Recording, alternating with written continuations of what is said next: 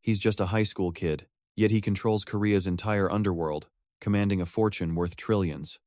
Even Elon Musk would have to show this guy respect. Tycoons and politicians don't even dare to breathe too loudly around him, and that's our main character. But in his past life, Mu Hyuk was just a corporate nobody. His grandfather was a loan shark king, but as an outsider in the family, he got absolutely nothing. They treated him like cheap labor, nothing more. In the end, his incredible competence got him a one-way ticket to the afterlife. It's crazy, right? Be useless and get scorned. Be brilliant and they take you out. But instead of a cold death, a blinding light suddenly flooded his consciousness, enveloping his mind. And just like that, Mu Hyuk woke up. He found himself on a long, sandy beach under a brilliant sun, looking around in a daze, his eyes filled with disbelief at the impossible reality. He shot up, breathing hard in sheer panic. What is happening? Then he saw the old-school uniform and the name tag, Kim Mu Hyuk, pinned to his chest. He was alive. Before he could process it, a vicious kick from behind sent him tumbling into the water.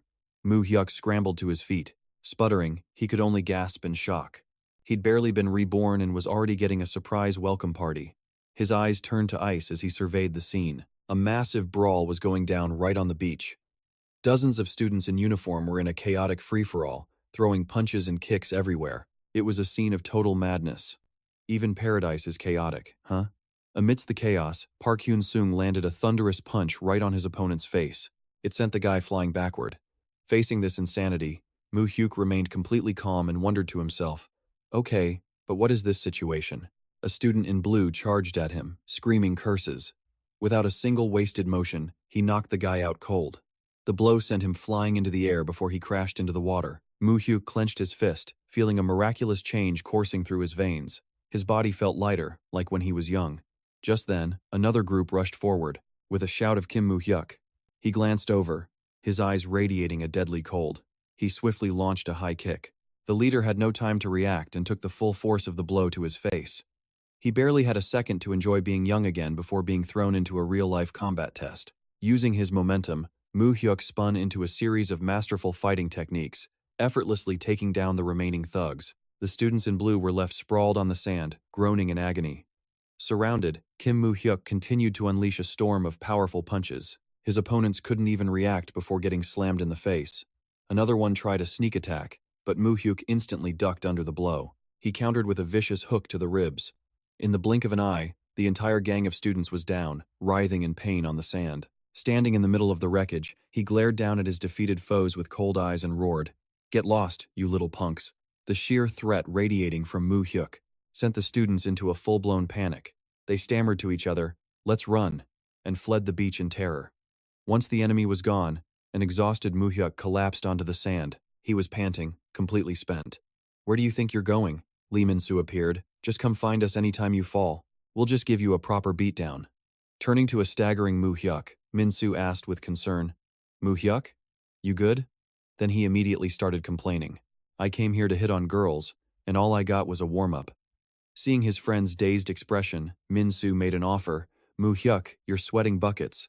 Want a smoke?" Mu Hyuk just stared at Min-soo in disbelief, thinking, "What is this? Is this guy seriously a high school student?" His gaze then locked onto the name tag on the other guy's chest. His mind reeled. Lee Min-soo, his best friend from high school. Could it really be Lee Min-soo? Just then, a heavy arm slung over Mu Hyuk's neck with a booming compliment. "As expected, our brother Mu Hyuk is the best fighter. You took them all down by yourself." Mu Hyuk was startled to see it was Park Hyun-sung, another close friend from high school. His father was a cop, which meant he could solve any problem, no matter how messy. He was basically a get-out-of-jail-free card, even back in their school days. Still reeling from this new reality, Mu Hyuk asked blankly, "Guys, where are we?" The clueless question earned him a sarcastic jab from Min-soo. "Did you take a kick to the head?" "We're at Gwangali, obviously." Hearing the name Gwangali, Mu Hyuk repeated it in utter astonishment. Min-soo started to get worried at his friend's strange behavior. "What's wrong with you? You suddenly sound like you're from Seoul and asking where we are. Did they actually hit you in the head?" He quickly reached out and patted Mu Hyuk's head to check, muttering, "Let's see. It feels hard as a rock," but checking that didn't confirm if his brain was working right. Mu Hyuk looked dazed, sweat beading on his forehead, and softly asked his two friends a question. "What year is it? What's today's date?" Lee Min-soo stared at him like he was an alien and replied, It's 1990, of course. September 21st, 1990. Seeing his friend was clearly not okay, Min-soo started massaging Mu Hyuk's head while asking suspiciously, "Did you really take a blow to the head?" Mu Hyuk winced in pain. "Ow, that hurts." In his mind, only those numbers echoed over and over. September 21st, 1990.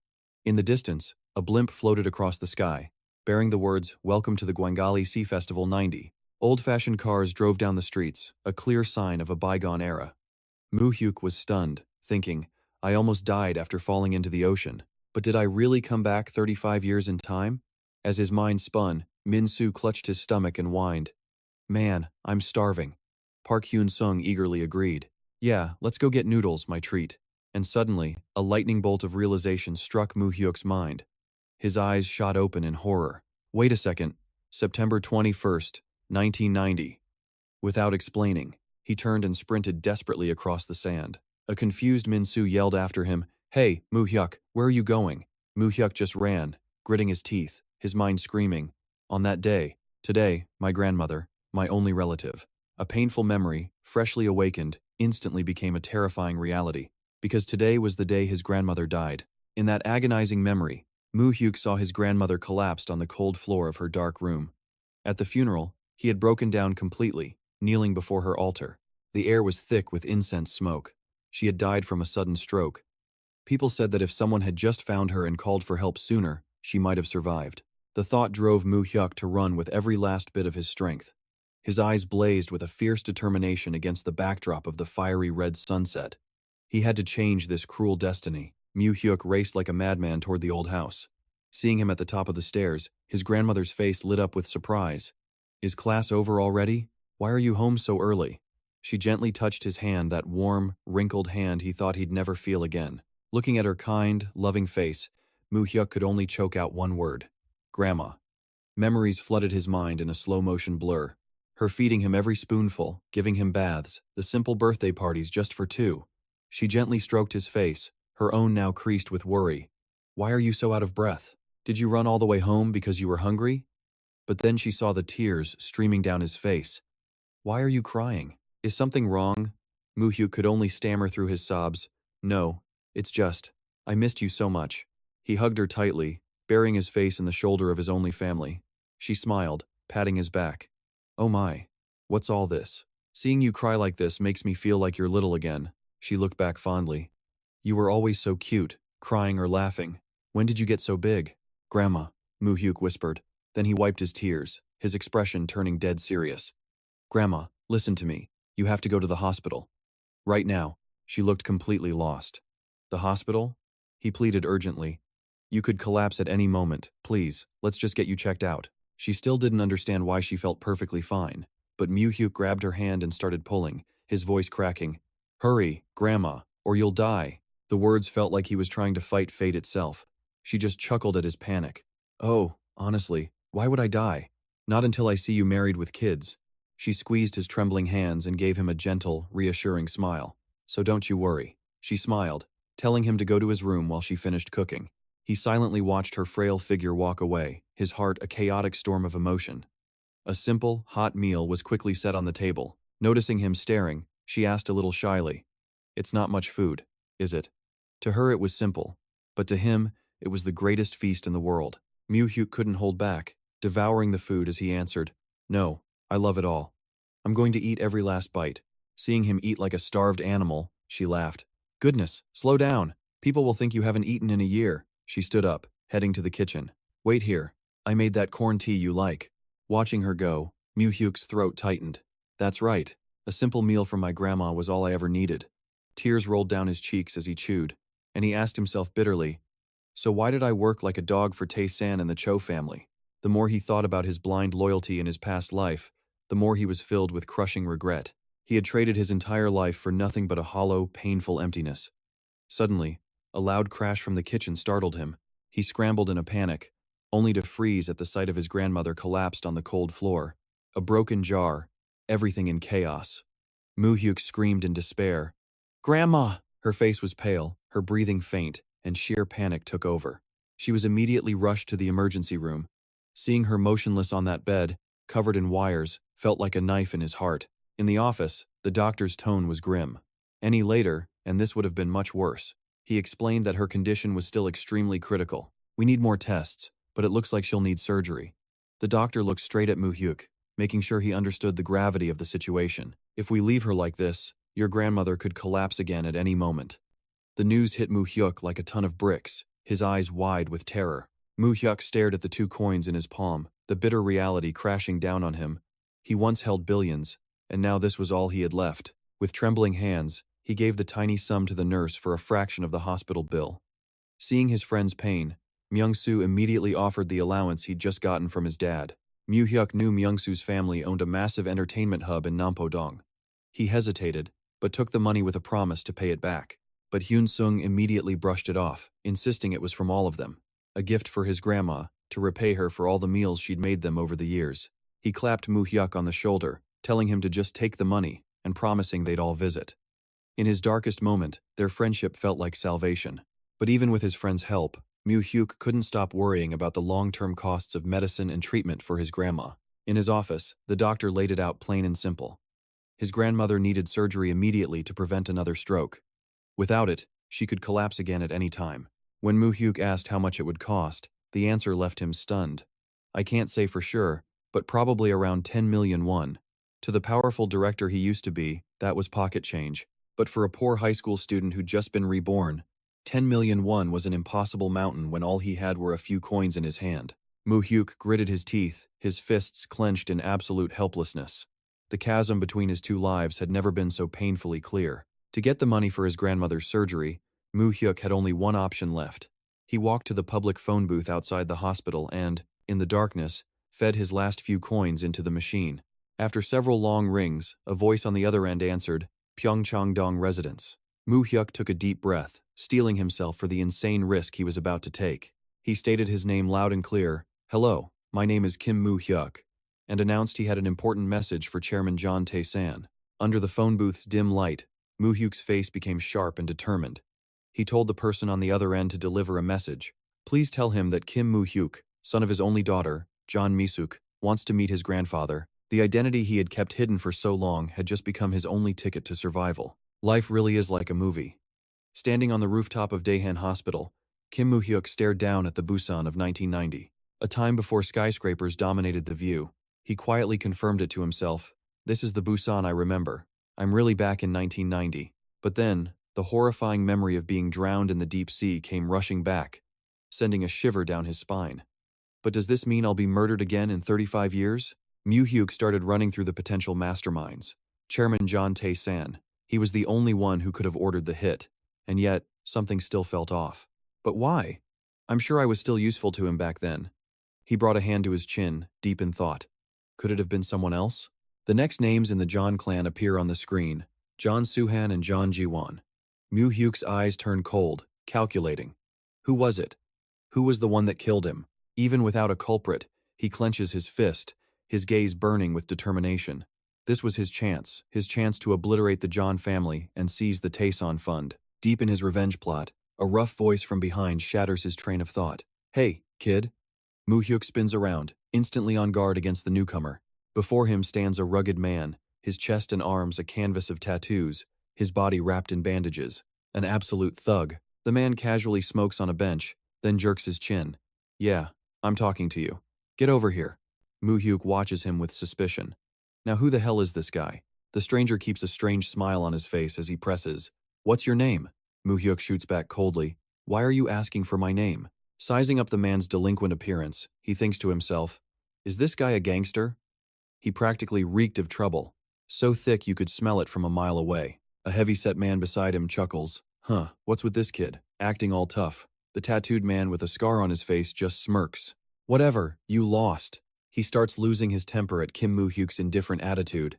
You damn brat. Is that how you act in front of your elders? Mu Hyuk calmly replies. Shouldn't you introduce yourself before asking for someone else's name? The man sighs and then loudly declares. Fine, whatever. The name's Baek Dong-soo. Baek Dong-soo, he asks smugly. Ever heard of me?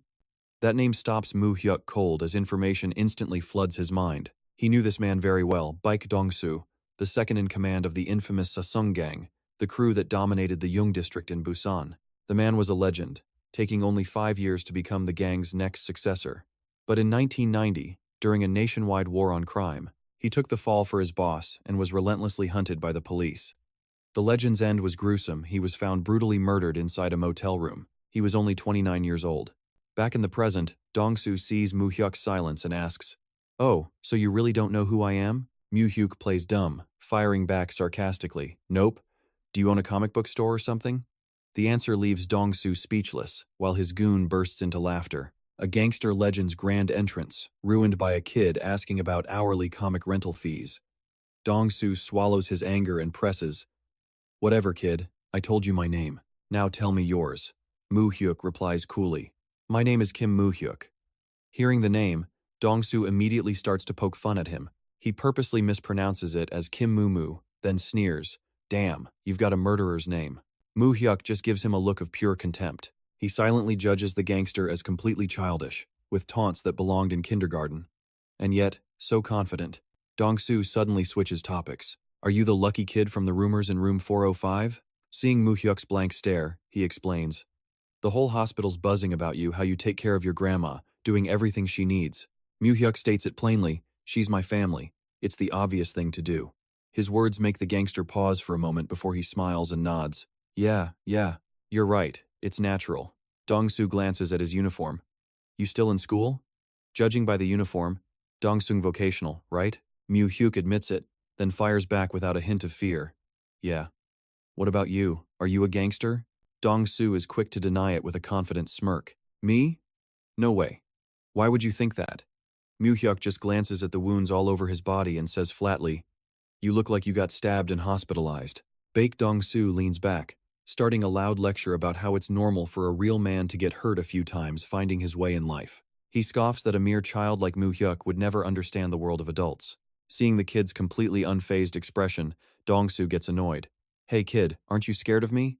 How can you be so calm standing in front of me?" Mu Hyuk shoots back another question. "Should I be afraid of you?" His insane composure drives the gangster nuts, but he's helpless as Mu Hyuk turns to leave. Just before he's out of sight, Dong-soo yells after him, calling him Kim Mu Mu and adding, "Take good care of your grandma. See you later." Mu Hyuk just keeps walking. He'd already written the guy off as a total nobody. The lecture on manhood ended in silence because the student never even signed up for the class. In his mind, Mu Hyuk begins to piece together the information on Baek Dong-soo of the Sasung gang. He knows that at this point in time, the gang isn't yet a national powerhouse, but they still have considerable influence. Mu Hyuk calculates that one day, this man will be useful to him. Just as he gets back to the hospital room, he freezes in shock. A strange man in a sharp black suit is standing by his grandmother's bed.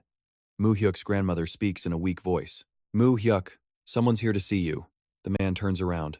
His sharp gaze locks right onto him. "Kim Mu Hyuk?" Recognizing the familiar face, Mu Hyuk screams in his mind, "Director Ha." For a moment, the two just stare at each other, the tension thick. Before Myung-hoon gives a firm order, "Let's talk outside." At a nearby cafe, he formally introduces himself. "My name is Ha Myung-hoon. I work for Chairman John Tayson." Mu Hyuk silently takes the business card, his mind racing as he comes face to face with the chairman's most capable right-hand man. This was the one person his grandfather trusted until the very end.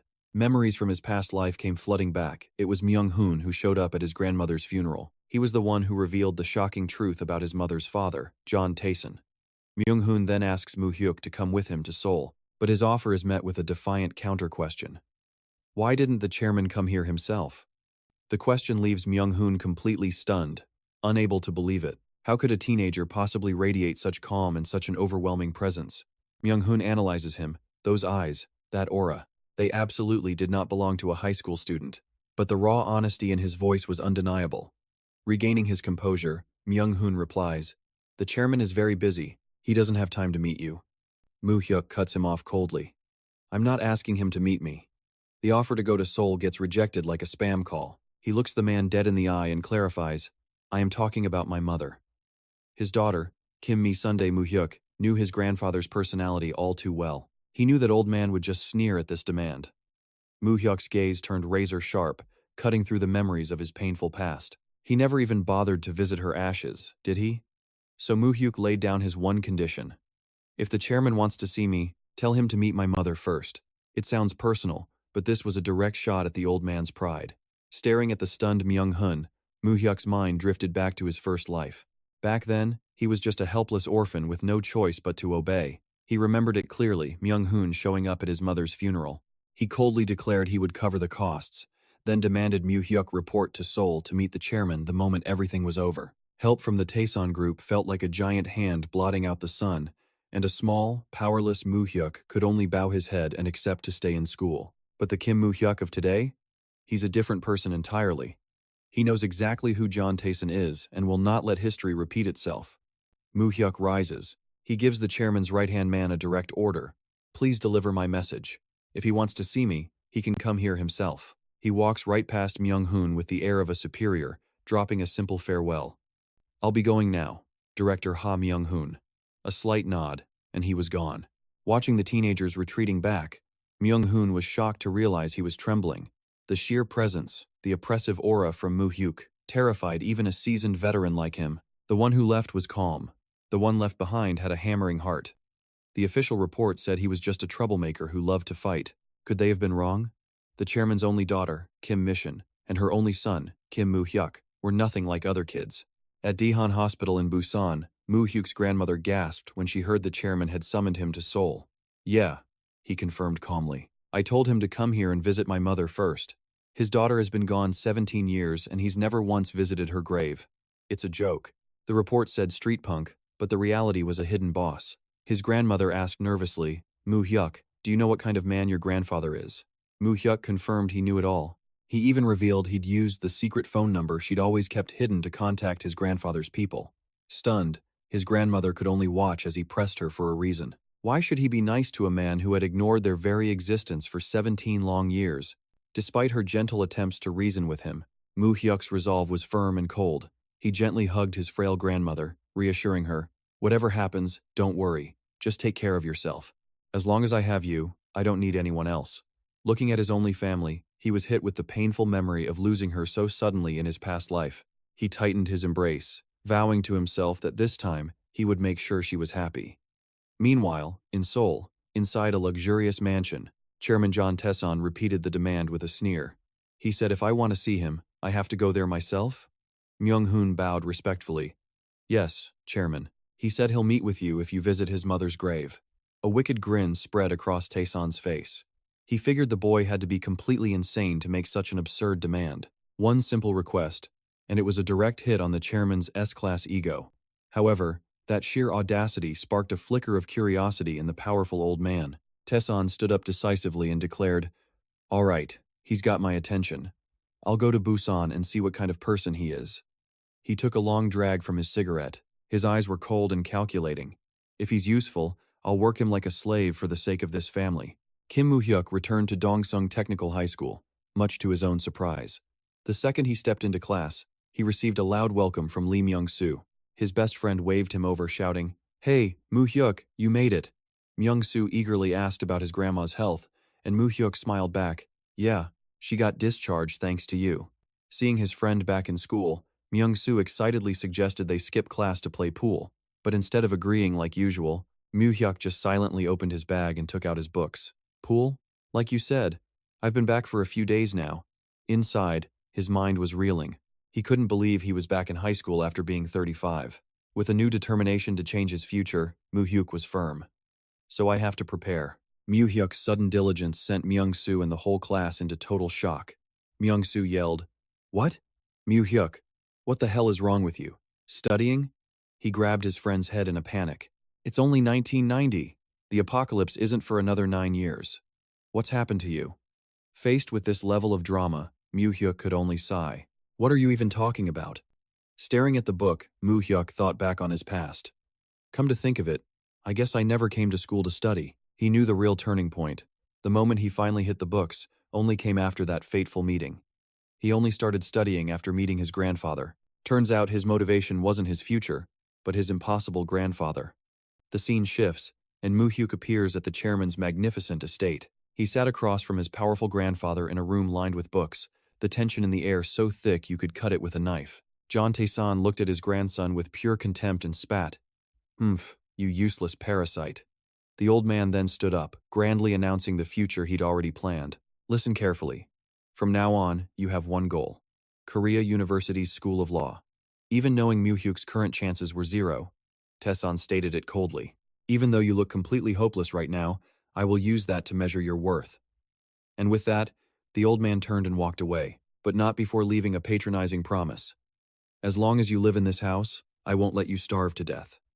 Mu Hyuk listened in total silence. His eyes, however, gleamed with a mysterious determination before the first challenge of his new life.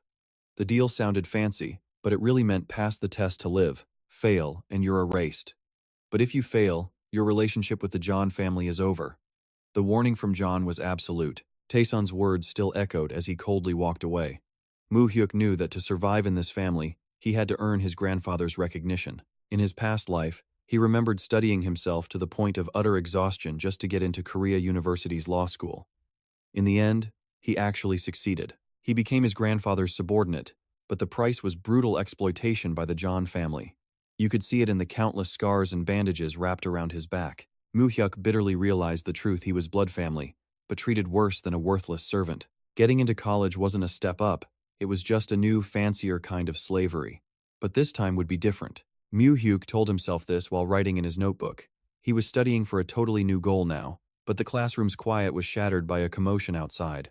In the hallway, a vicious-looking teacher slammed a baseball bat against the wall and roared, "You little punks!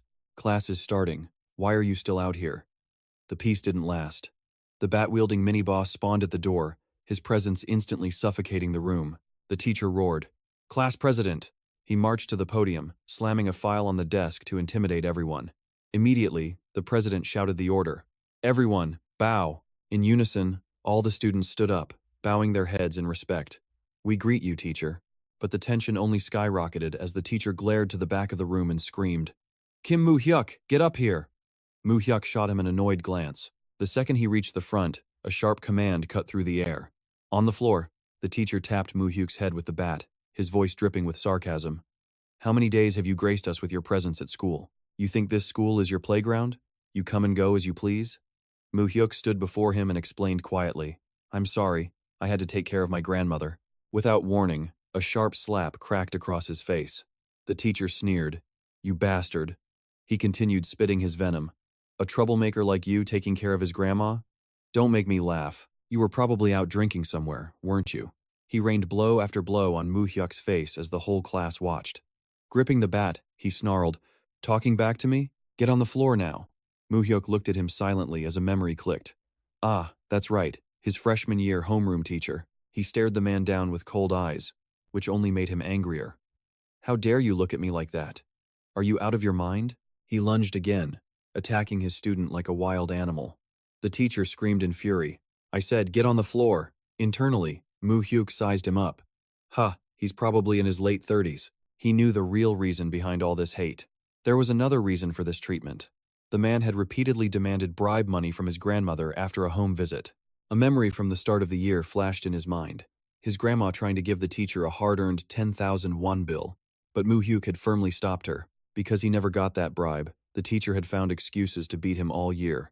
He slapped Mu Hyuk hard across the face again and yelled, "I said get down!" This brand of character education was pure capitalism, just without an official price list. Mu Hyuk was forced onto the classroom floor under the threat of the baseball bat. The teacher cursed as he readied his swing. "You think I don't know you spend all your time fighting? Punks like you just become street trash after graduation," he asked triumphantly. "Am I wrong, you piece of garbage?" Suddenly, the classroom door burst open, and a man rushed inside. The teacher was shocked. "Ah, Mr. Park. What is it, Vice Principal?" The Vice Principal, sweating buckets, asked anxiously, "Is there a student in here named Kim Mu Hyuk?" The teacher could only stammer, "Huh?" He was still standing over Mu Hyuk with the bat raised, about to unleash a combo when the system suddenly announced a VIP player had logged in.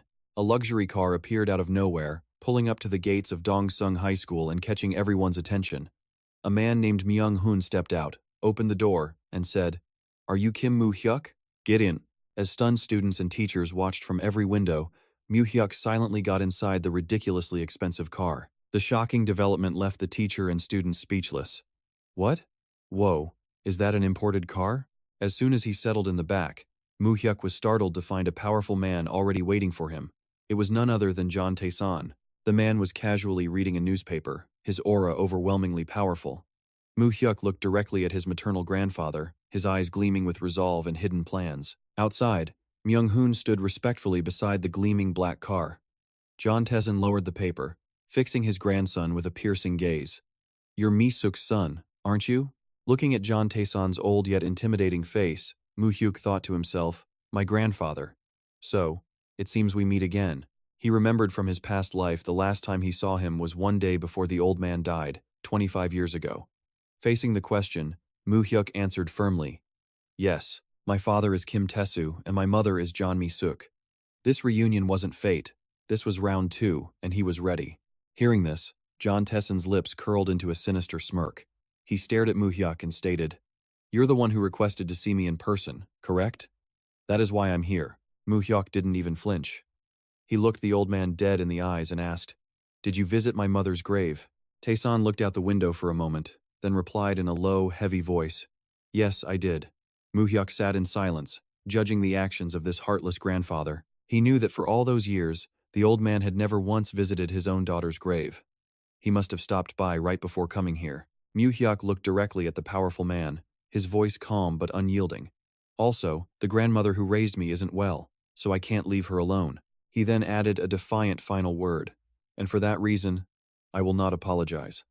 His grandson's unbending attitude clearly took John Taeson by surprise. The old man narrowed his eyes, sizing him up. "Look at this kid," he thought. "So young, and yet he shows zero fear in front of me." He broke the tense silence. "Do you perhaps know who I am?" Mu Hyuk's expression stayed like ice, but his inner thoughts were clear.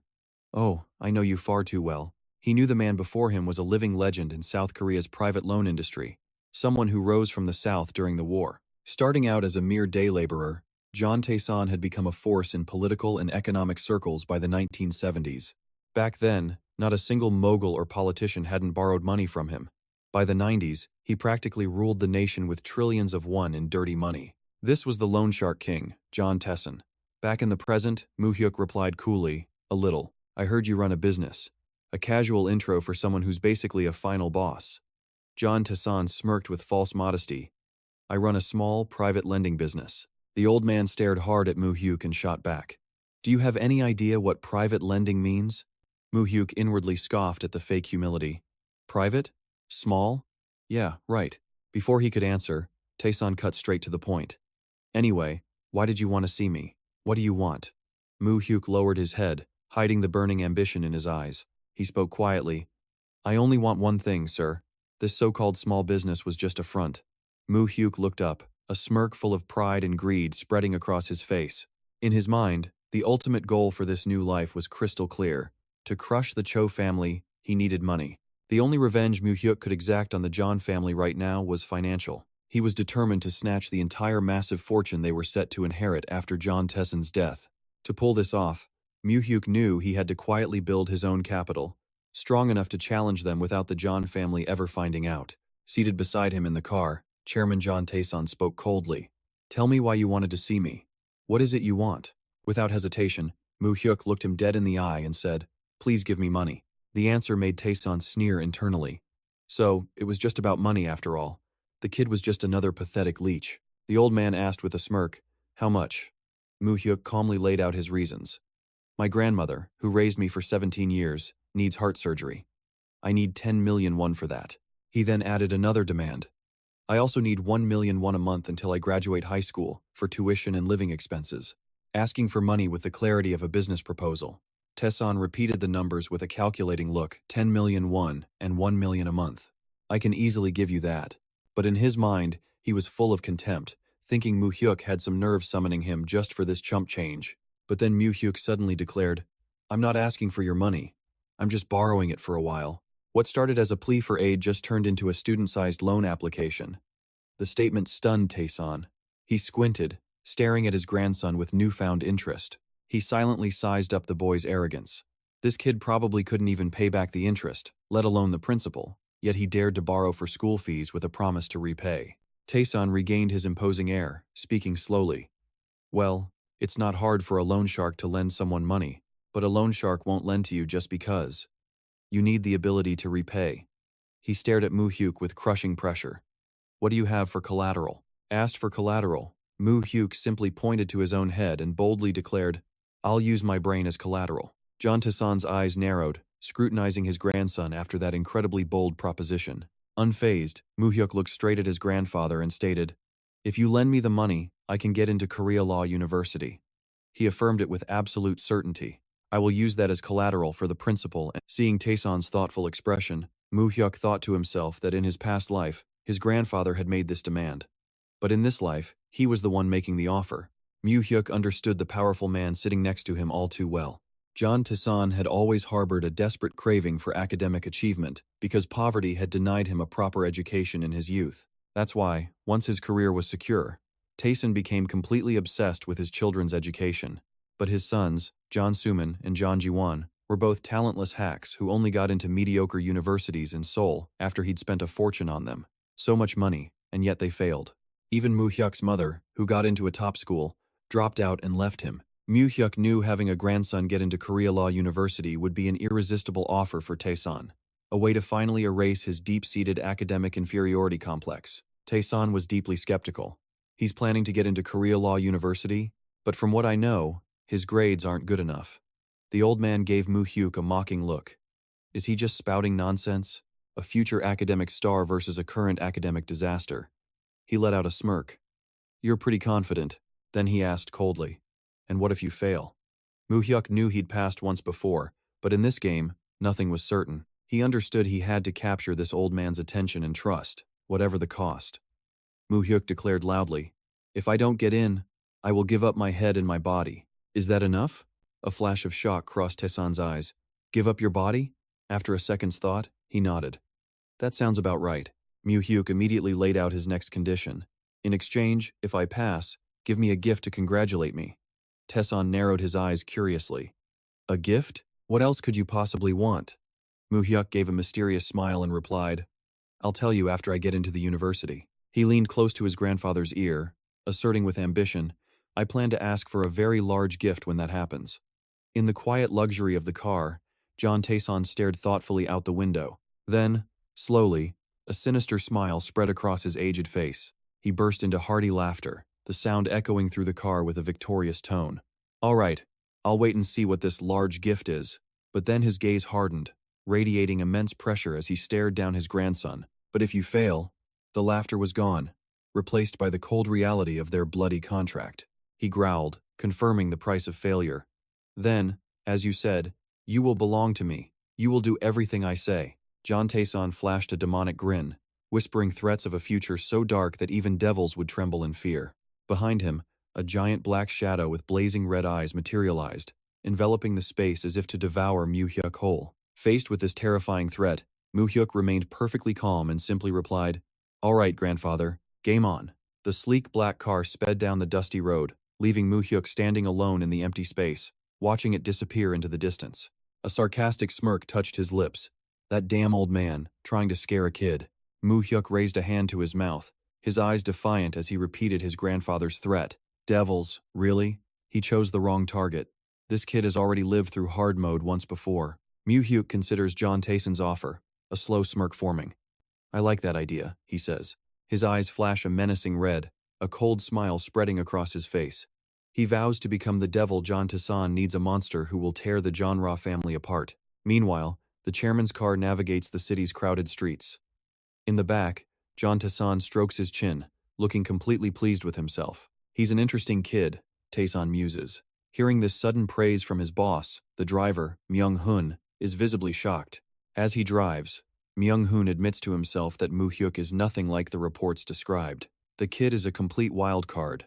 In the back seat, Chairman John Taesan reflects on the countless types of people he's met throughout his long career. He's seen it all: deadbeats, begging for more, thugs trying to intimidate him, desperate men threatening suicide, even parents selling their own children. After dealing with the absolute worst of humanity, he's become an expert at reading people, sizing up anyone in an instant. Their eyes, expressions, their voice, their body language, it all tells him exactly who they are and what they really want. But with Mu Hyuk, he drew a complete blank. In fact, John Taesan got the unnerving feeling that the kid was the one analyzing him. Noticing his boss's intrigue, Myung-hun observes, "It seems you've taken a liking to him." As he drives, he quietly repeats the name, Mu Hyuk. For the first time, His perfect human reading ability not only glitched, but it was completely reversed. John Tezin leans back, closing his eyes to strategize. The car speeds towards Daehan Busan Hospital. Inside, Kim Mu Hyuk bows his head to the doctor, pleading, "Please, take good care of my grandmother." The doctor reassures him with a calm voice. "Yes, please don't worry. It's not a difficult surgery at all." Mu Hyuk walks silently down the hall, lost in thought, as the bright surgery in progress sign glows above. Suddenly, a voice calls out from behind. Park Dong-soo appears, throwing a friendly arm around Mu Hyuk. "Hey kid, still going to school regularly? Eating 3 meals a day?" The gangster grins. "You busy? If not, let's hit the roof for a smoke." Mu Hyuk just looks at him coldly. "You're saying that to a high schooler? I'm busy, I need to study," he replies. Dong-soo is flabbergasted, shouting, "Huh? Study? You're a kid. You should be having fun while you're young. Forget the future. Let's have a smoke right now." That's Dong-soo's logic. Seeing he can't sway the stubborn kid, Dong-soo relents. "All right, fine. If you have to study, I can't exactly stop you." He pulls a pack of gum from his hospital gown and hands it over. "Here, chew on this if you get sleepy." With a wave, he saunters off. "See you around, kid." Mu Hyuk realizes Dong-soo is more interesting than he thought, but he also knows the brutal fate that awaits him. An image flashes in his mind, Park Dong-soo, lying motionless and bleeding out, a grim warning of what's to come. Just then, Mu Hyuk glances out a window and spots them a crew of tough-looking guys piling out of cars right in front. One of them discreetly pulls a blade from his jacket, his eyes full of killing intent. Mu Hyuk squints. Are those guys with Park Dong-soo? He just saw the man's tragic future, and now it seems the prelude is starting right on schedule. Down the hospital corridor, the gangsters stride past. Every single one of them has a look of deadly seriousness on their face. Seeing this, Mu Hyuk makes a decision. He's not dying today. His eyes gleam with cold calculation as he watches the man walk away. Looks like I can get him on my side, he thinks. Over at the reception desk, a man in a brown suit aggressively asks for Park Dong-soo's room. When the timid nurse asks for his relationship to the patient, he slams a drink on the counter. "Are you blind? I'm here for a visit." Just as the tension peaks, Kim Mu Hyuk appears from behind them. "Are you guys looking for Boss Dong-soo by any chance?" Mu Hyuk flashes a friendly smile, claiming to be Dong-soo's little brother, and offers to lead the way. The thugs follow, completely unaware they're walking into a trap.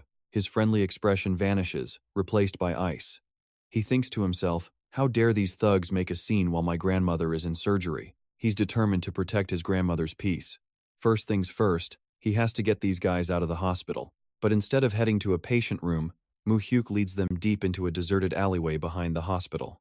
Realizing something's wrong, the leader in the brown suit stops short. "You little bastard, what is this? Where are you taking us?" Mu Hyuk just stops walking. He turns, his eyes like ice, and asks point blank, "You're here to kill Park Dong-soo, aren't you?" The friendly tour guide is gone. His cover blown, the man in brown furiously pulls a knife. "You little punk," he snarls. "Who the hell are you?" Mu Hyuk stands his ground, perfectly calm and ready for a fight. Just as another thug pulls his blade, a deep voice echoes from behind them. "Hey, now. What do we have here?" It's Park Dong-soo, strolling up in his patient gown, hands coolly tucked in his pockets. He glances at the men surrounding Mu Hyuk and scoffs. "Have you thugs got no shame? Pulling knives on a high school kid?" Seeing their real target, the thug in blue lets out a roar. He charges forward, throwing a wild haymaker straight at Park Dong-soo's face. Kim Mu Hyuk watches the fight unfold from a safe distance. A lightning-fast punch lands square on the thug's forehead, leaving him completely stunned. The guy in the blue jacket goes flying backward, screaming in pain. Even in a hospital gown, Park Dong-soo unleashes a devastating kick. He might be in a patient's gown, but he's fighting like it's a UFC finale. The henchman hits the ground, his eyes wide with pure terror. Dong-soo charges forward like a beast, slamming his fist into his opponent's face before smashing his head into the hard ground. 3 other thugs running to help suddenly freeze, completely intimidated by his presence. Dong-soo calmly removes his patient gown, revealing a body wrapped in bandages and covered in dragon tattoos. He might have looked like a weak patient, but he was actually a max-level boss. A man in a brown vest charges recklessly, swinging a knife. But Dong-soo moves like lightning, batting the weapon away and countering with a kick that sends the man flying. The remaining henchmen tremble as they watch their buddy get taken down so easily. Dong-soo stomps his slippers for momentum, then launches himself forward like an arrow. Dong-soo leaps into the air, unleashing a powerful spinning kick aimed right at the panicked group.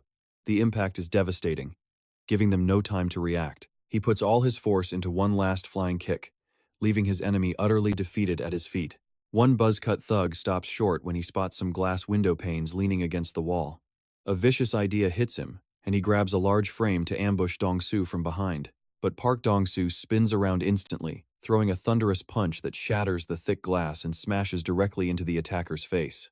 The insane impact sends both of them flying, but the fight is clearly over as the buzz-cut thug lies motionless on the ground. Dong-soo stands there panting, completely exhausted, while Mu Hyuk silently appears from behind, having watched the whole thing with a calm gaze. Smashing opponents and glass the hospital is definitely adding that to the bill. Strolling down the hospital corridor, Park Dong-soo lets out a satisfied sigh. Man, it's been way too long since he's gotten to let loose like that. He starts explaining the recent turf war, saying he knew they'd show up for revenge while he was stuck in the hospital. Dong-soo looks at Mu Hyuk with interest.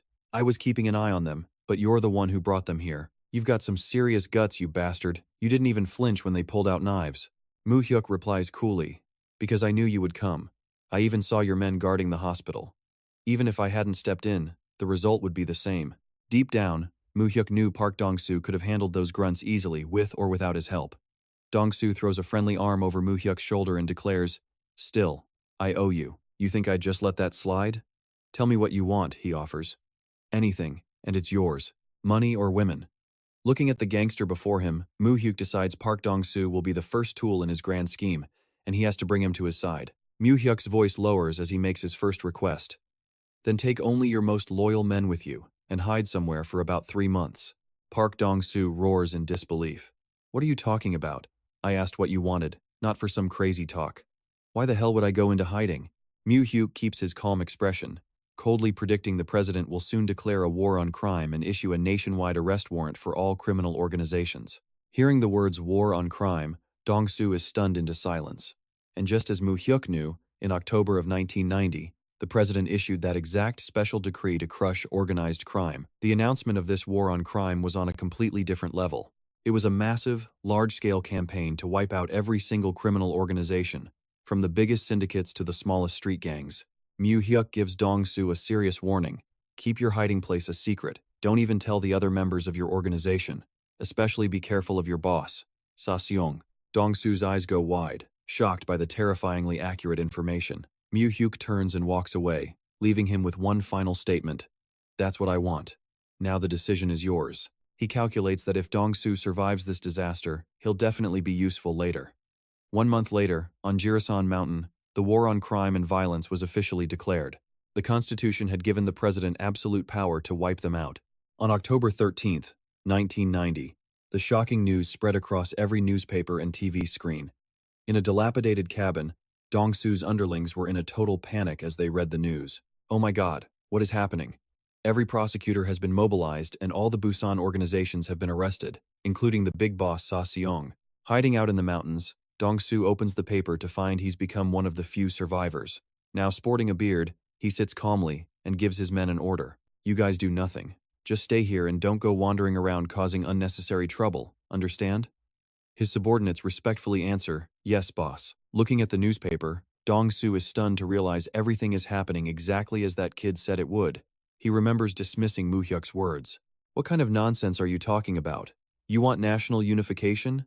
That's gonna happen in Germany, not here. He thought he'd met some crazy kid, but he actually met a living history book from the future. Because on October 3rd, 1990, the reunification of Germany really happened, just as Mu Hyuk had mentioned. Faced with these undeniable facts, Park Dong-soo trembles, his face filled with absolute terror. At this point, only one huge question remained in his mind. Who in the world is Mu Hyuk? Guessing one thing right is luck, but predicting world history?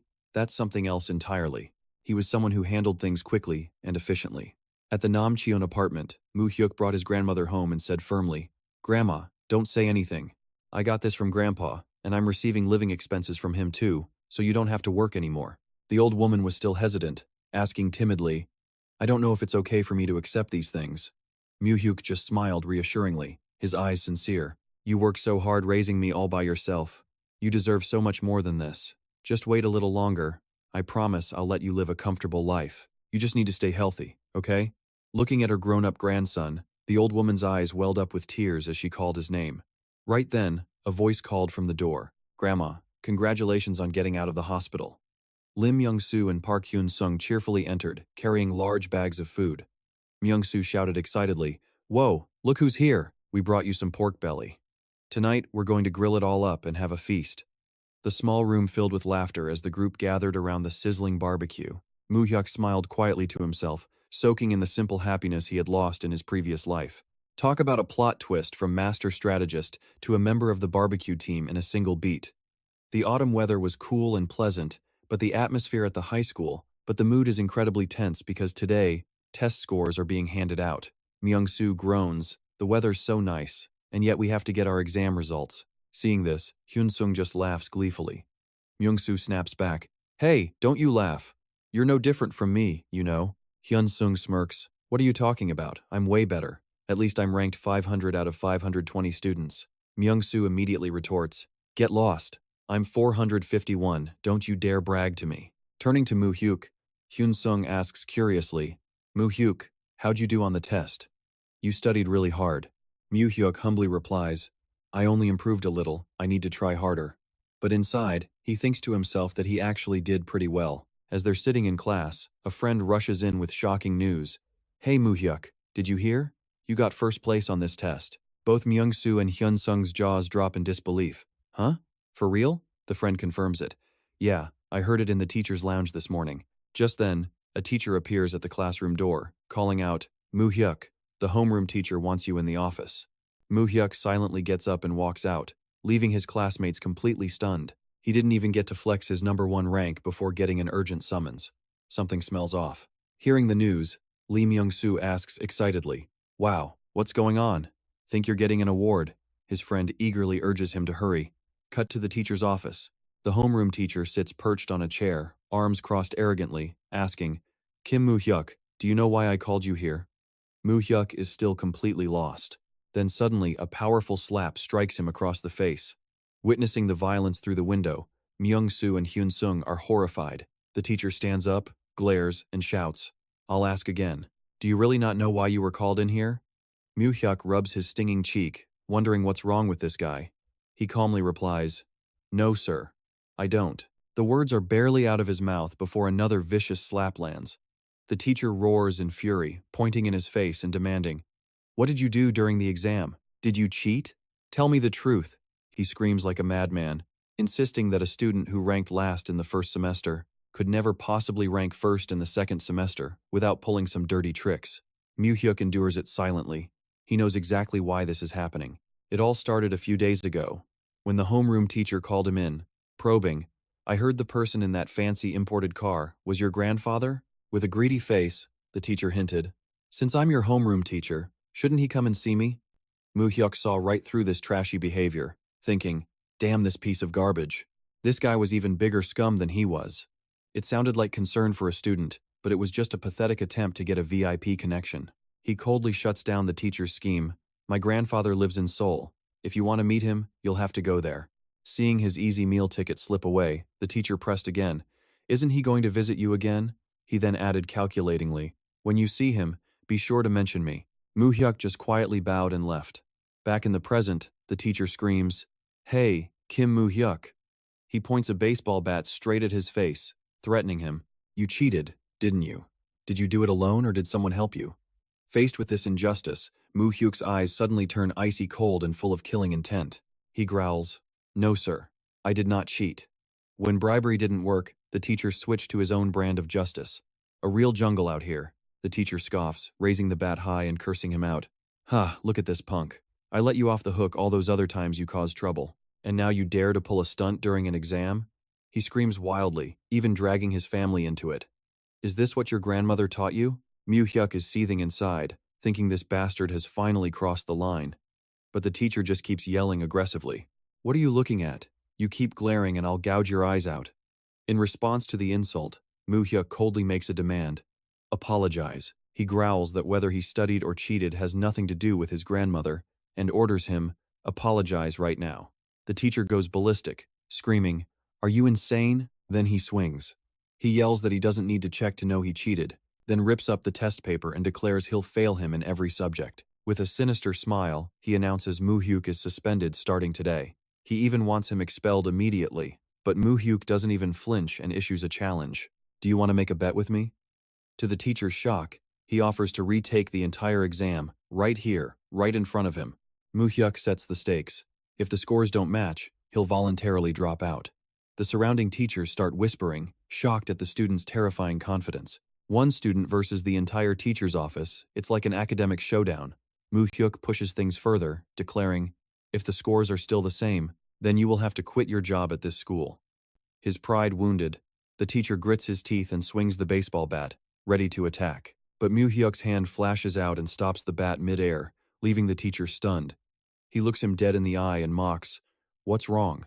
Not so confident now?" Mu Hyuk roars with authority, demanding he bring out the exam papers now.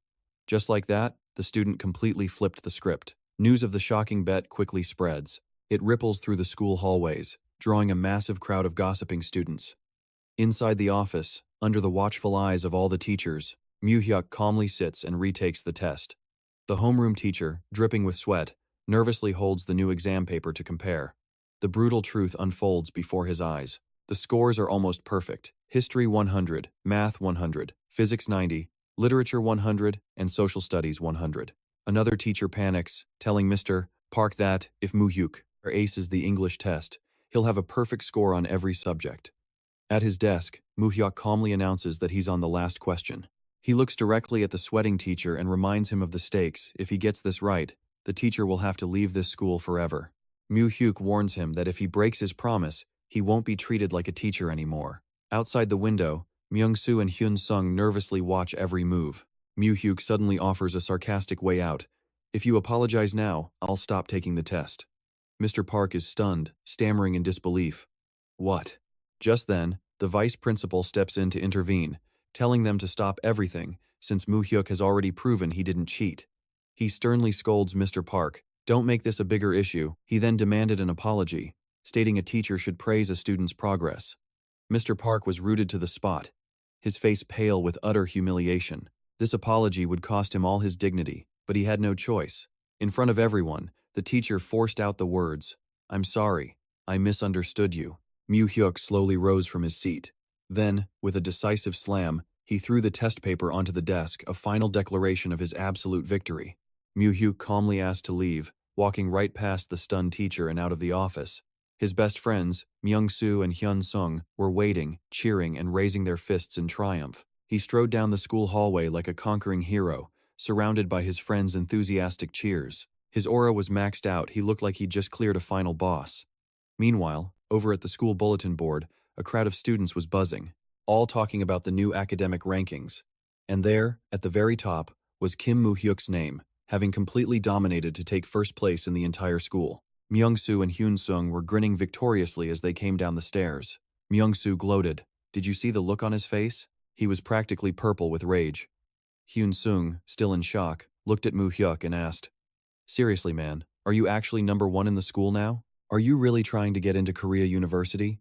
Mu Hyuk stopped on the leaf-covered stairs, looked at his friends, and made a serious proposal. "Myung-soo, you need to start studying seriously too. I'll help you. Hyun-sung, you too. Start doing judo again and get into a university with a sports scholarship." Mu Hyuk knew his friend's true potential.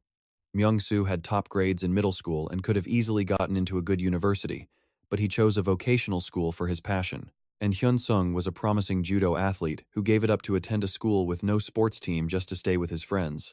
But Myung-soo just shrugged it all off. "What's the point of studying now? I'll just take over my dad's nightclub." Hyun-sung looked dejected too, saying, "My body is way too stiff now. I figure I'll just work at a factory." One was a future CEO, the other a future factory worker, and right now, both were professionally lazy students. Mu Hyuk moved in, putting his arms around both of them. Myung-soo, Hyun-sung. His eyes grew incredibly firm as he revealed his plan. "I have something important to do in Seoul soon, but it's too hard to do alone, so I'm hoping you guys can help me. Let's work hard and go to Seoul together." Looking over the city at sunset, Mu Hyuk thought, "They're my friends." Deep down, he knew that seeing the future didn't mean he could get his revenge by himself. Mu Hyuk needed loyal teammates, people who would never betray him or stab him in the back. His pitch to conquer Seoul sounded a bit like a cheap pyramid scheme. But seeing Myung-soo and Hyun-sung's carefree smiles, Mu Hyuk knew he could trust them completely. So he dove back into his books, pouring all his energy into studying at Dongsung High. His relentless efforts paid off big time when Mu Hyuk easily clinched the #1 spot in the second semester finals. Once again, Kim Mu Hyuk's name sat at the top of the list, to the shock and awe of the entire school. And while not the best, Myung-soo's scores were improving significantly. At the same time, Park Hyun-sung had started practicing judo again. His moves and throws were slowly but surely regaining their old power. Everything was starting to fall into place exactly as Mu Hyuk had planned. That winter, snow-covered Seoul, from the towering Namsan Tower to the skyscrapers lost in the cold mist, Kim Mu Hyuk stood silently in the snow, gazing into the distance while Myung-hoon waited quietly by a luxury car. He whispered to himself, "I'm back here again." Before him stood the impenetrable fortress of the Cheon family. The scene was cinematic, and it felt like a massive family war was about to begin. Jongno-gu, along with Hanam-dong, is one of the wealthiest areas in the entire country. And this was the location of John Tae-san's magnificent mansion. Back in the day, the man was ranked #1 for his incredible ability to raise capital. Through constant political turmoil, from military coups to changes in regime, the Lone Shark King's fortress stood strong, protecting his vast fortune from any political power. To put it simply, political winds could change, but this family's money was always stable. Inside the luxurious mansion, the only sound was the faint clinking of silverware. Mu Hyuk and John Tae-san sat eating at a long, grand table, the chairman eating in silence with a grim face. Mu Hyuk watched his grandfather and thought, "This scene never happened in my past life." In his previous timeline, he didn't meet John Tae-san again until after he entered law school. The very fact they were eating together now meant his grandfather's opinion of him had completely changed. Under the brilliant chandeliers of the vast living room, the two sat facing each other by a warm fireplace. John Tae-san sipped his tea, his sharp eyes fixed on his grandson as he spoke. "I hear you ranked first for 2 consecutive semesters." John Tae-san gently set down his cup, a look of satisfaction on his face as he looked at his grandson's report card. He admitted that while Mu Hyuk's school was nothing special, these results proved the boy wasn't just an empty boaster. The old man pointed to his own head, acknowledging it as proof of his grandson's intelligence. Noticing the slight smile on Mu Hyuk's lips, Tae-san excitedly announced, "Since you kept your promise, I have a gift for you."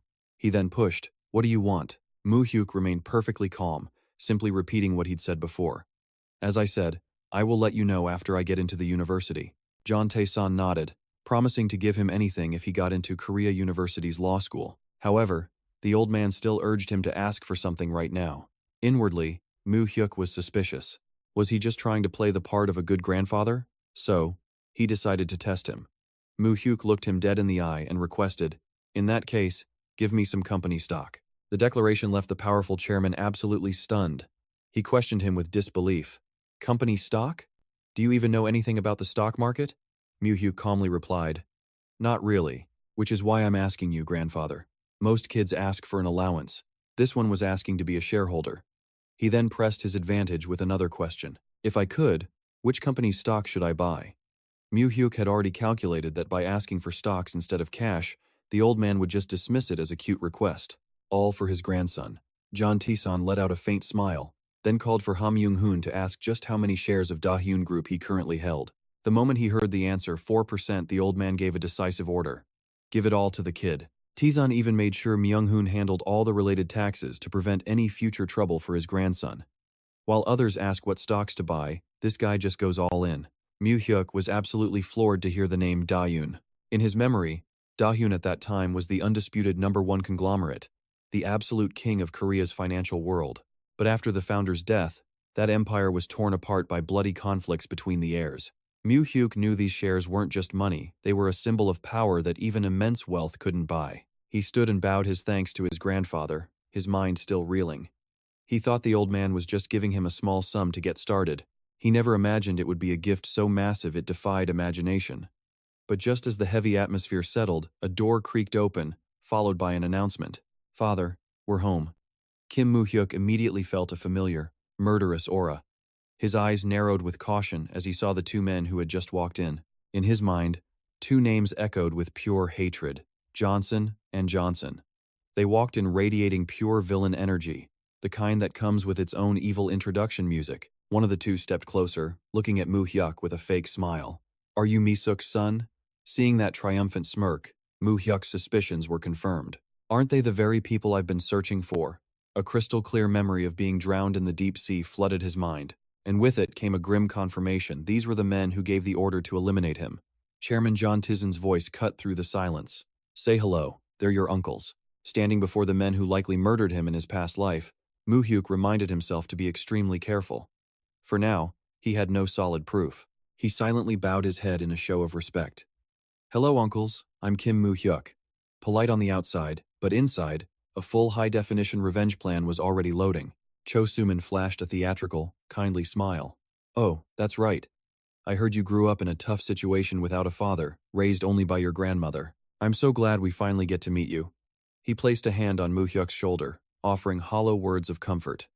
"If you need anything, don't hesitate to tell me. After all, we're all family." Night fell. In a study bathed in warm light, a private family meeting was underway, with John Tizen seated majestically in his armchair. He began his interrogation about his in-laws' businesses. "How is your father-in-law's company? I heard Samsung Group is struggling."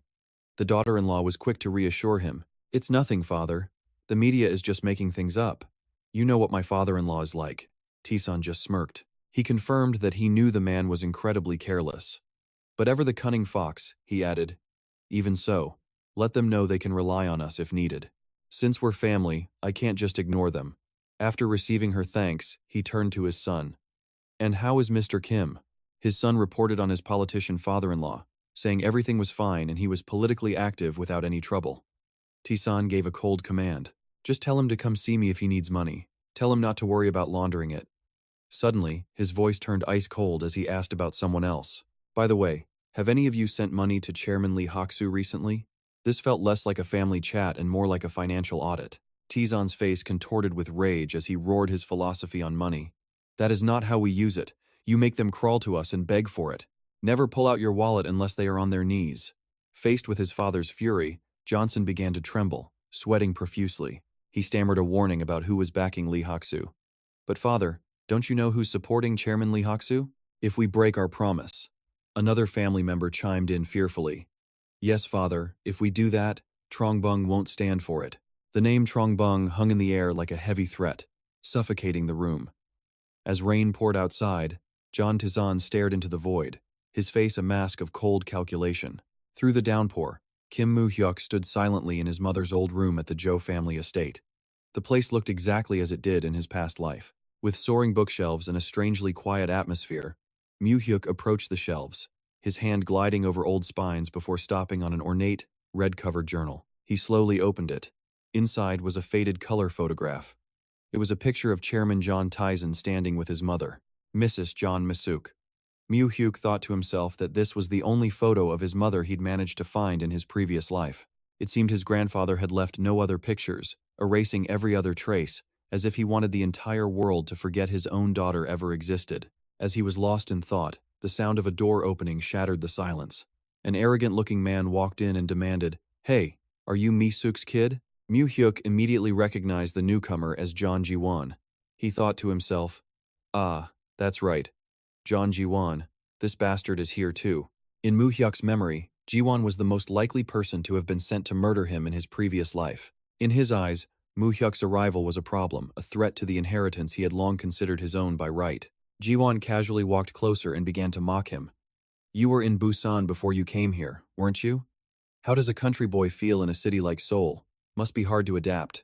Mu Hyuk stared him dead in the eyes and shot back. "Who are you?" The blunt response made Ji-won pause, before he sneered. "What is this? Why so hostile? You do know I'm older than you, right? Don't they teach manners back in Busan?" Straight to the regional insults, the classic combo of a punk trying to sound tough. Looking at his attitude, Mu Hyuk thought, "This guy. Past life, present life, he's the same immature brat." An amazing level of consistency. Just as Ji-won turned to leave, Mu Hyuk shot out a hand and grabbed his arm, making the young master jump in surprise. Mu Hyuk stared him down and asked coldly, "So what if you're older? You spoke to me rudely first, and now you're demanding my respect?" Ji-won's face turned purple with rage as he stammered, "What?" Getting yanked back like that completely crashed his system. The guy's entire operating system just blue-screened on the spot, unable to reboot his dignity. Mu Hyuk could tell at a glance. Ji-won never thought he'd face such a sharp reaction, probably because no one had ever dared to show him open hostility, given his family background. His father was the eldest son of the loan shark king of Gyeongdong, while his mother was the eldest daughter of the prestigious Samsung Group's director. With a background that insane, no one had ever dared disrespect that punk G1. He starts screaming in a rage.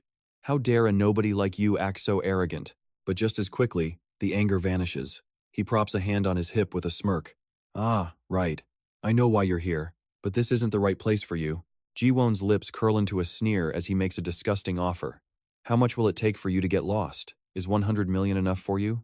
He even adds that with 100 million won in Busan, Mu Hyuk could live in absolute luxury like a true member of the upper class. Hearing those words, Mu Hyuk bitterly realizes Ji-won is saying the exact same lines as in his past life back when he just stood there like an idiot.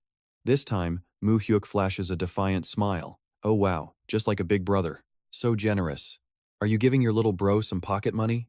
Seeing Ji-won's dumbfounded look, Mu Hyuk lays the sarcasm on thick.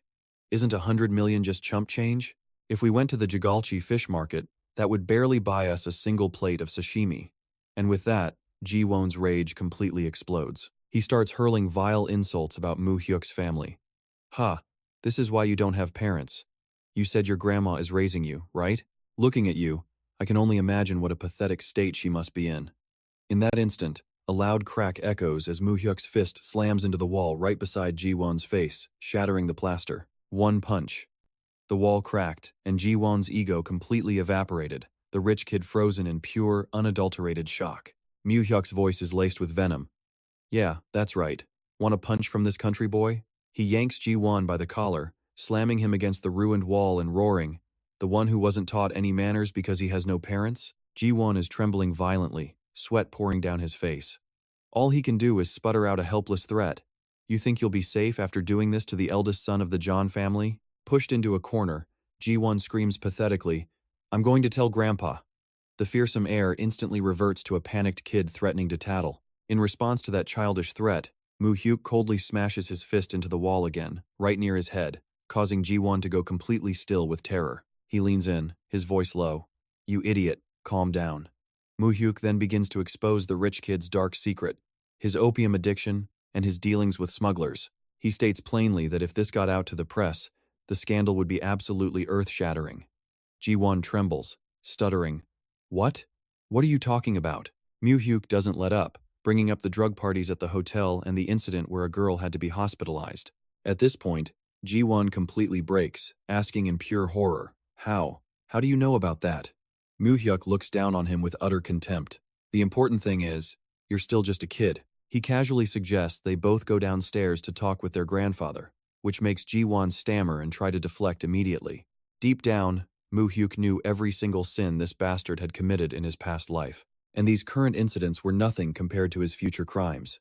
He places a hand on Ji-won's shoulder, his words a harsh reminder. Big brother, if you want to be treated like one, then you need to act like it, right? Ji-won can only grit his teeth, drowning in complete humiliation. Fed up, Mu Hyuk sits on the bed and dismisses him. You can leave now, can't you? I'm a little tired.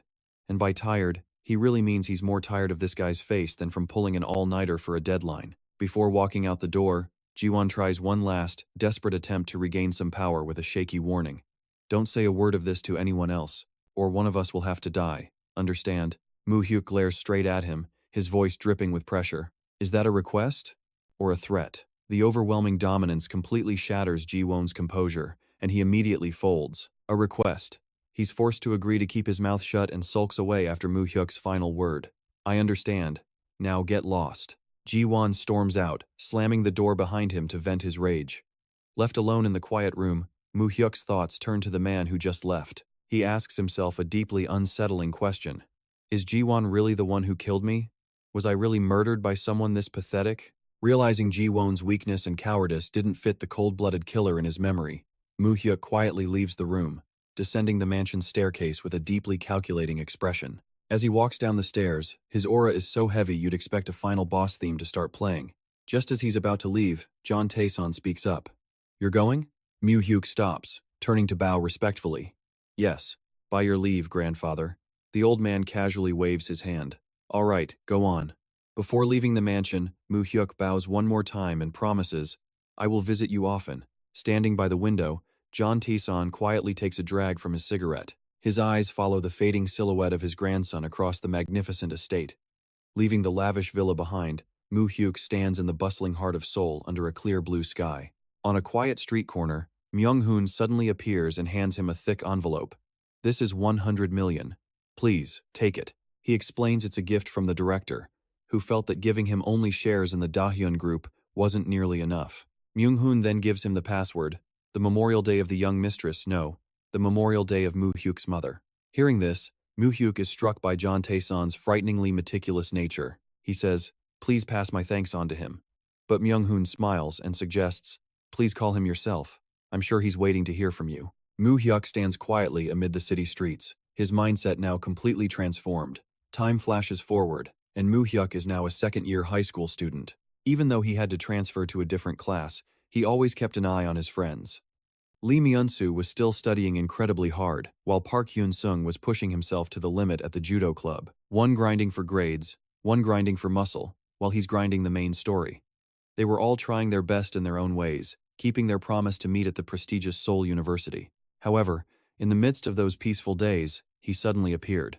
Mu Hyuk was sitting lost in thought when the classroom door slid open. The teacher walked in with an unfamiliar student. The peace never lasts long. It's a rule. Whenever things get chill, drama arrives. The teacher announces loudly, "He's a transfer student. He came all the way from Seoul, so please make sure to help him out." The new kid is told to greet the class. He cracks a mysterious smile and agrees. He's got the looks, but his eyes are sharp as he introduces himself. "Hello, my name is Hong Jin-pyo, and I'm from Seoul. It's a pleasure to meet you." Staring daggers at the newcomer, Mu Hyuk made a judgment call in his head. This guy was a raving lunatic. Later, at the Jujeum Sung noodle shop, Hong Jin-pyo casually exhaled smoke before asking the students mid-meal a simple question. "Who's the top dog at this school?" One of them looks up, confused. "Top dog? You mean like a kingpin?" He explains the school doesn't officially have one, but the person considered closest to that position is none other than Kim Mu Hyuk. Hearing an unfamiliar name, Jin-pyo was intrigued. Jin-pyo pushed to know what class Mu Hyuk was in. The student replied he's a second year, and the strongest guy around. Talk about a final boss introduction. But he's acting like a nobody for now. The kid starts telling a story from the beginning of last year, when the seniors tried to establish a pecking order. They did it by calling out anyone with potential. But Kim Mu Hyuk? He was just passed out, sleeping on his desk right in the middle of class. Two seniors barged in. "Hey, Kim Mu Hyuk, didn't you hear us call you? You're still sleeping?" Seeing no reaction, the senior just kept yelling, "Wake up, you mutt." Then he slammed his hand on the desk to make a point. Mu Hyuk suddenly sat up, making the seniors jump back in shock. But instead of being scared, he just calmly stretched, rubbed his neck, and let out a huge, sleepy yawn. Mu Hyuk's total indifference made the seniors' veins pop. Mu Hyuk just gave them a look, a gaze so sharp and cold it seemed to freeze the very air in the classroom. The moment he woke up, killing intent filled the room. Yeah, these guys were completely screwed. The senior froze up, sweat pouring down his face as he felt the terrifying pressure rolling off the younger student. Instantly, a blur of motion sent him flying across the room, slamming hard into the trash can at the back. In just a split second, both upperclassmen were sprawled on the floor, totally defeated. Mu Hyuk stood there among the broken desks, then quietly returned to his seat. Before he went back to sleep, he dropped one final line that silenced everyone. "I'm sleeping here. Don't wake me up." Back at the diner, the storyteller added that after that day, no senior ever dared to mess with Mu Hyuk again. But now he just focuses on his studies. The other kid asked in surprise, "Really? He's just laying low and studying now, even though he's the strongest one there?" Yup. Hearing that, Hong Jin-pyo took a drag from his cigarette, a smug grin spreading as he laughed. "Huh, so he's just an arrogant punk? Guys like that are the most fun to mess with." Seeing Jin-pyo's cocky attitude, the student worriedly asked if he planned to fight Mu Hyuk, warning him not to do it without good reason, because Mu Hyuk is on a whole different level. But Jin-pyo just replied that being a good fighter doesn't guarantee a win. He looked at his two lackeys with a smug grin. "Do you two follow me because you lost to me? That's not it, is it?" Jin-pyo leaned in close, a sinister smile creeping onto his face. He confirms that their obedience is because his father is the chief prosecutor. He then sneered, asking about his rival's family. "So what does that guy's dad do?" When he finds out Mu Hyuk is an orphan living with his grandmother and a mysterious grandfather, Jin-pyo's lip curls in contempt. Is that so? The kid doesn't even have parents. He thought he'd found a weakness to exploit, but he had no idea he was just digging his own grave. At the schoolyard, Mu Hyuk and Myunsu were chatting on the steps. Myunsu noticed Hyun Sung was back at the sports club after taking a break for a strict study regimen to get into college. He laughed and teased, "Oh look, Hyun Sung, our little baby is all grown up." Grown up or not, his muscles were leveling up way faster than his grades. Suddenly, Myunsu's tone turned serious as he asked Mu Hyuk, "Have you heard about Hongjin Pyo, the new transfer from Seoul?" He looked visibly annoyed. The guy looks like some pampered rich kid, and he has that annoying Seoul accent. It's seriously irritating. Hearing the name Hongjin Pyo, Mu Hyuk repeated it quietly, confirming a suspicion in his mind. "I remember." Mu Hyuk recalled everything. Jin Pyo was the son of the chief prosecutor, a kid who used his dad's influence to run the school like his personal kingdom. While he was busy studying, Myunsu continued complaining that with the seniors gone, Jin Pyo had already formed his own crew, and now even the freshmen were acting like thugs. Myunsu sighed. This school has become his personal playground. Just then, he gasped, seeing a group walking across the yard. Mu Hyuk identified them with a cold look. It's the rich kid. Hong Jin Pyo was leading his crew, walking with an arrogant swagger. Hong Jin Pyo shot them a triumphant smirk as he passed, but Mu Hyuk only returned it with a sharp, wary glare from his spot on the school steps. Mu Hyuk's voice dropped as he warned his friend, "Hey Myunsu, don't ever get involved with that guy." Myunsu just replied innocently, "Huh? Why would I? You worry too much." But Mu Hyuk couldn't shake his unease, emphasizing with dead seriousness, "I'm for real, don't mess with him. I mean it." Seeing his friend so on edge, Myunsu just clicked his tongue. All right, you're always overthinking things. Does that guy know your weakness or something? Why so worried?" Mu Hyuk's gaze followed Jin Pyo's crew as they left. A deep sense of foreboding washed over him. Later, while he was buried in a book in the quiet classroom, the peace was shattered when Park Hui-sung burst in, screaming, "Mu Hyuk, something terrible has happened." Hui-sung was gasping for air, pure panic on his face. Mu Hyuk shot up from his seat, demanding, "What is it?" Hui-sung painfully explained. Hyun Sung's leg got injured in a fight. Now he can't use it anymore.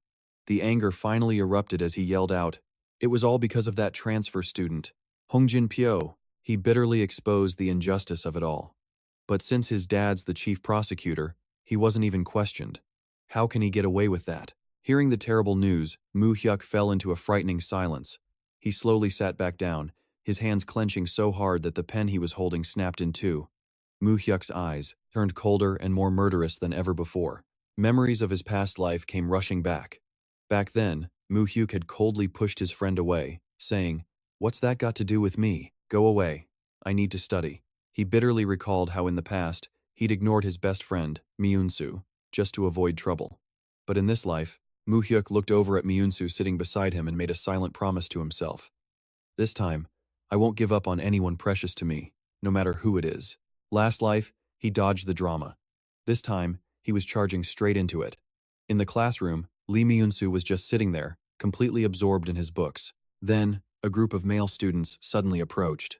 Their leader, Hongjin Pyo, called out, "Hey, Lee Myunsu." Myunsu looked up defensively and asked, "What?" Jin Pyo gave him a sinister smile, pressing him about his best friend. "You're close with Mu Hyuk, right? I heard he's a great fighter. Is that true?" Myunsu replied coldly, "Don't worry about it. He's just focused on studying now. He's got nothing to do with you." But Jin Pyo kept his smug look. He mockingly asked if Mu Hyuk would just let him take over the school. Such a pain. Myunsu dismissed it.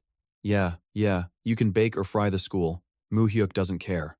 But suddenly, Jin Pyo's expression changed, his voice hardening as he insisted Mu Hyuk was making him feel incredibly uncomfortable. An annoyed Myunsu stood up and shouted, "What did Mu Hyuk ever do to you? Why mess with someone who just wants to study?" Jin Pyo leaned in close, revealing a wicked grin. "The problem is, I hate it when people think someone's better than me." He glanced around the class, bitter that the other students seemed to fear Mu Hyuk more than him. Seeing the tension rise, Myunsu gave a serious warning. "Don't bother him." Immediately, one of Jin Pyo's goons rushed forward shouting, "You stupid fool, who do you think you're raising your voice to?" He insulted Myunsu, saying that without Mu Hyuk's protection, he was nothing and should know his place and hide in a corner.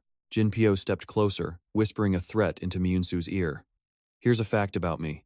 I always get what I want, and I always crush anything that gets in my way." Myunsu furiously shot back. "You bastard, what's your problem?"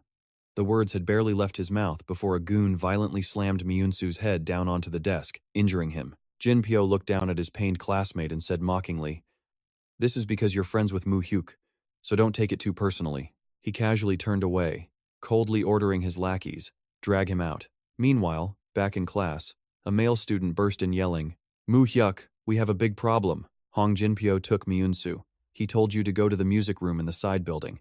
Hearing the terrible news, a shocked Mu Hyuk shot to his feet. What? And he immediately bolted out of the classroom. Once he heard, there was no need to think. His legs were already moving faster than his brain. As he sprinted, Mu Hyuk bitterly realized that no matter how hard he tried to avoid it, terrible things just kept happening. As expected, Park Hyu-sung was chasing him from behind, calling out, Mu Hyuk, he asked in complete shock. What do you mean Myunsu was taken by some guy named Jin Pyo? Mu Hyuk stopped to block his friend, saying firmly, Hui-sung, I'll handle this myself. You stay here. Hui-sung furiously yelled back, What are you talking about? How can I just stay put when some bastard has taken Myunsu? Mu Hyuk knew that after a year of training, Hyu-sung was considered a judo prodigy in Busan. If he got involved in school violence, he would have to give up on his dream. Mu Hyuk grabbed his friend's shoulders and roared, Calm down, you're an athlete. If you get involved in this stuff, it'll ruin your chances of getting into university. Hui-sung screamed back in anguish, Stop talking nonsense. How can I worry about university right now? If anything happens to Myunsu, I'll deal with that bastard Jin Pyo myself. Mu Hyuk yelled to calm his friend down, looking him straight in the eye and declaring, I already told you, right? I have things I need to do in the future, and I need you and Myunsu to help me. So, just leave this to me. Hui-sung watched him go, completely helpless. Mu Hyuk quietly picked up a nearby broomstick, giving Hui-sung one last task. Don't let anyone in. Not teachers, not anyone. Just do that.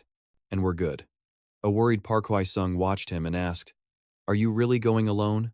But Kim Mu Hyuk didn't hesitate for a second. He started walking, then glanced back confidently. Did you forget who I am? I'm Mu Hyuk. With the wooden staff in hand, Mu Hyuk strode directly into the side building, beginning the dramatic confrontation. Inside the music room, a horrific scene unfolded. Lee Myunsu was lying severely injured on the floor, surrounded by a mob of thugs. Hong Jin-pyo sat perched on a chair, a triumphant smirk on his face as Mu Hyuk appeared. Just as expected. Wow. So they weren't kidding, he said. They said if I messed with Myunsu, Mu Hyuk would show up. And here you are. He looked down at the pained Myunsu and delivered a cold threat. If you hadn't shown up, I would have broken his legs and sent him back. You're lucky, aren't you? Myunsu weakly looked up at his friend and whispered in pain, Mu Hyuk, what are you doing here? The plan to lure out the final boss had worked a little too well. All that was missing was some popcorn to enjoy the show. But seeing Myunsu's bruised and battered face, the rage inside Mu Hyuk absolutely exploded. He growled at Jin Pyo, If you had business with me, you should have come to me. Why did you have to touch my friend? Standing in the ruined room, Mu Hyuk gripped his weapon, ready to face his arrogant enemy. Jin Pyo just laughed mockingly. Do it that way? Why would I do that? Why would I do that? I wonder. He pretended to think for a moment before smirking and giving a completely insane reason. Oh right, I remember now. It was just because I thought it would be fun. Mu Hyuk gritted his teeth, his fists shaking with rage. Fun? He strode forward and gave a firm command. All right, let Myunsu go and play with me. I'll make it even more fun for you. Jin Pyo mimicked Mu Hyuk's words with a sneer. Let Myunsu go and play with me. Are we filming some kind of brotherhood movie or what? His tone changed in an instant, ordering the trembling lackeys behind him. Get over here. One side was dead serious about the fight. The other was acting like it was a movie casting. Jin Pyo shouted triumphantly, reminding his thugs of his father's power. Hey, what are you all doing? Did you forget who my dad is? He's a prosecutor. He promised them absolute protection so they would act without fear. If that guy so much as touches you, I'll make sure he spends the rest of his life in prison. Don't worry about the consequences. Just get the order and beat him down. The thugs, armed with clubs, began to surround Mu Hyuk. A bald one aggressively raised a steel pipe, but Mu Hyuk was faster, striking first. He powerfully jammed the end of his staff right into the thug's throat, causing him to choke and collapse to the floor, gasping for air. Another goon swung a wooden club from behind, but Mu Hyuk spun in time, using his own staff to block the sneak attack just in the nick of time. Using his momentum, Mu Hyuk delivered a thunderous kick to his opponent's face, then pivoted into a series of skilled attacks, knocking away several more thugs. In a flash, another thug tried a sneak attack, but it was useless. He was instantly knocked out cold with a single, brutal blow. His powerful punches and kicks left the goons with no time to react. as they took painful blows to their faces and bodies. Mu Hyuk relentlessly unleashed one devastating attack after another. He tears through anyone in his way, using a pipe to sweep their legs before another blow sends them flying. Surrounded by the last few goons, Mu Hyuk glares with pure killing intent and roars, "Come on, you bastards." He grips the iron bar, ready to destroy anyone who dares get closer. Hong Jinpyo's eyes widen in absolute terror at this overwhelming power. On the floor, his henchmen are completely defeated, groaning in agony. Kim Mu Hyuk stands in the middle of the wreckage, his face covered in bruises, but his gaze remains ice-cold and deadly sharp. Pushed into a corner, Jinpyo desperately grabs Myung-soo, holding a knife to his neck as a hostage and screaming, "Hey, you son of a bitch, freeze!" Without a single moment of hesitation, Mu Hyuk launches forward like an arrow. A lightning-fast kick slams into Jinpyo, sending him flying backward into a pile of desks. Pulling a knife on someone who doesn't follow the script is a terrible idea. Jinpyo lies on the ground, blood streaming from his nose, screaming in agony, "You bastard! You think you can get away with this? My dad's a prosecutor. He's the chief prosecutor," Jinpyo threatens, glaring up at him. "You still don't get it, do you? A chief prosecutor can put you away for life." Even on the floor, he's still flexing his connections. Mu Hyuk slowly approaches, grabs him by the collar, and scoffs. "A prosecutor? What good is a prosecutor when my fists are easier to use than the law?" Mu Hyuk smashes a powerful fist into Jinpyo's face. "This is for bullying my friend Myung-soo." Another punch lands. "And this is for bothering me during class." He tightens his grip, his eyes burning with rage. "And finally, this is for breaking Myung-soo's leg." Jinpyo trembles violently, stammering and begging in a panic. "What are you doing? No, please, don't." But it's too late, and Mu Hyuk quickly puts an end to the rich boy's pathetic screams. At the Nambu police station, Kim Mu Hyuk sits quietly in a jail cell when Hyun Sung's father suddenly appears. He heard the whole story from his son and knows Mu Hyuk was just protecting Myung-soo. Hearing his friend is only lightly injured, Mu Hyuk thinks that help from a cop might just get him out of this mess. However, the situation isn't that simple. His opponent is the son of an incredibly powerful prosecutor. Hyun Sung's father admits that even as a police officer, there's little he can do in this case, and apologizes for being unable to help. Facing a dead end, Mu Hyuk calmly makes a request. "Sir, could you do one thing for me?" He just needs him to make a single phone call. While most people call a lawyer, he has a different kind of hotline. Later that night, a loud bang shatters the station's silence as the cell door is slammed open. A middle-aged man in an expensive suit storms in, surrounded by cowering officers. He glares at Mu Hyuk and roars with pure fury. "Was it you? Are you the one who hit my son, Jinpyo?" Mu Hyuk doesn't even flinch. He admits he did it, but not without pointing out the obvious injustice. They had 10 guys, yet he's the only one who got arrested. The prosecutor just smirks and brushes off his logic. "Ha, are you kidding me?" He immediately orders the chief to take Mu Hyuk to an interrogation room. The chief hesitates for a moment. Mu Hyuk is still a minor, but the prosecutor's overwhelming pressure forces him to give in and follow the order. Getting close to the bars, the prosecutor looks at Mu Hyuk with pure evil in his eyes and makes him a promise. "I know how to deal with scum like you quietly." In the stuffy interrogation room, Kim Mu Hyuk now faces a shady man in glasses, who begins with a sneer. "So, Kim Mu Hyuk, I hear you've already made quite a name for yourself." He then pulls out fake witness statements accusing him of gang activity, theft, and extortion. Pointing to the pictures of Jinpyo's injuries, he claims this clearly isn't the first time Mu Hyuk has been violent. Facing these false accusations, Mu Hyuk remains perfectly calm, stating simply, "I was only defending myself. If I didn't, I would have been beaten to a pulp." The man's face twists in anger as he slams the table. "What? Self-defense? I'll ask you again, answer truthfully. Why did you assault your classmates?" It's a case of clear logic versus "I don't like that answer." But Mu Hyuk doesn't waver for a second. He recounts how he was just saving his friend from Jinpyo's gang. He looks the man dead in the eye and asks, "I had no other choice but to fight back. Was that wrong?" Seeing that words won't break the kid, the man quietly removes his belt, wrapping it around his hand. "If words don't work," he says coldly, "then this will." Immediately, 2 thugs from behind grab Mu Hyuk, holding him tightly in place. The man swings the belt, bringing it down hard on Mu Hyuk again and again while screaming at him, "I'll ask you one more time. Why did you do it?" Despite the heavy blows, Mu Hyuk just grits his teeth and endures. His breathing ragged but his story unchanged. It was self-defense. Beaten almost breathless, he gives the same answer. Mu Hyuk's unbreakable will is driving the man insane. "You stubborn little brat," he roars. "Fine, I'll beat that stubbornness out of you. The relentless blows continue until Mu Hyuk finally collapses. As he lies there exhausted, the man gets in his face, still screaming and demanding an answer. Now talk. Why did you do it? In agony, Mu Hyuk just whispers, "It was self-defense." The man leans in. You can be stubborn, but you're still going to lose. You know that, don't you? He gets right up in his face for one final question. I'll ask you one last time. Did you attack him with a weapon first? Is that true? Mu Hyuk's stance never changes. What I said is the truth. Jinpyo was the one holding a knife. The man's anger finally explodes. Damn it! You're really starting to piss me off. Tie him to the chair. When his subordinates hesitate, he screams, "Don't make me repeat myself. Do you want to defy me, too?" The terrified henchmen obey immediately, rushing to restrain Mu Hyuk and tie his hands securely to the chair. In the suffocating room, the man sits across from him and declares coldly, "Kim Mu Hyuk, you brought this all on yourself." He then pulls out a long, sharp needle with a wicked smile. "So don't blame me." Mu Hyuk quietly stared at the weapon in his opponent's hand, his bruised face showing absolutely no fear. Then, Mu Hyuk let out a chilling laugh that made the man in glasses jump. He yelled out, completely bewildered, "What? You're laughing? Have you lost your mind from fear?" Mu Hyuk just kept smirking, his sharp gaze locked on his foe as he whispered, "You're in deep trouble." He shot back with a defiant question. "The crime for holding a weapon is the same as using it, isn't it?" This sudden dominance from Mu Hyuk made the prosecutor tremble. What? This kid is tied up, but he has the air of someone about to pass judgment? Losing his cool, the prosecutor screamed, "Hold him down for me." Just then, the door flew open and a man rushed in with urgent news. "Prosecutor, sir!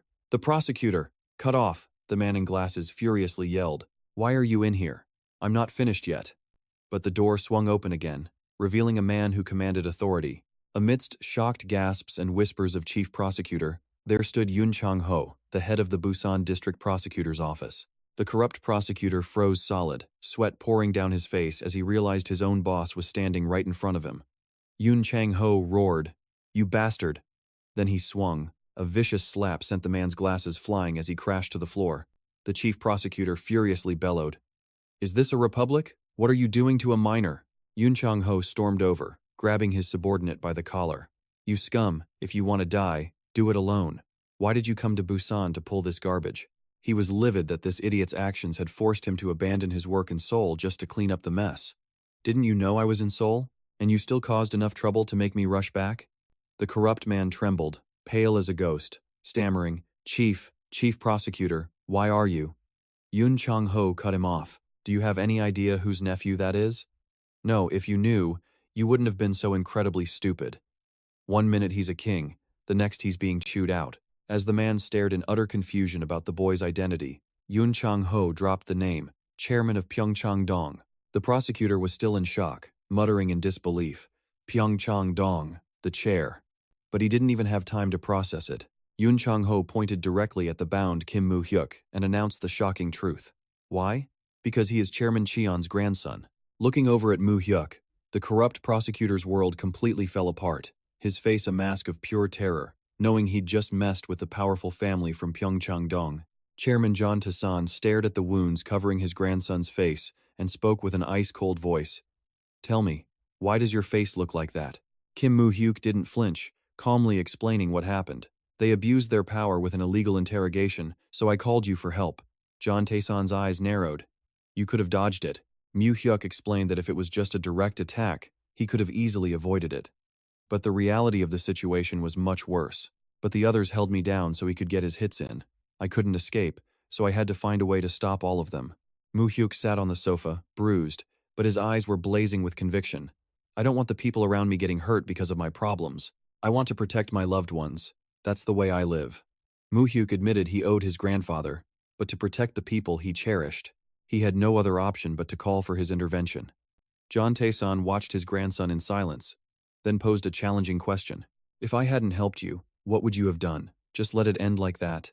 Faced with his powerful grandfather's cold stare, Mu Hyuk didn't back down. Instead, he made a shocking declaration. "If that happened, then our relationship would have ended right here." The tension in the room grew thick enough to choke on. John Taesan was completely stunned by that statement.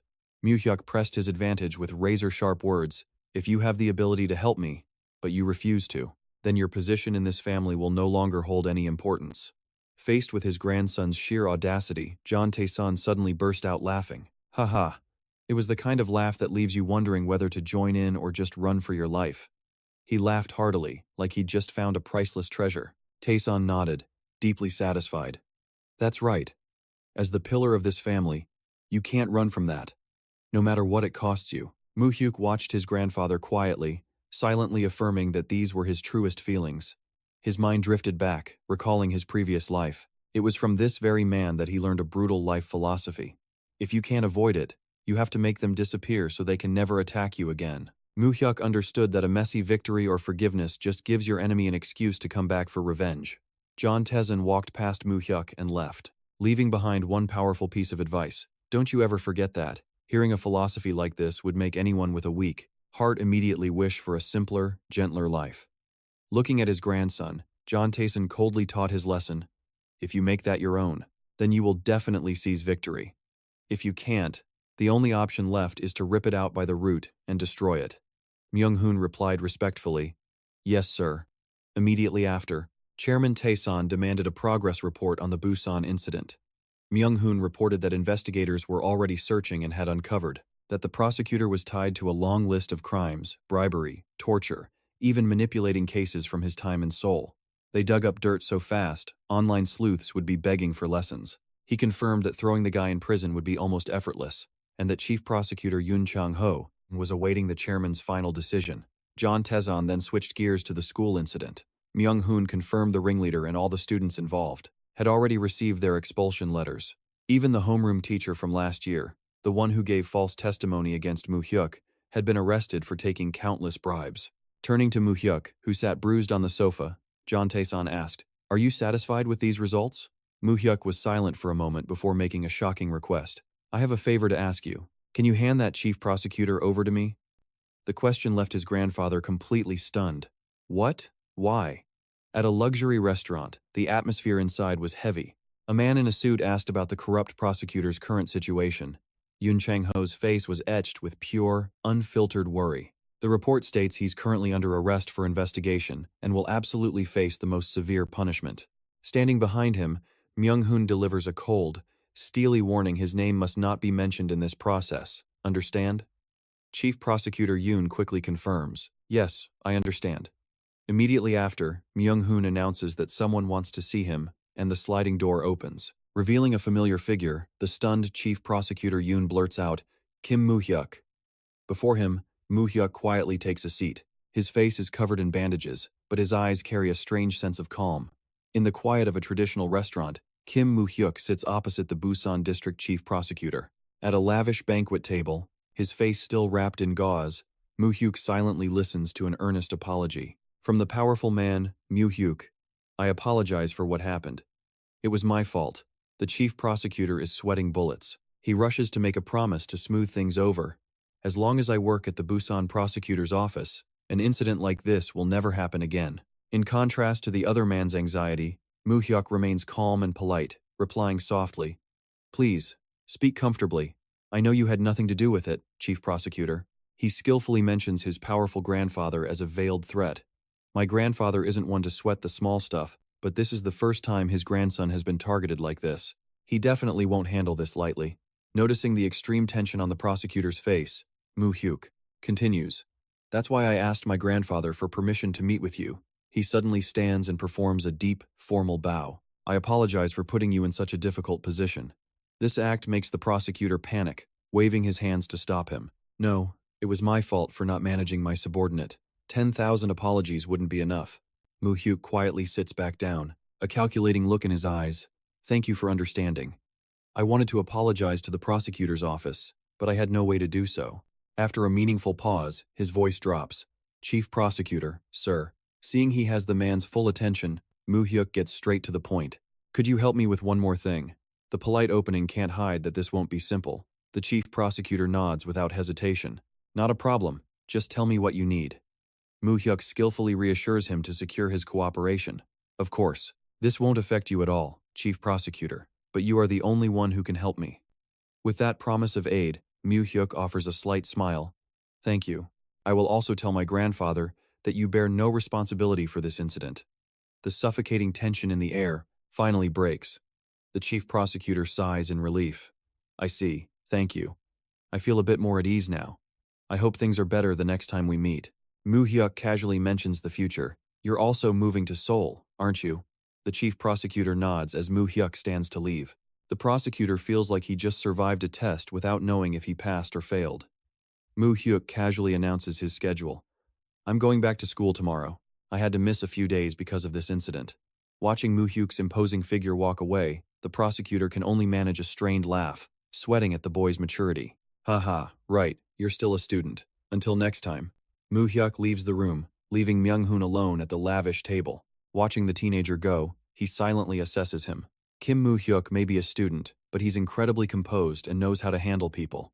Myung-hoon wonders, if this brilliance comes from the blood of the Lone Shark King, John Hae-jong, flowing through his veins. After all the chaos, Mu Hyuk's school life returns to normal. He spends most of his time buried in books, even falling asleep at his desk from exhaustion. Time flies by with diligent days in the classroom and intense martial arts training, while the world outside is in constant turmoil. With the Soviet Union's collapse in 1991, Mu Hyuk and his friends made unforgettable memories of their youth, from just hanging out, to witnessing shocking, historical, sporting, and political events at home. While others were busy growing up, he was busy making history. And finally, the 1993 college entrance exam arrived, the last exam before the system switched to the CSAT format. At the John family residence, Myung-hoon hurries into the office to report, Chairman, I've checked Mu Hyuk's scores through a professor at the University of Korea. Chairman John Tae-san asks eagerly, so what happened? Did he pass? He trembles, holding the results, his eyes wide with disbelief, stunned by the numbers before him. If there were dramatic music, this scene would need 3 replays to process the shock.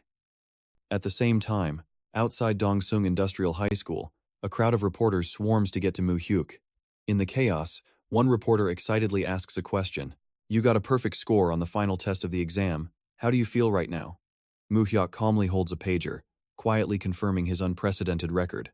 I set a record as the first student to ever get a perfect score of 340 points. The reporters all shout questions at once. What was your studying like in high school? What's your secret study method? Do you have a private tutor? Mu Hyuk smiles and answers humbly, I've never wanted a tutor or to attend a prep academy. I only studied from my textbooks. Asked for a message to next year's students, he looks into the camera and makes a bold claim. Everyone. Studying is the easiest thing in the world. At his office, Chairman John Tae-san stares at the news report, only able to exclaim in amazement, My God, look at this. Under the city's bright neon lights, Kim Mu Hyuk and his best friends gather at the La Vie Inn nightclub to celebrate. Park Hyun-sung excitedly raises his glass, shouting, To our eternal friendship. Lee Min-ho enthusiastically joins in, Eternal. Seeing his 2 friends causing a scene, Mu Hyuk frowns. Why are you guys yelling? Keep it down. Myung-soo, blushing from the alcohol, just giggles. We've been studying hard for 3 years. We have to let loose today. His best friend puffs out his chest proudly. This place is owned by my dad, so everything from the food to the seats is on the house. Myung-soo holds up a bottle, bragging, Look at this. This stuff is expensive. Looking at the glass in his hand, Mu Hyuk thinks to himself, in his past life, he'd tasted everything from cheap soju to 10 million won bottles. So, to keep his friend happy, he just smiled and agreed, Fine, let's party. But he already had a bad feeling that expensive didn't mean good. The moment it hit his tongue, Mu Hyuk realized this stuff was poison. His eyes shot open. Is this fake? The harsh taste made him choke as his throat burned. When Myung-soo eagerly asked how it was, Mu Hyuk just forced a smile and said, Yeah, it was definitely an eye-opening experience. He told himself not to drink too much since he still had to meet Myung-soo's father later, almost literally saw the light at the end of the tunnel. Just then, a gorgeous woman in a chic business suit approached their table, and Myung-soo was quick to make introductions. She was, according to him, the most beautiful customer in the bar tonight. She offered a charming smile and wished the group luck, while Myung-soo and Hoi-sung turned beet red with excitement. Mu Hyuk, however, kept his usual calm demeanor. The woman spoke to him first, asking, You look pretty young. How old are you? Mu Hyuk calmly replied that they were all just 20 years old and had gotten into college a few days ago. When she asked about their school, Myung-soo started to brag, but Mu Hyuk quickly shut his friend up. He humbly deflected. Just a small university in Seoul. Suddenly, from behind them, a strange man appeared and called out her name. Gasa. You're here? And just like that, the drama arrived a burly man in a purple suit, and his cronies showed up, looking absolutely furious. He glared at the woman sitting with Mu Hyuk's group and snarled, "I was wondering if you'd come back. So, you're having fun with these kids?" He looked like the main villain in a B-movie. The woman, annoyed, coldly replied, "Ah, I can't entertain you right now." The man exploded. "What? What about the alcohol tab?" Without hesitating, the woman stood and shot right back at him. "You haven't had a single drop. I just hate looking at your face. You look like a wild boar." Humiliated, the man started sweating profusely. Furious, he roared, "Ah, damn it, this is insane." Mu Hyuk watched quietly, annoyed to be caught in this pointless drama. He decided it was best to leave. Mu Hyuk stood, politely saying, "We have to go." He turned to his friend, Myung-soo, "Let's go." But Lee Myung-soo was completely wasted. His head dropped to the table before he suddenly cursed, "Damn it! Son of a bitch!" The man in the purple suit froze. Then he roared in fury, "Hey, what did you just say? You dare curse at me?" Mu Hyuk rushed to pull Myung-soo up. "Hey, you're drunk, let's go." But Myung-soo resisted, yelling, "Drunk? So what? We came here to drink. These guys are interfering with my dad's business." As his friends tried to drag him away, the man in purple totally lost control, roaring, "Hey, you bastards, where are you going? Get back here." A waiter rushed over to intervene, trying to explain, "Ah, sir, please calm down. This is our owner's son and his friends. They just got into college and had too much to drink." But at the peak of his rage, the purple-suited man knocked the waiter to the ground. "Get off me, you bastard." He rushed forward and kicked the fallen employee, screaming, "Bastard, you think I'm a joke?" In the middle of the chaos, the madman unleashed his fury on the poor waiter. It's always the innocent one who gets dragged into the drama. Chaos engulfed the nightclub as people screamed, "Oh my God, what's happening? Please, make him stop." Through the crowd, the owner tried to stop the aggressive man in purple. The thug threatened him, "Hey, boss, don't you know we control the Napodong area?" The owner, trying to stay calm, replied, "Of course I know. That's why we've gone drinking together, to keep things friendly. But if you keep acting like this..." Watching him, Mu Hyuk wondered, was he behind the fake alcohol? Hui Sung stood nearby, stunned by the tension. The owner pleaded and apologized. "You know, my son is young and acted foolishly. I apologize. Please relax. I'll take good care of you." He then urged Mu Hyuk's group to leave. "Don't you kids have to be somewhere? Go home and wait for me." Mu Hyuk grabbed his friend. "Let's go, Myung-soo." Instantly, the thug roared, "Hey, where are you going? Stop." The owner rushed to hold the man back. "Boss, let me teach the kids a lesson. Let's just go inside, please." Suddenly, the man landed a brutal slap, sending the owner stumbling. Mu Hyuk, Hui Sung, and Myung-soo all whipped around in absolute horror. Following his violent act, the man in purple yelled at the owner, who was clutching his face. "Hey, I'm not joking around here. I respected your age, but that's useless." He gritted his teeth. Damn it, what a shitty night. Without mercy, he landed a brutal kick, sending the owner to the floor. "Teach him some manners." Seeing his father get hit, Myung-soo screamed, "You bastard!" Then he charged straight toward the man to settle the score. He might be drunk, but his filial piety was at max power. However, Myung-soo was easily caught and slammed to the ground. The man grabbed him, threatening, "Hey, owner's precious son, today I'll teach you a lesson you'll never forget. You get in trouble messing with people you don't know." Seeing his son in danger, the owner dropped to his knees, begging desperately, "Oh God, please stop. It's all my fault. Can you spare him this one time?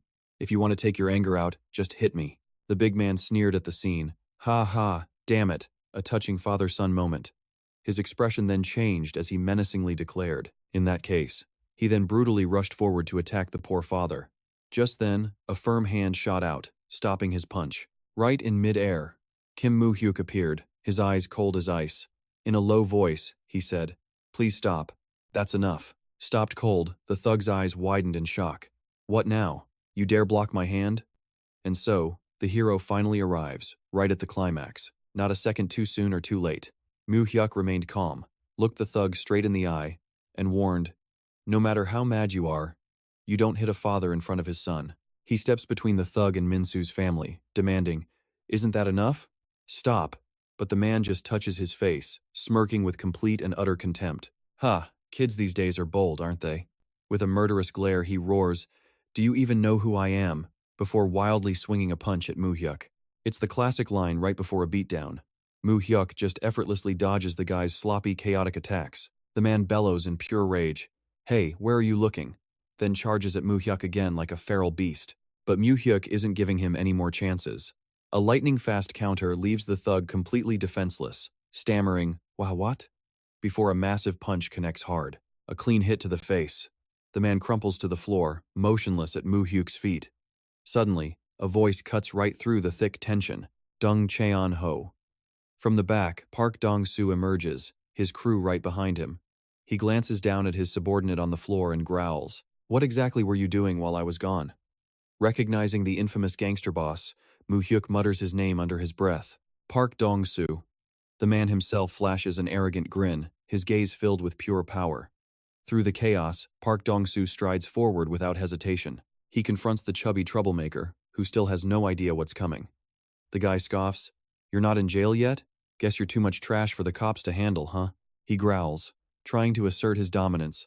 Park Dong-soo is still standing right here. But Dong-soo just smirks back, his reply dripping with contempt. "So what? Nampodong was never yours to begin with." Dong-soo steps closer, placing a casual hand on the man's shoulder as his eyes turn ice cold. "I'm back now. Get lost before I smash your skull." The heavy threat makes the other guy sweat bullets, frozen in stunned silence. Then, his whole demeanor flips. He's cheerfully waving at Mu Hyuk's group. "Joka, is that my darling Moo? How have you been, kid? So good to see you again." The mood switch is instantaneous. Shaking off the tension, Dong-soo makes an enthusiastic offer. "How about a round of soju?" With the lobby incident handled, Dong-soo and Mu Hyuk settle down in a luxurious VIP room. As he pours, Dong-soo can't stop praising him. "I saw you in the papers. Top score in the entire country, huh? And here I just figured you were some kind of weirdo. Never knew you were this smart." Mu Hyuk sips his drink, asking quietly, "When did you get back?" Dong-soo casually replies, "Hasn't been too long. But it took a while to retake my old turf without being noticed." Mu Hyuk asks, "You used to run this area?" Dong-soo just nods in confirmation. From Nampodong to Bosudong and Yeongdo, it was all our territory." He adds, explaining the current situation, "Retaking control just took a little bit of time. Everyone's experienced, so no major wars broke out." Thinking back on the past, Dong-soo says solemnly, "The Sasung gang I was with, completely wiped out. If you hadn't warned me, I'd be doing hard time right now." He looks at Mu Hyuk, his gaze full of sincere gratitude. "You saved me from a total disaster." He sets down his glass and asks seriously, "So, what can I help you with?" Mu Hyuk just smiles knowingly. Then he drops a question that makes Dong-soo freeze. "How long to take over all of Busan?" Dong-soo frowns, asking, "Hey buddy, I asked what you needed. Why are you getting into my line of work?" Mu Hyuk's reply is chillingly direct. "Because that is what I want from you. Half a year, minimum. Maybe a year if things go wrong. Since all the big players got arrested, there are only a few nobodies left out there. They talk about it like a corporate takeover, not conquering a whole city." Mu Hyuk then gives his firm instructions. "Good. Then take control of Busan quickly. Make sure you stay off the radar of the cops and prosecutors, and you need to manage everything tightly." He keeps laying down the rules for survival. And the final rule is, don't get caught. "Oh, and stay completely away from drugs," Mu Hyuk warns. "Soon, they're going to launch a massive anti-crime campaign, bigger than anything before. If you have any ties to the cops or prosecutors at all, you will get caught." He looks Dong-soo dead in the eye. During this time, slowly transition from the darkness into the light. Dong-soo bursts out laughing at the absurd idea. The light. Listen to yourself, kid. People like us can never step into the light." The gangster explains the brutal logic of his world. "If I do that, the others in the shadows will just rise up. The war will never, ever end." "That's just an excuse," Mu Hyuk cuts in. "Follow the law, and you won't have to fear thugs." He then reveals the reality. The other powers are already changing. Seoul's gangs are starting to do legitimate business together. Busan needs to catch up fast, or the Seoul crews will crush you. Mu Hyuk urges him to change his entire operation, effective immediately. "You need to hire good lawyers and start a business right after you secure Busan. Then you can expand all the way to Seoul." The idea of a gangster becoming a CEO overnight is so shocking, Dong-soo actually chokes on his drink. "What? Seoul?" he shouts in disbelief. "Hey Mu Hyuk, you think that's easy? Seoul is a war zone where crews from all over the country go to battle." Mu Hyuk calmly pours a drink, smiling with total confidence. "Don't worry, I'll help you. Just trust me and prepare." Dong-soo bows his head, sighing. But inside, He's starting to be swayed by the teen's resolve. Ha, you say it like a joke, but for some reason, I'm actually convinced. And with that, he agrees. All right, a crazy plan, but let's try it. Soul. He went from total refusal to being all in within just 5 minutes. In the luxurious room, as liquor pours over ice, Kim Mu Hyuk adds in a low voice, I have one condition. The man is surprised. A condition? Mu Hyuk looks him straight in the eye, asserting, throughout this entire process, my identity cannot be exposed. You and I have absolutely no connection. He takes a sip, silently vowing that no one will discover his involvement until he's ready to face the Choi clan. He has to make huge moves while remaining a complete ghost.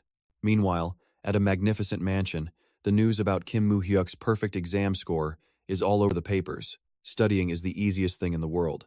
Holding the newspaper, Chairman John Tae-san let out a triumphant laugh. Myung-hoon, standing beside him, couldn't help but ask, Are you that happy, sir? The powerful old man didn't bother hiding his excitement. Of course, how could I not be? Not only did he get our family name into law school, he did it with the highest score in the country. He took a sip of tea, a look of profound relief on his face. From now on, I can finally take calls from that old man at Sam Group and feel at ease. John Tayson brooded, recalling the mockery from his past. You know how it was. They looked down on us, thought our family was all money and no class.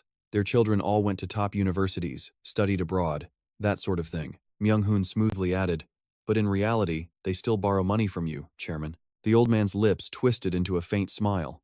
That's right. They despise me behind my back, but when they need something, they come begging. They'll wait for hours without daring to say a word. That's just their nature. Taeson's gaze suddenly turned melancholic, touching upon his life's biggest regret. I was never able to finish my studies. I had to join the workforce early to earn a living. My own children aren't gifted students either. He looked around his vast office and stated a bitter fact. If it weren't for my money, none of them would have ever gone to college. Myung-hoon gently brought up the achievement of another family member. Miss Jisoo, your second granddaughter, was accepted into Korea University as the salutatorian last year. You gave her 1% of the stock in Sam Electronics then, too. John Taeson nodded in agreement. True. Jisoo is a smart one. But his eyes immediately fell back to Mu Hyuk's picture in the paper, and he let out a sigh. But I really like this kid, Mu Hyuk. If only he were my own son, my direct heir, and not just my grandson. Enough family talk. He shifted gears, turning his attention to politics. Any news from the president-elect's side? Myung-hoon's voice became serious. He's still quietly rallying support from government members. One moment it's family drama, the next, it's the fate of the nation. Myung-hoon reported that the chairman had the opportunity to recommend candidates for 2 key positions. The new civilian government had strict requirements, forcing the old man to choose carefully. Myung-hoon, which do you think is better? His aide offered a strategy. Appoint one person to a high-level leadership role in the economic sector and the other in politics. Hearing the word politics, Taeson grew thoughtful. Myung-hoon explained further. Controlling the political faction meant having both the police and the prosecutors in their pocket. This would bring enormous benefits to the corporation. To put it bluntly, controlling politics was like having an invisible insurance policy. John Taeson nodded in agreement. Good, do that. They'll go straight to the Blue House, right? After getting a nod from his subordinate, he began to ask about his 2 sons, Suhan and Sumin. Myung-hoon hesitated before reporting that his second son was planning a risky business venture. Sensing something was wrong, Taeson pressed him. Is there a problem? Myung-hoon revealed the shocking truth. The business involved a partnership with gangsters. Hearing this, the powerful chairman couldn't contain his rage, roaring in disbelief. What? Taeson was floored, thinking all the gangs had been wiped out in the last crackdown. Myung-hoon clarified, there's one syndicate that's been growing quietly under the protection of the Thon Fong Society. The name Thon Fong Society made the old man's face drain of color, his teeth grinding in pure fury. What? The Thon Fong Society? Why would they team up? Learning they were running an illegal slot machine business together, Taeson's face contorted with rage. He cursed his useless son. Slot machines. Is that all that idiot is capable of? Gambling?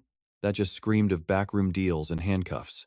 Myung-hoon added that his son's father-in-law, Assemblyman Kim, had taken bribes to handle the permits, securing significant political capital in the process. John Taeson clicked his tongue in disgust. Assemblyman Kim is going to pay a heavy price for his stupid son-in-law, he declared. He had warned them not to get involved with the Thon Fong Society, but they just ignored him. When asked if he should intervene, the chairman gave a firm order. For now, just watch them. Don't let them cause any more trouble. Myung-hoon bowed respectfully and quietly withdrew. Left alone in his office, John Tezin was consumed by dark memories of the Thon Fong Society. He regretted the mistakes of his youth when he had borrowed their power to climb to the top. With a weary sigh, he admitted the bitter truth. Yes, this is the price I have to pay. But then his eyes grew sharp, filled with cold determination. Taeson vowed to himself that he would break this vicious cycle before he died.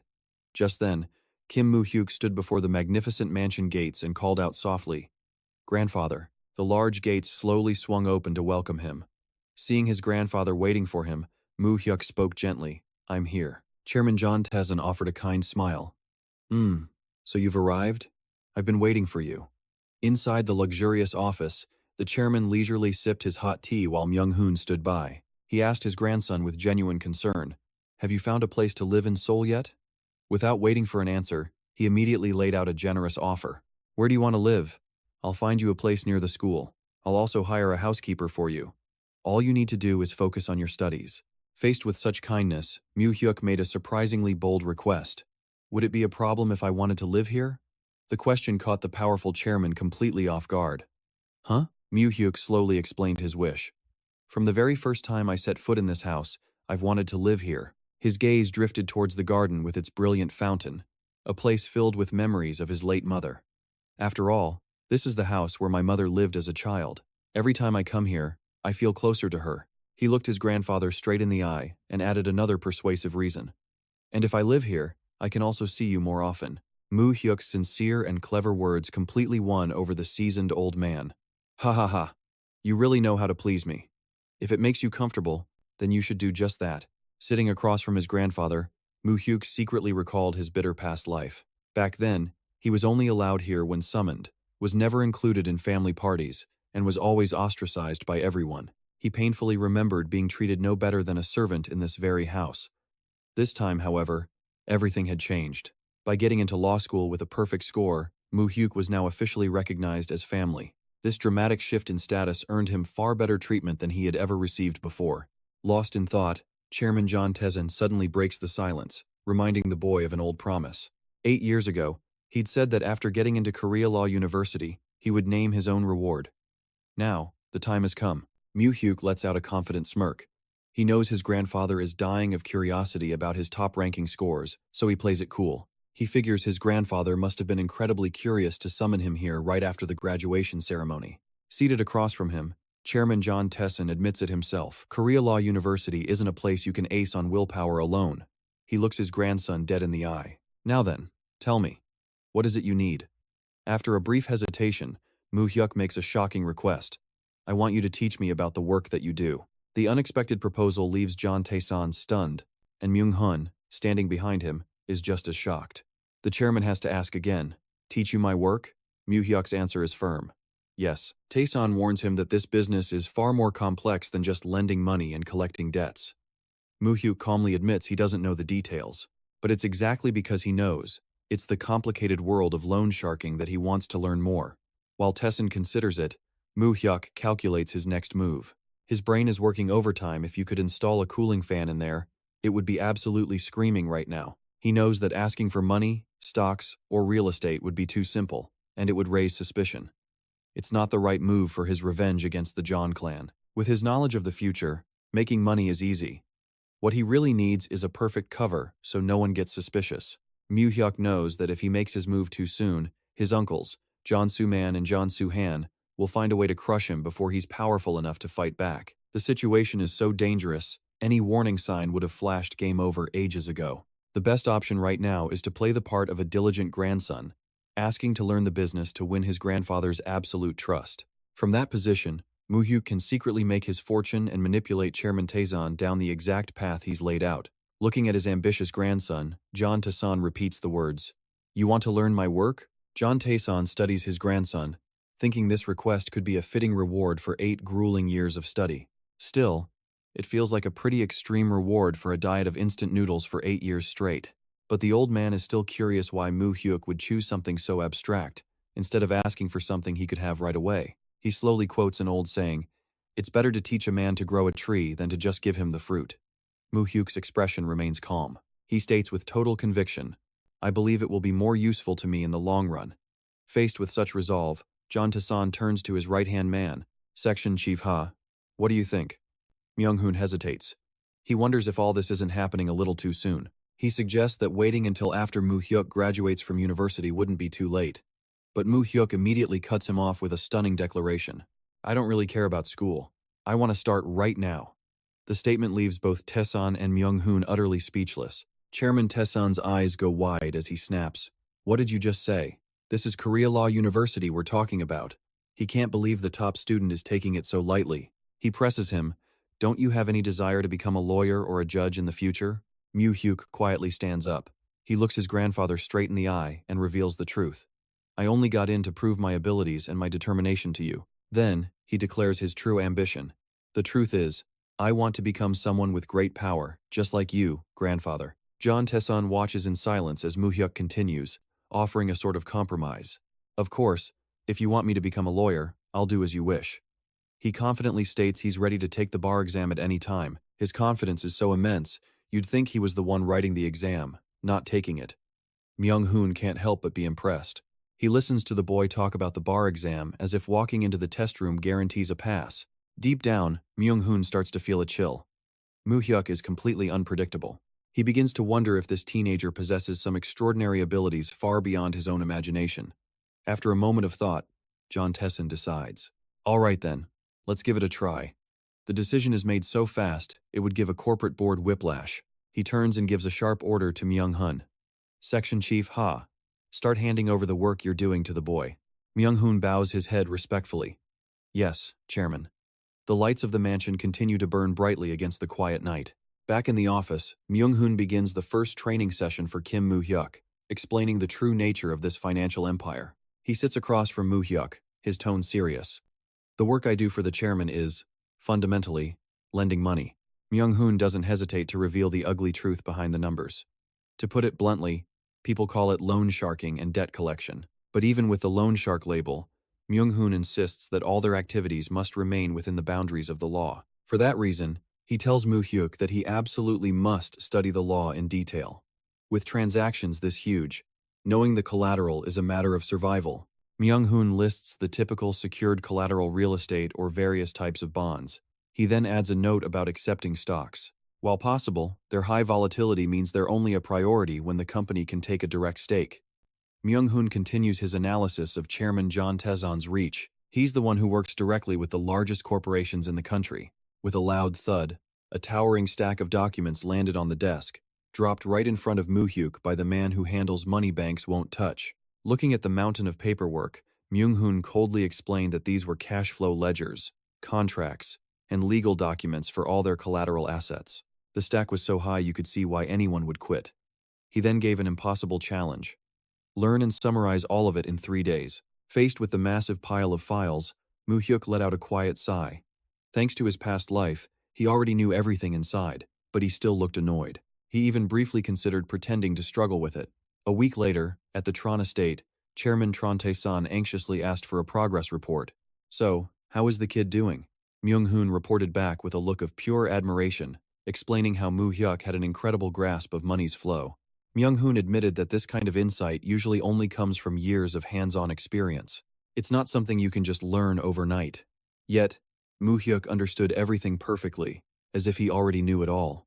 Hearing this, Tron Taesan raised an eyebrow, intrigued. Is that so? Myung-hoon went on, describing how Mu Hyuk handled meetings with company executives, not a hint of nervousness or pressure. In fact, he was so natural and professional, you'd think he was out for a stroll, not negotiating billion-dollar deals. Myung-hoon was genuinely shocked. He didn't need my help at all, he admitted. Tron Taesan stared into space, only managing to mutter one astonished phrase. Is that even possible? Myung-hoon praised Mu Hyuk's godlike progress, believing he'd master everything he was taught in just a few more days. Hearing this, Chairman Tron Taesan decided it was time to give his grandson a real test. Myung-hoon immediately tried to object.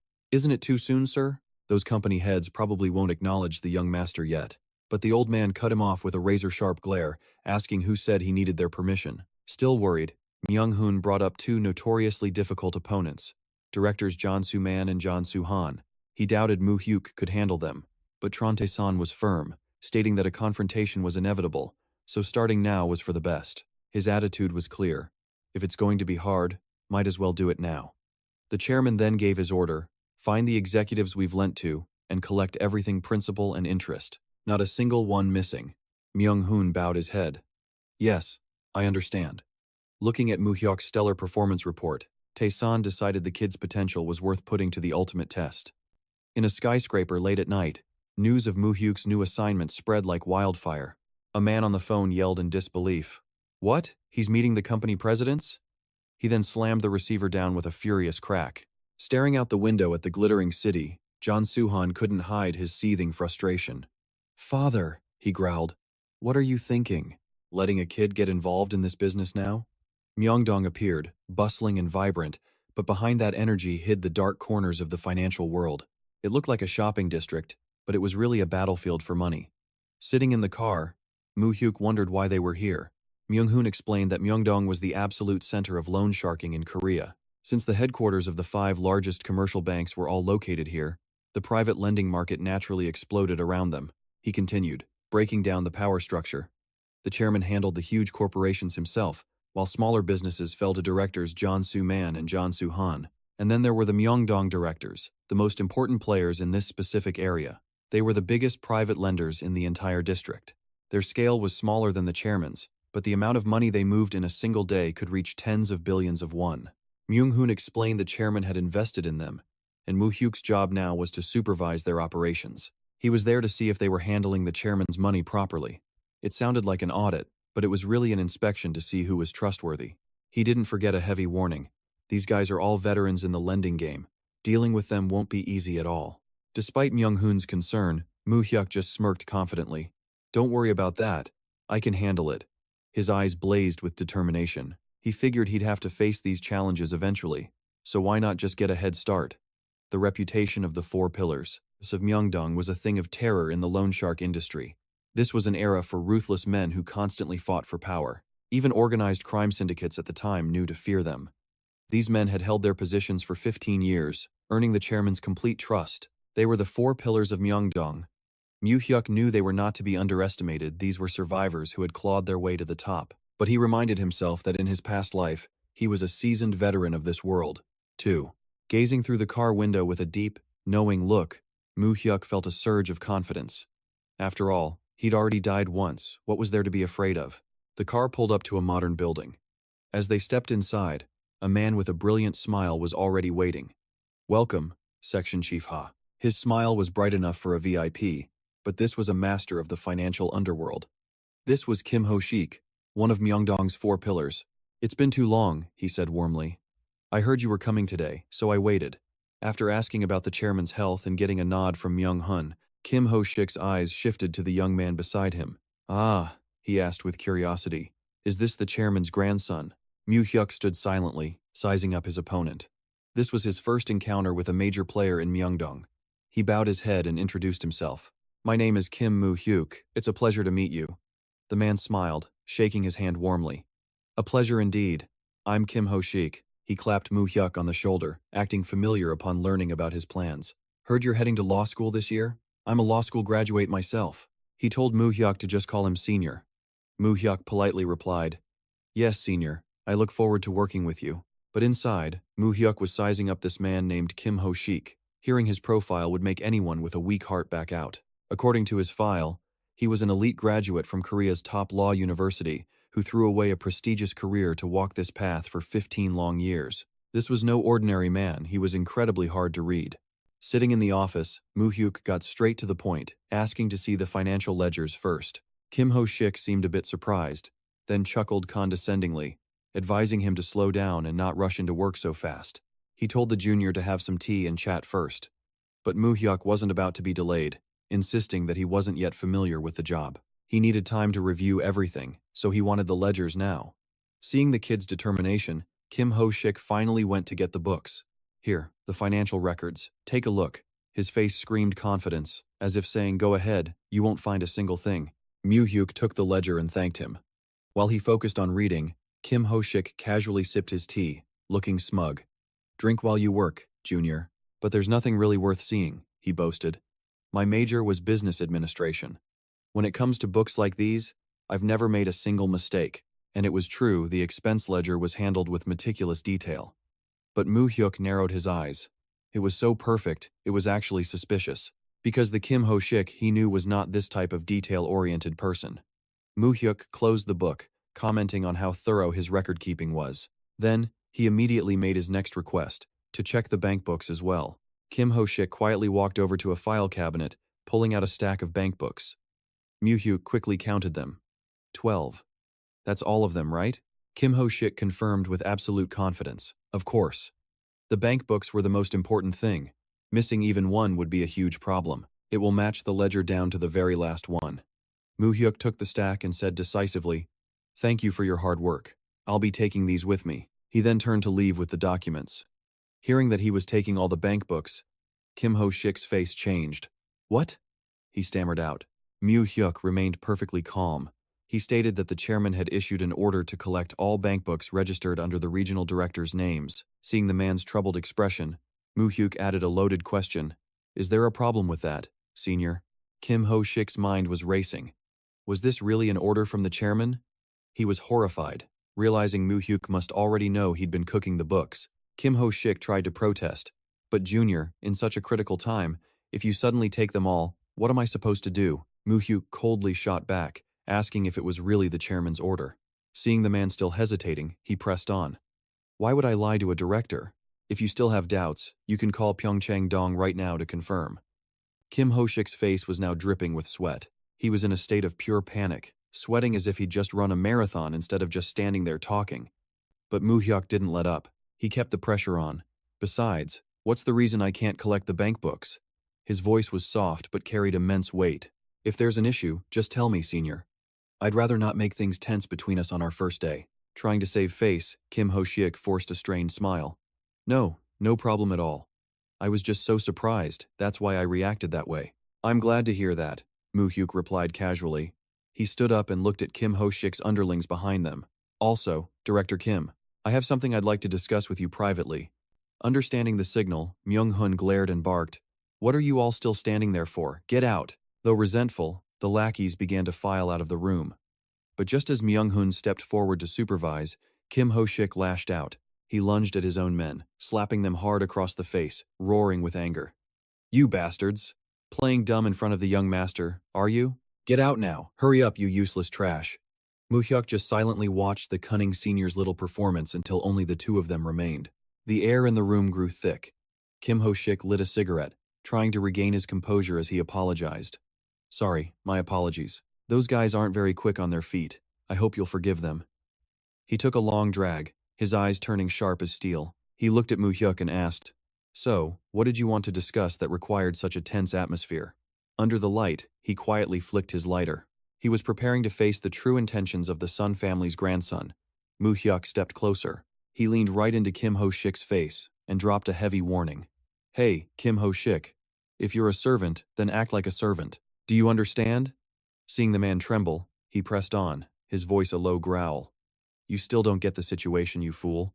Or do I have to beat it into you so you understand your place?" The rage finally boiled over.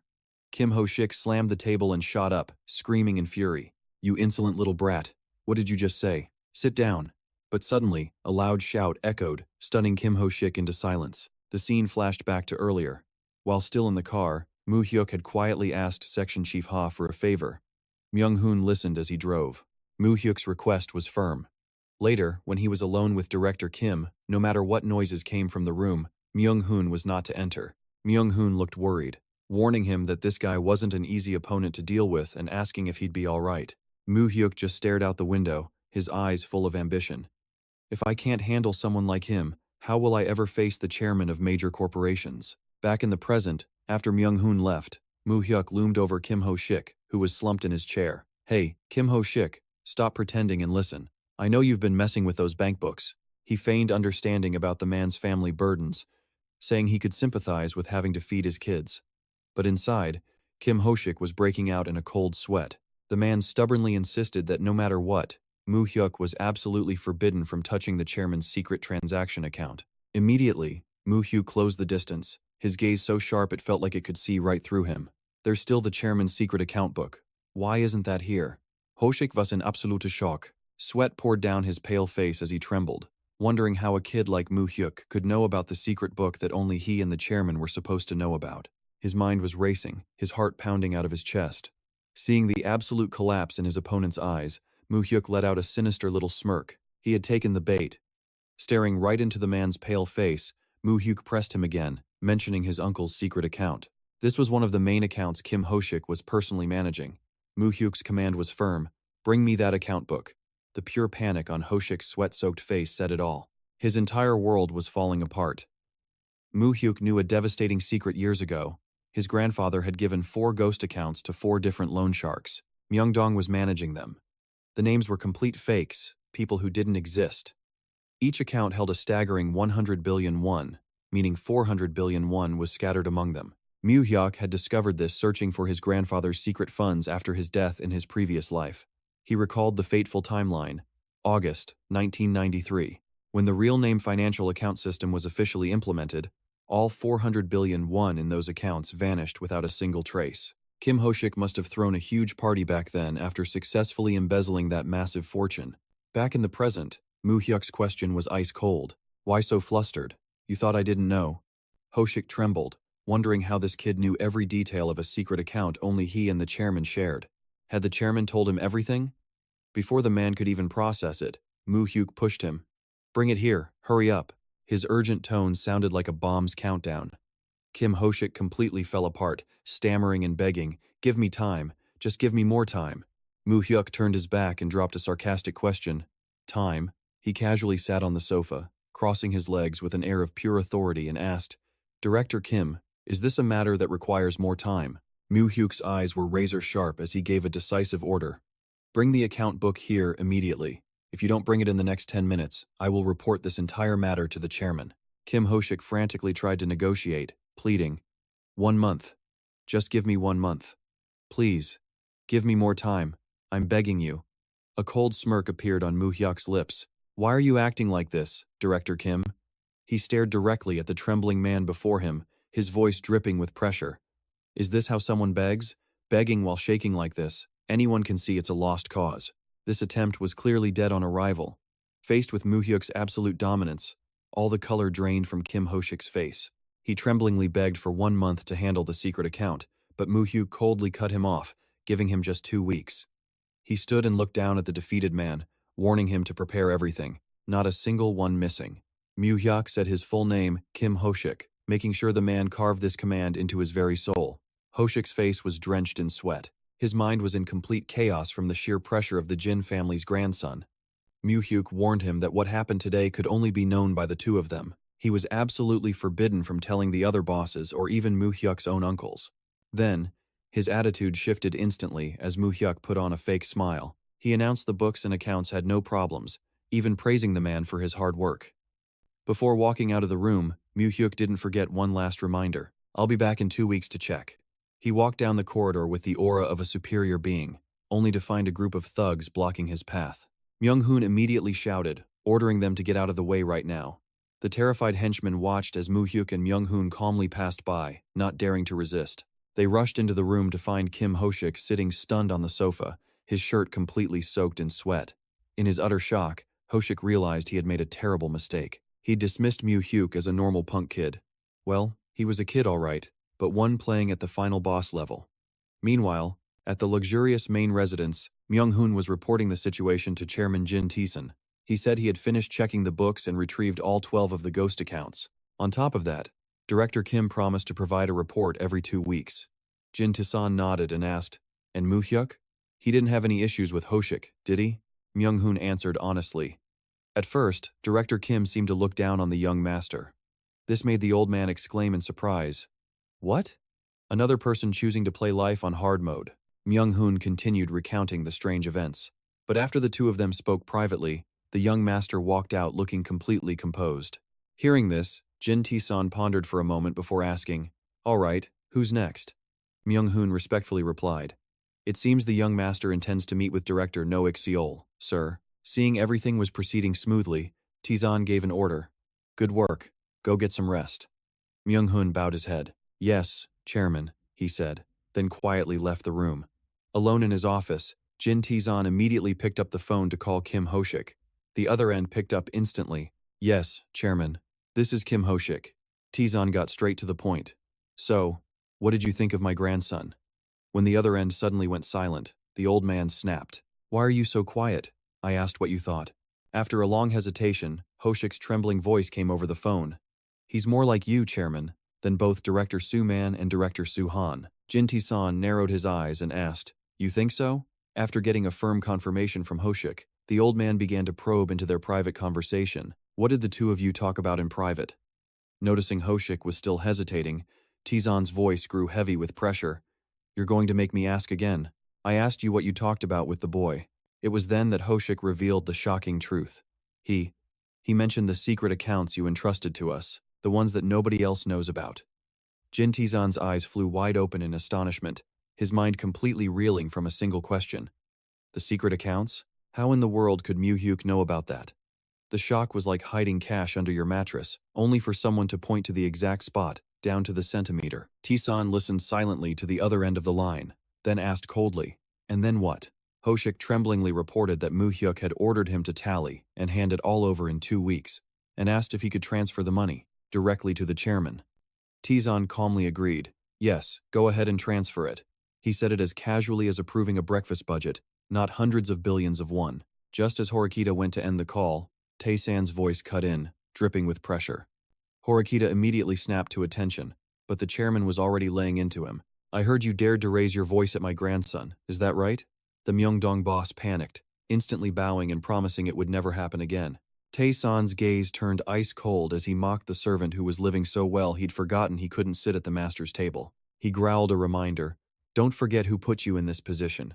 Hyuk could only break out in a cold sweat, promising to remember that lesson forever. Tae-san slammed the phone down, and the room fell silent again.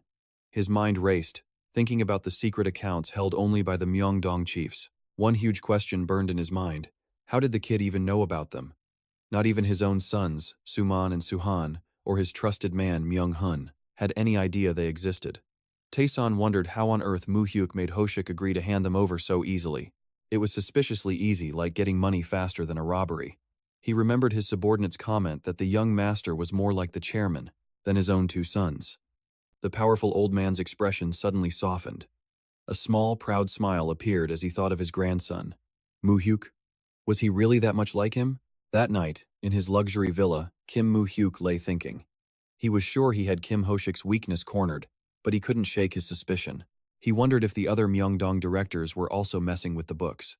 The target was 400 billion. One sitting in those anonymous accounts. That was the prize Mu Hyuk had his eyes on. He knew if the real name transaction system launched in August, that money could just vanish. If he could seize that cash, it would be a powerful weapon for his life or death battle with the Jang brothers. He rested his arm on his forehead, focusing on how to grab the funds before the new financial verification system went public. The next morning, Mu Hyuk went to the headquarters of another Myeongdong pillar to continue his plan. Staring at the bank books on the table, Mu Hyuk declared calmly, This won't be a problem. I'll just be checking the books once a month from now on. He decisively collected all the bank books and asked with heavy pressure, Understood? Facing the young master's iron will, the man opposite him could only agree meekly. As you wish, young master. The man across from him was No Sion, one of Myeongdong's 4 pillars.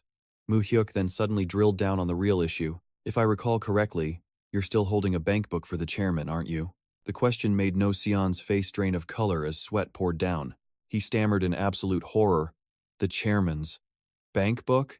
Seeing the pure panic in his reaction, Mu Hyuk instantly understood. Kim Hyuk hadn't told the others that he knew about the secret accounts. A triumphant smirk played on Mu Hyuk's lips. He had to admit, the guy wasn't stupid. Kim knew to keep his mouth shut to save his own skin. Mu Hyuk looked No Sion dead in the eye and said, The chairman gave you a secret book, one no one was supposed to know about. Now, he wants me to bring it back. Sion was stunned, stammering, What? As sweat drenched his face. He claimed that only he and the chairman knew about it. Mu Hyuk calmly reassured him, thinking to himself that this mission was proof of his grandfather's complete trust. Mu Hyuk realized that everyone from Kim Hyuk to No Sion knew the money in those accounts wasn't just going to disappear. He could see right through them. They had already been secretly dividing that money among themselves for a while. They thought no one would ever know, but they ran headfirst into a human financial scanner. Mu Hyuk sneered at the trembling man, thinking of how they got to be directors. They owed their positions entirely to his grandfather's support, yet they stabbed him in the back. He asked coldly, "So, how long do you need?" No-Sean begged for half a month. "Or at least a week." Mu Hyuk sighed softly and agreed to return the following week. But before he left, he dropped one final warning. "I haven't reported this matter to my grandfather. Yet." Mu Hyuk reminded the man that his entire position was thanks to his grandfather's grace. He twisted the knife by asking if he was planning to touch that book. Mu Hyuk added that his grandfather may be old, but his mind is still sharp, so he'd better act carefully. Mu Hyuk's voice dropped to a low growl. "If a dog turns on its master, you already know how that story ends, right?" No Sion sat frozen in his chair, drenched in a cold sweat of pure terror. Leaving the building, Mu Hyuk headed for another location. He sat quietly on a sofa, immediately opening the secret ledger he'd just recovered, and began to carefully study every single page. The next person Mu Hyuk sought out was Shin Seong, a former wrestler his grandfather had supported since youth. Mu Hyuk believed that he was probably the most loyal of all the Myeongdong directors. Placing the documents on the table, Mu Hyuk got straight to the point. "I have thoroughly checked all of these bank accounts." He then looked directly at Shin Seong-in, and then asked about the most important thing. "What about my grandfather's secret ledger? Is it possible for me to inspect it?" Shin Seong-in was visibly shocked. He shot up from his seat. "You mean he wants to recall that ledger as well?" After a moment of thought, he asked him to wait for just a moment. Shin Seong-in walked towards the portrait of Chairman Jang Tae-san on the wall, quietly pushing it aside to reveal a safe. It was a secret iron safe, camouflaged with incredible skill. He quickly opened it, took out a package wrapped in yellow paper, and handed it to Mu Hyuk. Holding the package, Mu Hyuk judged that this man probably hadn't embezzled anything. It seems he was the one person his grandfather trusted most in a forest of thieves. Finally, he'd found one decent person. Leaving the office, Shin Seong-in respectfully escorted Mu Hyuk and Myung-hoon to their car. He bowed his head in farewell, hoping to see him again. Mu Hyuk replied with polite formality, "Next time, let's meet in a more comfortable situation. Thank you for your cooperation." Shin Seong-in simply nodded in agreement as the car began to pull away. On the way, Myung-hoon spoke up, reminding him of their final target. "So now there's only one person left, right?" Director Yuji Kang. He stresses that this guy is the oldest, craftiest fox of Myeongdong's 4 pillars. In the back seat, Mu Hyuk goes over the intel on their opponent, Director Yuji Kang. Trained by the chairman himself, he later struck out on his own, but he was already a big shot in the industry even before that. Myung-hoon probes from the driver's seat, asking if Mu Hyuk knows Director Yuji Kang's nickname. A small, confident smirk plays on Mu Hyuk's lips. Mu Hyuk already knows everything about the man. No need to Google him when his entire file is stored right in his head. This is the guy who famously used a hammer to crush all the gangsters trying to take over Myeongdong's loan shark market. Known as the Hammerhead Shark, he left behind horrific crime scenes, with rivals so brutally beaten they could never fight back again. In his office, Director Yuji Kang, with his long, slicked-back hair, is busy with paperwork. When Myung-hoon and Mu Hyuk walk in, he doesn't even look up, just speaks with ice in his voice. "Hey, give me a second. You two can sit over there." Yuji Kang just casually orders them to the sofa. In the middle of the massive office, Myung-hoon gestures for Mu Hyuk to take a seat while he stands guard beside him. The two of them wait in the dead silence of the room. The only sound is the steady tick-tock of an old grandfather clock, marking time as it crawls by, minute by agonizing minute. The air in the room grows heavier and more suffocating as Yuji Kang continues to completely ignore their presence. After a long, tense silence, he suddenly shoves his chair back and looms towards Mu Hyuk, his expression unreadable. Just his approach feels like a final boss activating Phase 2. Yuji Kang walks over with a triumphant look on his face, offering a completely fake apology. "Sorry to have kept you two waiting. I had to review the books before handing them over to the chairman." He takes a long drag from his cigarette, gives Mu Hyuk a condescending look, and keeps going. "I'm sure you don't mind, do you?" "Right, young master?" Mu Hyuk calmly replies, "Fine. Now bring me the ledgers." But Yuji Kang completely ignores him. Instead, he turns to Myung-hoon with a sly smile. "I hear Manager Ha has been working pretty hard these days. It must be exhausting, dragging around a snot-nosed kid all day. This guy clearly prefers stirring up drama over actually doing his job." He taunts that the chairman is being unreasonable, forcing a veteran like Myung-hoon to babysit some kid. "You must be exhausted, right?" Yuji Kang presses on. "If it's too much trouble, you can just leave his training to me. I'll make sure to guide this little boy properly." Myung-hoon finally snaps, yelling, "Director Yuji Kang, You'd better watch your mouth. He is the chairman's nephew. But the old fox just scoffs. He stubs out his cigarette and declares, "It's a new era. Nobody cares about those old formalities anymore, especially for a kid. The fact I'm even calling him young master is me being generous. You just know he thinks he sounds cool, but he just looks like a child." He warns Myung-hun not to push his blind loyalty onto him, boasting that his own experience in the loan business is second to none. Turning to Mu Hyuk, who's been looking at the books, Yuji Kang asks sarcastically, "So, kid, do you even understand what you're reading? If not, just let Manager Ha handle it." Mu Hyuk calmly scans the documents, thinking to himself, does he really think taunts like that will break my focus? He immediately spots the problem: these books are too clean, not a single error. Mu Hyuk realizes this is just a smokescreen and decides to cut right to the real issue. These public ledgers look fine. Now, could you hand over the secret ledger? The question hits Yuji Kang like a truck. Huh? What did you say? Mu Hyuk adds that the chairman wants it back for an inspection. Yuji Kang's face instantly twists with tension, and he growls, trying to brush them off. Go tell the chairman that if he wants it, he needs to come here himself. He emphasizes that the chairman personally gave him that ledger, so if he wants it back, he has to be the one to come and get it. Yuji Kang aggressively crushes his cigarette into the ashtray, glaring at Mu Hyuk. I'm sure you understand what I'm saying, right? It's a look that leaves no room for questions. Myung-hun tries to warn him, Director Yuji, don't take this joke too far. But Yuji just smirks. A joke? Do I ever joke when it comes to business? He props his chin on his hand, staring Mu Hyuk down. I'm teaching the young master a serious lesson. In business, procedure is everything.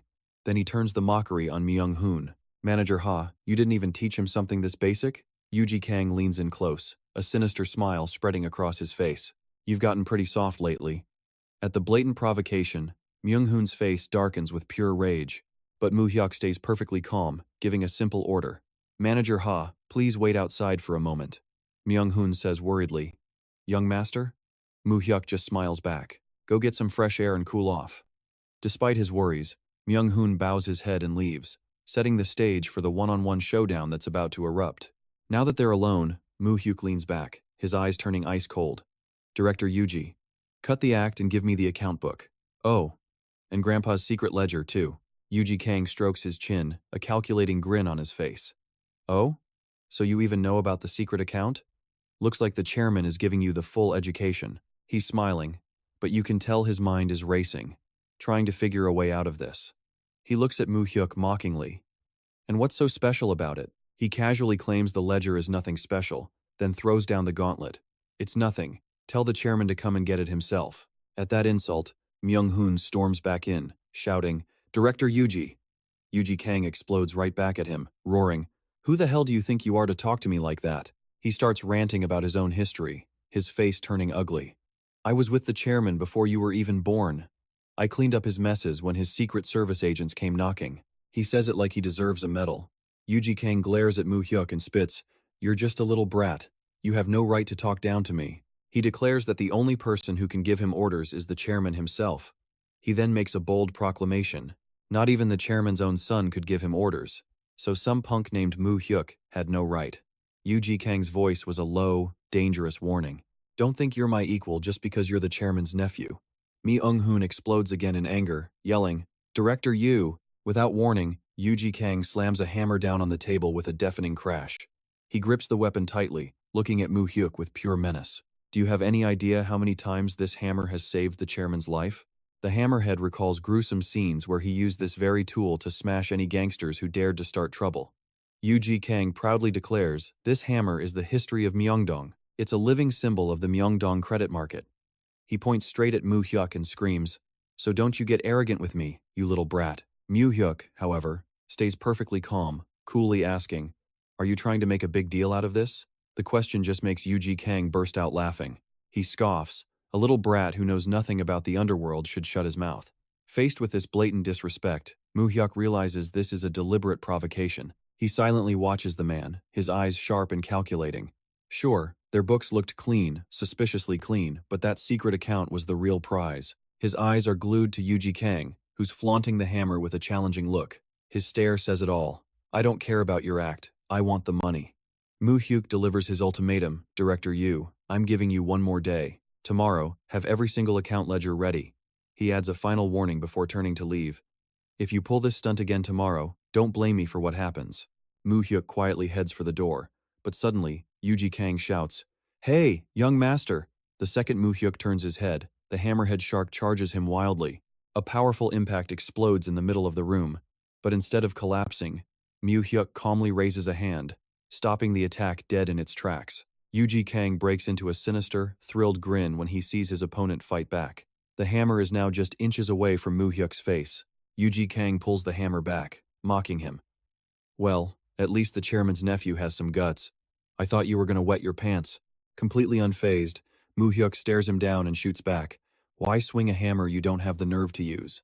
The old fox is left completely stunned. Mu Hyuk presses his advantage with a piercing gaze. "You've got guts to touch me. You think I'm scared of your little threats?" He repeats his final demand, loud and clear. "If you want to live peacefully, have all the account books ready tomorrow." He's made the important part crystal clear. So clear that if they still don't get it, he might have to spell it out for them. Stepping out of the office with an air of absolute authority, Myung-hoon leaves them with a bone-chilling threat.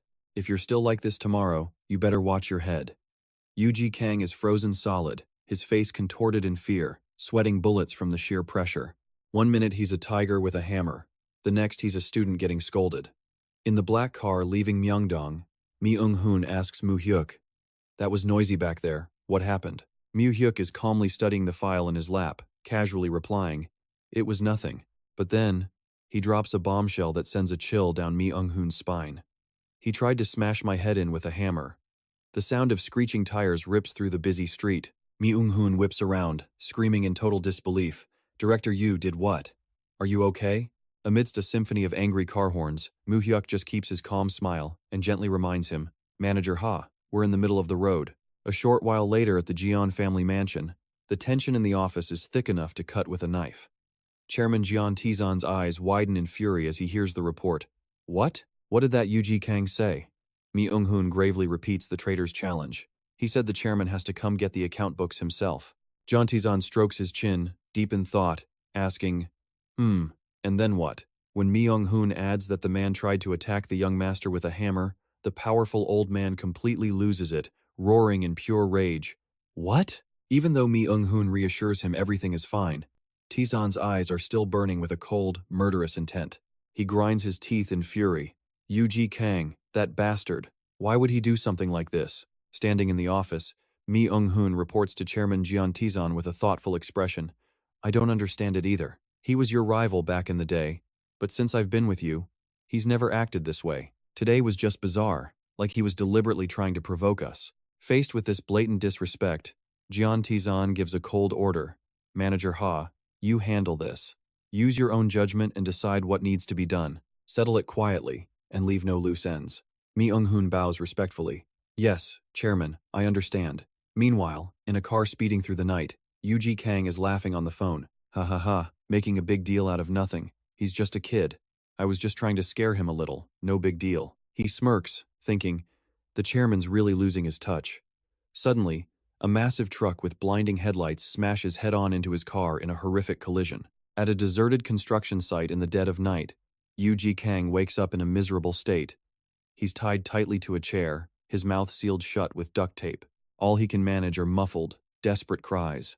Suddenly, a tall, dark figure approaches from behind, filling him with absolute terror. The man who appears is none other than Myung-hoon, his face as cold as ice.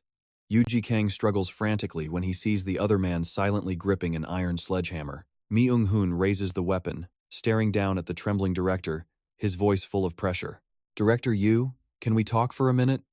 Myung-hoon stands over the bound Yuji Kang and rips the tape from his mouth. Yuji Kang gasps out. "Manager Ha," he tries to sound threatening. "You think you can do this to me and just walk away?" In response, all he gets is a cold, empty, "Huh?" from Myung-hoon. It's a scene straight out of an action movie, but with no epic soundtrack, only the stench of fear. Myung-hoon raises the sledgehammer, pointing it right at the traitor's face and growls, "I heard you were going to bring this hammer down on the young master's head. Is that right?" After a brief pause, Myung-hoon swings the weapon with full force right at his target. Yuji Kang squeezes his eyes shut, screaming in pure despair. The hammer stops inches from Yuji Kang's forehead. Myung-hoon's voice is cold steel.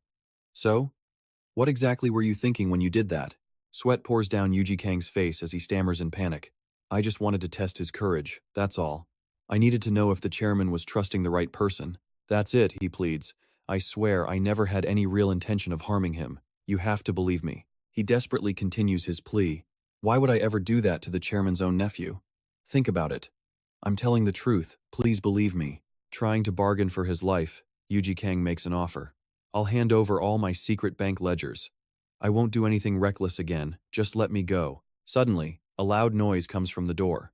Yuji Kang looks over in terror as two men silently roll a large blue barrel into the room. Myung-hoon stares straight into the trembling director's eyes and asks, Who gave you the order? Yuji Kang frantically denies it.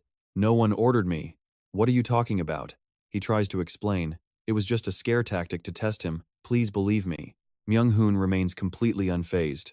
He quietly signals his men, who push a large wooden table closer to where the man is tied to the chair. Yuji Kang struggles in horror as they force his hand down onto the table. What are you people trying to do to me? He screams. Talk. Now. Despite his weak resistance, his hand is pinned hard against the rough wood, unable to move an inch.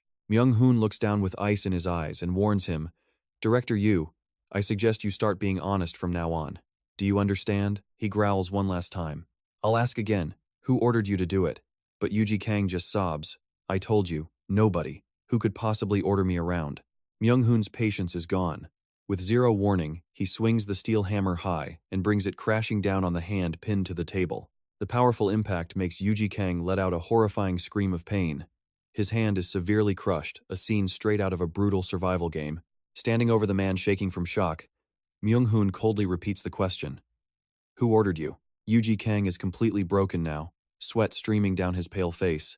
He begs between ragged breaths. No one ordered me, please believe me. He stares into nothing, his face a mask of absolute terror. Myung-hoon brings the hammer down again, causing so much pain Yuji Kang can't even resist. Myung-hoon's voice is sharp. Who gave the order? Talk. Even with his face twisted in pain, Yuji Kang screams back. Are you crazy? I already said no. Without hesitation, Myung-hoon raises the hammer for the next blow. In the quiet construction site, the sickening sounds of impact echo again and again, a truly brutal interrogation. Myung-hoon looks down at the broken man and delivers his ultimatum. This is your last chance. Think carefully and speak. Yuji Kang can only scream in despair, his hand completely destroyed. Myung-hoon calmly moves the hammer to his other side. Now for the right hand. The tension in the air is so thick you could cut it with a knife. His eyes are razor sharp as he repeats the pressuring question. Who ordered you to do it?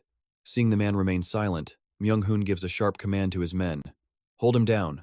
Pushed to the absolute edge of physical agony, Yuji Kang finally starts to break. He whispers, I'll talk. He looks so weak, a gust of wind could knock him over. He looks up at Myung-hoon with pleading eyes. I'll talk, just stop. In a final moment of panic, Yuji Kang finally confesses the true mastermind's name, Director Cho Soo-man. And with that name spoken, our story flashes back 1 week earlier, to a luxurious mansion in the middle of the night. Inside a lavishly decorated room, powerful directors are gathered around a massive marble table to begin a private meeting. Out in the hallway, long lines of subordinates bow in unison as two powerful men walk past them and head inside. The man in the gray suit speaks first. It's been a while, everyone. Immediately, all the men in the room stand up and bow respectfully to greet him. Under the dim lights and the slowly turning ceiling fan, the atmosphere of the meeting turns incredibly serious. A man in a white suit with a goatee speaks up. What's going on, Director? Why did you summon the four of us at the same time? This is highly unusual. Lounging on a sofa with a calculating look, Cho Soo-man gets straight to the point. I'm sure you've all heard about the little kid my father recently acknowledged and brought home, right? My nephew, that is. Another director chimes in to confirm, you mean the chairman's grandson, the son of the late Lady My Suk? Their questioning tone sounds more like family gossip than a corporate meeting. Cho Soo-man nods. That's the one. And I'm sure you've also heard that the kid is now following Department Head Ha to learn the business. Hearing this, a man with curly hair shows his annoyance. Where did this kid even come from? After all these years, you're telling me he's going to learn the family business now. From a corner of the room, someone mutters under their breath in disgust. This is just ridiculous. Cho Soo-man quietly observes everyone's reactions, then suddenly asks, besides that, have you all not heard any other strange rumors lately? The question makes the goateed man repeat in confusion. Strange rumors? Cho Soo-man's voice drops as he begins his persuasive attempt to win them over. The directors in Myeongdong are like a close family to me. For years, We were all poised to inherit the chairman's legacy, but that position is now about to fall into the hands of some kid. The other directors begin to look troubled, their own interests now threatened. Cho Soo-man continues to poke at their deepest fears. Honestly, my father is getting old. He could be gone tomorrow, so it's time we all started to worry about our own futures. He stands, planting seeds of suspicion about the presence of Kim Mu Hyuk, a grandson who just appeared out of thin air, model. Director Shin warns them to watch their words, believing this is all a play to cloud the chairman's judgment. This is absolutely no joke. He insists the chairman is still sharp and fully capable of handling everything himself. Despite the pressure, John Soo-man casually admits he misspoke, then sarcastically calls the directors a pack of loyal dogs. He tells Director Shin to reconsider. A sinister grin spreads across his face as he claims that cleaning out the chairman's inner circle is what the old man truly wants. Director Kim immediately shoots that down, reminding them Kim Mu Hyuk is the chairman's grandson. They can't interfere in John family business. Soo-man scoffs, declaring this isn't a family feud. He sips his wine, claiming he isn't afraid of the kid, just worried his father will make a terrible decision. Soo-man emphasizes the political instability. With a new president just elected, every one of their decisions directly impacts the corporation's business. The other directors watch Soo-man in silence, not out of agreement, but like gamblers calculating which side offers the best payout. He announces that Department Head Ha is about to bring Mu Hyuk to meet them, sending a wave of shock through the room. With a cold, calculating look, Soo-man proposes a little test to see what this kid is actually made of. A deathly silence hangs over the room at this venomous plan. A fist slams the table in agreement, but it's unclear if it's real support or just an act to seem important. He's determined to test Mu Hyuk to see what he can do in this business. Yuji Kang casually pours a drink, his contempt for a 20-year-old kid obvious. The kid dares to step into a field that breaks most men. Yuji wants to see what Mu Hyuk knows, so Soo-man puts him in charge of teaching the boy a lesson. Sycophants flatter director Yuji, saying his involvement is reassuring. Soo-man just sips his drink, reminding them all to choose wisely because his father's reign won't last forever. The directors exchange tense looks at the unspoken declaration of a power shift.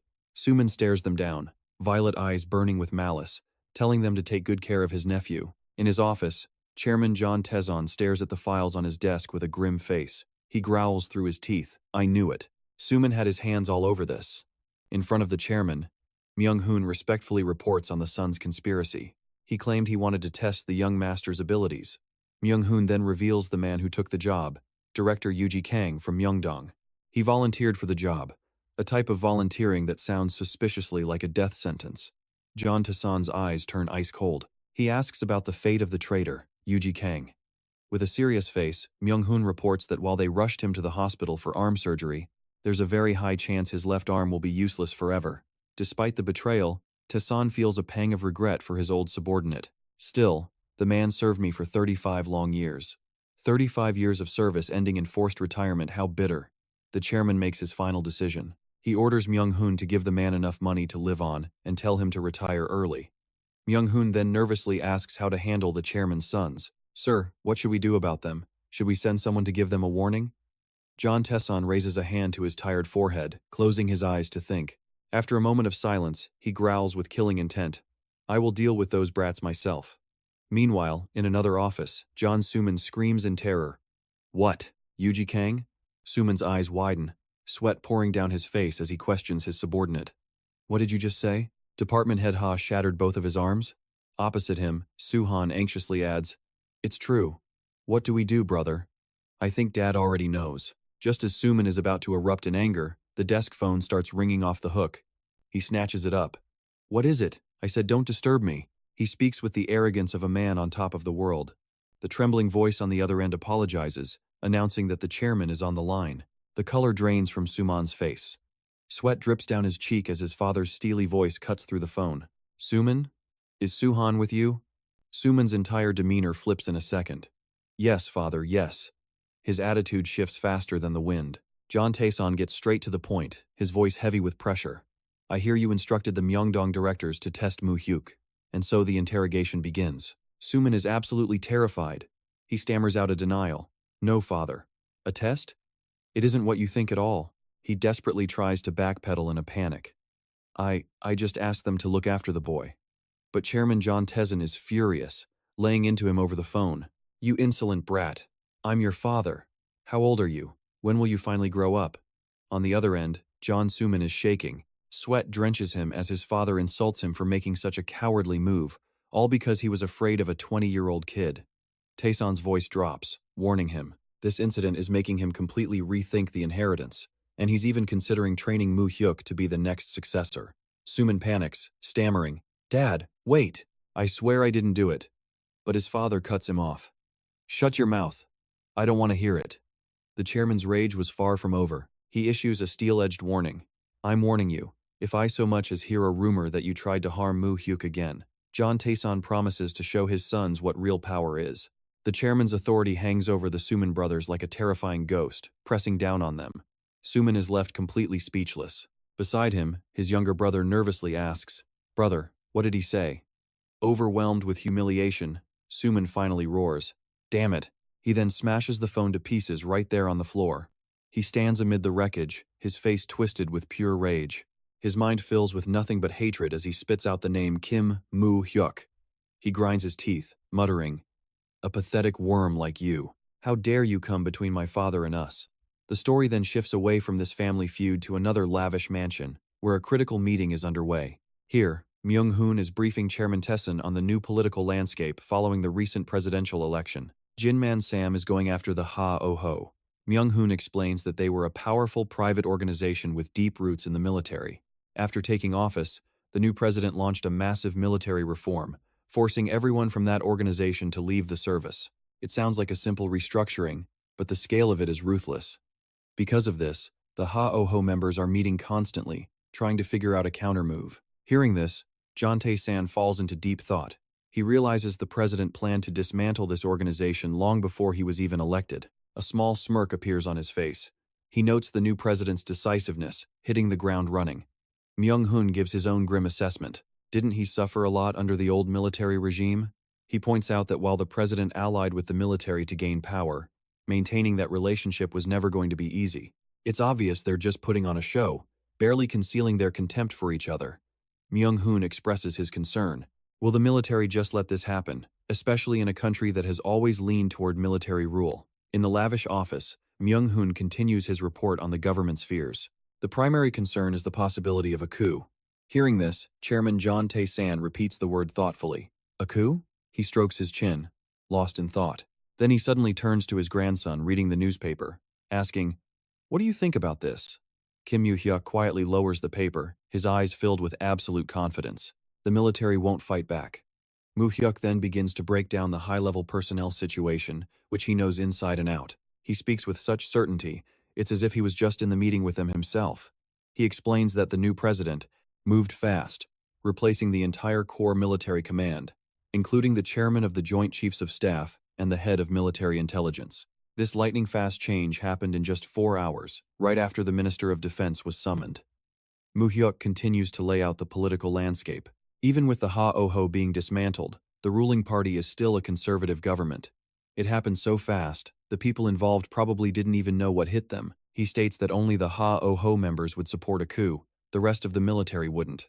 Besides, even if the military did seize power again, they would no longer have the support of the people. Seeing his grandson's sharp insight, John Tae-san can't help but be impressed. "Well now, Mu Hyuk seems to know his politics, eh?" Mu Hyuk calmly replies that politics is one of the biggest variables in his grandfather's line of work. That's why he always follows it closely, never missing a single piece of information. Inwardly, Mu Hyuk feels a sense of satisfaction. He already knows every major event that will happen over the next 3 years. John Tae-san presses further. "Besides the Ha-Oh-Ho, are there any other big events coming? And what else is the new president working on?" Myung-hoon steps in, reporting that very few people know the VIP's plans. Even their embedded secretaries are in the dark. However, Myung-hoon reveals he's heard whispers that the government is planning an anti-corruption campaign. Seeing the chairman's surprise, Myung-hoon confirms they intend to publicize the assets of high-ranking officials, despite heavy opposition. Myung-hoon is certain that given the new president's personality, he will definitely push it through. Chairman John Tae-san falls silent. He notes that things are moving at an alarmingly fast pace. He then presses about the possibility of a real-name financial transaction system. Myung-hoon immediately reports that the president's side hasn't mentioned it at all, not even to the secretaries. Even the major corporations are completely in the dark on this. Turning to Mu Hyuk, his grandfather asks what he thinks.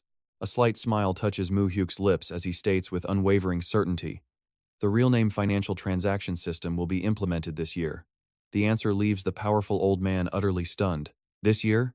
Facing his grandfather's disbelief, Mu Hyuk explains that while the system has been delayed since the 70s due to political opposition, this time will be different. With the new president's decisive nature, he'll quietly assign the task to a small team before suddenly announcing it to the public. This kind of shock and awe plan would give a weaker man a heart attack. Hearing this, John Tae-san bursts into hearty laughter.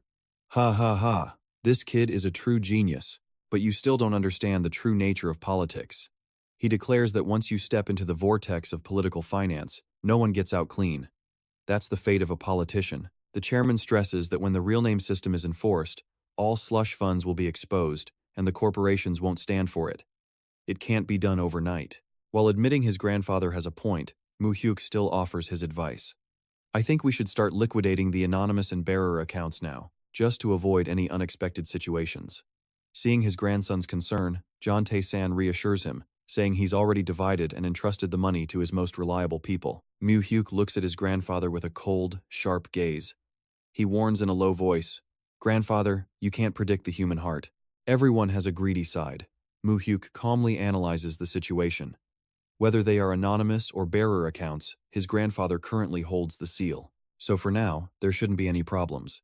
But if the system is implemented, and only the account holder can make withdrawals, then there will definitely be a problem. His voice is as calm as a weather forecast, except this storm will blow away money, not rooftops. In Mu Hyuk's memories, his grandfather suffered a catastrophic loss because of the real name financial transaction system. The money in all those anonymous and bearer accounts vanished in an instant because of this policy, accounting for 25% of his total assets. The cash evaporated so fast even a magician would be impressed. Mu Hyuk applies the pressure. The real name transaction system will be implemented in August. That's only 6 months from now. If we don't act, your losses could be in the thousands, no tens of thousands of billions. John Tae-san strokes his beard, thinking for a long moment before finally asking Mu Hyuk, "You really think the real name financial system will be implemented this year? Is this just a hunch of yours?" Mu Hyuk looks his grandfather straight in the eye and confirms it without hesitation. "Yes, it's my hunch. The task could be done by the start of the term or by summer at the latest." But the veteran chairman still had one lingering doubt. One question. "You know I gave secret bank books to the directors in Myeongdong, right?" He squinted, looking at his grandson with a hint of suspicion. "Besides me and them, nobody knew. So how did you find out?" Mu Hyuk thought to himself he had been waiting for this exact question. He calmly explained that when tasked with recovering the bank books, he noticed the directors' expressions weren't genuine at all. Mu Hyuk continued the bluff, blaming it on a hunch. He said he felt something was fishy, so he asked to speak with them privately, and they confessed. John Tae-san pressed him one more time, just to be sure. Was it really just a simple hunch? Mu Hyuk didn't flinch, confirming yes, it was. After a moment of silent observation, John Tae-san made a shocking decision. "Mu Hyuk, I'm transferring the entire 4 trillion won you collected from the Myeong directors to you." Mu Hyuk was absolutely stunned, shocked by the massive sum that was beyond his wildest imagination. The chairman explained that if the real name financial transaction system was truly implemented this year, that money would likely vanish. He looked at Mu Hyuk with total trust, declaring, "I believe you can protect it, so I'm entrusting it to you. You can use that money for whatever you want." It was both a reward and a test. One slip-up, though, and his career would be over. John Tae-san stared him down, his warning heavy with intent. "However, if that money disappears, this will be the last time I ever give you a cent. Do you understand me?" Mu Hyuk bowed his head, stating clearly, "Yes, I won't let you down." But inside, he was bursting with joy. "Amazing. I only hoped for a small piece, but he gave me the whole thing." With the 4 trillion won recovered from the Myeongdong directors, Mu Hyuk was confident this would speed up his plans to deal with the Cheon brothers. On the outside, he was dead serious. On the inside, a 3-day party had just kicked off. Images of his scheming uncles flashed in his mind. Building trust with his grandfather was absolutely the right move. Back at the mansion, John Tae-san began to act on Mu Hyuk's warning. He gave an order to Mi Eung-hun. "Mi Eung-hun, we need to deal with the accounts. Consolidate all the anonymous and untitled accounts." He emphasized, "Time is running out. The deadline is this July." Mi Eung-hun bowed respectfully. "I understand, Chairman." The order was so decisive, it felt more like a military mobilization than just gathering bank accounts. Sitting alone, John Tassan mulled over his grandson's prophecy. The real name financial transaction system, implemented around August, he said. If that turned out to be true, he looked toward Mu Hyuk with an expression of pure admiration. Mu Hyuk was definitely born with the destiny of a leader. His eyes shone with so much conviction, you could probably use them to light a room. On February 25, 1993, the 14th president's inauguration was officially held. A civilian government was formed under President Kim Man-sam, a man from the common people, not the military.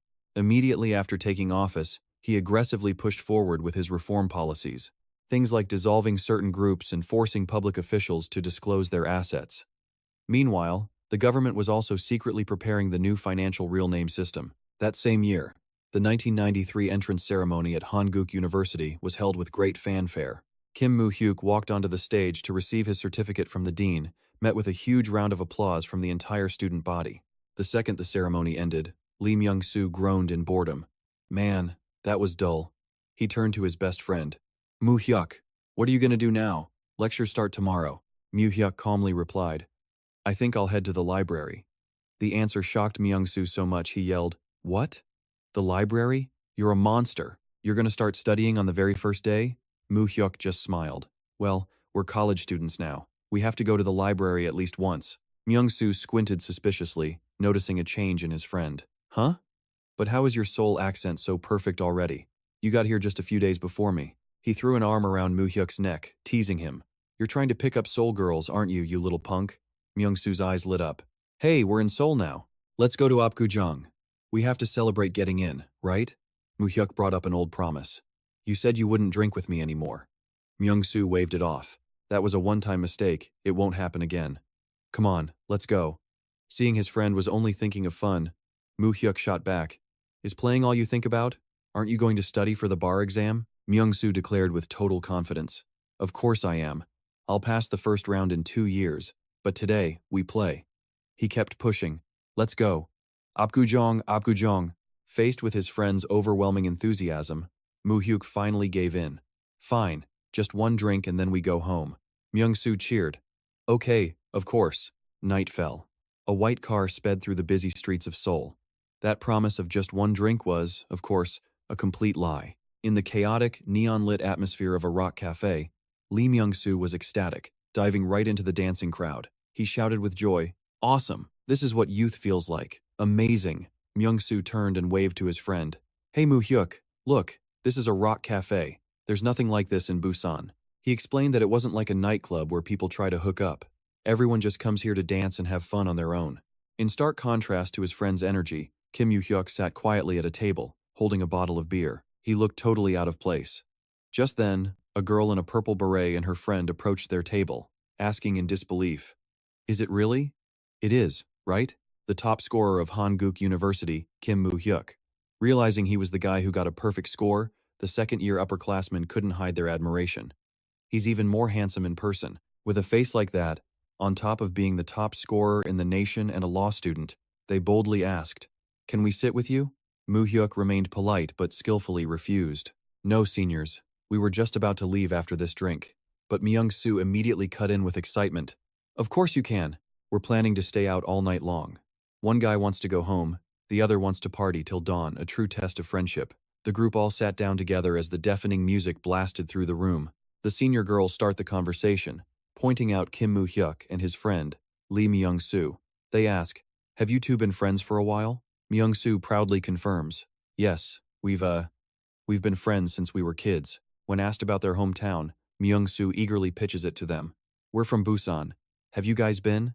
Gwangali is incredible these days. His enthusiasm clearly wins over the upperclassmen. They tell him his accent is cute and that he could be a tourism ambassador for Busan. But seeing Mu Hyuk still quiet, they just chuckle. Why is Mu Hyuk so quiet? One asks. Oh well, he's handsome enough to get away with it. Just looking at him is a treat. But suddenly, a deep, jarring voice cuts through the fun. Lee Yuri, what are you doing here? Mu Hyuk looks up to see a stranger standing right behind Yuri. That voice, Mu Hyuk recognizes it instantly, and he freezes. A man approaches with a shocked expression. It's none other than John Ji-won. The girl with Ji-won asks him, Ji-won, do you know these people? Mu Hyuk just quietly takes a sip of his beer, already annoyed by these pests showing up. He tells himself it's better to just leave. Decisively, Mu Hyuk stands up. We'll be going now. Myung-soo, let's go. But Myung-soo is still confused, reluctant to leave. Huh? Where are we going? Let's just have one more drink with the girls. Mu Hyuk insists they're leaving after this one glass. Ji-won speaks up with a smug, condescending tone. Go ahead and have fun, but don't get too wild. Stay out of trouble.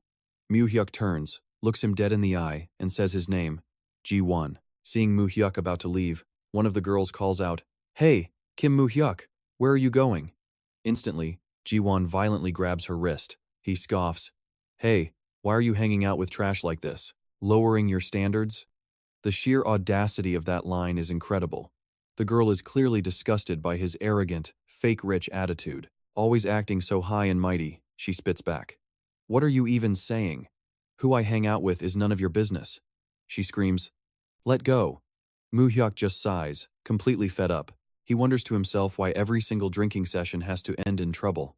The girl is still fighting with Ji-won, yelling, Are you crazy? Let go of me. Unable to just watch, Mu Hyuk steps forward, puts a hand on Ji-won's shoulder, and says in a low voice, Can you please stop? Ji-won absolutely explodes. Get off, you bastard. You dare touch me? Faster than a flash, he swings his arm, knocking Mu Hyuk's hand away. You can see the pure rage. Since he was a kid, John Ji-won has caused nothing but trouble. It was a constant headache for his grandfather. Kim Mu Hyuk steps up to face him and calls him out. Hey, John Ji-won, he adds with a sneer. I was trying to pretend I didn't know you out of embarrassment, but don't cause a scene in a crowded place like this. Mu Hyuk then hits him where it hurts. In the end, your grandfather is the one who has to clean up your mess. Ji-won breaks out in a cold sweat, muttering angrily. What is this psycho talking about? Then he yells, You're dead meat today, and calls over his cronies who were hanging out nearby. One of the goons cocks his head. Who's this guy? Mu Hyuk thinks to himself. Of course he brought backup. Ji-won sneers, introducing him as a dirty cockroach that snuck into his house. The thugs laugh menacingly, telling Ji-won to handle the cleanup after they're done. Ji-won confidently states that this isn't his first time, so there's no need to worry. Mu Hyuk internally curses, coward, then tells Myung-soo to get the seniors out of there first. His friend asks worriedly, Will you be okay? Mu Hyuk shoots back a confident question. Me? Have you forgotten who I am? But Myung-soo clarifies he's worried about the other guys. No, I mean, are they going to be okay? Mu Hyuk's answer is grim. Absolutely not. Instantly, he unleashes a storm of lightning-fast strikes, sending the goons flying. One guy is launched into the air before crashing hard onto the floor. Mu Hyuk stands in the middle of the chaos, a confident and arrogant smile on his face. The flickering bar lights illuminate the absolute wreck of a scene. Broken bottles litter the floor, and the thugs are scattered everywhere, completely unable to fight back after being utterly decimated by Kim Mu Hyuk. Standing before a trembling, gasping John Ji-won, Mu Hyuk calls his name out coldly. Ji-won. Seeing the guy flinch in surprise, he steps closer, gets right in his face, and warns him, Stop playing gangster with these kids. You think grandfather doesn't know about the things you do? Mu Hyuk's glare is intense, making it clear that Ji-won's childish rampages need to end now. Cornered, Ji-won grinds his teeth in fury, silently cursing Mu Hyuk as a complete bastard. But he doesn't even have a chance to retaliate. Mu Hyuk delivers his final ultimatum. If this ever happens again, I don't care if we're cousins. I won't let you off, got it? Facing this terrifying threat, Ji-won can only stammer out that he understands, completely humiliated. Mu Hyuk stands silently for a few moments. Then, he turns his back, ordering Ji-won to clean up his own mess and to never, ever call him for help again. He leaves him with one final threat that sends a chill down Ji-won's spine. If you do, we'll be seeing each other again. Ji-won is left frozen in the trashed room, his face twisted with pure rage and shame. Over at Hanguk University, the atmosphere is studious and serious. In the lecture hall, a professor poses a question to his class. Tell me, what is Article 1, Section 1, of our country's constitution? A student with glasses quickly raises his hand to answer. Professor, it is, the Republic of Korea shall be a democratic republic. The professor nods, satisfied, before pushing further. Good. And what about Article 1, Section 2? Faced with this tougher question, the student stammers. His brain is completely buffering, but the professor doesn't wait. He explains, The sovereignty of the Republic of Korea shall reside in the people, and all state authority shall emanate from the people. He looks over the class, stressing the importance of their future profession. Even after you graduate and pass the bar to become prosecutors, lawyers, or judges, if you, as enforcers of the law, ever lose sight of that, you are no longer worthy of the title. Mu Hyuk sits quietly in the back. His gaze is deep and thoughtful. As soon as class ends, a loud voice calls out from the hallway. Mu Hyuk! Lee Myung-soo runs up breathlessly. Don't forget our plans with Hyun Seong tonight. Mu Hyuk smiles and replies, of course not. Hyun Seong's been so busy with training, it's been tough to get him to hang out. As they're walking, a delicate female voice suddenly calls his name, Mu Hyuk. He stops short, finding a beautiful woman in an elegant white outfit waiting for him. She asks softly, You're Mu Hyuk, right? Witnessing her stunning beauty, Myung-soo is completely speechless, stammering in awe. Whoa. Oh my god, she's like a goddess. He's ready to start a fan club without even knowing her name. He nudges his friend, whispering, Mu Hyuk, who is that? The woman took the lead, introducing herself. I'm John Jisoo. She looked him dead in the eye, her tone loaded. You already know, don't you? Mu Hyuk watched in silence. A storm of emotions churned inside him. This was their first time meeting in person, yet her expression, those eyes, they were all too familiar. He instantly placed her. The daughter of John Suman, the granddaughter of the Samsung Group's chairman. Mu Hyuk stared deep into John Jisoo's eyes. Memories of how dangerous this woman was came flooding back, crystal clear. He remembered her eyes perfectly. The eyes of a venomous snake. Looking at her now, Mu Hyuk knew this was the woman who once saw him as nothing more than an insect, born to serve the John family. She finally spoke. Are you free? Talk with me for a moment. Behind them, Myung-soo was completely stunned by the sudden appearance of this mysterious beauty. Mu Hyuk just watched, his face unreadable. His gaze was cold, wary. In the dead silence of the underground parking lot, the woman let out a soft sigh. I should have greeted you sooner. It's been a while since I visited my grandfather. They both settled into the back of a luxury car as she began to probe him. I heard you graduated top of your law class.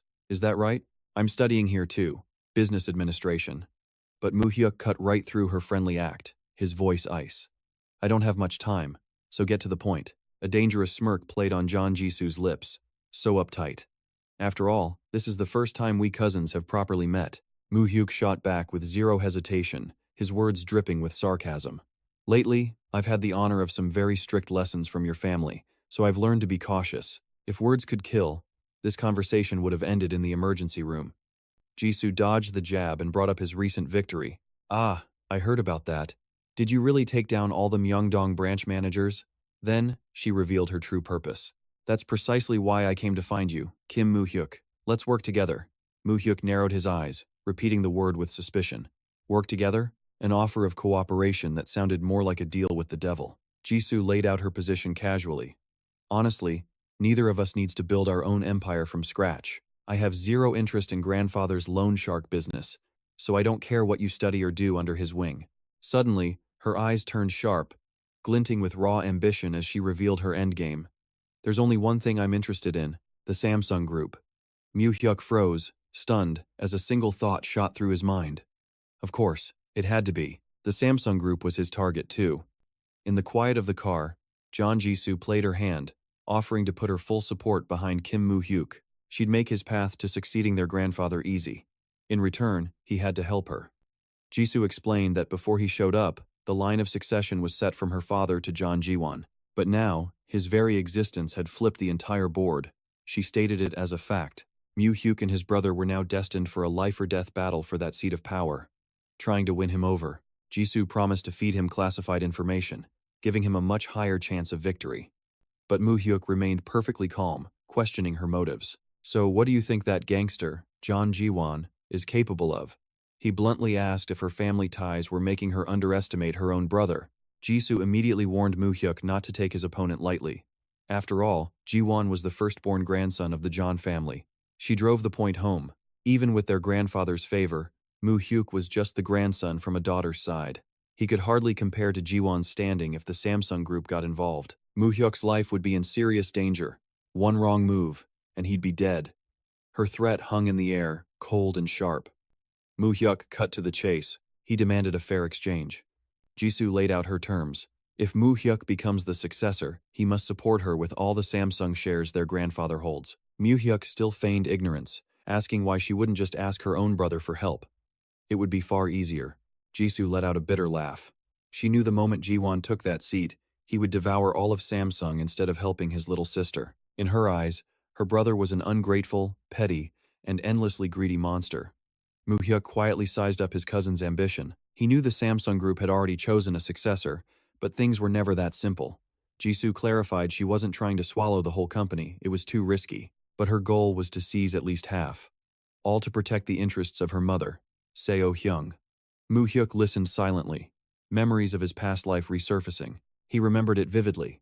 After the Samsung chairman died of a heart attack, Jisoo threw herself into a brutal power struggle. In the end, she managed to secure a third of the company, but the savage infighting left Samsung so crippled it never recovered its golden age. Kim Mu Hyuk studied the woman before him. He knew Jeon Jisoo wasn't someone who backed down easily. For her own goals, she'd stab anyone in the back. And now, this very same viper was offering him a partnership. Mu Hyuk called out the absurdity of it all. But doesn't this deal seem a little ridiculous? If you do this, you stand to lose a massive amount. Besides, this is all just talk. I can already smell the betrayal in the air. Mu Hyuk pressed further, attacking the foundation of trust. If I fail to become the successor, you get nothing. And even if I do succeed, aren't you afraid I'll just betray you? Jeon Jisoo quietly admitted he was right. She knew the deal was incredibly one-sided, but then her eyes flashed with cold fury. But there's no way I'm letting that scumbag brother of mine, Jeon Jiwon, take everything for himself. They called it a partnership, but it sounded more like planning a family massacre. Jisoo's voice was tight with rage as she described her brother's possessive nature. Ever since they were kids, he had to have everything, she declared with bitter certainty. I'd rather let a total stranger take it all than let Jeon Jiwon have it. Seeing that raw determination, a sly smile touched Mu Hyuk's lips as he spoke. All right. I'll think about your offer, cousin Jisoo. Jisoo watched him for a moment, then ramped up the pressure. She demanded an answer as soon as possible, claiming she wasn't a patient person. And before leaving, she delivered one final, thinly veiled threat. If you refuse. With that, the luxury car sped off, leaving Mu Hyuk to walk alone through the parking garage. He had no other choice but to find another way. Just then, Lee Myung-soo rushed over, shouting, Hey Mu Hyuk, I thought you already left. Seeing his friend emerge from the pricey car, Myung-soo was completely awestruck. Who was that girl? She was an absolute stunner, he gushed. Do you get to meet a different beautiful girl every single day? This world is so unfair. Mu Hyuk replied with his usual calm. That's my cousin. It's the first time I've met her. The family drama instantly shifted to friend drama. The moment he heard the word cousin, Myung-soo's entire demeanor changed. He got real close with a sycophantic grin. Oh, my dear brother-in-law, my apologies. He claimed he hadn't recognized Mu Hyuk's potential all this time. Myung-soo then lunged in for a hug, disgusting Mu Hyuk, who yelled, Gross! Get off me! Before walking away. His mind immediately drifted back to his plans for Jeon Jisoo. Talk about a quick change of heart. 1 minute, Myung-soo was complaining. The next he was claiming family ties. He thought about the woman who had completely disregarded him in his past life. Yet now, she was the one suggesting they work together, even knowing it was a great deal for him. He still couldn't shake his suspicion about what was coming. Mu Hyuk wondered if this was a new opportunity, or just another hidden danger waiting for him down the line. Returning to the lavish mansion after his first day of class, Kim Mu Hyuk met the deep gaze of his grandfather, who was sitting with a cup of hot tea. Chairman Chun Tae-san asked warmly, How was your first day? Was it interesting? Mu Hyuk calmly replied, I met my cousin, Jisoo. Hearing his granddaughter's name, the old man raised an eyebrow. Jisoo, you say? Tae-san sipped his tea while slowly reminding his grandson that he didn't have any siblings, so he should try to build a close relationship with his cousins. Mu Hyuk politely agreed, confirming he'd decided to meet with Jisoo on a more regular basis. Inwardly, however, he was already drawing up a calculated plan for Jisoo, a plan for her to seize control of Samsung while he took hold of his grandfather's assets. Placing his teacup down, John Tae-san got straight to the point. So, what was it you wanted to see me about? Mu Hyuk didn't beat around the bush. He directly brought up the 400 billion won in the secret account his grandfather entrusted to him, and then stated his request. He wanted to send the entire amount overseas. The word overseas made the seasoned chairman gasp in surprise, but Mu Hyuk continued his persuasion. If his grandfather had no immediate plans for the money, he wanted to invest it in the international market. John Tae-san squinted, asking him, was he confident enough to pull this off? He reminded Mu Hyuk of the warning he gave him that this could be the last sum of money he would ever receive. The words last time hit him like a looming deadline. Tae-san argued that keeping the massive sum in the country wasn't a bad option, so he was curious. Why was he so insistent on moving it abroad? Mu Hyuk, with his knowledge of the future, knew that transferring money now was already difficult. It would only get worse, especially once the real name financial system was officially implemented. He asserted that, with his grandfather's immense power, the task was entirely possible. He called it international investment, but really, it was just getting ahead of the game. Mu Hyuk stood up, sharply analyzing the political climate. I believe this government will continue to enact policies that are bad for you, including the real name financial system. He warned that while his grandfather wasn't a direct target, as part of the underground economy, he would suffer the heaviest losses. Therefore, moving assets overseas beforehand was an absolute necessity. Mu Hyuk proposed a plan. Use the network of foreign branches of large corporations that owed his grandfather money to transfer the 400 billion won. A clean transfer. Get the cash out before the system crashes. John Tae-san admitted sending the money wasn't hard, but he still didn't really get it. Why the sudden rush to act? Chairman John Tae-san squinted suspiciously at his grandson. Moving money overseas. Because of policies that haven't even been implemented yet? Isn't that a bit hasty? In response, Mu Hyuk looked him dead in the eye and pleaded, "Please, trust me and help me, grandfather." His bluntness stunned the powerful old man for a second. Mu Hyuk thought to himself, it's a bit shameless, but in these situations, a direct approach is best, since I can't tell him everything that's going to happen in the future. Suddenly, John Tae-san burst out laughing. He looked at Mu Hyuk, intrigued. Your uncles are so scared of me they don't dare say a word, but you. I can't tell if you're fearless or just overconfident. Thanks to you. I've been smiling more lately. The old man nodded in agreement. So, you just need the money transferred? Mu Hyuk made his request clear. Transfer the entire 400 billion to my account in the US. And for the next 7 years, until the year 2000, don't ask me about that money. Trust the process. But John Tae-san's eyes widened. Huh? I invest 400 billion won and can't ask about it for 7 years. Mu Hyuk confirmed without hesitation. Yes, but I guarantee you that the 400 billion won will never be lost. Seeing his grandson's determination, Tae-san approved. All right, we'll see about that. He stood up and declared, I'll have Secretary Ha transfer it cleanly to America. However, he didn't forget a stern warning. But if you lose that money, you will not get a second chance. Understand? Mu Hyuk bowed respectfully. Yes, grandfather, I'll remember that. In his mind, Mu Hyuk was already calculating. He needed that money to fight against John Suman and John Suhan. If he used it domestically, they would definitely interfere. Realizing the massive workload, he thought, but I have too much to do to manage 400 billion won by myself. I need someone to manage this money for me. At that very moment, a name popped into Mu Hyuk's head. He knew just the guy, a super genius, the pawn of foreign investment firms, the Korean man who would later shake up the stock market in the late 1990s, though right now he was going through a tough time with his investments. A string of failures had him in a wheelchair after an accident, but in just 15 years, he would earn hundreds of billions. The man was a stock market god, Hank Young-yang. Chapter 25 opens with Kim Mu Hyuk arriving at an old, run-down inn called Jiangma. Standing before the building at sunset, he muttered, "This is it, right?" The target Mu Hyuk was after was currently shouldering a mountain of debt, which made tracking him down not too difficult. But looking at Han Kyung-jang's file, Mu Hyuk still couldn't help but wonder, why this guy? The sunset backdrop was almost too perfect, but his life story was just a mountain of debt, a far cry from some feel-good movie. Mu Hyuk stepped into the lobby and addressed the landlady sitting behind the glass. I'm looking for someone. Is a Han Kyung-yang staying here? The old woman eyed him suspiciously from head to toe before snapping back. You a cop? Mu Hyuk blinked. Huh? The old woman scoffed, explaining, in a dump like this, you think anyone uses their real name on the registration? Mu Hyuk calmly tried a different approach. I don't know his alias, so how about this? Is there a young man in his 20s staying here long-term?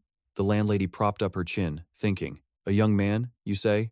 He looked as serious as a detective, asking questions sharper than any officer. Getting the hint, Mu Hyuk slid a few large bills through the opening. The second she saw the cash, her attitude did a complete 180. She beamed. Oh, now that I see your face, I remember. She scrambled through the ledger, looking. Let's see, room. Let's see, room. Ah, there he is. That's him. Just then, a disheveled young man in glasses and a green tracksuit walked out. The old lady immediately shouted, Hey, Mr. Han Kyung-yang. The moment he heard his real name, Han Kyung-yang froze in terror, the color draining from his face. He didn't waste a single second. Han Kyung-yang whipped around and bolted up the stairs for his life. A startled Mu Hyuk gave chase. yelling, "Mr. Han Kyung-yong, wait a second, let's just talk." But Han Kyung-yong wasn't listening, frantically bursting through the door to the rooftop. Mu Hyuk yelled helplessly, "Mr. Han Kyung-yong, wait!" The second his feet hit the rooftop, Mu Hyuk was stunned. Han Kyung-yong was already sprinting straight for the ledge, ready to jump. With that kind of speed, he could have won a gold medal. Seeing him about to jump, Mu Hyuk screamed, "Don't do it! I'm not here for your money. Let's just talk for a minute." Hearing his name, Han Kyung-yong asked shakily, Are you a loan shark?" Mu Hyuk could only stare back, confused. "Huh? Oh, talk about a massive misunderstanding." Without waiting for an explanation, Han Kyung-yong's entire internal drama played out, and he collapsed to the ground, breathing a huge sigh of relief. Whew, that was almost a stupid way to die. He looked up at Mu Hyuk, confused. "If you're not here for the debt, why were you looking for me? I thought you were a loan shark here to kill me." Looking at this pathetic mess of a man, Mu Hyuk knew this had to be Super NT Han Kyung-yong, the man who would one day be known as the god of the stock market. For now, though, he was just a desperate guy on the run from a pack of loan sharks. Mu Hyuk helped him to his feet, saying simply, "Get up, let's get some food and talk." They found a barbecue place, and watching Han Kyung-yong inhale food like a wild animal, Mu Hyuk had to warn him, "Slow down or you're gonna choke." Han Kyung-yong spoke between mouthfuls, voice thick with emotion. "How long has it been since I've had meat? With no money and creditors chasing me, I couldn't even go outside to buy anything." Mu Hyuk quietly poured him some water, then cut right to the chase. "So how much do you owe the loan sharks?" This guy was eating like it was a survival competition. Who can eat faster than their problems? Han Kyung-yong confessed, shaking. The initial debt was only 5 million won, but now it's ballooned to 25 million. Hearing that insane interest rate, Mu Hyuk let out a quiet sigh.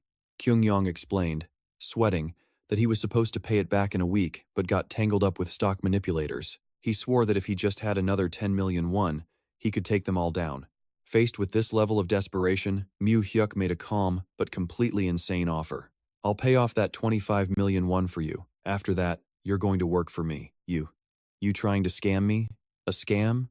He couldn't wrap his head around it.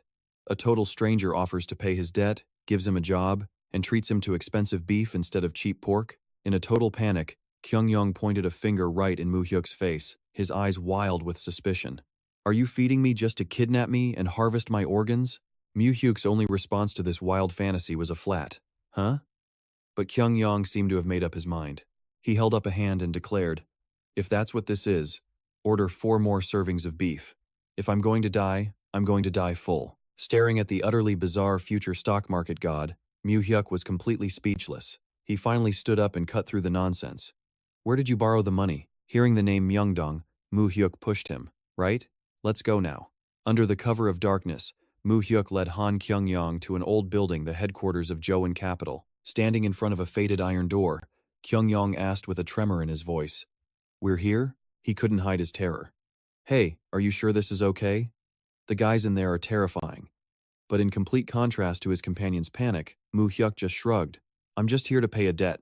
What's there to be afraid of?" With that, he shoved the door open and walked right in. Inside the rundown office, which stank of instant noodles, 2 goons were startled mid-slurp. A long-haired thug sneered. "Well, who's this?" The bald guy next to him immediately recognized their favorite debtor, Han Kyung-yong. "It's you?" The long-haired goon shot to his feet, pointing straight at Kyung-yong. "You came here to die? Get over here, you little punk."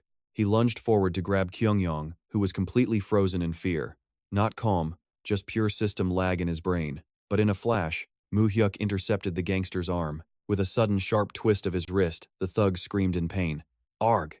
Mu Hyuk showed absolutely no mercy. He locked the guy's arm behind his back, forcing him to the ground. "Ow, you son of a what is this? Let go." Mu Hyuk's voice was low and dangerous. "I'm here to pay a debt. Let's not make this any louder than it has to be. Get your boss." The commotion brought a man in a white suit storming out of the back room, yelling, "What's all the racket?" Couldn't even finish a bowl of noodles in peace. The moment he spotted Han Kyung-yong, he paused, a nasty grin spreading across his face. Well, if it isn't Han Kyung-yong?" He strolled over, his voice dripping with fake concern. "My dear boy, we've been looking everywhere for you. We missed you so much." He narrowed his eyes at the debtor and cut to the chase. "So, did you bring the money?" Stepping in front of him, Mu Hyuk stated plainly, "I'm paying his debt." "How much?" The man in the white suit casually flipped through a ledger on his desk. Is that right? Let's see. 6 months ago, he borrowed 5 million at 30% interest. He mumbled as he calculated, tacking on fees for compound interest at 28%, plus a late fee of 12%. Mu Hyuk had no patience for this game. Stop reading from that useless book and just name your price. The loan shark paused for a beat, that sinister smile returning to his face. Oh ho, this kid might be young, but he talks like a seasoned pro. The old loan shark, however, casually throws out a staggering number. Okay, after taking out some minor fees, the total comes to 50 million. Just pay that, and this all ends. Hearing this, Han Kyung-young explodes, shouting, "What in the world are you talking about? Just a few days ago you said it was 25 million. How does a 5 million won loan become 50 million in just 6 months? A price jump this insane means this guy is playing dirty." But ignoring the protest, the old man just leans back coolly. It does now.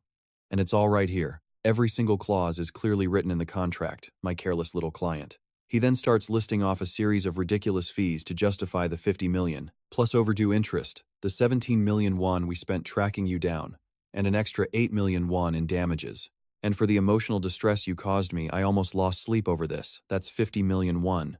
Witnessing this complete scam, Mu Hyuk's face darkens. He muses on this corrupt world, where 5 million can be magically turned into 50, a place where loan sharks suck their desperate victims dry. Beside him, Kyung-yang trembles with righteous anger. This is insane. You're nothing but shameless scammers. Their defiant attitude ticks off the loan shark. He slams his fist on the table and roars, "You haven't even paid your debt and you're still acting tough? You want me to handle you personally?" Kyung-yang's face goes pale with fear. Mu Hyuk, however, remains terrifyingly calm. He asks one last time, "So all I have to do is pay 50 million, correct?" The old man nods. "That's right. Put the 50 million in front of me, and I'll tear this contract up." Mu Hyuk glances at the phone on the desk. "May I use this?" After getting a nod from the loan shark, he picks it up and makes a call straight to his assistant. "It's me, Mu Hyuk. Secretary Ha. Could you please transfer 50 million won for me? Send 50 million won and bring it to the address I'm about to send you." Kim Mu Hyuk pauses for a moment, then hangs up. He coolly informs the loan shark, "The money will be here in 15 minutes. The young man's confidence leaves the old shark both surprised and intrigued. Is that so? Well now, isn't this refreshing? He narrows his eyes, curious about the relationship between the two. What's the connection between you two that makes you willing to pay his debt? Are you family? Or friends? Mu Hyuk answers with a single, blunt sentence. We just met for the first time today. That response leaves the loan shark and his thugs completely stunned. Mu Hyuk continues to explain his purpose. I want to partner with him on a project, so I'm simply paying off his debt for him. Seeing Mu Hyuk's commanding presence, the loan shark changes his tune and tries to recruit him. You've got guts for a young man. I'm starting to like you. How about you come work for me? Mu Hyuk immediately refuses. I'm still a student. Hearing this, the man lets out a loud, hearty laugh. What, a student? Haha, well, if you still can't find a job after graduation, give me a call. I'll make sure you're well paid. Inwardly, Mu Hyuk looks down on the man in front of him with utter contempt. He has zero respect for this loan shark. He figures this guy is just another one of the small-time predators who vanished after the financial identity verification policy was put into effect. He glances around the office and lets out a mocking, challenging remark. I'm not interested.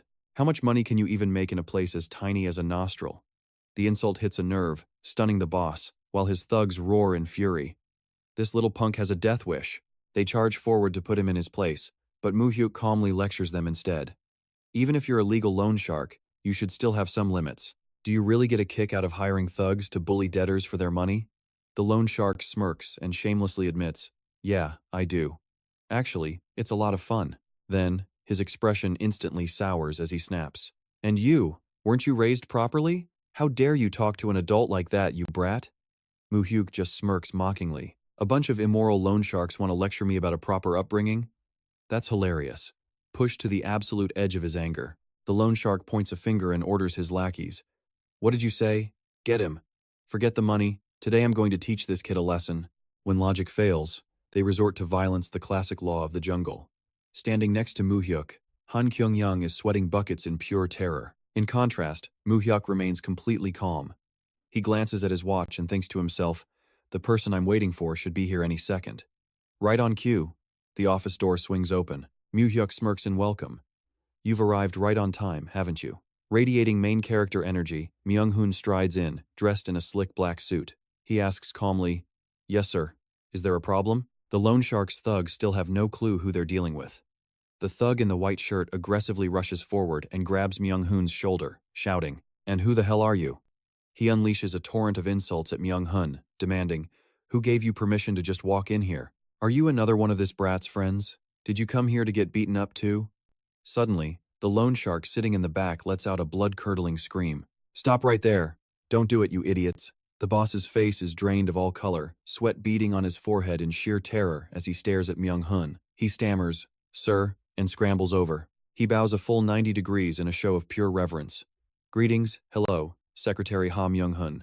Myung-hoon coolly looks down at the trembling man before him and asks, "You know me?" The loan shark nervously explains that no one doing business in Myeongdong doesn't know Secretary Ha, the right-hand man of the powerful chairman Chun Tae-san. He can't understand why a figure of such importance would grace his pathetic little office.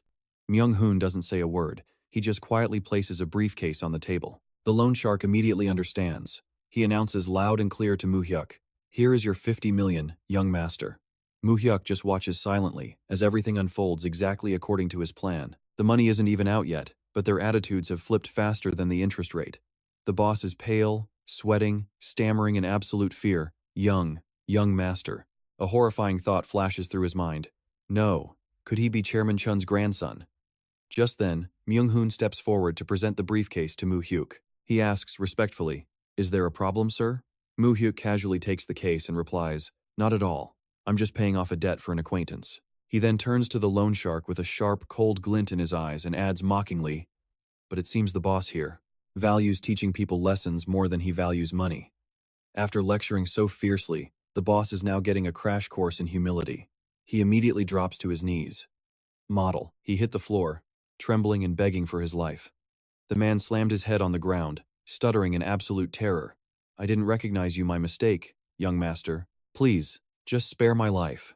Seeing his underlings just standing there dumbfounded, the boss furiously turned and screamed, "What are you idiots doing? This man is Chairman Trante San's grandson. Get on your knees, now." Immediately, the whole gang scrambled to the floor, begging in unison for their lives. "We're so sorry. Please spare us, young master." Han Kyung-young watched from behind, completely stunned by the true identity of his savior. But Mu Hyuk remained perfectly calm. He quietly walked over, placed the briefcase of money on the table, and told Kyung-young, "Here's your money." A confident smirk played on Mu Hyuk's lips as he left the group of men trembling in absolute submission behind him. Kim Mu Hyuk placed the case full of cash on the table and coldly told the owner to check it. The loan shark counted every stack with shaking hands, and after confirming the full 50 million won, he nervously reported back to Mu Hyuk. Before the old man could even breathe, Mu Hyuk demanded the loan documents. The boss hastily handed over a brown envelope, speaking with total reverence. "Yes, here are the papers." Counting that money was probably more stressful than taking a college entrance exam. Mu Hyuk took the envelope and gave it to Han Kyung-young to check. Kyung-young's hands trembled violently as he touched the very papers that had imprisoned his life for so long. He stared intently at the documents inside. With a face full of emotion, Kyung-young suddenly went wild, tearing every single loan document into tiny little pieces. As the scraps fluttered to the floor, a massive weight lifted off his shoulders. He let out a sigh of relief, as if he'd just been reborn. Mu Hyuk then looked at the loan shark to confirm. "So, from now on, Mr. Han Kyung-young's debt is settled. Right, boss?" The old man, drenched in sweat, quickly nodded. "Oh yes, of course, absolutely." But deep down, Mu Hyuk knew the real fun was just getting started. He turned back to the briefcase of cash and casually announced, "All right then, now it's my turn. You and I should probably settle our own accounts, don't you think?" Just when they thought the story was over, he was starting round two. The loan shark just stared, completely clueless. Mu Hyuk began taking stacks of money out of the case, listing them off. "First, compensation for emotional damages from all the threats I had to listen to earlier, minus 10 million won." The old man could only stammer out a single, "Huh? What payment?" In his shock, Mu Hyuk just kept taking out more money. "Second, the fee for having to find Mr. Han Kyung-young and bring him here. Let's subtract another 15 million for that." The cash in the briefcase kept disappearing. The loan shark panicked, screaming, "Young master, what are you doing?" Mu Hyuk calmly continued his calculations. "Third, Secretary Ha is a very busy man, but he had to haul this case of money all the way here just for you, so that's another 10 million for his freelance work. He looked the old man dead in the eye, smirking. What am I doing? I'm just calculating the debt the same way you guys do. Without stopping, Mu Hyuk took out the rest of the money. And fourth, compensation for wasting my valuable time. 15 million won. After emptying the case, he snapped it shut and asked, if you add it all up, that comes out to exactly 50 million, doesn't it? Mu Hyuk casually pulled the empty briefcase toward him. So, I'll just be taking this case of money back with me. The desperate loan shark chased after him, pleading, young master, you're joking, right? You can't just deduct debt like that. So it's jungle law when you're collecting money. But when it's your turn to pay up, you start asking about the rules? Mu Hyuk shot back with a smirk, freezing the loan shark in his tracks. You think my math is wrong? Aren't I calculating this debt exactly your way? He added another cold, pressuring question. If I'm wrong, then how exactly were you calculating it? Loan shark. Seo Hang-ho was drenched in sweat, his face pale as a ghost. He could only stammer helplessly. Well, that is, seeing that everything was settled, Mu Hyuk casually turned to leave with the case. He declared it over. That's settled then. We're heading out. Let's go. Mr. Han Kyung-yong. When you can't beat their logic, you just become a background character for their epic exit scene. But before leaving the office, Mu Hyuk turned back to Myung-hun with a razor-sharp gaze. Starting today, I don't want to see these people in Myeongdong anymore. Not even a single hair. I'll leave you to handle it. Myung-hun bowed respectfully to accept the order. Understood, young master. The moment Mu Hyuk and Han Kyung-yong stepped outside, Myung-hun quietly slammed the door shut, the dry sound echoing through a room that was now thick with killing intent, trapping the remaining men inside. Inside the office, CEO Hang-ho and his goons trembled as they watched Myung-hun calmly sit down in the boss's chair with the air of a true superior. He asked in a cold voice, "Who's in charge here?" The terrified loan shark bowed low, stammering, yes, that would be me. My name is Seo Hang-ho." Myung-hun narrowed his eyes, exposing the man's dirty past. Director Seo Hang-ho, right? You used to be a hired debt collector, didn't you? As the old man stared in shock, Myung-hun's voice filled with malice. A lowlife like you dares to cause trouble for our young master? If Chairman Trante finds out about this, you'll just disappear. The guy hadn't even warmed up the seat before his entire history got pulled up faster than a search engine could manage. Hang-ho's soul nearly left his body. He collapsed to the floor, begging and crying pathetically. I was wrong, sir. I know I was wrong. I swear I had no idea he was the chairman's grandson. Myung-hun just stared at him with contempt and repeated the ultimate order. You heard what the young master said earlier, didn't you? If I even hear a rumor that you guys are still in Myeongdong tomorrow, I'll personally collect each of your legs as a gift for him. The loan shark was frozen in absolute terror. Sweat poured down his face as he processed the brutal threat. Myung-hun quietly stood up and delivered his final ultimatum. I've made myself clear. Get the hell out of Myeongdong, and do it tonight. He went from being the boss of the area to being kicked out of it after just one conversation. The loan shark's crew just stood there, stunned. They were pale as ghosts after witnessing the sheer power of Secretary Ha Myung-hun. Later, the scene shifts to a quiet roadside tent bar at night. Han Kyung-yong sat in silence, drinking away his burdens with a strong shot of soju. He slammed the glass down, still unable to believe he'd just escaped a living hell. Kim Mu Hyuk calmly broke the silence. Feeling better now? The debt is all taken care of, Han Kyung-yong. Looking up at Mu Hyuk with a mix of suspicion and admiration, he finally had to ask, Mr. Kim Mu Hyuk, who in the world are you, really, for a young man like you to get your hands on 50 million? How did he do that so fast? And why were those thugs so terrified of him? Facing the barrage of questions, Mu Hyuk just casually pulls out his student ID with a smile. He simply says he's a student, even offering his ID as proof. But Han Kyung-yong just shakes his head, refusing to accept such a flimsy excuse. He pleads with Mu Hyuk to stop joking around and just tell him the truth. He can't forget the powerful aura of the man Mu Hyuk arrived with. The man they called Secretary Ha was something else entirely. He asks point blank, "Are you really the grandson of John T-san, the shark king of the bond market?" Mu Hyuk takes a sip of his drink and calmly turns the question around. Is that really important? He says he came here to ask Han Young for a favor. Han Kyung-yong looks down, his confidence shattered. Why would a guy who has everything need help from a dirt-poor failure like me? When a man who has it all seeks out a man who has nothing, it's never about money. Mu Hyuk looks the future stock market god dead in the eye and declares, "Because for this job, nobody's better than you. Han Kyung-yong, I need you to trade stocks for me." The man is so stunned he nearly drops his cup, stammering, "What? You're asking me?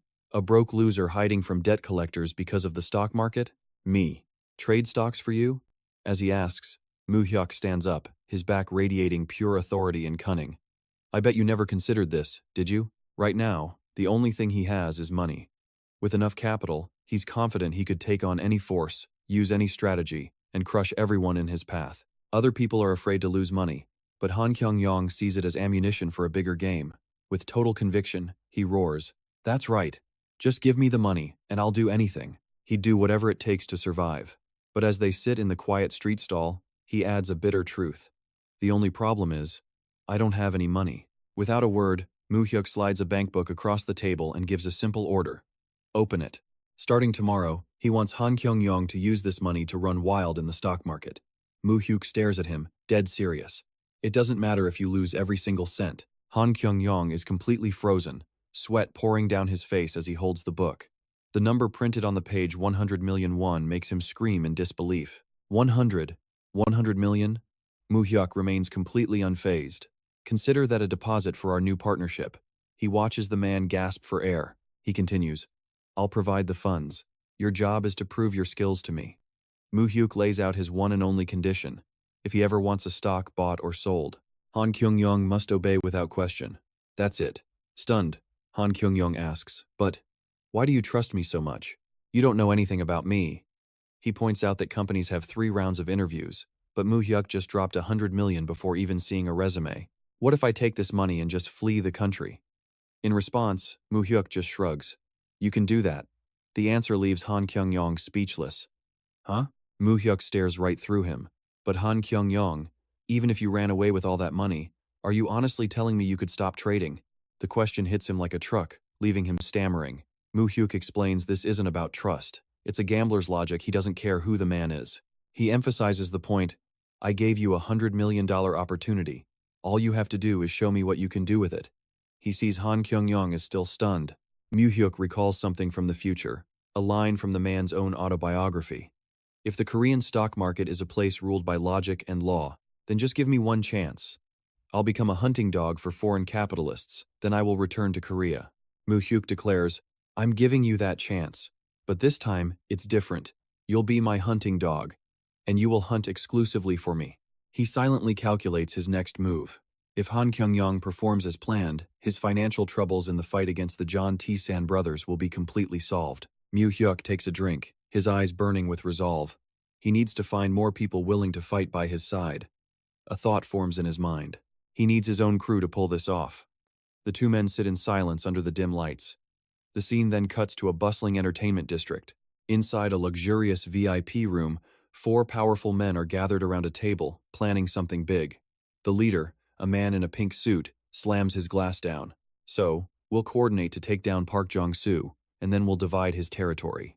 Hearing this, a man with a mustache asks nervously, We're doing this now? The man in pink explains that while Emperor Jong-soo controls nearly all of Busan, his actual number of loyal followers is surprisingly small. He lays out the situation. Most of the other gangs have been wiped out, and the survivors are only clinging to Park Jong-soo for protection. He's a king without an army. It sounds like a grand strategy, but really, it's just a meeting to justify ganging up on him. The plan is to focus all their power on taking him down. Looking at his so-called allies, the leader stresses the plan. We move fast, we focus only on Park Jong-soo, and it's over. But a man in sunglasses has a question. He asks what happens after they take out their target. Specifically, how will they divide the turf? The impatience annoys the leader, who brushes him off, telling everyone to stick to the plan. We take out Park Jong-soo first, then we talk about the rewards. Arguing about the loot before the boss fight is even over what a classic rookie mistake. But another member is still worried, pleading with the group. Wait, hold on. Before we do anything, we need to agree on one thing. He fears that once Park Jong-soo is gone, they'll all just turn on each other, fighting over the scraps of power. The man with the mustache immediately agrees. If that happens, everyone in this room is dead. The man in sunglasses tries to calm them down, insisting everything is under control, but he adds a warning. If they start fighting amongst themselves now, a bloodbath will erupt, and every single one of them will pay the price. But the leader in pink coldly dismisses their fears. He declares that he will personally take full responsibility for the entire operation. He then reveals that his team has been watching Park Jong-soo's every move. He will be fully accountable for what comes next. His eyes burn with killing intent as he gives the final order. Kill Park Jong-soo, and we will control all of Busan. The scene shifts to Busan prison. Inside a stuffy visitation room, Park Jong-soo sits silently across from his boss, a man named Lee Seung. Seeing his boss behind the glass, Jong-soo asks with deep concern, "Boss, are you holding up okay in there?" In response, Lee Seung just offers a calm smile. Dong-soo presses his subordinate on why he traveled all this way. Hearing Dong-soo's concern for his health, the boss just grins, saying, "Come try it yourself. A 5-star review for this prison, huh? All for the authentic experience." He leans back in his chair, completely satisfied with his new, disciplined life behind bars. To be honest, life in prison was actually healthier. No booze, constant exercise, and 3 square meals a day. Park Jong-soo even joked that at this rate, he'd live to be 100. The only thing that ever gnawed at him was his family back home. Other than that, he was doing just fine. When Jong-soo mentions that Hyung-soo desperately wants to see him, S.A. Seung just nods, thanking him for handling things on the outside. Jong-soo bows his head, full of guilt. "I'm sorry, it's just me out here." S.A. Seung quickly reassures his subordinate not to worry, saying his presence alone is a huge relief. Then the boss gets straight to business, asking about their territory. He asks, "I heard all the big shots got busted. Does that mean you're pretty much running all of Busan now?" Dong-soo humbly explains that he's just a placeholder, riding on S.A. Seung's reputation while his men do the real work. He sighs, "If you were out, boss, this would have all been sorted by now." Dong-soo vows to manage the entire area until the day his boss walks free again. Seeing this complete devotion, S.A. Seung asks in a low voice, "So, when I get out, are you just going to leave? I'm getting old." He tells Dong-soo to stop worrying about him and focus on building his own career. But their conversation is cut short. A guard announces that their time is up. "It's been too long," he says. "It was good to see you." He then tells Dong-soo to focus on his work and not to visit so often, before turning to walk back to his cell. S.A. Seung offers one last piece of advice. "Stay healthy, Dong-soo." As his boss's figure recedes, Dong-soo shouts after him, "You too, boss, stay healthy." A pretty touching farewell. For anyone who didn't know better, it looked less like a prison visit and more like a goodbye at the airport for a one-way flight. Later, 3 cars are speeding down the street. Sanji finally breaks the silence. "How was the meeting?" Myung-hoon just stares out the window, his expression grim. "He looks so much older," Myung-hoon says quietly. "After all these years, I'm worried." Sanji observes that their bond seems incredibly special. Myung-hoon's mind drifts back to his bitter past. His parents abandoned him when he was young, leaving him in his grandfather's care. But when his grandpa suddenly passed away, the old house became eerily silent. No one came. In that crushing loneliness, Myung-hoon remembered hearing that his grandfather had once helped boss S.A. Seung. And because of that old favor, only one person showed up to the funeral to share his grief. Seung himself. Myung-hoon had been ready to drop out and get a job, but S.A. Seung generously handed him 300 million won, demanding he finish his education first. Back then, 300 million was an astronomical sum, more than what a normal worker would earn after years of grueling labor. After graduating, Myung-hoon rushed to repay the debt. Instead, S.A. Seung gave him another 10 million won and told him to think things over before coming back. Sitting in the car, Myung-hoon explains to Sanji that at the time, even the grand prize for the national lottery was only about 3 million won. A month later, he brought that 10 million won right back to S.A. Seung, confidently declaring that working under him would bring far more happiness than any amount of cash. And from that moment on, S.A. Seung officially became Myung-hoon's boss. He chuckles, remembering his boss's reaction. This kid is crazy," Se-seung had said. Turns out, the boss was actually hoping he'd take the money and find a better, normal life. But now, with Myung-hoon on the outside and his boss locked away, that old anxiety starts creeping back in. He remembers 3 years ago, when he personally advised the boss to just lay low for a while. But it was some student's advice that ended up keeping the boss safe all this time. Suddenly, he remembers. "Hey Sanji," he asks. "I've never actually met Mu Hyuk, have I?" He lets out a laugh. "That kid's something else. A model student on the outside, but really the top dog of his school." Since they're already in Busan, Myung-hoon makes a decision. "All right, let's go meet this kid." The entire convoy immediately changes direction, heading for S.A. Seung's headquarters. The moment he steps inside, Myung-hoon waves enthusiastically, shouting a familiar nickname. "Hey, Powerless, Powerless, Powerless Kim." Seeing Mu Hyuk, he's genuinely impressed by how much the kid has grown up. He claps him on the shoulder, teasing, "Look at you, all grown up now." Mu Hyuk just smiles and asks, "How have you been, uncle?" Myung-hoon replies with a huge grin. "Still kicking. Are you still skipping class these days?" Their chat sounds less like a gang reunion and more like a parent-teacher conference. Park Jong-soo then makes an introduction. "Kid, this is our lawyer." The lawyer respectfully introduces himself as Lee Sang-gun. Jong-soo explains that turning their organization into a legit business is causing a ton of problems, exactly as Mu Hyuk had warned. That's why he decided to hire a professional. Mu Hyuk calmly asks about their progress so far, how much of Busan is handled, and when will you be finished? Jong-soo reports that only the Hyundai district is left, then he'll hand over management. He sighs about how quickly time flies, mentioning it's already been over half a year. He then turns to Mu Hyuk. "You're in a hurry, aren't you?" "Because of the current crime purge in Seoul, some territories are wide open," Mu Hyuk explains. "But other gangs will move in fast. We need to expand and take Seoul as quickly as possible." The conversation sounds more like a corporate strategy meeting. And then suddenly, a loud crash shakes the entire room. A subordinate bursts in, completely panicked. "Boss Dong-soo, we're under attack." Dong-soo's face hardens instantly. "What? Where?" The panicked subordinate rattles off a list of locations from Seoul to Bosudong. Nearly all of their key strategic points are being hit at the exact same time. The report comes in so fast it sounds like an emergency news broadcast. Dong-soo immediately bolts outside into pure chaos. Shattered glass litters the entire floor. A mob of thugs armed with bats and clubs is rampaging wildly down the main hallway, smashing everything in sight. The second they spotted their target, they pointed and yelled, "That's him! That's Park Jong-soo!" Leading the pack was a man in a purple suit, brandishing a sharp weapon. He flashed a cold, mocking smile. "Ha, Park Jong-soo, that son of a bitch. Still eating well and sleeping soundly, are we?" Park Jong-soo gritted his teeth, recognizing his old enemy Brian Song-ho in the hallway. It was Mu Hyuk, his lawyer Lee Sang-gun, and Park Jong-soo, surrounded by a dozen thugs armed and ready for a fight. Ready to strike, the crowd in black suits completely blocked the exit, creating an atmosphere so thick you could barely breathe. In the center of the encirclement, a man with a buzz cut squinted at Kim Mu Hyuk, wondering if this was the same kid from years ago. He smirked, thinking this was going to be an easy payday. His eyes locked onto Park Jong-soo as he sneered. "Looks like you've used up all your luck for today." Mu Hyuk quietly scanned the hostile faces, confused. He thought Busan had been cleaned up a long time ago, but Park Jong-soo immediately recognized the leader Brian. He demanded to know who was pulling the strings.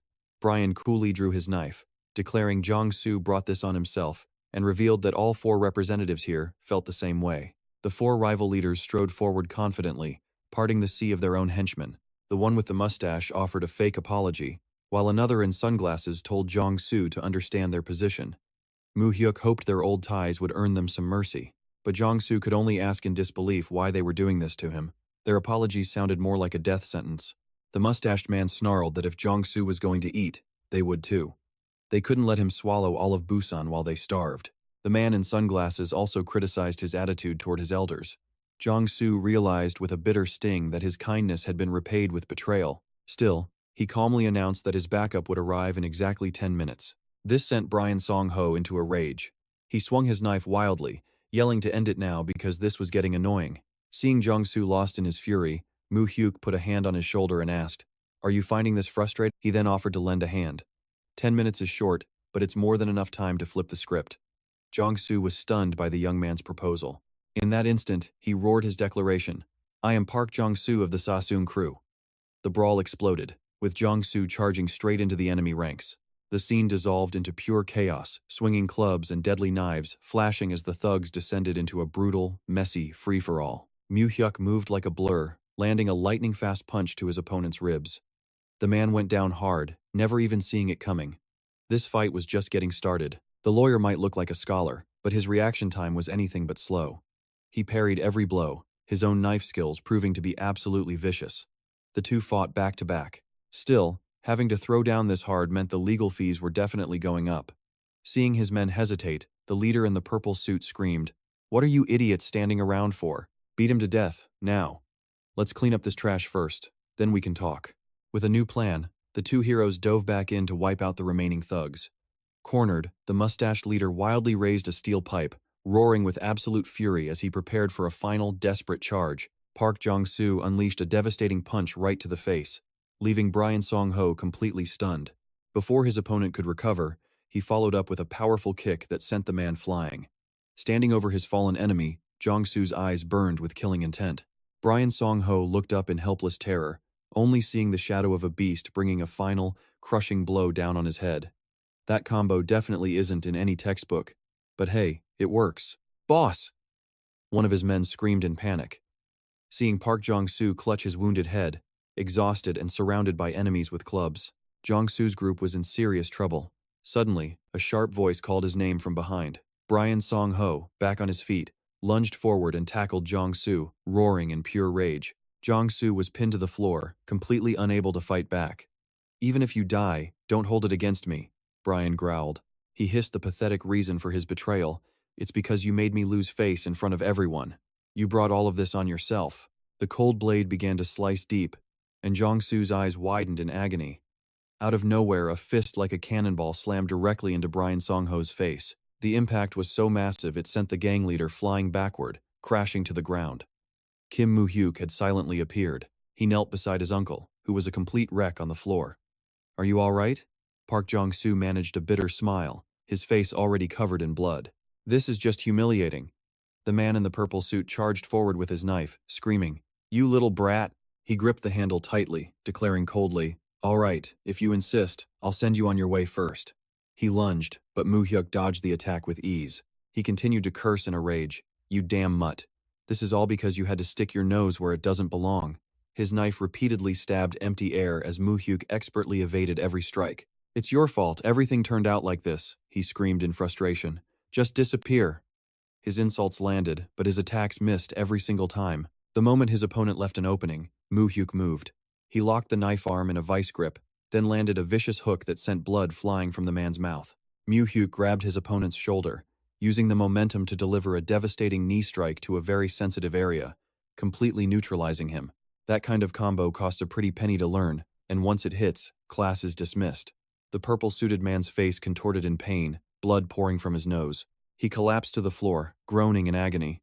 But even exhausted, he was still spitting curses. He glared with pure hatred. "You think you can touch me like this and survive?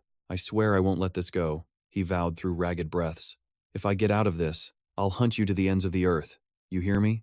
Mu Hyuk quietly leaned down, whispering in his ear. But his voice turned ice cold as he demanded, Who is behind this?" His eyes flared with a menacing purple light that made the man tremble. He was sweating bullets, completely speechless. Faced with his silence, Mu Hyuk delivered a single, heavy punch that knocked him out for good. The scene was a total mess, bodies scattered amidst the wreckage. Suddenly, a loud shout echoed from the doorway. "Boss, you okay?" From behind, a squad in black suits stormed in swinging clubs, one of them roaring an order. "Who the hell are these guys? Kill every last one of them for me." The purge was swift, leaving the henchmen completely suppressed and beaten down on the cold, hard floor. "Reinforcements have arrived, sir, late, but just in time to save their performance review." Brian Song-ho and the other traitors were cornered, forced to kneel before the overwhelming presence of Director Park. Looking at the men who were once his brothers, he asked bitterly, "Why did you have to take things this far?" he demanded, his voice filled with raw pain. "This was my territory, but didn't I give you all full authority to manage and oversee everything here?" He'd put the job in their hands, only to get a knife in his back. Dong-soo reminded them of their shared past under Sa-seung, when they were all in the same boat. He swore he never once thought about cutting off anyone's livelihood, yet they repaid his decency with this bitter betrayal. He stared down at the kneeling cowards and roared, "You conspired to stab me in the back like this and you feel no shame?" Met with only cowardly silence, Dong-soo bellowed, "Say something. Why would you do this to me?" The mustached traitor trembled, his face drenched in sweat as he whispered a late apology. I'm sorry, Director Park." But Dong-soo pressed on, demanding to know the real mastermind. "Spit it out. Who ordered you to do this? Who put the knife in your hands?" Despite the intense interrogation, the man remained frozen in fear. Dong-soo turned to Brian Song-ho kneeling nearby and ordered, "Brian Song-ho, you talk." But unlike his terrified accomplice, Brian Song-ho wore a defiant smirk and muttered, "You arrogant punk." His defiance was the last straw, shattering Dong-soo's composure. He called out for Soo-hyung, then moved decisively, brutally slamming the traitor's head against the hard floor. He then coldly drew a sharp blade, slowly advancing on Brian Song-ho with empty, murderous eyes. Standing over the man who backstabbed him, Dong-soo growled, his voice low and menacing, "You brought this on yourself. He gripped the handle, gave his enemy one last look, and spoke his final words. "Don't blame me." Pinned to the floor, Brian Song-ho screamed in terror. "Wait, just wait." In an instant, a sharp blade plunged down. Nearby, Park Dong-soo watched coldly as the man writhed, cursing.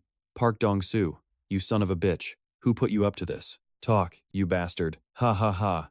Myung-hoon exploded with rage, pressing a knife to the man. "You'll regret this for the rest of your life from a wheelchair. You understand, Song-ho?" Faced with such brutality, Song-ho's courage completely vanished as he screamed. Wait, no, just hold on." So tough a moment ago, but the second steel touches skin, he starts begging. In a panic, he spilled the shocking truth. It was Sa-sung. Myung-hoon froze, stunned to hear the name of the boss he so deeply respected. Song-ho insisted. Before he left, he gave the order himself. "He told us to take care of you." Myung-hoon gritted his teeth in fury. "You bastard, you dare slander Sa-sung's name. You're saying he ordered you? He did this?" He roared in utter, pained disbelief. "Why would he do that to me?" Talk about a plot twist the main character himself couldn't have predicted. Just then, Park Jong-soo quietly approached and confirmed Brian Song-ho's story was true. "We went to see Sa-seung, asked for his permission to act, and he agreed." Myung-hoon was thunderstruck, his face turning pale from the shock of being betrayed by the one man he was most loyal to. Park Jong-soo continued to rub salt in the wound. "Sa-seung has been suspicious of you for a long time. Why was everyone else arrested, but not you?" Myung-hoon was restrained by the henchman, forced to his knees on the floor in absolute despair. Park Jong-soo delivered the final, crushing blow. "He thinks you've been colluding with the police." Dong-soo finally made an example of Dong-ho. The battle was over, leaving him sitting quietly in his office, wrapped in bandages. His white shirt was now stained crimson. Exhausted, he leaned back on the sofa, his hand trembling as he downed a glass of liquor to dull the pain. A man in a black suit approached to give his report. "I've taken the injured to the hospital, and the key targets are now under surveillance." Dong-soo stared into the distance, his face a mask of deep depression and disappointment. The mission was a success, but his spirit was utterly crushed. He asked quietly, "Do you really think Sa-seung told them to kill me?" Dong-soo looked down at the wound still bleeding through his bandages, his heart aching at the thought of his boss's betrayal. He choked out, "I don't get it. I worked so hard so he wouldn't have any regrets. I even took responsibility for his family. So why would Sa-seung do this? What did I do wrong?" As Dong-soo sank into despair, Mu Hyuk quietly appeared behind him. Mu Hyuk looked at Dong-soo and thought back to the tragedy of his past life. Back then, they had also killed Park Jong-soo, even after he took all the blame for them. Mu Hyuk stated plainly that Sa-seung was never the righteous man that Park Dong-soo believed him to be. He looked Dong-soo straight in the eye and warned him, "Whatever you're planning, if you keep turning a blind eye to that Lee guy, this will happen again." Mu Hyuk was blunt. "It's because of your indecisiveness that they get the chance to keep pushing forward like this." Hearing that felt like getting a brutally honest performance review at the end of the year. Looking right at the heavily injured man, Mu Hyuk offered some cold, practical advice. "The ones who deserve mercy, we should show them mercy, but the ones who need to be eliminated can't be hesitated over, or it will lead to disaster later on." His eyes were sharp as he made a shocking request. "You need to take care of Sa-seung." The director was stunned, his pride wounded. He roared, "Watch your mouth. You don't know anything about him, but I do." Yet Mu Hyuk didn't flinch.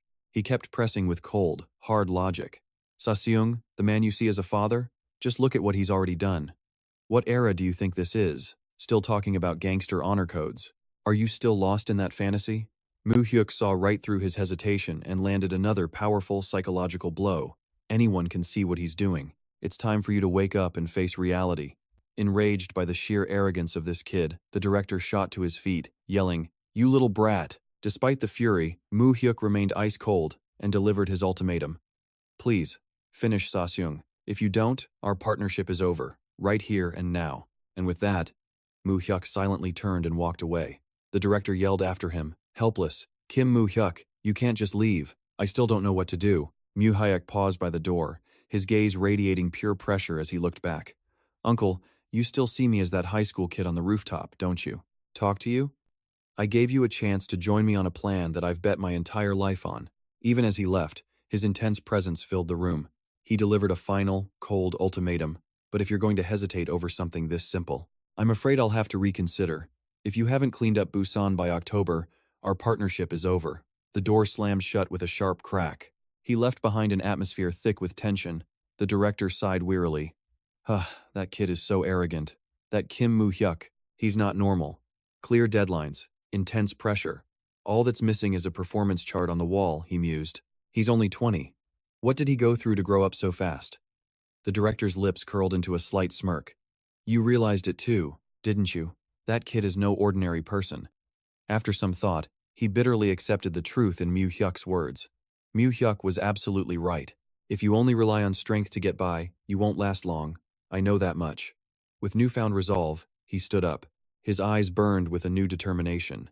If you want to talk about honor, you need money first. Without money, all those grand words are just empty talk. This world runs on cash, right? So how do I handle this?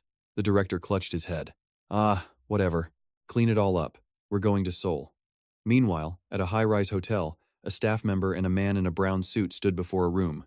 They knocked insistently on the door. The nervous employee announced, Sir, it's past 4 o'clock. It is time for you to check out. Met with an eerie silence, the man gave a cold command, open the door. The second it swung open, a horrifying sight met their eyes. The employee let out a piercing scream. A middle-aged man was hanging from the ceiling, his life long since gone. Not the kind of thing you want to see when opening a door. Elsewhere, in a parking lot, a young man in a blue jacket was glaring at a car blocking the road, muttering to himself, Who parks their car here? He tried calling the owner, but nobody picked up, which only fueled his anger. Is no one going to answer? So annoying. Suddenly, a deafening crash, a body fell from the sky, smashing right through the car's windshield, right in front of him. He was just about to call the owner, turns out, the owner just dropped in. The scene then shifts to a bustling seafood market at night. From the cold storage, a man called out, Hey Kim, help me get some ice from the freezer. Yes, sir, he replied, heading inside. But the moment he stepped into the warehouse, he froze in utter shock, only managing a horrified gasp. There, among the blocks of ice, was the body of a man, sitting completely still. He was naked and covered in bruises from a savage beating. Later, in the dead of night, the scene changes to a silent factory district. Heavy, pained gasps echoed through the air. A wheelchair sped across the ground, the dry spin of its wheels mixing with the ragged breaths of someone trying to hiding in the shadows. At a deserted port, the man in the wheelchair was gasping for air, desperately trying to disappear into the darkness. From behind, the shouts of goons in suits closed in. Over there, go check over there. He ducked behind a stack of green shipping containers. His breathing was heavy from exhaustion. Looking down at his mangled legs, he gritted his teeth in pure hatred. Dong-soo, you bastard. You already smashed my legs, and now you want to hunt me down to finish the job? He frantically wheeled away, his mind burning with revenge. You scum. I won't let this go easily. I swear I'll get my revenge. I promise you, he screamed in his mind. You think I'll die this easily, Dong-soo? I will have my vengeance. Suddenly, his wheel caught on a large rock right at the edge of the pier. He let out a final, hopeless gasp as he and his wheelchair plunged into the deep sea. A loud splash echoed in the darkness, leaving behind a terrifyingly silent ocean surface. So much for that revenge plot. Fate, it seems, had a much quicker ending in mind. At Busan Prison, the air in the visitation room was heavy. Lawyer Lee Sang-gyun sat across from a prisoner and began to speak. I'm lawyer Lee Sang-gyun. I'm here today on behalf of Director Park Jong-soo. The inmate was surprised. A lawyer? Did something happen to Jong-soo? The lawyer's voice was grim as he delivered the news. A few days ago, Director Park Jong-soo was attacked. The culprits were former members of the Sa-seung gang. The man repeated the words in shock. What did you say? Jong-soo was attacked? Seeing his alarm, the lawyer quickly tried to calm him. The director is safe now, there's nothing to worry about. Hearing the news, the man quietly lit a cigarette, sighing with relief. Is that so? Thank goodness. That nearly gave him a heart attack. Lawyer Lee Sang-gyun adjusted his glasses, calmly relaying testimony from the attackers themselves. Yes. According to what they said, Mr. Sa-seung himself ordered them to attack. Hearing the shocking accusation, Sa-seung was utterly floored. The cigarette in his hand froze mid-air. He then erupted into a furious rage, roaring, What the hell did you just say? Do you have any idea who you're talking to? His anger exploded as Sa-seung glared at the lawyer. Are you saying I ordered the hit on Dong-soo? Where's your proof? On what grounds are you spouting this nonsense? His hand trembled with rage. He lunged forward, yelling in the lawyer's face. Does Dong-soo actually believe that? In his agitation, the cigarette fell from his fingers to the floor. Sa-seung tried to compose himself, slamming his hand on the table as he made a demand. Fine. If you still have doubts, tell Dong-soo to come see me himself.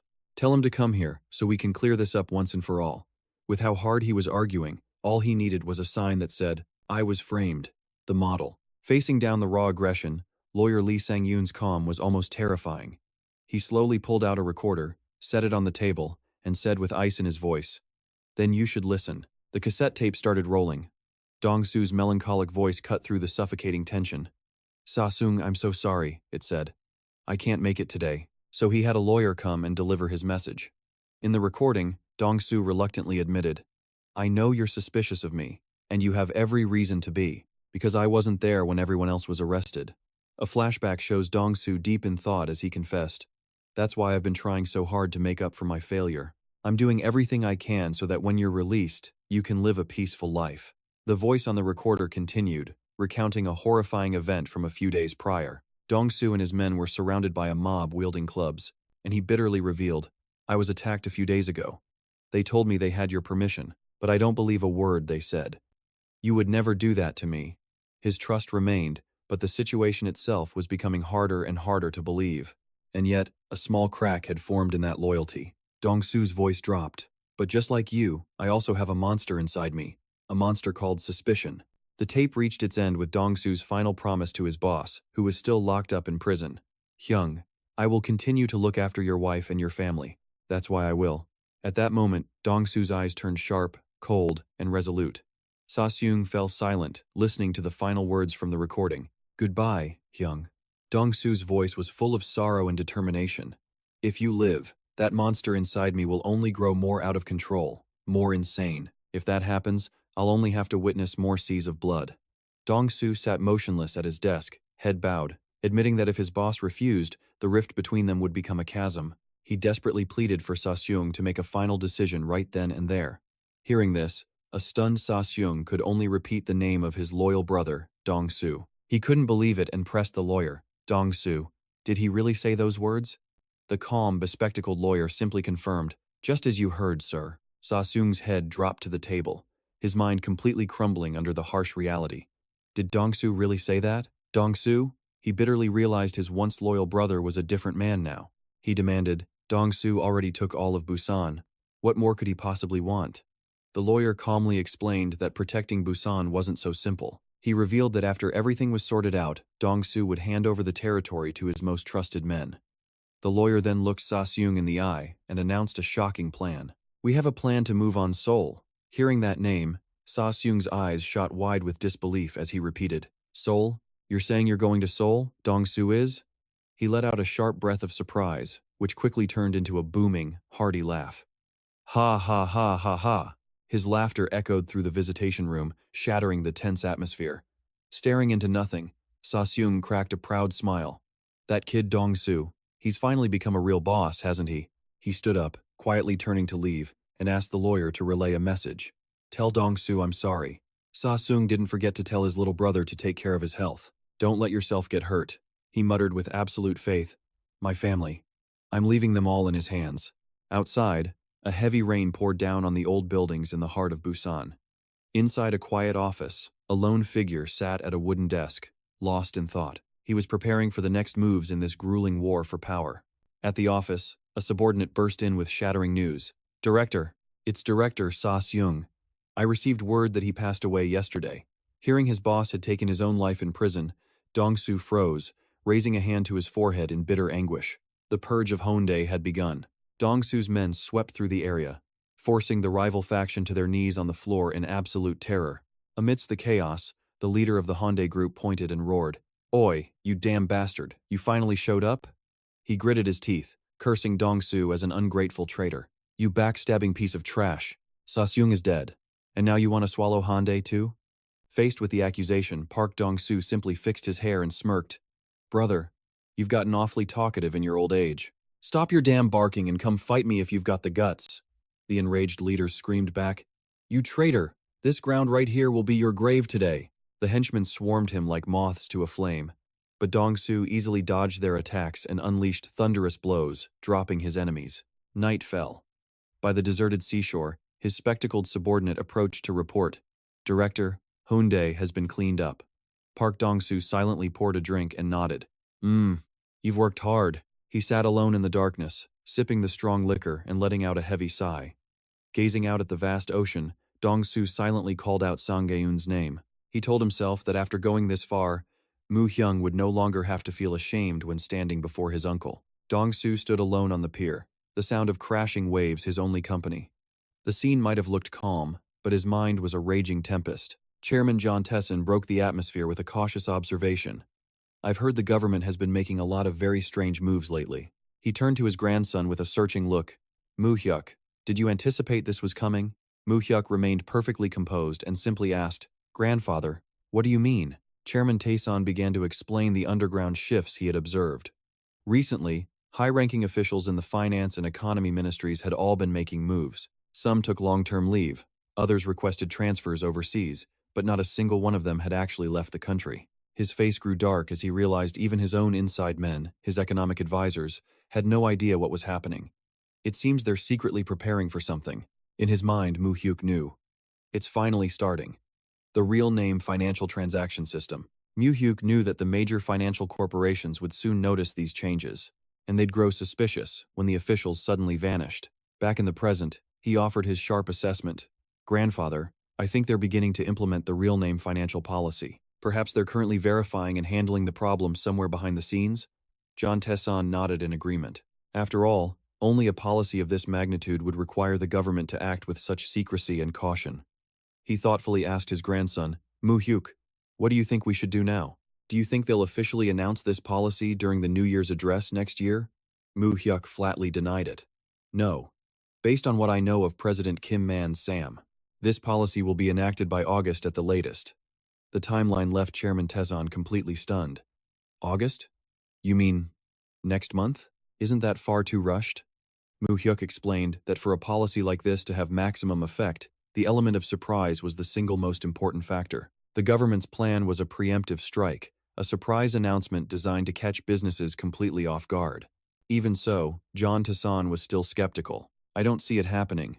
The risks are too high, he argued. Even with a presidential decree, it still has to pass Congress. That's just not feasible. One man refused to believe it. The other had already seen the future.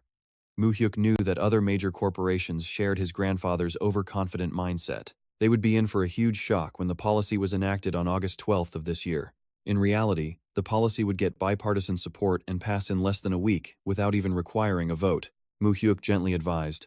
But I still think it's better for us to be prepared, don't you? I think for now, we should handle the anonymous and untraceable accounts first.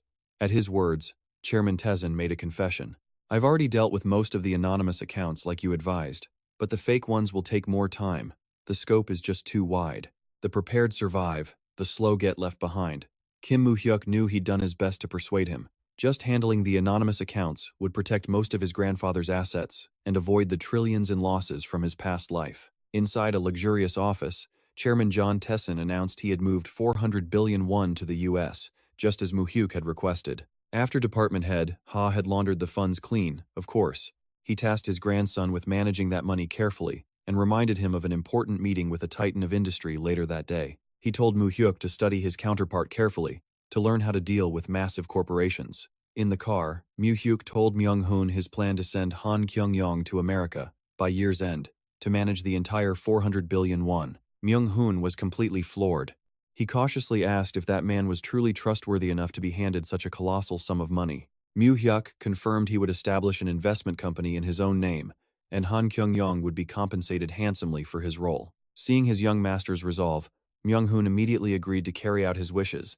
Seriously, 400 billion being treated like pocket change. The mood in the car suddenly grew tense as Mu Hyuk asked about Myung-hoon's true identity, a man who handled everything from finance to secret missions like a certified Superman. Mu Hyuk got straight to the point, asking if Myung-hoon himself was the one behind director Yoo Ji-kang's disappearance in Myeongdong. After a long silence, Myung-hoon coldly confirmed that he simply follows the chairman's orders without question, because it was an ironclad oath between him and Mu Hyuk's grandfather. The air in that car was probably colder than the AC on full blast. Mu Hyuk pondered this for a moment, then posed a true test of that absolute loyalty. He pressed, asking if Myung-hoon would follow an irrational order, one that would even get him killed, without question. Without a hint of hesitation, Myung-hoon calmly confirmed he would, if that was the chairman's order. Mu Hyuk stared out the window, his gaze sharp, before dropping a question that stunned Myung-hoon. What if grandfather ordered you to kill me? Faced with the intense question, Myung-hoon paused for a long moment before answering firmly. If that is the chairman's command, then I will obey. Kim Mu Hyuk watched him quietly, realizing that in this life, just as in his past one, Headha was blindly loyal to his grandfather. He remembered that after his grandfather died in the past life, the man left a simple note saying mission complete and vanished without a trace. Breaking the silence in the car, Mu Hyuk said, Headha, I have a favor to ask. When Myung-hoon told him to go on, Mu Hyuk cut to the chase. Can you introduce me to someone like you? Seeing the man's surprise, he clarified his request. Someone who will follow my every order, unconditionally. Someone I can trust. Myung-hoon must have been wondering if he was hiring an assistant or a mythical creature. He simply nodded and said, I understand. The luxury car sped down the road, pulling up to a massive, imposing mansion. Seated in a grand living room, Mu Hyuk spoke politely. Thank you for making time for me, Chairman Song Yeon-do. The chairman greeted him with a smile. I'm surprised you arrived so early. Song Yeon-do was the head of the Da-yoon Group, the #1 ranked conglomerate in South Korea. He looked at Mu Hyuk with clear interest. I've been quite curious to meet the grandson Chairman John Tae-sun is always so proud of. Song Yeon-do admitted that he couldn't refuse the meeting, since Mu Hyuk's grandfather had asked him personally. However, he was also blunt. But to be perfectly honest, I'm not sure what I could possibly teach you. Mu Hyuk replied smoothly, That's not it at all, sir. I want to hear the story of your life. After all, you're a legend in the nation's business world. The compliment made the chairman laugh out loud. Ha ha ha, a legend? You're embarrassing me. He said he was embarrassed, but his smile was definitely saying, keep it coming, kid, I love it. He leaned in, slowly revealing, but if you ask me who the only person I truly respect is, it's your grandfather, Chairman John Tae-sun. Song Yeon-do reminisced, stating that John Tae-sun had only ever been defeated once, back in 1972, when the government suddenly froze all high-interest private loans. Mu Hyuk immediately jumped in. You're talking about the emergency freeze on high-interest loans, issued by the president, correct? Mu Hyuk then went on to analyze its devastating effect on underground syndicates and creditors at the time. You could practically smell the economic drama, and it was thicker than the interest payments. He called it a pretty absurd policy, forcing lenders to declare the origin of their money just to collect debts, all of which was enforced under martial law. Song Yeon-do nodded, impressed. Yes, you certainly know your history. But it's thanks to that event that my corporation grew to what it is today. The chairman didn't hesitate to reveal a dark piece of his past. At that time, I swindled the creditors out of their loan money and made an enormous profit. Everyone looks at the company's grand facade today and feels so proud. But how did they manage to grow so powerful? The old man growled, insisting he'd risked it all, taking on massive high-interest loans just to manufacture his goods. Then, he used those very goods as collateral to borrow even more money, expanding the business in a constant, high-stakes financial loop. Just hearing it is enough to give you a headache. Chairman Song Yeon-do recalled grimly that the government at the time used its power to break that very chain. That one ruthless policy wiped out his debts and caused most of the country's high-interest lenders to completely collapse. He looked at Mu Hyuk with a loaded question. But your grandfather was different. Do you have any idea how he survived that crisis? And just like that, a horrific memory resurfaced. John Tae-sun was surrounded by his creditors. They furiously doused him with water, screaming, Director John, what do you think you're doing? But even facing this humiliation, Tae-sun didn't flinch. He glared at the soulless mob and roared, You dogs with no conscience. If you borrow money, you pay it back. Now pay me what you owe. He then flicked open a lighter, threatening to burn them all to the ground with him. If I don't get paid, we all die today. And from that moment, John Tae-sun began his ruthless purge. It was like a Game of Thrones, but fought with money and debt. He got revenge on any business that didn't pay up, using the most brutal methods imaginable. He was willing to burn down houses, torch cars, even eliminate their entire families to make a point. His philosophy was simple, yet chillingly cold. If they couldn't pay, the damages would equal the debt. His sheer brutality worked. No business dared to default on a loan from John Tae-sun again, and his competitors slowly disappeared. His business boomed, allowing him to completely take over the lucrative high-interest loan market. Or so Chairman Song concluded his story. Any policy, any crisis, depending on how cleverly you navigate it, can become a massive opportunity just waiting to be seized. Mu Hyuk then suddenly pivots to a modern problem. So what are your thoughts on the real name financial transaction policy? The question leaves Chairman Song completely stunned. Mu Hyuk insists that policy is inevitable, arguing the country can't depend on the criminal underworld forever. It sounds like an economics lecture mixed with a high-stakes action movie. He gazes out at the developing city skyline, observing that a country's growth isn't just built on clean money. Deep down, it also needs dirty, blood-stained capital to thrive. Chairman Song falls into thought. He agrees the policy is necessary, but implementing it right now would plunge the entire nation into absolute chaos. Not even martial law could suppress the fallout. He figures the president must be having a massive headache over it. Mu Hyuk just watches him, listening quietly, and then he drops a bombshell of a hypothesis. Chairman, let's just suppose you had the chance to make a fortune from the country defaulting on its debt. By exploiting the chaos that would follow, what would you do? The word default leaves Chairman Song utterly floored. He trembles, asking, "Default? Are you saying Korea will collapse?" A mysterious smile plays on Mu Hyuk's lips. "I'm only speaking in hypotheticals," he replies, "but it will happen. Just not yet." Chairman Song narrows his eyes, mulling over Mu Hyuk's theory. He presses him. A hypothetical? To profit from that kind of chaos? He was finally seeing the kid's true angle, turning the pain of others into his own personal opportunity. "Is that what you mean?" Mu Hyuk confirms it without hesitation. "That's right. And though the chairman doubts the country would ever collapse, he admits that if it did, he would absolutely seize that opportunity.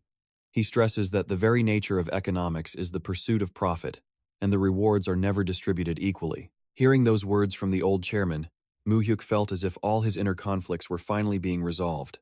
Meanwhile, Song Yudu admitted he'd never considered a national default, and was curious why Mu Hyuk was so fixated on it.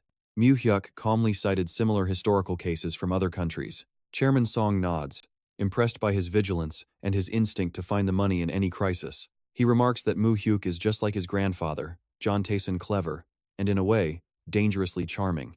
However, the chairman also offered a stern warning about the dangers of unchecked greed. He compared the economy to a giant python, silently feeding on human ambition, until it grows into a monster. Behind Mu Hyuk, the spectral image of a snake, with fiery eyes, bears its fangs, a chilling reminder of the market's true brutality. Chairman Song states with certainty that eventually, that monster of ambition will turn around and devour us all. A vicious cycle, and this time, the monster wins.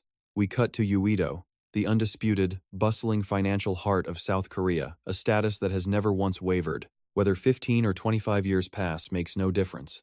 In a high-rise office with a commanding view of the entire city, Kim Mu Hyuk stands silently by the window. He's observing the flow of capital itself. Just then, Han Kyung-young walks in, loosening his tie and sighing. "Phew, it's scorching today. Absolutely unbearable." Noticing Mu Hyuk is already there, he greets him with a wide smile. "Kim Mu Hyuk, you made it." Mu Hyuk turns back, a small smile playing on his lips. "You're looking much better." Han Kyung-young can't hide his gratitude.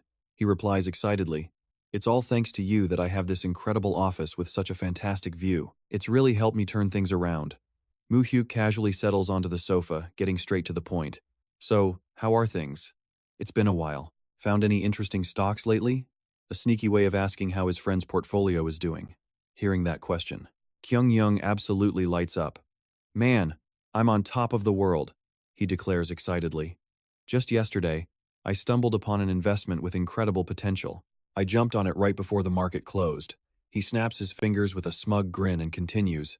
"Then this morning, the second the market opened, in the blink of an eye, the stock immediately shot up to its ceiling price.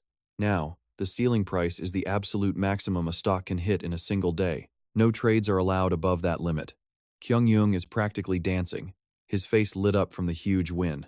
The profit, just from today's session alone, hit 2,000. 2,000! He gets emotional, remembering the dark days. Just a few months ago, he says, I couldn't even scrape together 500. Model, and nearly went bankrupt from all the debt. But now, Mu Hyuk listened in silence, before cutting straight through the other man's emotional story. With one cold question, he asked, "How much is in your stock account right now?" Kyung-young hesitated, doing the math. "About 150 million. Around that time. Why?" Mu Hyuk's gaze turned dead serious as he gave a firm command. "From now until next Monday, I want you to sell everything. The absolute deadline is before the market closes on August 12th. This sudden decision left Han Kyung-yoon completely stunned, sweat beading on his forehead. He stammered, trying to object. What are you talking about? The market is on a massive upswing right now. Why would we possibly sell? Just like that, the boss drops a surprise deadline out of nowhere. Mu Hyuk then asked about his American citizenship, which caught Han Kyung-yoon completely off guard. The expression on his face was like someone just guessed his home Wi-Fi password. Mu Hyuk quietly revealed the reason he knew was because he'd found where he was hiding. He laid out Han Kyung-yoon's entire past, from immigrating to America with his family to returning to Korea for college. A cold chill ran down Han Kyung-yoon's spine. He was terrified by the insane information-gathering ability of these loan sharks. Inside, however, Mu Hyuk just smirked, because the truth was, he knew everything from reading Han Kyung-yoon's diary in his past life. Mu Hyuk gave his next order, go to the US, set up an investment firm, and get everyone to help me. Han Kyung-yoon was floored, realizing the teenager's plan was to make this money look like foreign capital to hide its origins. Mu Hyuk was playing the long game. He ordered him to get established over there and only return once a Korean branch was set up. Then, Mu Hyuk dropped an absolutely shocking number. When the company is formed, I'll transfer about 400 billion into the company account. Han Kyung-yoon was so shocked he spat out the water he was drinking, coughing and sputtering. If his mental state was a stock ticker, it would have just crashed through the floor. 400 billion. One was so massive, he figured it had to be 4, or maybe 40 billion. Mu Hyuk calmly confirmed the amount was for investments he'd already chosen, and Han Kyung-yoon was free to manage the rest as he saw fit. He declared that the US stock market was about to enter a golden age of growth. Seeing the other man trembling, Mu Hyuk assured him it was clean money, all of it fully taxed by his grandfather. Since he couldn't stay in America himself, he needed a trustworthy representative to monitor the market trends. Han Kyung-yoon was completely crushed under the pressure of 400 billion.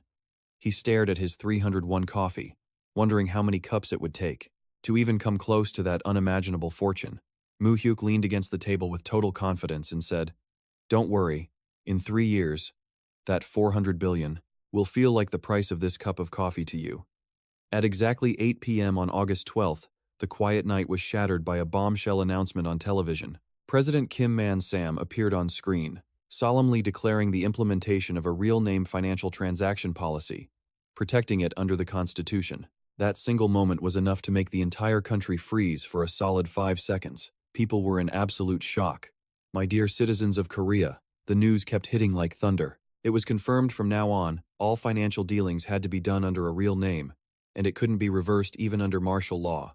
In his luxurious office, Chairman John Tae-san couldn't hide his mix of shock and pure rage at the news.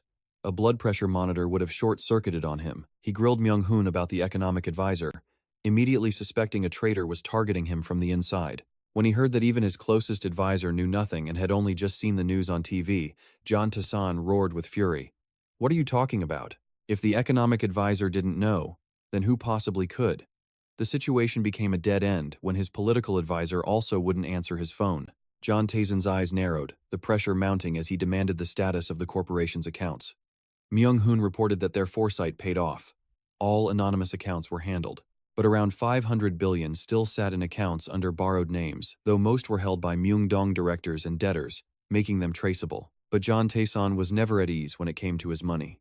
He roared an order to mobilize all personnel to collect bank cards and IDs from their debtors.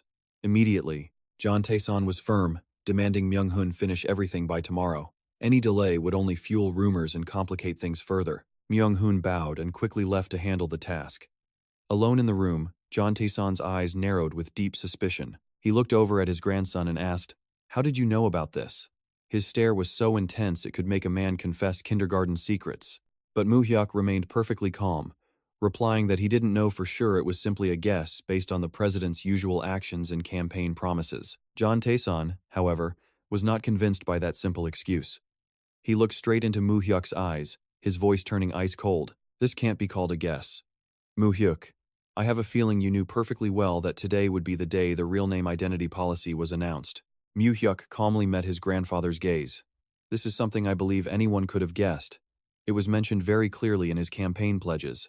He explained that everyone had just convinced themselves that a policy like this would never actually be implemented, leading them to make fatal mistakes. Mu Hyuk stated confidently, "That is the fundamental difference between me and everyone else." Hearing this, John Tae-san burst out laughing. "Ha ha ha. So you can see things that are beyond my sight. Is that what you're trying to say?" It was a laugh to hide his shock, not joy. Mu Hyuk didn't even flinch. He claimed it wasn't just his grandfather, but all the major corporations and powerful figures were behaving the same way. He broke down the president's move. He had exploited that exact psychology to push an extreme measure called an emergency decree, a tactic unseen since the Third World War. John Tassan nodded slowly, conceding the point. You're right, Mu Hyuk. You're not wrong. The old man admitted that everyone understood the problem, but they all chose to ignore it because they feared change. Though, Mu Hyuk admitted even he didn't expect it to happen this soon. John Tassan praised his grandson for having such a clear grasp on the world's movements, before grilling him about the future. So, in your opinion, what will things look like starting tomorrow? Mu Hyuk predicted the market would fall into a state of severe chaos, causing stocks to plummet. You could almost smell the blood in the water. He painted a picture of not just corporations, but ordinary people stampeding to the banks in a panic. Life savings will be withdrawn as cash, causing a severe shortage. Large corporations will quickly move their stocks and slush funds overseas under fake names to avoid risk. John Tassan agreed that the outflow of money would be uncontrollable. He admitted he would have done the same thing if given the chance. However, Mu Hyuk insisted this chaos wouldn't last. He believed that once people started trading transparently under their real names, faith in the stock market would be massively reinforced, helping it grow beyond all expectations. Faced with his grandson's incredible insight, John Tassan made a shocking decision. Mu Hyuk, I'm giving you all of my shares. Mu Hyuk was stunned. What? All of them? You're giving them all to me? The old man admitted he'd planned on observing him longer, but now, he trusted him completely. Tassan gave Mu Hyuk full authority to sell for cash or hold on to the shares, calling it his last gift to him. Mu Hyuk bowed his head in acceptance. Yes, grandfather, I will always remember this. Deep down, Mu Hyuk knew the true value of these shares his grandfather had never entrusted to anyone. They were priceless assets tied to the nation's biggest corporations and the highest echelons of the investment system. Standing among the capital's skyscrapers, Mu Hyuk understood the immense power he now wielded. These stocks weren't just money. They were a tool that allowed him to control the fate of major corporations, letting him manipulate everything in the country from the palm of his hand. At the Samsung Tower, shining bright against the night sky, a financial hurricane was tearing through with incredible force. Inside Chairman Sell, Young Gun's office, the head of the corporation was screaming at a subordinate. What are you talking about? Answer me now. He couldn't believe what he was hearing as all his plans crumbled. Didn't you say the real name trading policy wouldn't be implemented for several more years? Facing his boss's wrath, Head Secretary Lee Sok-min could only bow his head and tremble. I am truly sorry. I never imagined the president would act so decisively. He looked like a defendant before a judge, not an employee before his boss. Young Gun continued to rage, questioning the unusual silence from the moles he had planted. So what are we supposed to do now? And what about the men you sent to San's house? Why haven't they reported anything? Seok-min replied in despair. There hasn't been any contact, sir. Feeling cornered, Sel Young Gun roared threateningly. Are we just supposed to sit here and die? I think you're getting a bit old for this. You want to retire early, is that it? This retirement offer was quick, direct, and came with a permanent effect. The chairman glared at his subordinate, his words laced with venom. If that's the case, just open your mouth and say so.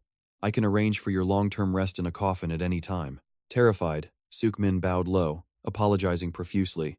I am truly sorry. I am too ashamed to face you, Chairman.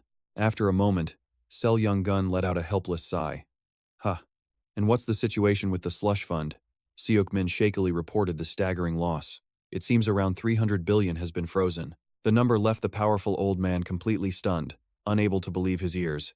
300 billion? Seok-min quickly offered a plan. Yes. I think we can re-examine accounts under employee names or their families. He added nervously. As for the anonymous accounts, there's probably nothing we can do. Young Gun raised a tired hand to his forehead.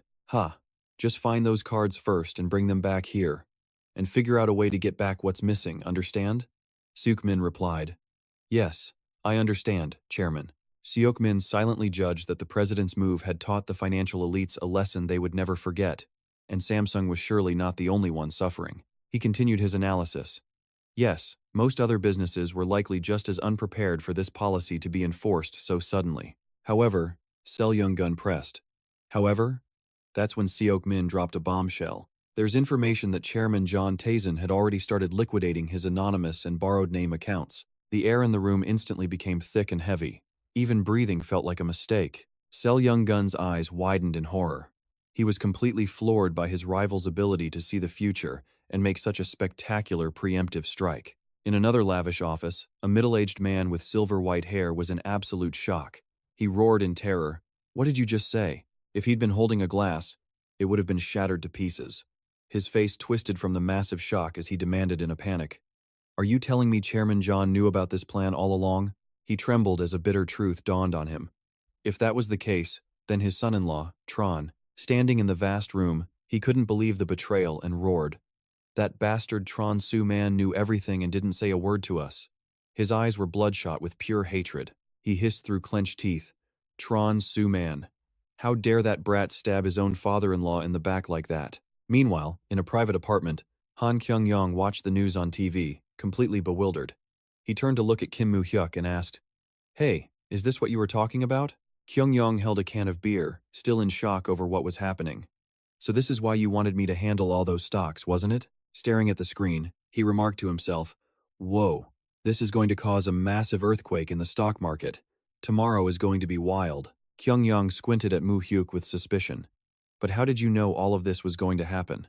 Mu Hyuk just took a calm sip of beer and replied nonchalantly, "It was just a hunch." Kyung-yong broke into a cold sweat, repeating in disbelief, "A hunch? If a hunch was this accurate, it should be called a high-end future prediction service." He pressed on, completely lost. "How could you possibly predict it would happen on August 12th? Does this even make sense?" Kyung-yong was starting to seriously question who this person really was. Is this the kind of information and analysis that people in the loan shark industry have? In his heart, Mu Hyuk knew this was a day he would never forget.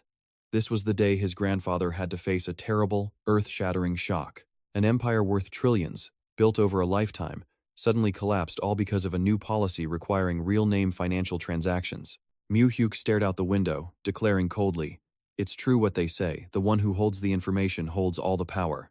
Kyung-yong added that the rich always stick together, to live a life of luxury while the poor get trampled like weeds. A confident smirk touched Mu Hyuk's lips as he asked, "So, doesn't that make me the winner?" Now, he'd have to follow every single one of his orders for stock trading. Han Kyung-yong let out a sigh of complete and utter helplessness. "You never actually intended to pay me that 50 million won, did you?" It was a total waste of effort. At this point, he'd accepted he'd been played by a master. Before he could complain, Mu Hyuk gave a sharp command. "Tomorrow, go open an account in your name." Han Kyung-yang just stared back, confused. "An account in my name? What for?" Mu Hyuk then dropped an absolute bombshell. "Tomorrow, I'll transfer 100 billion into it." Han Kyung-yang was so shocked he spat out the water he was drinking. The spray went all over Mu Hyuk. He screamed in sheer terror, Hey, are you seriously kidding me right now?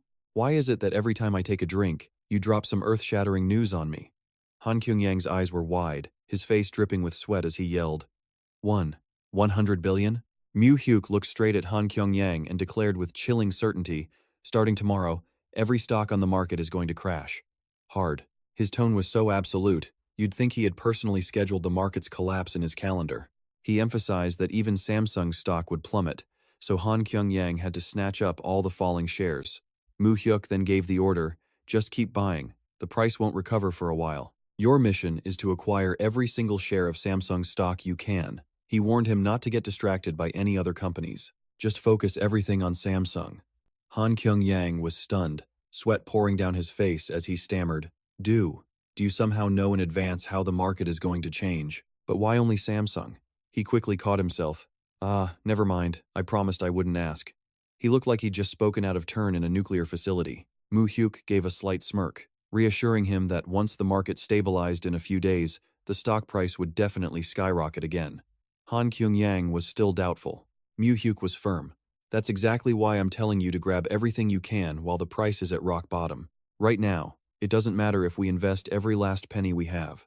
After that final, decisive statement, Han Kyung-yang made his decision. "Understood. I'll buy it all, down to the last share." While sipping a can of soda, Mu Hyuk was already scheming.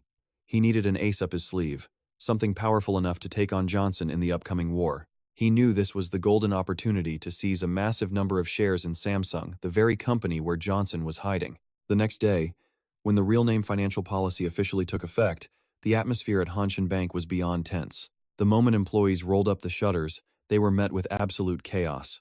The bank's delayed opening had enraged the crowd outside. "Why are you opening so late?" they screamed. "You should have opened earlier." It was like an action movie scene, just missing the explosions. People went absolutely feral. A human wave shoved and pushed its way inside. Shouts echoed everywhere. "Get out of the way! I need to fill out my forms first. Hurry up and get my money." The scene at the teller counters was even worse as everyone fought to be first. "Hey, you need to get in line like everyone else." "I was here first. What are you talking about?" "I was. I've been a VIP client here for 25 years. The bank staff could only stand there, frozen, staring at the sheer fury of the out-of-control mob. The nation's entire banking system was quickly spiraling into chaos. A massive flood of people swarmed in to withdraw their cash like a disturbed ant nest.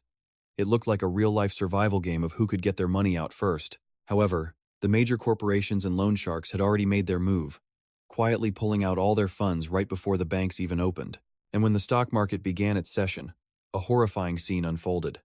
Over 1,000 stocks immediately dropped to their absolute lowest price limit. The trading floor descended into unprecedented chaos as a massive wave of sell orders flooded the system. You could say the entire South Korean economy was shaking violently, hit by a financial crisis of historic proportions. Staring out the window at the city, reeling from the aftershock, Mu Hyuk thought to himself, "Now, the real game begins." His strategy: turn someone else's crisis into his own personal advantage.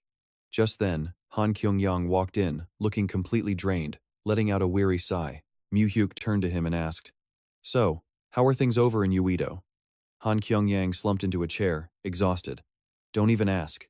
That place is a complete war zone. Before the market even opened, I honestly thought I was going to be crushed to death by the crowd." He recalled the scene, horrified, as he cleaned his glasses. It was just chaos. I don't even know how many people got trampled in that mess. It wasn't just Lee Sung's stock, but Daeun, Gusung, and Seven had all crashed disastrously. All the big corporations were in a panic, a total, uncontrollable meltdown. Hearing this, Mu Hyuk calmly asked, "So, were you able to buy a lot?" His casual tone made it sound like he was just asking about a coffee run. Han Kyung-yang confirmed, "I used the entire 100 billion. The entire amount you transferred, I used it all to buy shares. Everyone was desperately selling, and I was the one buying. A few people looked at me like I was insane." Still, he couldn't hide his worry. "But looking at the situation now, it feels like the price is never going to recover. Using 100 billion like this, it's like we just threw it all away." In stark contrast to his anxiety, Mu Hyuk just smiled in approval. "You did well." Then, he dropped another bombshell. "I'm sending another 100 billion. Keep buying." Kyung-yang was so stunned he couldn't even speak, just clutching his head and groaning.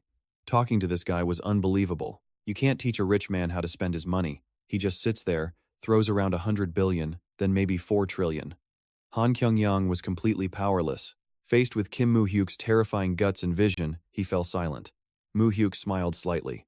"What, you don't like the plan?" Han Kyung-yang immediately adjusted his glasses. A fire of pure excitement ignited in his eyes. "Who said I'm not satisfied? The greatest joy in life is playing with money." He declared with gusto that the more money you throw around, the more fun it gets. And thanks to Mu Hyuk, he was now living a life of endless joy. Mu Hyuk watched him silently, then gave his next order. "Listen, as soon as this is over, you head to the US immediately." Han Kyung-il was stunned by the urgency.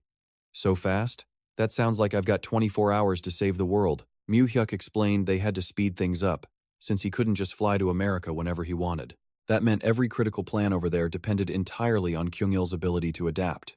Curious, Kyung-il pressed him for details about the mission. Mu Hyuk was blunt. "You're opening the company, just as we planned. An investment firm that takes no investors, a financial empire running solely on Mu Hyuk's own vast capital." He gave clear instructions once Kyung-il was in the States. Mu Hyuk would identify the targets, and it was his job to investigate and accurately assess each company's situation. Mu Hyuk stated, "I'll handle the most important deals myself.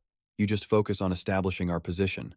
It sounded simple, but Kyung-il's mind was already racing, like a computer with 50 tabs open. To sweeten the deal, Mu Hyuk made a generous offer. "I'll give you 5% of the shares, how about that?" Han Kyung-il was so shocked he couldn't believe his ears. He stammered, "What? I get a whole 5%?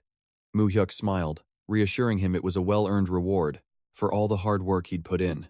Emotionally, Kyung-il confessed that since meeting Mu Hyuk, his life has been like a wild roller coaster ride, full of drama, nerve-wracking, and absolutely thrilling. He asked if they could even succeed, But Mu Hyuk's confidence was unshakable. We'll make it happen. Don't worry so much, you've been doing great. 5% felt like 500, he was ecstatic. Then, Mu Hyuk painted an even grander future. One day, I'll have you flying around the world on a private jet. The idea of a private jet left Kyung-il completely speechless. He drifted away, imagining himself in a luxury cabin, sipping wine and living like a king high above the clouds. Snapping back to reality, Kyung-il yelled with excitement, "Whoa, that sounds amazing." But after the initial thrill faded, Kyung-il suddenly became serious. He looked at Mu Hyuk and made a sincere vow. "Mu Hyuk, I'll follow you no matter how dangerous it gets, so please don't leave me behind." Mu Hyuk gave a cryptic smile in return. "Don't worry, you might be the one to leave me first. As long as you don't betray me, I will never abandon you." Before ending their talk, Kyung-il asked what the new company would be called. Mu Hyuk casually handed the decision over to him. "You can pick any name you like. Have one in mind?" Kyung-il confidently adjusted his glasses and declared, "Yes. Immortal Dream. A dream has to fly, higher and higher. Immortal." Meanwhile, staring at a family photo, Knox bitterly reminded himself that he had worked and saved so hard for his family, and yet, everything was now falling apart. Lost in thought at his office, his secretary suddenly walked in. "Sir, Director Knox is on the phone for you." He quickly grabbed the receiver. "Yes, Director Knox, how can I help you?" But as he listened, the color drained from his face instantly. He broke out in a cold sweat. "What?" Over at the Sasung office, Kim Mu Hyuk sat casually on a sofa, facing 3 directors who stood before him like statues. He broke the suffocating silence. "It's been a while. Has everyone been well?" He noticed their tense, grim expressions. Mu Hyuk raised an eyebrow. "But why are you all just standing there like that? Please, have a seat." He leaned back slightly, rubbing the back of his neck and sighing. "My neck is getting a little stiff." The tension in the room was thick enough to cut with a knife, but Mu Hyuk was as relaxed as if he were at a coffee shop. The 3 directors silently took their seats across from him. Mu Hyuk guessed that everyone here must have heard about Yuji Kang's fate. That would explain the absolute terror on their faces. Mu Hyuk dove right into the situation. "You must have had a hard time after the real name financial transaction policy was implemented, right?" Knox, drenched in sweat, stammered a reply. "Our clients weren't affected, young master. Thankfully, the chairman stepped in to handle everything, so the losses weren't too severe." He claimed it was no big deal, yet he was sweating like he'd just finished running a marathon. Mu Hyuk knew perfectly well his grandfather's official bonds were fine, but the secret slush funds these men had been building for years were completely wiped out. He internally scoffed as they tried to pretend that nothing had happened. While they were in utter turmoil, Mu Hyuk stated the real purpose of the meeting. "I called you here today because there's an issue I want to discuss with you directly. I came alone, without Manager Ha." Suddenly, Mu Hyuk's gaze turned razor sharp. "I'll get straight to the point. Which side will you choose?" The game-changing question made the entire room freeze. Mu Hyuk stared down at the trembling men and laid out their options. "Will it be me, Kim Mu Hyuk, or my uncle, Director John Suman?" Knox was horrified, sweat streaming down his pale face as he stammered in disbelief. "Young master, what kind of question is that?" Kim Mu Hyuk began his analysis. "As I've said before, the cash transaction policy will cause a huge shift in the market, the loan shark market, specifically. With the current transaction methods, we can no longer lend or borrow money as freely as before. Who would have thought that paper bills could play such a game of cat and mouse?" He looked directly at the 3 directors and emphasized his point. Even the chairman is hesitating on who to choose as his successor in this uncertain future. Mu Hyuk stated that the chairman's choice is no longer limited to his eldest son, Jonathan. He repeated the decisive question. "Who will you all follow, me or Director Jonathan?" Faced with the ultimatum, Director Knox hesitated and asked, "So, if we choose you now, what do we get in return?" Mu Hyuk leaned back coolly, crossing his legs with an air of absolute power as he replied, "Director Knox, I believe you're misunderstanding my intentions." He saw right through them and shot back.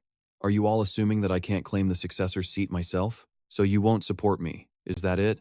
Noxion broke out in a cold sweat under the young man's pressure. Mu Hyuk coldly declared, "Sorry, but I don't need that support. I have real power. I am giving everyone an opportunity, not making a transaction." His unyielding attitude left the directors completely silent. In the midst of the tension, Shin Sung-in stood and made his stance clear. "I will only follow the person the chairman chooses as his successor, whether that's the young master or Director Noxion. I don't care either. Man, that guy made his decision faster than my home Wi-Fi connects." Seeing Shin Sung-in's attitude, Mu Hyuk silently assessed him. He really is John Tassan's most loyal dog. This was all within his calculations. Shin Sung-in bowed politely. Well then, I'll be on my way. The door shut with a dry click. Mu Hyuk turned to the two remaining directors and offered a suggestion. And you two?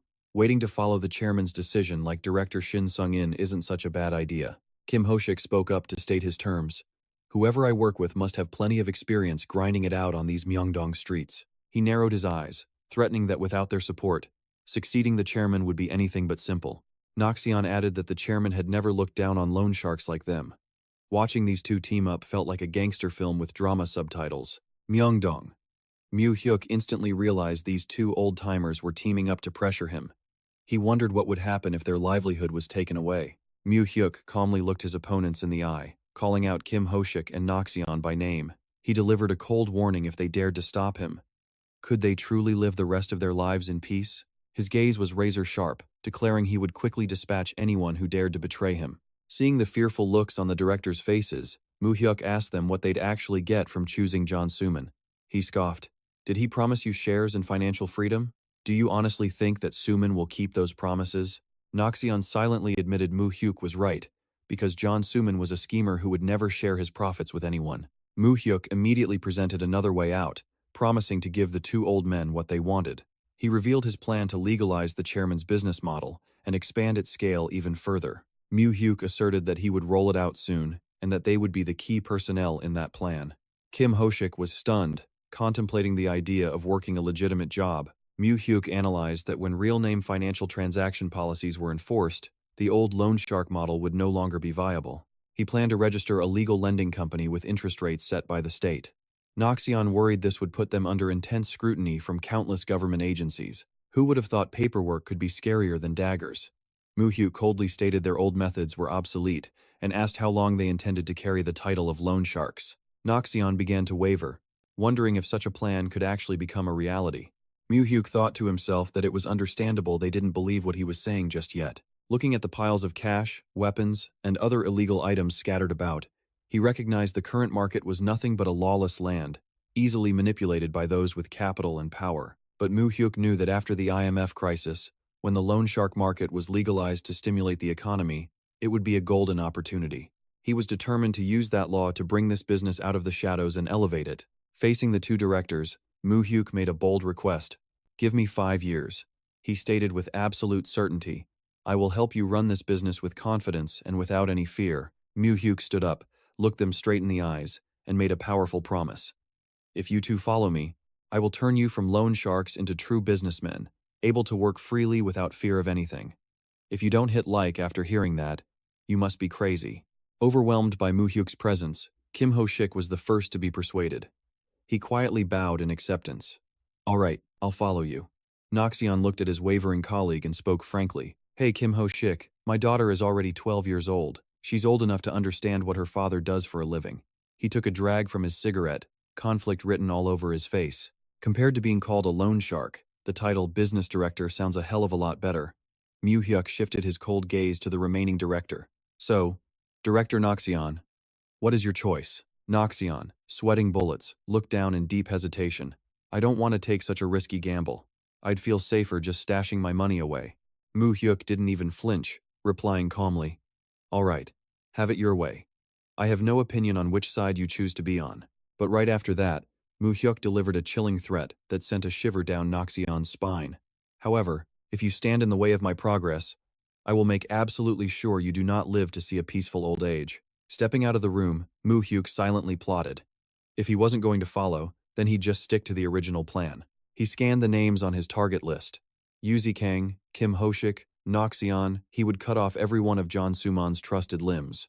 Slowly, a sinister smile spread across Mu Hyuk's face as he prepared his next move. Should I go take care of John Suman's main pillar? In a lavish room, John Suman and John Suan sat across from each other with calculating expressions. Suman took a sip of wine and asked Suhan in a low voice, "Have you seen any of the Myeongdong sharks lately?" Suhan gently shook his head.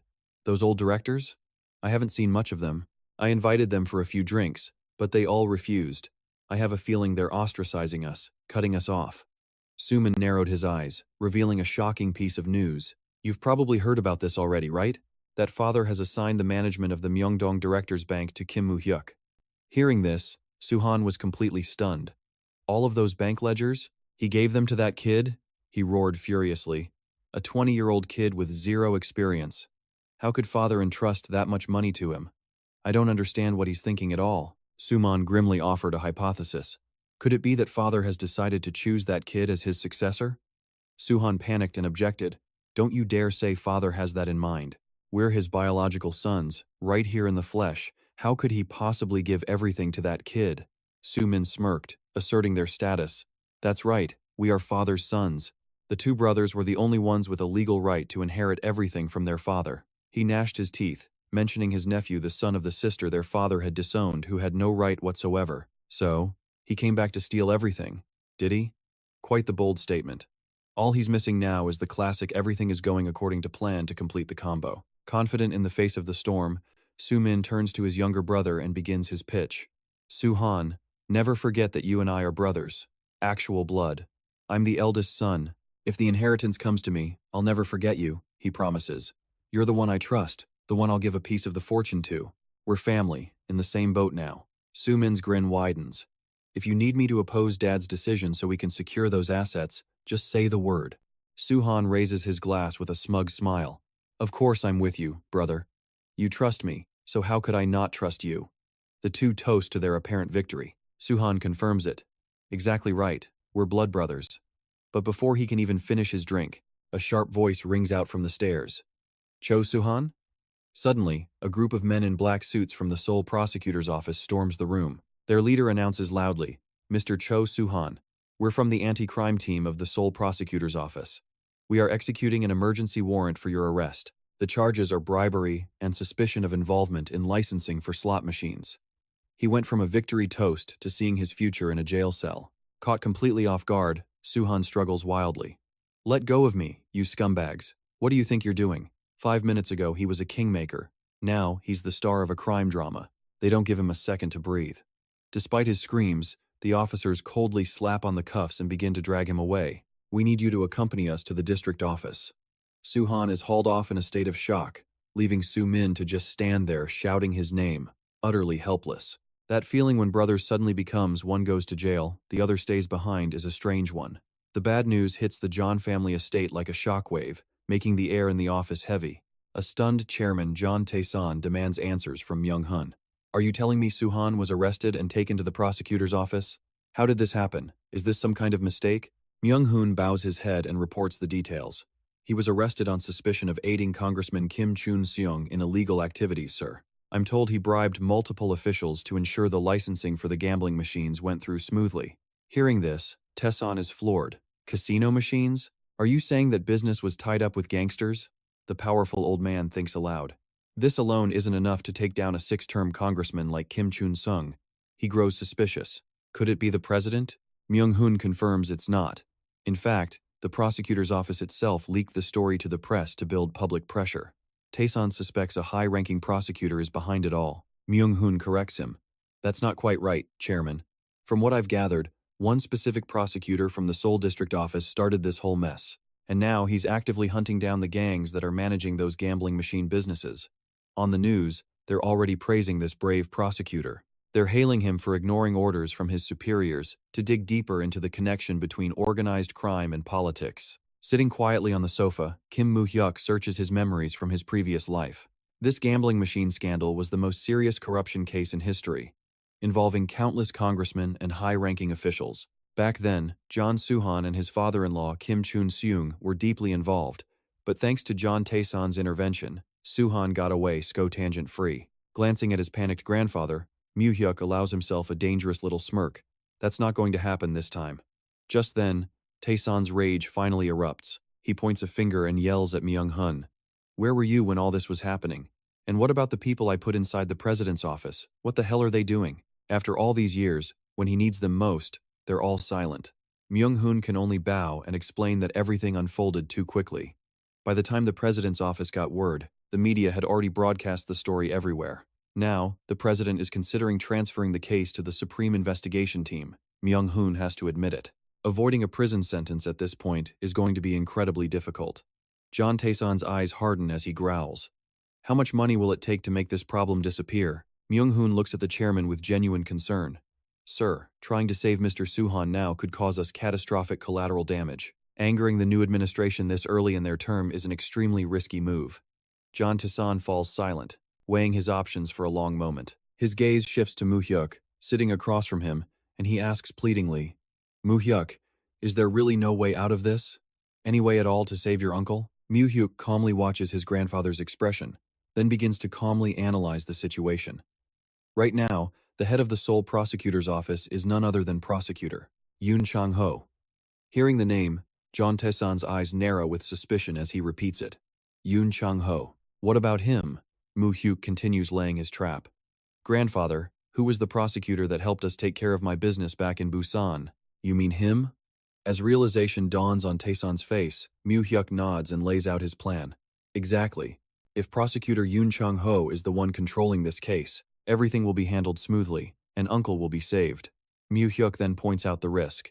If this case gets transferred to the Central Investigation Bureau of the Supreme Prosecutor's Office, then the president himself will have direct control over the outcome.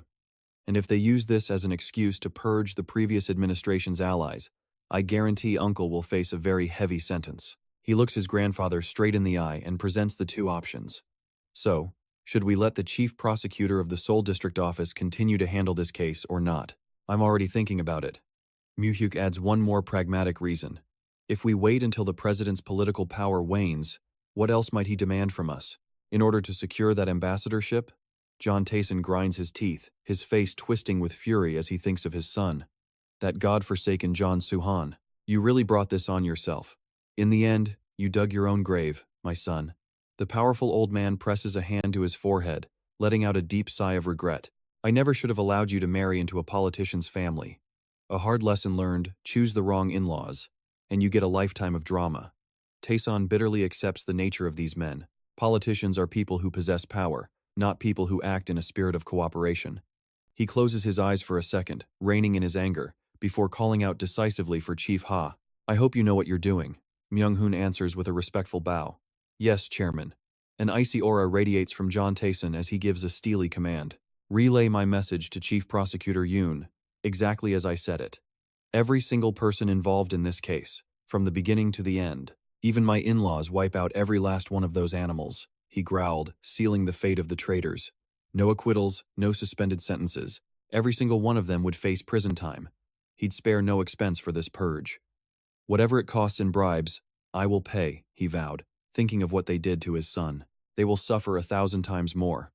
Though he knew money couldn't erase his son's sins, Tae-san was determined to make his enemies pay a staggering price. If they were bold enough to touch the troll family, they would now taste a suffering worse than death. Mu Hyuk quietly watched his grandfather's rage unfold. The second troll Tae-san gave the order. Chief Prosecutor Yoon of the Seoul Prosecutor's Office moved, and the official investigation was officially underway. The initial focus was on high-ranking officials taking bribes, but it quickly expanded, catching police chiefs and congressmen in a massive chain reaction. Take down one, and the whole system comes with it. The scene outside the prosecutor's office was pure chaos, a swarm of reporters and camera lenses. Some chose to lower their heads and silently shuffle inside to face questioning. Meanwhile, other politicians decided to put on a show and hold a press conference. They didn't hesitate to accuse the prosecutor's office of slander and fabricating stories. They shouted that this was a political conspiracy, arguing fiercely. This verbal combat with reporters on the scene was more intense than any real fight. The prosecutor's building stood tall, its flag signaling a brutal purge of power had begun. Inside the stuffy interrogation room, the prosecutor stared down Jeon Suhan, pressing him relentlessly. Mr. John Suhan, just confess everything right now. Everyone else has already told us the whole story. The longer you hesitate, the more you're the one who will suffer. He kept presenting solid evidence, trying to break Suhan's silence. Was it true you were directly involved in running the slot machines? You transferred 13 billion, one to politicians and high-ranking officials. How many more times do I need to repeat this? But Suhan remained completely unfazed. He casually cleaned his ear and shot back a challenge. We'll talk when my lawyer gets here. Just then, the door swung open with a clear announcement. He's here. The prosecutor was completely stunned by the lawyer's appearance. The man in glasses smiled warmly. Park Pro, it's been a while, hasn't it? Recognizing his senior, the prosecutor immediately bowed low with respect. Oh my goodness, senior, it has been far too long. He switched from a stern prosecutor to an obedient junior in about half a second. After a few pleasantries, the lawyer walked over to Suhan. The lawyer announced, "Director Jian Suhan, the chairman sent me here." Suhan scowled, annoyed by the delay. Unbelievably slow. "What took you so long?" "So, am I free to leave now?" The lawyer skillfully suggested the prosecutor step out for a private discussion. "Park Pro, if you don't mind, give me a moment with my client. Please go relax with a cup of coffee, and come back in a little while." The prosecutor was still incredibly respectful. "Let me make you some coffee, senior." The lawyer declined with a hidden meaning. "No, it's all right. I can't have a prosecutor bothering with that.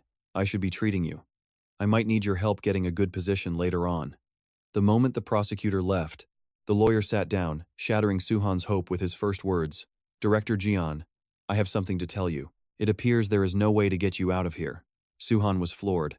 "What did you say?" The lawyer confirmed. "This is the chairman's most ruthless order, coming directly from him. He'll look for a chance to help you get a pardon. For now, you should probably get comfortable here and rethink everything. In other words, go to prison first. We'll figure out the future later." Hearing his own father had abandoned him, Suhan broke out in a cold sweat, screaming in rage. "Did my father really say that? Don't you lie to me? There is no way my father would do that." He slammed the table like a madman, but the lawyer's expression remained cold. "My job was simply to deliver the chairman's declaration to you." He then began analyzing the complex political situation. The Jian family maintains a cooperative partnership with the Blue House, so a lighter sentence could be considered. However, Congressman Kim has the potential to make things very difficult. In the interrogation room, Jian Suhan anxiously asked about his father-in-law's situation. The prosecutor coldly replied that the chairman couldn't contain his rage over what had happened. He swore he would thoroughly deal with everyone involved in this incident, so they could never hold their heads high again. All loose ends related to the higher-ups were already taken care of. Suhan trembled with a sliver of false hope. "This is just a formal investigation, right?" The response was a bucket of ice-cold water. "The expected prison term is about 3 years. The prosecutor added that this case would hit the papers with the headline Jian Suhan, the money laundering machine. Not only prison, but a front-page debut. Suhan was horrified, stammering in shock. What? He frantically demanded. "Why are you attaching my name to it like that?" The prosecutor calmly explained. This was a promise from the chairman to the VIPs, and he advised the director not to worry too much. With so many officials involved, the public would quickly forget Suhan's name. His name would fade quickly. A fast rise leads to a fast fall, but the prison sentence stays. However, he also stressed that the chairman had to make huge compromises with the Blue House, all for Director Jian. The prosecutor warned with a steely voice. "Therefore, Director, please do not forget that." Suhan was speechless, drenched in sweat from absolute fear and humiliation. Soon after, shocking headlines appeared everywhere. The money laundering machine case. Jian Suhan and the ringleader arrested. The image of Suhan being escorted by police spread like wildfire. Meanwhile, at Chairman Jian's mansion, Tae-san gritted his teeth in fury as he read the news. He roared with rage, "Suhan, that fool!" Tae-san screamed, filled with bitter resentment. "Why would you do this without telling me? Did you dare to betray me?" At the detention center gates, a heavy atmosphere fell as Jian Suhan was led to the visitation room. As soon as he saw his older brother, Jian Sumin, waiting for him, Suhan's face lit up as he called out, "Brother!" In stark contrast to his brother's eagerness, Sumin sat calmly with his arms crossed. On the table was a tray of high-grade sushi, a lavish gift in a prison. Suhan attacked the food, eating greedily like he'd been starved for weeks. Watching him, Sumin asked casually, "Is the prison food not to your liking?" Suhan complained through a mouthful. "It's absolutely horrible. The smell is so strong it could kill you. And the solitary cell is tiny." Despite the grim situation, Suhan proudly bragged about his ability to get by. "But people live here, you know. With money, you can get anything done. Slip the guards some cash, and you can buy cigarettes or use hot water whenever you want." Life in prison seemed to suit him. He still carried himself like a VIP. Witnessing his brother's attitude, Myung-hoon just let out a cold, faint smirk. Then he cut right to the heart of the matter. "But Suhan, what on earth were you actually thinking?" Suhan just blinked back, totally lost. "Huh?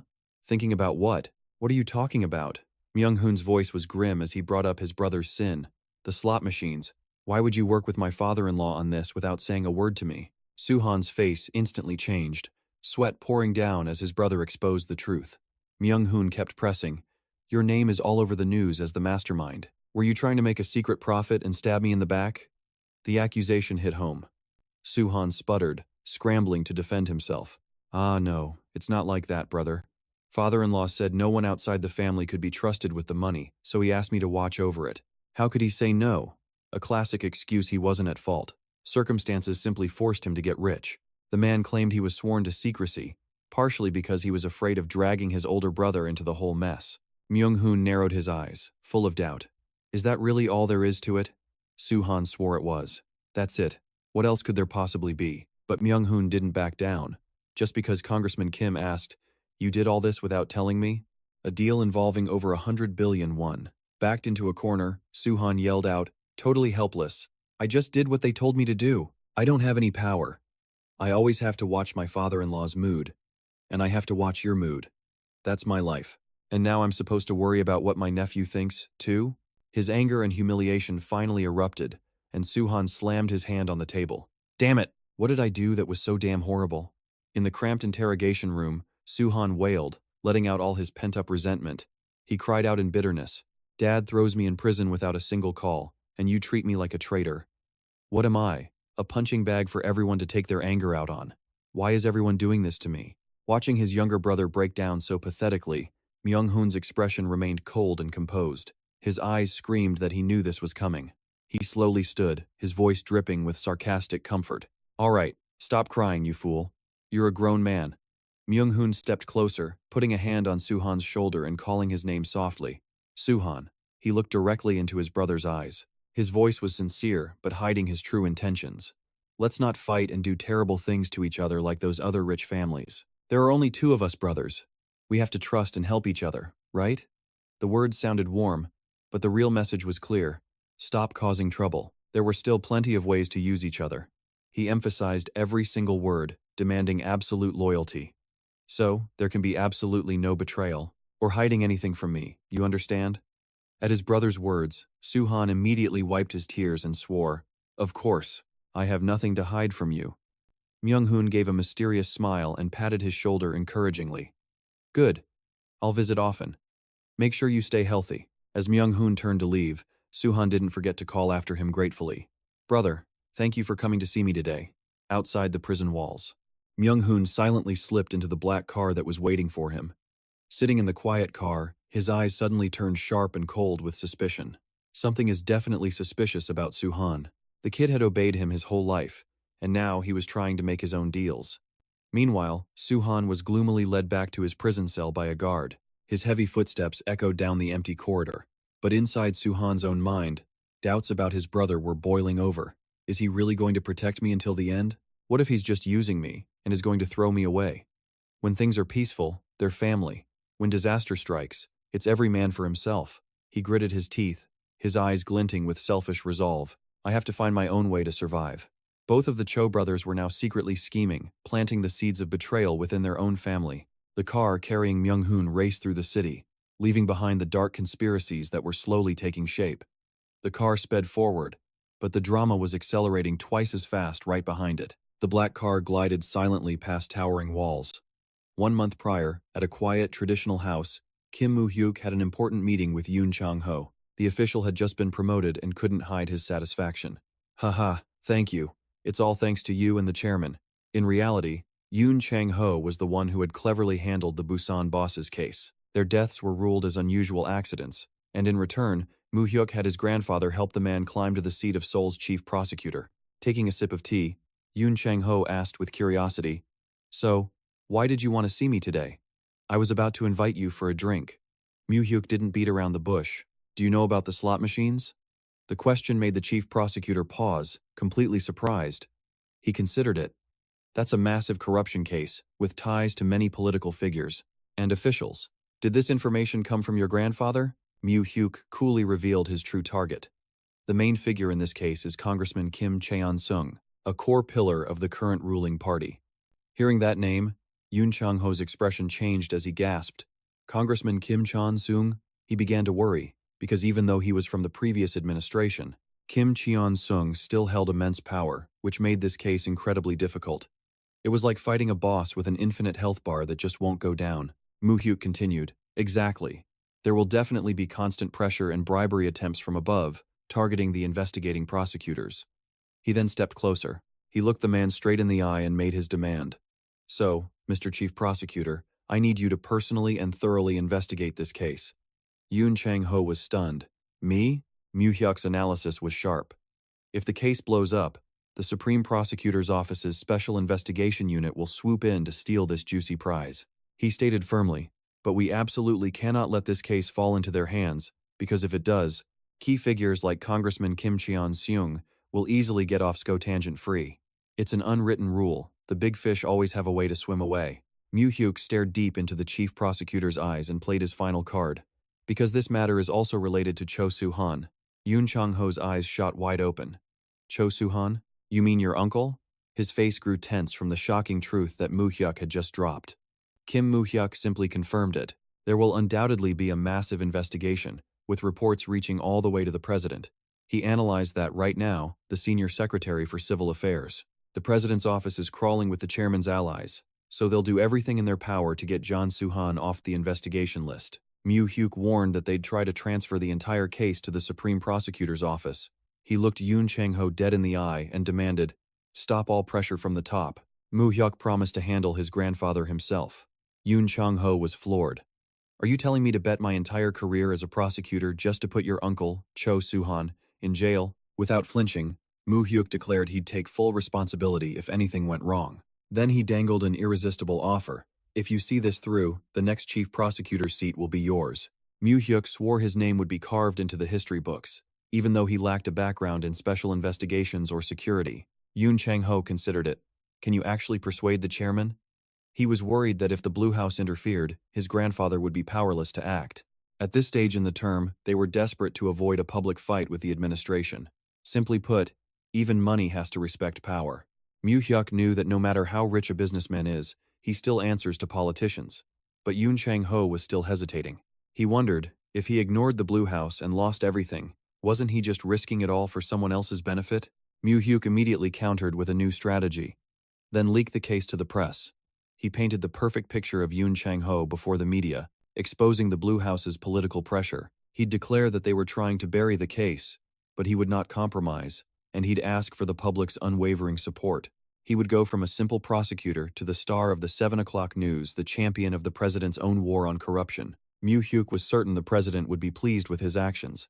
And then, there'd be no need to transfer the case to the Special Investigations Unit. Yoon Chang-ho was silent for a long moment. He stared down at his teacup before slamming it decisively on the table. A grin full of ambition spread across his face. "All right, let's give it a shot." He admitted he'd planned to retire quietly from the Busan prosecutor's office. But now, he wanted to reach for that higher position he'd always dreamed of. Mu Hyuk bowed his head slightly. "Thank you for making such a courageous decision." Chief Yoon looked at him suspiciously. "But is this the favor you wanted to ask of me? The one you promised me before?" Mu Hyuk calmly confirmed it. "Yes, that's right, if you have no issue." Yoon Chang-ho let out a faint sigh. He felt that helping Mu Hyuk this time was like taking on yet another massive debt. Still, he affirmed that this was a good move for both of them. He promised that next time, he would grant Mu Hyuk a favor that would benefit him and him alone. The two men then stood up and sealed the deal with a calculated handshake. Mu Hyuk replied respectfully, "Yes, Chief Prosecutor." But just as their meeting was ending, Mu Hyuk suddenly made one final request. "And one more thing. I need you to promise me something when you announce the investigation. Just when you think it's all over, there's always a bonus mission." As Yoon Chang-ho waited with curiosity, Mu Hyuk's voice turned to ice. "Please announce the case as the Cho Soo-han gambling machine case." Realizing this was a direct attack on Mu Hyuk's own uncle, Chief Yoon agreed instantly. "Consider it done." In the car after the meeting, Mu Hyuk's mind drifted back to his previous life. Back then, the two brothers, John Soo-man and Cho Soo-han, had an unbreakable bond, a powerful alliance that constantly worked together to block his every move and keep him in check. But this time, thanks to Mu Hyuk's interference, his grandfather had completely abandoned Cho Soo-han.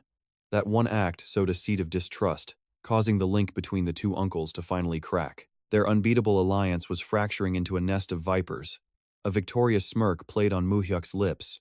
After the managers in Myeongdong, another one of John Soo-man's powerful limbs had been severed by his own hand. Mu Hyuk's eyes burned with cold determination as he thought to himself that everything was going according to his plan. He let out a sinister, deeply satisfied smile. He watched his pawns move exactly into position.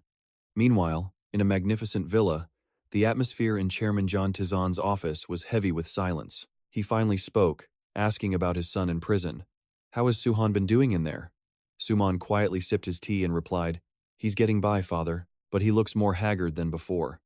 He faked concern for his younger brother, pressing on, "When are you planning on getting him out?" "I went to visit, and his face was covered in bruises." Seeing this eagerness, Tizan stared coldly at his eldest son and shot back, "Are you worried just because you're brothers?" Suman let his true nature show. "More than worried, I'm annoyed. The little dog I used to order around is suddenly gone." Hearing this, Tizan quietly made his decision. He'll likely be released next year. When you visit, tell him to endure it a little longer, because what he's suffering now is the price for what he's done. The old man's voice was firm. "It's not that I don't care about my son," but he didn't forget to warn Suman, "but what he did was incredibly stupid. And you don't go around kissing up to those politicians out there." Suman immediately protested. "Father, we're in the loan shark business. How can we possibly survive without the backing of politicians?" He complained that it was easy for his father with his long-held connections, but for them, it was impossible. Pushing his advantage, Suman made a bold play for power. "If you trust me, then hand over the entire business to me now." He went straight for full admin privileges, no free trial needed. He confidently claimed he would take responsibility for running everything perfectly from information to money to people. But Tisan's refusal was absolute. "No, you're still not ready to handle that much responsibility." The rejection left Suman stunned. "Father," he exclaimed, his words becoming sharp and disrespectful. "You're old now. What happens to the business if you suddenly drop dead?" Rage erupted. Tizan slammed his hand on the table and roared, "You ungrateful brat! Are you wishing for my death now?" But Suman refused to back down, screaming back in frustration, "Father, it's time for you to think about the future. As the eldest son, shouldn't the family fortune be mine?" Sumin demanded. But his father Taesan only saw disgusting greed. "You're rushing me like this because you want me dead, don't you?" With that, Sumin's long-festering fear and jealousy finally came to light. "And don't think for a second I don't know what's been happening in Myeongdong," he screamed, referring to the rumors tearing through the financial district. "Everyone's saying you chose him to succeed you, not me, that Mu Hyuk." Sumin bitterly questioned why he, the firstborn son, was being pushed aside. "Does that make any sense to you? Jun Sumin, your eldest son, is standing right here, yet I have to listen to these whispers everywhere. That kid, who isn't even a true Jun, is set to take over." But his father shot back with pure contempt. "And where did you get the idea? That my heir had to be you, you pathetic child?" He confirmed he never had any intention of leaving his life's work to someone like Sumin. "Let me be clear. I never once considered putting this empire in the hands of an undisciplined brat like you." Sumin's face went white, completely drained of blood. All he could choke out was, "Father." For the first time in his life, he understood what true, free-falling despair felt like. Taesan then confirmed everything. "Enough. The rumors you heard in Myeongdong are not wrong. I have considered handing everything I own over to that boy, Mu Hyuk." Sumin was stunned, his brain struggling to process the information. He'd just been written out of his own story. At that very moment, Mu Hyuk was silently climbing the mansion stairs, overhearing the entire conversation. Inside the room, Sumin yelled in protest, "What is wrong with you, father?" But Taesan immediately fired back, asserting his rights. "Do I need your permission to decide who gets what I built with my own two hands?" Sumin lowered his head, trying to threaten his father with outside forces. "Have you forgotten that the Thon Fong society is still watching our family? If the line of succession seems weak, they'll see an opportunity. Those vultures who have always seen you as a thorn in their side will take this chance to cause chaos." Outside the door, Mu Hyuk committed that name to memory. Sumin pressed on, trying to reopen an old wound. "That's why Mi Suk." But Tae-san exploded in rage, slamming his desk and roaring, "Don't you ever mention that name again." Mu Hyuk froze. His mother? A tired Tae-san simply pointed to the door. "I'm tired. Get out of my sight." When Sumin hesitated, Tae-san snapped, "Do you want to be thrown out?" Sumin glanced at the waiting Myung-hun. He then stormed out of the room. The door slammed shut, leaving a heavy silence between the two remaining men. Tae-san sighed and turned to Myung-hun. "You also think what I'm doing is wrong, don't you?" In the quiet office, Chairman Jun Tae-san leaned back in his chair, looking utterly exhausted. He gave a quiet order to Myung-hun. "Finish all the stock transfer procedures before next month." He then stressed the importance of taxes. "Handle the taxes perfectly. There can be no complications down the road." When you have this much money, the taxman is the only thing you fear. Myung-hoon bowed respectfully. Yes, I understand. The old man's gaze suddenly turned melancholic as he thought of his grandson. After all, Mu Hyuk still can't stand on his own 2 feet yet. He asked about the aid that Mu Hyuk had requested. Myung-hoon immediately reported. That person will return to Korea next month, Chairman. Jun Tae-san then mulled over the cruel nature of money. They say that in the face of money, even family becomes an obstacle. He wondered what would become of them when he was gone. Seeing the chairman's troubled expression, Myung-hoon asked softly, Are you worried about young Master Mu Hyuk? But surprisingly, the old man smirked. His eyes turned ice cold. No, it's quite the opposite. I'm afraid Mu Hyuk will devour his uncles alive. The ultimate plot twist. He wasn't worried about his grandson being eaten, he was worried his grandson was the wolf. In his mind, an image of a ruthless Mu Hyuk confirmed his terrifying potential. As for the looming threat, he was decisive. Regarding the Thonfong Society, I believe that boy can handle it. As Jun Soo-min stormed toward him, Mu Hyuk quietly bowed his head in greeting. Uncle, you're back. But his politeness was met with a disgusted grunt. Soo-min stopped, glaring at Mu Hyuk with pure contempt before delivering a chilling threat. You'd best not stir up any trouble. He warned of a disastrous future, a cruel end, just like Mu Hyuk's parents. Then he turned and walked away, leaving the boy frozen in the hallway. Mu Hyuk stared after his uncle's back, his mind reeling with questions. What did he mean? Could his parents' death not have been an accident? Was it murder? In that moment, his mind exploded as forgotten memories began flooding back, updating everything he thought he knew. Memories of a past life returned, and Mu Hyuk realized with a bitter shock that he had never once questioned how his parents died. In the Jun household, his mother was a forbidden topic, a name no one was ever allowed to mention.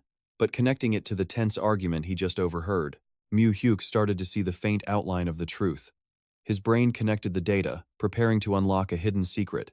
He gritted his teeth, eyes burning with hatred. He finally saw the dark link his parents' death was connected to that organization, the Thonfong Society.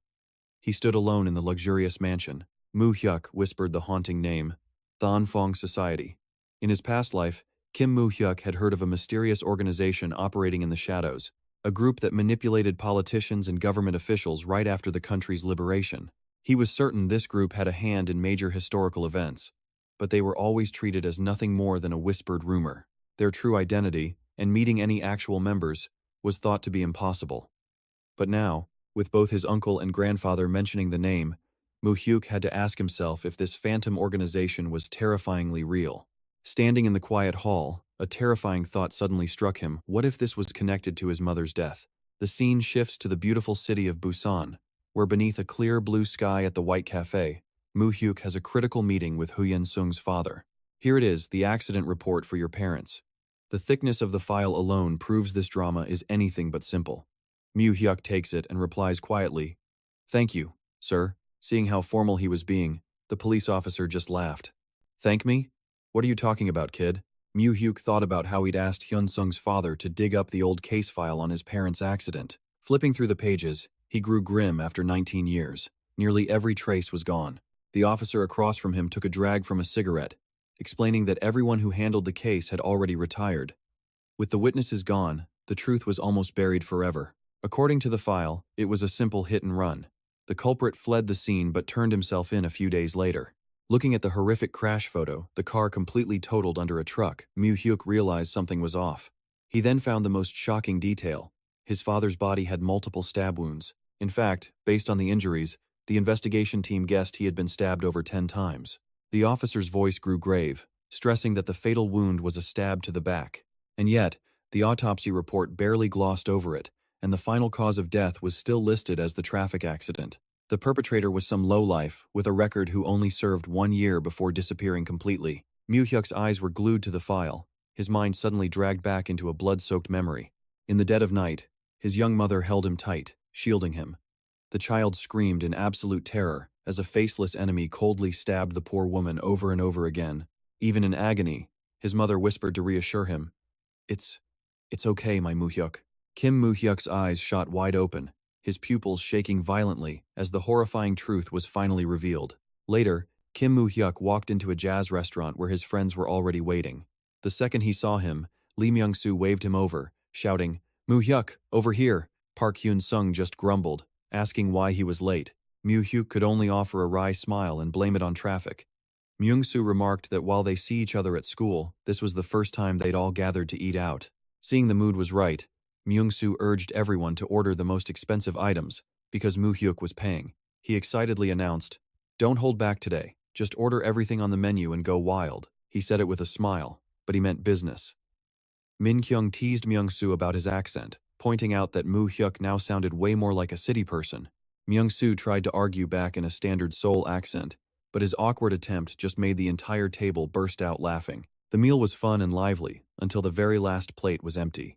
The conversation then shifted to their studies when Min Kyung asked how bar exam prep was going. Myung-soo revealed that he and Mu Hyuk were planning to take the first exam next February, which left their friends completely stunned. Mu Hyuk calmly explained, "For now, I'm just thinking of giving it a try. We can treat it like a practice exam. What about you guys?" While Hyun-sung said their group was also preparing, Min Kyung felt discouraged, thinking of quitting because she couldn't focus. Myung-soo scoffed, saying no one's lucky enough to pass on their first attempt anyway. Hyun-sung then recalled Mu Hyuk's incredible record, always ranked first, even though he was always busy and vanished right after class. He couldn't figure out when Mu Hyuk ever found the time to study. Myung-soo proudly recited Mu Hyuk's shocking statement from the news back then. "Studying is the easiest thing in the world." That line immediately set Hyun-sung and Min Kyung off. Hyun-sung angrily recounted the hellish grind he endured just to get into college. Min Kyung was just as upset, thinking of the huge tuition fees that cost her family a director's entire monthly salary. Despite his friend's fury, Myung-soo casually doubled down. "I'm just calling it like I see it. Studying really is the easiest thing in the world." His confidence made the whole group groan in utter helplessness. At the table, Hyun-sung turned to him. "Myung-soo, you're Mu Hyuk's childhood friend. Tell me straight, is he a prodigy? Back in Busan, he must have been some kind of model student, right?" His eyes were full of hope, but reality was about to hit him like a truck. Myung-soo started to blurt out, "This guy was famous in Busan, alright, famous for being a total punk," but Mu Hyuk instantly slapped a hand over his mouth to stop him, quickly changing the topic. "Ah, I just remembered. Why don't we start a group for get-togethers? What do you think?" Seeing their confused looks, he explained, "You know, after we finish our studies, we can meet up for a meal sometimes, stay in touch, and support each other." Mu Hyuk quietly scanned his friends at the table, analyzing each one's potential. Hyun-sung's grandfather was a Supreme Court justice, and his father a highly respected lawyer. He was the firstborn son of a legal dynasty and, in a past life, was even nominated to be the prosecutor general. Next was Ion Jae-ha, son of the director of one of Korea's top 3 law firms, who would later inherit the business and become the owner of the nation's largest law office. And finally, Han Min-kyung. After passing the bar, she'd start as a judge, then become a lawyer. By the time she was 30, she would enter politics, and by the age of 40, she would become the leader of the ruling party. Mu Hyuk realized these were the most successful people to graduate. He needed to build a rock-solid relationship with them to stand against his maternal uncles in the future. Mu Hyuk's idea was an instant hit. He had not only changed the subject, but he had also pulled the entire group closer together. One of them spoke up. "That's not a bad idea. Once we start studying for the exams again, everyone will be busy, so a group like this would be fun." Another friend agreed. "I'm in too. If I pass the exam, I'll probably join my dad's firm, so we could definitely help each other out." They turned to the only girl at the table, Han Min-kyung. "You agree, right?" Min-kyung lowered her gaze, hesitation clear on her face. "I don't know," she said, her voice tinged with sadness. "I'm not really suited for these kinds of gatherings. My family isn't anything special, so I don't think I can be of much help to you all."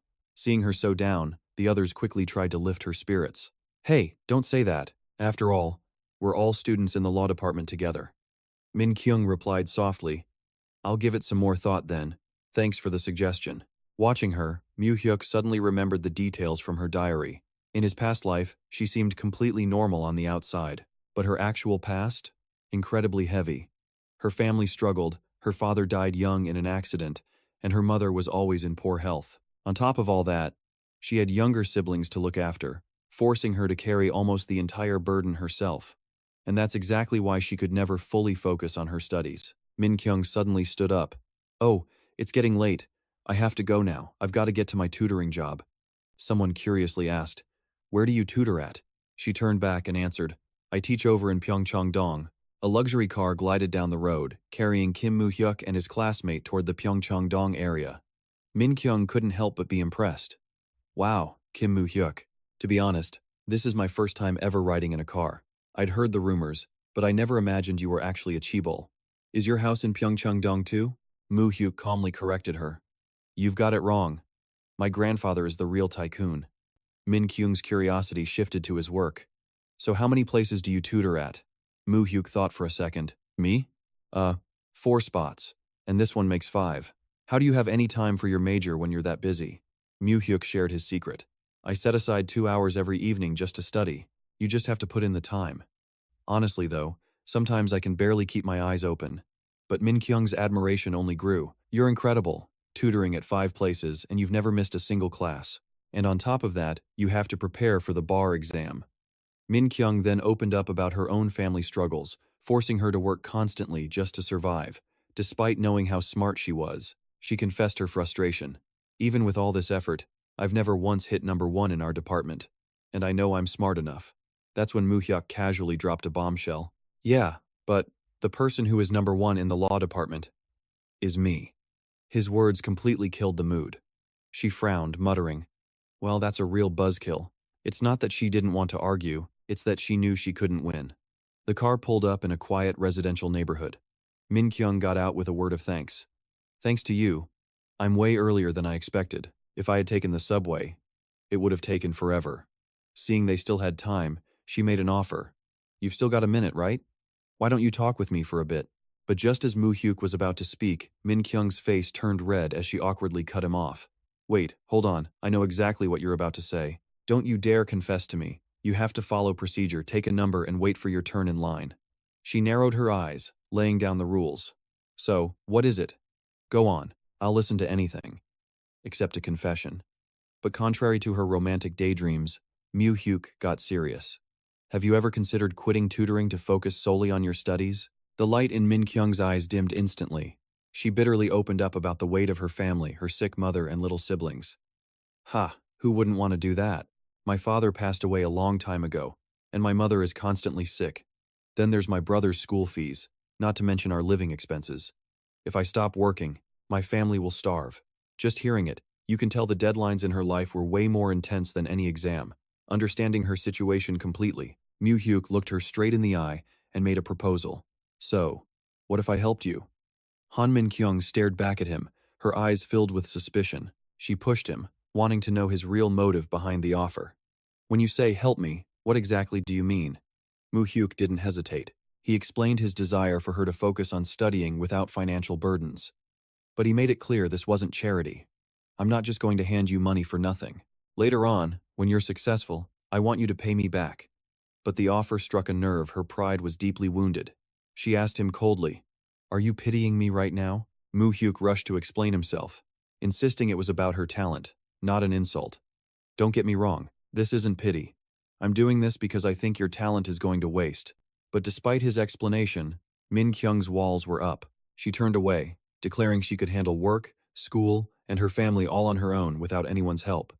I was eating and sleeping just fine before you showed up. I can study, I can work, and I can take care of my own family. But Mu Hyuk didn't back down, he kept trying to convince her. He painted a picture of their whole group passing the bar exam together, with nobody getting left behind. Wouldn't it be amazing if we all passed the bar exam this time? No fear of anyone falling behind. But his words only made her angrier. She finally snapped, shouting at him to stop looking down on her. Don't you dare underestimate me. I can do this on my own. I was living perfectly fine before I even knew you. She glared, warning him not to get cocky just because he had money. Kim Mu Hyuk, you may have a little money, but don't be so arrogant to think it can control everything. You hear me? And with that, he realized he'd pushed too hard. He thought to himself, did I rush this? Min Kyung decisively opened the car door, leaving him with one final warning. If he ever brought this up again, they were done. Thanks for the ride. I'm going now. And if you ever say anything like that again, I don't think we'll be seeing each other anymore. But he wouldn't let her go. He grabbed her hand, pleading, Han Min Kyung, wait. In a low voice, he asked her to hear his own story first. Before you make your final decision, before you get out of this car, would you be willing to listen to my story? It was a gentle offer, but one that was about to unlock a past worthy of a primetime drama. And so, standing before an old house at sunset, Mu Hyuk began to talk about his past as an orphan, the hard days with his grandmother, fighting for every meal, buried under a mountain of debt for rent. I've never even seen my parents' faces. My grandmother raised me all by herself. Life was so tough we were constantly behind on payments to our landlord. He spoke of a bleak and uncertain youth, where every single day was just an exhausting fight for survival. We had nothing. Life back then felt so vague. Every day was a battle. You'd wake up and immediately have to worry about how you'd get through tomorrow. A story so heavy it would make anyone's problems feel a little lighter. How boring. Mu Hyuk knew that without his grandfather's backing, he'd never have had the position or power to help her like this. He looked Min Kyung dead in the eyes. Clarifying his intentions, he was simply giving a well-deserved opportunity to someone worthy. He hands Mu Hyuk a thick file, explaining this favor is just like an opportunity he once received himself. He insists there's no pressure, no pity, just a sincere offer from someone who understands her struggle. Min Kyung's defenses start to crumble, her guarded heart silenced by his raw and honest confession. She bows her head in apology. Sorry for what I said. I was angry. Min Kyung then promises to seriously consider his offer. I'll think about your proposal, she agrees. Later, on a windy rooftop, Kim Mu Hyuk chills with his two best friends, Lee Myung-soo and Park Hyen-sung. Myung-soo excitedly raises his glass, shouting, "Cheers!" Hyen-sung enthusiastically echoes him, "Cheers!" The mood is friendly as Myung-soo turns to Hyen-sung, asking if he's been training hard lately. Hyen-sung casually takes a sip of water. It's nothing special, just the daily grind, not too tough. Then Hyen-sung turns his attention to Mu Hyuk. What about you? I heard you're studying for the bar exam. And you're helping your grandfather with his work, Myung-soo adds with admiration. You must be insanely busy. Myung-soo jokes. Our friend Mu Hyuk is so busy, he's even off to negotiate gas prices with Mr. Trump in America soon. The news shocks Hyen-sung. What? You're going to America? What's going on? Mu Hyuk calmly explains. It's about the money my grandfather entrusted to me. I'll tell you guys more later. Hearing this, Myung-soo can't hide his jealousy. Man, I'm so envious. Jetting off to the US just like that. Hyen-sung wonders aloud, when will we ever get a chance to go over there? I don't know, Hyen-sung muses. Maybe if I make it to the 1996 Atlanta Olympics, I'll get to go. Myung-soo laughs, teasing him. I thought you'd completely forgotten about that dream by now.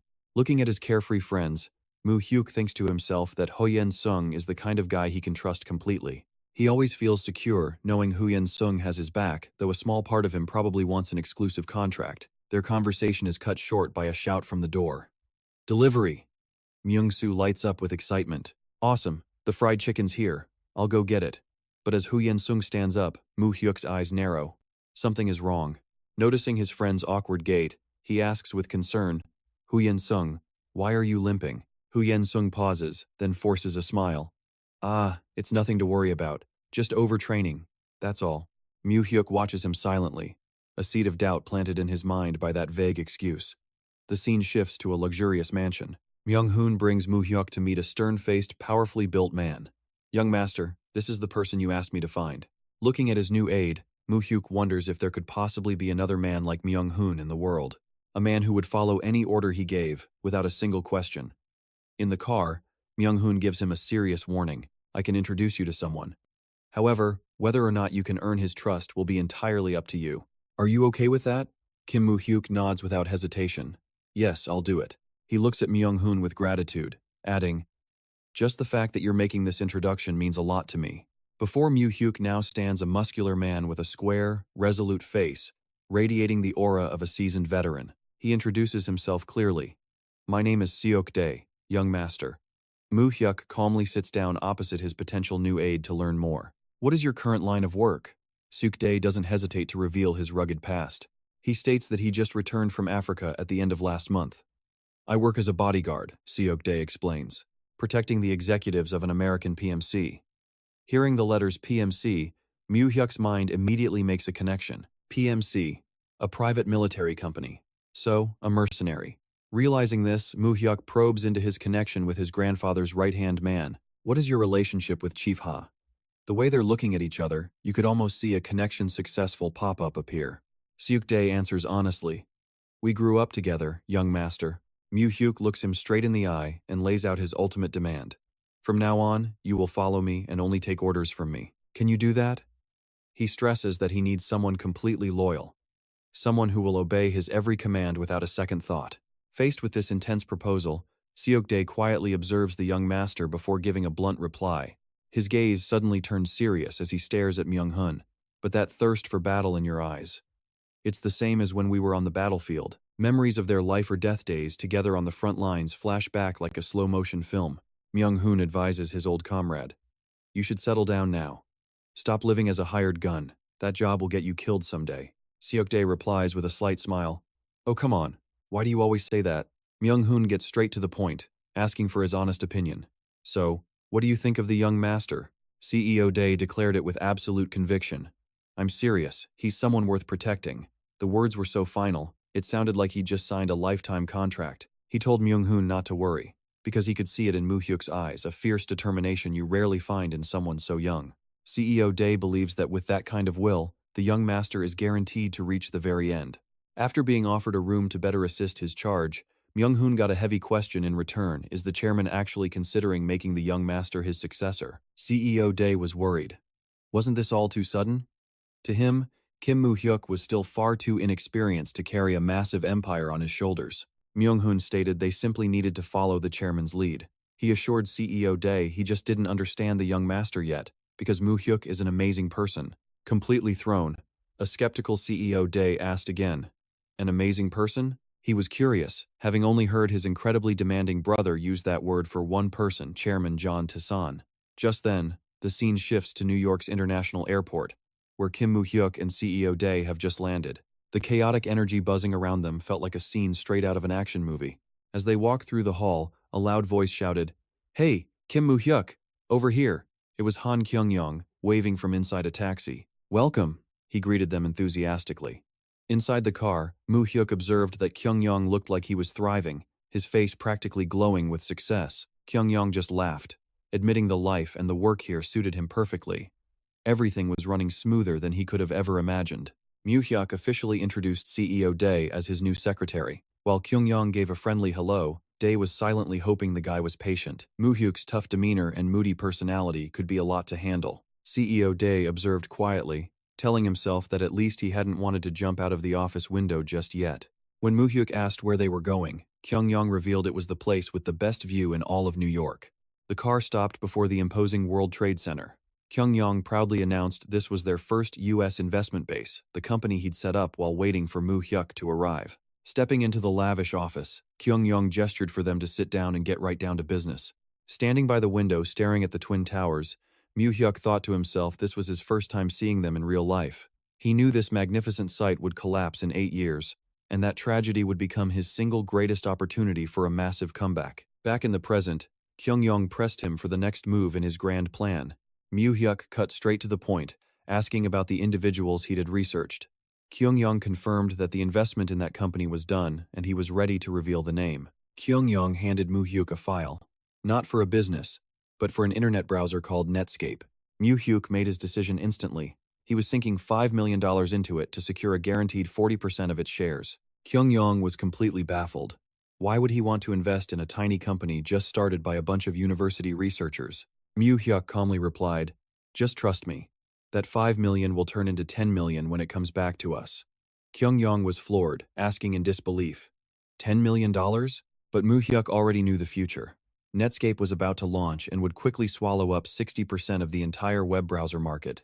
2 years after it went public in 1995, its initial stock price would explode from $18, pushing its total value to a staggering $8 billion. But he had already planned to sell off his shares right after the company listed, because he knew Netscape would soon face a much tougher rival.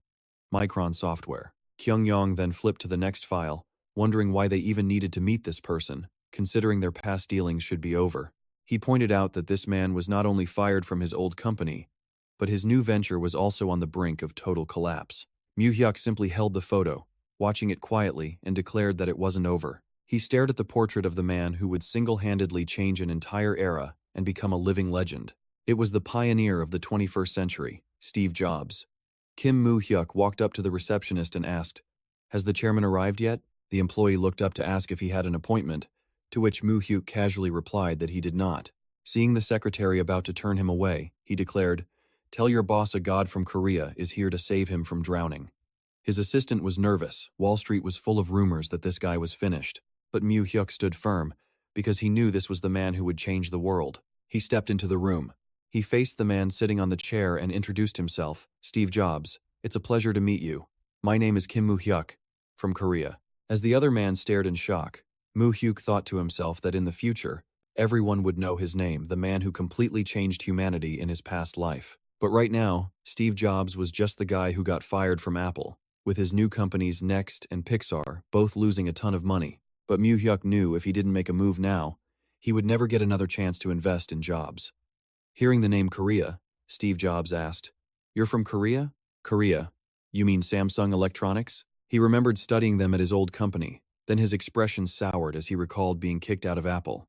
Those heartless bastards. His eyes turned razor sharp as he pointed at Mu Hyuk and demanded, "So what did you mean? You're here to save me. If you're just playing games to get a meeting, you'd better get out now."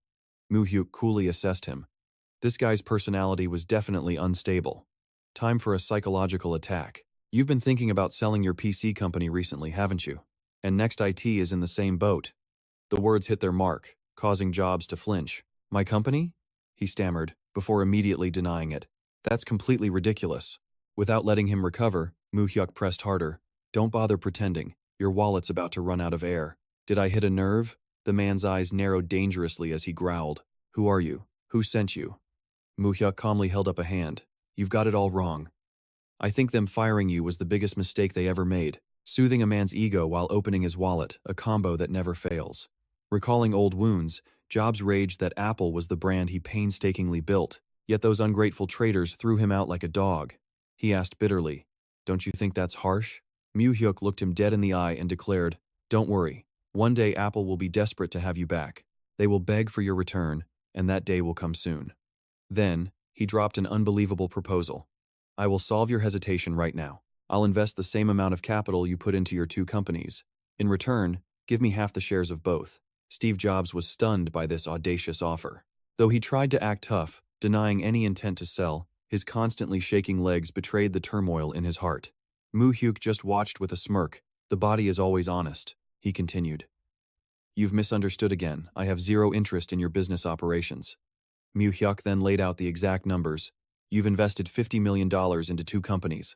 With that much of your own money on the line, you'd hate to sell to someone else, right? So, I'll buy half your shares for $50 million. Seeing Jobs was still skeptical, he played his trump card.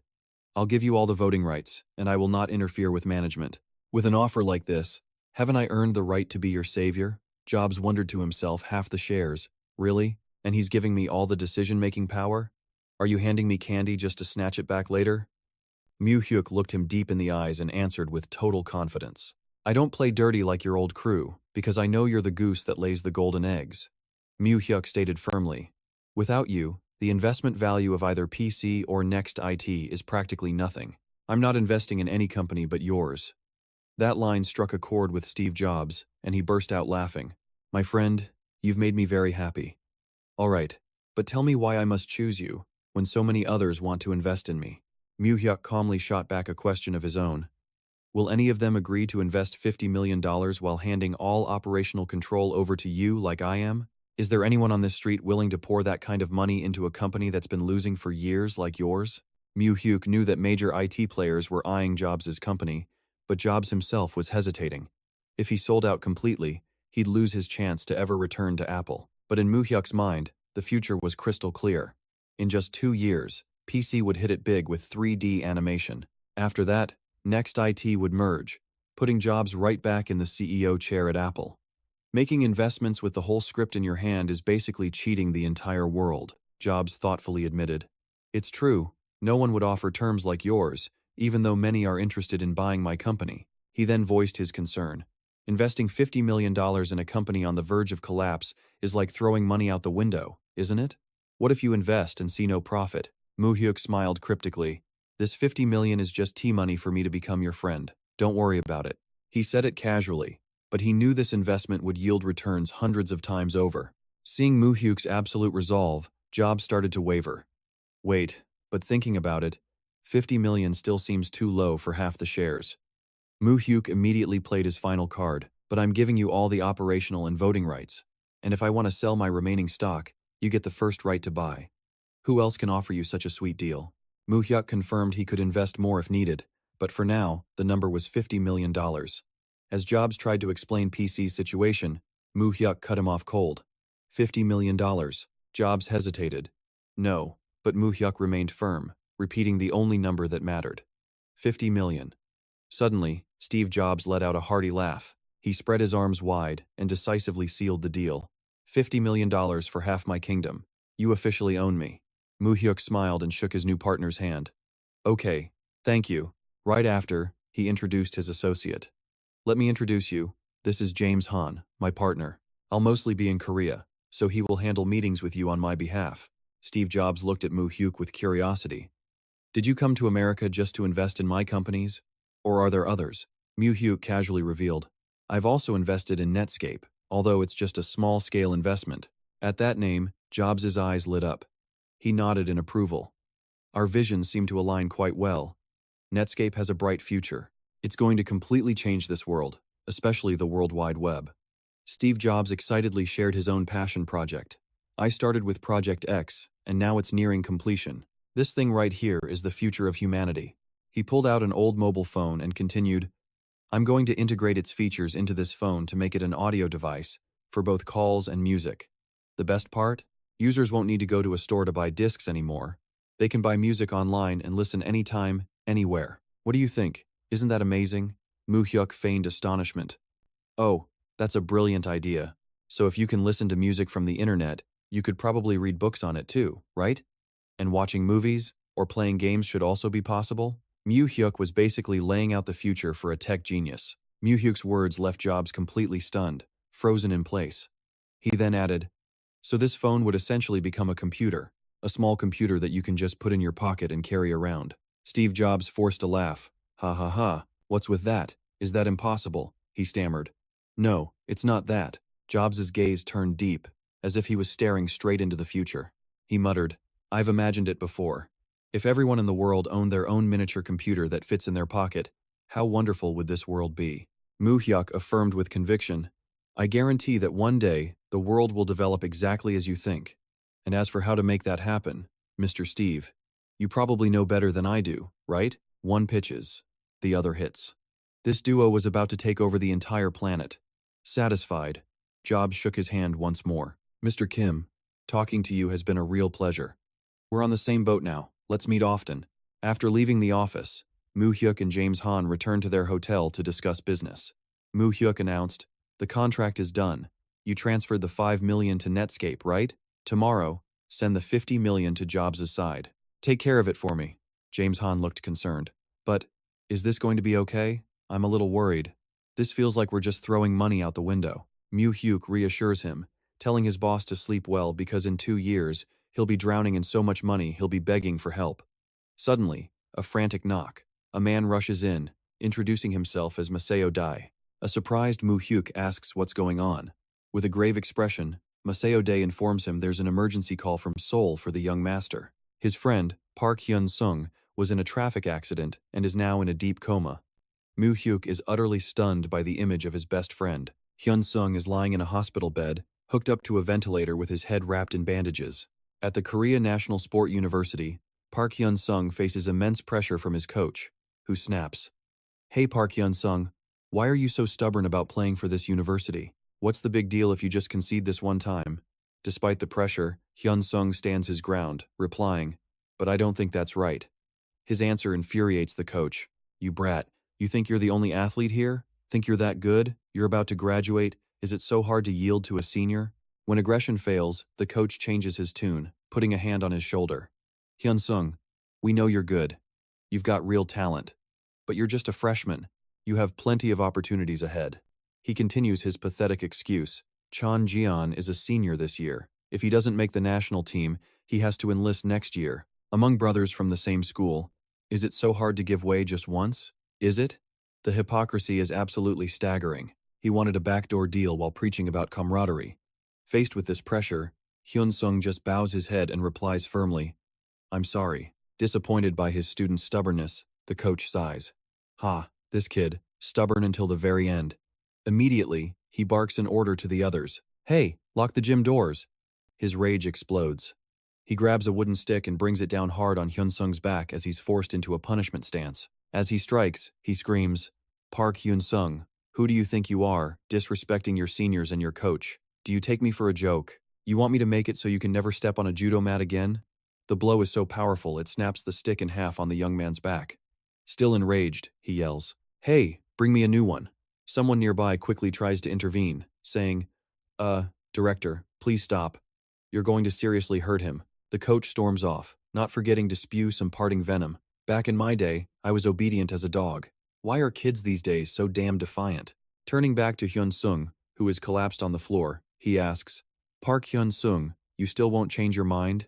He gets only silence. He throws the broken stick at him, threatening, "You fool, be careful. You could disappear and nobody would ever know. Don't you know who Chan Jian's father is?" The coach continues to rant. "If you know, then why are you being so stubborn? If you'd just given in, it would be good for you and for our school."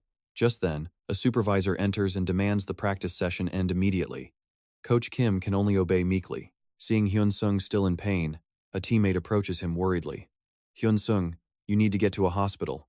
He limps out of the gym, but Hyun-sung is suddenly stopped by his senior, Chan Jian. Unlike his arrogant father, Chan Jian offers a sincere apology. "Don't take what the director said to heart. He's probably just worried about me. I'm sorry about all this." He even offers a straightforward challenge. "Don't listen to my old man's nonsense. Let's just settle this on the mat with our skills, fair and square." Hyun-sung replies respectfully, "Yes, senior." After his senior urges him to get his injuries checked, he watches Chan Jian's back with relief and determination. As night falls, Hyun-sung quietly cycles home. Suddenly, from behind, a truck barrels toward him, its headlights flooding the area with blinding light. He looks back in horror to see the vehicle closing in at an incredible speed. Hyun-sung desperately pedals to escape, but the massive truck looms right behind him. The truck smashes into him with horrific force, sending him flying onto the road. A sickening crunch echoes as the vehicle flattens his bicycle. The truck then suddenly reverses, leaving him paralyzed with fear. In the end, it slams right into his leg. He lies collapsed on the ground, clutching his bleeding wound, his breath shallow under the truck's glaring headlights. That absolute monster actually hit him a second time. Back at the hospital, Mu Hyuk runs frantically down the hallways, searching for someone.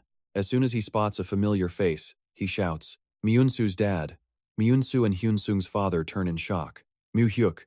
Mu Hyuk desperately asks, "What happened? What on earth happened to Hyun-sung?" The heartbroken father recounts the story through tears. A passerby found him collapsed on the road and called an ambulance. That's the only reason he's alive. Every bone in his body is broken, and he has a severe brain hemorrhage. Any later, and he would have been gone. Looking at the mangled bicycle, his voice chokes with rage. This wasn't an accident, this was murder. Those monsters tried to destroy his entire future. He bows his head in helpless self-blame. "I don't know who did this, but I know it wasn't a random collision. They intended to kill him. But there were no witnesses when it happened. So what if his dad's a cop? I can't even solve a simple hit and run. I can't even face my own son anymore." Mu Hyuk asks anxiously, "What did the doctor say?" Hyun-sung's father replies, defeated. "It's been 3 days, and he's still unconscious. The doctor just said to wait and see, but even if he wakes up, he can never play sports again. Just being able to walk again would be a miracle." Myunsu, standing nearby, recalls, "It wasn't a special weekend or anything, but he called and asked if he could come over. He said he was stopping by the hospital first, then he'd be right over." Mu Hyuk is confused. The hospital? Why would he go there? Myunsu had told him then, "Don't tell your dad. For athletes, getting beaten up a little is nothing strange." Sitting in the car, Mu Hyuk thinks deeply. But for Hyun-sung to say he needed to go to the hospital, just how badly was he beaten? He remembers seeing Hyun-sung limping, his face contorted in pain. When he'd asked, "Hyun-sung, what's wrong with your leg? Are you hurt?" His friend just forced a smile and waved it off. "Ah, it's nothing. Just a little something from practice." Mu Hyuk knew that getting disciplined with a beating was common in sports back then. But if it was that simple, there's no way Hyun-sung would have had to seek refuge at a friend's house. His eyes turn ice cold. He turns to his driver. "Manager Ma, I have a favor to ask you." With Mu Hyuk on the case, that coach's fate was sealed. The next day, Manager Ma shows Mu Hyuk a photo of a male student and reports, "Jordan Jeon. He's preparing to face a senior from his own school." Word on the street was that something shady went down during the national team selection. Turns out, the director ordered a fixed match, and Park Hyun-sung was the only one who refused to play along. For his integrity, he got a brutal beating and severe punishment.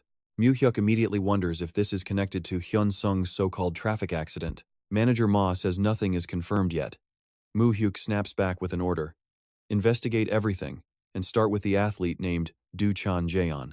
After Ma leaves, Mu Hyuk's mind is racing. He knew match fixing happened, but would they really run a guy over just for a spot on the national team? He tries to dismiss it as a mere coincidence, but the rage in his eyes says otherwise. But if anyone is involved, even slightly, he swears they'll pay back what they did to Hyun Sung 100, even 1,000 times over. Meanwhile, Hyun Sung remains unconscious, kept alive only by machines. Waiting in the hallway, Myung-soo sighs with worry. Wake up already, you idiot. Are you planning to sleep forever? Are you trying to be Sleeping Beauty or something? He lowers his head, his voice cracking. We promised we'd make it together. I've been training so hard. Hearing this, Mu Hyuk is taken aback. A promise? Myung-soo reminds him of a pact they made back in high school. The memory rushes back, the three of them walking under a sunset. Back then, Mu Hyuk had passionately declared, I'm going to Seoul, so you guys have to come and support me. It would be too hard to make it alone. It would only be fun with them both there. He'd thrown his arms around them, vowing, we'll all work hard and go to Seoul together. Back in the present, Myung-soo continues. We didn't know what you'd need, but Hyun Sung. He pushed himself to the absolute limit for you. He wanted to win an Olympic medal. The words hit Mu Hyuk like a punch to the gut. He'd always seen Hyun Sung as a completely reliable teammate, just like manager Ma. He respected Hyun Sung, the quiet guy who always got things done. Now, a wave of regret washes over him. But why did he have to fight so desperately for that one spot on the national team? Did his words somehow mislead Hyun Sung? Mu Hyuk spirals into a pit of self-blame, convinced his own ambition led his friend to this fate. Soon after, Mu Hyuk speeds through the night, chasing the truth with the suspect's file in hand, listening to the report. The name is Do Chan Jeon, son of Do Hyun-gu, vice president of the National Judo Association. Manager Ma adds that Do Hyun-gu is also the CEO of Gukseong Construction, a major sponsor for the association. Mu Hyuk repeats the name Gukseong Construction. On the surface, it's a small-time company, but in reality, it's a front for a violent gang led by a ruthless boss. Manager Ma then reveals another crucial piece of information. I heard Do Hyun-gu used to be a notorious gangster around the Chungcheong province. In the back seat, Mu Hyuk mutters the names to himself. He asks impatiently, have you found the car from the accident yet? Manager Ma's face is grim. The police are investigating, but so far I've heard nothing back from them. With enough money, you can buy anything, even silence. Done waiting, Mu Hyuk asks Manager Ma. Instead of relying on them, do you have your own way of finding it? I do, Manager Ma confirms instantly. Then I'll try your way, Mu Hyuk says, then calls his name, Manager Ma. The old man responds, yes, young master. Mu Hyuk's eyes turn ice cold as he thinks of his friend in that hospital bed. Hyun Sung. He's my best friend. We're not just friends, we're brothers. The people who did this to my brother, I want to repay them myself. An eye for an eye, a tooth for a tooth. His voice is deadly. So help me. You have to find them. After a tense silence, Manager Ma replies, understood, young master. The car speeds through the night, straight for Gukseong Construction. Inside, Do Hyun-gu is absolutely furious. He throws a wooden nameplate straight at his underling's head, screaming, did you run out of places to play? Why use a dump truck in the middle of the street? You moron! Bae Won-chun bows his head and takes the hit, blood dripping from his forehead. He stammers out an apology. You told me to be thorough, he begins. But the boss cuts him off with a flurry of punches. I told you to make him unable to compete. When did I ever tell you to run him over and kill him? The rage isn't over. He keeps beating Won-chun until he collapses to the floor, cursing him the entire time. You useless punk. If you can't do anything right, at least don't drag other people into your mess. After venting, Do Hyun-gu fixes his hair. We're not just local thugs anymore. We have a new status now. With you being so careless, how can I trust you with this business? Won-chun can only tremble and apologize through his sobs. Do Hyun-gu grills him about any evidence left at the scene, demanding assurance that they're both completely in the clear. He points a finger in his subordinate's face, threatening him. You always make things complicated. And who has to clean up the mess? Me, that's who. If you get caught, you take the fall yourself. Mention my name, and I'll make sure you disappear before the cops even get to you. Won-chun quickly agrees. I understand. Do Hyun-gu's voice drops. What about the ones who did the job? Won-chun quickly reports that he sent them to Gangneung to hide out. Whatever you do, make sure they keep their mouths shut. The boss growls. Won-chun promises they don't know the director's real identity, and if they get caught, He will take full responsibility himself. A truly loyal underling, ready to do the prison time for his boss. Do Hyun-gu puts an arm around his man, reminiscing about the 15 difficult years it took to go legit and escape their criminal past. He lets out a sinister laugh. Thanks to me, you all have good jobs and comfortable lives, don't you? Won-chun can only agree. Yes, director, it's all thanks to you. Right after, Do Hyun-gu tosses stacks of cash on the table and orders. Take this and get patched up. Use what's left to discipline the young ones. Do Hyun-gu lit a cigarette, fuming over Park Hyun-sung. What was with that kid's stubbornness, anyway? He just had to be difficult, always making things more complicated than they needed to be. Meanwhile, in a desolate parking garage, Manager Ma was meeting an old acquaintance who greeted him with a wide grin. Long time no see, Chief. Ma wasted no time, handing over an evidence folder and demanding he find the hit-and-run vehicle using the tire tracks left at the scene. He'd already identified it as a 1-ton truck and suspected this wasn't the driver's first time. The underling couldn't help but ask why his old boss was running errands. A hit-and-run? Why would a big shot like you handle such a minor case? You went from being a feared gang leader to a detective for the rich? Manager Ma's eyes turned to ice. He made it clear this was a critical matter concerning the person he was assigned to protect. So get a move on. Understanding the seriousness of the situation, the young man nodded. I know, I'll call you. But as he turned to leave, Manager Ma shot back a question. How long will it take? The informant bowed his head and confirmed. By tomorrow, in a dark old warehouse, Mu Hyuk and Manager Ma had located their enemies. Stepping inside, he found a group of men cornered on the ground, kneeling in absolute fear. Mu Hyuk's voice was frigid. Who are these guys? Manager Ma reported back.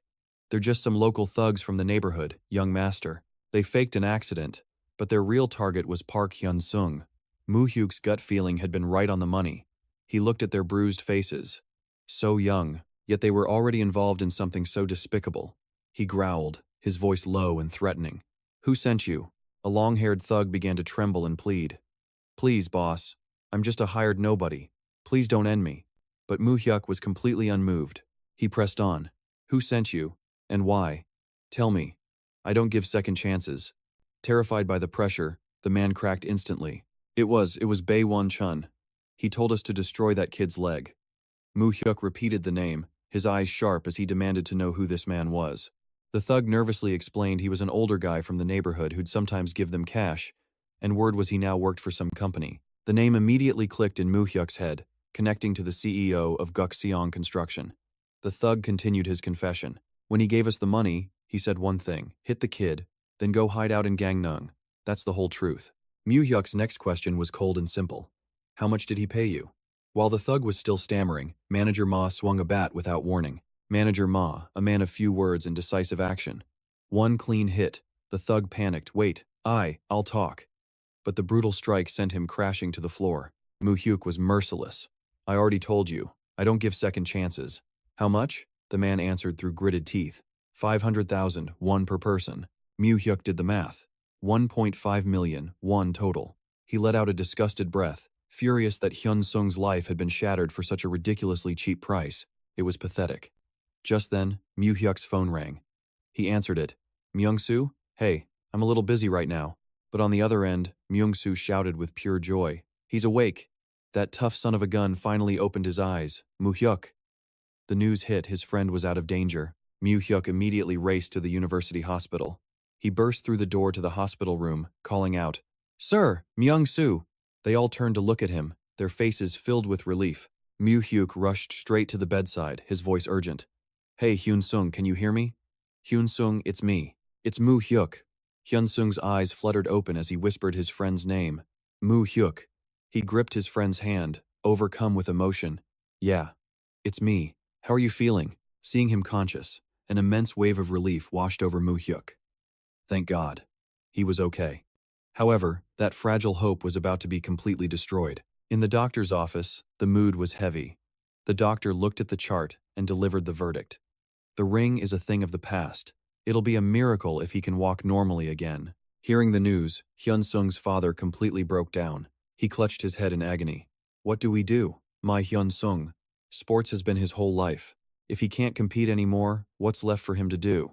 Standing beside them, Mu Hyuk was dead silent, his eyes darkening with a terrifying, murderous intent. In the dead quiet of the hospital corridor, Mu Hyuk stood by the window and made a call. Manager Ma, it's Mu Hyuk. Find Bae Won Chun and bring him to me. Immediately, in an isolated, decrepit warehouse, Bae Won Chun was tied tightly to a chair, struggling wildly. The second manager Ma ripped the tape from his mouth. He began screaming with arrogance. Hey, you bastards, who sent you? Do you have any idea who I am? I'm Bae Won Chun of the Gukseong crew. And from the shadows, Mu Hyuk slowly emerged, his face a cold, emotionless mask. Is that right? Bae Won Chun of Gukseong Construction? The sudden appearance left the gangster completely stunned. His eyes widened, a flicker of fear finally showing. Mu Hyuk sized him up, figuring this guy had seen his share of street fights. That's why he was so arrogant. You're different from the punks I met yesterday. Look at that killer instinct. But even a killer instinct meant nothing in front of Mu Hyuk. Even tied up, Bae Won Chun yelled defiantly. Damn it, who the hell are you? You were the one who made those kids talk, weren't you? Mu Hyuk remained perfectly calm. He stared into his opponent's eyes and sneered. Bae Won Chun, do you really think it matters who I am? Use your head for once. Or is that just for decoration? The gangster roared. What did you just say, you little punk? Before he could finish, a lightning-fast kick from Mu Hyuk's subordinate sent him flying, chair and all. A storm of merciless blows rained down, leaving the man a bloody, bruised mess on the floor. Won Chun collapsed, only able to let out weak, pained groans. He was then dragged across the floor like a sack of garbage. Mu Hyuk looked down on the defeated man and began his ice-cold interrogation. I'm only asking this once, so listen carefully. Who ordered you to run over Park Hyun-sung? Won Chun still tried to play dumb. Park Hyun-sung, model. Why would you say that name to me? Mu Hyuk's eyes turned razor-sharp. He moved in close. You had the guts to do it, but not to admit it? Think hard. Was your so-called loyalty worth it? Do Hyun-gu ordered you to do this, didn't he? The question hit home. Won Chun was frozen, completely speechless. Mu Hyuk kept backing him into a corner. I'm going to ask one more time. If I'm right, you just have to nod your head. Just because Park Hyun-seong wouldn't give up his national team spot for Do Hyun-gu, he ordered you to do that? Then you paid those kids to handle it by ramming a car straight into him. Am I right? Unable to deny the cold, hard facts, Won Chun silently nodded, admitting his crime. Mu Hyuk's patience had finally snapped. He let out a breath of pure fury. Ha, that's more than enough. His face hardened like stone. He gave Manager Ma a sharp order. Take them on a trip to the salt fields. Let's see if the sea salt can wash away that rotten nature of theirs. Manager Ma bowed respectfully, accepting the command. Understood, young master. Mu Hyuk turned and walked away, not forgetting to add, I'll be outside. You take care of the rest. Immediately, screams of agony echoed from behind him. A moment later, Manager Ma stepped out to report, I have handled it as you wished, young master. Mu Hyuk's eyes remained ice-cold as he gave his next order. One more thing. I need you to investigate everything about the Gukseong Construction Company and all of its current projects, their financial situation, shareholder lists, absolutely everything. Hurting people is secondary. The fatal blow is always to the wallet. Manager Ma bowed deeply. Understood, young master. In the dead silence of the city night, Mu Hyuk sat brooding in his office before picking up the phone. Director Park Jong-soo, it's Mu Hyuk. On the other end, Park Jong-soo sounded surprised. Well now, is that the young master Kim? What's going on? Is there trouble in Seoul? Mu Hyuk's announcement was blunt. Director Park Jong-soo, it looks like we have to start sooner than expected. The words left the other man stunned. He had to ask again to be sure. We're marching on Seoul? Kim Mu Hyuk and Manager Ma strode into a modern skyscraper in the heart of Seoul. The moment he saw him, Director Park Jong-soo called out from the lobby. Kim, over here! So you finally made it, huh? Mu Hyuk sat across from him and got straight to business. You're here. Is everything in Busan taken care of? Park Jong-soo answered with total confidence. Of course. When I handle things, there are no loose ends. Everything is locked down tight. He said he followed his instructions and arrived in Seoul early, then eagerly cut to the chase. Tell me, what do you need my help with? Mu Hyuk calmly got to the point. Do you know Director Jo Hyun-gu of the Gukseong Construction Group? Park Jong-soo mulled it over before confirming. Ah, you mean that Jo Hyun-gu? The guy who's a pretty big deal in Incheon, right? Seeing Mu Hyuk knew of him, he added that he had a brief run-in with the man on his way over. From what he'd heard, Jo Hyun-gu started out running a few bars and VIP salons before he moved into the construction business, climbing his way to director. How does a guy launder his image but still reek of a gangster? He wondered. But what in the world does a guy like that have to do with you? Mu Hyuk looked his partner dead in the eye and dropped a bombshell. I'm planning on eliminating Jo Hyun-gu. As for his construction company, Guxion, I want you, Director Park, to take it over. Park Jong-soo was so stunned he shot to his feet, asking in disbelief, "What did you just say? Eliminate Jo Hyun-gu and take over Guxion?" Even for a man of his standing, he was hesitant. "Do you really think we have the power for that?" Park Jong-soo analyzed grimly. "That old man doesn't just have clubs, he has a whole canopy of powerful protection in Seoul. It's because of those connections he was able to move into legitimate business so smoothly in the first place." Mu Hyuk stated it as a fact. "I will handle the powers behind him." Even so, Park Jong-soo couldn't help but ask worriedly, "But do we even have a chance to win? We won't know until we make our move. But if we're going to strike, we first need to understand our opponent's true strength." Mu Hyuk calmly laid out his strategy. "First, we take over Guxion Construction and establish a solid foothold in Incheon. Then we wait for the right moment to make our official move on Seoul." Hearing this, Park Jong-soo sighed. "We've barely gotten our footing and we're already diving headfirst into a war. So what's the plan? Are you striking immediately?" Mu Hyuk looked him deep in the eyes and made a proposal. "Before we begin, I need you to do something for me." He coldly revealed the target. "Jo Hyun-gu has a son named Do Chan-zion. I want you to make that brat's life a living nightmare."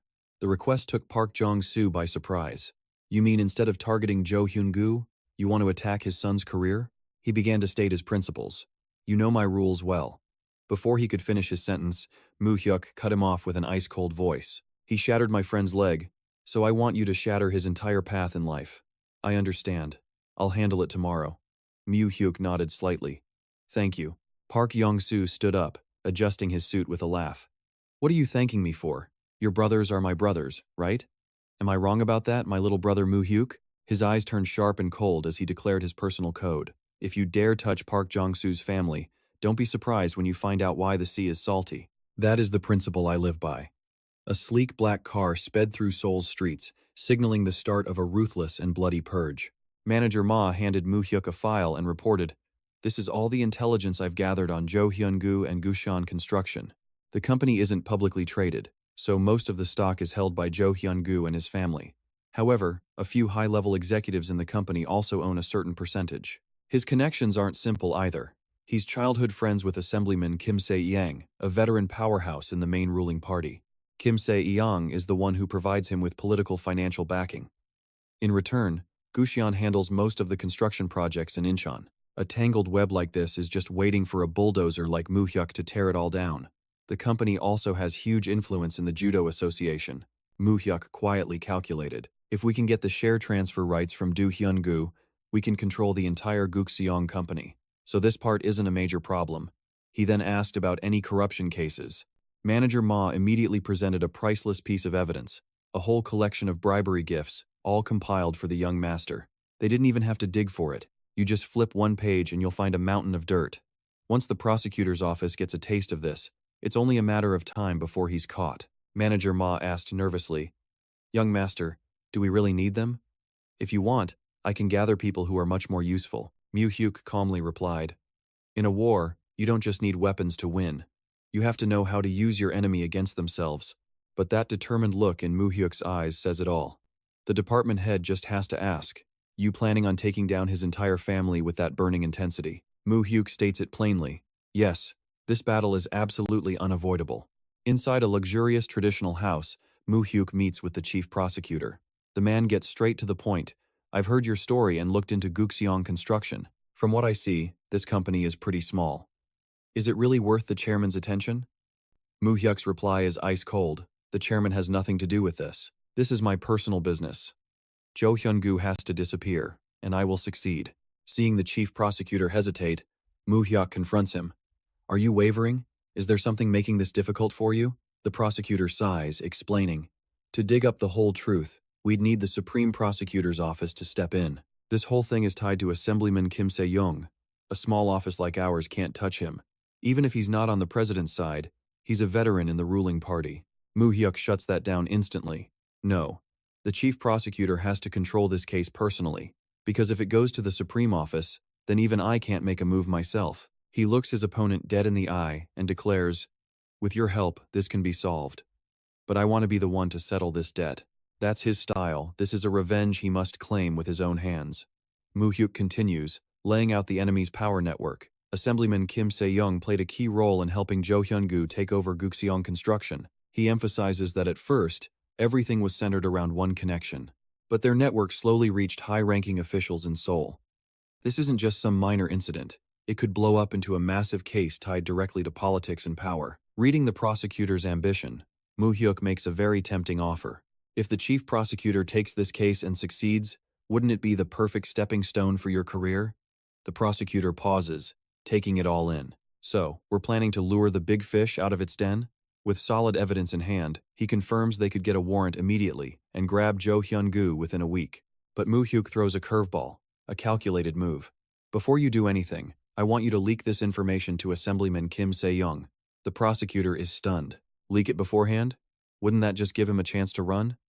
It's like sending a formal invitation to a thief you're about to catch. An insane strategy. Mu Hyuk coldly replies that he isn't just trying to arrest or handcuff the man, demanding the prosecutor's absolute and total support. Meanwhile, in a loud city bar, Jo Chan-jeon is living it up, enjoying the night with a young woman. Seeing him drink so much, the girl asks nervously, "Are you sure it's okay to drink like this? You said you have an important match tomorrow, and you were just picked for the national team." His arrogant response says it all. "At my level, I'm universal. Tomorrow's match is just a formality. Now, fill my glass." As he drinks, he starts mocking Park Yoon-sung. He brought this trouble on himself. If he knew his place from the start, it wouldn't have come to this, just some pathetic kid. Jo Chan-jeon's face is a mask of victory, convinced that his family has everything completely under control. After the party, Jo Chan-jeon stumbles out to the empty parking lot, fumbling for the keys to his yellow sports car. Suddenly, a cold voice calls out from behind him, "Jo Chan-jeon." He spins around, startled, to see three intimidating strangers have already surrounded him without a sound. One of them gives a simple order, "You're coming with us." Looks like the justice delivery service has arrived. Faced with this terrifying threat, Jo Chan-jeon can only stammer, "Who are you guys?" The thug's command is cold. "You'll find out. Now shut up and walk with us." But Jo Chan-jeon tries to keep up his facade. He grabs the man's shirt and yells, "Who do you think you are to order me around?" He tries to use a wrestling move, but it's completely useless. The muscular guy scoffs. "What are you doing, kid? Is this how a national representative acts? You probably didn't get that position based on actual talent, did you?" Seeing their target is still resisting, another man approaches with a sledgehammer. "We were going to take you peacefully, but it looks like you don't know how to cooperate." At the sight of the weapon, Jo Chan-jeon can only tremble in despair. Moments later, heart-wrenching screams of agony echo through the dark, empty complex. In a parking garage, Director Park Jong-soo calls Mu Hyuk to report in. Everything has been taken care of. Hearing the news, Mu Hyuk quietly responds, "You worked hard." His eyes become sharper than ever. He states his next move plainly. It's time to deal with Jo Hyun-gu and take control of Seoul. Jo Hyun-gu bursts into a hospital room, frantically screaming his son's name. Chan-jeon. Seeing his son motionless on the bed, legs in casts and his face covered in bruises, he asks in shock, "What happened to your legs?" Rage boils over as he snarls, "Who dared to cripple my son's legs?" Standing silently by the bedside, Jo Hyun-gu's voice is low. "I need to know, do you remember their faces? Was it someone you knew?" Chan-jeon shudders, reliving the horror. "Those guys were so thorough. After they took care of my legs, I lost all desire to compete." A deep sense of unease begins to creep into Jo Hyun-gu's mind. His trusted subordinate, that guy Won Chun, has completely disappeared. Something is definitely wrong.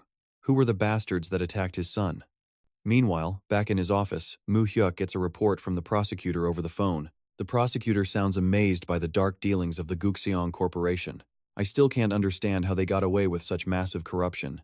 Every single deal went through. Plus, they're connected to several missing persons cases." He calls Jo Hyun-gu a master schemer, who would have been caught long ago without Assemblyman Kim Se-young's protection. Mu Hyuk's reply is chilling. "The moment we catch him, he's going to prison for a very long time." He then announces the plan.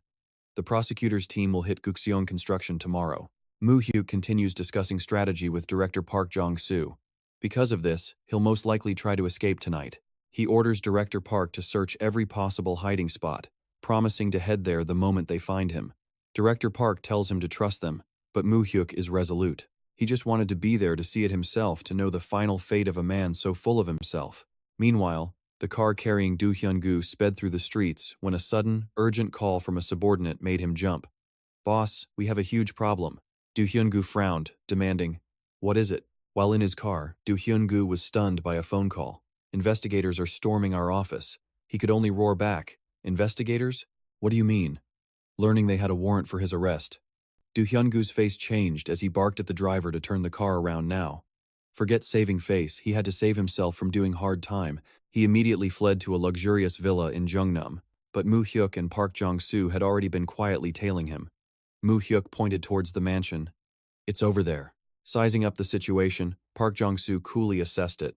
"About 10 guys. This won't be too difficult to handle." Mu Hyuk suggested coldly, "It's time to take out the trash. Clean out that whole villa. The sight of it is pissing me off." Park Jong-soo tossed his cigarette to the ground, confidently declaring, "This will take 10 minutes, tops. Don't worry." With that, he led his men straight inside, shouting, "Let's go, everyone!" Inside the villa, Do Hyun-gu was frantically making calls for help, only to be met with cold shoulders. He roared into the phone, "Auditor Park, how much money have I given you over the years? What do you mean I have to handle this myself?" After being hung up on, he seethed, "You just wash your hands of all responsibility like that." He slammed the phone to the floor in a rage. "A bunch of damn scumbags." Not giving up, Do Hyun-gu turned to his underling, "Have you contacted Assemblyman Lee?" Hearing that no one was picking up, he gritted his teeth and cursed, "That bastard. He's always quick to answer for money, but vanishes when there's trouble." Just then, the door to the room was kicked wide open with incredible force. A startled Do Hyun-gu looked up, shouting, "Who are you people?" Park Jong-soo casually walked in with a large sledgehammer over his shoulder, his men right behind him. "Boss Hyun-gu, it's been a while." Recognizing the familiar face, Do Hyun-gu's expression changed. Park Jong-soo." Park Jong-soo smiled with a hidden meaning. "The last time we met was a few years ago, right? In Incheon, wasn't it? I heard you left Cheongju to make it big in Seoul. Looks like you're living pretty comfortably, huh?" Do Hyun-gu growled warily. "You bastard, what are you doing here?" Park Jong-soo decisively ordered his men to charge. A brutal brawl erupted inside the villa, filled with endless screams as Do Hyun-gu's side was completely overwhelmed. After everything was cleaned up, Mu Hyuk quietly appeared, his face concealed by a black mask to hide his identity. A subordinate approached and reported, "Everything's taken care of, young master. You can go in." Entering the room, Mu Hyuk saw Do Hyun-gu kneeling on the floor, his face covered in bruises and humiliation. Park Jong-soo sat leisurely in a chair, speaking with pure scorn. "Your path has been far too easy, boss. Now that it's come to this, transfer all your shares in Gukseong Construction to me." He had lost everything broke and heading straight for jail. He made a cold offer. "Do that, and I'll let you go to the prosecutor's office comfortably. Otherwise, you're going to suffer a lot more." Park Jong-soo slammed the documents on the table and snarled, "Now, stamp it." "Hurry up, boss." Do Hyun-gu roared in fury, "You son of a bitch, Park Jong-soo. So it was you who had my son's leg broken, wasn't it? Are you insane? Why the hell would I hand my assets over to you?" Faced with this resistance, Park Jong-soo just calmly brought up his opponent's pain. "Boss, I did leave the kid one leg, didn't I? Or do you want me to have both of his legs crippled right now?" His eyes turned ruthless as he delivered the final threat. "All it takes is one phone call. What do you say? My men are at the hospital right now, waiting for my order." Terrified for his son's life, Do Hyun-gu completely broke down. He trembled and begged, "Please, don't touch my son." However, Park Jong-soo didn't stop. He kept pressing, "I'm still considering our old bond as brothers. That's why I haven't gone that far yet. So you have to understand my position, don't you think? If word gets out that you're in this mess, beaten by a subordinate, how can you ever do business again? So if you want peace, just stamp the damn papers." In the depths of his despair, all Do Hyun-gu could do was moan in agony. Sang-gyun approached, handing a phone to Mu Hyuk, while Do Hyun-gu screamed through his tears, "I'll do it." Park Jong-soo smiled victoriously, watching the defeated man shakily sign his name. After the process was complete, Mu Hyuk's subordinate collected the papers and confirmed, "All documents have been stamped." Park Jong-soo threatened in a low voice, "You remember this. If you say anything you shouldn't at the prosecutor's office, you'd better watch yourself. If that happens, your entire family will not be safe." He continued, promising not to miss a single person, "And don't you worry about the shares your wife and relatives are holding. I'll be visiting every one of them to collect soon enough." Seeing that everything was settled, he signaled to his men, "All right, this is done. Let's get out of here." The group quickly left, leaving behind a wrecked scene. Mu Hyuk remained standing there, silently observing everything from behind his black mask. When the room was finally empty, Do Hyun-gu furiously crumpled the papers and cursed, "Just you wait. When I get out of prison, I'll... Suddenly, he realized someone was still standing right behind him. Do Hyun-gu spun around and yelled, "What now? Who the hell are you? If you're done, then get lost." The response to his challenge was a lightning-fast kick aimed right at his face, giving him no time to react. The powerful kick sent Do Hyun-gu flying, leaving him collapsed on the floor. He could only groan in pain. Mu Hyuk slowly removed his mask, revealing a cold, murderous face. "My business is just getting started." He looked at his enemy with contempt and declared, "For the crime of hurting my friend, you will pay a worthy price." Do Hyun-gu collapsed on the floor, trembling as he questioned him. Who are you?" He was still bitter, cursing through gritted teeth. That cowardly dog, Park Jong-soo, how dare he do this? Even about to be dragged away, he was still busy blaming someone else.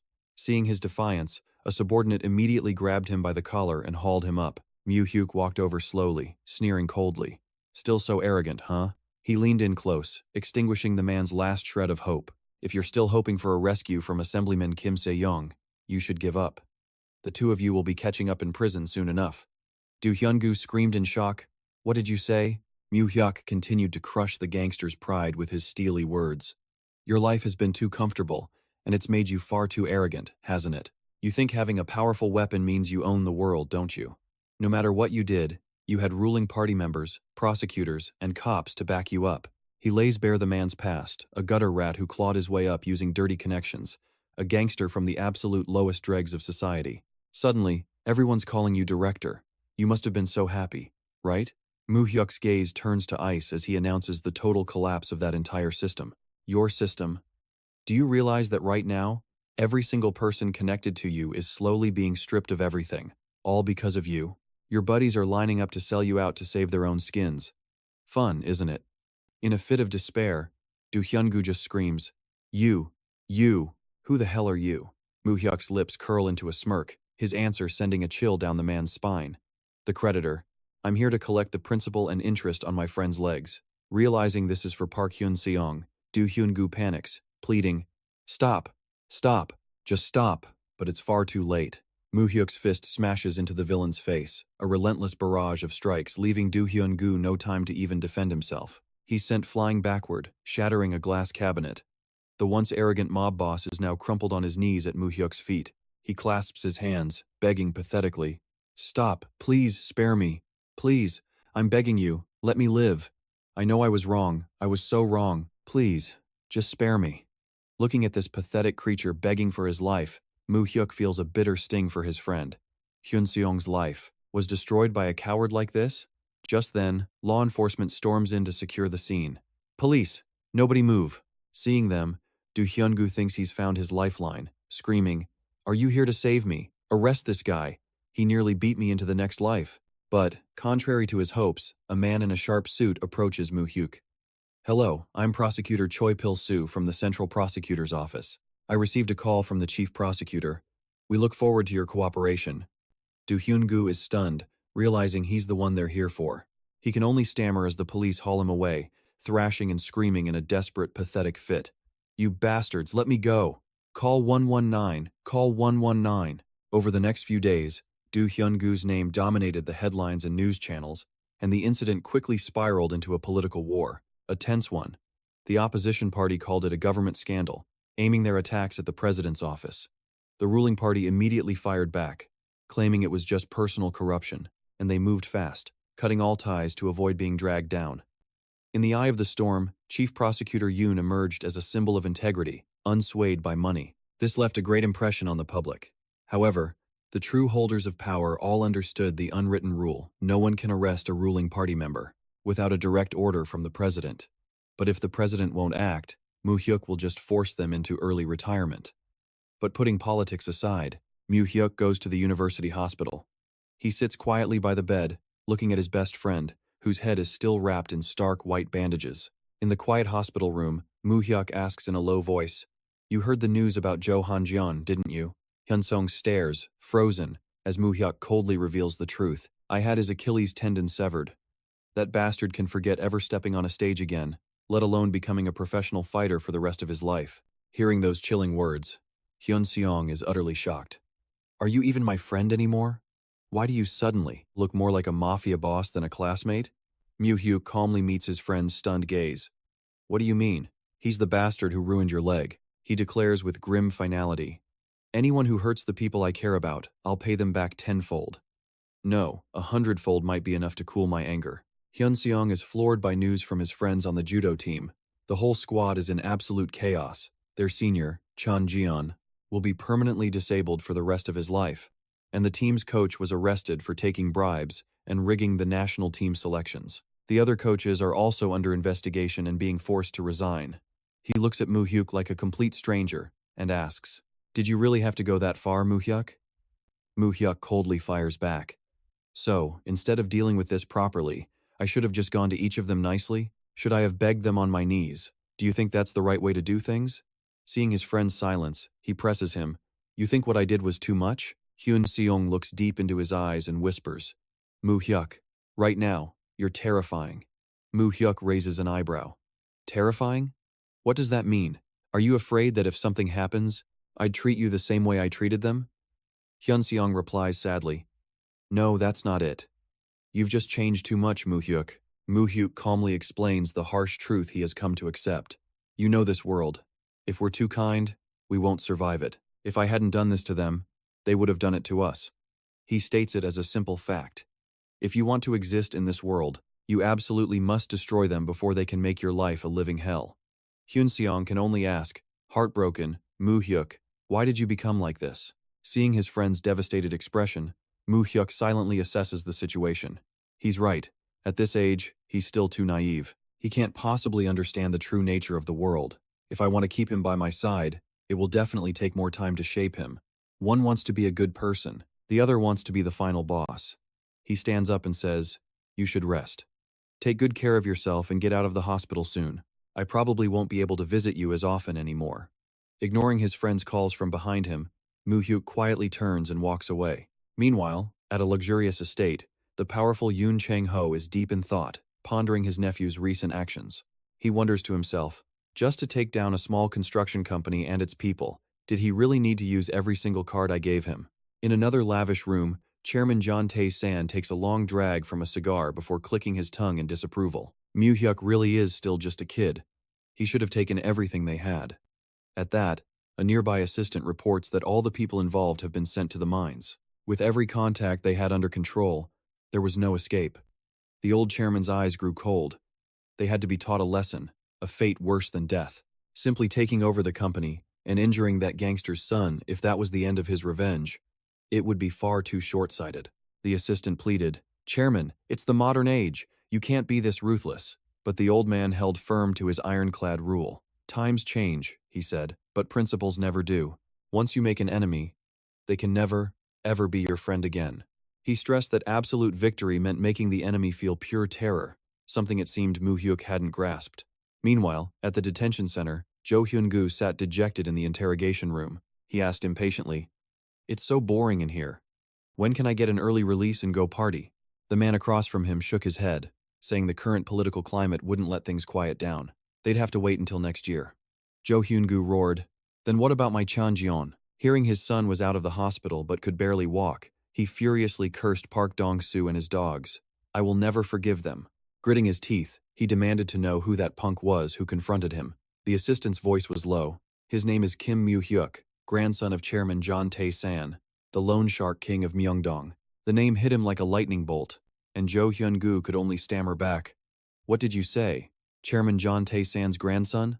Cold sweat drenched him, his face turning pale as the horrifying truth sank in. It looked like they had messed with someone they absolutely should not have. In the gloomy prison corridor, a downtrodden Jo Hyun-gu trudged along behind a guard. He was still reeling from the reveal of Mu Hyuk's identity, muttering in a daze, Chairman John Tae-san's grandson? But I didn't do anything to him. The only person I touched was that athlete kid. What does some jock have to do with Chairman John? He knew he was in deep, but his defiant anger hadn't faded one bit. Walking through the detention center hall, he gritted his teeth and swore, Just wait until I get out. I'll take care of all of you, even if I'm old and need a cane. Suddenly, he flinched, whipping around when he sensed something wrong. What was that? In an instant, another prisoner appeared, blocking his path. The guard pretended not to see a thing and simply walked away. Jo Hyun-gu was hit with a flurry of vicious, fatal stabs. He let out a single grunt before collapsing to the floor, Meanwhile, at his private residence, Chairman John Tae-san was laughing heartily. Yes, that's it. That's how it should be. That's my grandson. When his assistant expressed concern that Mu Hyuk was too young for such brutal affairs, the old man just casually waved it off. What's the problem? To survive, you have to be the most ruthless one there is. This grandpa's method of teaching was on a whole other level. While clipping a cigar, he declared that only the truly ruthless could completely crush their enemies or strike fear into their hearts. As he slowly lit it, he emphasized that was the only way to survive against the Chungpung group.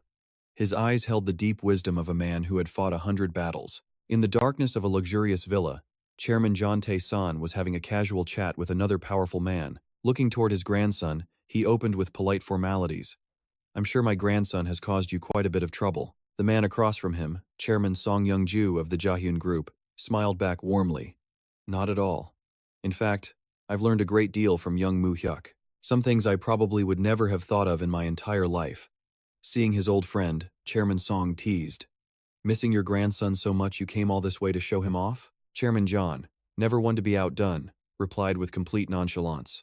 Why would I need to show him off when Mu Hyuk is already so capable? Chairman Song laughed, marveling at how his old friend had changed. My goodness, Chairman John must be nearing retirement. A man who once wouldn't shed a single drop of blood or a single tear, now comes all this way just to boast about his grandson. Not to be outdone, Chairman John fired right back. I think you're talking about yourself. He recalled their first meeting, when Song was just a construction director but carried himself like a gangster. Chairman John remembered the hilarious scene. Let's see, you were building a factory back then and ran out of cash. When you came to borrow money, you threw a fit and yelled that if I didn't lend it to you, whatever happened would be my fault. Recalling the past, Chairman Song admitted he was in a desperate situation. If he hadn't secured that loan, his company would have gone bankrupt, so he took a wild gamble. He expressed his sincere gratitude. Thanks to you lending me the money, the project was completed, and because of that, Jahyun exists today. In response to the thanks, Chairman John just let out a smug, knowing laugh. Suddenly, Chairman John's voice grew serious, asking why a man once so full of passion like Song would now be confined to a dark room, getting involved in the dirty world of politics. Chairman Song let out a bitter sigh. He explained he was sick of being treated like a mouse by politicians, played with on the hunter's dinner table. Being a tycoon was tough, basically just an ATM for those lawmakers. He angrily recounted how they'd demand money every election season, using corporate funds for bribes, only to turn around and torment the very people who funded them. That's why he decided to run himself. Better to use that money on himself, a high-risk, high-reward play. It was worth a shot. Mu Hyuk sat listening silently, memories of the future flashing in his mind. He knew for a fact that Chairman Song had won the last election with overwhelming support, a result that had defied all expectations. But that very success terrified the sitting president, Kim Man-sam. As this unfolded, Mu Hyuk watched a documentary about the future, right in front of the old guard. To crush his rival, the administration pressured banks to halt all funding and launched brutal tax audits, forcing Chairman Song to abandon politics just to save his company. Seeing right through his friend, Chairman John asked if he was really just going to bend the knee forever. The old man advised him to just enjoy retirement and leave the stage for the kids. Hearing this, Mu Hyuk's expression turned dark and silent. He knew the grim fate awaiting this corporation all too well. Chairman Song Yong-ju would die in a few years, and right after, the mighty Jia-hyun group would be torn apart by his own heirs. They would destroy it, piece by piece, in their endless internal power struggles. In Mu Hyuk's mind, the gears were already turning, calculating a future where the Samsung Group, led by John Tae-san, would rise to the top. Mu Hyuk was determined to accumulate all the shares his grandfather currently held, becoming the true master of this high-stakes chess game. His goal was to completely reshape the future of Korea's chaebols. Suddenly, a polite young man with a refined air stepped into the room asking, "Do we have a guest?" Chairman Song smiled and made the introduction. "This is Song Hyun-soo, my eldest grandson." Mu Hyuk recognized him instantly, the future third-generation chairman of the Jia-hyun Group. He was the one who would resurrect the company from its own ruins by acquiring all the fractured pieces. Hyun-soo bowed respectfully. "Chairman John, I trust you're well? Well enough to keep lending my family money, I hope?" Chairman John responded warmly. "Ah, Hyun-soo, it has been a while." He then gestured to his own grandson. "This is my grandson, Kim Mu Hyuk." Hyun-soo immediately extended his hand with a welcoming smile. "I've been seeing you on the news lately. It's a pleasure to meet you. I'm Song Hyun-soo." To give the two elders some privacy, Chairman Song suggested, "Hyun-soo, Why don't you show Mu Hyuk around the manor? As the two young men left, the chairman watched them go. Chairman Song recalled wistfully, "When we were young, we were afraid of nothing, weren't we? We chased after everything we wanted, and now we get to sit here and watch our own grandchildren grow up. All this time." Looking back, it's really something. Seeing his friend getting sentimental, Chairman John cut in. "All right, that's enough reminiscing. Just get to the point." Chairman Song chuckled. "You always were one to cut straight to the chase. You look as impatient as they come right now." Chairman John had to admit it. "Nothing gets past your sharp eyes, does it?" His voice then lowered as he revealed his critical plan. "I'm planning to transfer all of my current shares to my grandson. That, of course, includes all the shares I hold in Jia Hyun's subsidiaries." The news left Chairman Song stunned. The recent rumors from Myeongdong were actually true. He planned to groom Mu Hyuk to take over the entire empire. Concerned, he had to ask about the other heirs. What about Suman and Suhan? Will they agree to this? If you plan on passing everything to your grandson and skipping over your own children, you're going to have to deal with some serious risks. And besides, why favor your daughter's son so heavily? Chairman John replied calmly. "I'm not too worried while I'm still alive and sane. I just don't want the boy to live the same life I did." His gaze grew distant as he decided his grandson's future. "I'll leave a portion of the business to my children. But as for Mu Hyuk, I want to raise him in a clean environment, far from the filth of this society." Chairman Song Yongju looked skeptical. "The boy is only 20. Don't you think that's far too soon?" To this, Chairman John Tae-san casually replied, "On this matter, you're not being very perceptive at all. Mu Hyuk is no ordinary kid. Perhaps your eyes are failing in your old age. My grandson can see straight into the future. I'm not joking." He affirmed that while Mu Hyuk listens, he is unshakable once a decision is made, and he follows through on his will, completely. In all the years of watching him, Mu Hyuk had never once broken a promise, and he always delivered results that far exceeded expectations. Chairman John then asked pointedly, "So, do you really think my sons could ever surpass him?" Hearing this, Chairman Song grew quiet and thoughtful. "Ha! Chairman John, from what you're saying, I can't quite picture it. All right then, what do you need my help with?" After a heavy silence, Chairman John bit out his request. The Chongpeng Society.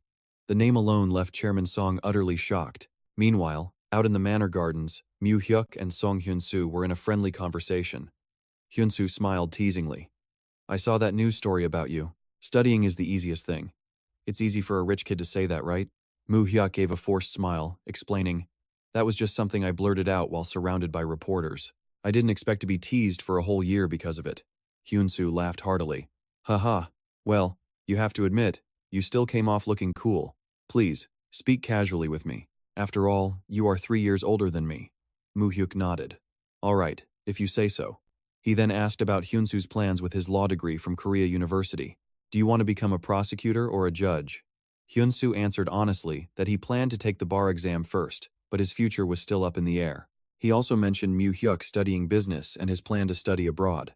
Like other Chibal families, it was often just an excuse to polish up a degree from a lesser school. But for Mu Hyuk, it was about making his grandfather proud.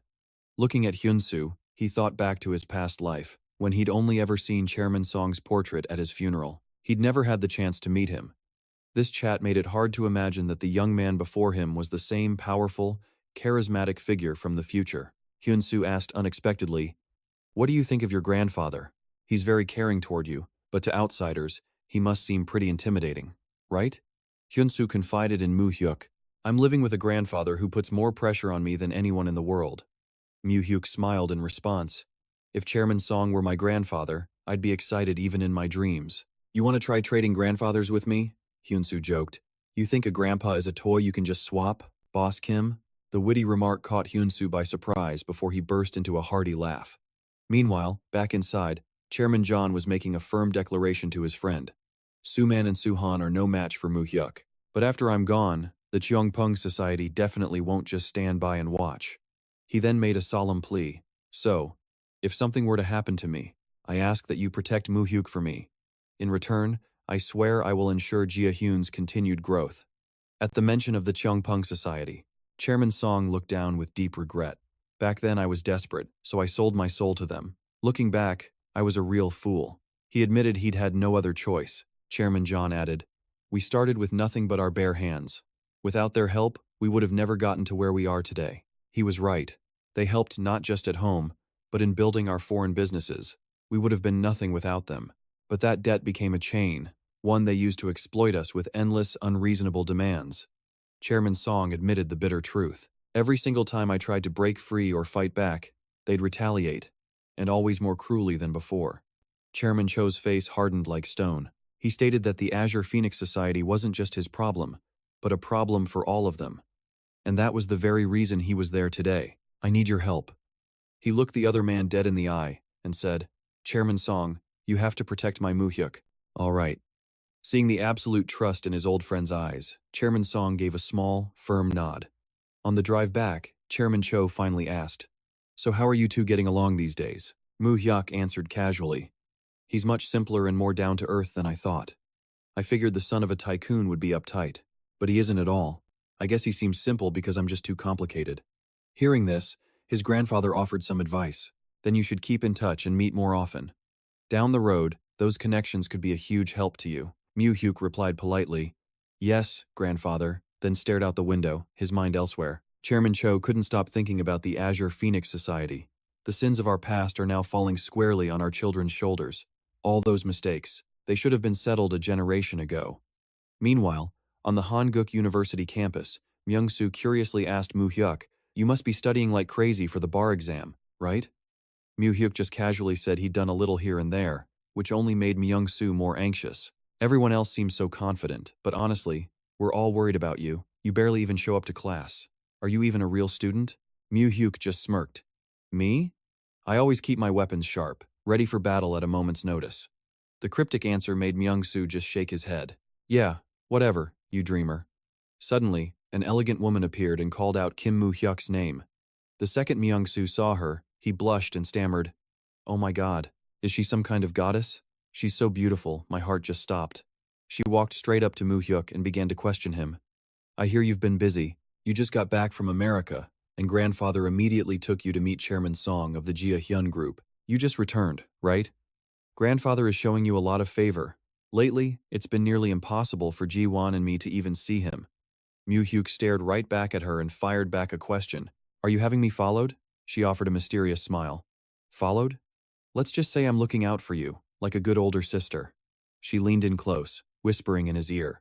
Everything is going according to plan, right? Don't forget, we are allies in this. After dropping that calculated reminder, she waved goodbye. See you around, little brother. Myung-soo, still completely starstruck, quickly added, Yeah, see you later, miss. A moment later, Mu Hyuk's phone rang. He answered, Director Park, if this isn't urgent, I'll have to call you back. But Park Jong-soo's voice on the other end of the line was dead serious. Mu Hyuk, it's Jong-soo. I found him. The man you asked me to find. Instantly, Mu Hyuk's gaze hardened. His eyes turned to steel as he heard Park's final words. I found the bastard who owes you that blood debt. Get ready to collect. Mu Hyuk stopped dead in his tracks. He stood before a building with a glittering sign that read Kings. As he tried to enter, an employee cleaning up blocked his path. We're not open yet, sir. Mu Hyuk replied calmly. I have an appointment. The employee scoffed, clearly annoyed. An appointment for what? Get lost, kid. You're too young to be in here trying to drink this early. Suddenly, a man in a black suit stepped up and smacked the employee hard on the head. He then bowed respectfully to Mu Hyuk. You've arrived. Mr. Dong-soo is waiting for you inside. The employee stammered in shock. B-boss? Who is that? The man in the suit growled. That's Boss Dong-soo's sworn brother, you idiot. The employee could only repeat in a daze. Dong-soo's sworn brother. Inside a hazy VIP room thick with smoke and liquor, Mu Hyuk sat across from Director Park Dong-soo. He held up a man's photo and confirmed, Yeah, that's him. His name's Choi Sung-man. I was locked up in the same prison with him for 3 years. Park Dong-soo stared at the photo. In jail, this guy acted as gentle as a saint. Who'd have guessed he was the one with your parents' blood on his hands? He recalled his time in prison with the man. I once asked him what he was in for, and he told me it was because of that accident. Because of that incident, the cops called my son in for questioning over and over. I heard it was a traffic accident that left a young couple dead at the scene. The cops dragged us to the station and interrogated us for hours. Hearing the details about the crash that had taken his parents' lives, Mu Hyuk sat in stunned silence, his eyes darkening with pure rage. When he asked why the man did it, the witness explained everything. Choi Sung-man wasn't the real criminal, he was just a hired driver. Back in 1974, driving a car meant you were loaded. The pay was insane. When things went bad, the people behind it offered him $10 million, one to confess and do 3 years. After he got out, he'd get another $10 million. The old witness scoffed. At the time, the guy was actually proud of himself, thinking the car's owner had already smoothed everything over with the cops and the prosecutor's office. He had no clue he was just a puppet, a pawn being sacrificed for the powerful men upstairs. Mu Hyuk leaned in, demanding to know where Choi Sung-man was now. The old man calmly drained his glass and dropped a single, cold line. He's dead. In an instant, the only spark of hope was completely snuffed out. He died in a car crash not long after getting out of prison. Mu Hyuk was stunned, while the old man insisted. He was definitely murdered to tie up loose ends. His death right after getting out of prison was too much of a coincidence. Mu Hyuk gritted his teeth in fury. The only lead he had to the truth about his parents' deaths was gone. He turned and demanded, "Why didn't the police arrest the others in the car?" But the old witness waved it off, revealing that Choi Sung-man, though a crook, was smart. He had secretly memorized the entire conversation between the two masterminds. They were desperate to know what was said, but the old man suddenly clutched his head, complaining that he was getting old and his memory was fuzzy. Seeing this, he tossed a thick wad of cash onto the table. "Does your headache feel better now, old man?" Staring at 500,000. 1. The old man's eyes lit up, praising the generous move. Dong-soo ignored Mu Hyuk, who seemed a bit embarrassed by his partner's flashy methods. He was determined to force the old man to spill every last detail. Without missing a beat, the old man took a sip of his drink and began his story. He recalled them saying, "Don't worry about prison. The Cheongpung Group will take care of everything for you out here." That name made Mu Hyuk freeze. The Cheongpung Group. He suddenly remembered his grandfather and Chief Ma mentioning that very organization, so it wasn't a mistake. His parents' deaths were connected to this group. Mu Hyuk pressed him urgently for more information. "Did you hear any names? Or maybe special nicknames for those criminals?" The old man shook his head. "No. Besides what I've already told you, I didn't hear anything else." But the old man hesitated. "Oh, wait. There was one more thing." "What was it?" Park Dong-soo's patience finally snapped as he yelled, "Stop messing around and spit it out. I told you I'd take care of everything if you just tell us what you know, didn't I? We're all on edge here, and you're dragging this out." The old man muttered, all right, I get it. Why are you yelling?"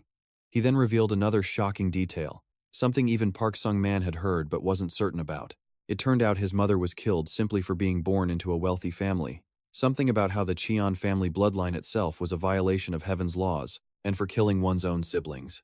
Hearing this, Mu Hyuk shot to his feet, rattling the table. One name burned in his mind: Cheongpung Group, John Soo-man. John Soo-han. "Were you the ones who murdered my parents?"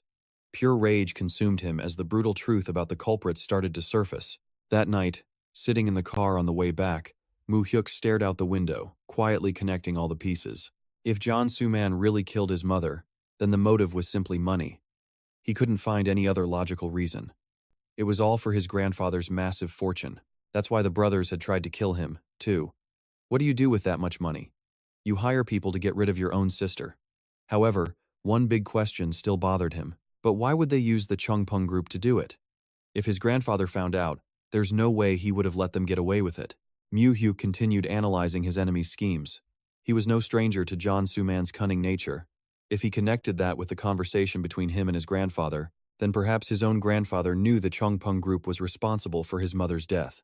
His eyes deepened with an overwhelming suspicion. In the end, what exactly is my grandfather's relationship with the Cheongpung Group?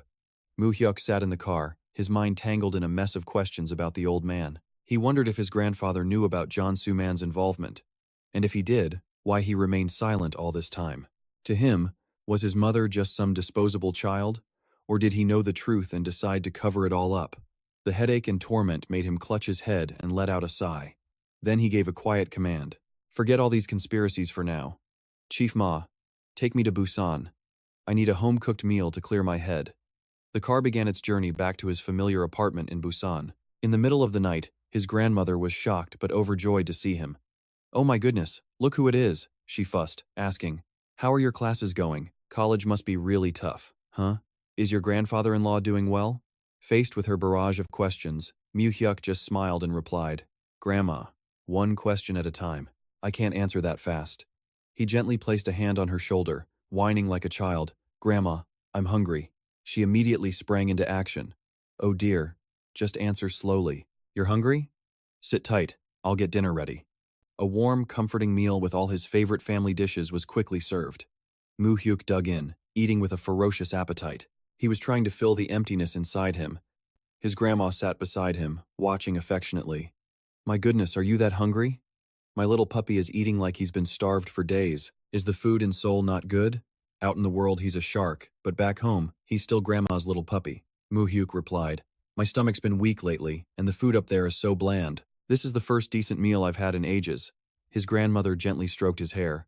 Oh, you poor thing. Then eat up, my little puppy. While eating, Mu Hyuk suddenly grew quiet. He looked at her and said, Grandma, I found the people who killed my parents. His grandmother's face froze, the color draining from it at the sudden news. Mu Hyuk's eyes suddenly turned vicious, filled with killing intent. Now, I'm going to catch every last one of those bastards and mince them into pieces. Every single person involved will not escape me. I'll dig up everything. I will personally tear out their guts. I'm going to kill every last one of those monsters. Noticing her grandson had frozen with his spoon in hand, his grandmother asked worriedly, What's wrong? Why so quiet all of a sudden? Is the food not good? Mu Hyuk instantly wiped the terrifying look off his face. He smiled to reassure her. I'm still eating, Grandma. Can I get another bowl, please? This soybean paste stew is absolutely amazing. One second he was plotting world destruction, the next he was back to being a good boy with a healthy appetite. Looking at her back as she bustled in the kitchen, he thought to himself, It's probably better not to tell her about this for now. She had tried so hard to move on, and telling her the truth now would only reopen old, sleeping wounds. The responsibility for revenge was his alone. The next morning, Mu Hyuk left the apartment to return to the city. Sitting in the car, he spoke decisively to the man at the wheel, Chief Ma. Tomorrow, I'm going back to Seoul. As soon as I arrive, I'm heading to the prison. I have to pay John Soo-han a visit. At that very prison, John Soo-han walked sullenly under the watch of a guard. As he entered the visitation room, he was stunned to see that the person waiting for him was none other than Kim Mu Hyuk. Seeing his nephew sitting there calmly with Chief Ma, Soo-han growled, Kim Mu Hyuk, what is this? Why are you here? Where's my brother? Mu Hyuk casually replied, Is it strange for a nephew to visit his uncle? He pushed a plate of food across the table as an invitation. Have a seat. You like sushi, don't you? Feeling deeply insulted, Soo-han immediately turned to leave. Forget it. Just looking at your face makes me sick. Warden, take me back to my cell. Before he could leave, Mu Hyuk's cold voice cut through the air. Sit down. Unless you want to lose everything you have while you're rotting in here. The words hit their mark, making Soo-han stop in his tracks. He sat down bitterly and scoffed. Ha, you little punk. You came here to snatch the chairman's seat from my father, didn't you, you little rat? His eyes were full of suspicion as he demanded, What do you want from me? Mu Hyuk maintained his calm demeanor and asked back, Uncle Soo-han, why do you always pick a fight with me? Have I done something wrong to you? Soo-han's anger exploded as he roared. Don't you know? Your mistake was ever stepping foot into this family. You should have stayed put. Why the hell did you leave Busan just to come here and cause trouble? Mu Hyuk looked him dead in the eye and fired back a psychological blow. Cause trouble? So uncle, you want to live like this forever? I mean a life spent in your older brother's shadow, always cleaning up his messes. Hitting a raw nerve, Soo-han slammed the table and roared, What did you just say to me? Are you looking to die, you disrespectful brat? But despite Cho Soo-han's aggression, the subordinate with Mu Hyuk stood unmoving, like a solid brick wall. Soo-han gritted his teeth and yelled, And who the hell are you to glare at me like that? Unfazed.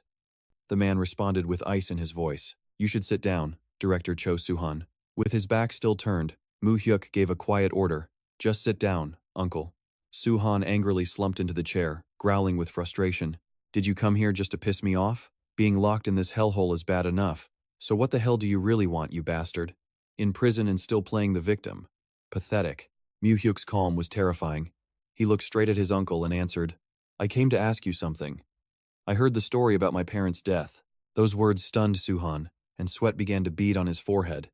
Mu Hyuk moved closer, his eyes boring straight into the man's soul. But the more I think about it, the more things don't add up, so I want to investigate further.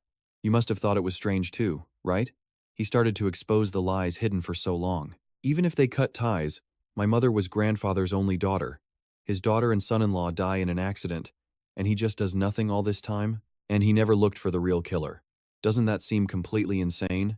Soo-han started to stammer, trying to find an excuse. Well, the police said they caught the guy. Why are you asking me such hard questions?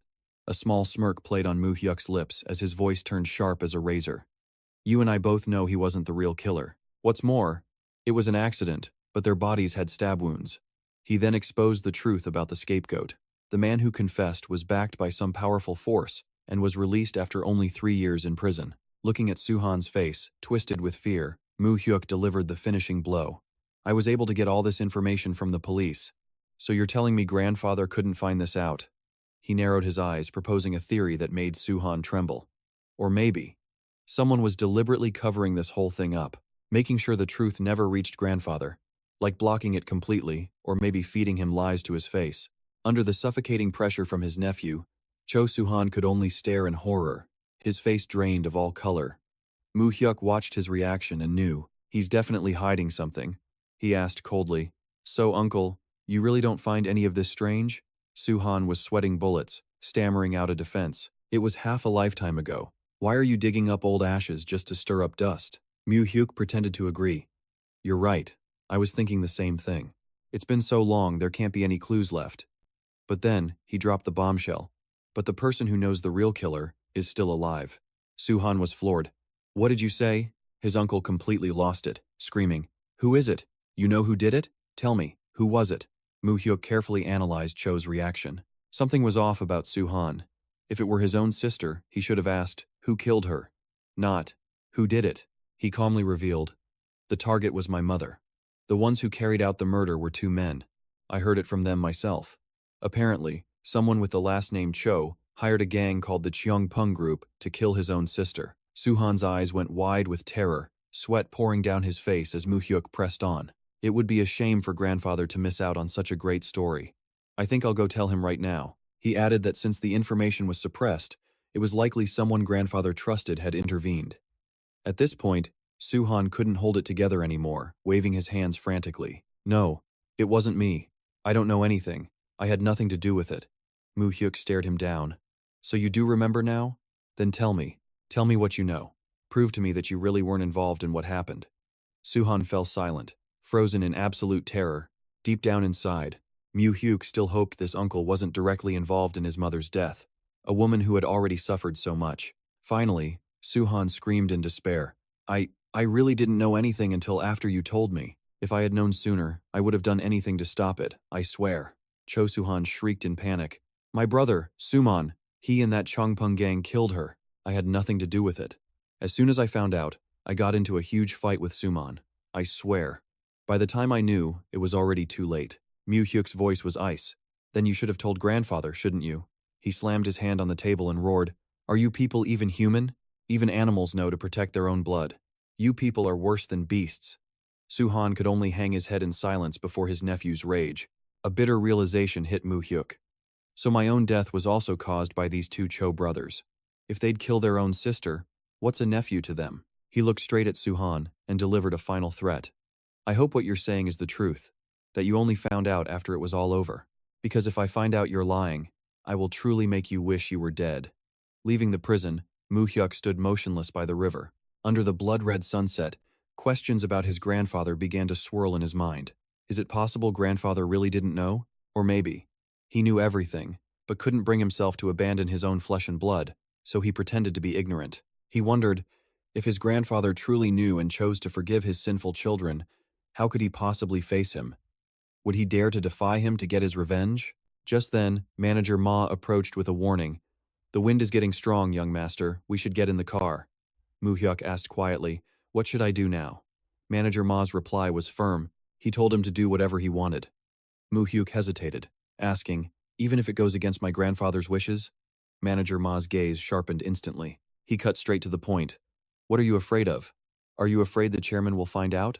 He continued, dissecting Mu Hyuk's deepest fears. Are you scared of losing Grandpa's black card, or of being thrown out of the family? The question stunned Mu Hyuk, who thought to himself, He's right. What am I scared of?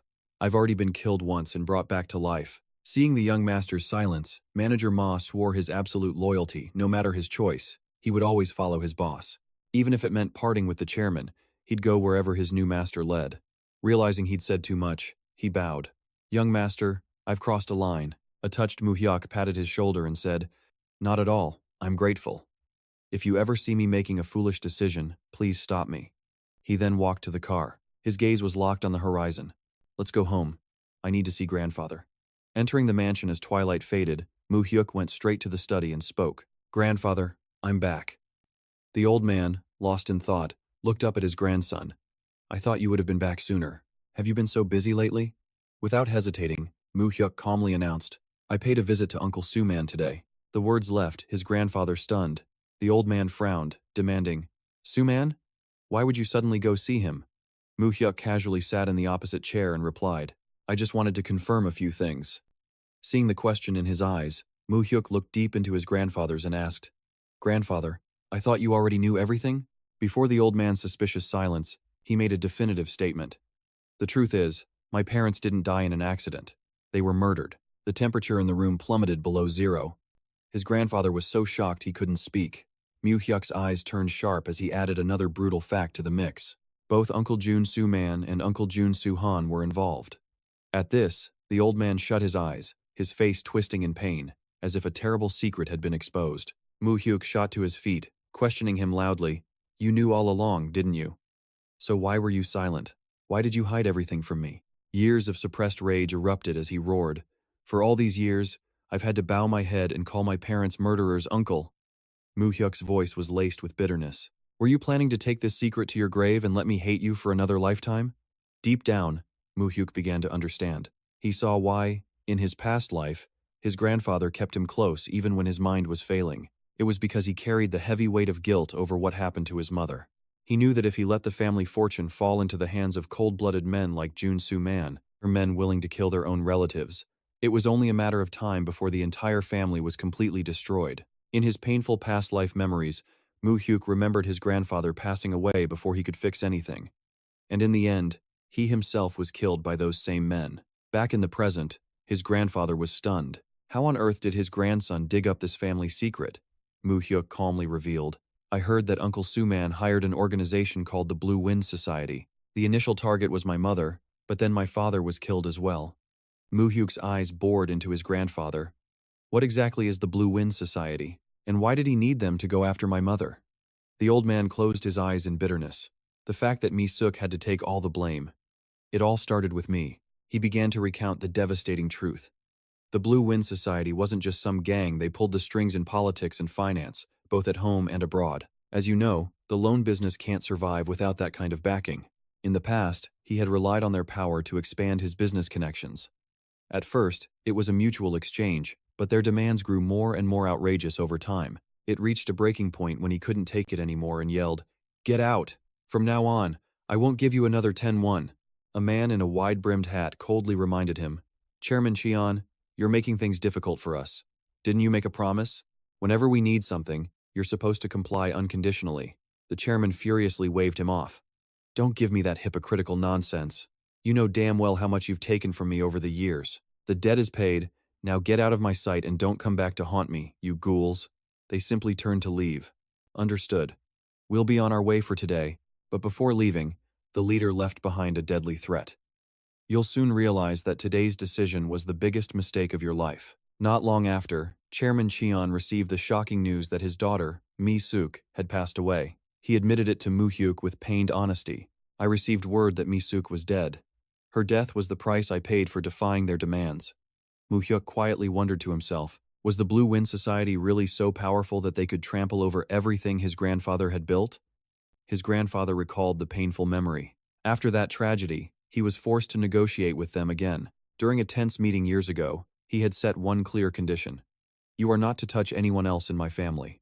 He revealed that Suman, under immense pressure himself, was forced to give them information on Mi Suk, even though she had long since cut ties with the family. The old man sighed, trying to defend his son. Suman was just a pawn, a messenger. The fault lies with them for being so cruel. Hearing the word pawn, Mu Hyuk coldly shot back. No. You know that's not true. You know just how deep your own son's greed runs. He looked his grandfather straight in the eye and stated firmly, Grandfather, you may try to believe that, but I don't. Mu Hyuk exposed the bitter truth. Even if the Blue Wind Society was behind it all, the ones who benefited most from his parents' death were his two uncles. A murderous intent flared in his eyes. No matter what, I will never forgive them. Utterly shocked by his grandson's intensity, the old man jumped up, shouting, Mu Hyuk. But Mu Hyuk didn't waver in the slightest. He remained seated, resolute. I will not stop my revenge this time. The order for vengeance had been placed, and not even the heavens could stop it now.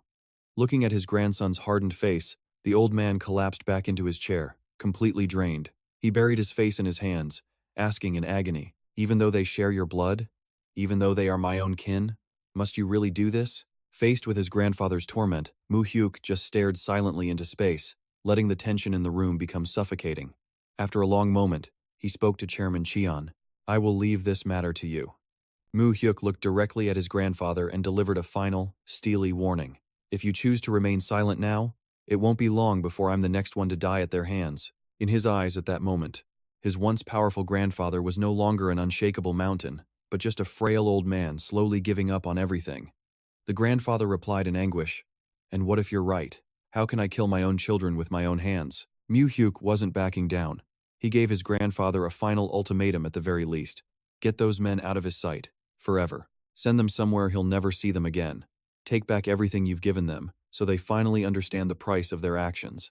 Do that, and he'll spare their lives. Without Grandpa's money, his uncles were just paper tigers. Mu Hyuk knew this was a brutal move. He could end them all right now, but he didn't want his grandfather to watch the family shatter all over again. Seeing the old man's silence, Mu Hyuk stood. If you refuse, then I'm leaving. He declared it cold as ice. I'm going to go level up. The day I get back is the day your sons officially get deleted. His grandfather saw him turning to leave and screamed in panic. Mu Hyuk, wait. After a heavy internal battle, the old man folded. I understand. He bowed his head, defeated. I accept. Do it your way. That night, at a small rooftop apartment, Myung-soo jumped at a frantic knocking on his door. He opened it, confused. Who is it? Oh, it was Mu Hyuk, looking completely broken. Dude, it's the middle of the night, Myung-soo said, worried. Did you get dumped or something? Mu Hyuk just ignored him. You got any alcohol? He walked in, grabbed a bottle, and chugged it down in one go. Myung-soo freaked out. Hey, you crazy bastard, what's wrong with you? He pressed him. Did something really happen? Is it your family back in Busan? But Mu Hyuk couldn't speak. Overwhelmed by the truth, he just broke down, sobbing from a place deep inside. He was crying for himself and for the parents he'd lost. Meanwhile, in a quiet room, Chairman Cho In-tae-san spoke with pure bitterness. My daughter is gone, and I couldn't do a damn thing. He finally admitted the horrible truth.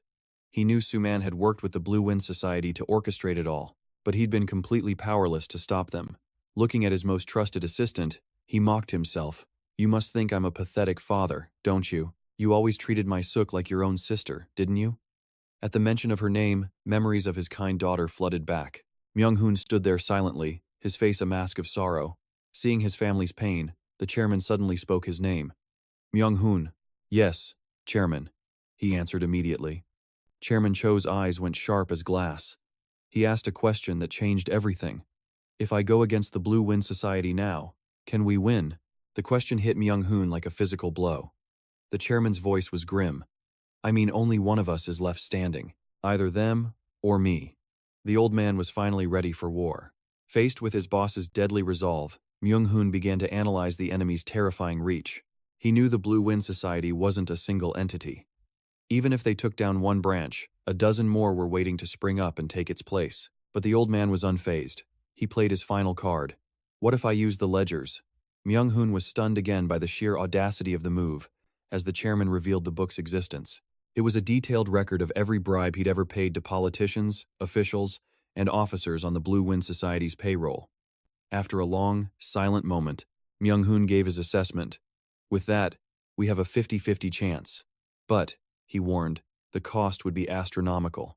The second you use that book, every bit of power you have will disappear. He looked his boss straight in the eye, spelling it out.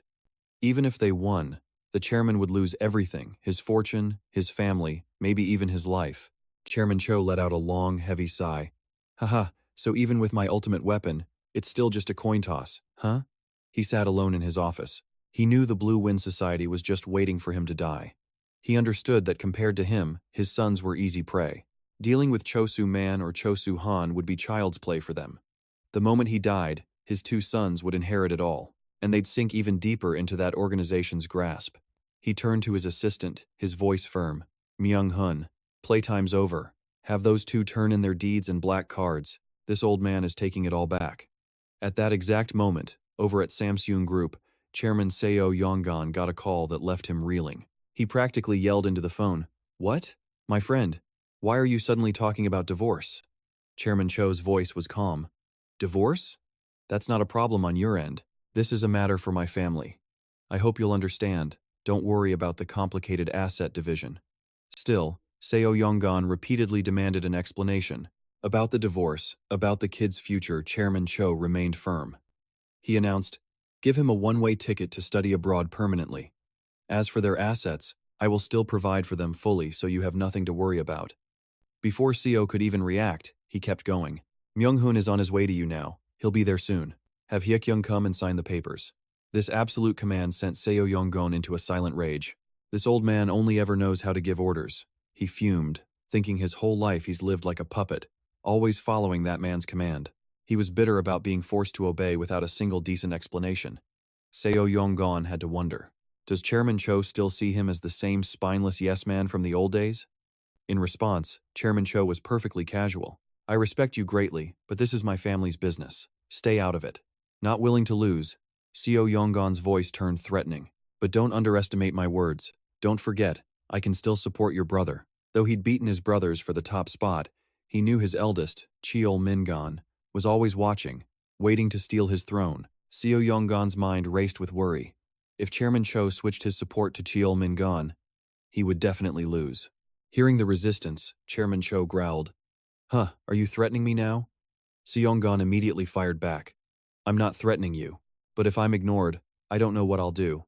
Without an ounce of mercy, Chairman Cho warned, "Remember this, don't make things messy. Wait for Myung-hun, sign the papers, and it's over." The second the call ended, Seong-gon exploded with rage.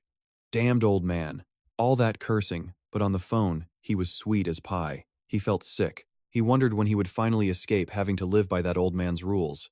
His mind flooded with questions. Was Chairman Cho divorcing them to sever their alliance, or was he scheming something with Cheol Min-gon? Just then, Hyuk and Jisoo walked in. "Dad, Jisoo and I were shopping at the mall. We thought we'd stop by to see you." Seo Yonggon snapped. "What are you doing here?" He admitted his head was about to split open. Blindsided by Chairman Tron's sudden demand for a divorce, Hyuk stared in disbelief. "A divorce? Your father is asking for this?" Cheol Yonggon scoffed in disgust. "Your damn father-in-law must have lost his mind. He said forget about splitting assets, just sign the papers and be done with it. Manager Ha is bringing the divorce papers here now." Jisoo spoke up, her voice laced with worry. "What does he mean? I don't think Suman even heard about this from him." Kyung added, "Besides, he just saw his father a few days ago. We haven't been talking much lately, you know how things are between us." Their conversation was cut short by the secretary's announcement. "Mr. Chairman, Manager Ha Myung-hun has arrived." Myung-hun then walked in, his face a cold, unreadable mask. He offered a curt greeting. "It's been a while, everyone. Chairman, Madam, Miss Jisoo." Ha Myung-hun then coldly placed a file on the table. "These are the divorce papers for the young master and madam." The sudden appearance of the documents made the air thick with tension. Cheol Yonggon couldn't believe his eyes. He demanded, "Is this for real? What's the reason?" Manager Ha simply replied, "It's the chairman's firm decision. I can't say anything more, sir. You know how decisive your father-in-law is." Cheol Yonggon sighed in defeat, then gave his daughter a blunt order. "Hai-kyung, sign it. Sign it quickly and give it to Manager Ha." Hai-kyung protested in shock. "But father, at my age, a divorce? What about the children? Can't you try to persuade him for me? Surely he's someone who can be reasoned with." But Cheol Yonggon just snapped back. "Stop making a scene. Just sign the papers and get this over with." Pressured by her father, Hai-kyung had no choice but to sign as her daughter, Jisoo, watched her mother's pain. Cheol Yonggon seethed under his breath. That old bastard Tron Tae-san. Standing next to her mother, Jisoo couldn't help but feel this whole drama was strangely familiar. She was sure her monster of a cousin was the one pulling all the strings. At the same time, at corporate headquarters, John Soo-man was facing the same grim reality from Ha Myung-hun. Ha placed the folder, already bearing Hai-kyung's signature, on the desk. "The madam has already signed. All that's needed now is your signature, Director." John Soo-man completely lost it. He swept the papers off his desk, sending them flying. Damn it, has everyone gone completely insane? Whose idea was this divorce? But Ham Young-hoon remained calm, bending to pick up the scattered documents. This is an order from the chairman. He then added a heavy threat. If you refuse to sign, the chairman will handle this matter himself. Soo-man was stunned, unable to believe what was happening. A divorce? He's forcing a divorce on me? Is he trying to destroy a 25-year partnership with the Samsung Group? Then John Soo-man saw his father's true intentions. He snarled, Ji-won and Jisoo are supposed to join the management of Samsung Group soon. This is the perfect opportunity for the John family to take over Samsung, isn't it? He forced me into this marriage for this exact purpose. Still, Ham Young-hoon remained stone-faced. He just said, please settle your affairs and prepare to go abroad. Fury exploded. Soo-man roared, what did you say? This is because of Mu Hyuk, isn't it? You're kicking me out of the country to give him the entire inheritance? I am his eldest son. He cursed in a rage. Damn it, has the old man finally gone senile? Hearing the director's insults, Ham Young-hoon's expression hardened. Director, I suggest you watch your mouth. But Soo-man couldn't accept reality, screaming back at him. No, this can't be happening. What am I, a fool? You think I'll just sit back and let you kick me out? Seeing his stubbornness, Ham Young-hoon delivered a calculated warning. Don't even think about calling your gang connections for help. That trick is old news, director. The statement hit a nerve, and Soo-man quickly denied it. The Azure Wind Society has nothing to do with this. Ham Young-hoon stared deep into his eyes and asked, do you honestly believe the chairman doesn't know what you've been up to? Soo-man began to tremble. What kind of nonsense are you talking about? Ham Young-hoon's gaze turned razor-sharp as he pressed on. Why? Why did you do it?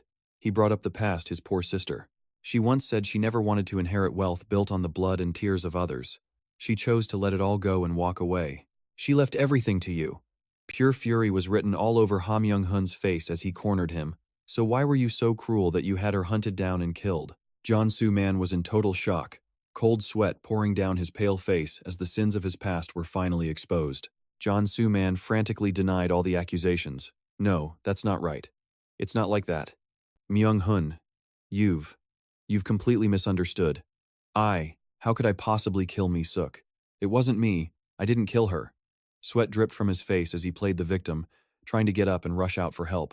I'm going to see my father and clear all of this up. But Myung-hoon coldly blocked his path. You won't get a chance to see the chairman. He then relayed his master's ruthless order. He made it perfectly clear that if you show up at the estate again, the only option left for you is to die. He pushed the documents forward again. Please finish signing the divorce papers for me. I still have to handle the division of assets. But it didn't end there. Myung-hoon announced the terms of his exile. After you have seen your family, be ready. You will leave for Australia tomorrow. Utterly humiliated, Soo-man roared. A subordinate like you has what right to give me orders? Despite the resistance, Myung-hoon's face remained a cold, empty mask as he repeated his demand. Complete the stamping procedure now. His voice then turned chillingly cruel. If you continue to hesitate, I will be forced to cut off your finger and stamp it myself. Seems this divorce service came with some extra tools. The suffocating pressure made Soo-man shake, sweat pouring down his face. He held the stamp in his hand, but pure terror made his hand tremble violently. On the divorce form, his wife's signature was already there. Finally, under the horrifying threat, Soo-man slammed the stamp down on the contract. Myung-hoon collected the papers and stated coldly, your plane ticket to Australia has been arranged. I expect you to be on time. After Myung-hoon left, Soo-man sat motionless in his office, his face a mask of absolute hatred. He gritted his teeth and wondered, is he really just going to throw me out like this? John Soo-man quickly picked up the phone to make an urgent call. As soon as the line connected, his voice was grave. Yes, this is John Soo-man. An emergency has come up. We need to meet immediately. Only when facing disaster does he remember his gangster connections. Soon after, he arrived at a luxurious estate to meet with the society's powerful leader. At that moment, the leader was calmly trimming a bonsai tree. He spoke without looking up. Tell me, what is it that you want? Soo-man fell to his knees, his face a mess of fear and rage. If things continue like this, he'd be kicked out of the house. His position as heir would vanish, and all of Samsung would be lost. Seeing the pathetic state of the man before him, the chairman asked directly, You mean you want to get rid of the kid, Mu Hyuk? Soo-man confirmed without hesitation. Yes, chairman. The chairman narrowed his eyes, silently judging his subordinate's cruelty. He'd already gone after the sister, and now he was targeting her only son. Soo-man, you're more formidable than I thought. Soo-man pressed on with his calculated logic. Boss, Look, if that kid takes all the money, you'll be left with nothing. He might even truly escape the Cheongpung Association's control. Hearing this, the chairman wondered aloud.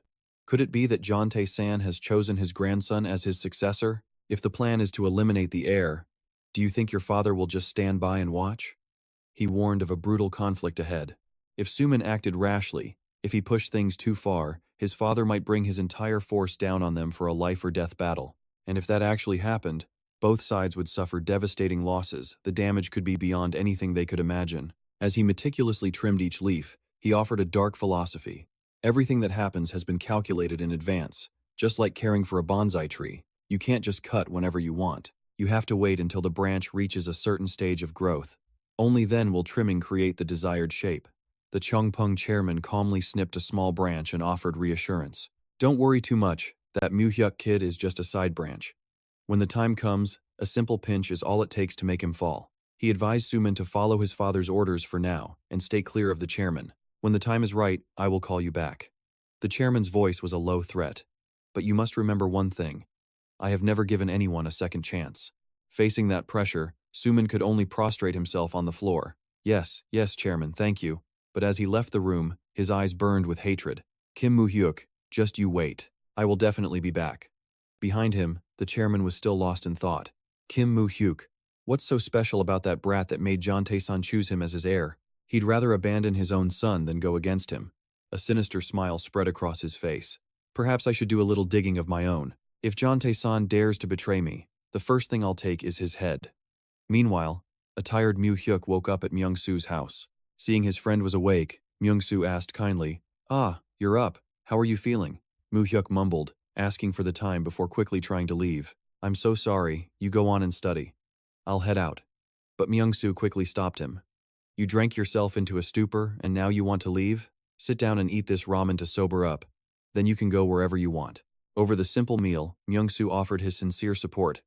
"Hey, no matter what happens, you should just do what you want." He looked his friend straight in the eye and declared, "If you need anything, just say the word. I'll be your most loyal right-hand man." Faced with his best friend's loyalty, Mu Hyuk gave a small, relieved smile.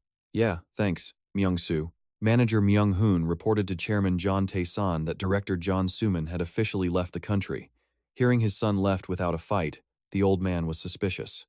That kid agreed to leave so easily. He knew his son's temper all too well. He was sure Suman would never sit back and let someone else decide his fate, so he ordered Myung-hoon to keep a close watch on him. As for John Soo-han, the final decision was made.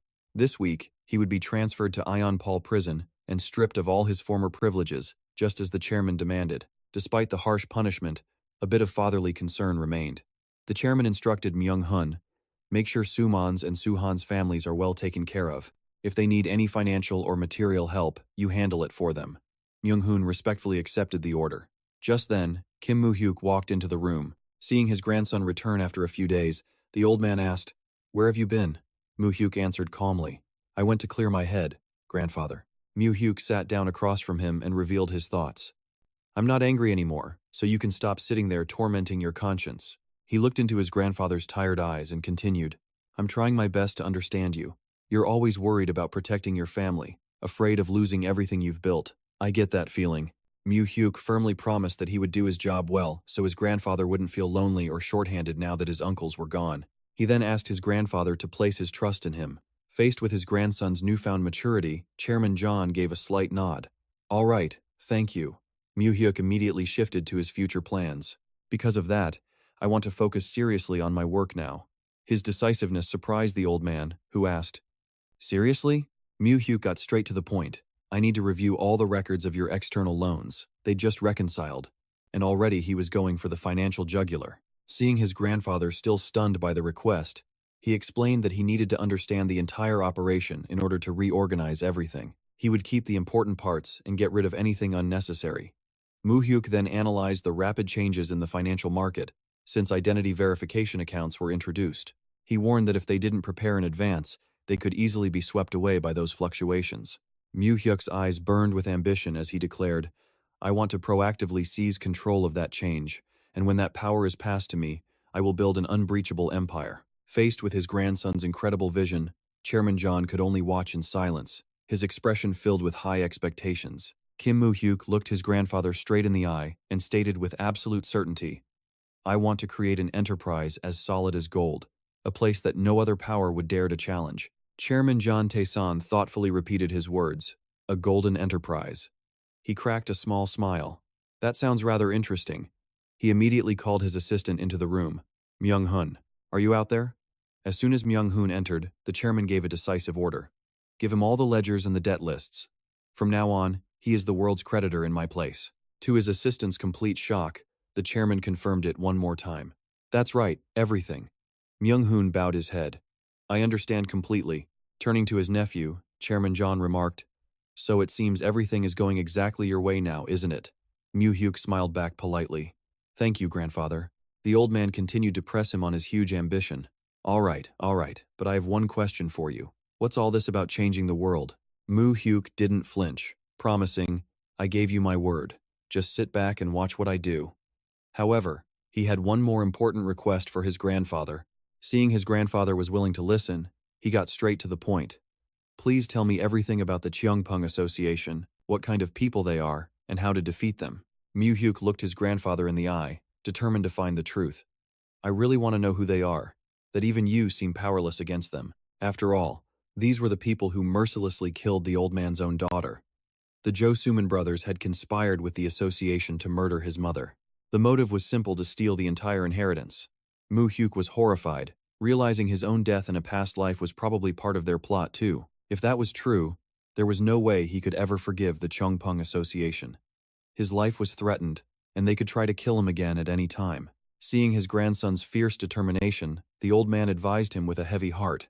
I suggest you don't dig too deep or confront them directly. The Cheongpung Association and our family. It's a cursed relationship. I will put an end to this feud in my lifetime. But Mu Hyuk was unwavering in his response. I've already made it clear I'm getting involved. We're on a collision course now. Just let me handle this. His gaze turned sharp and cold. He stated it with absolute certainty. And what's more, I will never forgive the people who took my parents' lives. Faced with his grandson's extreme conviction, the old man could only fall silent, his face etched with exhaustion and helplessness. After a moment of hesitation, he finally made a decision. He called out, Section Chief Ha, bring me the ledger from the safe. Myung-hun immediately walked to a hidden corner of the wall where a safe was concealed behind massive bookshelves. Watching the assistant's every move, Mu Hyuk thought to himself, I had a feeling you'd keep it somewhere in your office. This was his grandfather's secret safe. Mu Hyuk recalled information from his past life. But from what I heard from Jo Suman, after you passed away, even when they found the safe, it was completely empty. My uncle's luck was just that bad. Myung-hun respectfully handed the ledger to his boss. Here you are, Chairman. The grandfather opened the book and began revealing a terrifying truth. In here is a list of all Cheongpung Association members. Everyone who has ever taken money from us is on this list. Most of them are powerful officials who run this country. It was a dense network of politicians from both ruling and opposition parties, government officials, military officers, and police. Judges, prosecutors, journalists, even university professors. Mu Hyuk felt a chill run down his spine, realizing the terrifying scale of this organization. They are trying to manipulate this entire country for their own ends. Mu Hyuk looked directly at his grandfather and demanded, Who is the secret leader of this massive pyramid scheme? Chairman John Tae-san was silent for a long moment before shaking his head. I don't know. I've never met their leader in person. He explained that the Cheongpung Association wasn't a single entity, but a network composed of countless smaller organizations and individuals. In fact, their numbers were so vast that even low-level members often couldn't identify who was on their own side. He revealed that whenever he received a transfer order, he would pretend to comply, but secretly investigated where the money was actually going and for what purpose. Never underestimate the memory and the wallet of a tycoon, folks. This secret ledger was the detailed list and activity log he had painstakingly compiled. Chairman John confirmed, I have bet a great deal on this book, because I knew that one day, when our patience ran out, a confrontation with the Cheongpung Association would be inevitable. He considered it his ultimate weapon. It had the power to topple the entire organization in an instant. He confidently stated he held the lifelines of everyone who took dirty money and could control them at will. However, he remained cautious. Now is not the right time to make a move. If we fight now, our chances of winning are only 50%. Observing his expression, Mu Hyuk realized his grandfather hadn't given up at all. He was just quietly calculating, waiting for the perfect moment to strike. The day of reckoning for those who murdered his family was definitely not far off. Suddenly, Mu Hyuk made a bold proposal. "Grandfather, could you please give me that ledger?" The request startled the old man so much that he lost his usual composure. He refused outright. "Absolutely not. If you have this book in your hands, the power you'll wield will be immense, but you will never escape the danger that comes with it." He made it clear he would never pass the ledger to Mu Hyuk. Not wanting his grandson to be pulled into this deadly vortex, the old man's voice grew heavy. "This is my debt to pay. Don't you dare get your hands dirty." He worried that Mu Hyuk's stubbornness would only lead to an early grave, something he could never accept. Faced with his grandfather's firm stance, Mu Hyuk nodded slightly. "I understand, sir. I have taken all your words to heart." However, he hadn't given up his ambition. His eyes blazed with determination as he declared, "Then from this moment on, I will build up my own forces to confront them. I will become strong enough to defeat them for certain." Mu Hyuk looked his grandfather straight in the eye. "When that time comes, please give me that book." Faced with his grandson's unyielding spirit, the old man could only let out a troubled sigh. But Mu Hyuk pleaded, "I'm asking you, please." Seeing his grandson's resolve, Chairman John gave a slight nod. "I understand. When you are strong enough, I will give you this book." Mu Hyuk bowed respectfully. "Yes, thank you, grandfather. I won't make you wait for long." Before leaving the room, he left behind a final, steely declaration of war. "Just you watch. I'll turn that entire association to ash." Watching Mu Hyuk's retreating back, the old man sat in silence and wondered, was I just speaking nonsense? He sighed, deeply conflicted. "I don't even know what I want anymore. Do I want to keep this secret from him until I die, or do I want to drag them all to the grave with me?" Standing beside him, Myung-hoon offered his quiet observation. "I believe young Master Mu Hyuk would have discovered everything sooner or later, and he has surely already started planning his revenge alone." Chairman John nodded in agreement. If it's Mu Hyuk, he definitely won't let this go." He gave his assistant a worried order. "Keep an eye on him for me. The Chongpung Association won't leave him alone, especially their leader, Lee Yong-hyun." An image of the association's leader, his red eyes burning with malice, filled the tense atmosphere. The old man growled, "Do not, under any circumstances, let Mu Hyuk fall into his hands." As night falls, Mu Hyuk sits lost in thought, the city lights blurring past his car window. He's consumed by one question: the Ching Feng Society, and why his grandfather hid the identity of its leader. Tired of being a pawn, he turns to Manager Ma and gives the order, "I need you to investigate the Ching Feng Society for me. I want to know who's in charge. Dig up everything you can on them." Manager Ma accepts without hesitation. "Understood. I'll report back as soon as I have something solid." Mu Hyuk stares out the window, his gaze hardening with resolve. The Ching Feng Society, this organization, was clearly far more powerful than he ever imagined. He thinks to himself, to take them down, he needs to become a superhero, right now. His expression twists with a cold, simmering rage. A silent vow forms in his mind he will make them pay for murdering his parents. With that, he heads for the headquarters of Gook-il Construction.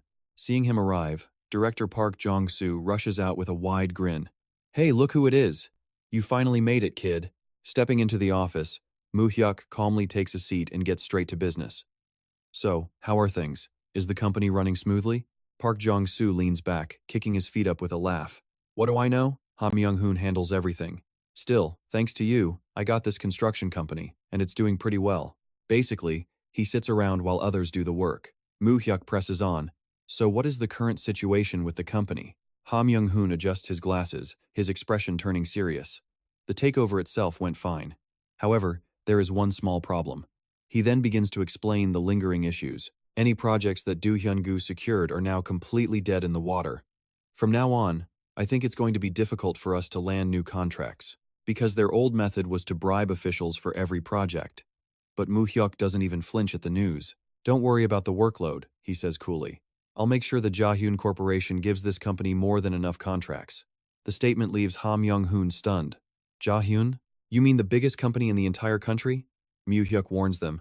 "From now on, we do business legit. I don't want to have to bail any of you out of jail." Then he turns to Park Jong-soo. He gives his next directive. "Director, I want you to take over the Yeongdeungpo district first. As far as I know, there are no major organizations there, so it shouldn't be too difficult." He confirms that money is no object and encourages Director Park to hire more men when asked about Do Hyun-gu's old crew. Director Park reports, "I've already fired all their old bosses and just kept the errand boys. We'll see if we can settle things over there with words first. Mu Hyuk is decisive. Yes, and if you need money, just call me. Any amount. But there's one rule, absolutely no drugs. Park Jong-soo lets out a hearty laugh to reassure him. You don't have to worry about that. You think I'm still some common street thug? Still, he can't help but wonder about Mu Hyuk's urgency. But what's the rush? We just got to Seoul, and we're already expanding this fast. Isn't this moving way too quickly? Mu Hyuk meets his gaze, his eyes deep and intense. I need you to speed things up, because we're about to face something else. A much bigger war is coming, and it's going to be a tough one. To our friendship, and to passing the first round of exams. Cheers. The sound of glasses clinking fills the lavish party hall. The results for the first judicial exam are out, and all 5 friends in the group passed with flying colors. Holding a glass of wine, one friend beams. This feels amazing. All of us passing the first round together. It's incredible. You guys really worked hard. But another friend immediately shoots back with a grin. You mean we worked hard? This genius Mu Hyuk barely had to crack a book. He just eats and chills. The friend with glasses adds seriously, you all better prepare to work twice as hard now. The second round is a completely different beast, so preparing for it will be brutal. Just hearing that is enough to make their heads spin. Mu Hyuk just stays silent, smiling. His friend notices. Huh? Mu Hyuk, why are you only talking about us? You have to prepare, too. Then, to the absolute shock of the entire table, Mu Hyuk drops a bombshell. Because I'm not taking the second exam. A collective gasp echoes from the group. What? Why the hell not? Mu Hyuk looks at his friends, his gaze unwavering. I never studied with the intention of becoming a lawyer. Continuing down this path would just be a waste of time. Better to quit now than do it half-heartedly.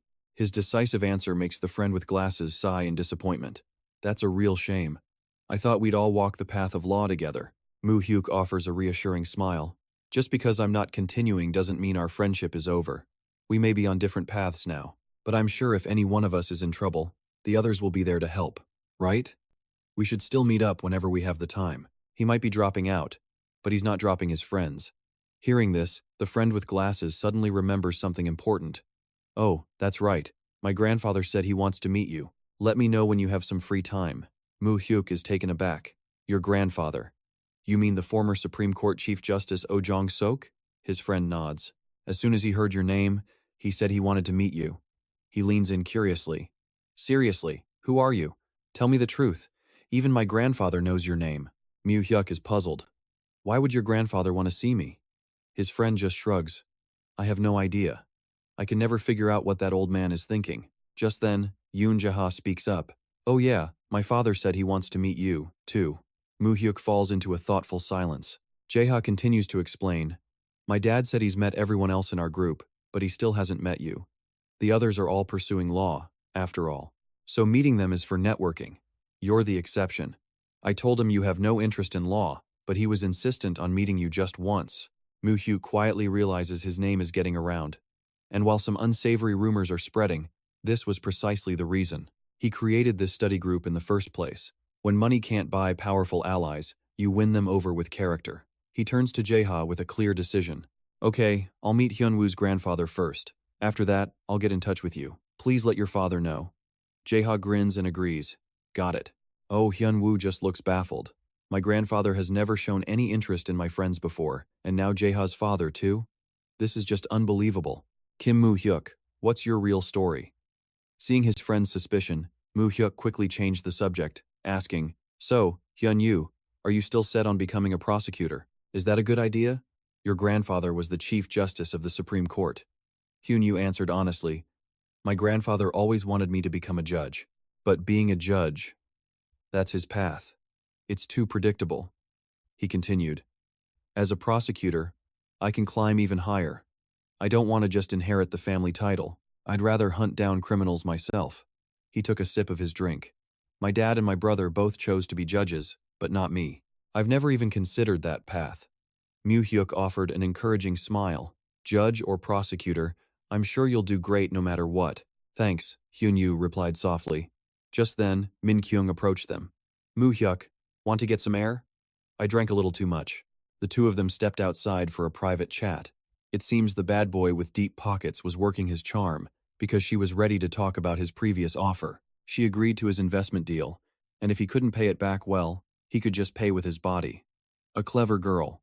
But he wasn't interested. He had far more important things on his mind.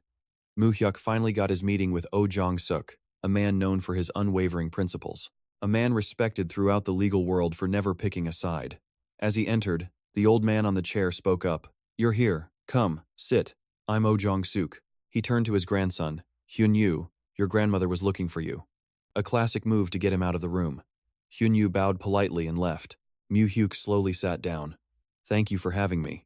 Oh Jong-suk stared him down.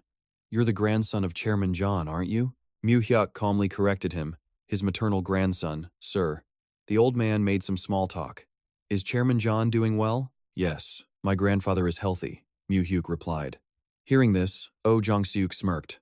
"Oh, is he? How fortunate." The air grew thick with tension. Mu Hyuk knew this was a test. Suddenly, Oh Jong-suk's gaze turned razor sharp. He asked him point blank, "Tell me the truth. Are you a gold digger, or are you planning to use my grandson for something dirty?" Mu Hyuk instantly understood this was no friendly chat. Facing the heavy suspicion, Mu Hyuk calmly explained, "Are you talking about me approaching people? I think you may have misunderstood. Hyun-yu and I were in the same class. We just happened to meet and become close." But Oh Jong-suk wasn't letting up. "You have no other motive?" Unfazed, Mu Hyuk shared his philosophy on making connections. "If you're asking about my intentions, I've learned to be very careful when choosing friends. When it comes to good relationships that happen by chance, I see it as fate and think it would be wonderful to maintain them." But the former justice's face remained stern, grilling him again about his true purpose. Mu Hyuk looked him straight in the eye and stated, "It's not just Hyun-yu. None of us in our friend group know where we'll end up in the future. To be honest, sir, I'm too busy to invest my time in things that don't have a guaranteed return." That brutally practical answer made Oh Jong-suk nod slightly. "Are you so busy cleaning up after your uncles that you don't even have time to take the bar exam?" Internally, the old man was stunned by the young man's sheer ruthlessness, cutting off his own relatives without a second thought. He mused on how the heirs to the country's top loan shark empire lost to a grandson who'd vanished for nearly 25 years before suddenly reappearing. This was exactly why he had to meet him. Mu Hyuk, in turn, realized this old man knew a shocking amount about things happening on the outside. This was no ordinary judge. This was a man who couldn't be swayed by money. Oh Jong-suk then switched the topic to his studies. "The top student, yet you quit the exam. You just going to let that talent go to waste?" Mu Hyuk admitted. "I passed the first round, but the second requires serious commitment. So I gave up. It was better for me and for the other students." Oh Jong-suk looked at him with a hint of approval. "Yes, you have a point. If you took the exam without any intention of practicing law, it would be an insult to the other candidates." Oh Jong-suk narrowed his eyes and asked directly, "So what's the plan? Follow Chairman John and become king of the underworld?" Mu Hyuk privately smirked at the dramatic title. He smiled back. "King of the underground economy? My grandfather would be furious if he heard that. Without men like my grandfather, how would businesses back then have even survived?" Oh Jong-suk quickly corrected himself. "I don't mean to disrespect him. His role was crucial, but his path was violent." Mu Hyuk immediately countered, without missing a beat. "Back then, who didn't live by violence? To gain power in justice, economics, or politics, it was all extreme." He argued it's because of people who survived that brutal era that the younger generation can thrive now. Then he looked the old man in the eye. "But I believe my and Hyun-yu's era will be different." Oh Jong-suk studied him. "With that look in your eyes, you're all set to be the next generation loan shark king." "I see it as my responsibility," Mu Hyuk admitted without hesitation. But he had a much bigger ambition. "I don't want to stay in the shadows forever. I believe it's time to step into the light. The times have changed, and so must we." Still, he was pragmatic. "Of course, I won't abandon the underworld. Where there's light, there must be shadow. If the shadows become empty, the world of light will fall into chaos." Oh Jong-suk was silent for a long moment before speaking.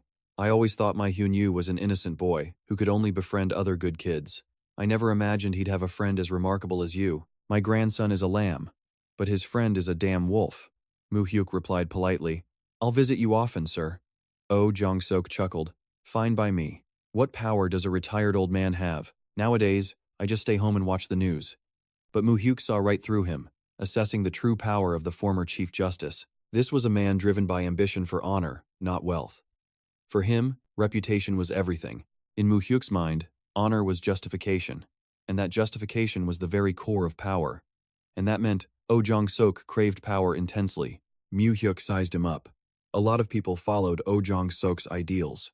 And when the IMF crisis finally hits, this old man would be his ultimate lifeline. Back at the mansion, his grandfather John Tae-san was already waiting. "Did you finish your meeting with Judge Oh?" Mu Hyuk answered respectfully. "Yes, sir." He then added with confidence, "I doubt he figured out my weakness. I think if you two had met sooner, you might have become close friends." At this, his grandfather gave a dry laugh. "Friends with Oh Jong-suk? The very thought gives me chills." The old man quickly changed the subject. "Is the loan classification done yet?" Pointing to a yellow folder on the table, Mu Hyuk confirmed, "I've finished the audit." "It's all bad debt, grandfather." His grandfather looked at him with anticipation and asked, "So what's your next move?" Mu Hyuk's voice dropped, his analysis sharp. "Most of these loans are at high risk of default, so I've decided to collect on all of them." He knew a hard truth: if clients resorted to loan sharks, their finances were already wrecked. Mu Hyuk calculated that most of his grandfather's holdings would become worthless the moment the IMF storm hit. The sheer decisiveness shocked the old man. He had to ask again, "All of it?" Mu Hyuk was firm. "Yes, I plan to collect everything possible." His grandfather's brow furrowed. "Are you abandoning our family's loan shark business? This is an era for lending, for expansion. Collecting all the debt at once is impossible," Mu Hyuk calmly explained. "No, it's just that high-interest loans are notoriously difficult to recover when problems arise. That's why we should deal with them first." His eyes seemed to gaze into the future. This foreign exchange crisis won't be some sudden disaster. It was the result of long-festering problems finally reaching their breaking point and collapsing under their own weight. Faced with his grandson's sharp logic, Chairman John Tae-san pondered for a moment, then turned to his assistant Myung-hun. "What are your thoughts?" Manager Ha Myung-hun broke the silence. "I believe the young master's idea is sound. Our work isn't just on paper. We should proceed, but carefully." The top assistant was already siding with the young boss. His grandfather nodded in agreement. "Then do as you see fit. If you need support, just tell Manager Ha." Mu Hyuk bowed respectfully. "Thank you, grandfather." The old man looked deep into his eyes and asked, "Then what will you do with the collected money?" Mu Hyuk laid out his plan without a moment's hesitation. "I intend to use that money to provide additional loans to large, reputable corporations. We will only deal with loans that have clear collateral, avoiding any hidden risks." Inside his head, a grand strategy for the future was already taking shape. He knew that after the IMF crisis, creditors would hold the ultimate power, the power to decide which companies lived or died. Mu Hyuk's intention was to stand at the very top, holding those strings of fate. As history shows, the Asian financial crisis of 1997 was no sudden event. Its roots actually traced back to 1994 in Mexico. Over in New York, inside the Dream High Invest office, Han Kyung-yong was hard at work. He picked up the phone. "Hello." The voice on the other end was Mu Hyuk. "Brother, it's me, Mu Hyuk." Kyung-yong was thrilled. "Boss, New York is kicking into high gear. We're just waiting for your order to fire." Mu Hyuk asked casually, "How are things over there?" Kyung-yong reported in. "Everything's going quite smoothly. I've already found suitable staff." Mu Hyuk pushed further. "Have you gotten familiar with the financial circles there yet?" Raising a glass at a lavish party with foreign partners, Kyung-yong confidently replied, "Yeah, I attend these parties constantly, so you could say I'm a pretty familiar face around here." Mu Hyuk's instructions were calculating. "Don't be stingy with them, spend boldly." Suddenly, Mu Hyuk's tone became incredibly serious. "Brother, I have something important to tell you. From now on, you need to listen very carefully to what I'm about to say." Kyung-yong was puzzled. "What is it?" Mu Hyuk then launched his financial bombshell. "If the Mexican government devalues the peso against the US dollar, what do you think will happen next?" Kyung-yong was stunned. "What, devalue the peso?" Mu Hyuk stated the historical fact with absolute certainty. At the end of 1994, the Mexican government will devalue the peso to boost exports and replenish foreign reserves. Han Kyung-yong, reeling from the news, questioned him over the phone. "Are you kidding me? It's a government, not a child playing at financial suicide." Mu Hyuk calmly shot back. "But what if they actually do something that insane?" He began to break it down. "If that really happens, confidence in the peso will completely collapse, causing foreign investors to pull their capital, and the Mexican economy will fall into a panic. In truth, Mexico's devaluation of the peso would cast suspicion on all emerging markets, accelerating the outflow of dollar capital and forcing Mexico to request emergency aid from the IMF and the US. Mu Hyuk assessed Han Kyung-yong's reaction. He understood the implications immediately. Bringing him on board was definitely the right decision. He continued with his forecast. Late this year, before Christmas, there will be 2 devaluations of the peso. We are going to bet a leveraged $300 million. Hearing that number made Kyung-yong break out in a cold sweat. He asked anxiously, "Is there any financial institution that would even accept that kind of risk?" "Wait a second. Are you really going to use $300 million as collateral for a bet?" Mu Hyuk's voice was unshakable. "You understand correctly. That's why I told you. Get close with the finance guys from the big corporations. Surely one of them will take the deal, right?" Kyung-yong couldn't help but yell, "Are you having delusions of grandeur? Who would possibly take on this apocalyptic bet?" Unfazed, Mu Hyuk locked in the plan. December 20th and 22nd of this year. "We will bet on the peso's devaluation. I need you to max out the leverage." Kyung-yong warned of the total wipeout they faced if they failed. "We'll lose the entire $300 million. Mu Hyuk just smiled, his eyes razor-sharp as he made his declaration. "But if we succeed, we will earn trillions of won. And there is absolutely no chance that we will fail." Han Kyung-yong practically shrieked into the phone. "Are you for real? $300 million. He couldn't believe his ears. The sheer scale of the bet was mind-boggling. If you don't count the investments in a few companies, that's your entire fortune. If Mu Hyuk loses, he's finished. "Hey, are you joking right now?" He collapsed into his chair, utterly exhausted. Ignoring the outcome, "At least I've confirmed one more thing," Kyung-yong said, completely defeated. "You really are a certified madman, Mu Hyuk." Mu Hyuk remained perfectly calm and asked about the time frame. Kyung-yong warned, "The sooner the better. We need the contracts finalized before August. Mexico has its general election in August, and after that, people will start getting suspicious. By then, it will be too late." Hearing this, Mu Hyuk decisively ordered his new partner to find a $300 million loan. He gave his associate full authority. "You handle the contract. You're a better expert than I am. I'm just giving you the information.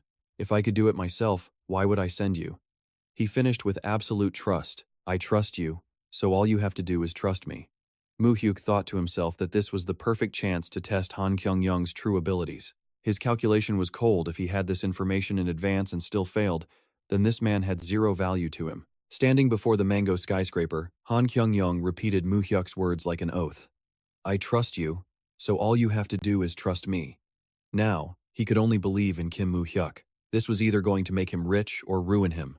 Kyung-yong clutched his briefcase tightly, stepping into the building to begin his high-stakes financial game. That night, in a luxurious mansion, a furious roar tore through the silence. "Kim Mu Hyuk, you bastard." In Seoul, before the sun had even fully risen, Mu Hyuk got a call from the States. Han Kyung-yong was on the other end, screaming with excitement. "Hey, you crazy man, I signed the contract today." He began recounting his meeting with Tom House, Mango's CFO. The smug, mustached man introduced himself. "Hello, I'm Tom House. Just call me Tommy." Tommy was all smiles, thinking this was the easiest deal of his life. After hearing the proposal, he thought to himself that only a complete fool would turn this down. He summarized the wager. Mu Hyuk was betting that the Mexican peso exchange rate would skyrocket from 3 pesos to $1 to 5 pesos by January next year. The bank was so confident because Mexico had just joined NAFTA in January of 1994. With stronger economic ties to the U.S., everyone expected the country to join the ranks of developed nations. Foreign investment was flooding in, and Mexico was seen as a stable, high-potential emerging market. The idea of the exchange rate dropping over 60% in just half a year was completely unthinkable to the financial world back then. Tommy confirmed the number. "The transaction amount is a maximum of $300 million, correct?" Kyung-yong confirmed it. "Yes, I want to use $300 million as a deposit and raise the leverage to the absolute maximum possible." He then added a little psychological pressure. "If you can do it, great. If not, I'll just take my money to the bank across the street." Terrified of losing the deal, Tommy's eyes crinkled as he rushed to keep his client. "We can handle everything. No need to trouble yourself with another bank." He shook Kyung-yong's hand warmly. "Dream High Investment seems like a great deal. Let's meet often." Meanwhile, Tommy's subordinates in the background couldn't hide their triumphant smirks. After the signing, Kyung-yong sat alone, calling Mu Hyuk with a mocking laugh. They were smiling from ear to ear, thinking about the bonuses they were about to get. They must think some stupid Asian guy just served himself up on a silver platter. But he clicked his tongue, thinking that honestly, you'd have to be a fool not to take this deal. Hearing the news, Mu Hyuk simply replied, "You worked hard." Kyung-yong gave him a cautious reminder. "Don't slip up. I set the expiration date for the end of January." Mu Hyuk, still lying in bed, calmly asked, "Good job. How much did you leverage it? When asked about the leverage, Kyung-young gave a short answer. 30 times. The number briefly stunned Mu Hyuk, but he quickly encouraged him. You did great. On the other end of the line, Kyung-young was tearing his hair out from the stress. Mu Hyuk just smiled and affirmed, That's my partner. I believe in you. Inwardly, Mu Hyuk was deeply satisfied. He's a good man, a true crazy companion. He silently calculated that with this leverage, he had just made a $90 billion bet, all with just the initial $300 million. In stark contrast to Mu Hyuk's calm, Kyung-young was spiraling into a full-blown panic. $300 million, an amount he might never touch in his entire life, and he just burned through it in one go.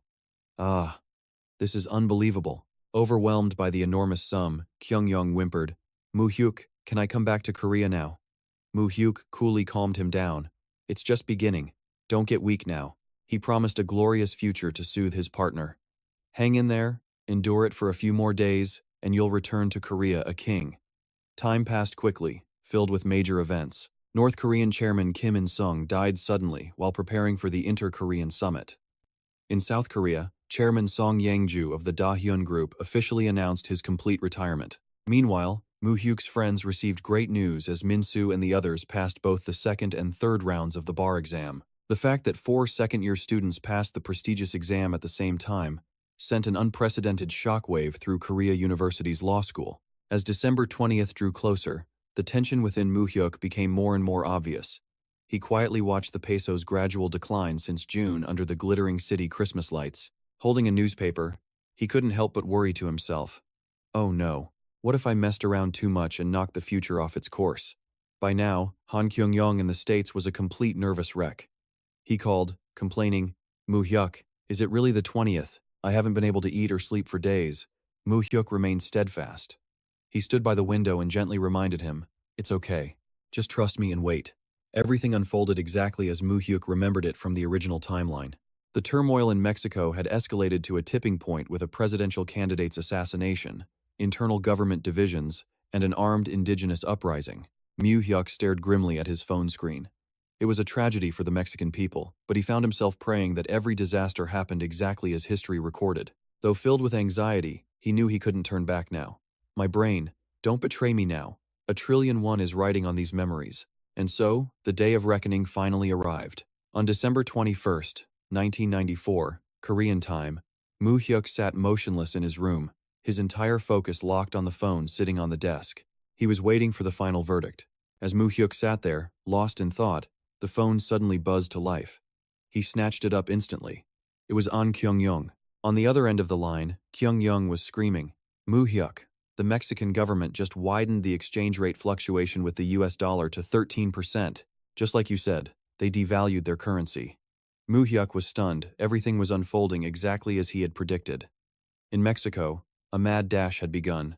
A massive exodus of foreign capital suddenly erupted, sparking a severe crisis of confidence in the peso. In just one day, a staggering $6 billion was pulled from Mexico's central bank, and that was only the beginning. By the 22nd, the government widened the exchange rate band again, devaluing the currency even further. No one on Wall Street could believe the new government, just elected in August, would dare devalue the peso so aggressively. Drenched in sweat, Kyung-yang trembled on the phone.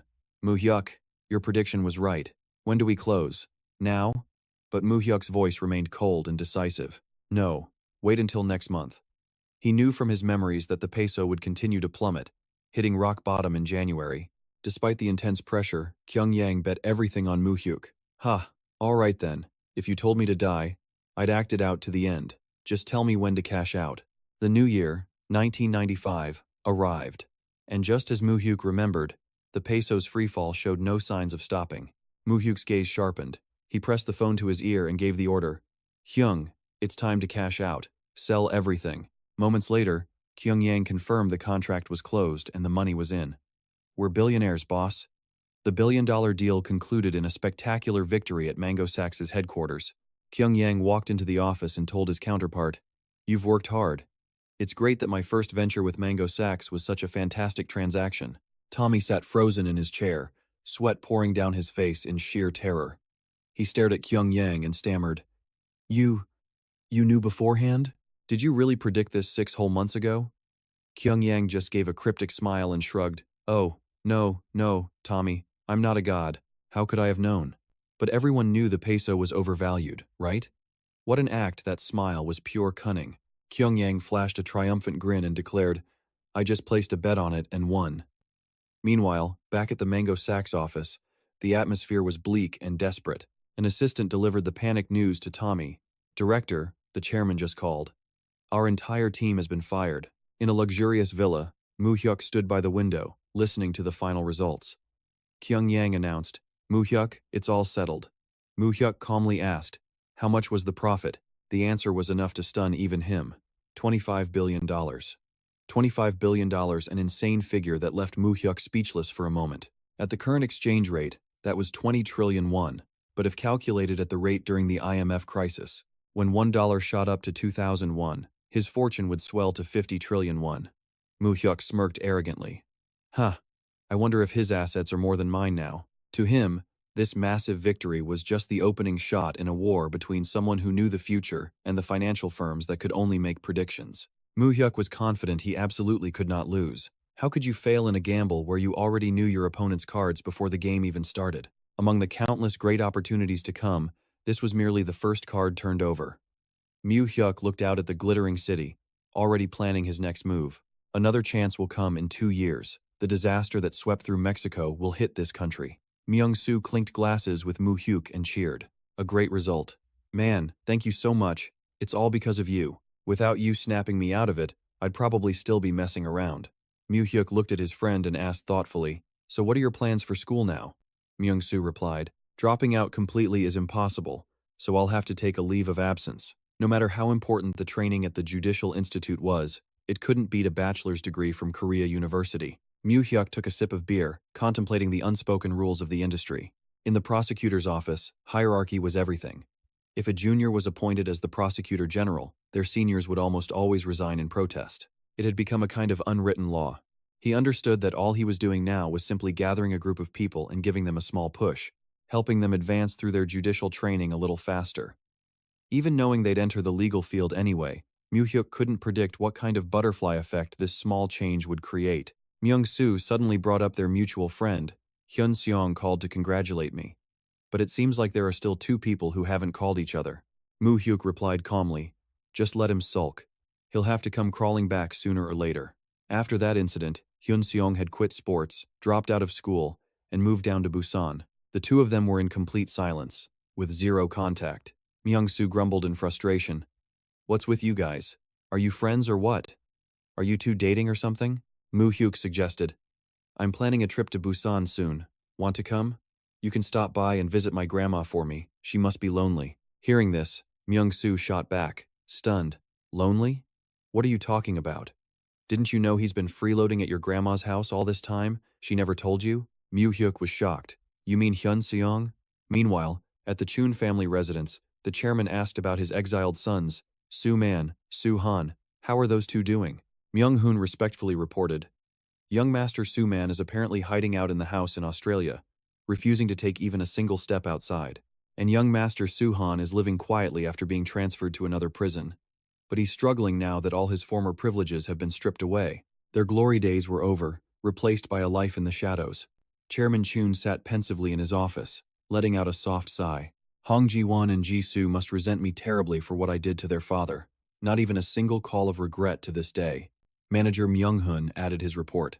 I heard that last week, Lady Ji-yong returned to Korea with her mother. The old man asked in surprise, Ji-yong? Then why hasn't she contacted me?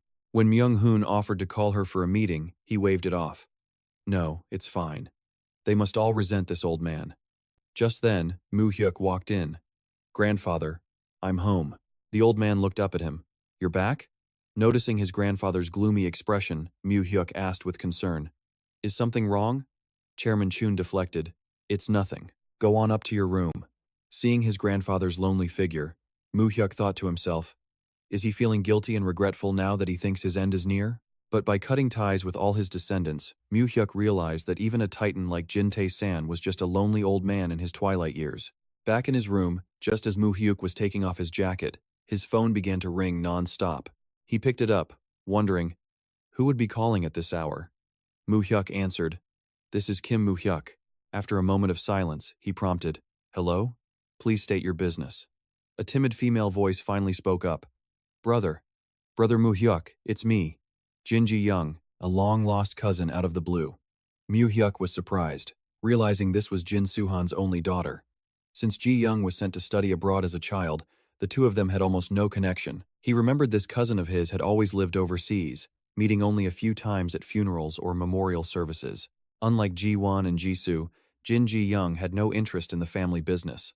Mu Hyuk calculated that she was 4 years younger than him, probably just starting high school. He calmly asked, "Okay, what's going on?" Ji Young hesitantly replied, "I was wondering, are you free tomorrow?" The question made Mu Hyuk freeze. He mentally kicked himself. He had almost forgotten about this particular person. He analyzed the situation. If things went like they did in his past life, this cousin posed no threat to his plans. However, Ji Young was still a member of the Jin family. Mu Hyuk reminded himself never to let his guard down. The moment they met, Ji Young burst into tears. She bowed her head, choking out, "Brother, I'm truly sorry." Mu Hyuk was completely confused and asked, "Huh?" But the girl just kept sobbing. Sniff. "I'm sorry. I'm so sorry." Seeing his cousin so upset, Mu Hyuk gently offered her a handkerchief to calm her down. "Stop crying, or people will think I'm bullying you. Take this." Ji Young accepted it with a trembling hand. "Thank you." She wiped her tears, then let out a surprisingly loud honk as she blew her nose, making Mu Hyuk think, "Wow, she really went for it." Ji Young then began to explain, "I heard everything. About your mother, even though I don't know what my father and uncle did." Mu Hyuk was stunned for a moment, but quickly brushed it off. "Why are you apologizing for that? That all happened before you were even born." But Ji Young was still tormented. "Even if it were my own brother, I would never forgive someone who treated my sister that way. What my father did was just too horrible." She looked down and continued, "That's why I came back to Korea. I had to see you in person to apologize. The father sins, and the child apologizes." Mu Hyuk looked at his cousin and spoke frankly. "Honestly, it'd be a lie to say meeting you isn't a little awkward. But I know this isn't your fault, so you shouldn't feel guilty. If you want, just cry it all out and then forget everything." His voice softened as he assured her, "You and I are family, so you can always talk to me comfortably." Ji Young seemed more at ease. She confessed, "To be honest, I was really worried. I'm an only child, and whenever I met Ji Won and Ji Soo, they were always so cold. I was afraid you'd be just like them." Looking at Ji Young's small frame, Mu Hyuk was impressed. He thought to himself, "Even so, you still had the courage to come see me, didn't you?" That alone was admirable, especially for someone who was only 17, just a kid, not even past puberty. This girl had guts. He knew if he were in her shoes, he would have hidden away for good. He changed the subject, asking, "I heard you're studying abroad? Are you just here visiting family before you go back?"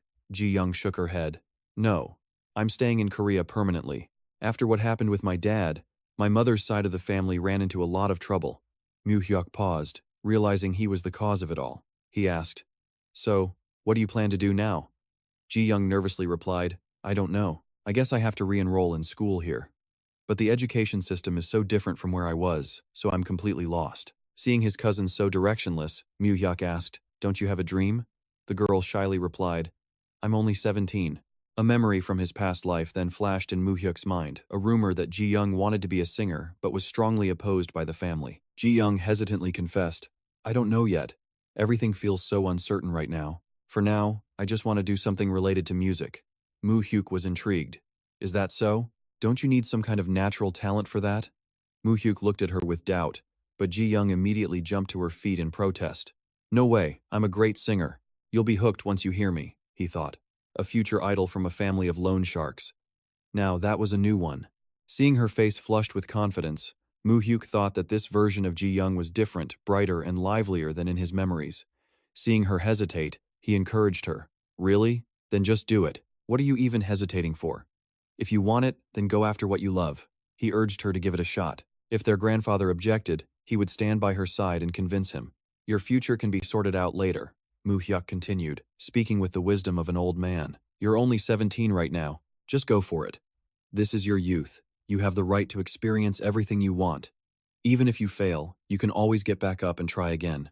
Ji Young laughed at his extreme maturity.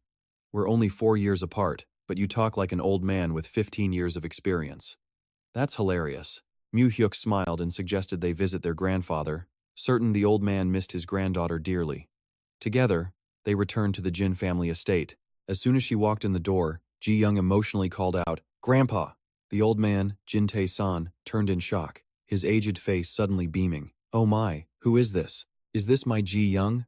Grandfather and granddaughter hugged each other, overcome with emotion. The girl cried, "Grandpa, I missed you so much." The old man comforted his little grandchild. "My precious treasure is back, huh? I almost forgot what you looked like." While the two were having their reunion, Mu Hyuk quietly walked down the hall with his subordinate and asked about his imprisoned uncle. "How is Jin Suhan? Is he still under close watch?" The henchman reported that after being transferred, Suhan was completely isolated and under the strict surveillance of Park Jong-soo's men. He was in a state of severe mental collapse and had even attempted to take his own life, but failed.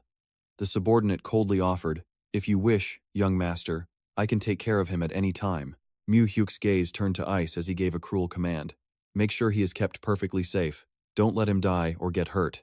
Make it so he can't even control his own life and death. I want his spirit completely destroyed."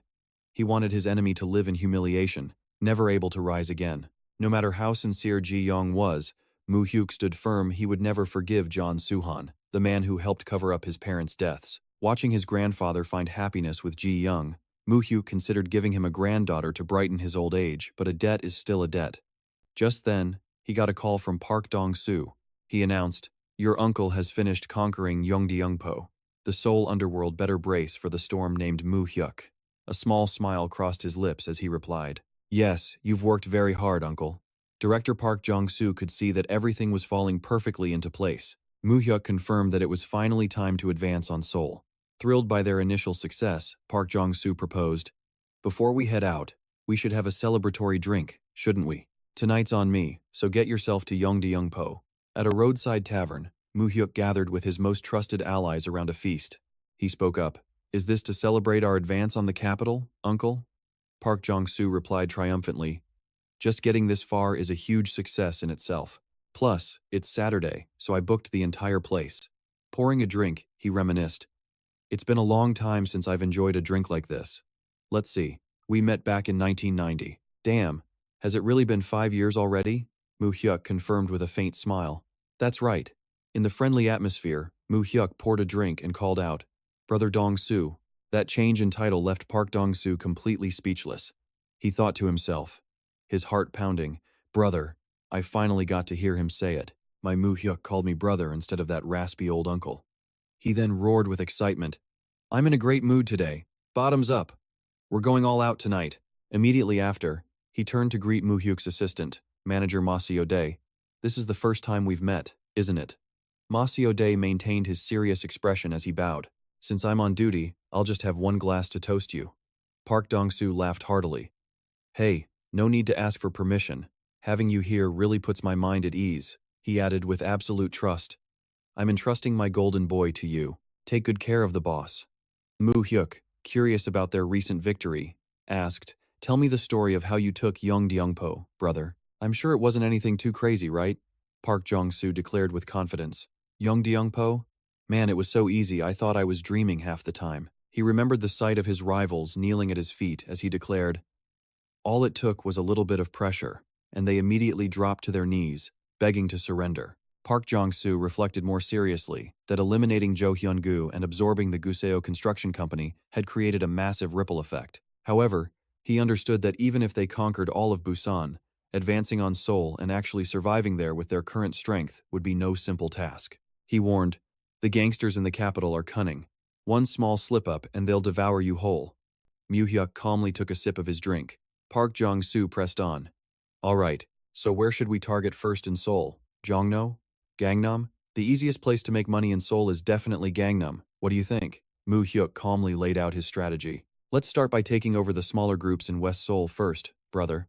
He explained that Gangnam required more time, a slow squeeze from the outside in. For now, they needed to focus on expanding the organization's influence. Then, suddenly, Mu Hyuk gave a strict order. "However, mess with anyone you need to, but you are absolutely forbidden from touching the Chinese folks in the Garabong district."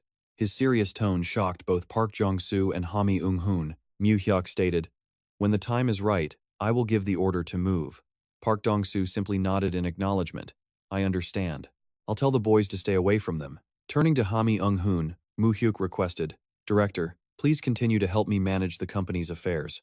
Hami Ung-hoon replied decisively, "Yes, sir." As Hami Ung-hoon poured a drink, he confessed, "I arrive at the company right on time and leave right on time, working for gangsters with the mindset of a civil servant."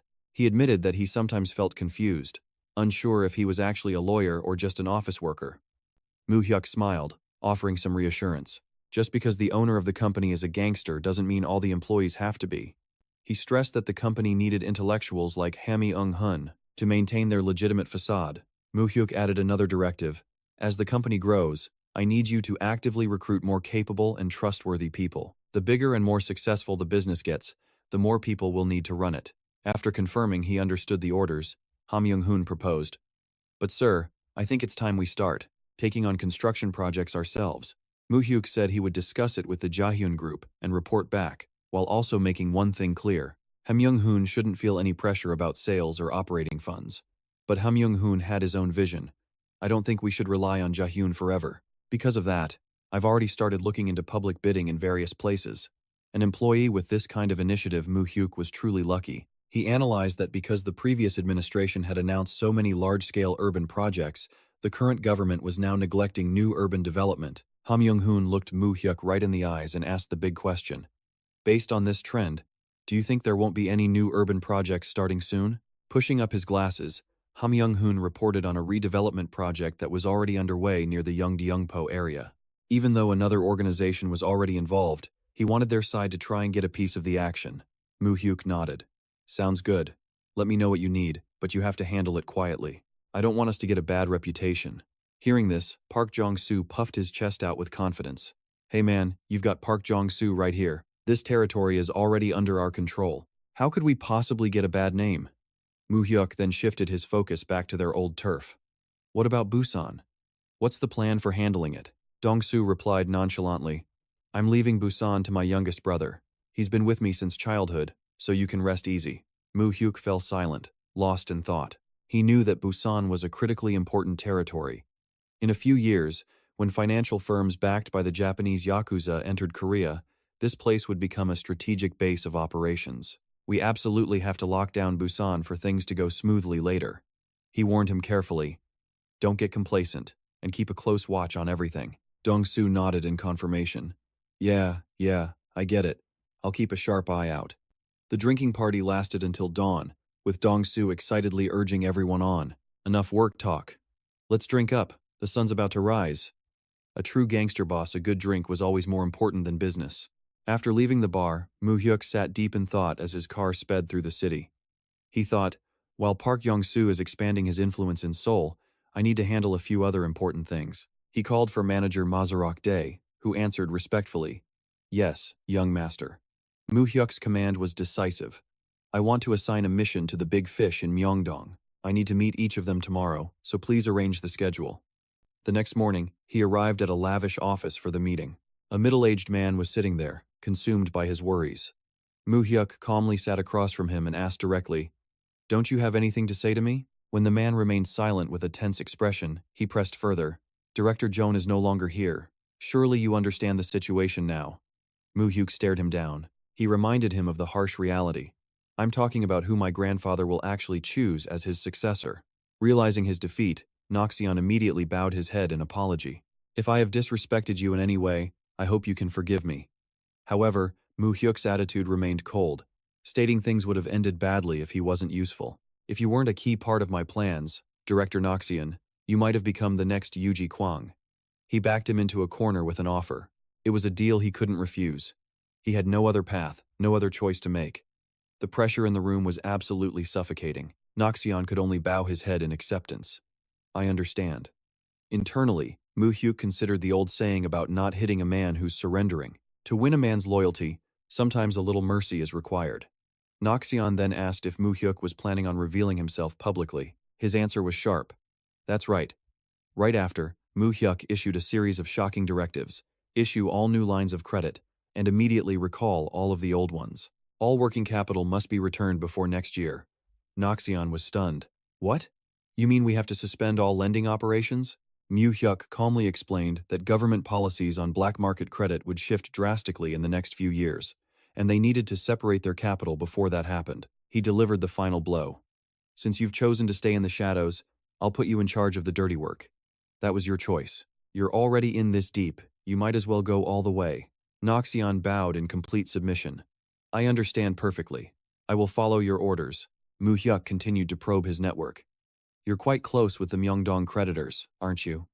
When the man confirmed it, Mu Hyuk's gaze turned ice cold. He issued his command. Then you will cultivate those relationships and make them even stronger. That is an order. As Mu Hyuk left the office, Noxion bowed respectfully. Inside the car, Manager Ma voiced his concern. Young master, I heard Noxion is John Suhan's man. Why keep someone so suspicious around? Mu Hyuk calmly analyzed that the major players in Myeongdong all have 15 years of experience and incredibly vast networks. He then asked a question of his own. If you wanted to train someone new to reach that level, how long would it take? For Mu Hyuk, leveraging a man who willingly hid in the shadows and worked for him was a welcome development. Mu Hyuk was already calculating for the future, for the year 2002 when a law would ban predatory lending. Before that, foreign capital from places like Japan was poised to tear the market apart. He understood that once the law passed, the private finance sector would fall into foreign hands. That's why he was determined to accelerate the timeline and seize the initiative. Standing among his vast assets, he reminded himself that even if private finance was legalized, loan sharking itself would never truly disappear. He planned his strategy. 1 person for the dirty work, 2 for the clean work. The car stopped before a modern skyscraper. Mu Hyuk entered the office and met another one of his subordinates, a large man who bowed respectfully. Young master, you're here. I've been waiting for you. Mu Hyuk replied politely. I apologize for calling this meeting so suddenly. The man quickly brushed it off. There's no need to apologize. We are always ready for you here. There, Mu Hyuk came face to face with a man named Funtosiro, also known as Montebelm. In his memories, Montebelm was an operative who secretly infiltrated South Korea. He was ready to penetrate the high-interest loan market. But he wasn't supposed to show his face until 1998, when foreign capital began pouring into the market, the Korean credit market. Mu Hyuk wondered why Montebelm was here with director Shin Sung-in right now. His eyes filled with deep suspicion. The air was thick with the stench of betrayal. Someone was playing both sides behind his back. Seeing Mu Hyuk, Shin Sung-in asked cheerfully, Young master, what brings you here? Regardless, Mu Hyuk sat down across from them, on full alert. He knew if his suspicions were correct, he could no longer place any trust in Shin Sung-in, and he would have to immediately adjust his entire plan. He replied casually, It's nothing. I felt I was neglecting the Myeongdong directors, so I stopped by to check on things. My apologies if my arrival is a distraction. Shin Sung-in quickly waved it off. Not at all. I'm merely an employee of the chairman. For the chairman's grandson to visit personally is a great honor. There's no need for such formalities. Mu Hyuk scoffed internally at the flattery. An employee of the chairman, really? Everything about this situation was now setting off alarm bells. He looked directly at the director and spoke. Director Shin, your loyalty to the chairman is truly admirable. But enough with the flattery. Are you with me? Or are you ready for an early retirement? Shin Sung-in let out a hearty laugh. Ha ha ha. Is my loyalty to the chairman not the same as my loyalty to you, young master? Mu Hyuk nodded slightly. I understand. Any other issues? Shin Sung-in reported that things were normal, mainly working with those who couldn't get loans, from banks or other financial companies. That part of the business hadn't changed at all. Mu Hyuk stood, bringing the meeting to a close. You know this environment better than I do, so I trust you'll handle it. Shin Sung-in bowed low in respect. Please do not worry, young master. Just as Mu Hyuk was about to leave, the director made a sudden proposal. I have a younger cousin from my hometown who just arrived. He's a good kid. Perhaps you could use him. He immediately called the man over. Monty Beum, come and say hello. This is Chairman John's grandson from Pyeongchang-dong. Monty Beum bowed to Mu Hyuk. Hello, young master. I'm Monty Beum. It is an honor to meet you. Mu Hyuk wondered why Shin Sung-in would introduce this man so early in the timeline. He began to question him. You're the director's junior from his hometown? Monty Beum politely replied that their fathers were friends, so they had known each other since they were children.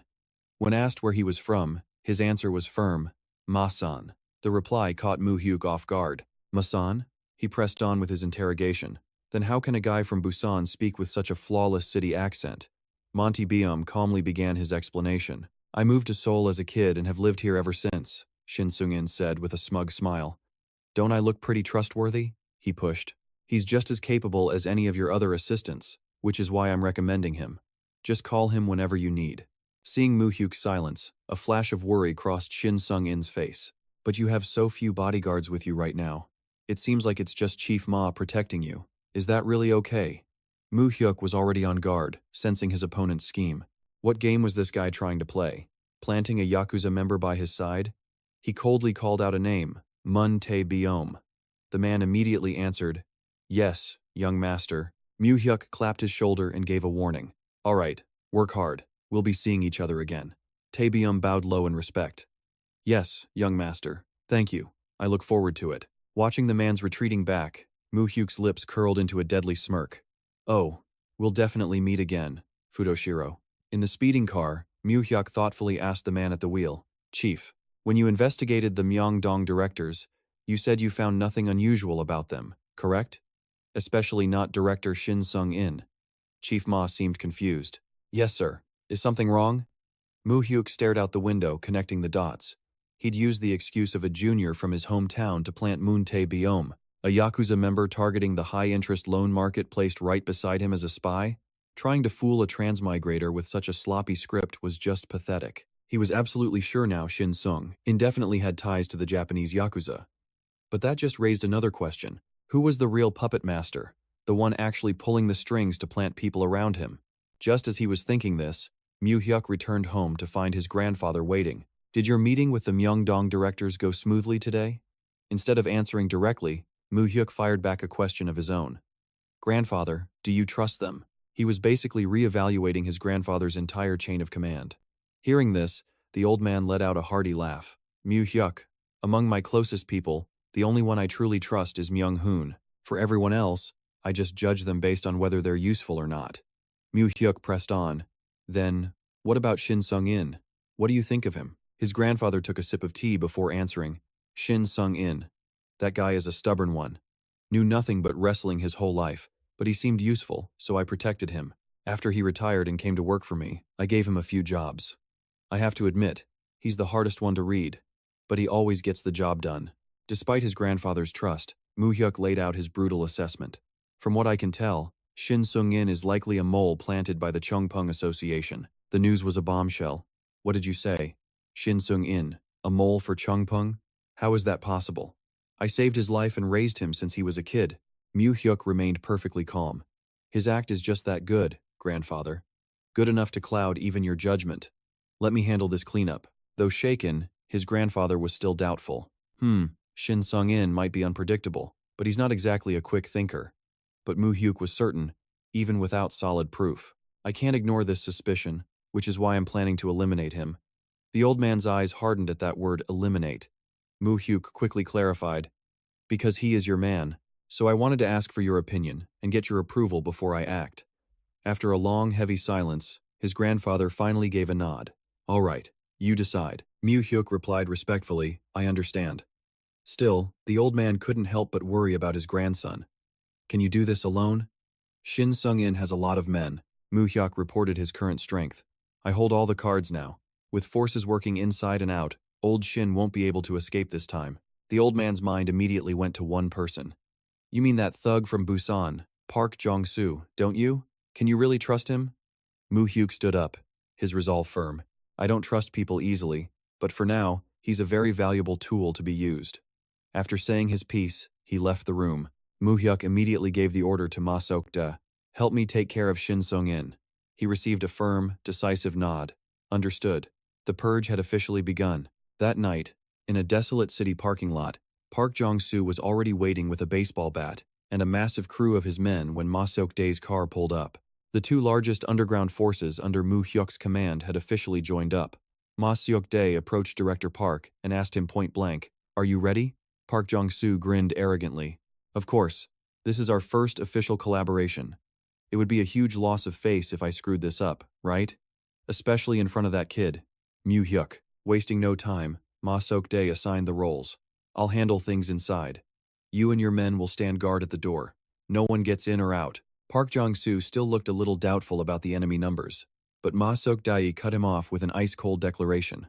"From now on, these men will protect young Master Mu Hyuk. If they can't handle a small job like this, then they no longer have a reason to exist." You can bet his men didn't dare breathe after that line. The raw authority in his voice left the Busan gangster deeply impressed. He chuckled, clearly enjoying it. I like it. Fine. We'll block the outside for you.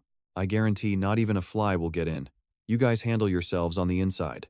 After a handshake that sealed their alliance, Park Jong-soo roared, Everyone, let's move out. Both groups moved toward their target under the quiet cover of night. A fleet of black luxury cars swarmed the front of the high-rise building. The guards at the entrance were stunned. One stammered in fear. What? What's with the fancy funeral procession? Thwack. Before he could even finish his thought, a shadow shot forward like an arrow, unleashing a storm of lightning-fast blows that took down the entire security team in an instant. Mu Hyuk's army stepped over the defeated men. They marched straight inside. Park Jong-soo stood blocking the entrance and declared, Now, not even a mosquito can get through. He didn't forget to remind his own crew. He pointed out their sensitive location. We're in the middle of Myeongdong. It's packed with people, so don't even think about pulling out your knives. Got it, kids? His underlings roared back in unison. Yes, boss. You can still handle the enemy without knives, right? Park Jong-soo replied with a mischievous smirk. I say that, but if the situation gets unfavorable, just pull them out and go nuts. After getting an understood, Jong-soo watched his allies back with a curious look in his eyes. He was intensely curious about just how terrifying the true skills of that quiet chief really were. Inside the building, the sound of urgent footsteps shattered the silence of the hallway. The internal security team was in a panic. What? What is this? They had no time to react. They were sent flying by the brutal kicks of the elite assault team. Ma Sok-dae appeared, his eyes as sharp as razors, as he moved in to pin down and control his opponents. To the absolute horror of the henchmen, the office door was violently kicked open. Inside, Shin Sung-in and Mun Tae-byum were startled mid-discussion. Tae-byum shot to his feet, roaring, Who the hell dares to interrupt us right now? Recognizing the intruder, Shin Sung-in paled. Chief Ma, he demanded, a mix of fear and anger in his voice. What do you think you're doing? Maseok-dae's face remained cold as he announced, The young master has ordered me to bring you two to him. Stunned, Shin Sung-in could only stammer back. The young master? A surge of anger hit him. Even so, couldn't you have called us discreetly? Why cause such a huge scene? Shin Sung-in yelled. You should worry more about your life than about the noise. Without waiting, Maseok-dae ordered, Drag them out. Instantly, Mun Tae-byum drew a sharp knife. He snarled threateningly. Don't you dare come any closer, you bastards. It seems they've sniffed us out. Noticing Shin Sung-in's hesitation, Tae-byum yelled, Director Shin, are you just going to let them take us? Shin Sung-in quickly adjusted his tie. He shouted to reassure his men, I've already called for backup, just hold on a little longer. Maseok-dae simply gave a cold command, Don't kill them. The brawl exploded. Mun Tae-byum launched himself into the fray with terrifying speed. His sharp blade and brutal kicks took down Maseok-dae's men one after another. Tae-byum slashed wildly, his blade slicing an opponent's arm and drawing blood. He fought like a savage beast, unleashing a flurry of vicious attacks that left them reeling. But these mercenaries were skilled, and he was quickly sent flying with a powerful punch. Clutching his head, he roared, Kill them! But in the next moment, he was subdued and disarmed. One of Mu Hyuk's men sneered, Quiet down, son. Did you really think you could play the big boss with a fruit knife? Seeing his man captured, Shin Sung-in charged into the fight, only to be blocked. Shin Sung-in threw a punch that was easily dodged. He managed to grab his opponent's shirt, thinking triumphantly, Got you. Maseok-dae watched from a distance, his expression unchanged. The man was thrown to the floor. The portly director aimed a powerful kick at the ground but missed completely. Maseok-dae stepped forward and asked sternly, Myung-jun, what are you playing at? Myung-jun immediately bowed his head. My apologies, sir. Shin Sung-in struggled to his feet. He spat arrogantly. I've been taking hits in the wrestling ring since I was 10. You think a little punk like you can take me down? He might be an old dog, but he just ran into a bulldozer. A brutal punch slammed into his ribs, knocking the wind out of him.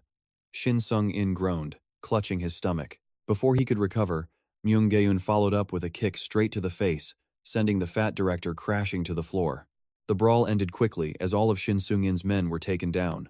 Outside, black cars screeched to a halt, surrounding them. Park Dong-soo wasn't surprised at all. He clicked his tongue. Knew it would be like this. So much for an easy day. Seeing the crowd of men pouring out, he yelled, All right, boys, get ready. A man with a long scar across his face stepped forward to ask, Who the hell are you guys? Park Dong-soo casually picked his nose and taunted. Who are we? Who the hell are you? Is this a field trip for debt collectors? You get a group discount for showing up like this? He slung his bat over his shoulder and shouted, Sorry boys, the company's closed today, so get lost. The opposing leader roared back. We're the White Tiger Gang from Gangnam. I don't know what hole you country bumpkins crawled out of, but if you want to live, get lost before I tear you all to shreds. Hearing the name White Tiger, Park Dong-soo smirked. With a swing of his bat, he commanded his men, Get them. Tiger or cat, they all taste the same. Let's slice them up. A brutal street fight erupted between the two sides. Park Dong-soo led the charge, carving a path through the White Tiger Gang's thugs with his powerful bat. As the Gangnam leader approached, he sneered. I've heard rumors about some market thugs from Busan causing trouble around here. That must be you, right? Who do you country bumpkins think you are, causing a ruckus here? We're about to find out who the real hicks are, buddy. He swung his weapon, but Dong-soo swiftly blocked the attack just inches from his face. Dong-soo flashed a challenging grin, then suddenly unleashed a thunderous punch right to the gang leader's face, sending him sprawling to the ground in humiliation. The Gangnam boss scrambled up, screaming furiously, You son of a bitch! I'm going to kill you today, you piece of trash. He charged in again, only to be met by a devastating blow from Dong-soo that sent him flying. Don't act so tough when you're the one losing, Dong-soo replied coldly. Don't assume everyone from Busan is a hick, you bastard. You think everyone from Seoul is so high and mighty? Just then, a man reported, Boss, we're outnumbered. They're overwhelming us. The office lawyer was probably regretting not taking a sick day. Looking down, hundreds of White Tiger goons were still swarming up the stairwell. The beaten gang leader ground his teeth in hatred, yelling, You damn dogs, none of you are getting out of here alive today. In response, Park Dong-soo just slung his bat over his shoulder. You Seoul boys sure can talk a big game, can't you? Let's talk. More fighting. Let's do this. Go. At his word, hundreds of men clashed on the stairs in a scene of pure chaos. Brutal kicks and fierce exchanges sent enemies tumbling down. From inside, Ma Hyuk finally emerged. Park Dong-soo quickly asked, Is everything handled up there? Ma Hyuk calmly replied, It's done. The traitors are just waiting to be shipped out. Dong-soo explained, It's an organization from Seoul, calls themselves the White Tigers. They came to protect Director Shin. Ma Hyuk-dae's face hardened. If they came all this way to protect a scumbag, then they can stay here for a nice long rest. He cracked his shoulders, preparing to clean up the remaining forces. The night grew late at a deserted warehouse. Mu Hyuk got out of his car to check on the situation. Ma Hyuk-dae approached to report, Director Park Dong-soo's men took a lot of injuries, but if they hadn't held the line outside, we would have been trapped. Mu Hyuk murmured to himself. And this was even after mobilizing all of Chief Ma's and Director Park's forces. And you still struggled to deal with them? Seeing his master's concerned expression, Ma Hyuk-dae bowed his head in apology. I'm sorry, young master.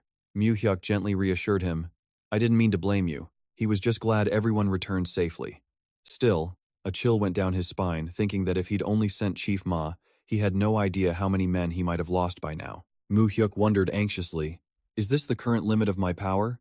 He looked coldly at the pathetic henchman on the ground and asked, Who is that guy? When he learned the man claimed to be from the Baeko Gangnam gang, sent to protect Director Shin, he knew this was one of the strongest forces in Gangnam. However, Myeongdong was his grandfather's territory they shouldn't have, and wouldn't dare trespass here. Mu Hyuk stared straight at the man and demanded, Did Baek Dong-hee send his men to protect Director Shin? The question wounded the gangster's pride, and he roared, Shut your damn mouth, you bastard! Who are you to say our boss's name like that? Mu Hyuk smirked and declared, Since you stepped into Myeongdong first, I can assume you're looking for a fight, right? He immediately gave an order to his subordinate. Any leg that stepped into Myeongdong, break it, so they learn not to get lost again. Mu Hyuk then instructed Ma Hyuk-dae, Don't kill them. These men were valuable bargaining chips to pressure the leader of the Baeko gang. The henchman could only scream in desperation, You son of a bitch, if you're going to kill me, just do it already. Ignoring the screams of the man being dealt with, Mu Hyuk turned to face Shin Sung-in. He asked in a low voice, Director Shin, since when? Shin Sung-in trembled, begging through his tears, Young master, why are you doing this to me? What did I ever do wrong to you? He tried to use the chairman as a shield. Does the chairman know what you're doing? Let me speak with the chairman, please. I think there's been a huge misunderstanding. Mu Hyuk looked down coldly at the man kneeling at his feet and asked mockingly, A misunderstanding? Mu Hyuk leaned in, staring into Shin Sung-in's eyes and exposing him. Cut the act. How much did the Cheongpung Association pay you to plant that Yakuza agent by my side? The question hit its mark, causing Shin Sung-in's eyes to widen in terror as sweat poured down his face.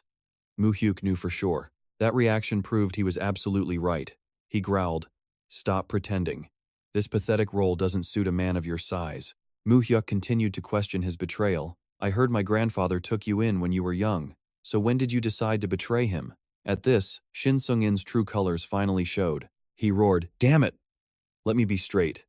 When I gave up wrestling and went to the chairman, I was already serving someone else. I only worked under him on that person's orders." Mu Hyuk leaned down, staring into the traitor's eyes and pressing him. "That person? You mean the leader of the Cheongpung Association? Who is he? What's his plan?" In response, Shin Sung-in let out a challenging laugh. "Looks like the chairman didn't tell you everything, did he?" He looked at Mu Hyuk with pity. "You know about our guildmaster? Knowing about him means you should reserve a spot at the bottom of the river, nephew." His arrogance enraged one of Mu Hyuk's men, who yelled, "You dog!" and rushed to restrain him. Mu Hyuk thought grimly. "So they call him guildmaster?" He asked again coldly. "You mean if he wanted to, he could get rid of me at any time?" Shin Sung-in confirmed with a smirk. "Of course. To the guildmaster, a little pup like you is less than an ant. Muntobel was only there to watch you." He gritted his teeth, blaming Mu Hyuk's arrival. "You're the problem. Director Joe Sunman was the perfect puppet, but then you suddenly appeared and ruined everything." Looking at the man before him, Mu Hyuk reflected on his cunning. On the surface, he always acted completely loyal to his grandfather, even when other directors were switching sides like rats. He kept up the righteous act. In his past life, it was this blind trust that allowed the man to deceive his grandfather right up to his last breath. Mu Hyuk told himself, if he hadn't recognized Muntobel and acted first this time, this man would have taken his life sooner or later. Shin Sung-in was stunned and demanded, "But how did you know Muntobel was a spy? How could you have possibly known?" Because he had a preview of the future from his past life. But Mu Hyuk didn't answer, instead giving a firm command, "Tell me everything. Everything you know about the Cheongpung Association. If you cooperate, I'll grant you the mercy of a quick death." However, Shin Sung-in was completely out of hope. He screamed, "Just kill me. I have nothing left to say to you." Mu Hyuk didn't hesitate, replying coldly, "Fine, I'll send you off just as you wish." He turned to his trusted associate. "Chief Ma. You heard him, right? Kill him." As soon as Mu Hyuk turned to leave, the bound Muntobel began to scream like a madman. "Let me go. Let me go right now. If you release me now, I might be merciful enough to spare your lives." Mu Hyuk stopped in his tracks. He turned back to look at the delusional man with contempt. "Hey, don't you understand your own language, or were you just born without a brain? Can't you see the situation you're in?" He stepped closer and exposed his true identity, Muntobel, or more accurately, Funto Shiro, captain of the Hiraguri Gumi's Guard, the second organization under the Yamaguchi family. Mu Hyuk knew the man's entire background. There was no escape. He looked straight into the Japanese assassin's trembling eyes, and declared, "I think from this moment on, we need to have a serious talk, don't you?" Funto Shiro was stunned, stammering, "How? How did you know that?" Mu Hyuk thought to himself, even though he only had bits and pieces of information about the man from his past life, it was more than enough to terrify a homicidal criminal. Facing a mere college student, the assassin trembled as he asked, Who are you?" What a useless question. Mu Hyuk calmly replied, "You already know, don't you? The son of Chairman Kim Tae-san's daughter, Kim Mu Hyuk." He saw right through him and added, "You were planning to kill me, weren't you? And after my grandfather dies, you were planning to move into the Myeongdong loan shark market, right?" The words left Funto Shiro speechless, every single one of his dark plans laid bare. Mu Hyuk knew from his past life this guy came to Korea around 1997, a scout sent to conquer Myeongdong before the main force arrived. He questioned him coldly. "I'm the one asking questions. Who gave you your orders? What's your gang's goal with the Blue Wind Society?" The ultimatum was brutal. "Spill everything, and I'll only take one arm." Cornered, Funto Shiro screams back in defiance, "Cut the crap and just kill me. I choose honor." He may have chosen honor, but Mu Hyuk chose psychological warfare. At this absurd defiance, Mu Hyuk just lets out a chilling laugh. "Honor, you say? Ha ha ha." He sneers at the defeated assassin. "So you'd rather die than betray your gang?" Mu Hyuk smirks and turns away. "So very loyal. All right then. No need to say anything else. Manager Ma, let him go." The sudden order leaves Funto Shiro completely stunned, and he yells, "What is this? What kind of game are you playing?" Mu Hyuk walks away casually. "You can go now, you're free." Toshiro is frozen in utter disbelief. But then, Mu Hyuk turns back with a truly wicked smile. Go on home. I'll make sure everyone in Japan knows you're the most cowardly traitor in history. He stares right into the assassin's widening, terrified eyes and adds another blow. There's no need for me to get my hands dirty. After all, you wanted to die with honor, didn't you? So go die with honor in your beloved Japan. The psychological attack completely shatters Funto Toshiro. He screams desperately, no, please, just kill me here. I'm begging you. Mu Hyuk stops, delivering his final, cold condition. Tell me everything you know, and then I'll grant your wish. He has no way out. The assassin lowers his head in defeat. Fine, I'll talk. After everything is settled, Mu Hyuk returns to the estate. He enters the room and announces, Grandfather, I'm back. His grandfather sits silently, looking up at his grandson. You've worked hard. Now, report. Mu Hyuk explains that Shin Sung-in had approached him with hidden motives from the start. He confirms, for now, we've dealt with Chairman Shin, Moon Taebyam, and the White Tiger Gang. The grandfather asks in shock, the White Tiger Gang? You mean Baek Yongji from Gangnam? Mu Hyuk confirms. His right-hand man came to Myeongdong to rescue Shin Sung-in. This proves they've had people stationed nearby all along. This absolutely infuriates the old man. Are they really going to ignore the non-interference pact between Gangnam and Myeongdong? Mu Hyuk coldly states, one of Gangnam's 3 biggest gangs has just officially broken the treaty. Then he reveals his plan. I'm going to build up Park Dong-soo's forces, and then we'll attack them. His grandfather thoughtfully adds, news about that street brawl in Myeongdong has already spread, and to silence the public, we're going to need a scapegoat. Mu Hyuk reassures him that Park Dong-soo will take care of it. Besides, the White Tiger Gang won't want to escalate things, so they'll back down quietly. He says with certainty, they won't dare make this a bigger issue. Just leave it to me. Everything will be handled. But his grandfather is still worried. We cannot let this turn into an all-out war, he warns. The leader of the Cheongpung group is no joke. It's hard to predict his moves. But Mu Hyuk is resolute. I'm not aiming for a quick fight. It's more fun to suffocate them slowly. They both know that if war breaks out, both sides will suffer devastating losses. His grandfather carefully instructs him, whatever happens, do not reveal your hand. Use all of Myung-hoon's forces if you have to. Mu Hyuk nods slightly. I'll tell Director Ha when we need them. Suddenly, his grandfather's curiosity is piqued. But what about that Monty Beam guy? How did you know about him? Mu Hyuk looks momentarily flustered. He quickly cooks up a believable excuse to hide his regression. Thinking fast, he answers, Chairman Park mentioned meeting him in Busan. That's how I knew. His grandfather breathes a sigh of relief. You really never know with people. I never thought a gangster would end up being so useful. Mu Hyuk continues to vouch for Park Dong-soo. The man has followed him since he was a kid and has never once failed an assignment. Mu Hyuk privately thinks, even if Dong-soo's ideals are a bit naive for a modern gangster, that's exactly what makes him so trustworthy. Chairman John acknowledges his grandson's judgment. That's true. Finding the right people is both a skill and your good fortune. But he can't hide the bitterness of being betrayed. I just can't believe Shin Sanjin stabbed me in the back. The very man I personally chose. The sting of betrayal from his most trusted aide is sharp. Suddenly, the old man lets out a low groan. He clutches his chest, his face twisted in pain. Mu Hyuk rushes over, alarmed. Are you all right? You've looked so tired lately. The old man just sighs. It must be old age. My body isn't what it used to be. Worried, Mu Hyuk suggests going to the hospital. Let me take you. But his grandfather refuses with a weak smile. Haha, no need. I don't want people saying this old man needs his grandson for a hospital visit. He says he already has an appointment scheduled for next week. Then he instructs his grandson, you focus on cleaning up the rest of this mess. A few days later, to settle the incident, one of Park's enforcers, Dong-soo and a few other members turn themselves in for the brawl. The White Tiger Gang sends a matching number of men to the station as well. The disturbance in the heart of Myeongdong had too many witnesses and made headlines, making a cover-up completely impossible. In the dead of night, on a sea cliff, Shin Sanjin and Montebeam face their final judgment, standing behind the traitors. Ma Sok-dae coldly lists their crimes. You are guilty of aiding the plot to kill young Master Mu Hyuk, and of mocking the chairman for years. He raises his gun and confirms. You know this, right? The only way to atone is with your death. At gunpoint, Shin Sung-in screams like a madman, you think killing me will keep Kim Mu Hyuk safe? Our organization has branches from here to the ends of the earth. How can he fight us? Shin Sung-in shouts in desperation, Kim Mu Hyuk will definitely die by our hands. Before he finishes, a single gunshot echoes. The bullet hits the traitor right in the head, his eyes freezing wide open in death.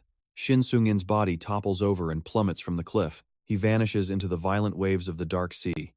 Witnessing the horrific scene, Funto Toshiro panics, screaming at Ma Seok-dae, "I told you to just kill me. Stop standing there torturing me." But Ma Seok-dae's expression remains like ice. He calmly replies, "I don't think I need to do a thing. Just the rumor that you're alive is enough. Your own gang will never leave you alone." His eyes lock onto the trembling assassin. "Your daughter is still young. So is your wife. You should think about your family." A psychological blow like that from Manager Ma is enough to break any killer. After planting the ultimate fear, Ma Seok-dae decisively turns his back. "Let's go home." He leaves Funto Toshiro frozen on the lonely cliff, with only the sound of crashing waves. They return to the estate. Ma Seok-dae reported everything back to Mu Hyuk. Chairman Shin, it turned out, knew very little. Someone from the Chungpung Association had contacted him directly, and his only job was to plant their agent. That agent was Monty Beam. He went on to reveal the organization's deeper conspiracy. His gang was ordered to prepare an invasion of the private loan market, but then his orders suddenly changed. His new mission was to earn Mu Hyuk's trust by becoming his right-hand man. Through Chairman Shin, Ma Seok-dae also relayed that Shin Sung-in only started taking orders from the Chungpung Association after John Su-man was dealt with. Forced out of the country, Mu Hyuk quietly realized his actions had completely shattered their entire plan from the inside out. If he hadn't intervened, Shin Sung-in would have continued faking his loyalty, even after his grandfather's death. And that's when Montebeam and the Yakuza would have strolled right into Korea's private loan market, pocketed a fortune, and then vanished without a trace. One small mistake could have cost him everything all over again. He'd never truly trust Montebeam, but at least now, there was no reason to be suspicious. Shin Sung-in, the man who had always feigned absolute loyalty to his grandfather, had given him an unexpected opportunity through his betrayal. This was a rare chance to get close to the Chongpung Association, an organization that left almost no trail. The tension was thick, and Ma Seok-dae made a worried plea. "I think we need to increase your bodyguards, sir. We should switch cars, and you need at least 3 men with you at all times." Mu Hyuk just waved it off, saying he could handle himself just fine. He wasn't some pushover they could easily bully. But seeing his subordinate practically begging, "Please, young master," Mu Hyuk recognized Ma Seok-dae's unshakable determination. And so, he agreed. "Fine, but you're the only one who stays near me. The rest will provide support from a distance." Ma Seok-dae bowed deeply. "Yes, thank you, sir." Mu Hyuk thought to himself, so they didn't just deploy the White Tiger Gang, but they could also mobilize Japan's largest Yakuza organization? A murderous glint flashed in his eyes. He vowed to make them pay a steep price for even thinking about it. His face hardened with cold resolve. His ultimate goal was now crystal clear: to rip out this twisted organization by its very roots. In the car, Mu Hyuk called Han Kyung-yong to discuss the massive sum he'd just acquired. Kyung-yong's voice was filled with shock. "You mean we're funneling the money into shell companies?" The poor lawyer's heart nearly exploded. But Mu Hyuk calmly explained the plan. "Of the $25 billion we got from the Mexican peso bet, we'll keep half in Dream High. The rest gets broken down and moved to a bunch of different businesses. You handle that for me, okay?" He gave specific instructions. "Spread the funds through various channels and regions to avoid the taxman. The more complicated you make it, the better." Kyung-yong said he'd get a financial expert on it, but he was clearly still on edge. "This tax evasion scheme is highly illegal, you know that, right?" He pictured himself getting busted and thrown into a cell with a bunch of scary thugs. "If this gets out, I'll be rotting in prison." Mu Hyuk calmly reassured him. "That's why I said to hire an outsider to handle it. That way, no one can trace it back to us." Kyung-yong let out a heavy sigh. "Working with you is like riding a high-speed roller coaster every single day. I've been in America all this time and haven't even been to Disneyland." Mu Hyuk cut to the chase. "All right, for now, just follow my instructions." Back in Korea, he stopped by Myung-soo's apartment. Seeing him, Myung-soo asked, "Hey, you're here. You start at the training academy next week, right? You finished packing?" As Mu Hyuk took off his coat, he replied, "Still trying to figure out what else to bring. Probably just need some books and clothes." He then offered, "I wanted to take you out for a meal." Myung-soo waved him off. "Sit down. I already ordered food." At that exact moment, Hyun Seong walked in, holding a bag. "Myung-soo, I brought beer." Then he spotted Mu Hyuk in the room, and Hyun Seong froze mid-step. What?" Mu Hyuk was also taken by surprise, but he quickly recovered his calm demeanor. "So you're here too?" All Hyun Seong could manage was a shocked, "Oh." The air between the two friends instantly turned awkward. Myung-soo's voice boomed from the kitchen. What is wrong with you two? Cut the dramatic stare down. One of you put the beer away, and the other one set the table so we can start drinking. Later, on the breezy rooftop, Hyun-seong asked, So, are you planning to settle down in Seoul for good? Mu Hyuk gave a slight nod. Yeah, I decided to stay at Myung-soo's place. I have to go back to school anyway. His eyes then fell to his friend's leg with a hint of concern. How's your leg doing? Hyun-seong answered coolly. It's fine. The doctor said I can live a normal life, but getting back into the ring, that's going to be tough. Mu Hyuk then spoke from the heart. Thank you for looking after my grandmother in Busan. Hyun-seong replied with a gentle smile. It was nothing, boss. Helping your grandma is like helping my own. There's no need to keep score. The mood suddenly turned somber. Hyun-seong looked down, filled with guilt. I feel like I really wronged you. I know I shouldn't have said those things. Mu Hyuk was stunned as he recalled that moment in the hospital. Hyun-seong had looked at him like a total stranger and said, Mu Hyuk, you're terrifying right now. You've changed way too much. Hyun-seong continued to open up. If you or Myung-soo had gone through what I did, I would have done anything and everything to get revenge for you both. He looked his friend straight in the eyes, his voice full of sincerity. No matter what you did, Mu Hyuk, and no matter what the whole world said, I should have never said those words to you. I'm sorry. Forget about it, you idiot, Mu Hyuk replied. We're friends. We don't apologize for things like that. Right then, Myung-soo walked out, completely killing the emotional vibe. What are you two doing out here? Chatting with the seagulls? We're here to give our boy a proper send-off, so get inside and let's drink. With Myung-soo there, the heavy atmosphere vanished. He couldn't help but tease them about their old exploits. After you drink, you'll definitely start a fight. Remember that time we went to the club, got wasted, and caused a huge scene? Mu Hyuk and Hyun-seong both laughed it off. That's ancient history, man. I don't even remember it. Later that night, sitting in the car on the ride home, Ma Seok-dae commented, Young master, you seem to be in a good mood today. Mu Hyuk smiled in response. I guess I'm just happy to see my friends again. How long has it been? January 1995. A massive earthquake rocks the city of Kobe, Japan. In the aftermath of the disaster, the Japanese yen, once stable at 100 yen to the dollar, began to surge. This was because insurance companies had to pull their investments from the dollar to cover claims, while U.S. hedge funds simultaneously swarmed in to buy up yen and Japanese government bonds. All of this fueled the currency's rapid rise. The yen, the second largest international reserve currency after the U.S. dollar, had turned Japan's foreign exchange market into a global playground for hedge funds. Natural disasters and relentless attacks from hedge funds hammered the economy, with the yen collapsing past the 90 to $1 mark. Japan struck a deal with the G7 finance ministers and central bank governors, a move designed to intervene and weaken the yen. But that very agreement would become the spark that ignited the Asian financial crisis just 2 years later.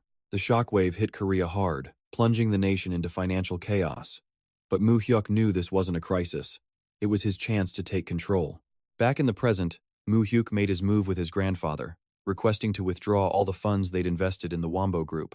The old man was stunned, asking why, after a 25-year partnership, why the sudden demand to pull out so aggressively. Mu Hyuk calmly explained it was because the company's level of bad debt was just too high, and on top of that, they were still borrowing non-stop from multiple other banks. The Wombo Group was a massive enterprise focused on construction and manufacturing, but Mu Hyuk saw right through the glamorous facade to the mountain of debt hidden behind it. Even the Unmi apartment complex in Daechidong was a Wombo project. They were officially ranked as the 18th largest corporation in all of South Korea. But Mu Hyuk knew that behind the flashy exterior, the company was completely hollow. He explained to his grandfather that Chairman Jang Tae-ho had a history of bribing government officials for an edge in land redevelopment projects. Getting exposed back then nearly destroyed the entire group, but he escaped prosecution by stepping down from his management role. A classic move. Mu Hyuk stated firmly that the man was nothing more than a real estate speculator. He worried that Jiang's greed would one day come back to haunt them. It would hit their family's business directly, so they had to pull their capital out now. Wait any longer, and it'd all become worthless paper.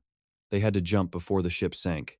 After hearing him out, his grandfather thoughtfully replied that his conclusion seemed a bit rushed. Looking at the financial reports, he saw no serious issues. He argued that while their interest rate was high, it wasn't that different from other major corporations. But in Mu Hyuk's mind, the dark future of 2 years from now was crystal clear. In January of 1997, Wombo would completely collapse under the weight of its debt-fueled business model, vanishing from history forever. It would be the largest corporate bankruptcy in the nation's history, causing a massive cash flow blockage and a domino effect of corporate failures. By the end of that year, Korea would be hit by the 1997 foreign exchange crisis, triggering the worst national default and a severe economic recession. And Mu Hyuk knew, without a doubt, that Wombo was the very first domino that would trigger the entire catastrophe. He was holding the company's death warrant. After a moment of thought, his grandfather's expression softened. He said, "However, I'll trust you this time. You handle this directly." He then asked if Mu Hyuk needed Myung-hun's help. Mu Hyuk understood immediately. Asking him to personally collect a debt from a major chairman was a test of his abilities, plain and simple. Without hesitating, Mu Hyuk gave his answer. No, he and Department Head Ma would handle it. Seeing his grandson's determination, the old man relented. He turned to his assistant and ordered him to transfer all of the Wombo bonds to Mu Hyuk. Myung-hun was shocked, asking, "All of them, Chairman?" The old man confirmed it. Yes, transfer everything. But he still looked at Mu Hyuk with concern, asking one last time if he was sure he didn't need Myung-hun's help. But Mu Hyuk refused the assistance. If Myung-hun was there, everyone would assume it was his grandfather's will, not his own skill. He had to prove he could do this himself. Seeing that unwavering resolve, the old man burst into laughter. "All right then, give it a try. And send my regards to Jiang Tae-ho, will you?" Mu Hyuk replied with a firm, "Yes, sir." Standing before a shabby old commercial building squeezed between residential apartments, he couldn't help but wonder if this was really the place. When his companion confirmed it was, he thought to himself it was hard to believe a massive corporation would have its headquarters on the third floor of a place like this. Mu Hyuk's gaze sharpened instantly. He realized Chairman Jiang Tae-ho was definitely no ordinary man. This was going to be difficult. Seeing the complex situation, his partner offered to go in and check things out first, just in case they tried to pull something shady. But Mu Hyuk refused flatly. This was the mission his grandfather entrusted to him, and he intended to see it through himself. "No need," he said. "Grandfather gave me this task, so I should handle it." He then gave the order, "Let's go. Time to collect our debt." And the two of them walked grimly toward the building. The showdown with Wombo Group had officially begun. Mu Hyuk and Ma Sok-dae stopped in front of a directory listing the company's various business sectors. Wombo was in everything from construction and energy to steel. Looking at the sheer scale of it, Mu Hyuk wondered if this was truly the headquarters of Korea's 18th-ranked conglomerate. An employee approached them cautiously, asking if he could help them. Mu Hyuk calmly replied, "I have an appointment with the chairman." The employee's eyes went wide with shock. "With our chairman?" To shatter any remaining doubt, Mu Hyuk coldly dropped a single name that carried immense weight. "I'm from Myeongdong." The employee's face changed in an instant. He frantically ordered his subordinate, "Hey, Assistant Han, call the secretary's office and check if the chairman has an appointment today." Mu Hyuk sighed internally. He knew the reputation of the Myeongdong Financial District was enough to make people like this snap to attention. Stepping through the chairman's office, doors revealed an unbelievably lavish space, filled with golden horse statues and expensive decorations. Mu Hyuk was taken aback. What was this? It was like stepping from one world into a completely different one just by crossing the threshold. Drowning in debt but buying golden horses, this guy was all about keeping up appearances. And there, sitting on a luxurious sofa, was Chairman Jiang Tae-ho himself. The man squinted, sizing him up. "Are you Chairman Jun's assistant or his grandson?"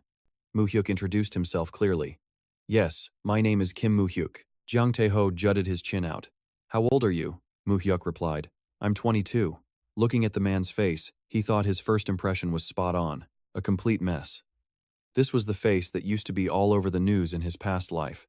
Seeing it in person wasn't any better. Jiang Tae-ho waved his hand dismissively. "You just gonna stand there? Sit down and tell me why old man Jun sent a kid like you here." Mu Hyuk sat, his gaze unwavering as he made his declaration. "From now on, I will be in charge." Model. Jiang Tae-ho takes a sip of coffee, his eyes filled with scorn. "Is that so? Starting to think you're some kind of young genius?" But Mu Hyuk ignores the attitude, calmly getting straight to business. "Chairman, I'm here to handle the convertible bonds you posted as collateral for your 50 billion loan." The statement makes Jiang Tae-ho jolt in absolute shock. Immediately, he unleashes his rage on his secretary. "Is this coffee meant to boil my tongue? You're useless. I specifically told you to get the temperature right." He throws the scalding liquid right at the young woman, who screams in pain. "Ah, I'm so sorry, sir." Jiang Tae-ho roared, "More coffee." The secretary could only tremble and obey, rushing out of the room. But even after she'd gone, his angry muttering didn't stop. "This whole team is useless," he snarled. "Not worth a single penny I pay them." He leaned back in his chair and finally asked, "Now, what was it you were saying? You want to deal with the convertible bond I mortgaged?" "Why? I've been paying the interest on time, haven't I?" Mu Hyuk knew the old man wouldn't be sitting so comfortably if he'd been even a day late. He replied coldly, "Our company is restructuring its assets. There's no other way. We're in the process of recalling them from all our other corporate clients as well." But Jiang Tae-ho immediately shot him down. "That's not going to happen. Even if it's a bond, how can you just demand payment immediately? I can't possibly come up with that kind of money right now." But Mu Hyuk saw right through him. He had already checked this old man's finances. He knew for a fact that Jiang Tae-ho had more than enough cash to pay up. So he calmly launched his attack. "Fine, that's no problem. In that case, I'll just convert them to stocks. Or you can sell the bonds to another company at a premium." Jiang Tae-ho shot up from his seat, absolutely stunned. "What kind of nonsense is that? You want me to sell to someone else?" Mu Hyuk was reading him like a book. Usually, the lender holds all the power. But when a debt is big enough, it's the debtor who calls the shots. The creditor has to beg their own debtor to pay them back. It's a financial paradox. Mu Hyuk knew the old man's weak spot. If this bond fell into the wrong hands, his control over the Wonbo group would be in jeopardy. He'd likely taken a risky loan to get through a tough spot, never imagining that same loan would become a knife at his own throat. Mu Hyuk looked Jiang Tae-ho straight in the eye and twisted that knife. "If those bonds are converted to stock and released on the market, running your company might get a little difficult. But I'm sure you'll be fine, right?" Mu Hyuk, however, had no intention of collecting cash. What he truly wanted was something far, far more powerful. Feeling the pressure from the young man, a horrified Jiang Tae-ho questioned, "Was this an order from Chairman John?" The old man couldn't believe this kid had him completely cornered. Mu Hyuk just leaned back in his chair. "No. This is my decision. My grandfather has given me full authority over the Wonbo bonds." Jiang Tae-ho exploded with rage. "Don't be ridiculous. I made a deal with Chairman John. He promised never to convert those bonds to stock. What right do you have?" Unfazed, Mu Hyuk issued a simple challenge. "If you don't believe me, you can call and confirm it yourself." Without a second's hesitation, Jiang Tae-ho grabbed the phone and barked into the receiver, "Get me Chairman John Pyeongchang-dong now." As soon as the call connected, his grandfather's voice came through. "Ah, Chairman Jiang, what's wrong?" Jiang Tae-ho immediately wailed into the phone. "Chairman John, what is the meaning of this? Are you trying to break the agreement we made?" The grandfather's reply was perfectly calm. "What on earth are you talking about? Be more specific," Jiang Tae-ho furiously explained. "Your grandson came here threatening that if I don't pay up, he'll sell the convertible bonds to someone else for a higher price. Isn't that just bullying?" he screamed, reminding him of the old promise. "You told me yourself you would never convert them to stock. You're the chairman of a major corporation. If you go back on your word, who will ever do business with you again?" Suddenly, his grandfather's fury erupted over the phone. "Listen here, Jiang Tae-ho. Are you lecturing me right now?" The old man's authority was absolute. "When you were broke, you were on your knees begging me for money. Now you have the nerve to play the victim?" Jiang Tae-ho went pale, stammering, I didn't mean it like that," but his grandfather cut him off. "Enough. I've given the boy full authority. The two of you can handle this yourselves." The harsh click of the phone hanging up was the sound of the old man's world collapsing. Mu Hyuk calmly watched him tremble. "So, have you confirmed it?" In a fit of pure desperation and rage, Jiang Tae-ho ground his teeth. "Fine, you win. How much do you want to leave my company alone?" Mu Hyuk stood tall and declared a single number. 20 billion won. Jiang Tae-ho could only choke out in horror. What? Jiang Tae-ho's voice boomed with fury. "Are you insane? I borrowed 5 billion, and I've never once been late on interest. And now you're demanding 20 billion? But Mu Hyuk's calm, terrifying expression didn't change one bit. He stared the old man down. "Chairman, the moment you said you couldn't pay, my purpose for coming here changed. I'm not here to collect a debt. I'm here to sell you the very tool that will protect your company." As the old man stared in disbelief, Mu Hyuk nonchalantly added, "Isn't the price of an item always up to the whim of the merchant?" He stated with confidence, "This isn't an expensive price at all. If I sold this to someone else, I could easily make much more." Jiang Tae-ho seethed with rage, but Mu Hyuk gave him no time to think. He stood up decisively. "If you don't like the price, I'll be on my way." Seeing Mu Hyuk about to leave, the old man panicked and called out, "Wait, 10 billion. Can you cut an old man some slack?"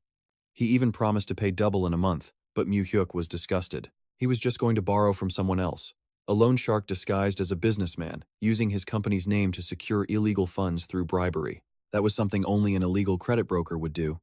There was nothing left to negotiate. Mu Hyuk concluded the discussion was over and turned to leave.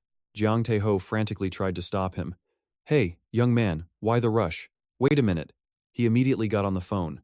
"Send the finance director to my office." A moment later, the director entered. Jiang Tae-ho immediately passed the buck. "This is my finance director. You can talk to him." The director looked at Mu Hyuk and stated plainly, "There is no way for us to come up with 20 billion right now." So this was the truth behind the 18th largest corporation, a giant with empty pockets. Mu Hyuk leaned back and gave his final ultimatum.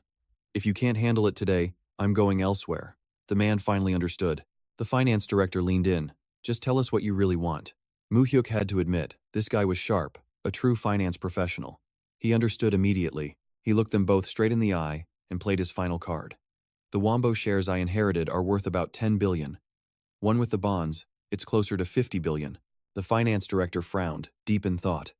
"The shares, too?" "Even so, that premium is still pretty high." But Mu Hyuk just calmly replied, "I believe it's a fair valuation. Director, you of all people should understand what I mean." But the director kept trying to shut him down. "I told you, we don't have the cash on hand right now." Jiang Tae-ho was losing his patience, leaning back in his chair and demanding, "What is it you really want?" Mu Hyuk didn't make him wait, delivering the knockout blow. "In the Eunmi apartment complex, there's an estimated 600 pyong of unregistered land, correct?" The statement left Jiang Tae-ho absolutely stunned. Mu Hyuk continued, exposing the corporation's hidden assets. "And in Dachidong, there's another plot owned by Wombo Construction. Over 1,000 pyong, bought when the apartments were built, but it's still sitting empty." Jiang Tae-ho's face went pale as he stammered out the question. "How? How could you possibly know our company's internal business like that? Do you have a mole planted inside our company?" Mu Hyuk just stared at the trembling old man. In his mind, he could see the future in 2 years. Jiang Tae-ho would bankrupt Wombo and flee the country. The National Tax Service would move in to seize his assets, but the recovery would fail. And among those assets was that very plot of land, a property whose value was about to skyrocket. "It's a waste in your hands. Let me take care of it for you," he replied coldly. "I'm Chairman John Tesson's grandson. Is that answer good enough for you?" Jiang Tae-ho was frozen in absolute terror.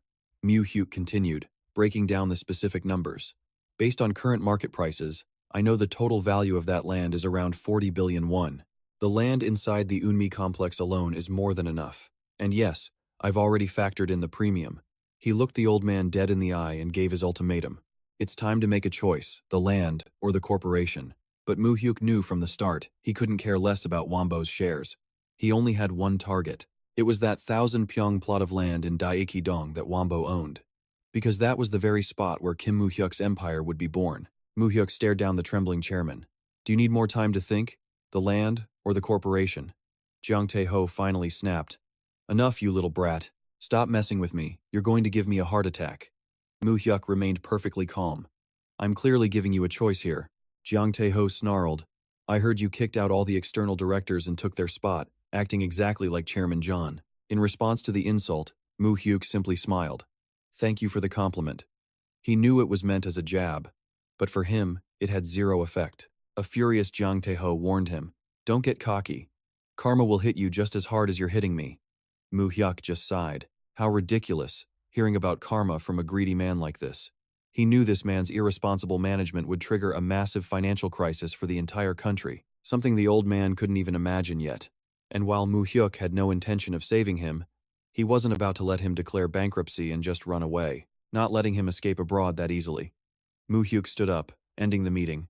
"I'll remember your words. I'm sending my lawyer over today. I want the land transferred today. With that, I'll be leaving." The moment Mu Hyuk stepped out the door, Jiang Tae-ho's rage exploded.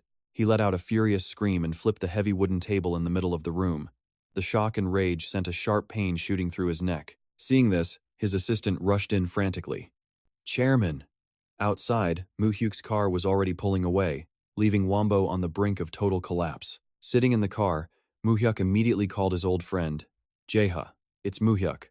On the other end, Jae-ha sounded confused. "Mu Hyuk, what's up?" Mu Hyuk got straight to the point. "I need a lawyer. I was wondering if you could ask your father to recommend a few people? I want to meet with them in person and discuss something." Jae-ha happily agreed. "Okay, my friend.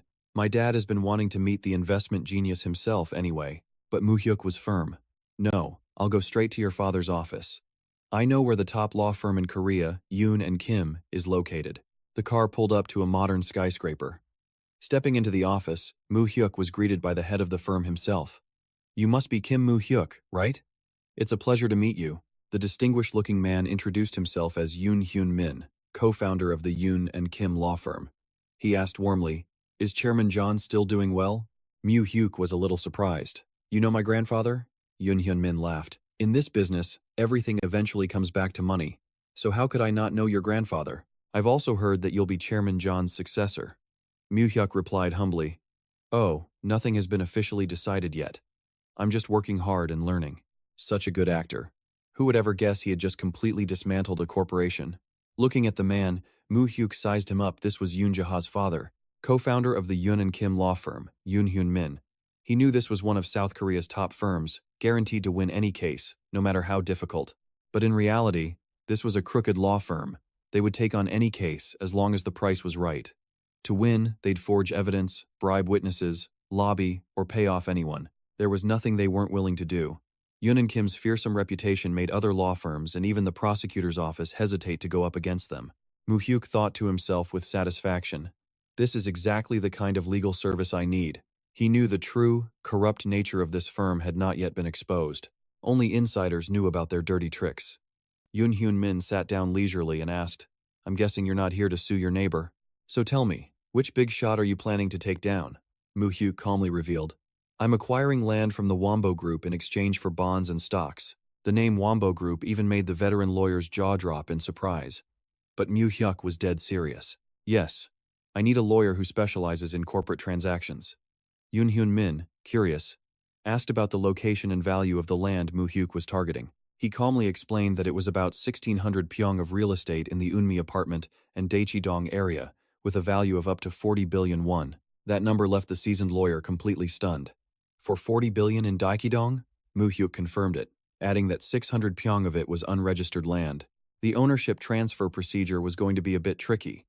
The rest was about 1,000 pyong of land in Daechidong. Yoon Hyun Min admitted Mu Hyuk had completely surprised him at their first meeting. Still, he wondered why Mu Hyuk wasn't using his grandfather's own legal team. Mu Hyuk assured him his grandfather had given him full authority to handle the matter. He expressed his desire to find a truly capable partner. "I hope you can introduce me to someone with real skill," he said. "Perhaps we can work together long term." The young man's confidence and vision made Yoon Hyun Min laugh with delight. "Ha ha ha, this guy is fascinating. My boy Jaha really knows how to pick his friends." He agreed without hesitation and promised to send the best person from his office to assist him. Leaving the law firm, Mu Hyuk got into the car with Ma Seo-dai. When asked about their next destination, he was decisive. "Let's go to the Daechidong site where the building will be. I don't feel right leaving it all to Gukseong Construction." Mu Hyuk decided to seek out an even greater power to secure his massive project. "Let's go straight to Chairman Song Jia-hyun's home." The car quickly took off and pulled up.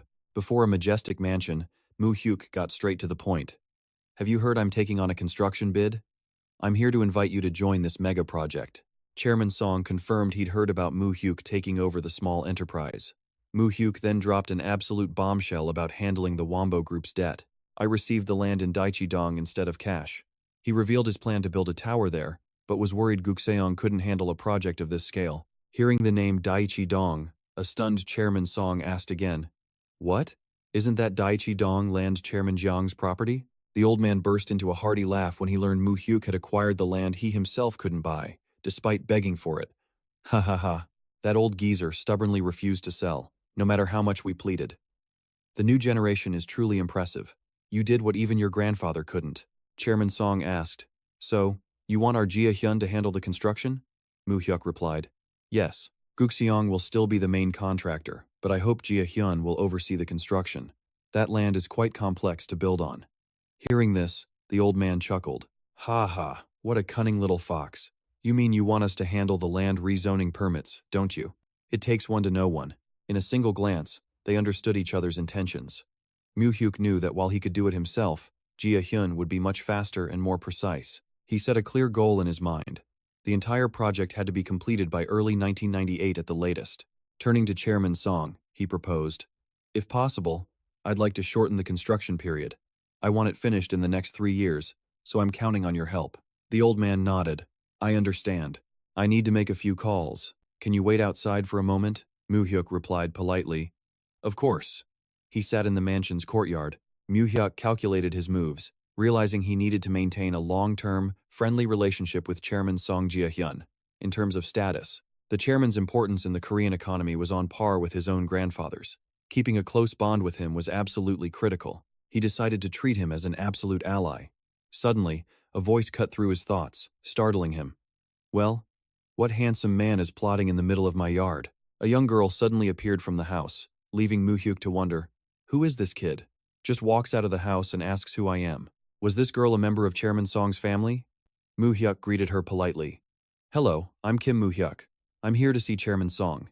At his name, the girl broke into a knowing smile. Kim Mu Hyuk? So it's you. Seeing his confused look, she continued. My grandpa and my brother Hyun Soo have told me so much about you. My name is Song Hyun Ji. Mu Hyuk wondered. Song Hyun Ji. Was there someone named Song Hyun Ji in Chairman Song's family? Seeing his reaction, the girl pressed him. Huh? You mean you haven't heard about our situation? Mu Hyuk was baffled. What? Our situation? Hyun Ji then nonchalantly dropped a world-shattering piece of information. About our marriage, of course. Have you really not heard anything? The words struck Mu Hyuk like lightning, and he screamed internally. Ah. He was in shock. What on earth was happening? He came here to build a tower, not a nest. But despite his shock, the girl smiled triumphantly. My first impression of you is great, you pass. Looks are important to me, so let's try to get along well from now on. This was unreal. Mu Hyuk was completely frozen, his face a mask of helplessness and utter confusion. Try to do what? What was this situation? All his business plans were suddenly thrown into chaos by an unbelievable arranged marriage from the chairman's family. Mu Hyuk dumbly repeated her words. What do you mean, let's try to get along? Seeing his stunned face, Song Hyun Ji casually replied, Are you pretending to be innocent? Even though our families decided this, we should still take some time to get to know each other before we tie the knot. Mu Hyuk stammered back. I think you're a bit too young for me. How old are you? Hyun Ji smiled confidently. I'm already a high school student. When you were in high school, I was in my last year of middle school. Next year, I'll be an adult too. Mu Hyuk noted that, while the age gap wasn't huge, Hyun Ji was still a minor. He felt that an adult getting involved with an underage person was a bit wrong, but the girl immediately mocked him for being an old-fashioned fossil. A storm brewed inside Mu Hyuk. He couldn't believe the old men were secretly plotting such a crazy thing behind his back. He tried to refuse politely. I'm sorry, but I'm not looking to get to know anyone right now, so I'll be sure to clarify this with the chairman. Song Hyun Ji laughed, calling him behind the times before bluntly declaring, Long story short, I like you. After hearing so much from Grandpa, I like you even more in person. Mu Hyuk asked curiously, What did Chairman Song say about me? Hyun Ji listed off a string of compliments from her grandfather. He said a lot that you're smart, handsome, polite, but she finished with the real reason she was impressed. But the thing that impressed me most about you is probably that you have the most money in this country. This kid was direct, he'd give her that. Her pragmatic answer left Mu Hyuk speechless. Before he could react, Hyun Ji clung to his arm playfully. What are you doing this weekend? Let's go to Itaewon. Mu Hyuk immediately tried to back out. I'm busy this weekend. Rejected so firmly, the girl pouted. What? Are you just making an excuse to get away from me? She tells him he's the only man who has ever dared to reject her like this. She then demands his honest opinion of her. Just tell me you're satisfied with me, she insists. Back in the living room, Chairman Song casually asks about his granddaughter, Hyunji. Mu Hyuk privately observed that she didn't act like a conglomerate heiress. She was genuine, full of life, and at times, a little childish. Chairman Song declared she was his favorite grandchild in the entire family, before he began to reveal a closely guarded secret. Our family has an unacknowledged son, and Hyunji is his daughter. He explained that this son had zero ambition for fame or fortune. He only wanted to marry the woman he loved and live a simple, free life. Chairman Song's tone grew somber as he continued the tragic story.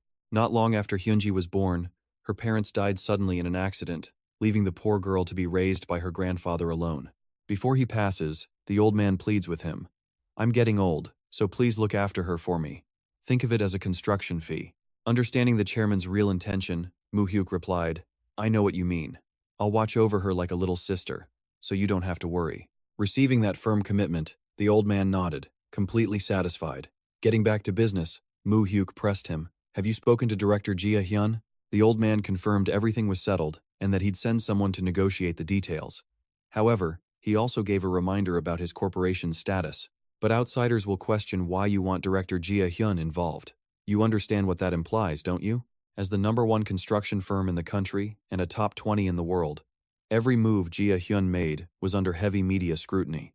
Mu Hyuk answered decisively. Don't worry, sir. With me on the job, Jia Hyun's reputation will only grow. The collaboration between Gucci Construction and the titan Jia Hyun on the Daichi Dong project sent shockwaves through the industry. Thanks to this ambitious project, Park Jong-soo's faction now had a solid launchpad to make their official move into Gangnam. However, Gangnam was a treacherous battlefield. It wasn't a place where just anyone could waltz in and stake a claim. A luxury black car pulled up to a noisy club in the city's heart. Park Jong-soo and his underlings walked inside with grim purpose. They were there to meet a heavyweight Baek Jong-ji, the notorious boss who held absolute power over the White Tiger gang in Gangnam. In the hazy VIP room, Baek Jong-ji eyed Park Jong-soo coldly and spoke. You and Sa Seong could be considered brothers in the business. If you'd called an hour ahead, maybe we could have avoided the unpleasantries of last time. This guy sure has a way with words for a gangster. His words seemed polite, but the killing intent radiating from him made the air tense. The Gangnam boss gave a cold command. Sit. Without a hint of hesitation, Park Jong-soo sat down opposite him, ready for the direct confrontation between two of the underworld's biggest powers. Park Jong-soo coolly took a seat across from the Gangnam boss, opening with pure arrogance. This is the first time we've met, isn't it? But forgive my bluntness. I lead an entire organization. Isn't it a bit beneath me to be sitting at the same table as your lieutenants? This blatant disrespect made one of the White Tiger's men explode with rage. You arrogant bastard, who do you think you are? Before he could finish his sentence, Dong-soo shot him a death glare. The adults are talking. Who the hell are you to interrupt? The small fry should all get out. He stared the man down and threatened him. And you, if you dare curse me again, you'll lose more than just a leg. The tension reached its breaking point, forcing Baek Jong-ji to intervene. That's enough. The Gangnam boss gave his men a cold command. I heard the CEO's brother was coming, so I called everyone to greet him. I didn't expect the atmosphere to get so messy. All of you, get out. Let me have a quiet chat with our colleague from out of town. Once they were alone, Baek Jong-ji began to pour drinks. I never thought the Busan boys would swallow Yeongdeungpo so fast. Your backer is impressive, too, Chairman Cheon of Myeongdong himself. His eyes turned razor-sharp as he asked the real question. That being said, isn't forcing your way into Gangnam overstepping your boundaries? Park Jong-soo casually downed his drink before calmly replying, Our boss is planning to build a skyscraper in Daichi Dong. He said he doesn't want any noise or trouble during the construction. So from now on, that area will be under our management. Baek Jong-ji scoffed at the excuse. You're using a construction project to invade Gangnam? You think your organization can handle the heat? Underestimating blue-collar guys is always a mistake. Unfazed, Dong-soo gave him some advice. You should think this through carefully. If our two sides go to war, aren't we just handing the advantage to the other two organizations operating in Gangnam? Seoul is divided into 3 major territories. The Southwest, controlled by us, and Gangbuk, the turf of the old guard organizations. And finally, there's Gangnam, the most profitable piece of real estate in Seoul. But the White Tiger gang doesn't run it alone. 3 different organizations have an alliance here, all sharing a piece of this lucrative pie. Park Jong-soo continued to apply the pressure. Besides, you were the one who made a move on Myeongdong first. The unwritten rule of Myeongdong is that no one touches it. You knew that, and you still did it. What do you call that? He stressed that even a rumor of backing down could destroy a gang's reputation. Jong-soo looked his rival dead in the eye and delivered the final blow. So, is the White Tiger gang declaring war on the Saseong gang? His pride stung. Baek Jong-ji gritted his teeth and snarled. Are you trying to poke the bear, kid? Do you want me to erase you right here? Park Jong-soo's expression remained ice cold. From now on, whatever happens, just remember you brought all of this on yourself. Just like that, Mu Hyuk got the confirmation the deal was done. They had the green light to move into Daichidong territory. On the phone, he told Park Jong-soo, You've worked hard. Now all that was left was finishing the project on time, with 0 complications. Money was no object. He wanted the absolute best materials used for the job, as long as the building stood strong. On the other end, Jong-soo's voice was full of confidence. Yeah, I know, kid. Don't worry. Mu Hyuk's mind then drifted to the inevitable clash of gangs. After his war with the criminal underworld, he knew he'd gotten lucky. Park Jong-soo had secured a prime spot in Gangnam without a single conflict. However, Gangnam was currently carved up and ruled by three massive organizations: the White Tiger Clan, New Gangnam, and the Jeolla faction. According to Manager Ma's intel, all three of these groups had backing from the powerful Cheongpung Association. Mu Hyuk knew if he didn't handle them soon, a full-blown, unavoidable war was just a matter of time. Not long after, at the Cheon estate, the chairman summoned the entire family for a meeting. The old man scanned the room, his voice grave as he made his announcement. "I've called you all here today to make something perfectly clear." Chairman Cheon's eyes grew sharp. He was about to make a decision that would change everything.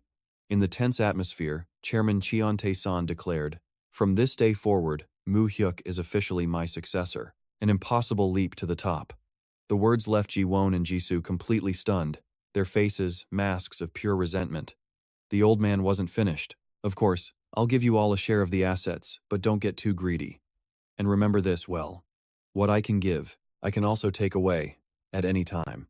The ice-cold warning hit its mark. Ji-won could only grit his teeth, while Jisoo's expression turned frigid. Ji-young, however, was thrilled, grabbing Mu Hyuk's hand. "Congratulations, Mu Hyuk. I knew you'd do a great job with whatever Grandpa asked of you." Mu Hyuk smiled back at her. "Thanks, Ji-young." Noticing the dead silence, Chairman Cheon pushed them. "Don't you have anything to say? Are you unhappy with my decision?" Though seething with hatred, Ji-won managed to force the words out. "Congratulations. Kim Mu Hyuk." Mu Hyuk quietly took it all in. While most people already saw him as the heir, having it declared officially at a family meeting carried a completely different kind of weight. Jisoo also offered a cold, clipped congratulations. But Mu Hyuk stood tall, addressing his grandfather directly. "Thank you. I will do my best to bring honor to the Cheon family, even as a Kim." He knew his grandfather trusted him so much he'd skipped an entire generation, handing his legacy to a grandson who didn't even carry the family name. After the meeting, Chairman Cheon pulled Mu Hyuk aside. "You've won," he said. "So don't go and slaughter your poor cousins, understand?" Understanding the old man wanted a promise to protect the family, Mu Hyuk reassured him, "Don't worry, grandfather. That won't happen." The chairman then asked about his future plans. "That's right. You mentioned you were heading to America for a bit?" Mu Hyuk confirmed it politely. "Yes, I have some business there I need to handle. I'll be back before you know it." But as he left the office, Jisoo was waiting, blocking his path. "So, you finally got what you wanted, huh? What about our promise? You haven't forgotten you owe me the Samseong group, have you?" Jisoo's gaze was ice as she continued. "What my father did has nothing to do with me, so I expect you to honor our deal." Mu Hyuk calmly replied, "You're right, it doesn't. What your father did isn't on you. But still, you'd think you could at least offer a simple apology out of courtesy." Jisoo shot back instantly. "I didn't know anything about it, so I have to apologize for something I didn't know? That was my father's doing." She insisted that her father was already being punished for his crimes. He's been banned from Korea while their grandfather lives. "Anyway, I trust you won't break your promise," she said, turning to leave. Mu Hyuk watched her, re-evaluating everything. Cheon Jisoo, that cunning fox, he thought. He'd expected them to at least try to suck up to him, but her pride was completely unshaken. He sighed and walked toward the waiting car. Just as he was about to get in, a deep voice stopped him cold. "Hey, Kim Mu Hyuk." It was Cheon Ji-won, Jisoo's older brother. He'd been waiting for him. "Let's talk." Mu Hyuk was getting tired of this. First the sister, now the brother. What was with these two? He asked coldly. About what? But Ji-won wasn't his usual arrogant self. He stared at the ground, sweating. He hesitated, then spoke. "I'm sorry, I really didn't know what happened with Miss Mi-sek." Mu Hyuk stared him down and simply asked, "So what?" Ji-won snapped, trying to hide his shame. "I may be trash, but I still have my pride. I'll take full responsibility for my father's sins." He then bowed his head low. "I'm apologizing on his behalf. I'm truly sorry." Seeing the genuine torment on his cousin's face, Mu Hyuk listened in silence. Ji-won looked up, his voice firm. "I'm not asking for forgiveness. I had to say it." Mu Hyuk watched the siblings retreat, his mind racing. What was Ji-won's angle?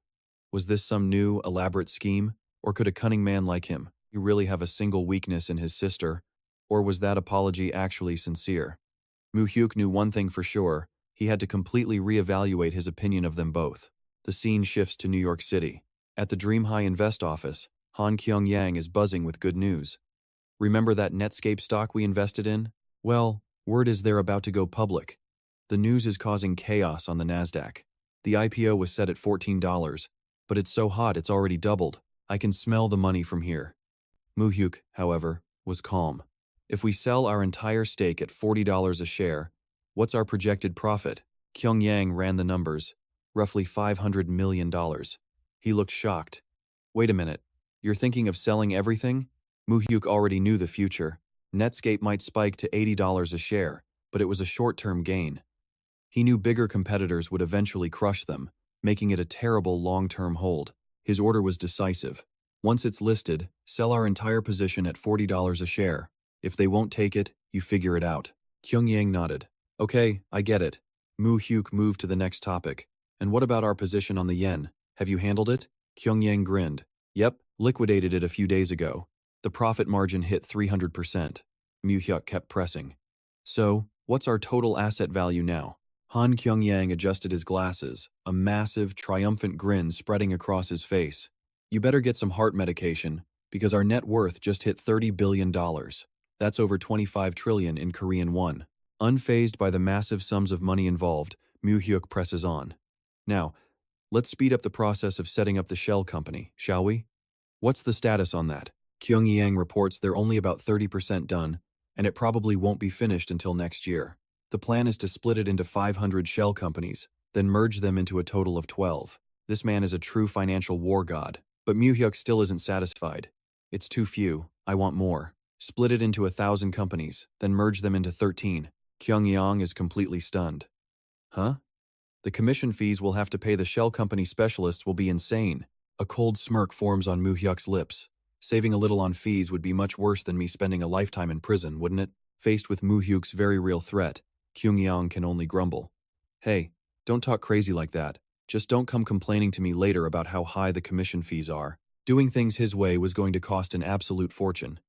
Night falls over the luxury hotel, where grand financial conspiracies are still being quietly forged. Standing at a window overlooking the magnificent New York City, Mu Hyuk thoughtfully gives his chief an order.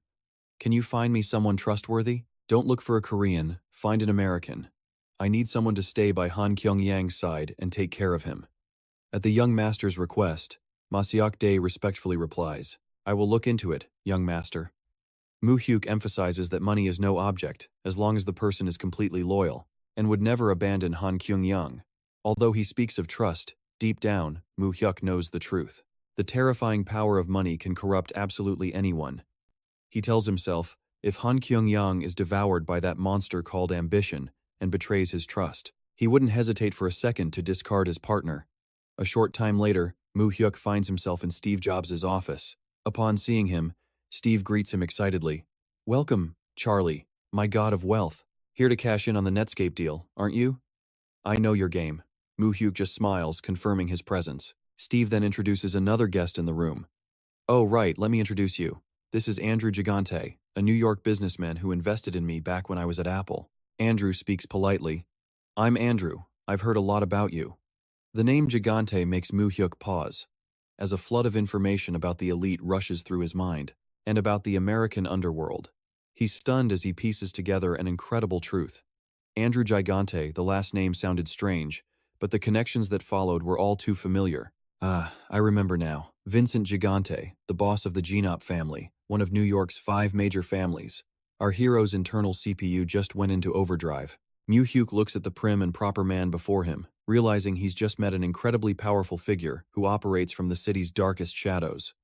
Steve Jobs then shares his next big plan. This time, I'm planning to partner with Disney to release a movie about a story of toys.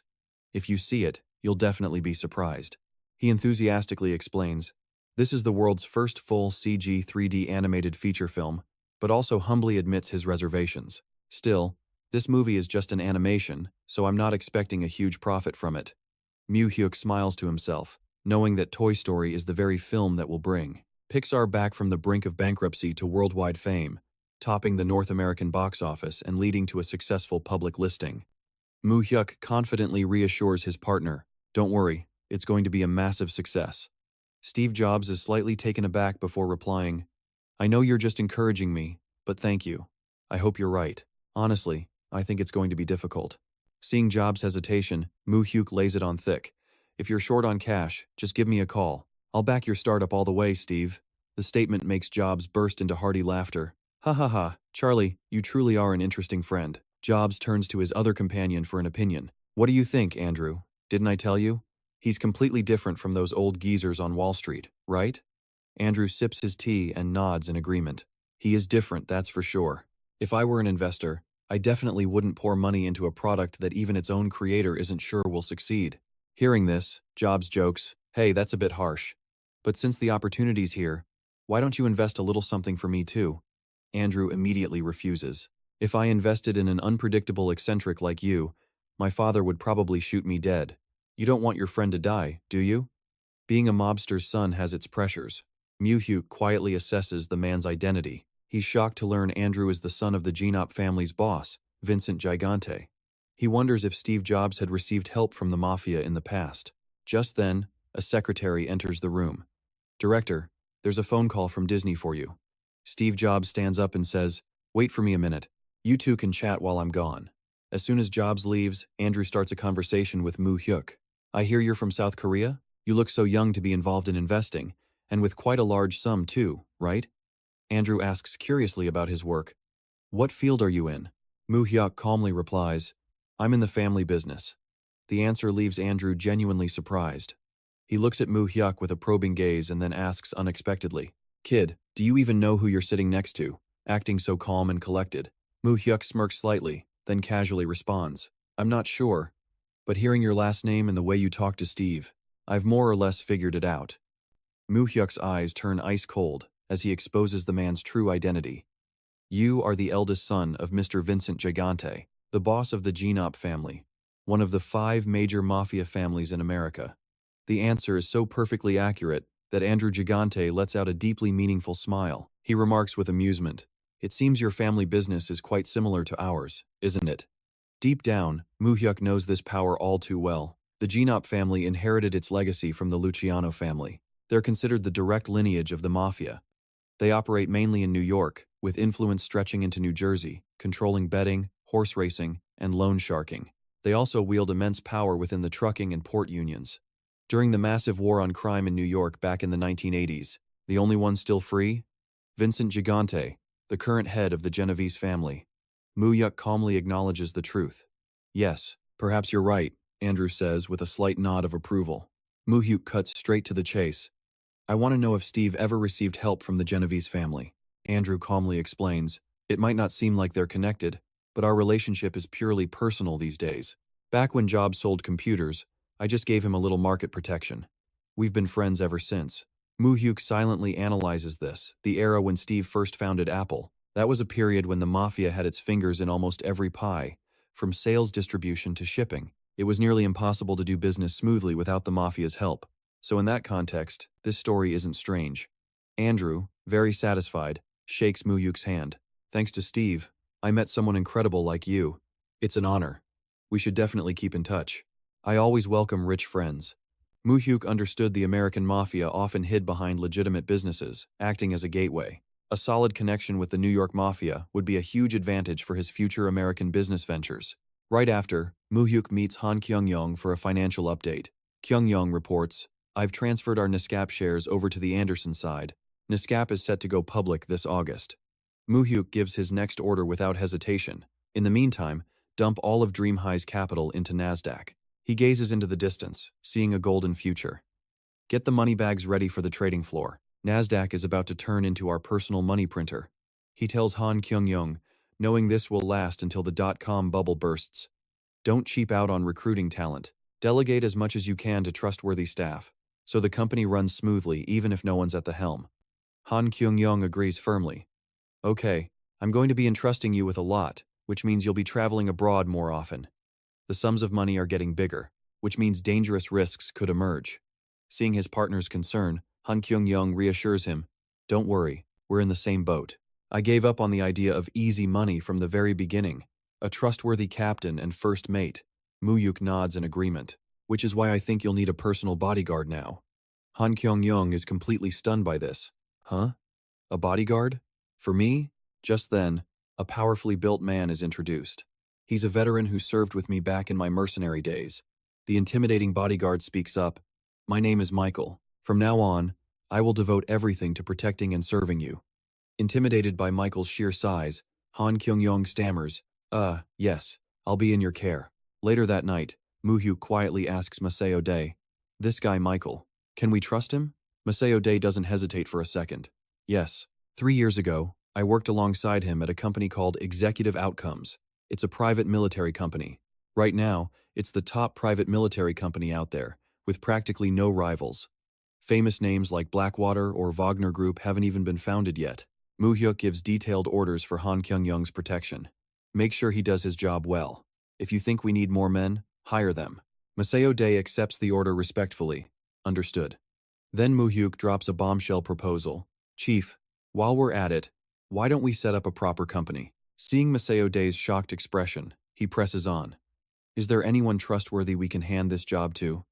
Maseo Day has an idea. I know an administrative specialist from EO. I'll reach out to him and see. Mu Hyuk finalizes the plan then and there. Why go back to Korea and let inspectors breathe down our necks? Let's just set up base in America. Maseo Day bows his head. Understood.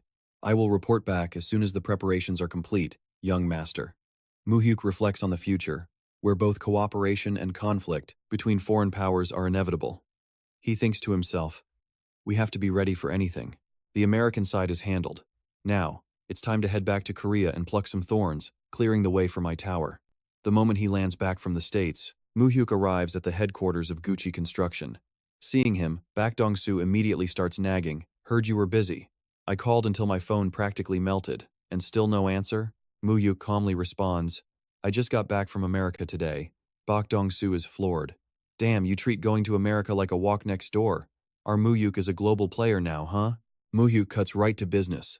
What's the situation in Daechi-dong? Dong-soo nonchalantly reports that the Daeyeon Group is handling everything at the construction site, but he's still worried. Putting up the building is the easy part. It's what comes after that's the problem. The White Tiger Gang gave us permission to build in Daechi-dong, but who knows when they'll flip and turn on us. He adds that things between the new Gangnam and the Ho, Nam, faction are also tense as they carve up Gangnam. On top of that, recent reports mention strange faces lurking around the construction site. Dong-soo is certain they belong to the other two factions. Mu Hyuk looks him dead in the eye and makes an insane proposal. Director Bak, in that case, let's take care of the entire Gangnam area, shall we? Before Dong-soo can even react, he declares, picking them off one by one is exhausting. Let's just wipe out all three at once. Bak Dong-soo shoots to his feet, absolutely stunned. Hey kid, do you hear yourself right now? Take them all out at once? But Mu Hyuk calmly explains his logic. If we target them one at a time, they'll just team up to fight back. But if we hit all three at once, our odds of winning are much higher. Hearing this, Bak Dong-soo sighs and sits back down. Ha, kiddo, listen to your big bro. We may have taken Busan, but Gangnam is a completely different league. He explains that even with money and men, their current numbers are just pitifully outmatched. Even if they brought every man up from Busan, they'd still be outnumbered 4-1. Dong-soo adds another warning, and even if we did somehow take Gangnam, we wouldn't be able to control it. It'd be like a shrimp trying to swallow a whale, you'd just tear yourself apart. He worries that after the government's war on crime, another huge gang war in Gangnam would only benefit the police. But faced with these very real concerns, Mu Hyuk just states with absolute certainty, I'll handle all of that. He looks directly into Dong-soo's eyes and gives his order. So you just need to mobilize, bring every man up from Busan, and set the date. It's time we took Gangnam for ourselves. With the plan in motion, Mu Hyuk arrives at a luxurious, traditional restaurant. He walks in, politely greeting the man already waiting for him. It's been a while. This is none other than Chief Prosecutor Yoon Chang-ho, who welcomes him with a deep, knowing smile. With this kind of power backing him, who could possibly compete? Mu Hyuk sips his tea, looking the Chief Prosecutor dead in the eye. I hear you're up for Prosecutor General next year. The rumors are already flying around the political world. So, congratulations in advance. Yoon Chang-ho just smiles humbly. You shouldn't flatter me like that. It's nothing more than a rumor. But Mu Hyuk knew for a fact that Yoon Chang-ho was the one who personally directed the infamous slot machine investigation. Thanks to that case, he'd won over the public completely. A man who was just a small-time local prosecutor a few years ago was now on the fast track to the most powerful seat in the entire department. Yoon Chang-ho lets out a sigh, admitting, the political world must be hounding you non-stop these days, huh? The ruling party, the opposition, they're all trying to pull me to their side. Honestly, it's becoming unbearable. Mu Hyuk calmly offers his counsel. Please, don't be swayed just yet. Once you're at the very peak of the prosecution, it won't be too late to enter politics. Mu Hyuk's analysis was simple. If Yoon Chang-ho ran now, he would absolutely win, but securing the prosecutor general seat first would build an unshakable foundation for consolidating his power later. Yoon Chang-ho nods in agreement. I understand. I'll do as you say. Then, out of nowhere, Mu Hyuk asks about the prosecutor who investigated the original slot machine case and where he is now. Yoon Chang-ho looks surprised. That guy who got exiled to some remote island? What about him? You planning on saving him? That's when Mu Hyuk makes an audacious proposal. I need your help. Get him assigned to the Serious Crimes Division in Seoul, and then give the order to take down the 3 biggest gangs in Gangnam. Yoon Chang-ho is stunned. What? Gangnam? He explains that it's not that simple. The gangs in Gangnam have incredibly deep connections with the political elite. These guys are untouchable. Trying to expose them for what they really are is no joke. Unfazed, Mu Hyuk asks a question that changes everything. Aren't you planning on imprisoning 2 former presidents soon anyway?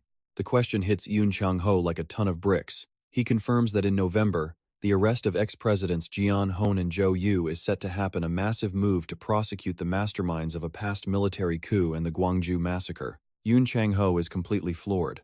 How in the world did you know about that? The exact date is still a state secret, not yet released to anyone. Mu Hyuk calmly explains that once those 2 former presidents are behind bars, the entire political world will have to lay low for a while. He insists, if we use Article 4 of the law, we can catch every last one of them. But Yoon Chang-ho is hesitant, saying they'll need more evidence to get the whole organization. We don't have enough right now. I'm afraid it's too difficult. He worries that even if the entire Serious Crimes Unit moved in, they might not be able to win against nationwide syndicates like these. The prosecutor looks at Mu Hyuk with pure admiration. You've already planned this entire thing out from the start, haven't you? Mu Hyuk's reply is casual. You just take your seat as prosecutor general. I'll deliver everything else right to your doorstep. Standing against the city skyline, Mu Hyuk begins to outline the attack plan for Park Jong-soo. D-Day is the day those 2 ex-presidents are arrested. The moment your men attack the core businesses of the Gangnam gangs, the prosecutor's office will simultaneously raid their headquarters. Park Jong-soo looks concerned for a moment. Wait, won't that mean all of my men get arrested in the process? Mu Hyuk reassures him. Most of them will be released as soon as they get to the station. You just need to prepare a mid-level guy, like an underboss, to take the fall. Remembering a previous conversation, Mu Hyuk presses further. You said you had a subordinate handling things in Busan, right? It clicks instantly for Dong-soo. Ah, you mean Soo-hyung? Park Jong-soo starts to get a very bad feeling. Mu Hyuk is decisive. Yes, he's the one who will take responsibility. Immediately, Park Jong-soo's expression turns to one of pure fury. But Soo-hyung is my brother. We've been through life and death together since we were kids. Now you want me to use him as a human shield? Mu Hyuk looks him straight in the eye, his voice firm. I will personally arrange for him to get the lightest sentence possible. The Gangnam crews are getting hit with Article 4, that's 5 years. Minimum. He lowers his voice, reminding him of the ultimate goal. Director Park, our objective here is to swallow Seoul's Gangnam district whole. Taking a few losses is something we can't avoid. After a tense silence, Dong-soo turns away and sighs in defeat. I get it. Just do whatever you can to get them the lowest sentence. Mu Hyuk had already calculated that the violent stabbings, maybe even murder right in the heart of Gangnam, would be impossible to hide from reporters. And so, it wasn't just the Gangnam gangs. Park Jong-soo's side also needed a high-profile boss to be taken in. And if that boss was the Busan manager, Yang Soo-young, well, that was a story the media would absolutely love. Journalists could run explosive headlines like, War between Busan and Seoul organizations erupts. With everything arranged, Mu Hyuk heads back to the family estate. He steps into the room and bows respectfully. I'm home, grandfather. His grandfather looks up from his newspaper. Ah, you're back? Mu Hyuk approaches him. Yes, grandfather. Ji-young cheerfully runs up to greet him. Mu Hyuk, he's surprised. Ji-young, what are you doing here? She explains. You're too busy neglecting grandfather, so I had to come be the good grandchild for you. Mu Hyuk just smiles back at her. Is that so? Thank you for coming over to take care of him for me. Looking at the two of them together, Mu Hyuk feels it thanks to Ji-young. The cold, heavy atmosphere in this house has become so much warmer, and his grandfather looks happier than he has in years. He realizes what his grandfather truly wanted wasn't more money, it was the simple happiness of having a family like this. And just like that, time marches on until November 1st. In the dead of night, Park Yong-soo's men silently swarm the enemy's territory. Seeing the murderous-looking strangers appear, the gate guards yell out in a panic. "It's late. Did you big shots from Busan take a wrong turn or something?" The only response they get is a fiery glare and a single, brutal command from Park Jong-soo. "Get them." A bloody battle explodes across the back alleys of Gangnam. Back at the estate, Mu Hyuk picks up his phone and makes the call. This is Kim Mu Hyuk. On the other end of the line, Park Jong-soo's strained voice comes through. "We're done here." Mu Hyuk calmly instructs him. "Good work. When I contact you again, tell Yang Soo-hyung to turn himself in." With the prosecutor's office now on their side, Mu Hyuk sat in the darkness, silently contemplating his next move. November 1st. A bombshell drops. For the first time in the nation's history, a former president is arrested and detained on the spot. While every newspaper and TV station focused the public's attention on the political earthquake, Park Jong-soo quietly mobilized his forces to completely take over Gangnam. Inside a luxurious office, a powerful figure asks in disbelief, "Are all the former presidents being arrested?" He thoughtfully agreed. Yes, that's right. He had predicted some of this. He just never thought it would happen so fast.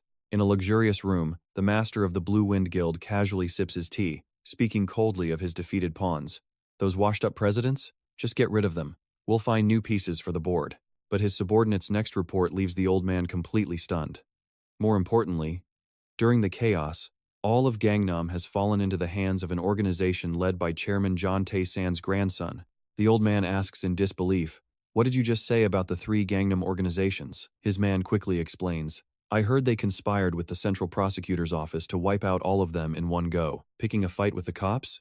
Who in their right mind does that? The guildmaster was starting to get worried. If he just stands by and does nothing, the Blue Wind Guild will suffer a major blow. His eyes harden, and he grinds his teeth in rage. It's that damn grandson of John Tae-san again. How is that kid getting so bold? Meanwhile, in the dead of the Seoul night, Kim Mu Hyuk gets out of his car and tells his bodyguard, "Chief, I'm going out for a few drinks with friends tonight.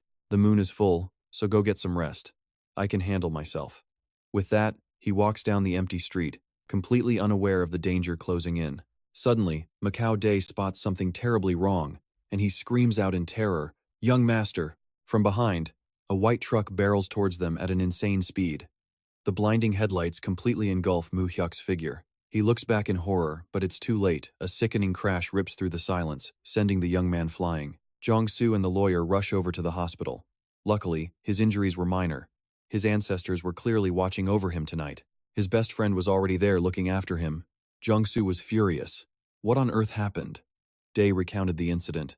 The truck was speeding right for him, but the young master managed to jump out of the way just in time. He immediately gave chase to the driver. But down a small alley, Macau Day was ambushed from behind by a stranger with a wooden club. The blow was so hard the club snapped in half on his back, but he stood his ground, causing the attacker to back away in fear, screaming, "Don't you come any closer!" Not giving his opponent a chance to escape, Macau Day instantly closed the distance and grabbed him tight. He growled, "Who sent you?" The assassin trembled, trying to deny it all. "Damn it, I don't know. I just had a little too much to drink and made a mistake." That's an excuse that would only fool a toddler. The man's stubbornness made Macau Day's gaze turn ice cold. "You really won't talk? Well, this is about to be the biggest mistake of your life." Seeing he was trapped, the man suddenly pulled out a sharp knife for a final, desperate struggle. However, all resistance was hopeless against the might of Macau Day. He easily overpowered him, unleashing a flurry of thunderous punches and kicks that sent his foe flying before he crumpled to the ground. Macau Day stood over the defeated man and gave him a brutal ultimatum. "Just so we're clear, I'm not taking you to the police station. This interrogation ends right here. Now talk, who sent you?" Unexpectedly, the man slipped a pill into his mouth. Realizing he was trying to commit suicide to sever the lead, Macau Day lunged forward, prying his jaw open and shouting, "Hey, spit it out!" He frantically tried to force the poison pill out, but it was already too late. The thug began to foam at the mouth. His breathing stopped, and he died right there in his arms. Some assassin he turned out to be. Watching the only clue he had get snuffed out right before his eyes, Macau Day could only stand there in utter, complete shock. Macau Day looked at Mu Hyuk in his hospital bed with a guilty expression and reported, "According to my investigation, the driver of that truck was a heavy manual laborer. I heard he recently came into a lot of money, but I couldn't trace where it came from." He bowed his head in shame. "So, I haven't been able to find out who hired him for this job. I am truly sorry. I should have reacted much faster in that situation." Mu Hyuk calmly reassured him. No, it was a surprise attack. Standing beside him, Bukdong-su offered his own thoughts. There's no one in Gangnam who would dare pull something like this. Besides, no one else knows about you except us. He then proposed a theory.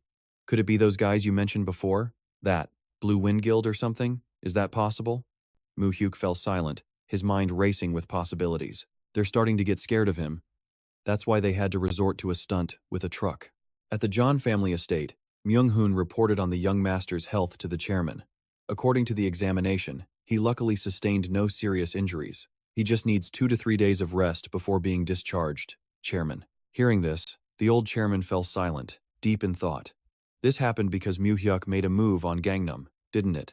After all, Gangnam was once one of the most stable sources of income for the Blue Wind Guild. Chairman John's eyes became razor sharp. He called out to Myung-hun. The assistant immediately answered, "Yes, sir." The old man made a firm decision. "I'm bored sitting at home. I think I'll take a little trip to the enemy's den for some fresh air." In the luxurious space of the villa, Chairman John Tae-san sat silently on the sofa, his face filled with determination, preparing for the massive confrontation that was to come. Chairman John Tae-san had personally gone to the Blue Wind Guild's lair to confront its leader. The moment he saw him, Lee Yong-hyun started with a sarcastic remark. "It's been a long time, Chairman John. You seem to have aged quite a bit since we last met." The old man calmly replied, "Yong-hyun, you've gotten older too. We first met when you were about 20, weren't we?" Yong-hyun thought back to the years before liberation, a time when he was young and knew no fear. Chairman John nodded slightly. "Yes, we lived as if every day could be our last. It was a true blessing we didn't die back then." Lee Yong-hyun laughed loudly. "You're absolutely right. So what brings you all this way today?" He then reminded the old man of his past vow. "You once said that you would never set foot in this place a second time, and that there was no reason for you to ever see me again." This guy loved digging up the past. Faced with his opponent's pressurizing silence, he continued his taunts with a sinister smile. "Why so quiet? I'd think you'd have a lot to say. Which is why you came all this way to find me, isn't it?" Not willing to let him play games any longer, Chairman John gave a decisive order. "Stop it. Stop what you're planning to do." Yong-hyun played dumb, asking, "What are you talking about? What are you telling me to stop?" The old man's eyes turned to ice as he declared war. "If you dare to touch my grandson again, I will fight you to the death." He casually replied, "I have absolutely no idea what you're talking about." Chairman John's patience had hit its limit. He made it crystal clear. If anything happens to my grandson, Mu Hyuk, then the Blue Wind Guild had better prepare for a life-or-death battle with me. He emphasized that he would never repeat the mistakes of the past. "This time, I will show absolutely no mercy, just like you all stood and watched when you murdered my daughter Michelle 25 years ago." The old man's eyes burned with resolve as he stared down his rival and declared his intentions. "I do what I say. Even if I have to bet everything, I will bring you and the Cheongpong Association down." But Lee Jong-hyun just calmly admitted to his monstrous crime. "That's right. This guy right here killed your daughter." He smirked, mocking the Tron family's foolishness, saying his sons were so easily manipulated they'd sell out their own sister for power. The same sons who cut ties with their own father to live a life in the shadows. He crossed his legs triumphantly and revealed the bloody details of their deal. "In exchange for that betrayal, they received our full support from behind the scenes. You don't just cut ties with a loan shark king like John Tesson without a massive payout. Your sons would rather sell out their sister for protection than be decent human beings. An offer like that? How could they possibly refuse?" Lee Jong-hyun stared right at the old man, challenging him. "You want to fight to the death with me? If you were really capable of that, you would have done it when I killed your precious little girl. In the end, you did nothing. Am I wrong? You couldn't do a thing because you wanted to protect your other 2 children." He mocked the conflict, tearing Chairman John apart. "It's almost funny you're protecting the 2 sons who betrayed you and sold out their own sister." Turning to his current target, he coldly declared, "As you said, it's true I've been thinking about eliminating Mu Hyuk.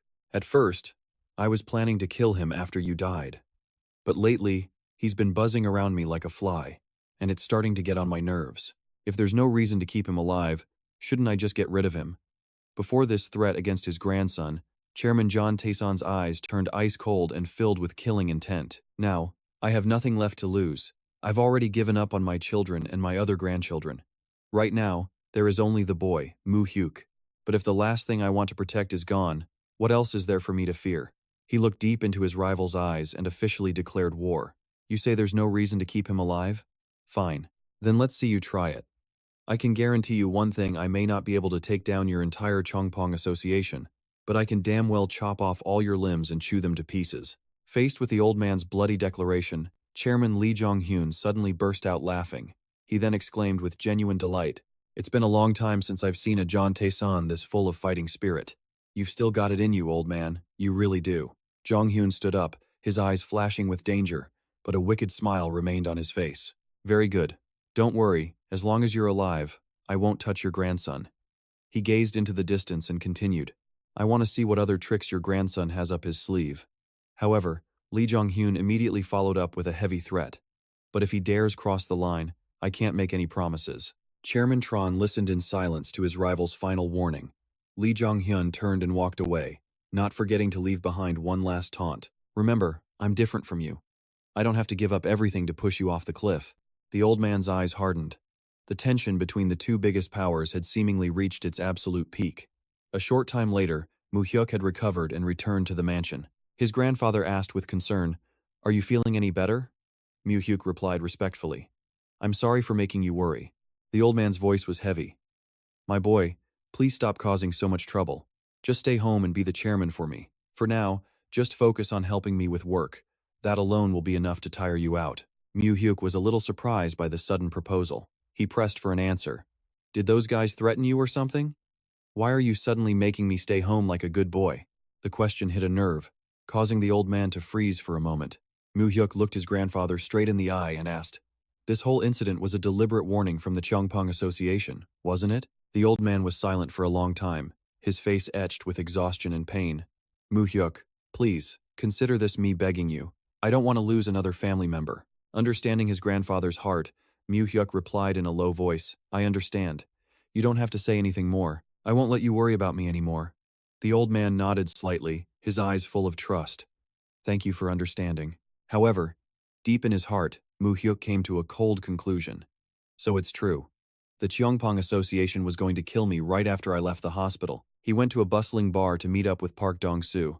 Raising a glass, Dong-soo cheered. "Congratulations on getting out of the hospital. Youth is amazing. You recover so fast. I'm getting old, so my old knife wounds still ache from time to time."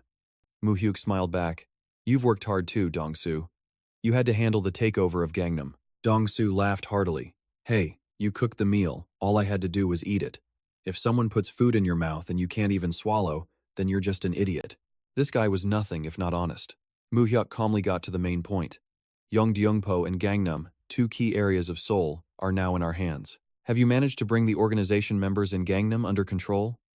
Dong-soo reported that he'd already cleaned house, keeping only the guys he found useful. Anyone who looked like it was time to retire, he let them go. Mu Hyuk gave careful instructions. Assign them suitable positions and manage them tightly. Forbid them from robbing or threatening civilians. Run the business and generate profit from legal establishments. Though he agreed, Dong-soo pointed out a harsh reality. Even with all the businesses in Gangnam, the population there is growing every day. So it won't be easy. You need to feed your men to have your words carry any weight. He then revealed some worrying information. The drug trafficking business has been picking up lately. Mu Hyuk's face immediately hardened as he gave a firm order. Absolutely no illegal substances. Dong-soo seemed worried. But can we really avoid it? They've been flooding the area with it lately, slowly distributing the drugs.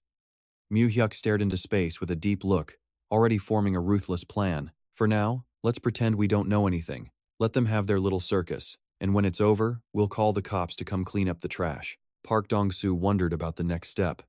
Got it. So what do you want me to do now? Should I just focus on managing Yeongdeungpo and Gangnam?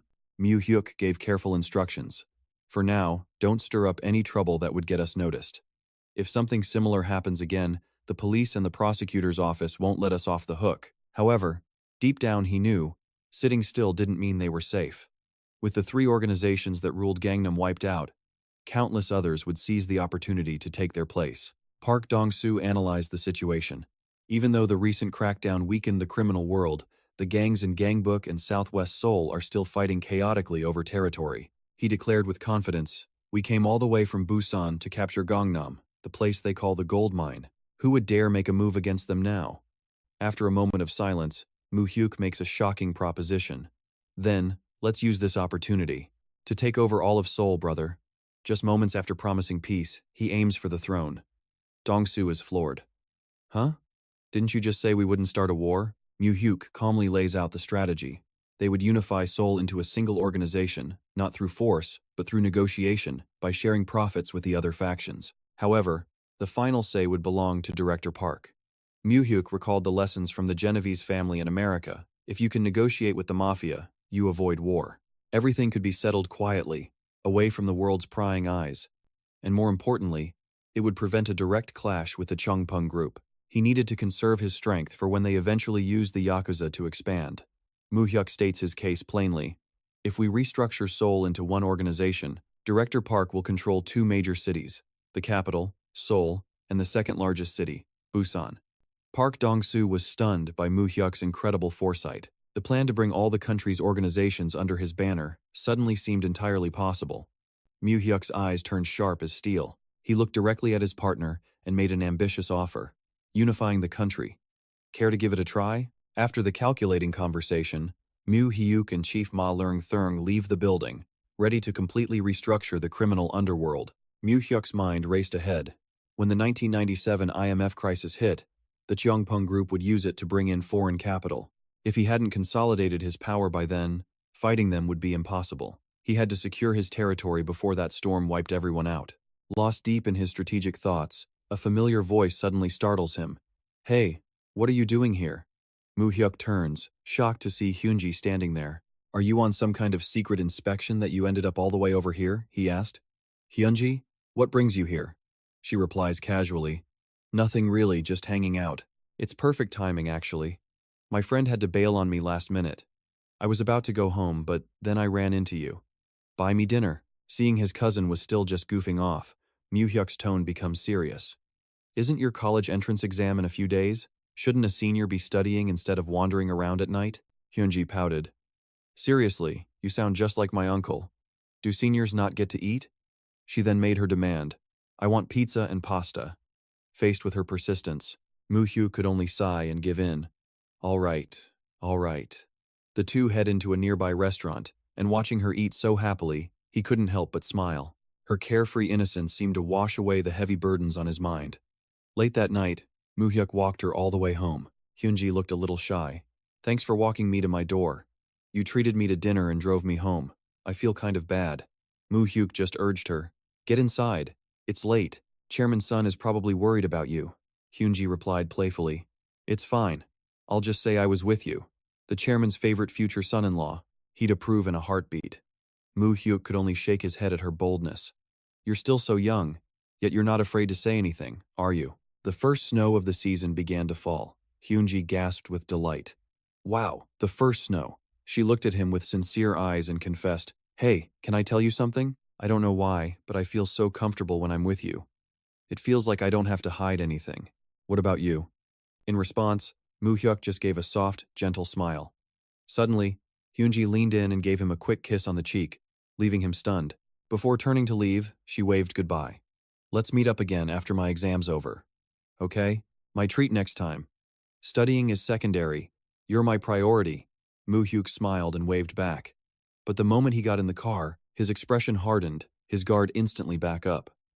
He asked his bodyguard, Have you noticed that car that's been tailing us recently? I think it followed us today, too, the driver reported.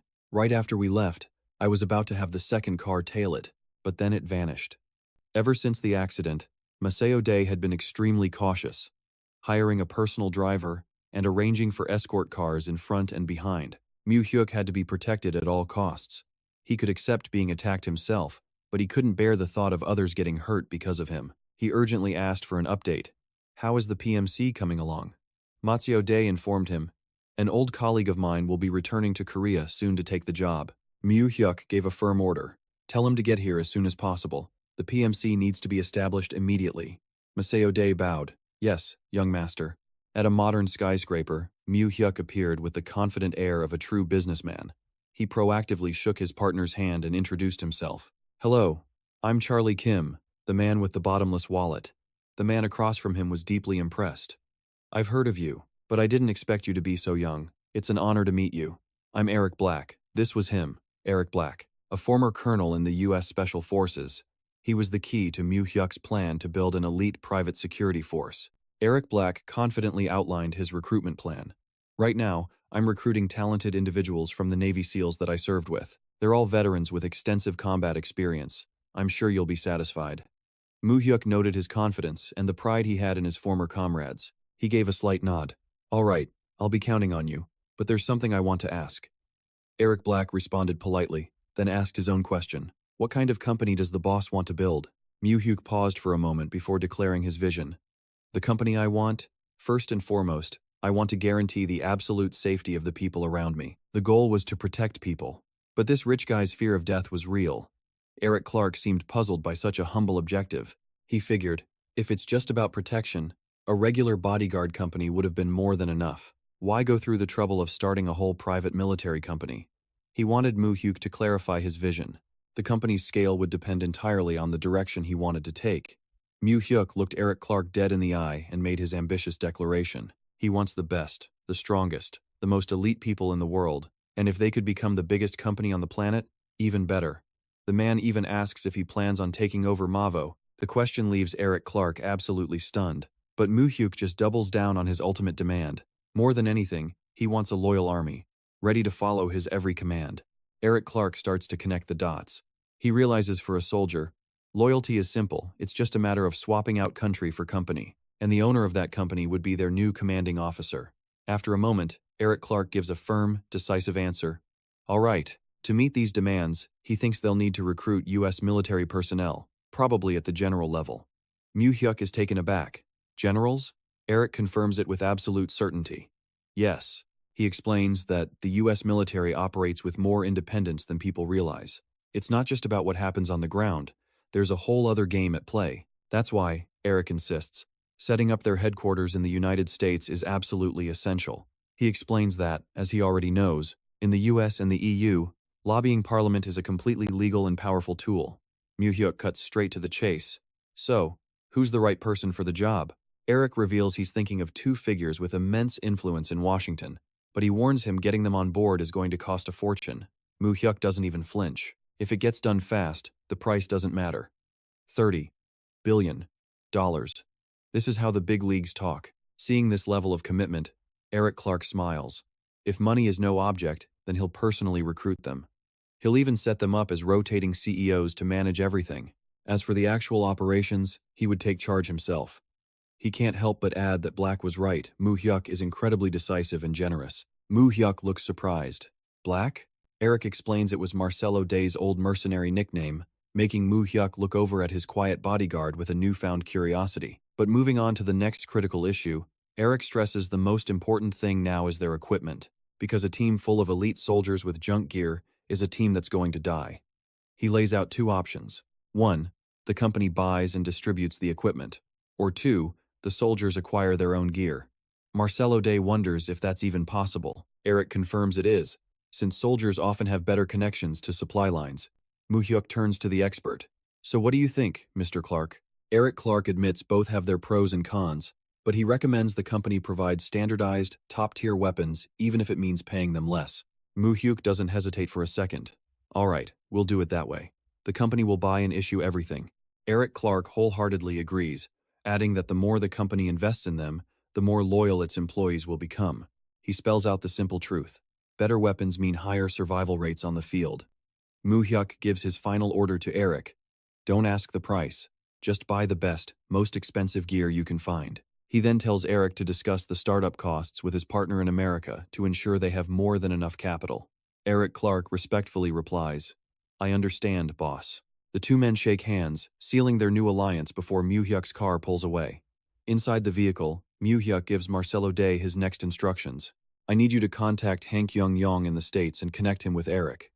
We have to guarantee enough capital to establish this PMC. After getting a nod from his bodyguard, Mu Hyuk stares out the window, lost in thought. The shell company was almost done, but he knew next year was going to be even more insane. The workload was piling up, and his current team just couldn't keep pace. Mu Hyuk knew what he had to do. He needed to find more people he could truly trust.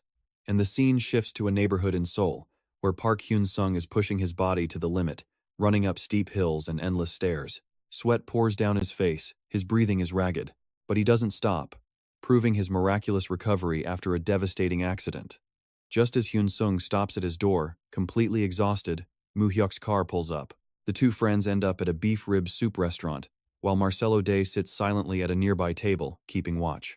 Mu Hyuk looks at his friend's leg with concern.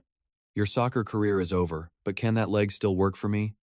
Hyun Sung insists that even though he's retired, he'll always train to stay in shape. Then he turns the tables. What about you? I heard you were in a car accident. Are you okay? Mu Hyuk just casually waves it off, saying it was nothing. When the topic of school comes up, Mu Hyuk says he's still attending, but Hyun Sung just sighs, admitting school isn't for him. He confesses he's thinking of just going back to Busan to help with his mom's restaurant. Mu Hyuk wasn't about to let his friend give up. He cuts straight to the point. Hyun Sung, come work for me. This was his chance to change his life. Seeing his friend's shock, he explains that he's drowning in work with nobody to help, and he trusts Hyun Sung to handle any task he's given. Hyun Sung stares at him, needing to be sure. The work you're talking about. It's loan sharking, isn't it? Mu Hyuk doesn't deny it. Yes, I need someone to manage the loan shark companies in Myeongdong. He explains that since the job is all about money, he can only entrust it to someone he completely believes in. But he also tells him there's no pressure if he's not comfortable. It's fine. But despite Mu Hyuk's concerns, Hyun Sung's answer is immediate and firm. I'll do it. Seeing his friend's surprise, he says, it's for you, so of course I have to help. Just tell me what you need me to do. Mu Hyuk smiles, satisfied. He already has people working, but he needs a loyal pair of eyes watching the cash flow and managing the books. Mu Hyuk gives him his first assignment. Go to the loan shark market in Myeongdong.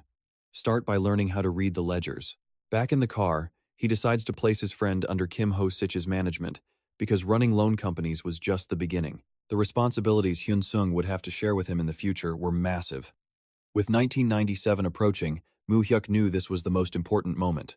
He was acutely aware that one single misstep, and this entire empire he was painstakingly building, would come crashing down into nothing.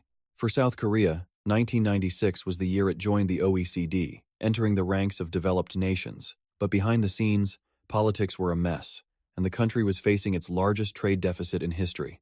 A wave of small and medium-sized businesses went bankrupt, but at the time, nobody felt the true scale of the crisis. In Chairman John's office, a man knelt on the floor, pleading desperately, Chairman John, please, just this once. Help me just one time. He begged in desperation, save me, Chairman John. The banks have all turned their backs on me. I plan to issue 45 billion won in convertible bonds this January. Please buy them. Chairman Cho clicked his tongue, looking at the pathetic man before him. Tesk, why didn't you just stick to what you were good at? What made you get into the steel industry? I heard you were so short on cash for the steel mill that you issued corporate bonds, promissory notes, and even tried to sell off a subsidiary, right? The man clung to his last shred of hope. Please, just help me this once. I will never forget this kindness. For the sake of our past friendship, please lend me a hand again. The classic debtor's playbook, folks. But Chairman Cho replied coldly, your company's situation is beyond my help now. I'll discuss it with Mu Hyuk and get back to you. The man was stunned by his words. Chairman. The old man was firm. I know. Go back for now. I'll contact you as soon as possible. The man could only trudge toward the door. Yes, sir. Please, you have to help me. After the guest left, Chairman John turned to his assistant. What do you think? I doubt Mu Hyuk will agree to help, right? His subordinate answered thoughtfully. That's probably true, sir. Chairman John stared into space, marveling at how Mu Hyuk's predictions from years ago were slowly coming true. Mu Hyuk once told him, just you watch, Grandpa. Those business tycoons will be lining up, begging you for pocket change. And just as Mu Hyuk had said, everything was becoming a reality. A smug smile spread across Chairman John's old face. I never thought I'd live to see something this interesting before I close my eyes for good. Mu Hyuk entered and asked, Grandfather, I heard Chairman Jong of Hohenbo paid a visit? The old man nodded slightly. That young man came asking for a life raft, but his ship is already full of holes. There's no saving him now. He mused. The other conglomerates are probably already… Mu Hyuk remained silent, his gaze deepening as he thought to himself, Hohenbo is only the beginning. After them comes Sangseong, and even massive corporations like Jia Hyun won't be safe. In 1996, South Korea joined the OECD, with its GDP per capita surpassing $10,000. However, behind that glamour was a trade deficit of over $20 billion and a short-term debt-to-foreign reserve ratio of nearly 200%. It was a massive ticking time bomb. The manufacturing sector's average debt ratio was around 300%. meaning the country's entire economy was on the verge of complete collapse. This was the inevitable price for 45 years of rapid growth. It couldn't be avoided, and the day of reckoning was coming. Soon, the year 1997 arrived, and history unfolded exactly as Mu Hyuk knew it would.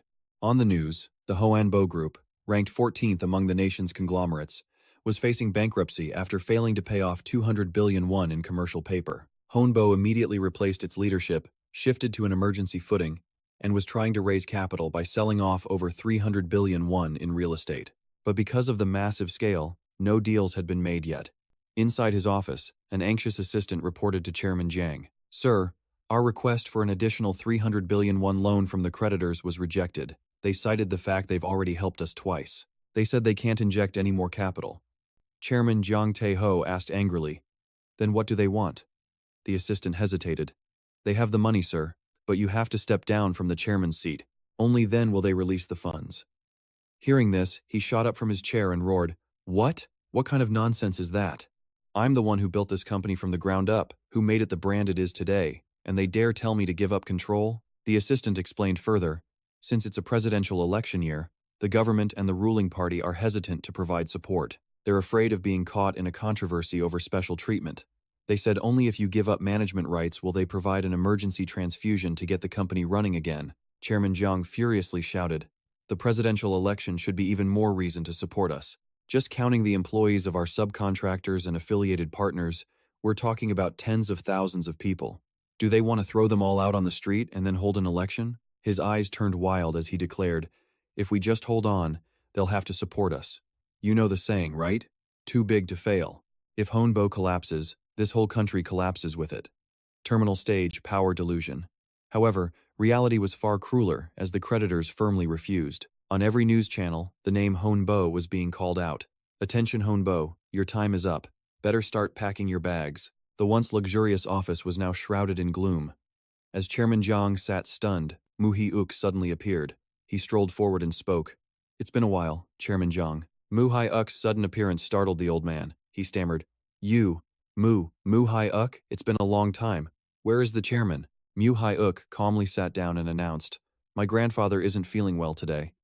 You can tell me whatever you need to. He has given me full authority." Seeing Jiang Tae-ho still asking about some department head, Mu Hyuk thought to himself, "It seems he still hasn't grasped his situation." He repeated coldly, "I already told you, I am the one handling this now. If you have nothing to say, then you're free to leave." Without letting him react, Mu Hyuk launched a direct attack.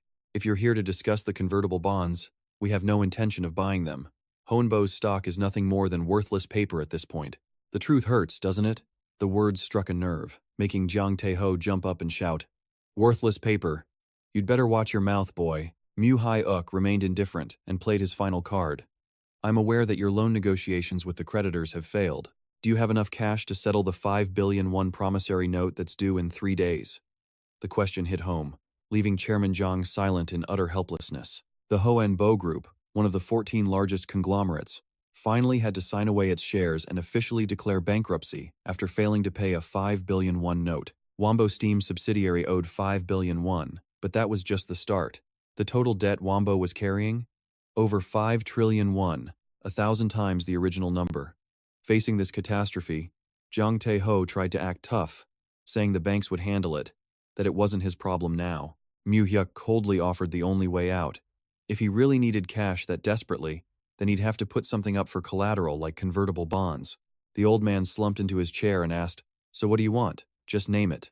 Mu Hyuk calmly gave him a very specific number. "I did a quick check, and your land is worth about 310 billion. Am I right?" Jiang Tae-ho hesitated, asking if he wanted to buy it. Without pausing, Mu Hyuk made a ruthless offer 200 billion. "Sign the contract today, and I'll pay you within a week." This number left the old man absolutely stunned. He stammered, pleading, 200 billion. "Can't you add just a little more?" But Mu Hyuk just stared him down and stated the cold, hard truth. "At this point, I'm certain no one else wants to help Wombo. No one's lending you money or buying your bonds and land. In fact, the big corporations are probably negotiating how to divide Wombo's assets after it collapses. You know this better than anyone, don't you?" He was certain the old man had already begged everywhere, only to receive pathetic, lowball offers for his company's subsidiaries. With no other options, Jiang Tae-ho sighed and gave in. Ha, fine, I'll sign the contract. But in return, you must transfer the money next week. Mu Hyuk firmly agreed. You know our reputation in Pyeongchang-dong is solid. But in his mind, he had already planned a tragic end for the greedy old man. Mu Hyuk knew for a fact that Jang Tae-ho would never see that money, because in just 3 days, the company would go bankrupt. If the company folds while the sales contract is active, that 200 billion would go straight to the creditors. Looking at Jang Tae-ho's pathetic back, Mu Hyuk sneered internally. Chairman Jiang, I'm sorry to say you won't be able to keep a single cent. The white car quietly pulled away from the mansion. He left behind an empire that was turning into smoke. Staring out a window, the grandfather grimly noted that if Wombo collapsed, the consequences would be unimaginable. First, the banks would suffer heavy losses. Then, a chain reaction of bankruptcies would hit businesses, the government, and even individuals. He turned to Mu Hyuk and sighed, "This is a disaster. The whole country is about to be ruined." Deep down, Mu Hyuk knew a terrifying financial tsunami would hit by year's end, and not a single person could have predicted it. 3 days later, on January 23rd, just as Mu Hyuk knew, Wombo officially defaulted on its commercial bill, 5 billion won. By the 25th, the entire Wombo group was bankrupt, and when this giant elephant finally fell, the hyenas came to feast. A secret meeting between Korea's top financial tycoons was held, with Chairman Song Il-ju from the Dahyun Group in attendance. Also present were Seol Yong-gun of Samsung and Park Dae-ho of the Jonggu Group. Spotting Song Il-ju, Seol Yong-gun immediately started mocking him. "Chairman Song, why are you here? Aren't you retired from the front lines of business? Where's your son? Why did you have to come yourself?" It's a bad sign when the old guard shows up. Song Il-ju's face hardened as he shot back. "What are you trying to say? Don't forget, I am Song Il-ju of Dahyun. Of course I would handle this personally." Despite his tone, Seol Yong-gun just smirked. "Chairman Park and I have already figured out how to divide Wombo, so you can go back to enjoying your retirement." Seol Yong-gun boldly declared the terms of the deal. "Our Samsung Group will take Wombo Construction, and Jonggu Group gets Wombo Steam." Song Il-ju was furious, shouting, "What? You two decided that on your own?" Chairman Park Dae-ho sneered back with a jab. "Don't push yourself too hard, Chairman Song. You might not survive the stress. After all, you're still under the government's watch." He continued to use political pressure as a weapon. "Even if it is the end of the presidential term, if you interfere, the Blue House won't just stand by and watch. Everything we decided was for your own good, you know." Seol Yong-gun chimed in, "Yes, that's right, Chairman Song. Just go with the flow. The other corporate chairmen have already reached an agreement. It's all settled." Backed into a corner, Song Il-ju angrily stood up and stormed out of the room. He roared back with a challenge. "Fine then, let's see who's better at playing with money. You'll all regret this." A calculated, cunning smile spread across the veteran chairman's face, signaling that a brutal currency war was about to begin. Chairman Song was preparing to go all in, but in reality, everything was arranged before Wombo even collapsed. In the dead of night, another secret meeting had taken place to decide the economy's fate. Mu Hyuk had already secretly joined forces with the chairman. They were ready to flip the script. The scene shifts Hong Kong, 1997. Before returning Hong Kong, Great Britain had handed over most of its power to China. However, many foreign corporations and banks kept their headquarters or branches there. After all, the city was the financial and logistics hub of Asia. In a luxurious room, a woman named Eva Du stirred, waking from a long, hazy dream. Seeing the silhouette of a man by the window, Eva Du whispered, "Are you awake?" She ran a hand through her hair, her gaze distant. "I thought I dreamed a prince saved me. Turns out it was my boss with a giant briefcase of cash. But I guess that wasn't just a dream, was it?" Kim Mu Hyuk smirked, looking at the woman on the bed. It all started a few days ago, when Eva Du was still drowning in the chaos of her life. That night, she sat at a bar. She was frantically texting old contacts, begging for help. "I promise, I'll pay you back next month. Please help me, just 100 Hong Kong dollars. Yes, the sooner the better." But in response, all she got were polite but cold-hearted rejections. "Huh, really? You can't? I understand, don't worry." "Yes, thank you." Eva Du clutched her head in frustration. Damn it, what is wrong with everyone? She looked at names like Jackie Trang, Joey Won, or Maggie Chung, people she had poured her heart out to help. But now, in her time of need, not a single one offered a hand. Time was running out, and the pressure was crushing her. What do I do? I need to hire a lawyer by tomorrow, or I'm actually going to prison. Just then, a sound made her jump and turn around. Kim Mu Hyuk appeared with a calm demeanor and called her name, Miss Eva Du. Seeing the stranger, Eva Du asked. Who are you? He calmly replied, I'm Mu Hyuk. I tried calling to schedule a meeting, but your staff was too busy firing you to answer the phone. Eva asked in surprise. You're Korean? You know me?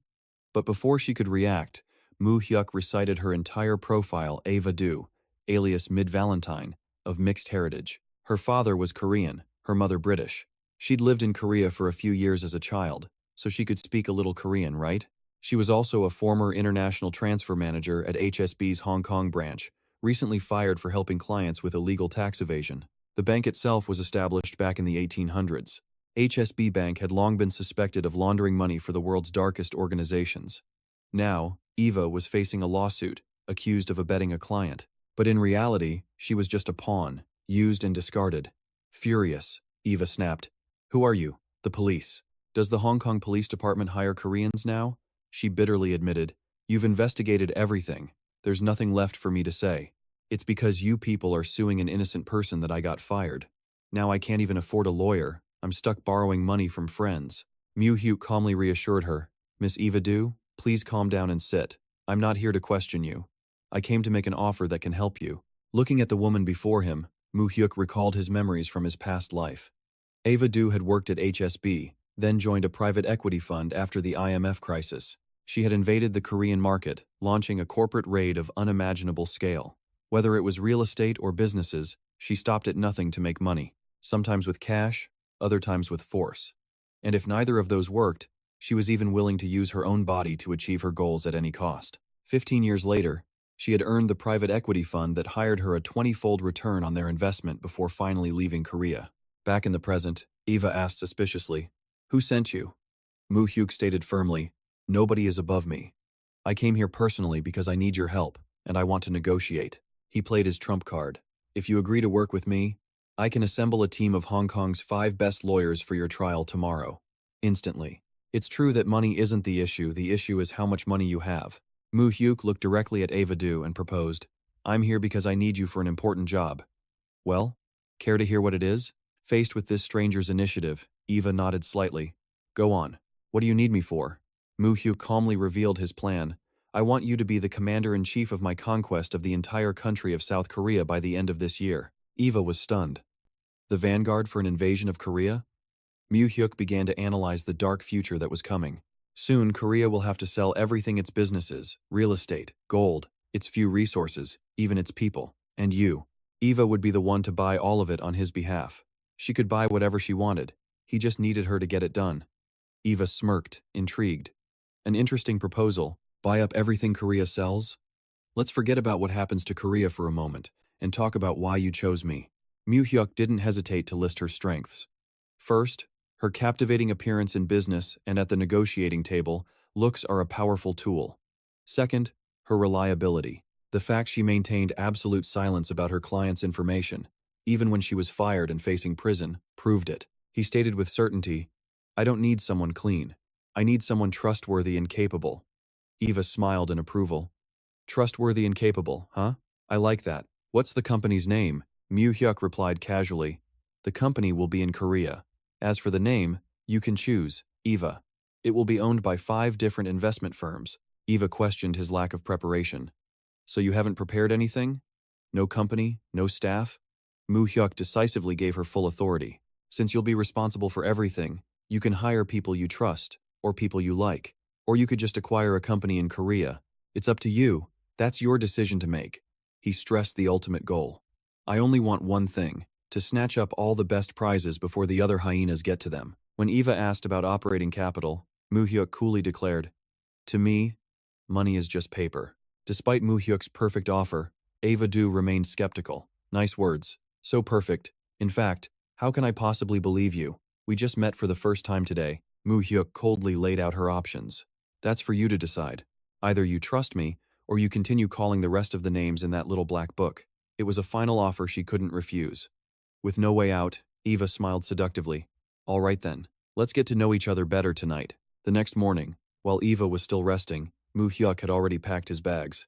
Seeing him in a hurry, she asked, You're leaving already? Mu Hyuk replied firmly, I have to return to Korea today. He handed her a thick envelope. Eva was shocked when she looked inside $1 million. Mu Hyuk calmly instructed her. This is the deposit. Settle your lawsuit quickly. Tomorrow, contact the top law firm in Hong Kong. He continued outlining the plan. It's best if you're found innocent, but if you are found guilty, accept it as long as it's just a fine. After that, come to Korea by this autumn at the latest. Mu Hyuk handed her one more powerful item. Staring at the card in her hand, Eva was stunned. A black card? Mu Hyuk confirmed it without a doubt. Mu Hyuk handed Eva a corporate card, promising an even better, unlimited one back in Korea. She just winked playfully. Thanks, boss, but he only gave a silent nod. See you in Korea, he says. Then he's gone, walking down the hotel corridor, his mind already calculating the entire nation's future. He knew that once Korea relaxed its rules after the IMF crisis, her full potential would be unleashed. He'd be waiting. I'll be waiting for you in Korea, Eva. Days after its collapse, the Wombo Group's bankruptcy became a massive weight, crushing the entire government. Chairman Jiang was arrested for investigation, his health already failing. The shockwave ripped through the political and financial worlds. It triggered a domino effect, taking down other giants like Sam's in March, all of this right before a major presidential election. The government tried to hide the country's looming crisis by broadcasting a speech from the IMF's Director General. Michel Comdesses stated with rock-solid confidence that the Korean economy was not in crisis. His words made the rumors seem like nothing more than conspiracy theories. But global hedge funds knew better. They could already see the financial collapse on the horizon. A crisis was hitting Asia, and Korea was next in line. Amidst this tension, Mu Hyuk met with Prosecutor General Yoon Chang-ho at a traditional restaurant. Seeing him, Yoon smiled warmly. Well now, what brings a busy man like you to see me? Mu Hyuk calmly poured tea and replied, I think we'll need to meet much more often from now on. Perhaps far more frequently than before. Prosecutor General Yoon Chang-ho. Yoon smiled, pleased. For me, hearing congratulations from a junior is the greatest feeling in the world. Thank you. But Mu Hyuk was already scheming. In the future, the prosecutor's office would hold immense power. To act freely, he first had to control Yoon Chang-ho, right on the eve of the IMF crisis. Mu Hyuk got straight to business. How is the Wombo Group investigation progressing? Yoon Chang-ho said a hearing was imminent, and the Blue House would likely issue an order to resolve it. He added that jail sentences were being handed out left and right, from bank presidents to officials. With the presidential election at year's end, the political world was like a dense fog, impossible to see through. Then, Mu Hyuk suddenly dropped a confidential bombshell. I heard the president's eldest son is involved. The statement stunned Yoon Chang-ho. Ha, you even know about that? I must admit, your ability to gather information is truly top-notch. Even the prosecutor general couldn't keep up with him. Yoon admitted the bribe was too large to cover up, and an arrest was almost unavoidable. Though, he still wasn't sure of the VIP's true intentions. Mu Hyuk looked the prosecutor dead in the eye and delivered a stern warning. Remember this, do not become the Blue House's puppet. Instead, you need to focus on your own future career path. Yoon Chang-ho replied nonchalantly, the current president has less than a year left in his term. Why should I be afraid of him? But fine, I'll listen. After all, you're the one who helped get me this seat in the first place. Mu Hyuk gave a slight nod. Yes, I trust you'll handle it well. Just focus on completing the investigation into Wombo Group for now. Then he casually threw in a new target. And another thing, I've heard Jungyu Group is also quite a handful. The name left Yoon Chang-ho stunned. Jungyu Group? You mean the conglomerate that's currently vying for the second or third spot in the corporate rankings? In Mu Hyuk's mind, Jungyu Group was a titan with over 40 subsidiaries. Its output was estimated at 60 trillion won, accounting for 7 to 8% of South Korea's total exports. He knew for a fact that in 1998, this prosperous group would collapse due to fraud.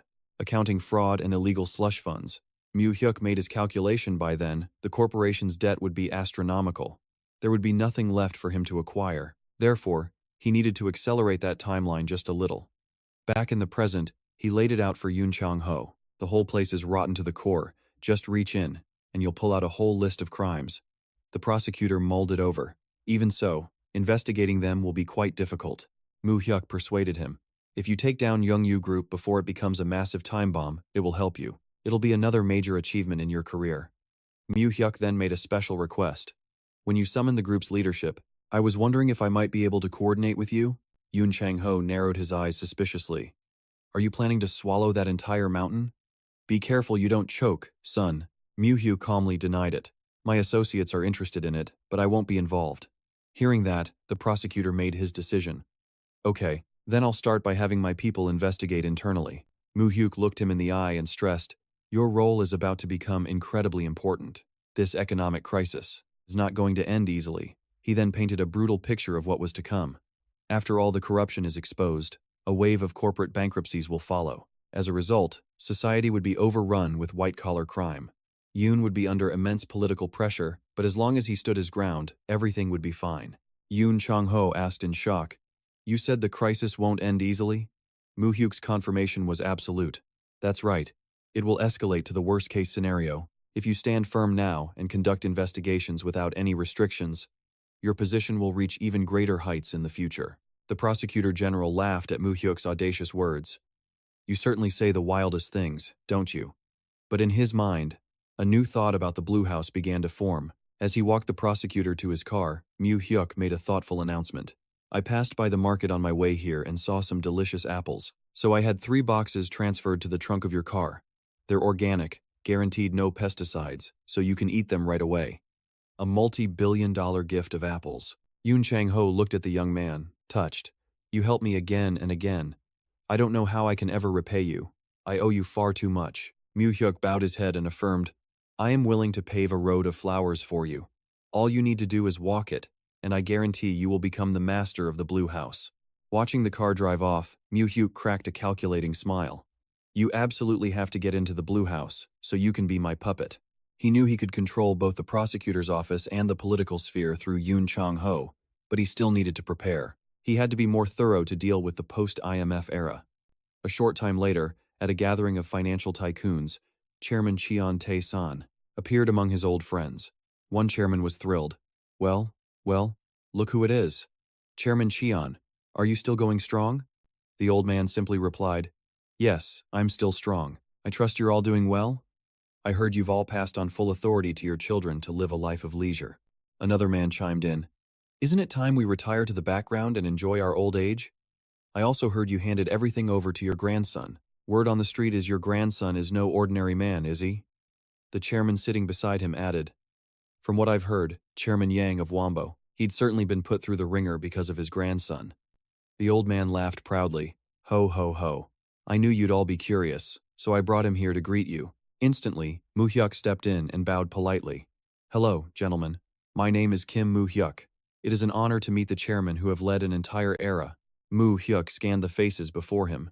He recognized them all, the owners of South Korea's biggest newspapers, back before the internet took over. What the public knew was whatever these men decided. If they said things were good, the people wouldn't dare complain. This meant public opinion was completely under their control. It was shaped by the views of these very individuals. Even during an economic crisis, the media companies stood strong because they served a purpose. They were the voice of the military government and served their own personal interests. The mindset of elites who believed they ran the entire country. If they criticized someone, that person would find it nearly impossible to ever recover. Take the recent economic crisis, they covered it up completely, by keeping the public blind and deaf. But where they saw control, Mu Hyuk saw an opening.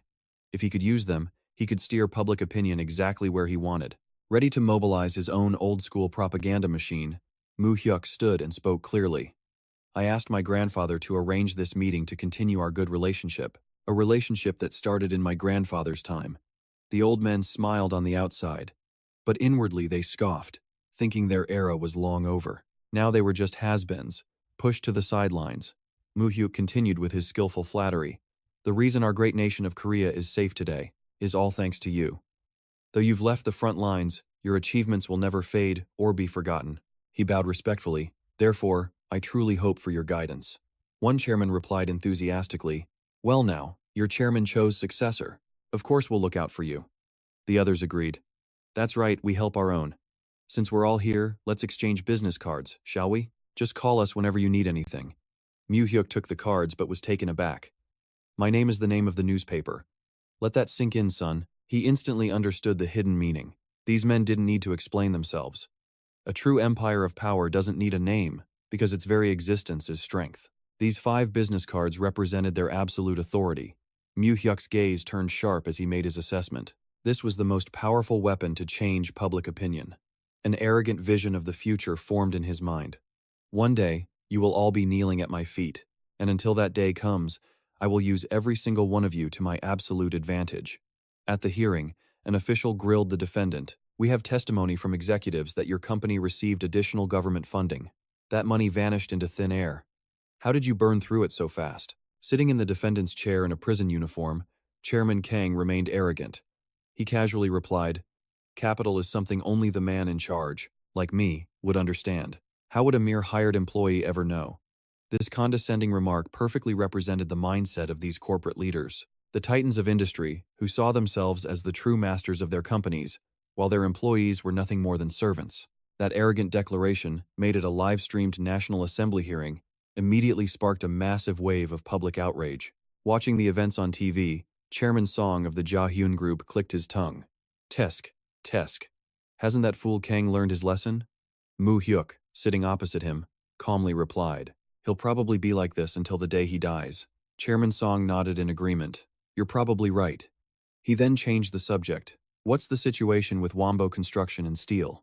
Mu Hyuk reported calmly. Both Sam Seong and Young Yu were led on a wild goose chase by the government during negotiations. In the end, they had to accept the takeover without any of the debt being forgiven. Hearing this, Chairman Song let out a sigh of relief. "I told the creditors, and the government not to worry. I said if Sam Seong or Jung Yu didn't take it, I would step in. I almost had to fall on my own sword." Mu Hyuk knew that historically, Ja-hyun was supposed to be the one to acquire Wombo Steel. The group would have been saddled with a 5 trillion won debt, and that massive debt would have slowly eaten the company alive. Now, that burden had been shifted, leaving Sam Seong and Jung Yu reeling instead. Mu Hyuk smiled reassuringly. "All you need to do, Chairman, is sit back and enjoy the show." Chairman Song was stunned for a moment, then burst out laughing. "Ha ha ha. Well, without you, Mu Hyuk, I would have been in huge trouble. Mu Hyuk, I owe you one." Suddenly, Chairman Song's voice grew serious. "By the way, I hear the Kia Group is also in a dire situation. What are your thoughts on this?" Kia Group was a massive conglomerate with tens of thousands of employees and countless subsidiaries in sectors like automobiles. It covered heavy industry and electronics. Despite its size, they had built a professional management system instead of the traditional family-run model. However, this became a major weakness when they faced ruthless competition from other chaebols. Mu Hyuk watched and thought carefully. He knew that due to a recent credit crunch, rumors about Kia's impending bankruptcy were spreading like wildfire. He gave his analysis to Chairman Song. Samsung is playing dirty, cutting off Kia's lifeline to swallow it whole. They're pressuring politicians and the banks to block any financial aid.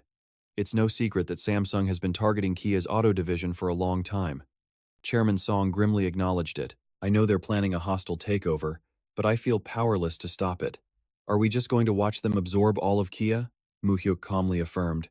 "In the end, Kia Motors will belong to Da-hyun, so there's no need to rush, Chairman. For now, let's just let Samsung do as they please." He laid out his long-term strategy. "We'll make our move when the administration changes. Isn't the presidential election coming up soon?" Hearing this, Chairman Song worriedly asked if the ruling party was guaranteed to win the election.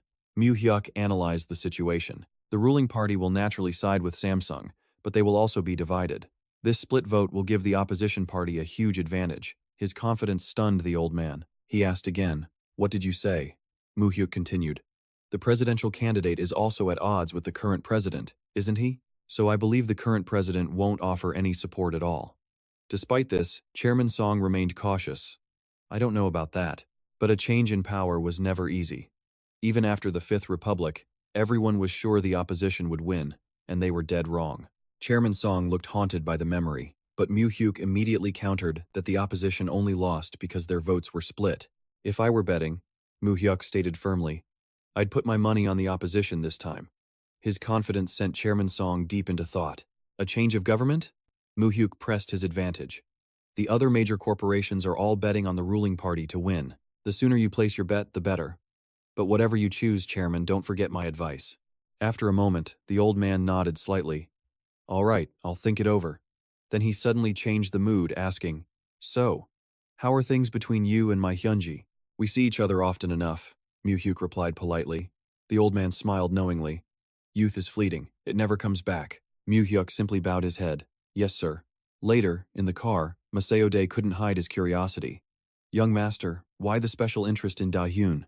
Maseo-dae continued his analysis. I know your families are close, but there are countless other companies, yet you seem completely fixated on Dahyun. I need a horse that can run a long distance, Mu Hyuk replied calmly. This is all just preparation. Besides, I want to stay on good terms with Chairman Song, and the more connections like this, the better. But he was already calculating every relationship had to generate real, tangible value. He knew Dahyun Semiconductor's future perfectly. Soon, it would merge with Lucky Semiconductor, becoming a massive rival to Samsung, only to face a cash crisis and be split from its parent company. Mu Hyuk's plan was ruthless. Let Dahyun grow fat and strong, then he'd snatch its semiconductor division. All in preparation for the coming semiconductor war. Meanwhile, the economic crisis continued to spiral out of control. The Jinbo Group and Sangbo Foods, the nation's largest bread producer, were both heading for bankruptcy, triggering a wave of corporate collapses in early 1997. Mu Hyuk knew hedge funds were about to attack the Thai baht. He immediately called Han Kyung-young. It's starting. Get in there and join the attack. Mu Hyuk got straight to the point. How much can we mobilize right now? From the other end of the line, Han Kyung-young reported, $5 billion. The rest is tied up in stocks, he explained. We can mortgage the shares for more capital. We could probably generate another $10 billion. Mu Hyuk agreed. Kyung-young confirmed. Okay, so we're tailing the hedge funds again this time? Our main position will mirror theirs, Mu Hyuk commanded. But I'll use other entities to take different stances. Just prep your staff and wait for my order. 3 for you, 3 for me. We're going all in with all 6 entities. Hearing the insane plan, Kyung-young broke out in a cold sweat. What? Are you playing with everything again? Are your nerves made of steel? Mu Hyuk calmly admitted. I'm nervous, sure. But no risk, no reward. He knew the future, but that didn't make it a safe bet. His own actions could create ripples, changing the very course of history. Meanwhile, in New York, the titans of finance were gearing up for their own currency attack. Hey George, a partner asked. Are you leading the charge on this one? George Solis, the CEO of Quantum Fund, just smirked. Of course I am. All of you just need to follow my lead. George Solis was a Wall Street genius, a legend who made $1 billion in one day shorting the British pound. He understood markets and men. But one unknown player bothered him. Who was that scavenger in Mexico and Japan? So professional. Who the hell is Dream High? Someone answered. A new investment firm with a solid track record, although they've been quiet lately, just investing in stocks. At the mention of the name, George Solis slammed his fist on the table. They jumped into OUR game and cleaned house, he roared. A bunch of opportunistic hyenas. They'll definitely tag along this time. A partner tried to calm him down, saying they were just kids playing at business, nothing to worry about. When asked who was really behind Dream High, someone reported, operations are run by a man named James Han, but my intel says 99% of the stock is held by someone named Charlie Kim, George Solis conceded. And other than him being Korean, I've got nothing on this guy. He'd tried digging, but came up empty. Even the CIA's network couldn't get a read on him. The partners were stunned. Another Korean?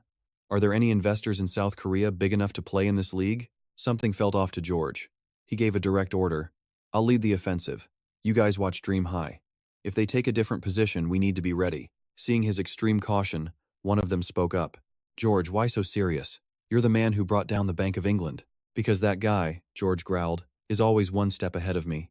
The room went silent. He remembered it all, the peso, the yen. He always got in before me, and always got out sooner. His eyes narrowed with a rare hint of fear. I want to know who this Charlie Kim really is. Meanwhile, somewhere else entirely, Mu Hyuk felt a strange tingle. He touched his ear, thinking to himself, who's talking trash about me now? His expression hardened. He could smell it in the air, a plot forming from across the ocean, aimed directly at him. People think it's a simple game, that they have a choice. But the truth is, this world is a casino where the chips are people's futures, bought and sold. In this game, for one person to make money, someone else had to lose it all. It was a casino where anything and everything was on the table. Meanwhile, at the Dream High office, Han Kyung-il was giving a report on his team. My Dream High will bet about $1 billion on the Wall Street drop. As for you, use 3 legal entities to bet $2 billion in the opposite direction. Mu Hyuk made his decision in an instant. The whole world wanted it to collapse, but he bet on a dead cat bounce to rake in the cash. He knew the attack on the Thai baht would start from the stock market, with Wall Street hedge funds led by George Soros kicking off the war. When that happens, Thai stock prices will plummet by more than 10%, and investors will be drowned in a wave of absolute terror. After rattling the market, the big-shot hedge fund managers on Wall Street will team up with the foreign exchange desks of giants like Goldman Sachs, JP Morgan, and Citibank. They'll launch an all-out assault on the bot. After betting on its decline, they'll simultaneously dump billions of bot to send its value into a nosedive. Han Kyung-yang urgently reports. The bot has started to fall. It's still dropping from the 26 mark. The Wall Street guys have really launched their attack. Assistant Han is about to need an oxygen tank. Mu Hyuk asks calmly, "But tell me, will this really be okay? We're up against Wall Street." Han Kyung-yang gives a grave warning. The truly terrifying part is the next wave, after the hedge fund's initial attack. This time, other speculative financial institutions are watching from the sidelines. They'll follow right behind the hedge funds, swarming in like a pack of hyenas. The scale of that money flow could be several times larger, or even up to 10 times the hedge fund's initial capital. On the international financial market, daily trading can reach over $1 trillion. Compared to that astronomical figure, the few billion the hedge funds are throwing around is basically nothing. However, when that second wave hits, the amount being wagered will skyrocket. The speculators, all predicting the bot's collapse, were already preparing to toast their victory. But unexpectedly, Mu Hyuk calmly reassures Han Kyung-yang over the phone. "Don't worry, the bot isn't going to sink that easily." And he was right. Thailand's countermeasures went far beyond anyone's predictions. The government called for aid, and got it from the central banks of Singapore, Malaysia, and even Hong Kong. They joined forces to defend the exchange rate. The Southeast Asian alliance aggressively bought up the massive amounts of bot that the hedge funds had dumped on the market. It was a spectacular stabilization. Mu Hyuk cracks a confident smile. "Get the popcorn ready. We're about to give those Wall Street titans a taste of their own medicine." On May 22nd, the Thai government officially adopted a dual exchange rate system and even took the hardline measure of banning foreign bank branches from selling bot abroad. Thanks to these aggressive moves, the bot's price didn't just stop falling, it actually ticked up slightly. Mu Hyuk noted silently. This was a bitter defeat for the hedge fund alliance, and Thailand's victory was also his own. Han Kyung-yang was floored, asking, "You predicted everything would go exactly the way you said it would?" As for the Thai government's harsh reaction, Mu Hyuk's voice was low and certain. The Great Battle of Bangkok is just the prelude to the 1997 Asian financial crisis. He silently watched everything unfold exactly as he'd witnessed in his past life. Mu Hyuk gave a decisive command. "It's time to liquidate all our long positions and bet everything on the fall." Kyung-yang screamed in shock. "What? You want to bet everything on it falling now, while the bot is still holding this strong?" Mu Hyuk was ice cold. They can't hold out. Sooner or later, they're going to have to give up. While the hedge fund alliance was furiously preparing for their next attack, fear had already begun to paralyze most of them. The second-wave institutions were panicking, trying to dump their options on the market for half price just to cut their losses. But a bigger problem hit when everyone tried to sell at once. The bets against the bot were so saturated that now, even at half price, nobody was buying. On Wall Street, one financial titan stubbornly roared, "You've got to be kidding me. The bot is definitely going to crash. Just buy it all up, buy as much as you can." However, his subordinate could only report in despair, "Sir, our losses are too great. We have almost no capital left." In the Hedge Fund Alliance's office, a financial tycoon was deep in thought when the phone rang off the hook.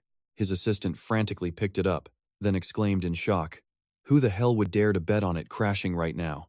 The news left, the old man stunned. The assistant stammered, "What? Who is it?" The answer from the other end of the line left them both speechless. "It's Dream High Invest." Meanwhile, Han Kyung-yang excitedly gave Mu Hyuk the news. "It's just like you said. The hedge funds have reached out to us, wanting to cooperate. Starting today, we're joining them in the attack on the bot." Standing in the darkness, Mu Hyuk smiled. "Congratulations. You've now become a member of Wall Street's powerful secret alliance. That's a glorious position not just anyone can reach." Mu Hyuk knew full well that Wall Street was a more closed-off world than most could imagine. The people there don't just let new members into their inner circle. Forgetting the profits for a second, just establishing a connection with them was a massive achievement. Kyung-yang reminded him, "It wasn't me. You were the one who made the calls. They're definitely going to be curious about who you are." "When are you planning on stepping into the light?" Mu Hyuk replied calmly. "No secret lasts forever. If they really want to find me, it won't be that difficult. In any case, I'm planning to drag this out a bit longer, so they find out who I am as late as possible." Seeing his boss had decided, Kyung-yang asked about the next step and reported, "So what should I do now?" "So far, our total bet on Thailand's victory was $4 billion. The profit margin exceeded 500%, bringing in $20 billion. Mu Hyuk was a human money printing machine. He ordered decisively, "Now, take all the capital we've raised." Immediately after, Thailand's financial situation shifted. The newly appointed minister, Thanong Bidaya, was a 49-year-old, bright-eyed economist. This book-smart academic prescribed some strong medicine to revive the Thai economy, letting weak and failing banks go bankrupt and liquidating them. But theory without practice can lead to disaster, dooming an entire nation. After completely depleting its foreign reserves, the Thai government ordered the suspension of 16 financial institutions. But by then, it was already too late. Thailand was forced to surrender to the Allied hedge funds. This was a victory for a new kind of imperialism, one based on finance, not military might. On the other end of the line, Han Kyung-il was reeling. It's just unbelievable, isn't it? Mu Hyuk, however, was perfectly calm. What's the situation? Kyung-yong reported back, it's at 30 baht. The profit margin on our options has passed 600%. I think now is the time. We can cash out now, he urged. But Mu Hyuk was firm. Hold on, it's not over yet. Let them tear each other to shreds first. Then we'll collect everything. Kyung-yong was stunned. What? We're not closing our position? Mu Hyuk was resolute. It hasn't reached the peak yet. He knew the war between the hedge funds was far from over. After the Thai government surrendered, a second wave of speculators swept in, betting on the baht's value to suddenly rise. They were all now fighting over the spoils of war. Officially, the Thai currency crisis ended with the hedge funds as victors. But deep down, Mu Hyuk knew better. He knew the real winner was him, and him alone. Later, Kyung-yong called back.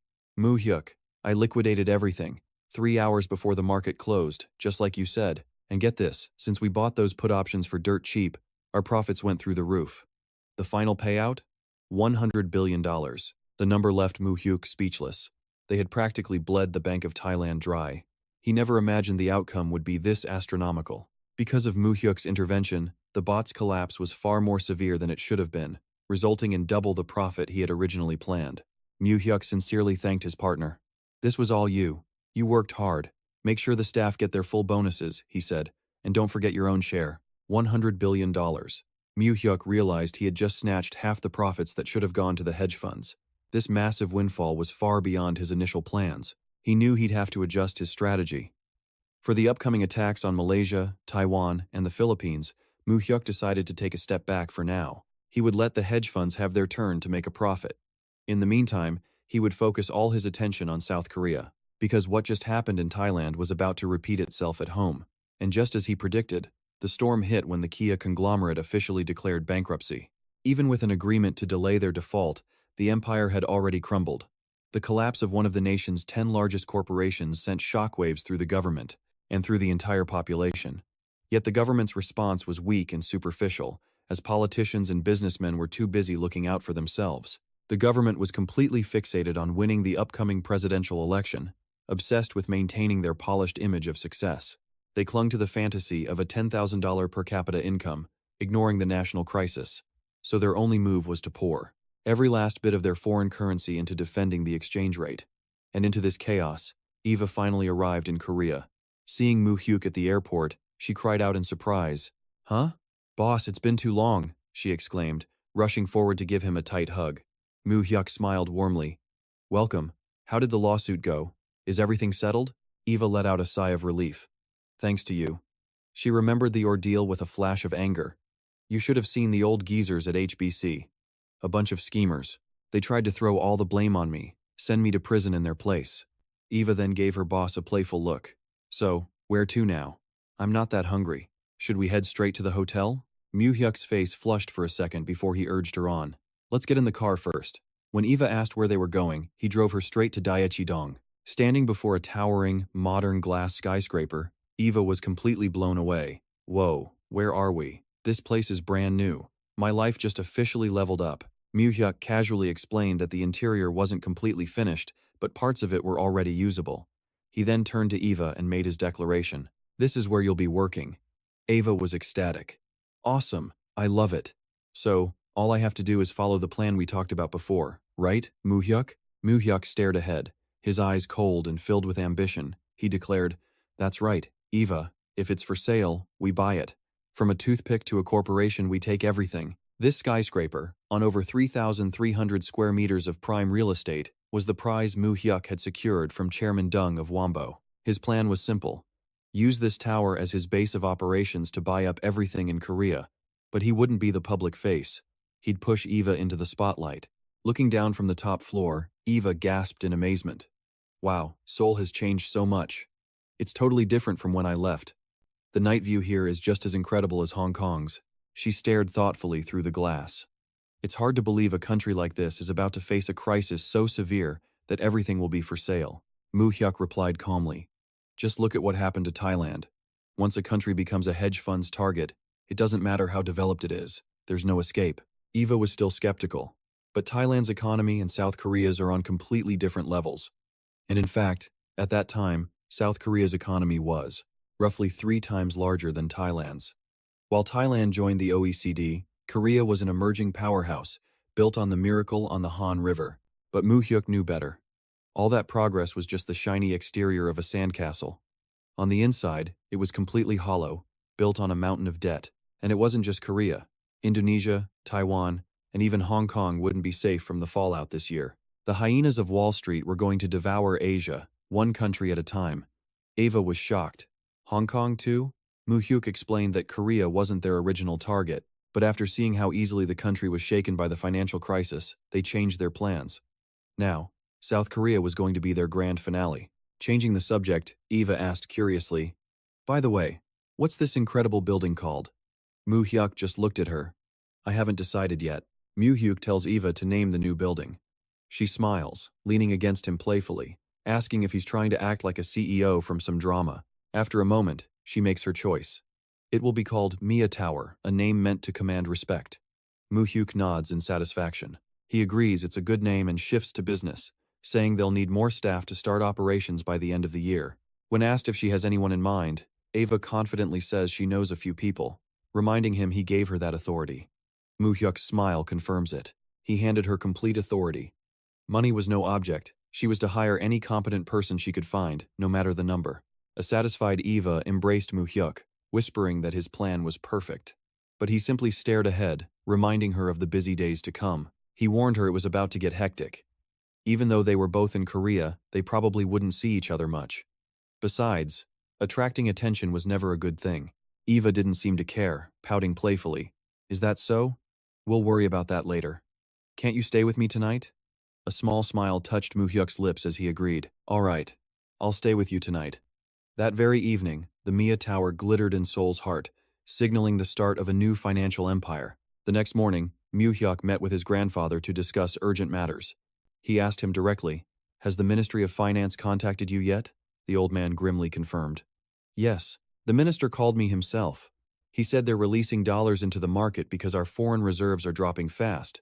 Mu Hyuk was internally shocked, faster than he calculated.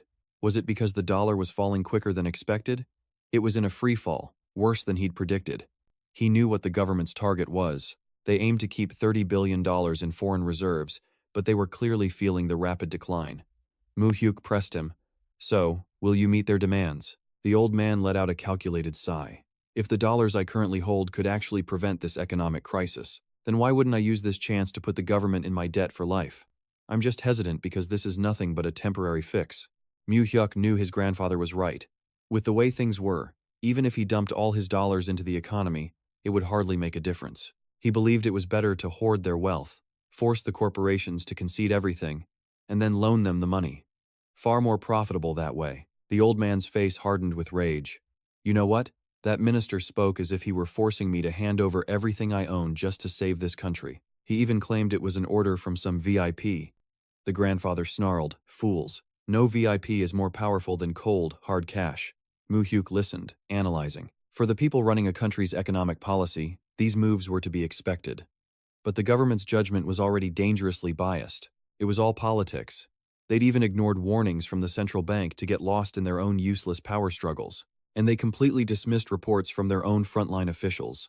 The government had gambled everything on joining the OECD to hit a $10,000 per capita income. And they did it all just to re-establish their own power, allowing banks to recklessly take on massive amounts of short-term foreign debt from America, Japan, and elsewhere.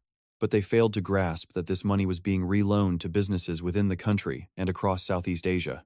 It was being loaned out again. Korea's collapse wouldn't come from Wall Street hedge funds. It would come from a bomb that had already been planted, a bomb set right in the heart of the nation. When the countdown finished, the country would self-destruct. And right now, that timer had already started ticking. Mu Hyuk turned back to his grandfather. So, have any of the major corporations contacted you? The old man thought for a moment before answering. As of now, not a single one from the top 10 leading companies has called me. Mu Hyuk stated with absolute certainty. Yes, it'll only be a few more days. The big corporations will start lining up at your door, begging for your help. His grandson's confidence was stunning. Is this the time you spoke of before? Mu Hyuk laid out his strategy. When they come to you, lend them the money. But you have to take stocks from their core businesses as collateral, or make them issue convertible bonds, especially Samsung Electronics. I believe we need to acquire shares of that corporation, as many as possible. A majority stake, if we can. A loan like this will cost them their companies. The grandfather was stunned. Samsung Electronics? Yes, Mu Hyuk pleaded. I need your help. He then added a daring demand. Those officials are on their way out. Just ignore them. No need to fear their broken thrones. The old man worried. Will that be okay? Confronting the government brings us no benefit.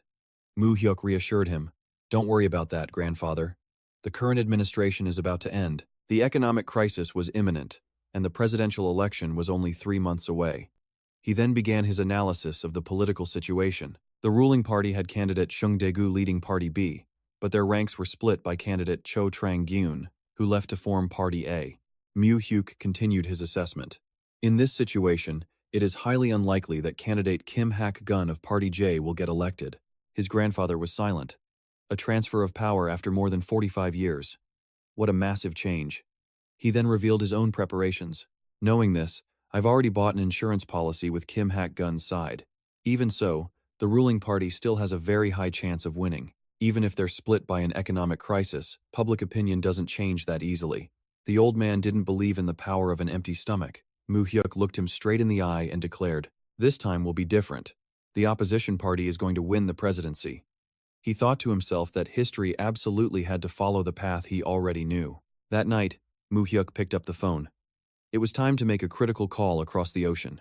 On the other end, Han Kyung-yang answered with a weary yawn. Yawn. What is it, Mu Hyuk? He calmly replied. The rooster hasn't crowed here yet. Sorry to wake you. How much is our corporation in Bermuda holding? Kyung-yang asked, surprised. Bermuda? He was suddenly wide awake, reporting a figure around $10 billion, maybe a little more. Why? Are you looking to invest somewhere? Mu Hyuk gave a firm order. Then invest that money into South Korea, as soon as the market opens. Kyung-yang was floored. Into South Korea? Why all of a sudden? Mu Hyuk then laid out an unbelievable gamble. We're betting on the exchange rate when it matures next January. It's going to hit over 1801, and the stock index will be 400 or less. I want you to buy up every single options and futures contract on the market. Kyung-yang screamed back in disbelief. Are you insane? An exchange rate of 1800 would turn our country to ash. Are you trying to start the apocalypse? Kyung-yang demanded, breaking into a sweat. But the exchange rate is at 1000 right now. With the exchange rate at 601 and the stock index at 600, things look dire. But what if in 3 months it hit 1801 and 400 on the index? Wouldn't South Korea be completely destroyed? His voice shook as he asked the unthinkable, You're telling me to bet everything on the downfall of South Korea? Mu Hyuk's response was ice cold. That's right. Korea is headed for a crisis. He explained how the US would send in the IMF, making all sorts of textbook demands. Mu Hyuk could already see the future. A wave of bankruptcies, streets flooded with the unemployed, and every major company would be sold off to foreign investors. He was resolute. We have a lot of work to do. The real game starts now. But back in the country, Kyung-yang was having second thoughts. Hey, is this really okay? I know I'm an American citizen now, but I'm still Korean, he said, his voice laced with guilt. Mu Hyuk's tone sharpened. Have you forgotten our promise? You agreed to follow my lead without question, and invest unconditionally, he reminded him. Mu Hyuk's eyes turned sharp, speaking a brutal truth. If we don't take it, Wall Street will bleed them dry anyway, so we might as well fill our own pockets first. Meanwhile, at the mansion, a familiar sentiment was echoed. I know Korea won't collapse, but if an opportunity like this appears, then of course we have to seize it, the old man declared. If you don't grab it, someone else will take your place and make the money. That, he said, with finality, is economics. When one person loses, another gains. Not everyone gets to win. Like grandfather, like grandson, as they say. Faced with Mu Hyuk's unbending will, Han Kyung-yong sighed in defeat. "Huh. I understand. As soon as the market opens tomorrow, I'll start buying the options." "Good. I'm counting on you," Mu Hyuk replied softly. He walked away in silence, lost in memories of his past life's powerlessness. He'd missed this exact opportunity back then, because he'd had no information, no experience, no power, and definitely no money. This time, Mu Hyuk had calculated everything down to the last detail, right up to October of 1997. The current foreign exchange reserves stood at about $20 billion, just 2 months left until the IMF bailout. But this time, he had zero intention of letting anyone else take his prize. "I will devour it all," he vowed to himself, his eyes burning with ambition. He was preparing for another earth-shattering move. But first, there was one more thing he had to do. Before he attacked South Korea, he would strike the United States first. Already, the Indonesian rupiah was starting its nosedive, thanks to a massive assault by Wall Street hedge funds. It started in Indonesia, then spread to Malaysia, the Philippines, all of Southeast Asia, and even Taiwan. One by one, they all fell. The ripples of the Asian financial crisis were even causing the U.S. stock market to drop. Han Kyung-yong reported nervously, "The impact is much bigger than I expected." Mu Hyuk remained perfectly calm. "We already predicted this would happen. Why are you so worried now?" Kyung-yong sighed. "I guess the staff's anxiety is rubbing off on me. Our company is holding so many stocks," he explained. But Mu Hyuk just waved it off. "Don't let fear consume you. It's all just worthless paper. Pack your bags and come to Hong Kong to watch the show with me." Kyung-yong then relayed a message. "The hedge funds have made a direct request." "Right. I heard their next target is Hong Kong," Mu Hyuk said with a faint smirk. "It's finally starting." The currencies and stock markets across East Asia were plummeting. The Asian currency crisis was a goldmine for hedge funds, and now they had their sights set on Hong Kong. However, it wouldn't be so easy. The city was a fortress, protected by a fixed exchange rate pegged to the US dollar. So, the risk funds had a plan. They launched their attack by borrowing massive amounts of Hong Kong dollars and short-selling them. If the Hong Kong government raised interest rates to protect the peg, stock and real estate prices would collapse, letting them profit from selling futures contracts. Kyung-yong then asked, "This will be my first official battle. As a member of their alliance, how much do you think I should go in with?" Mu Hyuk's reply was casual. "Not too much. Just throw in around $5 billion. $5 billion. He said it like it was pocket change. Kyung-yong was stunned. "What? Just $5 billion? That's almost 5 trillion won. Realizing his outburst, he quickly apologized. "Sorry, my apologies. It's just, I've been throwing billions around so much lately that my sense of money has gone numb." Mu Hyuk gave his orders decisively. "Have the staff proceed according to the hedge fund's plan. But you and we're going to act separately." Then, he revealed his true endgame. "Our target this time isn't Hong Kong. Hong Kong is just the beginning. There's a much, much bigger market out there." At the Dream 2 office in New York, Han Kyung-yong was on the phone. The coalition of hedge funds and global capital has launched its attack on the Hong Kong dollar. But it's not budging, he reported. The Hong Kong government is trusting in China and mobilizing everything to protect their foreign currency reserves. The alliance was getting desperate.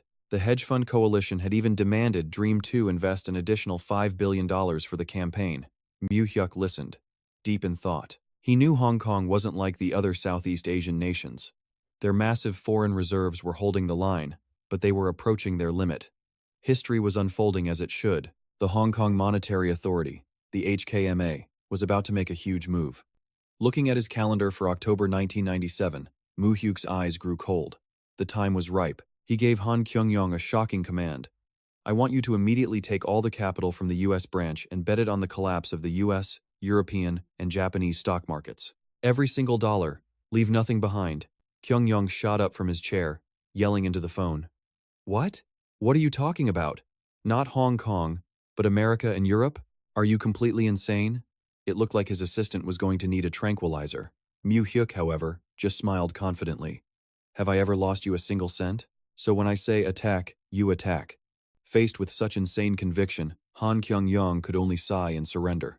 "Fine. I don't understand what you're thinking, but I'll do it. I'll do as you say." A faint smile played on Mu Hyuk's lips.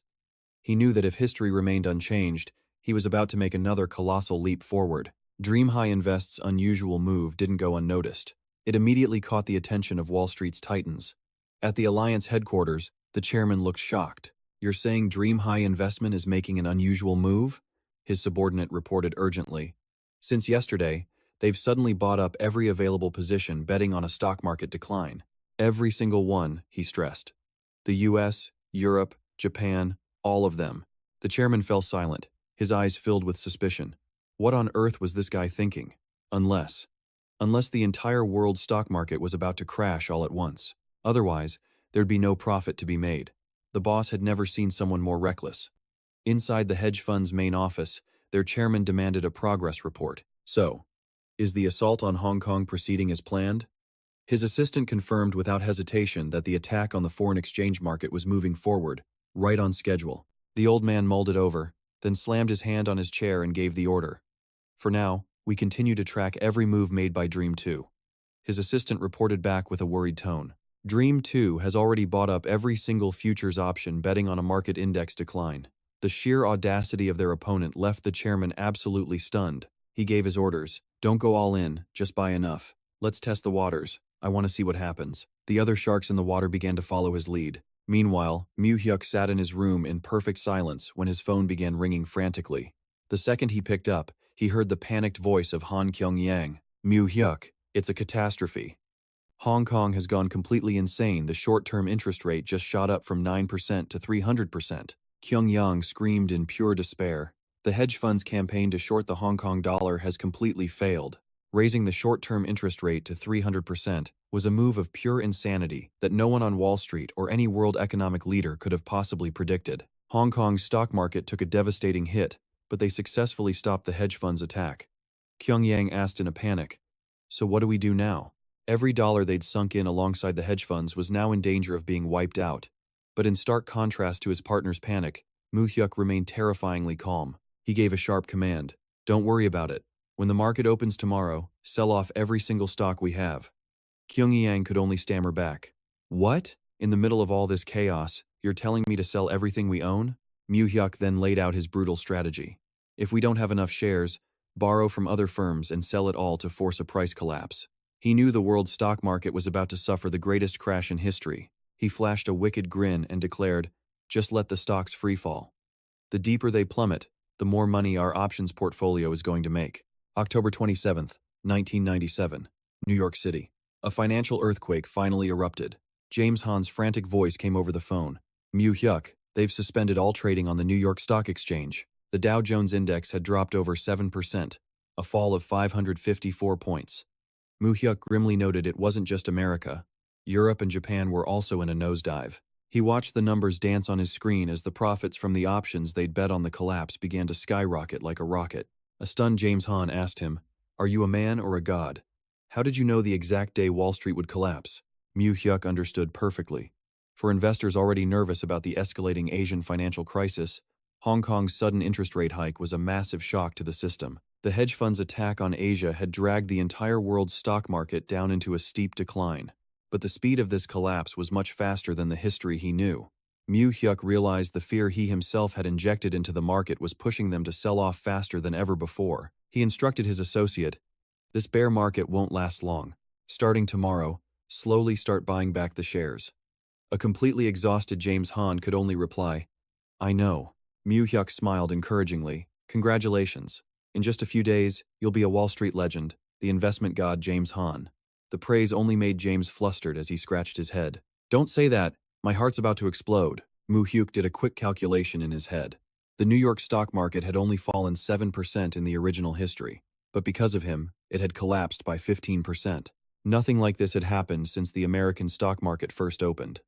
In terms of sheer percentage drop, this was the second largest crash since the original Black Monday. That was 15 years ago. Now, with every percentage point the index dropped, Dream 2's profits continued to soar without end. Mu Hyuk gave a firm order. "Tomorrow, when the market opens, liquidate everything." James Han confirmed. "Okay, but that's a lot of money. It's going to take a while." He nervously asked about the final result. "What's the projected profit?" Mu Hyuk's gaze was ice cold as he prepared to announce the impossible figure. "Try not to be shocked. Roughly $500 billion. $500 billion? James felt like he needed an ambulance. He realized with that insane amount of cash, Mu Hyuk could easily buy a mid-sized country or two. A proud smirk appeared on Mu Hyuk's face as he confirmed, "It was a success." The winner of this gamble was me. But he knew this was only the beginning. Looking down on the magnificent New York City skyline, Mu Hyuk made a silent declaration. Using untouchable financial power as my weapon, I will exist above everyone else. That is the future I desire. At the same time, in an office filled with power, an official asked in shock, "Is it true?" His subordinate confirmed it. "It's still a rumor, but it's almost certainly correct." The official slammed his fist on the table in fury. "Ha! We bet on Hong Kong and now we're walking away with nothing. Who in the world are these people?" The shocking news traveled all the way to the White House. The President of the United States, a man named Finland, mused to his aide, "The stock market fell this hard because of one man?" The aide replied firmly, "Yes," and then he dropped the bombshell about who was behind it. "Mr. President, the mastermind is a young man from Korea." A file appeared with the name Charlie Kim, alongside a photo of Mu Hyuk. President Finland stared at the file, muttering the name with suspicion. Charlie Kim. Robert Rubin, the former chairman of Goldman Sachs, gave a grim report. Most Wall Street investors suffered massive losses. Only this man managed to reap an enormous profit from the chaos. We estimate the figure he's collected is approaching $500 billion. Hearing the shocking number, the president just smirked with amusement. "Is that so? Impressive. I'd love to make that kind of money myself one day." But Rubin immediately warned with a grave expression, "Mr. President, this situation is extremely serious. American wealth has just fallen into the hands of one man from a small country on the edge of Asia." The president, however, casually shot back. "So what? Did he acquire that money illegally?" Seeing Rubin's hesitation, the president stated firmly, "Listen here, Rubin.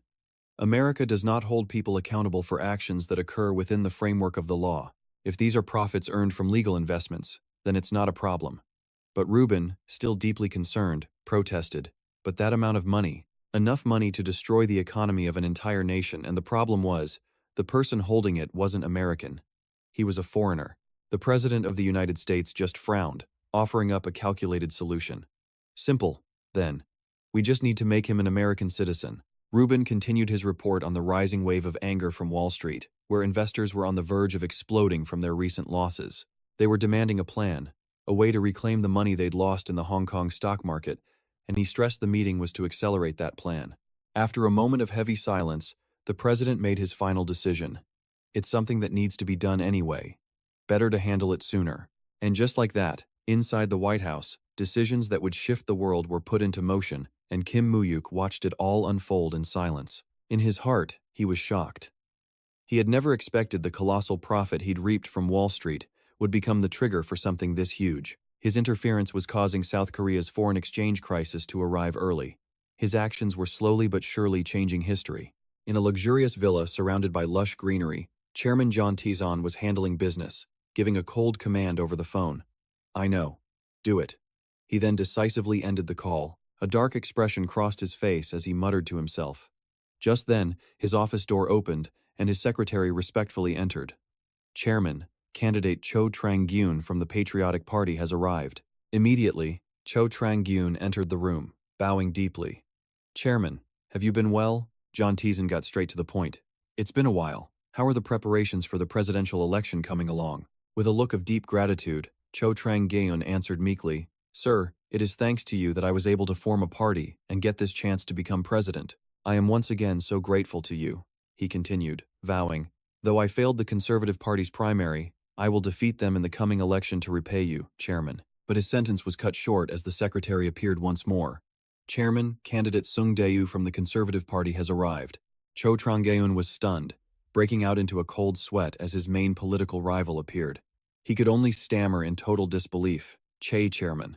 The atmosphere in the room turned suffocating as both presidential candidates sat opposite each other, before the man pulling their strings, John Tizon. The powerful old man stared directly at Sung Dae and spoke in a low voice. "Listen, Sung Dae, you are now the presidential candidate for the Conservative Party, but you told me you received absolutely no support from the former president."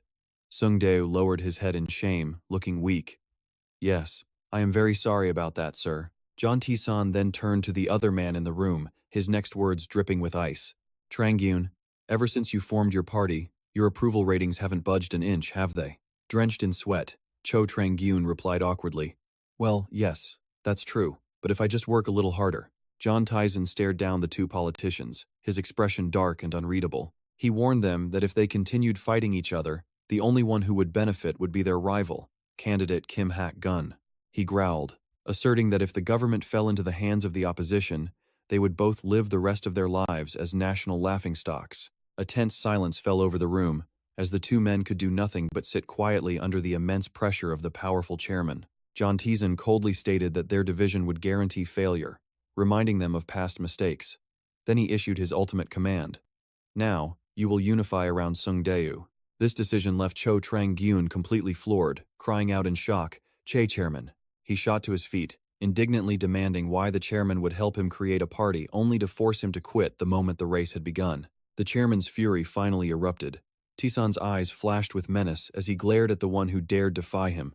"Are you arguing with me right now?" That sharp gaze, that absolute authority, it completely terrified Cho Trang-gyun, draining all the color from his face. He immediately dropped to his knees, slamming his head on the floor and begging for forgiveness in utter fear.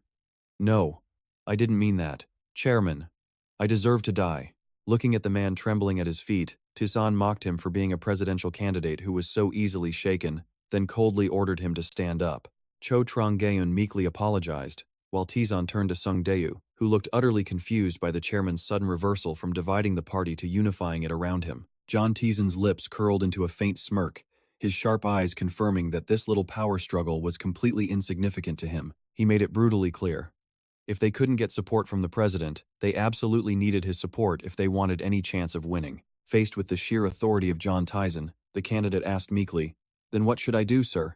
The powerful old man gave his instructions casually. "You take your share this time, and you let him have the final shot." He emphasized that the other party only needed to follow a few conditions, leaving the politician stunned before he quickly bowed in submission.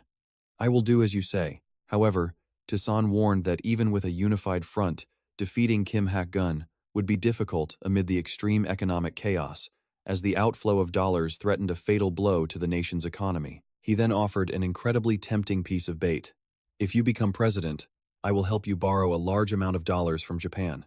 He painted a glorious picture of him going down in history as the president who saved South Korea from the brink of collapse caused by his predecessor. Before this calculated promise, he asked, "How about it, merchant? Sounds good, doesn't it?" The candidate could only respond with pure, speechless emotion. He declared respectfully, "Then I will be eternally grateful to you, Chairman." Meanwhile, elsewhere, Kim Mu Hyuk was intently watching the shocking news headlines about the sharp decline in foreign reserves. He did the math in his head. At this rate, the reserves would be depleted in October, not December as originally expected. Mu Hyuk realized that South Korea would need a bailout from the IMF much sooner than it happened in the original history. A call comes through with grim news. Wall Street is pulling all of its capital from South Korea at a terrifying speed. Mu Hyuk can't help but wonder if his own meddling has changed history, causing the economy to collapse far sooner than expected. By the end of September, the stock index crashes below 400. One after another, major banks and corporations declare bankruptcy. In the middle of this financial hurricane, the government stubbornly declares it will solve the foreign currency shortage without the IMF's help. But with their foreign reserves down to a measly $2 billion, the South Korean government is finally forced to give in to the pressure. A government representative stands grim-faced at a podium and officially requests $20 billion from the International Monetary Fund. In late October of 1997, South Korea formally requested an emergency bailout a full month sooner than Kim Mu Hyuk's history books said it would. President Kim Man-sam appears before the entire nation to officially announce the country's state of emergency. In exchange for financial aid, the U.S. government and the IMF impose a series of humiliating conditions, enforcing incredibly harsh measures. These included opening up financial markets, liberalizing foreign investment, relaxing import controls, reducing tariffs, restructuring corporations, and massive layoffs. While these measures helped stabilize the currency crisis, they also led to a terrifying wave of unemployment. The number of non-regular workers exploded, and the gap between the rich and poor in society grew even wider. Amidst all this, the IMF demands that all presidential candidates publicly commit to upholding the terms of the bailout. If the future leaders of the country didn't make a solid promise, not a single dollar of aid would be released. Just as tensions hit their peak, an unexpected player makes a move on the political stage. Candidate Choi Trang-gyun takes the podium. He boldly declares to the press that he, Choi Trang-gyun, will answer the call of the people and the demands of the era. He then announces he will merge his campaign with Sung Dae-gu of the Conservative Party, vowing that he will lead the charge himself. His goal? to secure a victory for the Conservative Party. The image of the two candidates raising their hands in unity is broadcast everywhere. The live broadcast sends shockwaves through the public, and cheers for Sung Daegu erupt from television screens across the nation. In a quiet room, Mu Hyuk and his grandfather, John Tizan, watch this stunning development unfold on TV. With a look of pure astonishment, Mu Hyuk thinks to himself that this was something he never saw coming. Sung Daegu and Choi Trang-gyun had become bitter rivals after their party split, yet here they were, joining forces. According to the original history Mu Hyuk knew, Choi Trang-gyun was supposed to join the Progressive Party after Kim Hak-kwon won. Even with the ruling party divided, Kim Hak-kwon was supposed to win the presidency according to the proper course of history. However, this sudden party unification completely changes the election, threatening to upend the very future that Mu Hyuk knew. On television, Sung Daegu responds to the gesture, promising he will never forget candidate Choi Trang-gyun's concession. He also praises his new ally for sacrificing his personal interests for the sake of the greater good of their party. Then, he makes a powerful promise to restore the Korean economy, which is teetering on the edge of an unprecedented crisis. Sung Daegu then plays another shocking card, declaring that as soon as he is elected, he will go to Japan to borrow a large sum of dollars. Hearing this, Mu Hyuk narrows his eyes suspiciously. Borrow money from Japan? Meanwhile, Chairman John Tizan watches with a deep, knowing expression. The old man immediately suspects the truth. This has to be the work of the Qingfeng Society. As a veteran of these games, he knows that complex political moves like this always bear the fingerprints of that shadowy organization. Bypassing the government to get a direct aid commitment from a foreign power is a move only the Qingfeng Society would dare make. A cold sweat breaks out on Mu Hyuk's brow as he realizes his interference and the Qingfeng Societies have completely derailed history. He runs the numbers in his head.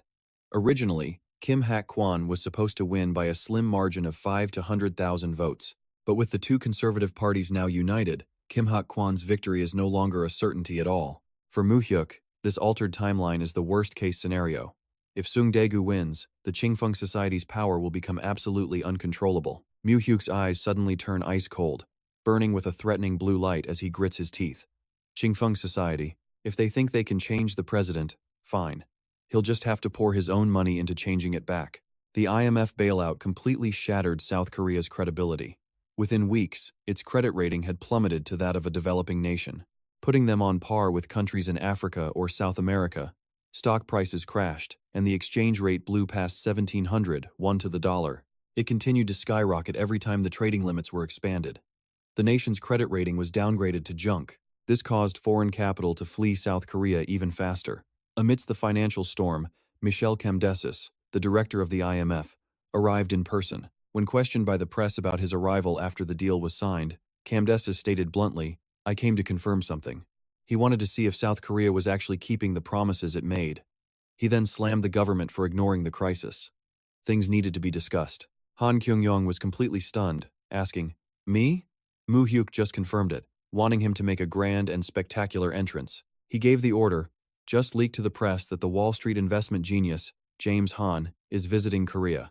Immediately, Han Kyung-yong's face was splashed across magazine covers, hailed as the investment prodigy who had conquered New York's financial district. The moment he stepped off the plane, Han Kyung-yong, the brilliant CEO of Dream High Investment, was instantly swarmed by a sea of reporters. The barrage of questions about his success and plans for Korea left him completely bewildered. Drenched in sweat, Han Kyung-yong tried to politely deflect. "Sorry, I'm still jet-lagged, my head's a bit foggy. We'll hold a press conference later." But the crowd had no intention of letting him go, relentlessly asking for his take on the economy falling into the IMF's hands. Facing his countrymen's expectations, Han Kyung-yong adjusted his glasses, his gaze suddenly razor-sharp. He declared a shocking number: 3 years. In just 3 years, Korea can get back on its feet.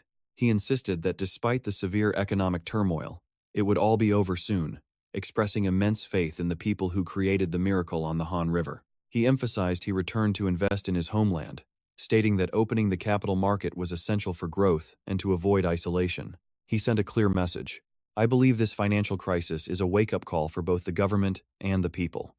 Once we overcome this, Korea will emerge even stronger." Just as he was about to leave, Han Kyung-yong was suddenly blocked by a group of powerful, unknown men. One in a long coat approached and demanded, "Mr. Han Kyung-yong, come with us." The CEO was on high alert, completely baffled by the situation. The man immediately revealed his identity. We're from the president's office. He said he wishes to see you. James Han was utterly shocked at the mention of the president. What? The president? I never heard about this before I came back. Despite his protests about a prior engagement, the men in black suits surrounded and pressured him. First, you will come with us. As they dragged him away, he weakly resisted. Hey, what's wrong with you people? Suddenly, a loud shout echoed. Stop! A tall man in a long coat and sunglasses, flanked by two imposing bodyguards, appeared to intervene. He announced, We are James Han's security. Let him go. This man sharply questioned the agent's authority. James Han is an American citizen. On what grounds are you trying to forcibly take him? He didn't hesitate to issue a threat. If you continue like this, we will not show any mercy. Faced with such firmness, the agent could only stammer. Taking off his sunglasses, the man introduced himself. I'm Eric Clark. I'm helping Charlie Kim establish BMC. He approached James Han and assured him, While you're in Korea, we will be in charge of your protection. Let's go. James Han walked away completely bewildered. Huh? BMC? Night fell at a skyscraper, a newspaper with his shocking return on the desk. Han Kyung-yong finished his drink and let out a sigh. Across from him on the sofa, Mu Hyuk quietly lowered a newspaper and asked, You've had a rough day. You must have been surprised. Han Kyung-yong couldn't help but grumble about the chaos at the airport. Don't even start. Why were there so many reporters? Not to mention people from the president's office. Mu Hyuk smoothly apologized, explaining, Sorry, I just made a few calls to the editors, but I didn't expect so many reporters to show up. Still confused, Han Kyung-yong pressed on. But what's with the PMC? Does your business need a private military company? Mu Hyuk calmly revealed his plan. I prepared them because I thought we'd need protection. It's almost time to build our reputation officially. Shaking off the recent troubles, Han Kyung-yong got straight to the point. Okay, forget about that for now. Why did you call me back? What can I do to help our homeland on the brink of collapse? In the lavish room, the man with glasses thoughtfully replied, You know this is a huge opportunity for us. However, Mu Hyuk calmly instructed, Use the money from the New York branch to invest in Korean stocks and companies. I'll make a separate list for you. He added with absolute finality, From now on, you are only to make investments openly and transparently. That is your role. Seeing his partner's confusion, he asked, So what about managing the money from the shell companies in tax havens? The man smiled, revealing his trump card. That's where Eva Du comes in. She will help us with that part. An image of a beautiful woman appeared in his mind as he explained, She will buy up everything, moving fluidly between legal and illegal means. There will be zero connection between you and her, so no one will ever suspect you're on the same side. He guaranteed the plan's absolute secrecy. Even Eva doesn't know that you work for me. And of course, she has no idea that I am the true owner of Dream High Investment. Mu Hyuk smirked. Okay, I get it. I'm the good cop and this Eva is the bad cop, right? Mu Hyuk nodded. Exactly. Now that you're in Korea, the government will definitely contact you again with many requests, he continued. Because of the IMF's demands, restrictions on foreign investment are about to be lifted. He stared right at the television screen and declared with arrogance, Okay, the game is about to begin for real now. Suddenly, a ringing phone shattered the atmosphere. Mu Hyuk answered, Hello, who is this? The voice on the other end was firm, Hello Charlie Kim, this is Mizin Kamdesis, Managing Director of the IMF. Mu Hyuk was stunned, realizing the man on TV was the same person calling him. He demanded, How did you get my personal number? Kamdesis simply proposed a direct meeting. Can we meet in person to talk? I also have a few messages for you from the US government. Mu Hyuk thought to himself, Just as I expected, tracking me down was nothing for the US government. He quickly made his decision. All right then. Hiding won't solve anything. Might as well face this head on. Mu Hyuk strode confidently toward the Square Hotel, where the fateful meeting was about to take place. The moment he saw him, Kamdesis greeted him warmly. A pleasure to meet you, Mr. Charlie Kim. I finally have the chance to see you in person. He was the owner of Dream High Investment. The two men shared a calculated handshake in the Grand Hall as Mu Hyuk's mind raced, scanning his memory for information. He's Michel Kamdesis, Managing Director of the IMF. The man was not only the head of the IMF but also the commander of the occupation force sent by the US. Kamdesis silently pulled out a golden envelope. This is a letter signed by President Clinton himself, he said. Please open it. Mu Hyuk remained perfectly calm. He gently pushed the envelope aside and declared, All right. First, I want to hear why you wanted to meet today. Once they were seated at the negotiating table, Kamdesis began to deliver the message from the White House. Fine. I will deliver the US government's message first. His eyes suddenly turned ice cold and threatening. You are absolutely forbidden from helping South Korea overcome its foreign exchange crisis. Kamdesis growled out a final warning. If you help, you will bear all responsibility. Charlie Kim. In the quiet meeting room, Kim Mu Hyuk sat across a long table from Michelle Kamdesis. Mu Hyuk quietly processed the threat. Kamdesis continued, relaying what Treasury Secretary Robert Rubin had instructed him to say. He flashed a confident, smug smile. Mu Hyuk observed him silently, his mind calculating. If the US wanted to, they could easily trace the links between his shell companies and Dream High. He understood the immense risk. They could freeze his capital or use any excuse to seize it all. The image of chained-up dollar bills appeared in his mind, a stark warning of Wall Street's power. Mu Hyuk clenched his fist on his thigh, gritting his teeth. But if he backed down now, it would be like feeding himself to hyenas. He looked his opponent dead in the eye and asked, "Are you threatening me?" Kamdesis immediately waved his hands with a fake smile. Oh, no. He calmly tried to persuade him. If you think about Secretary Rubin's words, they're quite reasonable. You just don't have to help South Korea. Kamdesis leaned closer with a tempting whisper. Charlie, there's no real benefit in this for you, is there? Mu Hyuk silently crossed his arms, thinking, don't help the government. Is that all? A small smirk appeared on his lips. He wasn't planning on helping anyway, but being threatened like this just made him want to do the exact opposite. After a moment, he declared, fine. The answer left Kamdesis stunned. Mu Hyuk confirmed, I will not interfere in South Korea's foreign exchange problems. However, he immediately presented a condition for the exchange. In return, the US government will not interfere in anything I do in South Korea. Mu Hyuk stared intently at the director and said mockingly, doesn't your country have a saying about a stitch in time saving 9? Do you really plan to swallow Hong Kong all by yourself? Kamdesis looked at Mu Hyuk thoughtfully before speaking. Regarding Hong Kong, I no longer plan to invest against the position of Wall Street. I will now assess the situation and make a different choice. Looking at the young man's calm demeanor, the IMF director admitted to himself that this man was no ordinary person. He suddenly burst out laughing. Haha, I was just kidding. I'm well aware of Dream High's aggressive investments. Kamdesis stood up, gathered his documents, and affirmed, I will convey Mr. Kim's condition clearly to the US government. Kim Mu Hyuk moved forward for another calculated handshake. It was a pleasure meeting you. Watching the director's back as he left, Mu Hyuk smirked. How interesting. The managing director of the International Monetary Fund personally came to see him as an errand boy for the US government. Then again, it made sense. They understood the power he now wielded. Meanwhile, under the quiet night sky over the Blue House, the Korean government was completely unaware of the chess pieces Mu Hyuk was arranging. In his private room, Mu Hyuk quietly watched the news. The IMF had concluded all negotiations but had not yet begun providing financial support. They issued a harsh demand, forcing all presidential candidates to sign a pledge to implement the agreement as a prerequisite for aid. The Conservative Party's candidate, CEO Dae, immediately accepted the terms. His opponent, Kim Ha-Kae-gun of the Progressive Party, called the deal rushed and hadn't given a formal answer. With 10 days until the election, CEO Dae was leading with 44% of the vote. Just then, Mu Hyuk's phone began to vibrate insistently.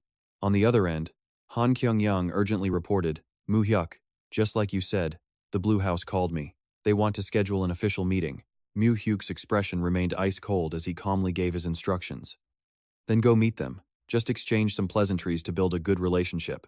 Right now, the Blue House can't help us with anything, so that's enough for now. Mu Hyuk's eyes burned with calculation as he delivered his final command. After the meeting with the Blue House ends, you absolutely must go meet someone. This person will serve our interests in the future. A few days later, Kim Mu Hyuk and Han Kyung-young arrived at a serene traditional house. As soon as they stepped into the courtyard, an assistant hurried over to greet them.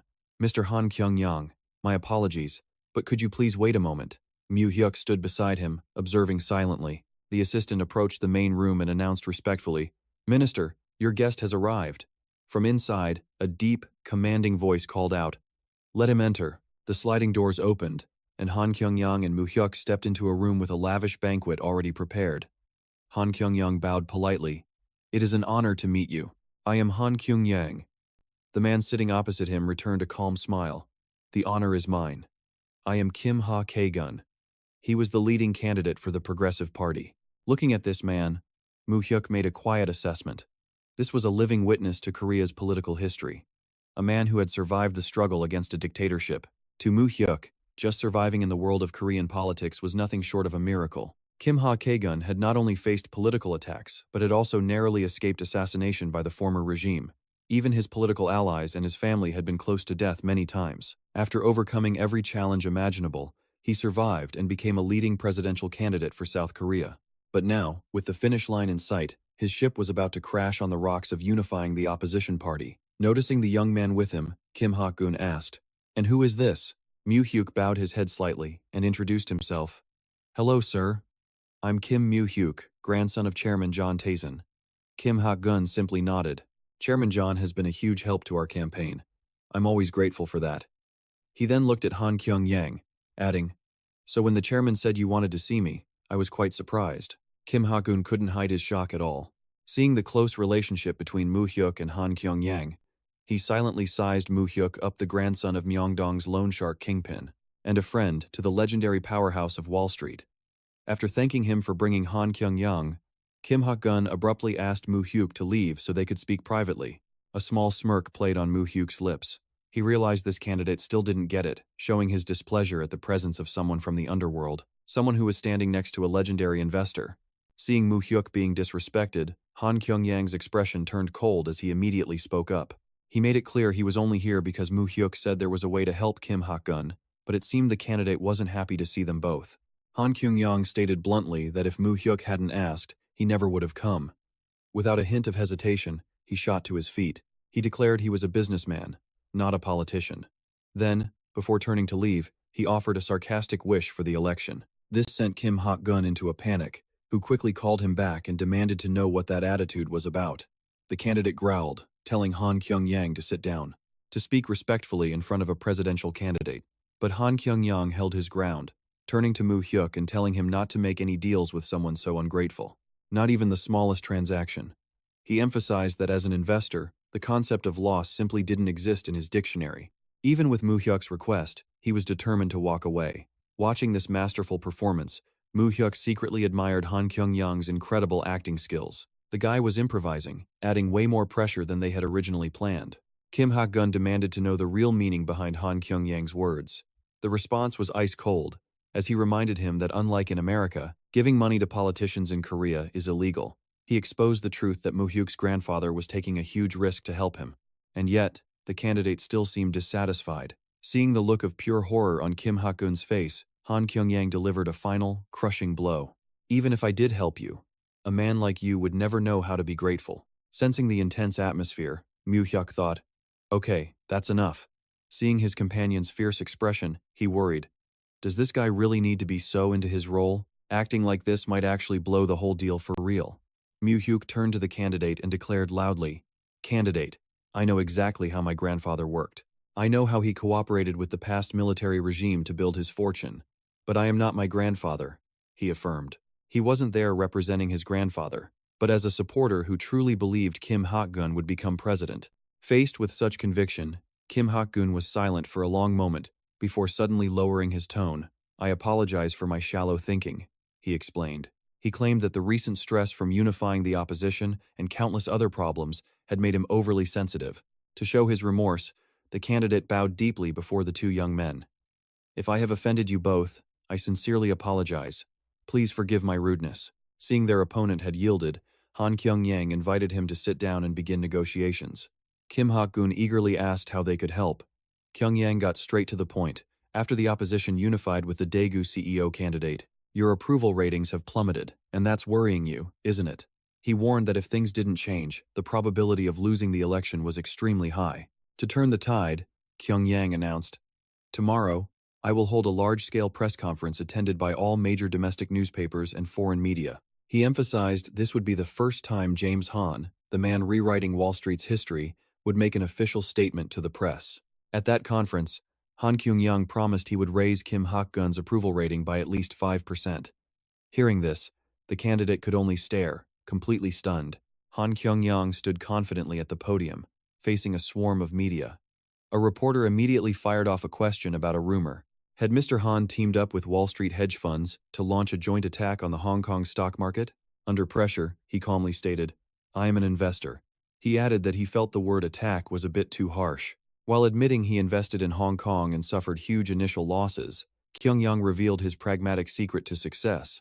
But then, I chose to bet on human fear, and that choice brought me an amount of money so huge it's hard to believe. Another reporter asked, Mr. Han, why did you come to Korea to invest? Especially at a time when foreign capital is fleeing the country in droves? Kyung-yang replied bluntly, just as I said before, I came to Korea to bet on the people's fear. He analyzed that when people are consumed by fear and leaving the country one by one, that is precisely the right time. The time he would invest in his own homeland, the Republic of Korea. When someone in the hall questioned him, aren't you an American? He then admitted he was American but declared that Korea is where his relatives, friends, and colleagues live. Kyung-yang's voice boomed with conviction. And I believe in the potential of my motherland, the Republic of Korea. I am certain this country has the strength to overcome this crisis in a short time. When asked who could save the economy and what he thought of the upcoming presidential election, he became very cautious, calling it a sensitive subject. He emphasized that South Korea is a democracy, a nation where the people themselves rose up to overthrow a long-ruling military regime. Han Kyung-yong declared this a world first, a military regime toppled not by force, but by the sheer will of the people themselves. For investors, one question mattered above all else. Who's in charge? Backed into a corner, Han Kyung-yong finally dropped the act and gave a straight answer. He stated his personal belief that if a new government took over, led by candidate Kim Ha-ok-gun of the Progressive Party, then South Korea would become an even more attractive nation for investment. He ended the press conference with an ironclad endorsement. If I had a vote, I would cast it for candidate Kim Ha-ok-gun. The candidate was stunned by the shocking offer. He had to ask again, you're saying you can raise my approval rating by 5%? Han Kyung-yong calmly confirmed it. Yes. At the press conference, I will publicly endorse you and announce a massive investment plan for South Korea. Witnessing the sheer decisiveness of the Wall Street legend, the candidate trembled, sweating with emotion. Really? You'd do that for me? All the while, Mu Hyuk watched silently, calculating. The economy was the nation's biggest crisis point.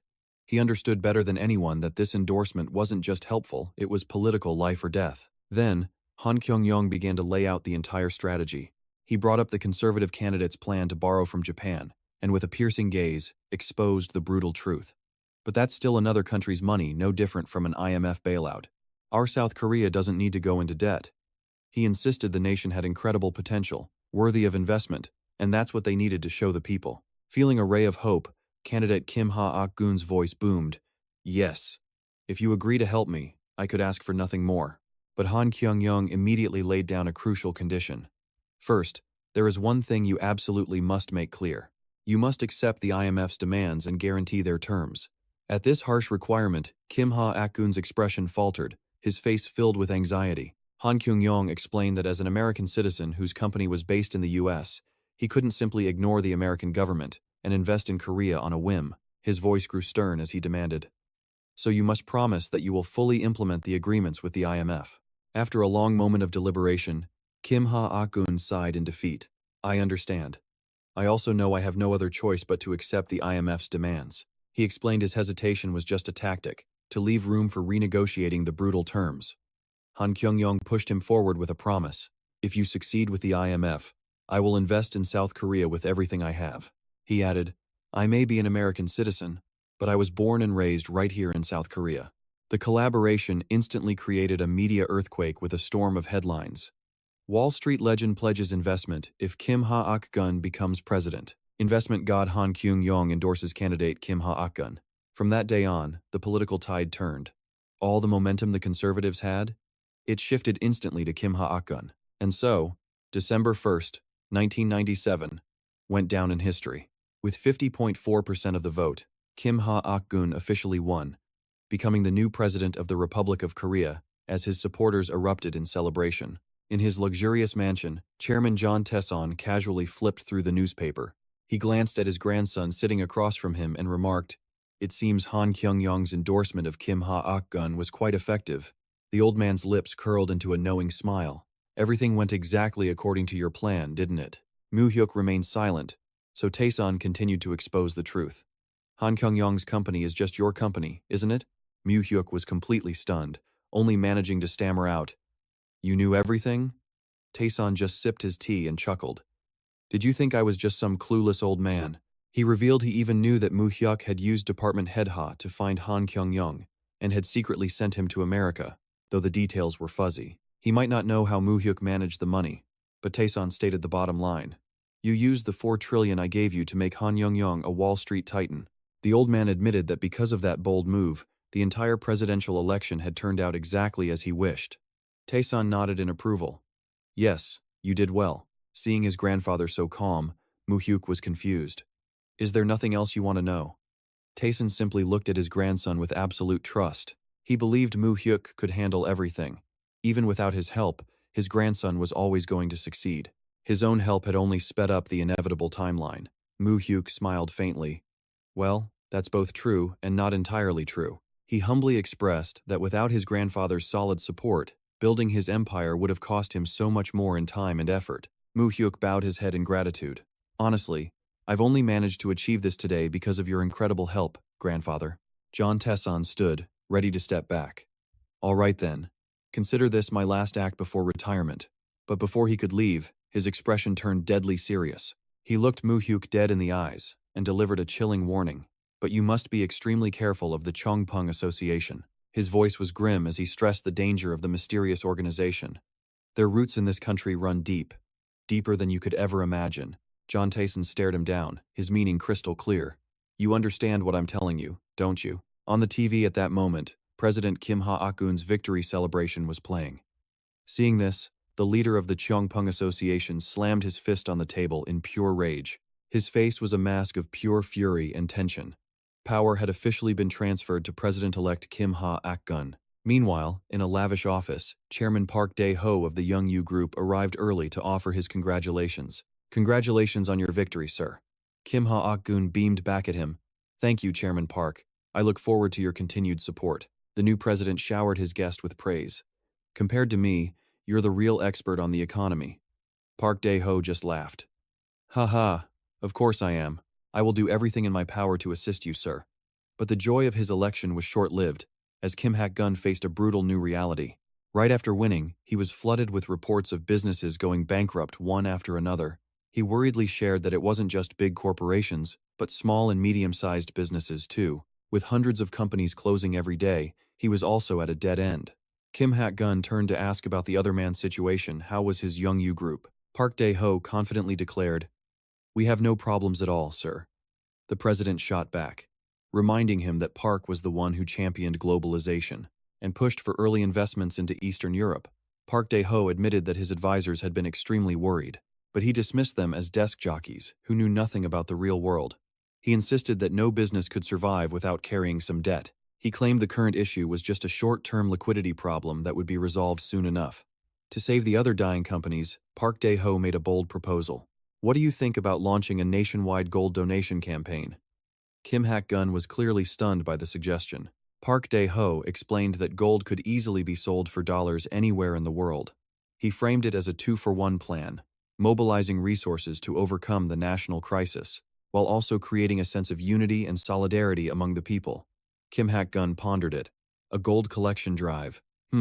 That wasn't a bad idea at all. Seizing the opportunity, Park Dae-ho proposed that Jung-yu Group would spearhead the entire movement if they were given the task. When the president hesitated at the mention of Jung-yu Group, Park Dae-ho insisted international trade was his specialty, with branches all over the globe. He promised his corporation wouldn't keep any of the profits and would sell the gold at the best possible price to aid the country. President Kim Ha-gun showered him with praise, saying he could sell ice at the North Pole, before officially putting him in charge of the gold collection movement. Park Dae-ho humbly accepted the order, promising not to disappoint. But then he requested capital support from the government instead of taking profits. The president agreed immediately, promising that as soon as IMF funds were released, Jung-yu would get priority for leading the charge in a time of national crisis. Leaving the meeting, Park Dae-ho wore a calculating smile. He had just secured both public funds and the exclusive right to sell the collected gold. Later, at a traditional house, Myung-hoon went to see the chief prosecutor. Companies were desperate for dollars, and the loan shark districts were always packed. This proved that Chairman John Taeson was enjoying his second golden age. With a cold, determined gaze, Myung-hoon looked directly at the prosecutor and made a shocking proposal. I need you to take down the Young-yu Group. In a lavish mansion, a secret transaction had just ended. The chairman of D Group bowed low before John Taeson. thanking him profusely for saving his company from disaster. "I will definitely repay this favor," he said. As the black car drove away, Myung-hoon finally asked a question. "Wasn't that the chairman of D Group who just left?" John Tasan smirked, mocking the tycoons who once pretended not to know him. Now they were willing to throw away their dignity, bowing and scraping, just to beg him for a few dollars. He observed that most who came to him were either young men playing tycoon or old chairmen from major corporations, all living on a knife's edge, terrified of offending him. However, John Tasan was especially impressed by Chairman Song, who always acted calm and collected, as if he were just withdrawing cash from his personal bank vault. When Myung-hoon asked about the terms, Taeson explained that since his client was out of cash, he had accepted convertible bonds, due to convert in 1 year with a 15-year maturity. He listed off his new holdings: electronics bonds from Samsung, automotive bonds from Jia Hyun, and semiconductor bonds from Unseong. When Mu Hyuk thanked him, Taeson got emotional, sharing that thanks to him, an old man who thought he was finished was feeling the joys of his twilight years. It felt just like his glory days. However, just as Mu Hyuk had predicted, the Youngyu group never came to see him. Taeson wondered who was backing them, making them act so confident when Youngyu controlled prime business sectors like automobiles, heavy industry, and construction assets that even Chairman Song craved. Thinking of Park Dae-ho, Taeson recalled a time when that man practically lived at his house. Now, he was so arrogant he'd forgotten where he came from. Mu Hyuk looked at his grandfather with a firm gaze and declared his intentions. "Don't worry, grandfather. As for the Youngyu group, I already plan on swallowing it whole." Facing the prosecutor, Mu Hyuk made his final, decisive demand. "Please, take down the Youngyu group." Myung-hoon was stunned, repeating the words. "Youngyu group? You want me to take down a conglomerate that's ranked third in the financial world?" Mu Hyuk's gaze was unwavering. "Yes. Sooner or later, weak corporations are bound to collapse anyway, and I believe Youngyu will be the first to fall." Myung-hoon reminded him of his target's powerful connections.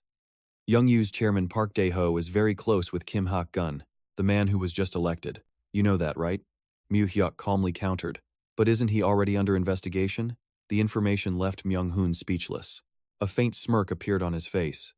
You're something else. I can't even put on an act in front of you." Myung-hoon began to analyze the conglomerate situation. Youngyu had been facing accusations from all sides for a long time. However, this was no simple matter. Frankly, they still lacked the hard evidence for an arrest. He listed off a series of violations. Accounting fraud was just the basic stuff. There was also embezzlement and creating slush funds, all the way to illegal loans and violating foreign exchange laws. Myung-hoon narrowed his eyes shrewdly. "But do you think Youngyu Group is the only one doing these things?" "No. The other major domestic corporations are all involved to some degree."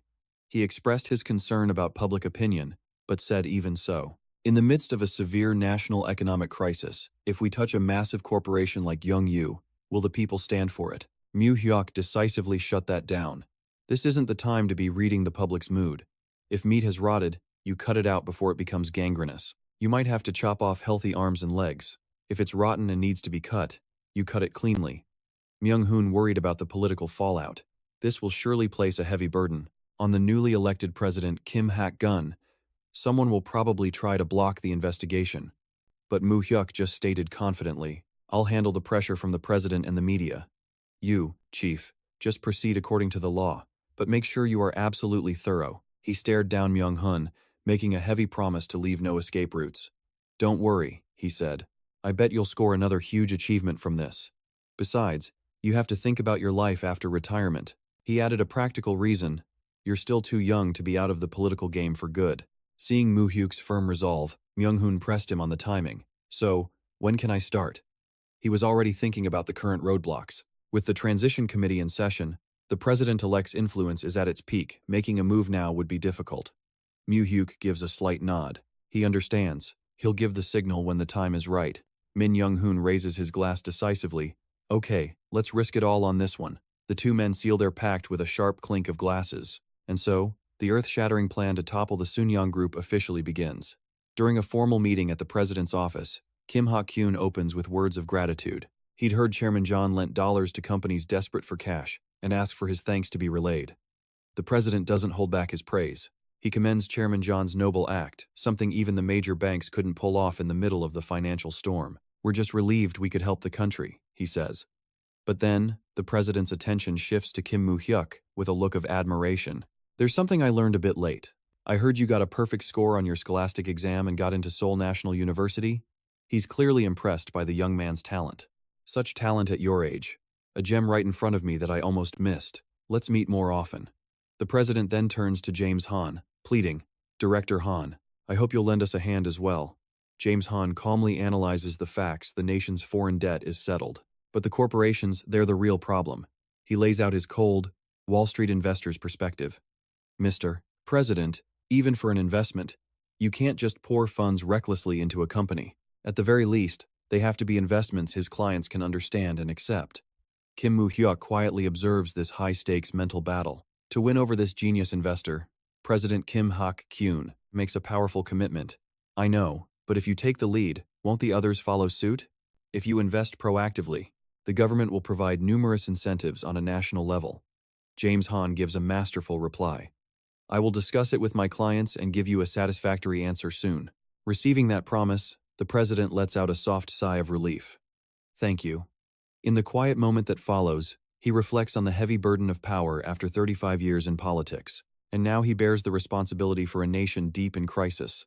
The weight on his shoulders is immense. Breaking the heavy silence, Mu Hyuk suddenly speaks up. Mr. President, allow me to speak frankly, though I fear what I say may be harsh. Mu Hyuk's attitude piques Kim Ha-kyun's interest. Of course, go ahead. In fact, I'm eager to hear it. My advisors only speak in generalities that are of no real help. With that, Mu Hyuk rises to his feet. His sharp gaze delivers a shocking prophecy. South Korea will overcome the IMF crisis faster than other nations, but not because the government or corporations performed well. It's because the people will voluntarily tighten their belts and take it upon themselves to pay the debt. The president is stunned. Good heavens, you call those words harsh? But Mu Hyuk immediately hits him with a dose of cold, hard reality. The foreign exchange crisis will be overcome through the sacrifice of the people, but in the end, all the fruits of that sacrifice will be completely devoured by the large corporations. Mu Hyuk's ironclad statement leaves President Kim Ha-kyun utterly speechless. He can only stand there, frozen by the brutal truth of this power game. Mu Hyuk looks the new president dead in the eye and continues his assessment. While restructuring forces the public to make sacrifices, the major corporations are being revived with a colossal amount of public funds, far more than ever before. He states it plainly, the government shouldn't be handing out money blindly. It must know what to let go of and what's worth saving. Mu Hyuk presses on. I believe you need to use this opportunity to force a fundamental change in the very nature of these corporations. Faced with such intensity, President Kim Ha-kyun raises a worried question. But if the major corporations go bankrupt, where will the people find work? Mu Hyuk immediately refutes the premise. It's precisely because these companies have always relied on government-injected tax money that their operations have become so bloated and wasteful. He emphasizes the point. This is the last chance to sever the corrupt ties between politics and the financial elites. He strikes at the leader's core. Mr. President, how do you want to be remembered by history? What kind of president do you want to be? The question plunges Kim Ha-kyun into deep thought, and Mu Hyuk isn't done. He concedes that while losing economic sovereignty is humiliating, a golden opportunity for reform like this will never come again. He paints a vision for the future. If you can lead the country through the IMF crisis and reform corporate culture within your term, you'll be remembered as a great president. Mu Hyuk advises him to use the IMF as a pretext to boldly implement the policies he wants, regardless of the fierce opposition from the corporations. The president remains silent. Mu Hyuk bows his head in apology. Sir, if I have been too forward.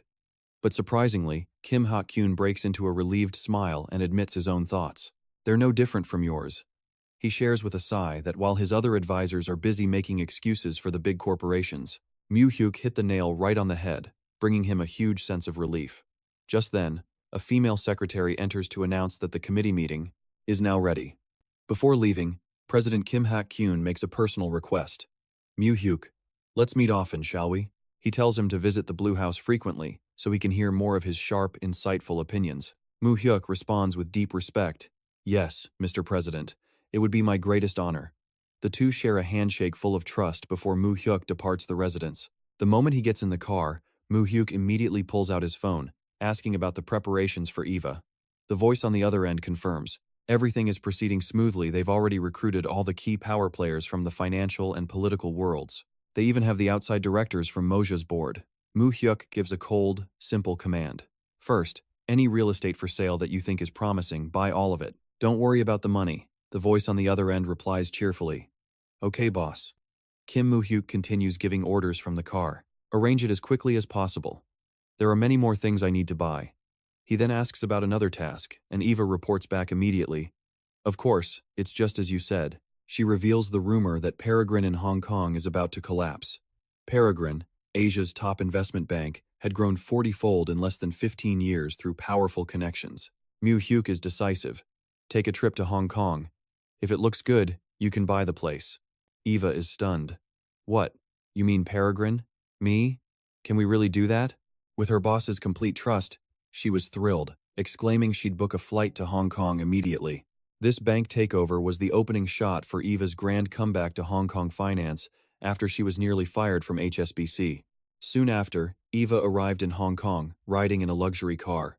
Her worried friend Daniel asked, Eva, are you doing okay? He was worried sick when she disappeared.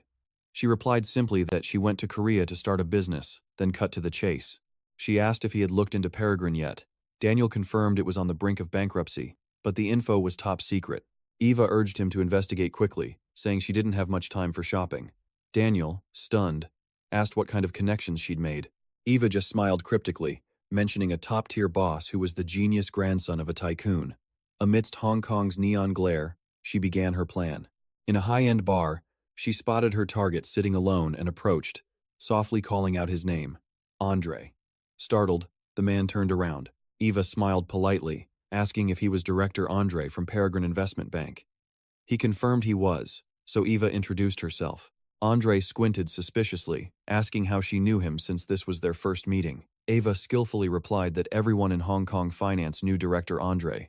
The flattery worked. Andre was pleased, smiling charmingly and saying it was flattering to be recognized by a beautiful woman. Eva offered to buy him a drink, and he quickly agreed. Over their glasses, the two began to find some common ground. When Eva asked about his roots, wondering if his mother was Korean, Andre openly shared that his father was also Korean. Wow, Eva exclaimed. Turns out they had something in common after all. But the friendly atmosphere shattered quickly when Andre asked her true purpose for finding him. Eva played her first card, stating that rumors about Peregrine being in trouble were already spreading all over Hong Kong's financial circles. Andre's face changed, shock written all over it. Eva continued her attack. She revealed that the person who pushed the company to ruin with a bad bond investment in Indonesia was none other than Andre himself. His weak spot was hit. Andre exploded with rage, sweat pouring down his face. He roared, demanding to know who she was, calling her a damn reporter. Eva stayed perfectly calm, mocking his excellent Korean swearing. He gritted his teeth, threatening her to get out of his sight. Completely unfazed, Eva told him to wait and hear her offer before he decided to curse her out. What if she was his golden lifeline? Andre was stunned silent. What? Eva then started her psychological assault, first acknowledging his incredible skills. She admitted he was the one who made Peregrine the most prestigious investment firm in Asia in just 15 years. But then, she pointed out his fatal error. He probably never saw the Southeast Asian financial crisis coming, and its fallout had pushed Peregrine right to the edge of bankruptcy. Andre snapped, asking if Eva was just there to mock him. Calmly, Eva made her offer to buy Peregrine. Stunned, Andre asked why she'd buy a failing company. Eva stated that her people only needed the Peregrine name. She advised him to sell and retire comfortably instead of watching it vanish, offering a price of $1 million. Andre stammered, repeating the number, and asked what the conditions were. Eva demanded all internal documents, from the scale of debt to shareholder relationships and Chairman Toast's weaknesses. She even promised more money if she received high-level intelligence. After a long, calculating silence, Eva left her business card and told him to call. She walked away, leaving Andre at the bar, staring at the card with a tense, contemplative look on his face. The scene shifts to a vibrant, neon-lit nightclub. Inside, a massive brawl suddenly breaks out. Men in suits were sent flying in the middle of total chaos. One furious man screamed, demanding to know who was attacking them. Immediately, a group of thugs stormed in. They declared they were the Sazi Ong gang and launched a brutal attack with clubs, leaving their opponents completely defenseless.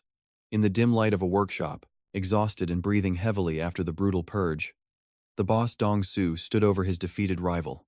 He declared that Seoul was now his. All the old guards had surrendered, he said, asking what his rival would do. Defeated, the man had no choice but to bow and surrender. A roar erupted, celebrating Dong-su's unification of Seoul. The story then moves to a brightly lit skyscraper piercing the night sky of the capital.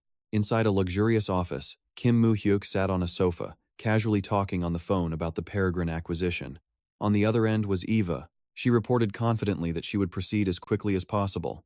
Mu Hyuk told her to hurry back, saying he had things to do. The moment Mu Hyuk hung up, Dong-su and his men walked in.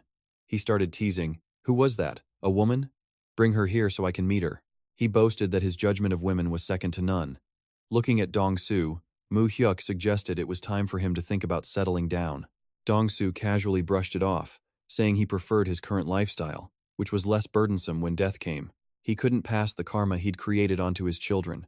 Mu Hyuk just smiled and congratulated his older brother figure. Dong-su had officially united the entire national underworld, leaving no rival gangs powerful enough to challenge him. Dong-su admitted a few small groups remained, but they were nowhere near his level.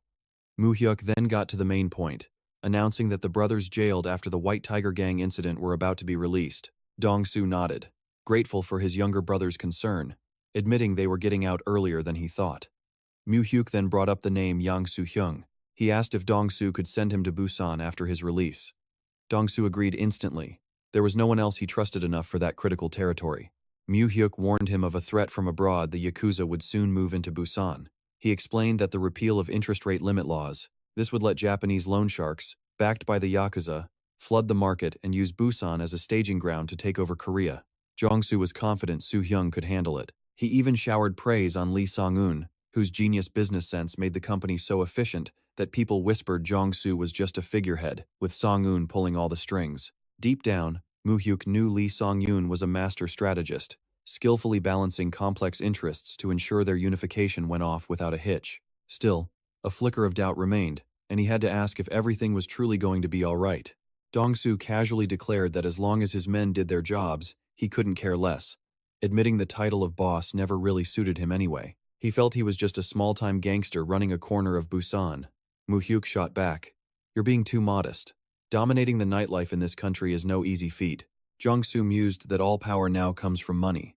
No need for swords, just provide for people, and they'll flock to you, bowing their heads in loyalty. He admitted that without the IMF crisis, which left everyone broke and desperate, it would have taken another 15 years to unify the entire country. Dong-su felt conflicted by how society was changing. Mu Hyuk silently agreed the age of ruling through violence was over. Now was an era where money dictated everything. On the TV screen, the inauguration of the 15th president was taking place.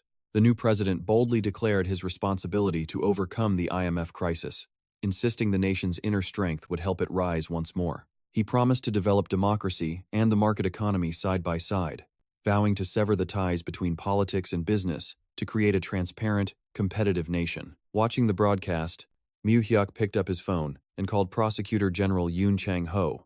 He was direct. "Chief, it's Kim Mu Hyuk. Are we ready to begin the operation on the Dong-yu group tomorrow?" A fire burned in Mu Hyuk's eyes as he affirmed to himself that a new kind of war, a currency war, with no romance or honor had just officially begun. The towering Dong-yu building suddenly shuddered as agents from the Supreme Prosecutor's office arrived in force. They stormed the corporation's headquarters with grim determination, announcing loudly, "We're from the Supreme Prosecutor's office, investigating allegations of accounting fraud, embezzlement, and creating slush funds." A search and seizure warrant was immediately executed at the Dong-yu Group's main office. But they weren't done. The prosecutors issued an emergency arrest warrant for Chairman Park Dae-ho, who was sipping a drink in his pajamas at home. Stunned, he was told to come with them, only managing to stammer out, "What?" He was completely bewildered by his sudden downfall. Meanwhile, Myung-hoon quietly monitored the situation by phone, stating, "Starting tomorrow morning, the news about Dong-yu will be everywhere." He ordered his subordinate to be at the Dong-yu headquarters first thing in the morning to get a handle on the situation. On the other end of the line, a prosecutor confirmed the arrest warrant would be issued instantly, as everything had already been arranged with the court. In a luxurious villa, Kim Mu Hyuk was on a secret call. He greeted the person politely, "Chief Justice of the Supreme Court. It's been a while. I hope you're well." The man on the other end was Chief Justice Oh Yong-sek, who replied just as warmly. Mu Hyuk got straight to the point. "The matter I mentioned before seems like it will begin tomorrow. Please contact the court for me."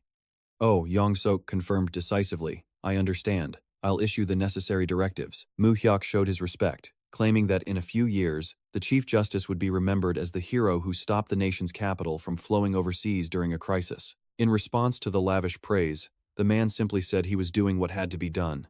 At the Supreme Prosecutor's office, the plan to dismantle the Dong-yu group was unfolding on a massive, systematic scale. While Chief Justice Oh Yong-sok couldn't act directly, his allies, both active and retired judges, would be planted in key positions within Dong-yu and its soon-to-be-acquired companies. Inside a suffocating interrogation room, Park Dae-ho sat frozen, his face a mask of confusion and anxiety. He couldn't wrap his head around how a search, seizure, and tax audit could all happen at once, so suddenly. Park Dae-ho figured this couldn't have happened without the president's approval, but he couldn't find a single reason why the president would do this to him. He gritted his teeth, wondering, who in the world is behind this? Just then, the sharp sound of the door opening made him jump. A young, bespectacled prosecutor entered the room and introduced himself politely. "A pleasure to meet you. I'm Prosecutor Oh Hyung-gu." Park Dae-ho immediately flew into a rage. He sneered at the young man standing before him, demanding to see the head of the Special Investigation Unit instead of wasting time with some rookie. Oh Hyung-gu remained perfectly calm. He smiled and informed him that the director was currently very busy, so he would be handling the case personally. Under the watchful eye of a security camera, Oh Hyung-gu coolly opened the case file. He began to list off Park Dae-ho's shocking list of crimes, from accounting fraud and embezzlement to illegal loans and slush funds. The prosecutor continued, exposing violations of foreign exchange laws and a host of other serious offenses. Looking at the thick file of evidence, Oh Hyung-gu couldn't help but remark that compared to this, the fall of the Wombo group last year was child's play. Park Dae-ho roared with arrogance. "Hey, don't you think that's enough? Do you have any idea who I am? Give me a phone. I need to call my company right now." Faced with this aggression, Prosecutor Oh Hyung-gu calmly replied that the Dong-yu group's legal team was likely overwhelmed, seeing as the entire corporation and all its subsidiaries were undergoing a full tax audit. A sarcastic smile touched Hyung-gu's lips. "I seriously doubt they're in any position to worry about you, Chairman." Sweat poured down his face as a trembling Park Dae-ho demanded to contact the prestigious law firm, Ion and Jang. Oh Hyung-gu casually agreed. "That I can help you with." He picked up the phone, dialed, and spoke warmly. "Hello, uncle. It's Hyung-gu. Have you been well lately?" Park Dae-ho stared in utter disbelief, stammering in confusion. "Uncle? Oh Hyung-gu." The man on the other end is lawyer Yoon Hyung-min, representing Yoon and Jang, who then hands the phone to Park Dae-ho. The chairman immediately screams into the receiver. "Lawyer Yoon, it's Park Dae-ho from Jung-gu. Are these people insane? They're pillaging my company like this. The whole country is going to collapse at this rate." In stark contrast to the chairman's panic, lawyer Yoon is ice cold. "Ah, Chairman, I'm afraid we can't help you this time. We are currently handling a very important case. Representing you would be a conflict of interest. My apologies. I'll be in touch." The line cuts abruptly, leaving Park Dae-ho completely frozen. He can only shout into the dead phone, "Lawyer Yoon." The chairman of Jung-gu has completely shattered, staring at the silent device in his hand. Meanwhile, somewhere else, Mu Hyuk calmly takes a call. "Uncle, it's been a while." On the other end, lawyer Yoon respectfully asks if Mu Hyuk had an interesting talk with the representative from Future Investment. Mu Hyuk lets out a small laugh. "Haha, she's every bit as direct and impressive as she is beautiful." Lawyer Yoon reports that the fees are higher than expected. Foreign capital is just on another level. Mu Hyuk gives a decisive order. "We're launching a series of lawsuits against Jung-gu. Give Future Investment our full support." Yoon confidently confirms he has a specialized team of 5 aces ready to drag out even a losing case for as long as they want. Mu Hyuk leans back, quietly observing his phone's screen. He knows money alone is not enough to swallow up one of Korea's biggest corporations. He understands the reality. Historically, even the most powerful foreign hedge funds could only ever take down a handful of companies here. In Korea, Mu Hyuk thinks to himself, indirect methods are often far more effective than brute force legal action. A vision of a glowing purple hand manipulating a bank building appears, a symbol of this subtle takeover. Mu Hyuk recalls how the Lone Star Fund learned that lesson quickly, using lobbying and bribery to get its hands on the Korea Exchange Bank. He stands by the window, looking down at the glittering city, declaring with confidence, "They didn't understand Korea back then, but I'm different. I know the future." He turns with a wicked grin. "Now, all we have to do is begin." Eva Du, sitting beside her mysterious boss, smiles slightly. "Of course, sir." Immediately, the scene shifts to the stately and imposing Blue House. Inside, President Kim Ha-kwan is furiously questioning Prosecutor General Yoon Chang-ho. If something like this was about to happen, shouldn't you have reported to me, the president, first? Yoon Chang-ho bows his head. I apologize. We were conducting an internal investigation, but the media leaked the information first, leaving us no choice. He continues, stressing the danger of the case.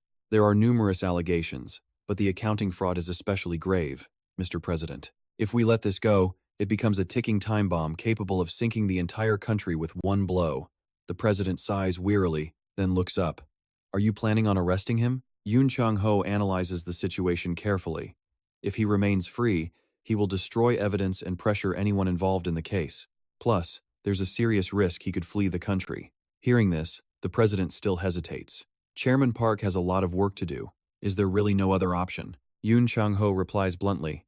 If you give the order, we will comply, but the political fallout will be enormous. President Kim Ha-kwon thinks about how he's been in office less than a week. This was supposed to be his honeymoon period. He gives his final directive. Let Chairman Park remain free for now. I'm not telling you not to investigate, just adjust the speed. Suddenly, an aide bursts into the room with an alarm. Mr. President, you need to see the news. Right now. On the television screen, Eva Du, the CEO of Future Investment, is making a bold declaration. We are preparing for a hostile takeover of the Younggu Group's core subsidiary companies. Her voice is like steel. We made this decision because we can no longer tolerate the misconduct of Chairman Park Dae-ho. We will initiate a public tender offer for Younggu Corporation and its core affiliates. The news broadcast is flashing, updates the foreign firm Future Investment has announced a surprise hostile takeover of Younggu's companies. A reporter notes this is the first time a conglomerate of this scale has been targeted since the IMF crisis, sending another massive shockwave through the Korean economy. President Kim Ha-kwon is absolutely horrified. What in the world is happening? The aide continues his urgent report on the critical situation. American investment banks are demanding the Korean government clarify its position on the Younggu Group. They're saying the IMF bailout package might be cancelled depending on our response. The president is stunned. What? Get the Minister of Finance in my office, immediately. After his subordinate leaves, he tries to calm himself, turning to Yoon Chang-ho. For now, let's carefully consider our next move with Chairman Park. Keep me updated on the investigation. His expression turns incredibly serious as he asks one last time, just how bad is the accounting fraud? In his office, the official reports the fraud has already surpassed 25 trillion won, and that this is just the tip of the iceberg. President Kim Ha-kwon is floored. 25 trillion? The official continues to expose the scheme. This is sophisticated, textbook-level accounting fraud, crafted by dozens of experts. Uncovering the entire truth will take a very, very long time. The president just puts his head in his hands, completely exhausted. At the Blue House meeting, the finance minister warns that it would be extremely difficult to justify pumping public funds into the Younggu Group. He stresses, if we try to save Younggu, the Korean economy itself could collapse, especially since the IMF won't just sit back and watch. Facing the president's stalemate, the minister is firm. If we intervene to save a company with this kind of leadership risk, no other investor will want to put money into Korea. The president clicks his tongue and asks about the background of this future investment company. The official reports that CEO Eva Du is a former Hong Kong banker who founded the company just before the IMF agreement, with massive capital believed to be from Hong Kong and the United Kingdom. The president presses him on the likelihood of a hostile takeover. The finance minister believes it will be difficult because of the cross-shareholding structure between Younggu's subsidiaries. But over time, nothing is guaranteed. He points out that while it looks solid, Younggu's control structure, but from an international view, it had too many weaknesses.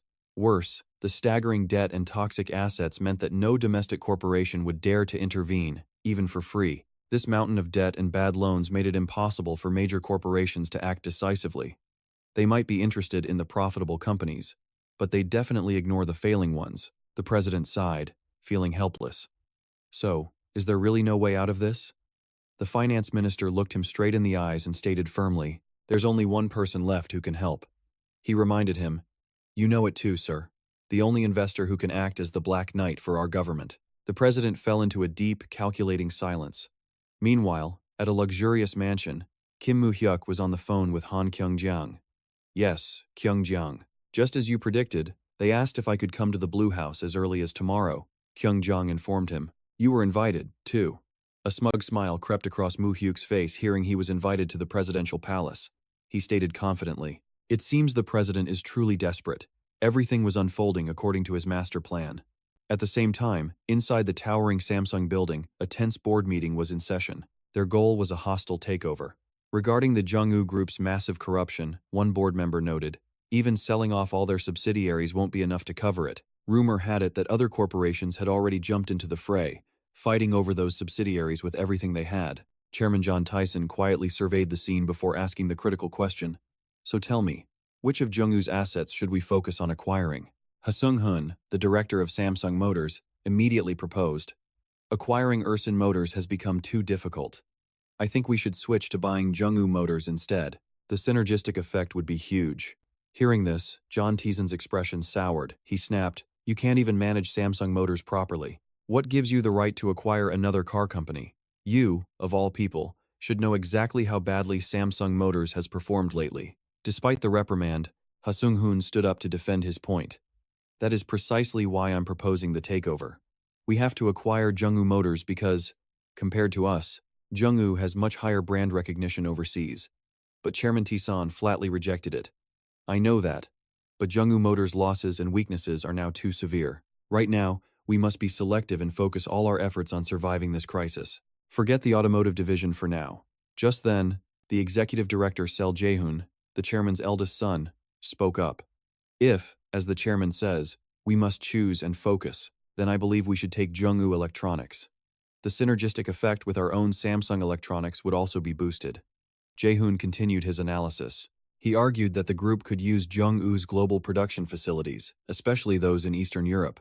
He pointed out that if not for the currency crisis, they themselves had already planned to build a factory in Europe. Jae-hoon asserted, "Even if the group has to downsize, our core electronics business must continue to grow." Seeing his son's decisive attitude, John Tyson nodded in agreement. "All right, then Director Sell, you will be in charge of devising a plan to acquire Jung-woo Electronics." Jae-hoon respectfully replied, "Yes, Chairman." Moving to the next topic, the old man asked, "How is the restructuring progressing?" A representative below reported, "We plan to lay off over 30% of the employees and staff of our affiliated companies." John Tyson's expression turned ice cold. He ordered, "Good. Don't hesitate. Just do it ruthlessly."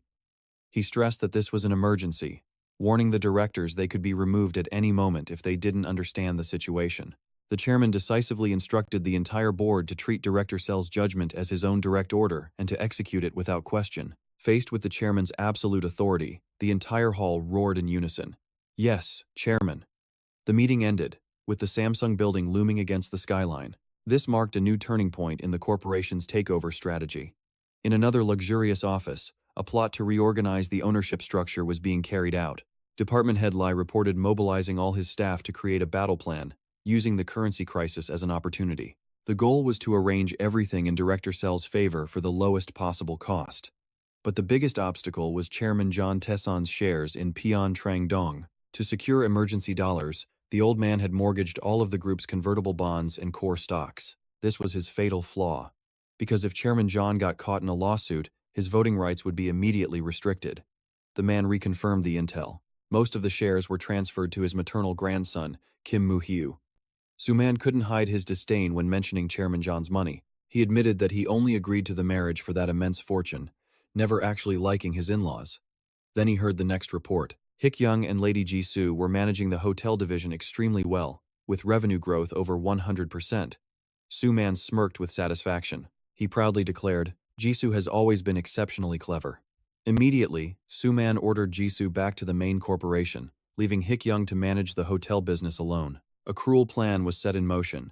Prepare a lawsuit over the inheritance, ready to be filed the moment Chairman John Tyson dies, to seize all his shares. Suman told Director Seo to have Jisoo work under him, and at the same time, to teach his son a bitter truth about the treachery of bloodlines. Director Seo confidently stated that his father wouldn't have to worry. Just as the tense atmosphere settled, a secretary rushed into the room with shocking news. She announced, trembling, "Kim Mu Hyuk, along with CEO Han Kyung-eon, officially entered the Blue House today." Hearing the dreadful news, John Suman was completely stunned, his face contorted in terror, unable to speak a single word. The news of Kim Mu Hyuk's arrival at the Blue House sent a shockwave. Inside, the current president warmly greeted his two honored guests with a radiant smile. He expressed his pleasure and humbly admitted, "It's an honor. My greetings are a little late, aren't they?" It is thanks to both of you that someone as flawed as me is able to sit in this position." In response to the high praise, Director Han Kyung-ion replied gracefully, "Not at all, sir. Isn't this the result of a lifetime of your own dedication to politics? You will undoubtedly do an excellent job." Not wanting to waste time on pleasantries, the president got straight to the point. "Let's get right down to business. Director Han, what are your thoughts on the Jungwoo Group?" Director Han calmly analyzes the corporation's situation. The debt is huge, he admits, but at its core, it's still a fundamentally good business. He reminds the president that Dream Investment and other funds are already circling, highlighting the very real threat from the outside. Dream Investment, in particular, seems dead set on acquiring the entire Jungwoo Group. Hearing this, the president's expression turns deadly serious. He states firmly that he can't let Jungwoo fall into foreign hands. Director Han continues, outlining the sheer scale of the company. Even without its debt, Jungwoo is massive. So far, they're a young investment firm, mostly focused on real estate, but he's heard their financial backing is incredibly strong. The president, however, voices his concern about their lack of transparency. He's seen reports that the source of their capital is murky. If there are issues with the funding, things could get ugly. Suddenly, he looks directly at Han Kyung-yong, and he drops a game-changing offer. "Have you considered taking over the Jungwoo Group yourself?" The president presses on, trying to persuade him. "If Director Han buys Jungwoo," he says, "I'll be able to rest easy." Amid the tension, Han recalls his boss's earlier warning. No matter what the president asks, don't give a definitive answer immediately. Whatever he says, just think it over before responding. Mu Hyuk thinks deeply while the president lowers his voice, pleading, "I'm asking this as a favor." He promises government support for a good acquisition price to get through the crisis. Director Han bluntly points out the massive burdens on Jungwoo Group: cooked books, embezzlement, and rampant losses from abuses of power. It's serious. Even for a risk-taker like him, he recognizes that this gamble is just too high.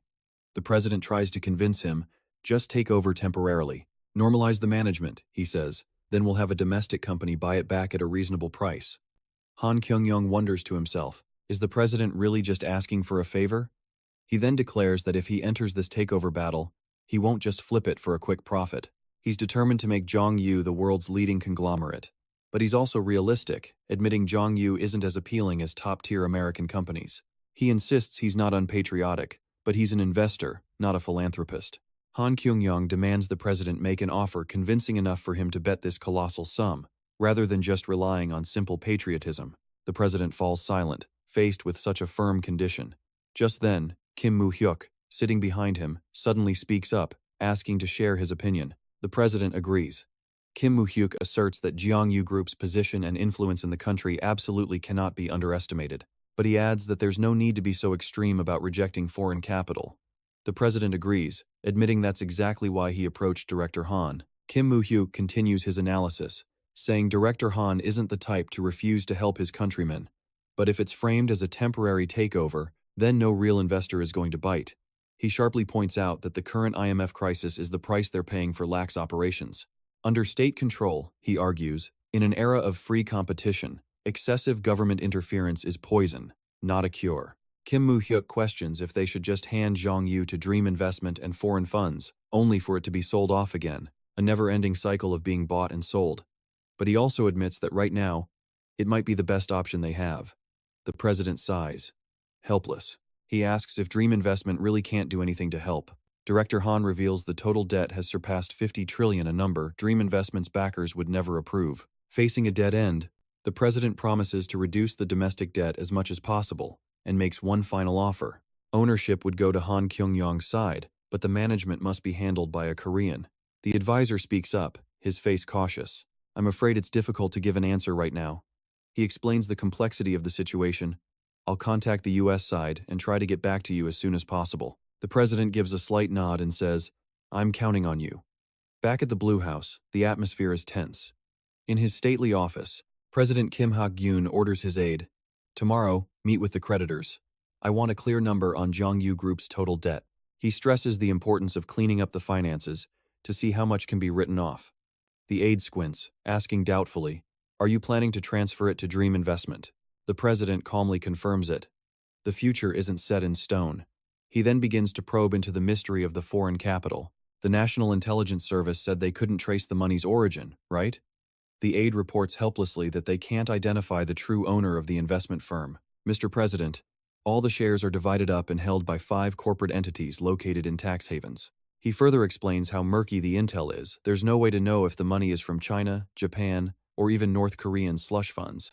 But the aide also offers an objective take. However, he says, at least Dream Investment is a company headquartered in the United States, isn't it? President Kim Hak-gyun thinks for a long moment, then decides, for now, let's wait for their answer. Get everything ready. Then, out of nowhere, he gives a shocking order that stuns his aide. And have the Central Intelligence Agency investigate everything about Kim Mu Hyuk for me. The president's eyes narrow, suspicion clear on his face. I've been thinking.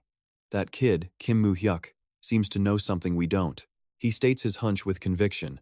I'd bet Kim Mu Hyuk has some kind of leverage over Han Kyung-yong. If not, then the owner of Dream Investment and that kid must have a very deep relationship. With a chilling gaze, the president gives his final order. So I want a thorough investigation. Everything about Kim Mu Hyuk. Investigate him from top to bottom. Don't miss a single detail, no matter how small. Standing in a luxurious room at the Prestige Hotel, James Han looks at Mu Hyuk and asks him directly about his plan to acquire Jongyu Group. He's skeptical, thinking it's not worth the money. They were buying a Korean company drowning in debt when there were so many healthier businesses in America. Mu Hyuk calmly replied that James Han didn't truly understand the power of the chaebols here. He explained that in Korea, simply having a lot of money doesn't make you a chaebol. These groups are tightly linked with politics, law, and media through marriage, forming the absolute highest tier of the elite. In other words, they were much more than simple economic giants. James Han then wondered if the IMF's goal wasn't to dismantle them entirely. Mu Hyuk confirmed dismantling them was impossible, because to Americans, it would seem unfair. But in Korea, a chaebol is a power that never yields unless the nation itself is defeated and torn apart like Japan. Otherwise, getting rid of them is nearly impossible. Mu Hyuk looked straight at his partner and declared his goal was to claim that powerful title for himself. James Han nodded in agreement. If that's what Mu Hyuk had decided, then they would see it through. Mu Hyuk added that Jongyu has plenty of talent, and most of its leadership could be kept, or even promoted, if they weren't involved in any major scandals. James Han started talking numbers, asking how much debt the president wanted to reduce from Jongyu's 50 trillion won, and how much of a write-off they should request. Mu Hyuk's answer was swift and decisive. Forget a write-off. He told James Han to just announce they would shoulder the entire debt to take over the whole corporation. Hearing this, James Han was so shocked he spat out his wine. Mu Hyuk smirked as he delivered the shocking condition the purchase price would be just 100 won. Seeing James Han's disbelief, Mu Hyuk reassured him that the president's office itself would propose the deal. James Han could only think that Mu Hyuk had finally lost his mind. Meanwhile, at the Supreme Prosecutor's office, the atmosphere was incredibly tense. An official asked for an update, and was told that dividing up the Jongyu Group was getting complicated. It wasn't just domestic chaebols, foreign private equity funds had jumped into the fray. Asked if they had contacted the president's office, the man said they'd reached out to the secretary's office but hadn't received a proper response yet.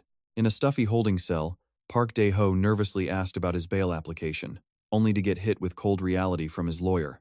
I've already filed it, but the chances are very low. The old chairman sighed in defeat.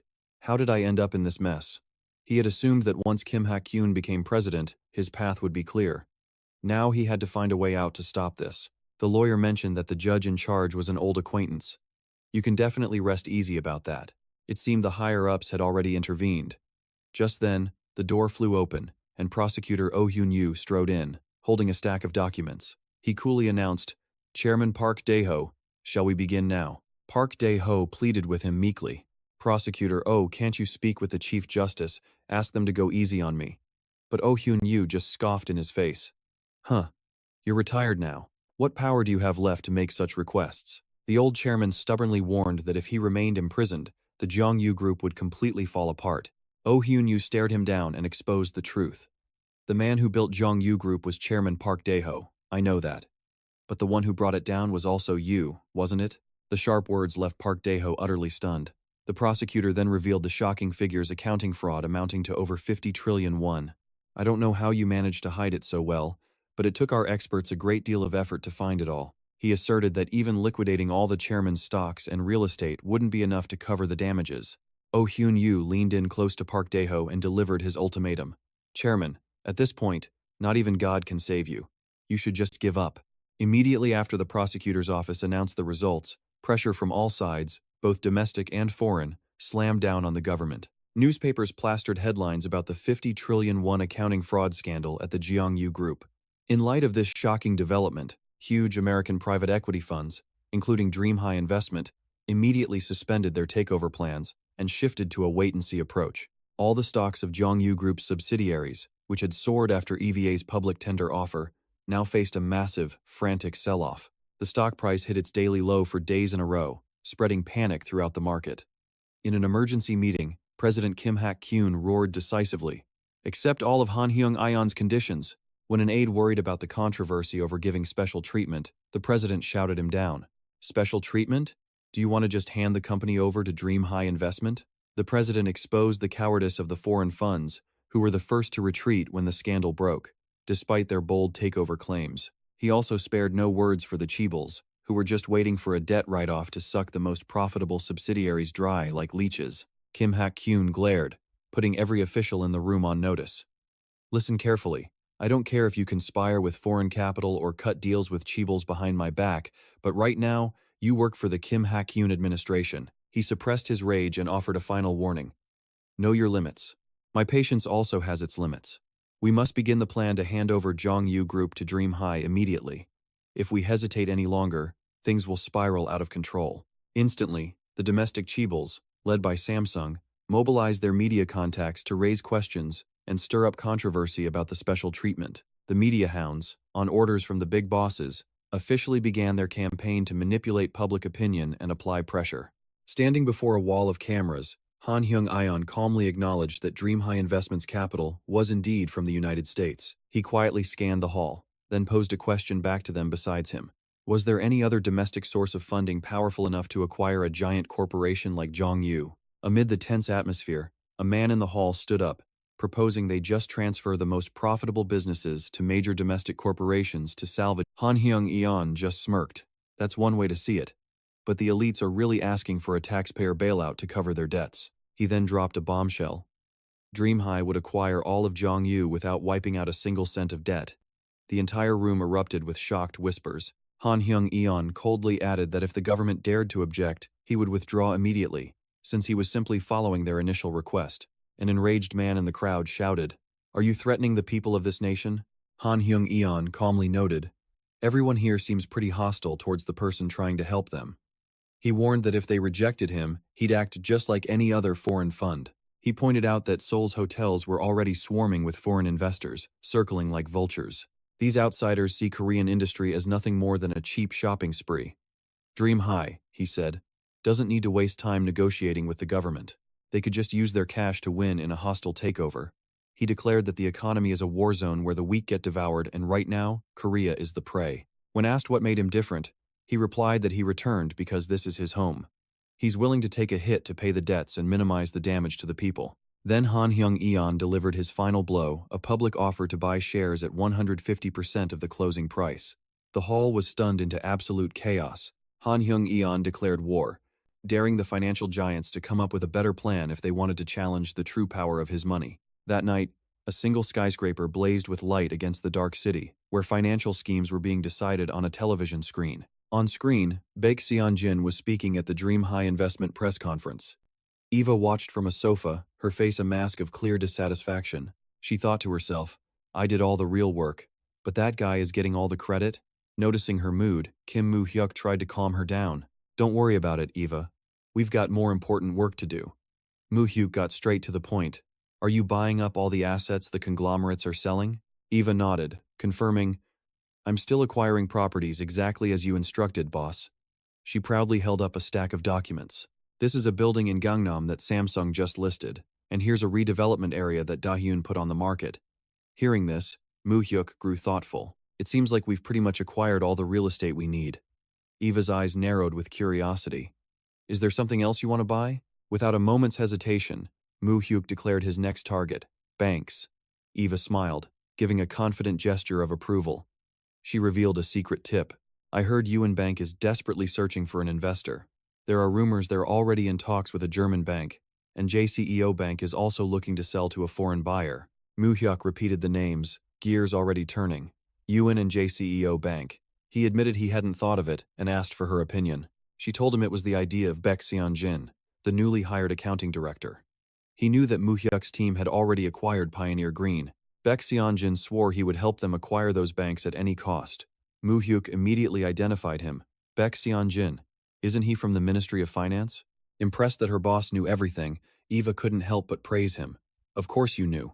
But Mu Hyuk immediately gave a very serious warning. Eva, you have to be careful with anyone from the mafia. He warned that those types would use anything and anyone to secure their own power. But Eva was still confident, claiming she could easily control and use someone like that to their full advantage. She believed that owning a bank in Korea was a smart move right now, and also a chance to send a sharp warning to the government. Mu Hyuk then asked how much money they would need. Eva stated her proposal firmly. About $10 billion invested through Pioneer Green. Mu Hyuk agreed instantly. Done. I'll transfer $10 billion to Pioneer Green's account. Overjoyed at his boss's move, Eva threw her arms around Mu Hyuk, yelling, "Thank you, boss. You're the greatest." She then leaned in to whisper, "By the way, the Youngwoo takeover is finished." "So, what about tonight?" she asked. Mu Hyuk gently stepped back, reminding her, "For now, our relationship must remain a secret, no matter how good the security is. I can't stay for too long." Looking down at the city from the window, Mu Hyuk warned of a danger that was quietly approaching them. "It's not just you, Eva. I'm pretty sure I'm being watched too." Meanwhile, in the director's office at Central Intelligence, a briefing was underway on the tangled web of connections surrounding Kim Mu Hyuk. According to the investigation, Mu Hyuk and Han Kyung-young grew close after Mu Hyuk paid off his massive loan shark debt. Right after that, Han Kyung-young went to America and established Dream High. The director was highly suspicious. A man who was drowning in debt suddenly becomes a Wall Street success story in just a short time? Is that even possible? And where did he get the money? Though they'd asked the US government for help, the Korean side had received no response. The report took a shocking turn as the director revealed Eva Zhu and Kim Mu Hyuk seemed to know each other. The president was stunned. "What did you say?" It turns out the Dream Invest building is owned by a construction company, Group JCEO, but the real owner pulling the strings is none other than Kim Mu Hyuk. They had evidence that Mu Hyuk met with Eva Zhu in Hong Kong, and that they had also met recently within the country. Not only that, but another clue suggested. He had a secret meeting with the IMF director, Kamdesis, at a hotel just one day before the government's bailout negotiations. The president was horrified. He met with Kamdesis alone? What in the world is their relationship? Though the purpose of the meeting was unclear, the report confirmed he stayed in that room for a very long time. The president realized with dawning horror, if Dre and Dream High are both tied to Kim Mu Hyuk, then we're all just fish trapped in that kid's net. He understood now that it didn't matter which company acquired Jeongyu. Everything seemed to be going exactly according to Kim Mu Hyuk's plan. A chilling fear began to grip the nation's leader. He demanded to know if there was any other information they had. The director revealed one last shocking detail. Mu Hyuk was apparently involved in the turf war between Gangnam's gangs last year. What's crazy is that the gang they just wiped out was under the protection of the Cheongpung-ho. The president's eyes widened in shock at the mention of the Cheongpung-ho. The chief confirmed it. Kim Mu Hyuk and the society are now enemies. He analyzed that Han Kyung-young's support during the election was actually Kim Mu Hyuk's move to block the Conservative Party, who were backed by the Cheongpung-ho. So that was the real reason for Mu Hyuk's support to fight that shadow power. Taking on the Cheongpung-ho head-on, he immediately started looking for a weakness, any leverage he could use as a chain to control Mu Hyuk. However, the chief admitted they currently have no evidence of Kim Mu Hyuk engaging in any illegal activities. For now, they'll just push the Jeongyu group to Dream High. His eyes turned ice cold as he ordered his subordinate to keep digging into Kim Mu Hyuk to collect everything on his movements. Soon after, Han Kyung-young and the main creditor banks officially signed the Memorandum of Understanding. This marked a major turning point for the Jeongyu group's return to normalcy. The agreement was to repay the bank's debt over the next 5 years. At the same time, all shares of the subsidiary companies would be transferred on the condition that the new owner assumes all of the enormous debt. The price to acquire the entire Jeongyu group was exactly 101. It was a historic moment, as the chaebol that once aimed for the top officially fell into Dream High's hands. At the Blue House, an emergency meeting was called, gathering the top corporate chairman in a tense and solemn atmosphere. An official stood to congratulate President Kim Hak-gun on his inauguration, pledging full support for the new government and its heavy burden. But his warm words were met with the president's ice-cold demeanor.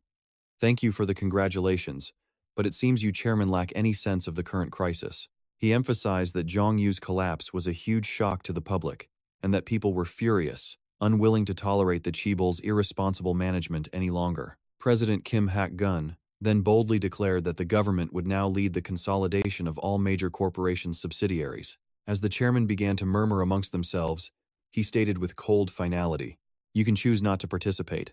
However, he added with a chilling threat, "Anyone who refuses will receive zero support from the government during my term." His eyes burned with fury as he stared down every single person in that room. "This is all because of your reckless, octopus-like business expansions, all of you sitting right here." He slammed their risky, overlapping investments, made despite constant warnings from the previous administration. "Have any of you changed at all?" the president roared. He made it clear that the entire country was suffering this foreign exchange crisis because of the Chaebol's mistakes. The government would discuss the matter and release its final decision in 1 week. He then issued an ultimatum, warning them not to even think about interfering. With a stone-cold expression, President Kim Hak-gun gave his final warning to the trembling men. "If any company dares to bribe an official or influence their decisions, I will see to it that you go bankrupt. Is that understood?" Facing the government's great bargain, the Chaebols were powerless. Without public funds, they would be forced to sell off their core companies. This left the corporations with no choice but to obey. The Jong-yu Group was ordered to begin restructuring all of its subsidiaries immediately. In a closed-door meeting, James Han stated his plan bluntly. "I want to offload the electronics and auto divisions. They're our biggest debt sinks. 30% of the debt and accounting fraud is concentrated in those two divisions." He figured Samsung was likely targeting one of them. Mu Hyuk calmly laid out his counter-strategy. "We can sacrifice the auto division to Samsung, but in return, we absolutely must get Lucky Semiconductor." James Han was doubtful, as Ra-hyun was also planning to acquire Lucky Semiconductor. But Mu Hyuk insisted their rival was already struggling after acquiring Asin Motors. While James Han still saw semiconductors as nothing more than computer parts, Mu Hyuk could see the future, and he declared with absolute certainty, "In the future, semiconductors will dominate everything. We have to claim it." The restructuring went exactly as he predicted, with the semiconductor unit merging into Jong-yu Electronics. Meanwhile, the home appliance division was absorbed by 6-Star Electronics. Other scattered business sectors were transferred over to 6 newly established companies. Through this massive government-led bargain, the subsidiaries of Jong-yu Group naturally shed a huge amount of their bad debt. A significant portion of that debt was cleverly offloaded onto Samsung, the company set to acquire Jong-yu Motors. The takeover was now nearing a smooth conclusion. On the news, President Kim Hak-gun announced that the restructuring would end the era of lax management and boost corporate credibility on the global stage. Watching the broadcast, a powerful man with silver-streaked hair mused, "Chaebol reform? He's starting his term off with quite a bang, isn't he?" Just then, his female secretary entered to report that a guest from Japan had arrived. The man was visibly surprised to see the young visitor in person. "I received Miss B's message, but I never expected the young master himself to come." The mysterious young master, with his dark blue hair, stated coldly, "I hope you understand that we are completely serious about this, as we can no longer conduct business in our own country." Watanabe Soru gave a calculated smirk and issued his command. "It's time for you to mobilize all of Chung Pung-ho's talented personnel for our cause. You understand me, right?" Facing the powerful young man, Renoy replied submissively, "Yes, Mr. Watanabe." He continued, laying out his plan to conquer the financial market. "I heard South Korea abolished its interest rate limit not too long ago, correct? This is our chance. We must seize total control of Korea's loan shark market." He ordered Renoy to quickly make that market. It was a brutal strategy. Just like in Japan, maintain a crippling 70% annual interest rate to wipe out all the competition. Then, just abolish the law. He was the best at that, wasn't he? Watanabe's subordinate agreed, but suddenly, his master's eyes turned to ice. He began grilling him about his recent string of failures. "So tell me, why has every single job I've entrusted to you ended in such a miserable disaster?" Watanabe was clearly furious that a critical target was still standing. "You still haven't taken care of that old man who keeps getting in our way, the 2 pillars of our Blue Wind Society. Perhaps I expected too much from you?" Sweat dripped from Renoy's face as he bowed his head. "I have no excuses." As Watanabe quietly unsheathed his gleaming sword, he let out a chilling threat. "If you continue to make mistakes like this, then my father's patience will soon run out. Is that clear?" Under the crushing pressure, a trembling Renoy swore an oath. I will carve it into my very soul." Sheathing his sword, Watanabe coldly announced he would handle the stubborn obstacles himself. He ordered Renoy to focus all his energy on negotiating with the Korean government. The goal was to clear a path for the Blue Wind Society to advance without any resistance. Watanabe stared him down. delivering his final ultimatum. Remember this. If you repeat the same mistake, the deep bond our ancestors forged between our families might just end right here. Is that clear, Renoi-san? Renoi prostrated himself on the floor, his voice ringing out. Yes, Lord Watanabe. Meanwhile in Seoul, at the imposing Myeongdong capital headquarters, Kim Ho-sich approached with a handshake for Kim Mu Hyuk. It's been a while, Chairman. You've been well? But Mu Hyuk was already running the numbers in his head. Even before the foreign exchange crisis hit, he had already begun pulling his capital from the Myeongdong black market to completely overhaul his operations. He established Myeongdong Capital under his own name as the parent company, then built 3 other corporations to slowly stabilize his position. His new strategy only lent to clients who had solid collateral. Sitting in the lavish office, Kim Ho-sich remarked, Director Kim, you're looking much better these days. The man offered a slight smile. It's just that I haven't had much to do lately. A carefree life, that's all. But Ho-sich knew the truth of the market. Other loan sharks were absolutely thriving. From small businesses to family shops, everyone was begging for emergency funds, no matter how ridiculously high the interest. Mu Hyuk knew this pattern well. When the economy crashes, the black market is the first to explode. Once banks tighten their cash flow, the little guys have nowhere else to turn, even though they knew it was a one-way street leading straight to hell.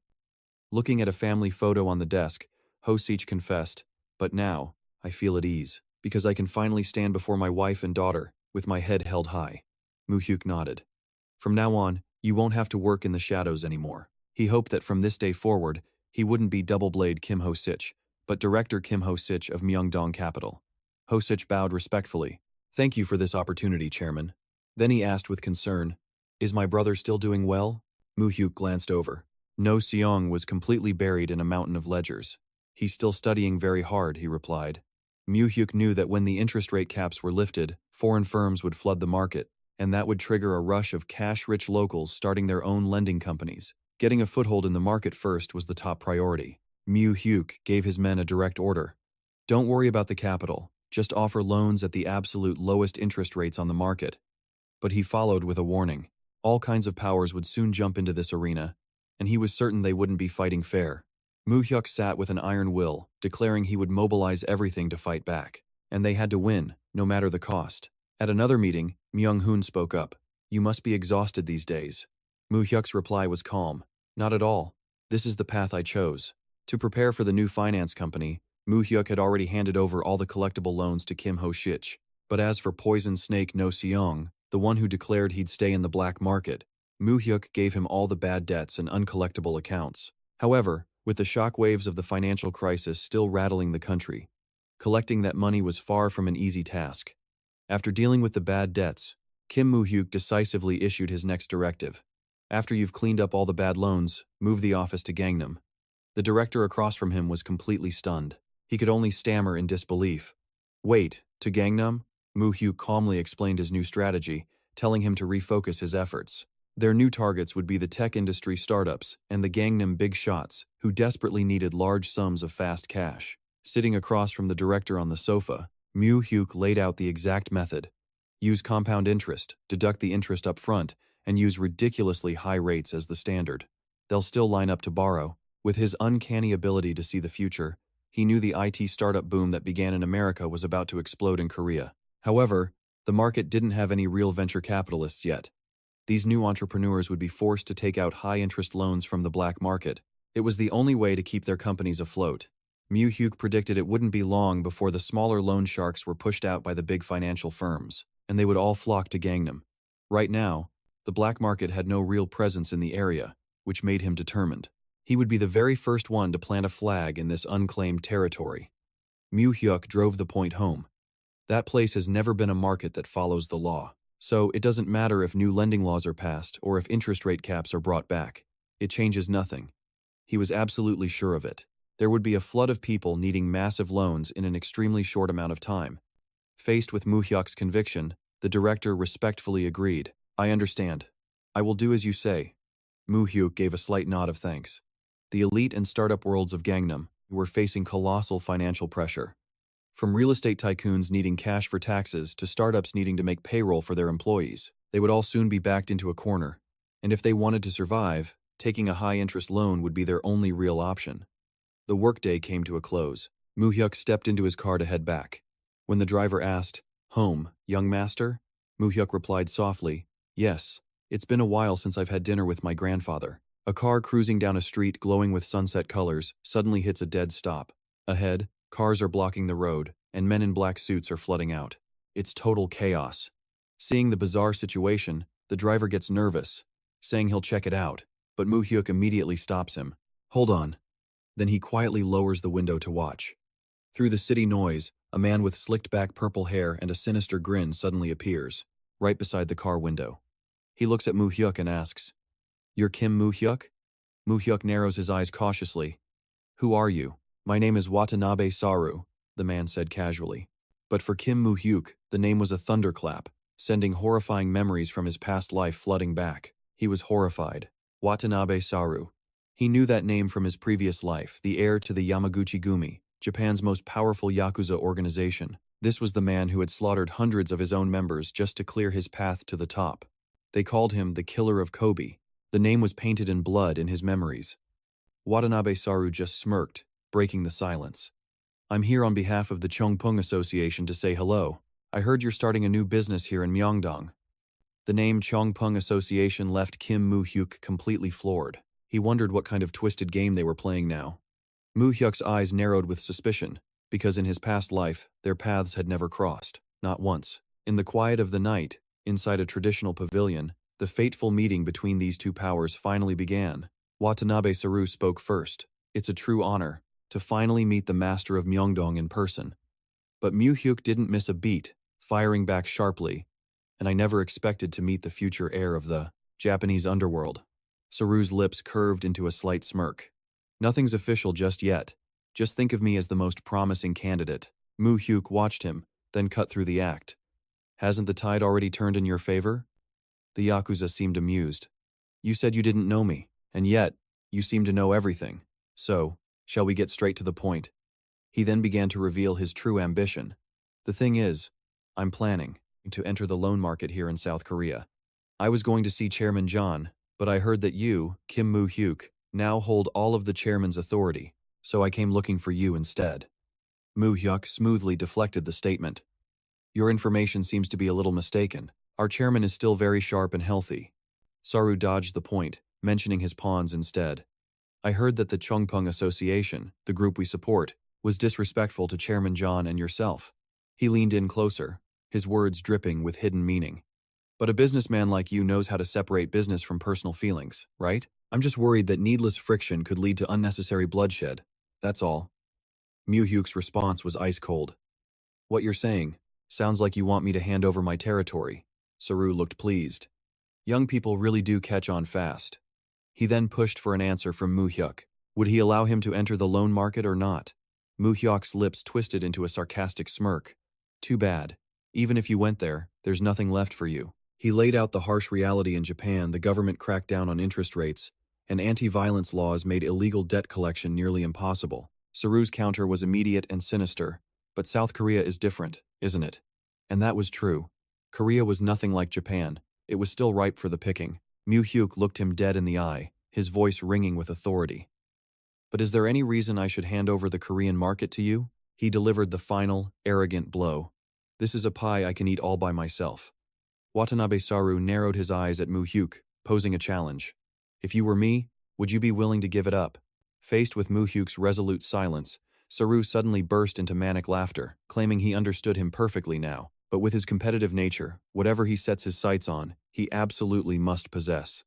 His lips curled into a smirk, challenging Mu Hyuk directly. "Go ahead. Throw everything you've got at me." Mu Hyuk silently swore to use all his power to crush the man's ambition. Saru just sighed. He declared the negotiations a complete failure. Saru said mockingly that he thought Mu Hyuk would be more reasonable than old Chairman John. But now he saw he was wrong. Mu Hyuk shot back coldly. "Did you really think this was negotiable?" Despite the intense confrontation, Saru maintained his mask of fake politeness.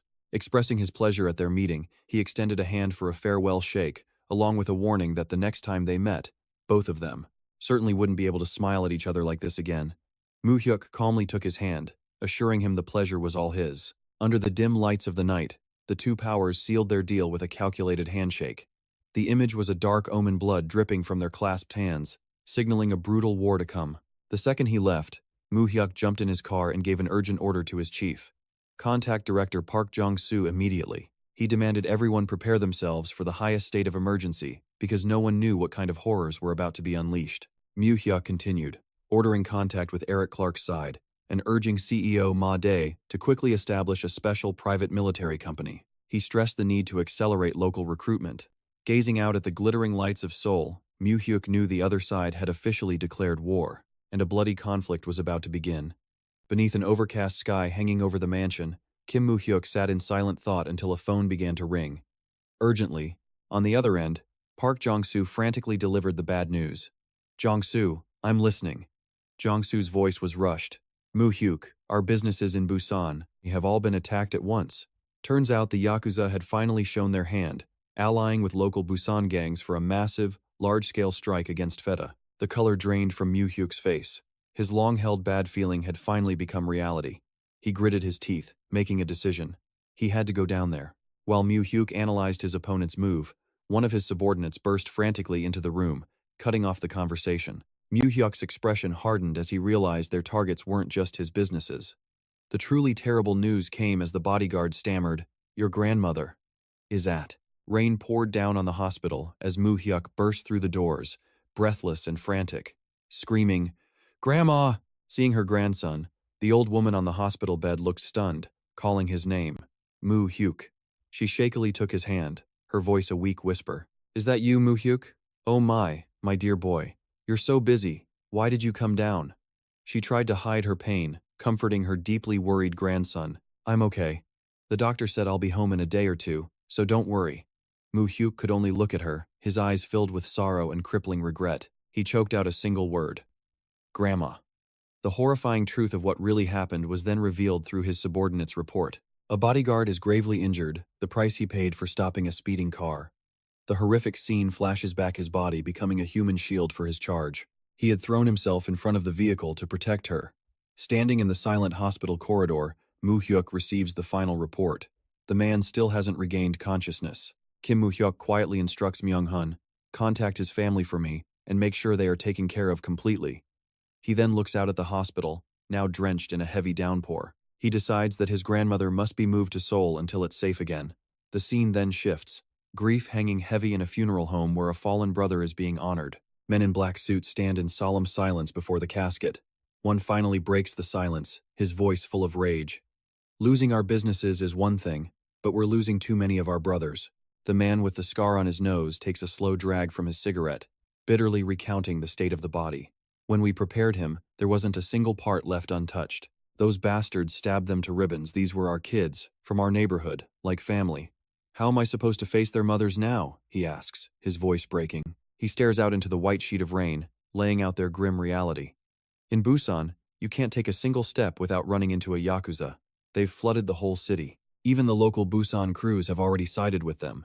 Facing this grim report, Mu Hyuk asks coldly, "So what's your plan now?" The man's eyes burn with pure hatred.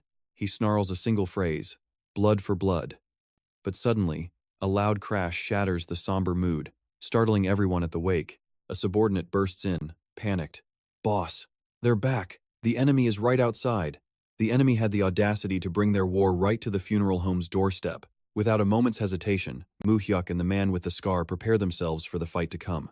A bloody, chaotic brawl erupts in the hallway as the two sides clash with savage force. In the eye of the storm, the scarred man unleashes a powerful flurry of kicks. He moves with blinding speed, narrowly dodging a lethal knife thrust from an enemy. The clash between the local gang and the Yakuza is absolutely brutal, full of bone-jarring impacts. Opponents are left unable to fight back. One is even sent flying through a window in a shower of shattered glass. News of the gang war spreads like wildfire. The story explodes across the headlines, forcing the police to arrive and lock down the entire scene. Amid the wreckage, his face covered in cuts, Kim Mu Hyuk makes a call. He speaks quietly into the phone. "Yes, Chief Prosecutor. I need you to have a word with the Busan Prosecutor's office. I'll come see you the moment I'm back in Seoul." Mu Hyuk turns to Park Jong-soo, informing him that he's dealt with the Yakuza remnants and the traitors who had been hiding within their own organization. But he adds a stern warning. If this chaos continues, the prosecutor's office and the police won't be able to just look the other way forever. So for now, hold off on any direct attacks. he advises. Focus everything you have on defense. With the economy already in a slump, this kind of gang war is making everyone nervous. Both the prosecutors and the police are under immense pressure. Park Jong-soo nods in agreement. I get it. I've already called for reinforcements from our brothers in Daegu and Masan to shore up our businesses. We will focus on defense, he agrees. But his eyes turn cold as steel as he brings up the blood debt. But remember this.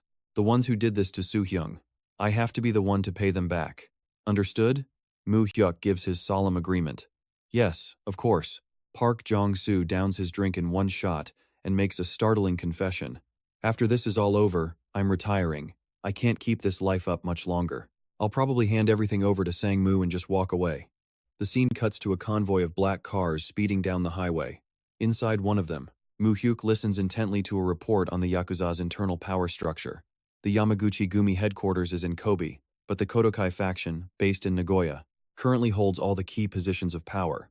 Mu Hyuk instantly analyzes the situation. So Fenegoza has seized control?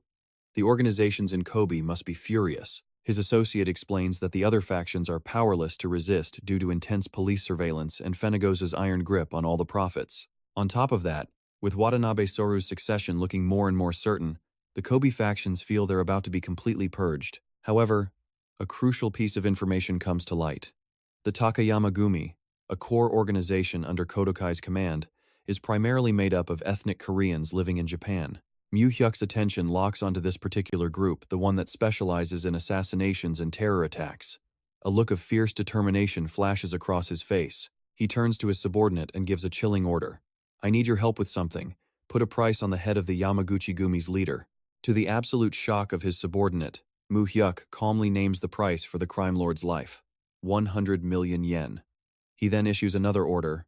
Get word to the Kobe organizations. He will ensure the Japanese government cannot interfere in their internal power struggle. With his face bandaged, he declares, don't worry about money or police protection. Just tear Fenegoza to the ground. A few days later, in a bustling skyscraper, James Hahn makes his grand entrance, looking sharp in a blue suit. He greets the room with a confident smile. Gentlemen, I believe this is our first time meeting. My name is James Hahn, and I'm from Dream High. The investors from Wall Street are immediately impressed. It's an honor to meet you, Mr. Hahn. We finally get to meet the man they call the Asian Tiger, the one who's been shaking up all of Wall Street. James Hahn doesn't waste any time with pleasantries. He cuts straight to the chase. I know I can't keep you Wall Street fund managers tied up for long, so I'll get right to the point. This time, he announces, Dream High intends to launch a full-scale financial assault on Japan. He begins by analyzing their past performances. He points out that the investors have seen massive returns from other Asian markets recently: Thailand, Indonesia, Hong Kong, and South Korea. However, James Hahn asserts that the scale of those economies is nothing compared to Japan. He lays out a tempting offer. In this attack, we will lead the charge. We will create the opening, a scenario where all of you can recover the losses you suffered during the last downturn. Immediately, a representative named George slams his hand on the table, furious. Are you kidding me? After you backstabbed us last time, you have the nerve to propose a partnership? He argues that targeting Japan is far too risky, as it's still the world's second-largest economy, even in a recession. George's skepticism runs deeper. And you really think Washington will just tolerate an attack on Japan? James Hahn's reply is calm and unshakable. As for the Clinton administration, I will handle them personally. Don't you worry about that. George scoffed, pointing a challenging finger at James. Seriously? You and your people think you can actually sway Washington? Unfazed, James Hahn delivered a cold ultimatum. If you don't trust us, you don't have to join. Dream 2 is more than capable of handling this attack alone. But then all the profits would belong to us, wouldn't they? Seeing a golden opportunity, another representative intervened. Hey Josh, put your emotions aside. If Washington has already given the green light, there is no fatter target than Japan right now. The other man quickly agreed. That's right. Let's seize this chance. Let's show Japan our true power. George Soros stated coldly that this was all for profit, and money itself has no feelings. He declared he only accepts investments and risk. He would not shoulder any moral responsibility. Seeing through his opponent's act, James shot back. Isn't that what you always say to the press, George? Yet here you are hesitating. Is it because of what we did last time? George Soros, I want you leading the charge. We will provide the capital from behind and observe your progress. We've even scheduled the meeting with Treasury Secretary Rubin for next week. Standing by the window, The young man was lost in thought. He wondered if the Clinton administration would truly allow an attack on Japan. But Mu Hyuk quickly pushed that worry aside, because he'd honored their request before. By ignoring their attack on South Korea, he'd earned a favor. This time, they were obligated to listen to him. All preparations for the assault were complete. Once the exchange rate collapsed, the Japanese government would be too distracted to notice a war between Yakuza factions. He gripped the communication device tightly, ready to give the signal to destroy the Yamaguchi-gumi and their backers, the Chungpung-ho syndicate, all at the same time. Suddenly, a man rushed into the room, breathlessly asking if Mu Hyuk had seen the morning paper. He had no idea what was happening until he took the newspaper himself. The massive headline hit him like a punch. The Shadow King of Myeongdong in Korea's underworld, who is the loan shark known as Kim. The paper confirmed it. The opening salvo of a counterattack against him had just been fired. Mu Hyuk stared at the article, his face hardening with intense pressure. That morning's paper ran a shocking headline about the true identity of Myeongdong's dark figurehead, posing a massive question. Did the loan shark named Kim really interfere in the bloody gang wars in Busan to fight over the markets? Chief Ma grimly pointed out that while they didn't use his name, the article was so detailed that anyone in the know would get it. They all knew the target was Kim Mu Hyuk. He calmly set the paper down, stating they wouldn't respond since his name wasn't explicitly mentioned. He wanted to avoid looking guilty in the public eye. Mu Hyuk immediately changed the subject, telling Chief Ma to investigate the granddaughter of the newspaper's chairman. When asked for the reason, he coldly revealed information related to illegal substances, stunning the department chief. In the back of his mind, Mu Hyuk recalled hearing a rumor in his past life about a woman named Komizu. She had been arrested during a major police raid, but afterward, she had mysteriously walked right out of the police station. Just then, a group of men in suits entered the restaurant, confirming Kim Mu Hyuk's identity.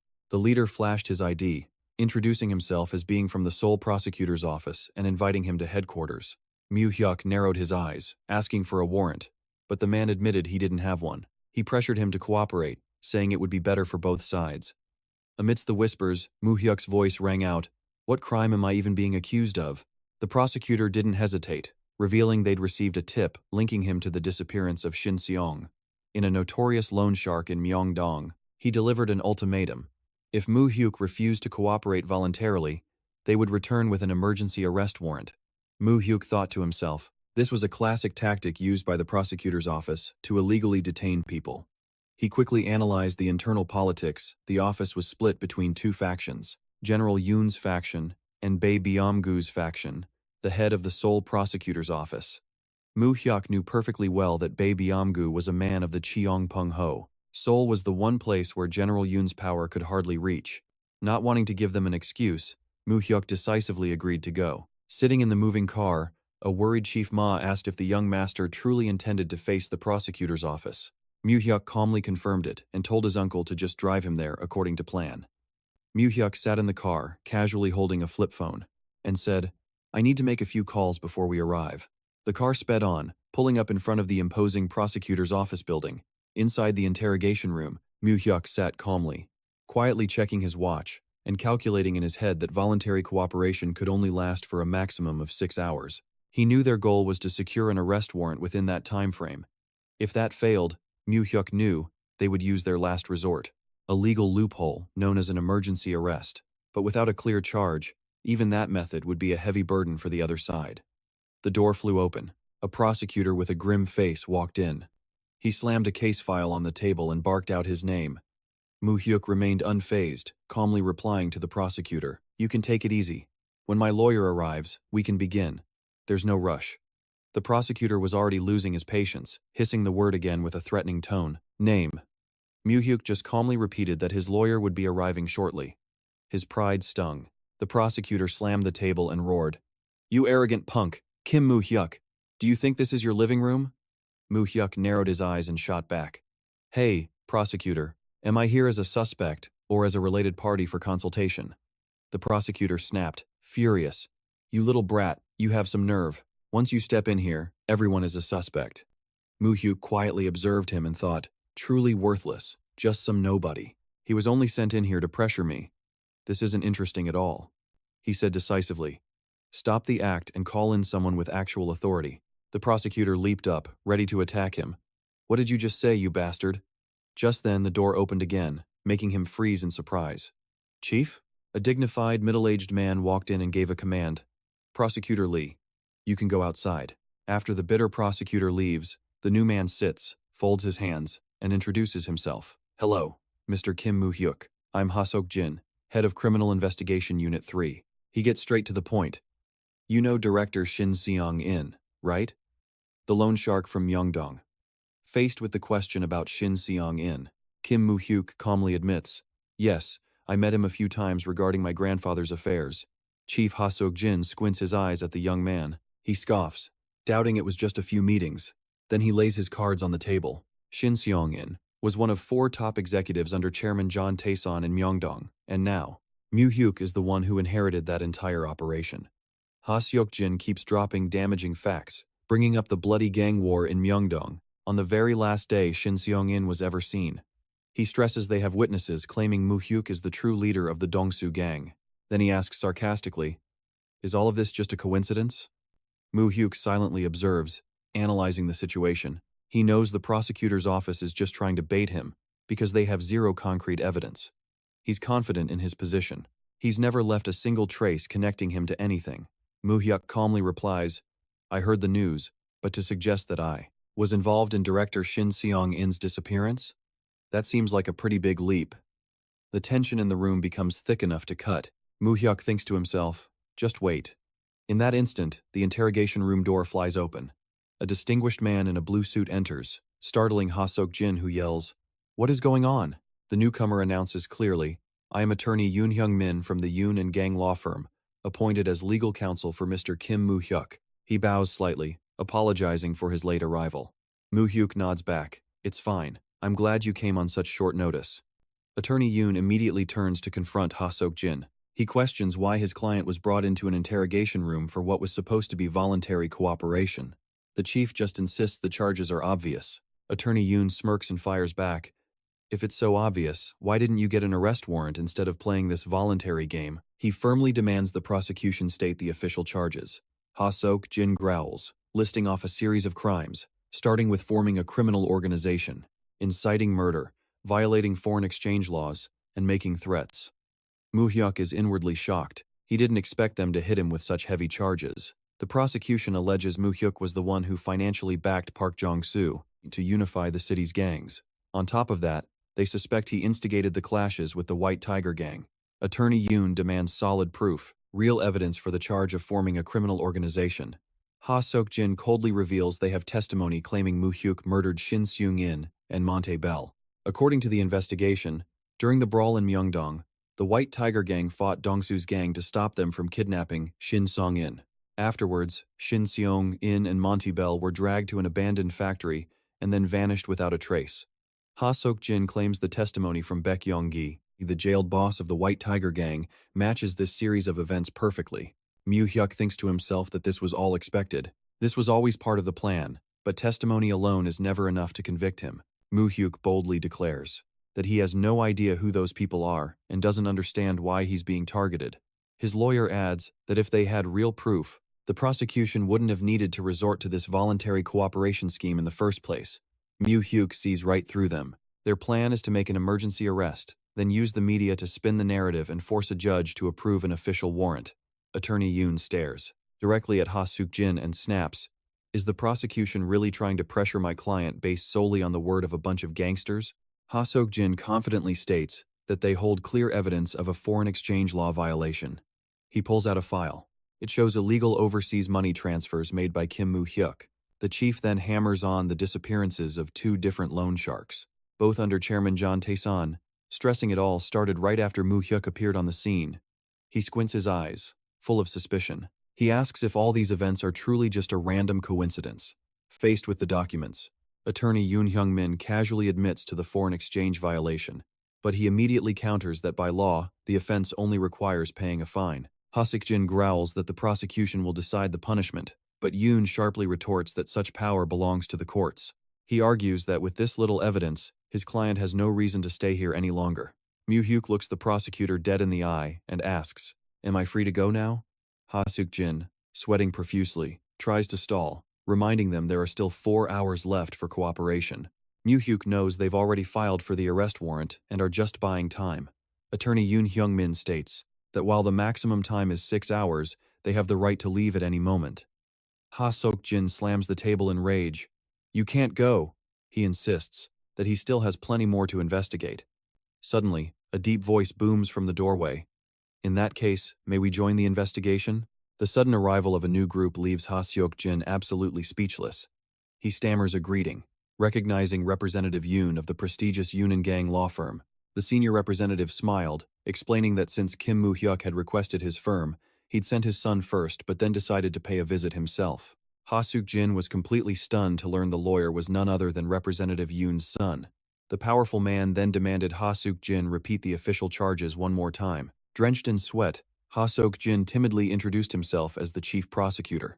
Just then, a stern, middle-aged man wearing glasses made his presence known. He strode into the room and commanded, "That's enough, Representative Yoon." Mu Hyuk, watching silently, recognized the newcomer instantly. That man is the Seoul District Prosecutor, Bae Byum-gu. He narrows his eyes, immediately recognizing him as a member of the Blue Wind Society. As Bae Byum-gu calmly enters the room, Representative Yoon immediately greets him, "Prosecutor Bae Byum-gu. It has been a while." He smiles warmly, congratulating his old acquaintance. He'd just been promoted to lead the Seoul prosecutor's office. He never thought they would meet again under these bizarre circumstances, seeing the notoriously unshakable Representative Yoon here in person. Bae Byum-gu lets out a small smirk, thinking the prosecution must have arrested the right man after all. Representative Yoon quietly places a hand on his son's shoulder, explaining that his son insisted on taking his best friend's case, so he couldn't just stand by and watch. Understanding the situation, Bae Byum-gu decides to concede. "Then let your son handle things here. Please, join me in my office for a chat." The two of them then leave the interrogation room. They leave behind a tense legal battle brewing behind the closed door. Inside, the young lawyer makes his bold challenge. "If you have anything else to investigate, say it now. If not, I'm taking my client with me." Department head Ha Seok-jin bites back his anger, coldly telling him to wait a moment. He discreetly checks his watch with a calculating look. "Are you waiting for the court? You can wait all you want. A warrant isn't coming." At the prosecutor's stunned expression, Kim Mu Hyuk smirks. With complete confidence, he exposes their entire plan. They were just stalling for time, waiting for an arrest warrant. He then advises them to just give up. Turns out, just before this, Mu Hyuk had quietly made a call to his friend, Hyun Yu. After asking about his grandfather's health, Mu Hyuk got straight to the point, asking Hyun Yu to contact his grandfather, the Chief Justice himself, to intervene in the court matter. Just as Ha Seok-jin was looking smug, a subordinate bursts into the room shouting, "Chief!" The man trembles as he delivers shocking news that leaves Ha Seok-jin completely floored. As soon as the arrest warrant application was filed, the court immediately called back to inform them it was rejected. Mu Hyuk calmly rises, adjusts his clothes, and makes a declaration. "So, I believe we're free to go now? Mu Hyuk, let's go." Pure rage erupts. Ha Seok-jin slams his hands on the table, roaring, "Wait! Who gave you permission to stand up?" He glares at Mu Hyuk with absolute hatred, declaring his emergency arrest at exactly 3:30 p.m. Ha Seok-jin then lists off the heavy accusations of incitement, murder, and violations of the Foreign Exchange Act. Citing criminal procedure, the lawyer immediately counters, stating the murder charge has absolutely no evidence, and the foreign exchange violation doesn't legally qualify for an emergency arrest. But despite these solid legal points, Ha Seok-jin just flashes a sinister smile. He declares that the final judgment belongs to the prosecutor's office. He steps closer, his voice dropping as he orders Mu Hyuk to sit down, before he's forced to resort to handcuffs. With eyes burning with resentment, Ha Seok-jin points directly at Mu Hyuk, declaring, "From now on, you are no longer a cooperating consultant. You're a suspect, understand?" Faced with this blatant betrayal, the representative with Mu Hyuk explodes in anger, shouting, "We were perfectly clear. We agreed to cooperate voluntarily, and you pull an emergency arrest on us? This is absolutely unacceptable."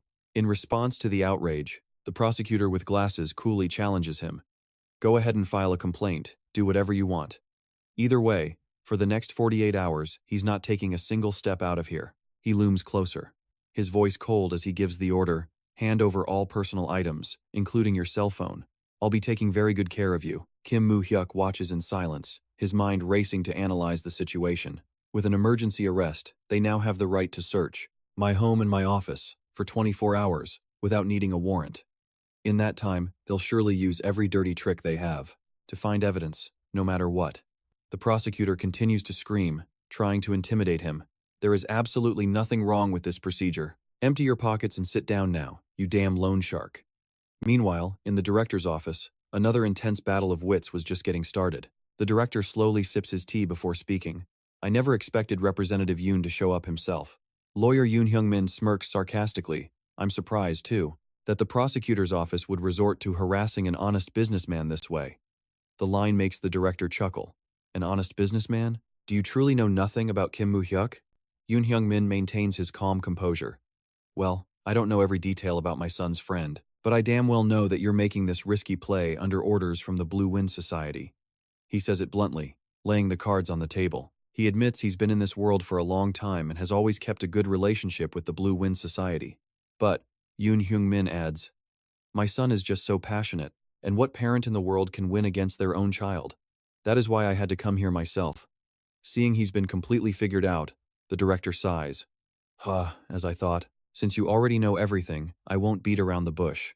What the Blue Wind Society wants is to keep Kim Mu Hyuk locked up for 3 months. He tries to spin this as a good opportunity for Mu Hyuk to clean up his past, promising the detention would last exactly 3 months. But Yoon Hyung-min firmly rejects the deal. Sentencing is our specialty, but this case is not something that can be negotiated. At this, the director starts to lose his patience. He snaps, Representative Yoon, why are you making everything so complicated? Don't you know who is backing the Blue Wind Society? Or what? Yoon Hyung-min flashes a confident smile and confirms, I know. Of course I know. Why wouldn't I? My career has gotten this far thanks in no small part to the Blue Wind Society. But years of instinct were telling Bae Byum-gu that Kim Mu Hyuk would be a VIP client, one who could make him a fortune. Lost in his calculations, he snapped out of it by a voice calling, Director Bae. Immediately, Chief Prosecutor Eun Chang-ho strides into the office with his men. Bae Byum-gu is shocked. Chief Prosecutor, what on earth brings you all the way here? Eun Chang-ho coldly remarks, Byum-gu, you're old enough to be thinking about the future of your career. He then warns in a low voice, if you're going to take a shot at me, do it to my face. Don't try shooting me in the back. Eun Chang-ho says he knows the Blue Wind Society is backing Byum-gu, but still gives a firm order, release Kim Mu Hyuk. Now, but Bae Byum-gu staunchly refuses. I can't do that. He insists Kim Mu Hyuk is a dangerous criminal, with charges of forming a criminal organization and incitement to murder.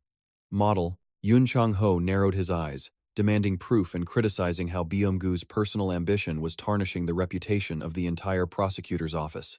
In the middle of the argument, a subordinate approached and handed a phone to Byum-gu. Take the call. Bae Byum-gu pressed the device to his ear. Yes, speaking, but the voice on the other end made him freeze solid. Mr. Bae Byum-gu? Long time no see. This is John Tae-san. Byum-gu stammered in pure terror.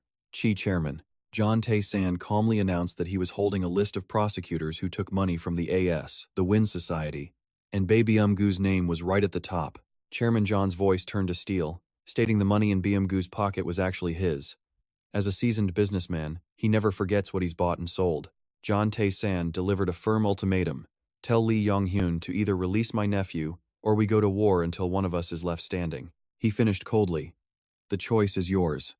Bae Byum-gu, drenched in sweat, turned pale as a sheet before the old man's absolute authority. Back in the interrogation room, the prosecutor on the phone paled, stuttering, Yes, Chief Prosecutor. After receiving his orders, he hung up, seething with rage. Though absolutely furious, he had to order Kim Mu Hyuk and his lawyer, You two can go. The lawyer adjusted his suit, not forgetting to leave a razor-sharp warning. If something like this happens again, please contact the Yoon and Jang law office first. The prosecutor roared at their backs. I know. Just get the hell out of here. Kim Mu Hyuk walked silently out of the room with the undeniable air of a winner. A convoy of black cars sped through the city. Inside, a subordinate asked with concern, Young Master Han, are you all right?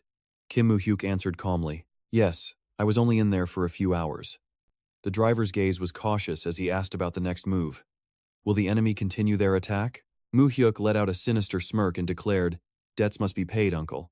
First, we have to make those barking dogs shut their mouths for good. He immediately asked about the granddaughter of Go Seong from the newspaper. His subordinate handed him an envelope and reported, We've collected enough evidence. It's related to illegal substances, but his voice dropped. However, during the investigation, I discovered something far more terrifying. Mu Hyuk opened the envelope, his eyes locking onto a photo with a look of utter shock. Soon after, he headed to the Goseong newspaper to meet with President Go Hoseong. The president squinted with curiosity. All right. What was so important that you had to speak with me in private? Mu Hyuk silently slid the envelope across the table. I just found a hot scoop. I thought it might be useful for the Goseong Daily, so I brought it here. The moment he heard the words hot scoop, Go Hoseong eagerly opened the envelope, but his eyes landed on a photo of himself in a compromising position with a young woman on a bed. He was so stunned he dropped his cigarette. Go Hoseong erupted, screaming, "Do you have any idea what you're doing?"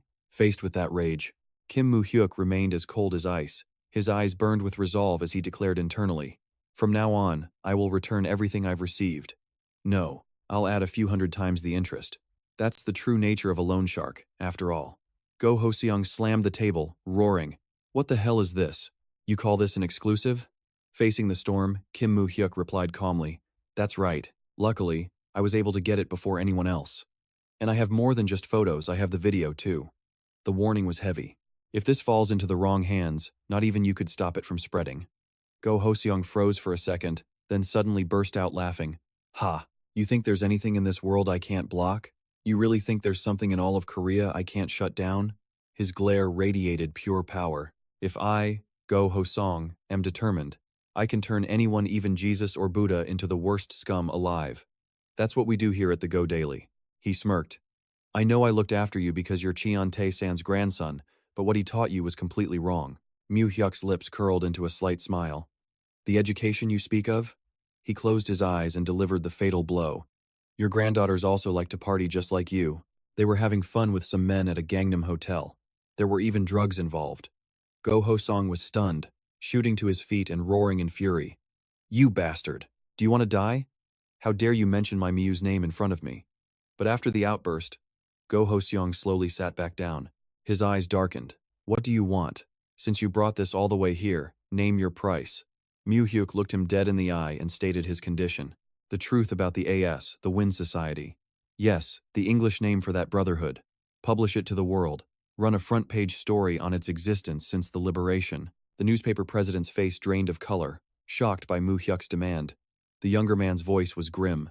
"From this moment on, I will destroy AS, the Wind Society, forever." His eyes burned with absolute determination. Go Hoseong stood up, his voice a heavy warning. "Perhaps because you're young, you truly don't know how terrifying this world is. AS, the Wind Society is not some trivial name, you understand?" He exposed the organization's terrifying reach. "Right here, inside our own newsroom. It's already crawling with informants from AS, the Wind Society. You think it's just us? Most media agencies in Korea are already tied up by them." Kim Mu Hyuk stared straight at Go Hoseong and asked with pure sarcasm, "But didn't you just say that with a single order? You could influence any article you want?" In the suffocating silence that followed, Mu Hyuk delivered his ultimatum. "Please, make your choice. Will you join me to destroy the AS, the Wind Society, or let Go Daily fall to them? The choice is yours." Backed into a corner, Go Hoseong gritted his teeth and roared, "You came here to threaten me with a few photos? Don't you think you're the one who's about to fall?" His rage erupting, Go Hoseong shot to his feet, bellowing with menace. "I can plaster your identity all over tomorrow's front page. So take your garbage evidence, go home, and get out of my face." Mu Hyuk's expression remained terrifyingly calm. With a slight smirk, he asked, "You'll reveal my identity? I'd like to see that." Then, Mu Hyuk delivered the killing blow. He went straight for the newspaper's finances. "Starting tomorrow, all corporate advertising in Go Daily will be cut. First, I'll cut the ads from Jungo Group." He coolly confirmed that cutting off other revenue streams where he held major shares would be incredibly easy. Then came the challenge. "If you're so curious, go ahead and try it." Mu Hyuk watched him, realizing the old man's true nature. He feared losing ad money, more than he feared for himself or his own granddaughters. He continued to push Go Hoseong, stating that if not Go Daily, he'd take this massive profit stream elsewhere. He'd just go to rival papers like the Daily Central or Dong Hosong Daily. Mu Hyuk narrowed his eyes, pressing the point home. "Do you really think any media outlet in Korea, all of which survive on ads, would refuse?" His will completely broken, Go Hoseong quietly asked how Mu Hyuk could be so confident against AS, the Wind Society, and their Yakuza backing. Mu Hyuk just waved it off. "You don't need to worry about that. We don't have the luxury of worrying about them outside of Korea right now." Mu Hyuk then gave a direct order. "Announce the existence of AS, the Wind Society, to the world on next Monday's front page. He demanded a headline and content so controversial it would send the South Korean public into an absolute rage. Mu Hyuk confirmed, "I'll handle the photos and videos after I see Go Daily's results. There's no longer any need for me to dirty the chairman's eyes." Seeing Go Hozong trembling in a cold sweat, Mu Hyuk quietly left the office. Sitting in his car, he got a call from his subordinate. "Hyung, did the negotiations go well?" Mu Hyuk put the phone to his ear, ready for the next phase of his plan of annihilation. "Oh, Mu Hyuk, I just finished with Treasury Secretary Robert Rubin." At first, he flat out refused, but when he heard that Wall Street banks would be the biggest beneficiaries this time, his entire attitude changed. Instead, he warned Mu Hyuk's side to proceed with extreme caution. In the car, Mu Hyuk silently calculated, "Japan is a key political and economic partner for the US. I don't want it to completely collapse." He gave a firm order over the phone: accelerate the plan with Wall Street's cooperation. Do it by the end of this week. When the other person asked why, surprised, Mu Hyuk's voice hardened. They were the ones who struck first. The only right move now is to counterattack, hitting them where it hurts the most. In New York, the plan was kicked into high gear. In his office, George noted that even with contact from Washington, Japan's dollar reserves were on a completely different level than Southeast Asia or South Korea. He stated confidently that it wasn't a country that could be easily shaken. In response, Mu Hyuk's representative shot back with a sarcastic jab. "But it's not bigger than the Great Britain you destroyed, is it, George?"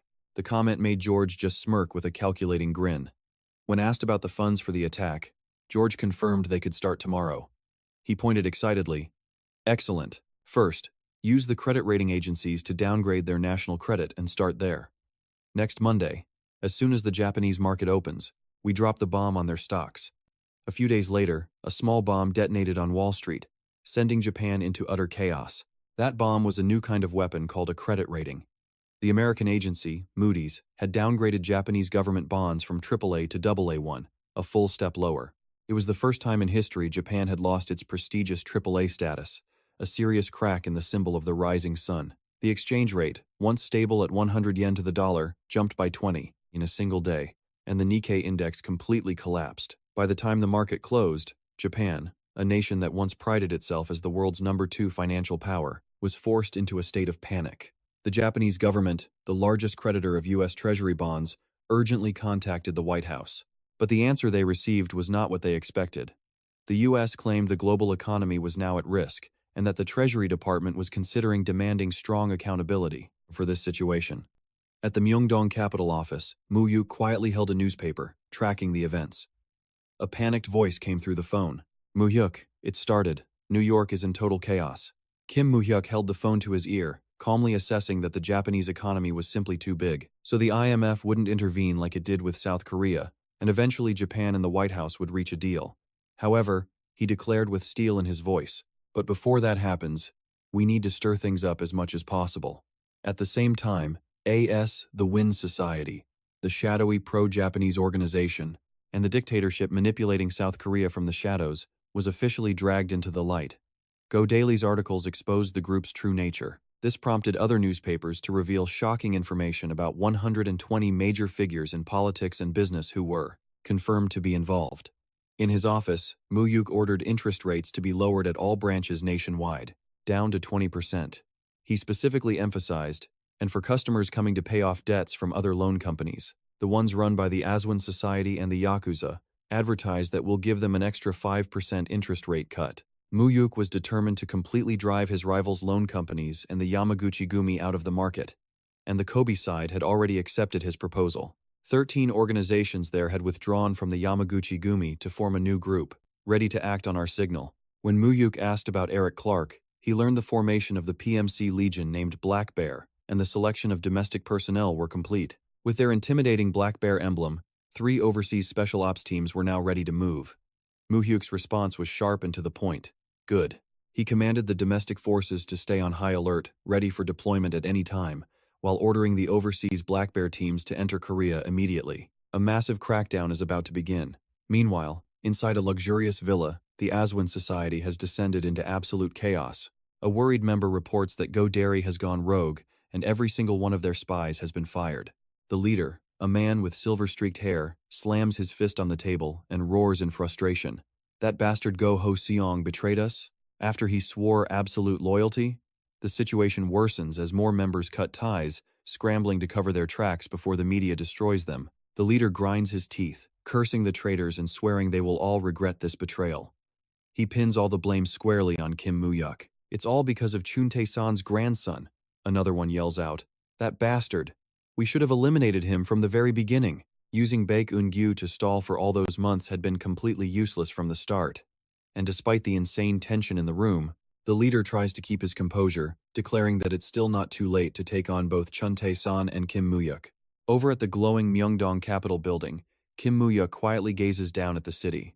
From behind, a subordinate reports, "Sir, I've gathered everyone." Mu Hyuk turns slightly, his sharp eyes giving a silent command. "Good, let's go." He walks into the meeting room, smoothly taking a seat on the couch. He thanks his associate. "Thank you for getting everyone here on such short notice." He then scans the room, filled with the most powerful people he knows. He announces, "You are all the most elite forces at my disposal. So I think it's about time you all formally met each other." The introductions kick off with Park Jong-soo of the Saesong gang, with his key associate Lee Sang-yoon right beside him. Next up is Eric Clark from the Black Bear organization, introducing Violet Green, the captain of their #1 team in Korea. Kim Ho-sik from Myeongdong Capital makes his presence known, followed finally by Park Hyun-sung. With the intros done, Mu Hyuk's demeanor turns ice cold. A dangerous blue light flashes in his eyes. He declares the real reason for the gathering. "I'll tell you why I called you here. Tonight, I plan to end them." The Cheongpung Association. That shocking declaration of war sends a wave of disbelief through the entire room. Mu Hyuk then begins assigning roles. "First, I want the Saesong gang to eliminate Watanabe Saru." He then reassures Park Jong-soo, "And don't worry about his location. I know exactly where the Yakuza are hiding." With that, Mu Hyuk orders them to mobilize every single person they have. "Surround the target completely. I don't want a single ant to escape. This is also personal a chance to finally avenge Mr. Yang-soo." He gives a decisive command. "Bring him directly to me. I'm giving Chairman Park full authority to make any calls on site." Park Jong-soo simply bows his head. "I understand." Mu Hyuk then turns his attention to the members from Myeongdong Capital. Continue putting the squeeze on the Yakuza's financial companies. He's confident that once Watanabe is gone, the rest of them won't last long. The Black Bear Force, along with Chief Ma, will launch a direct assault on the residence of Lee Young-hyun, the Cheongpung Association's leader. Kim Mu Hyuk grimly asserts that if this organization isn't completely destroyed, there'll be a thorn in his side for years to come. Mu Hyuk's eyes are burning with pure determination. He declares, "This isn't just about revenge, this is about securing their future." Against the backdrop of Seoul's city lights, Mu Hyuk gives the order. "The time is now. We have to eliminate them." He sets the operation for next Monday, and demands the entire plan remain a complete secret until the very last moment. At his mansion, Chairman Chun Tae-san looks at his grandson thoughtfully. "Are you really confident you can pull this off?" Mu Hyuk confirms he has prepared meticulously for this. Then, he looks his grandfather straight in the eye and asks a question back. "Weren't you the one who also wanted to completely eliminate the Cheongpung Association?" Chun Tae-san sighs, admitting he always believed. One should only start a war with a 70% chance of victory. Mu Hyuk asks for the odds now, but then calmly admits that he doesn't know the exact number. However, Mu Hyuk asserts with total confidence that his forces will not be outmatched by anyone. Seeing his grandson's resolve, Chun Tae-san yells Myung-hoon. The second he responds, the old man gives a decisive order. "See how many more men you can mobilize." Tae-san orders Myung-hoon to rally everyone possible and give Mu Hyuk full command. Mu Hyuk is completely stunned. He immediately tries to stop him, knowing Chief Ha's men are the elite guards protecting his grandfather. "No matter what happens, the guards have to stay here for your safety," he insists. But Chun Tae-san just calmly waves off his concern. "Don't worry about me." At worst, this old man just dies. His eyes suddenly turn lethal when he mentions his arch-nemesis. He declares his one wish in life is to see that bastard Lee Young-hyun pay for his crimes with his own two eyes. The country's top chairmen live in mansions patrolled constantly by police. Mu Hyuk knows that with the slightest incident, the authorities will swarm the area instantly. Myung-hoon looks at Kim Mu Hyuk with absolute trust. "Young master, I will protect the chairman. You can act without worry." Mu Hyuk nods, placing his full trust in him. "Thank you, Chief Ha. I'm counting on you. Please protect my grandfather." Later that night, among the glowing skyscrapers, Mu Hyuk meets with a close associate. Seeing how tired he looks, she remarks, "It hasn't been long, but you look completely drained." Mu Hyuk ignores her comment. Cutting straight to the chase. What's the situation with GCE Bank? She sighs, reporting. It's worse than we imagined. The bank's debt is climbing every single day. In Hong Kong, she adds, it would have gone bankrupt long ago. Mu Hyuk calmly analyzes the problem. Korea has a financial system that's heavily controlled by the government, but he explains that's all about to change. They've been approved for public funding, but only if the government buys up their bad debts. She excitedly announces their negotiations are complete. They got back 51% of the shares for $500 billion. As for the bank merger Mu Hyuk asked about, it's going perfectly. His push helped a lot, and the government is thrilled to see the two banks becoming one. Mu Hyuk decides to let Aoni Bank handle the merger ratio details, Jiang, but she immediately refuses, determined to handle this massive, exciting contract all by herself. She lays out her vision Jeseong and I-Hoan, Korea's two largest banks, merging into one. It would become a colossal bank, a top-tier powerhouse in Asia. When asked for a name, Mu Hyuk thinks for a moment, then makes his declaration, Tesla Bank. In his heart, Mu Hyuk sees this as a gift for his grandfather, a man who spent his life in the shadows as a loan shark. He understands that for his grandfather, John Taesan, this name holds a powerful meaning, a symbol of rising up against their rivals, the Chungbang gang. All preparations for the final confrontation were now complete. Mu Hyuk stares down at the glittering city lights, thinking to himself, it's time to join the party. Inside a car, Gaeun, the man beside him, immediately answers with respect, I'm listening, boss. In the car, a man with dark red hair gives his subordinate a grim order. After this is over, you take over the company. The man with glasses next to him is stunned. Boss, what are you saying? He asks, completely bewildered. He argues that the company only runs because of the boss's support. But the leader is firm, no, you'll do just fine on your own. I made up my mind a long time ago. He quietly lights a cigarette, his gaze distant and calculating. After we get revenge for Soo Hyung, I'm washing my hands of this life for good. Right after, he calls Kim Mu Hyuk. Hey Mu Hyuk, my side is all set. He gets a short confirmation from the other end. He steps out of the car with grim determination. Standing before hundreds of his gathered men, he makes an announcement. The leader scans the crowd and growls. After tonight's work is done, there won't be any more fighting like this. Treat this as the last battle, don't hold anything back and give them absolute hell. He raises his weapon high, roaring to fire up his men. Don't lose face. There's no way we're letting those Yakuza bastards take our territory. Understood? With a deafening roar, the all-out assault begins. Under the city's quiet night sky, a massive truck barrels forward recklessly. It smashes directly into the target building's entrance in a powerful collision, clearing the way.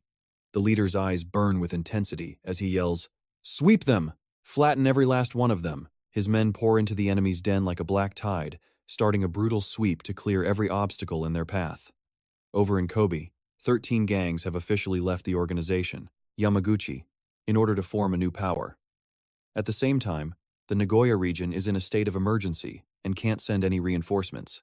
Inside an office, an enraged middle-aged man slams his sword straight down into the desk and snarls. The rats have been running wild while I was away. When I return, I'll slaughter every single one of them. But suddenly, a loud noise shakes the entire room. A subordinate bursts in shouting, Mr. Watanabe! Watanabe whirls around and snaps. What is it? The man reports in a panic. It's a raid. We're completely outnumbered. He begs his boss to evacuate immediately. But Watanabe just screams in fury. Evacuate? Call Lee Young-hyun and tell him to send reinforcements now. He grinds his teeth in rage, his eyes burning with pure hatred. Those bastards. They dare attack me. In the hallway, the scene explodes into utter chaos, as the rival gangs clash with savage intensity. One man screams, Kill them all, get revenge for Soo Hyung, amid the sharp clang of steel. A man points the way. The path is clear, everyone this way. A subordinate turns his head, confused for just a second, before a brutal slash tears through him. It rips his chest wide open. Watanabe Soru appears, holding two gleaming daggers. He flashes a wicked grin and taunts them. Come on! The men scream as they charge forward, weapons raised, but Park Jong-soo moves fast, landing a heavy punch that sends his opponent flying backward. In the middle of the chaos, he stands tall over the bodies at his feet. At the same time, his comrade with glasses is busy taking out a few thugs. When they both turn, Watanabe Soru appears at the end of the hall, a sinister grin on his face and 5 sharp knives in hand. His murderous aura alone makes the remaining men tremble with fear. Park Jong-soo gives a clear command to his crew, Everyone, fall back. He strides forward to face Watanabe Soru in the now empty corridor. Looking his enemy right in the eye, he asks coldly, "So, are you that Yakuza, Watanabe, or whatever?" Watanabe lets out a contemptuous smirk. "You came to kill me and you don't even know my face, Bakayaro." "What? We just met and you're already cursing me out?" Park Jong-soo quietly tightens his grip on his knife and tells his team, "I'll handle this Watanabe guy, you guys take care of the rest." Instantly, Watanabe Soru lunges forward in a rage. The dry, harsh clash of steel rings out as their two blades finally meet in a fight to the death. Park Jong-soo and Watanabe Soru engage in a breathtaking knife duel, the sharp clang of their blades echoing non-stop. Sparks fly every single time the two sharp blades connect in mid-air. They both back away to create some distance, glaring at each other with pure killing intent. He's the first to break the silence. "I heard you use a Japanese style. Pretty impressive." Watanabe, his arms covered in swirling tattoos, just grins wickedly in response. "I didn't expect to find someone this skilled in Korea. I'll give you props for that." But his tone instantly turns venomous as he lunges forward like a storm. But this is where it ends. Park Jong-soo's face grows grim as he dodges the Yakuza's simple yet powerful slashes. Watanabe sounds almost gleeful as he swings his knife. What a fantastic fight. Suddenly, he lands a vicious cheap shot, stabbing Jong-soo deep in the side. Watanabe leans in close to his opponent. Flashing an arrogant, triumphant smile, he sneers, "But I win." However, Jong-soo uses the moment of distraction to slam his head forward, stunning the Yakuza. Jong-soo quickly lunges for a killing blow, but his arm is blocked. Even though the wound is causing him agonizing pain, finally, Jong-soo musters every last bit of his strength to put him down for good. After the brutal fight, Jong-soo collapses to the floor, his body exhausted and his breathing ragged. Just then, a subordinate burst into the room, shouting, "Get the boss to the hospital now." Dark fluid was seeping from a wound in Jong-soo's side, but he gave his next order with terrifying calm. "Don't worry about me, get our injured brothers out first." There were still enemies to deal with. He fought through the pain, leaning back against the wall. "I'll just rest for a moment. Just give me a cigarette and go." His subordinate called out his name, his voice filled with worry. But Jong-soo's reply was like iron. "I'm fine." He forced himself to stand. His legs were shaking, yet he urged the man on. "Hurry." His subordinate finally relented. "I'll handle it and be right back." The moment he was gone, Jong-soo sagged against the cold wall. With a trembling hand, he dials his best friend. A calm voice answers immediately. "Kim Mu Hyuk here." Jong-soo gets straight to the point. "It's me. Watanabe is dead." The reply on the other end was full of respect. "Thank you for your efforts. Get out of there as soon as possible. I'll take care of the rest." Immediately, Kim Mu Hyuk's voice filled with concern. "You're not hurt, are you?" But Park Dong-soo was already leaning against a wall, his body broken and bleeding. He rasped that his opponent had been a real monster. Mu Hyuk almost praised him. "But you're Park Dong-soo of Saseong Busan. You called him, you fought him, and he's dead." Hearing his friend's weak groan, the urgency hit Mu Hyuk. "Right. Okay, you need to leave that place. Now." But Park Dong-soo seemed ready to say his goodbyes. He whispered, "Hey Kim Mu Hyuk, remember when we first met? On that hospital rooftop? You called me old man and refused to give your age. My God, such an arrogant brat." Park Dong-soo managed a weak smile, explaining that since his own grandmother raised him, he'd only asked out of a sense of kinship, but Mu Hyuk refused to hear it. As his breathing faltered, he offered one last piece of advice. "Whatever you do, just live your life exactly how you want. Got it?" On the other end, Mu Hyuk choked out his name, "Brother Dong-soo." But Park Dong-soo's hand suddenly went slack, the phone dropping from his grasp. There, amidst the horrific scene, Park Dong-soo silently collapsed. He'd taken his last breath, using every ounce of strength to end his foe and leave a final, heartfelt message for his brother in arms. Night has fallen on a luxurious mansion. Outside, multiple layers of security stand on high alert, patrolling the grounds. One security guard makes his rounds, casually reporting in on his radio. Then, out of nowhere, a hand erupts from the shadows, silencing him before he can even think to scream. The raid is ruthlessly efficient. Silent. One by one, the guards are eliminated where they stand. Inside the control room, the man in charge notices something is very wrong. Every single monitor suddenly cuts to static. In a panic, he just blurts out, "Huh?" Noticing the main gate camera is offline, he grabs his radio to give an order. "Get that checked out, now." But it's too late. A cold, black gun barrel is already pressed to the back of his head. From behind. Down the long hall, a looming figure walks steadily towards a door flanked by more guards. A single gunshot cracks the silence, and one of the guards drops instantly. His partner, seeing the horror, barely has time to yell, "Hey!"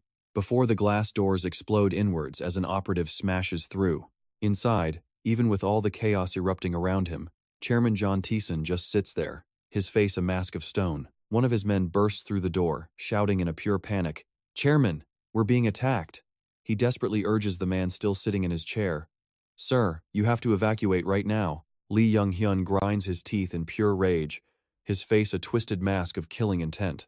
But the special forces are already swarming in, their weapons firing to neutralize him, leaving him no chance to fight back. And outside the residence, Mu Hyuk silently watches it all unfold in the dead of night. "Sir, they've confirmed control of the building."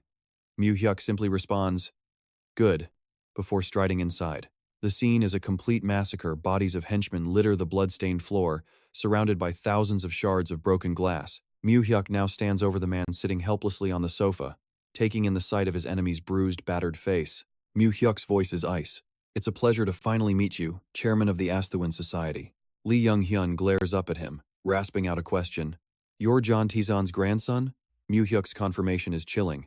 "Yes, and I'm the son of John Mayuk, the man you had murdered. My name is Mu Hyuk."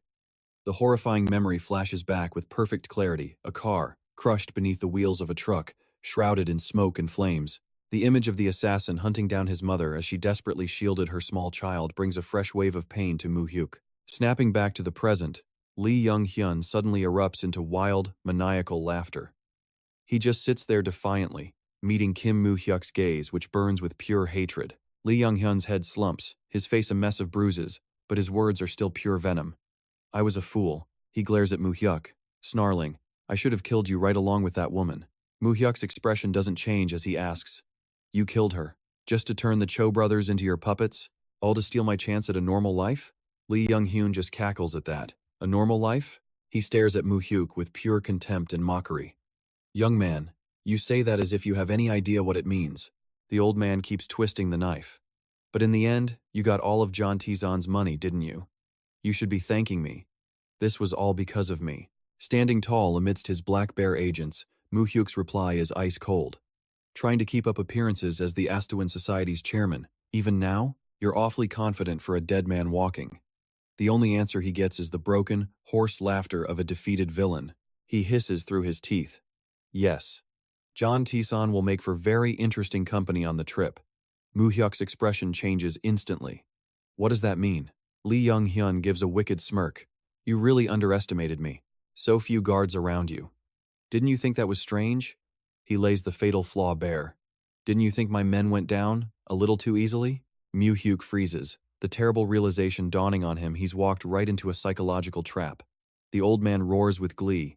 "You can't just cut your ties with John Tizon so easily. This is the real destiny we both carry, isn't it?" His barbaric laughter fills the entire room. In a panic, Mu Hyuk screams, "Manager Ma, call Pyeongchang-dong, now." Meanwhile, night has fallen over that very district, where a police car patrolling a quiet slope is forced to a sudden stop. The officer inside just stares in disbelief. What the hell? Directly ahead, a massive truck is parked sideways, completely blocking the road into the residential area. The stunned officer can only wonder, why is that truck just sitting there? Standing in a silent room, Myung-hoon asks nervously, "Do you think Mu Hyuk's plan is actually going to work?" Chairman John Tizon replies grimly, "Lee Young-hyun is not an easy man to beat." Myung-hoon reassures him, saying Mu Hyuk has been preparing for this and ordered him to stay close. The chairman lets out a heavy sigh. The old man murmurs to himself, "Huh, now I'm the one worried about Mu Hyuk." He remembered meeting Myung-hoon at the orphanage, thinking how fast time passed. He bitterly admitted he had raised the boy to be a weapon, one designed to eliminate Lee Young-hyun. The chairman even expressed his regret for stealing the boy's chance at a normal life. But Myung-hoon simply insisted he was only alive today thanks to his kindness. Taeson's voice grew heavy, telling Myung-hoon he was sorry, and asking him to look after Mu Hyuk after he was gone because the boy would be terribly lonely. Myung-hoon just bowed his head, affirming he would always be the chairman's man. But suddenly, a subordinate burst into the room shouting an alarm. Strange cars were swarming the alley near the mansion. Myung-hoon snapped into action, ordering security to lock the place down so that not even an ant could get inside. Standing by the window, John Taeson stared into the night, feeling the storm brewing. He thought to himself that tonight was going to be a loud one. Outside, all-out war erupted before the gates as the two sides slammed into each other. Inside, the layers of defense immediately began to crumble. As a subordinate fell unconscious at the foot of the stairs, a masked assassin calmly walked in through the chaos, holding a silenced pistol. His eyes burned with killing intent, locked on his target, John Tae-san. This would be the chairman's final night. Outside, the bloody battle raged in the darkness. The sickening thud of impacts echoed as the two sides clashed violently. A truck suddenly rammed forward, blocking the path to clear a way for the assassins. Masked men leaped out as gunfire tore through the air, shattering the mansion's defenses. A terrified guard screamed out, "They've got weapons!" He immediately barked orders to his squad. "Everyone to the front, now!" But inside the room, the deafening sounds of the assault continued non-stop. Just on the other side of the window, Chairman John Tae-san sat quietly in his chair, his expression completely unchanged despite the absolute chaos erupting around him. He was still shocked, thinking to himself, a full-blown shootout in the very neighborhood where the most powerful people in Korea live? The old man's eyes darkened as he grasped the sheer gravity of the situation. He never imagined his home would be turned into a war zone. Down a quiet hallway, the silence was shattered by frantic footsteps. A guard sprinted past the rooms, only to freeze in absolute horror. His comrade was down, lying motionless on the floor and bleeding heavily. The guard's eyes widened in terror at the brutal scene before him. He quickly drew his weapon, gritting his teeth to fight. But a single, unexpected shot from the darkness dropped him where he stood. Instantly, back in his office, John Tae-san froze. A large, menacing figure had appeared right behind him without making a single sound. A masked assassin was calmly wiping a dark liquid from his razor-sharp knife, his voice dripping with cold sarcasm when he spoke. "TSK, what a hassle." He strode towards a sealed white door, wondering to himself if John Tae-san was hiding inside. His black-gloved hand slowly reached out, ready to turn the knob and eliminate his final target. But then, his eyes narrowed sharply. He felt it. An unnatural killing intent was radiating from within the room. The assassin immediately dropped his hand and backed away, staring intently at the door, his face filled with doubt and caution.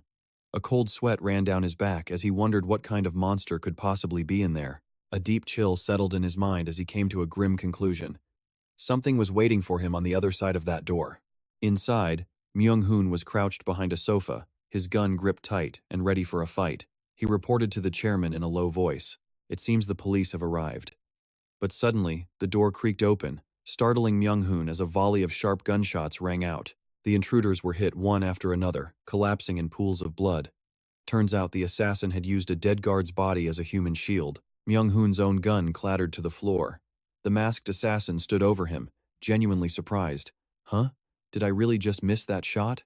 He looked down coldly at the wounded man, a smirk spreading across his face as he recognized him. "You must be Mr. Ha. I've heard so much about you." His gaze bored into Myung-hoon as he continued. "I always knew we'd cross paths if you kept protecting John Tae-san. I just didn't think it would happen like this." Realizing how bad things were, Myung-hoon tried a bluff. "The police will be here any second. Back off now, and I won't come after you." "Ha ha ha. Listen to this dead man talking." But while the assassin was still gloating, a sudden gunshot tore through the air from right behind him. Chairman John Tae-san was on his feet, gun in hand, firing without hesitation. All while the assassin was still holding the severely injured Myung-hoon. The killer let out a cold, sarcastic laugh. "What a shame. To think I'd get to kill both the father and the daughter with my own hands." The horrifying truth about his daughter's death hit John Tae-san like a physical blow. The old man could only stammer out a single word. "What?" The assassin's lips curled into a smirk, twisting the knife in the chairman's old wound. "Why so surprised? Sure, maybe a few nobodies pulled the trigger back then. But do you really think the boss would leave a job like that to a bunch of nameless grunts?" He aimed his gun at the chairman, delivering a cruel farewell. "Goodbye. When you see your daughter in the afterlife, tell her I said hello." And then suddenly a single, sharp gunshot ripped through the room. The assassin took a fatal shot right to the head. He collapsed to the floor, completely neutralized. At that exact moment, the door flew open. The men who burst in found a devastating sight. John Tae-san was desperately holding on to Myung-hoon, who was now critically injured. The old man roared in a panic.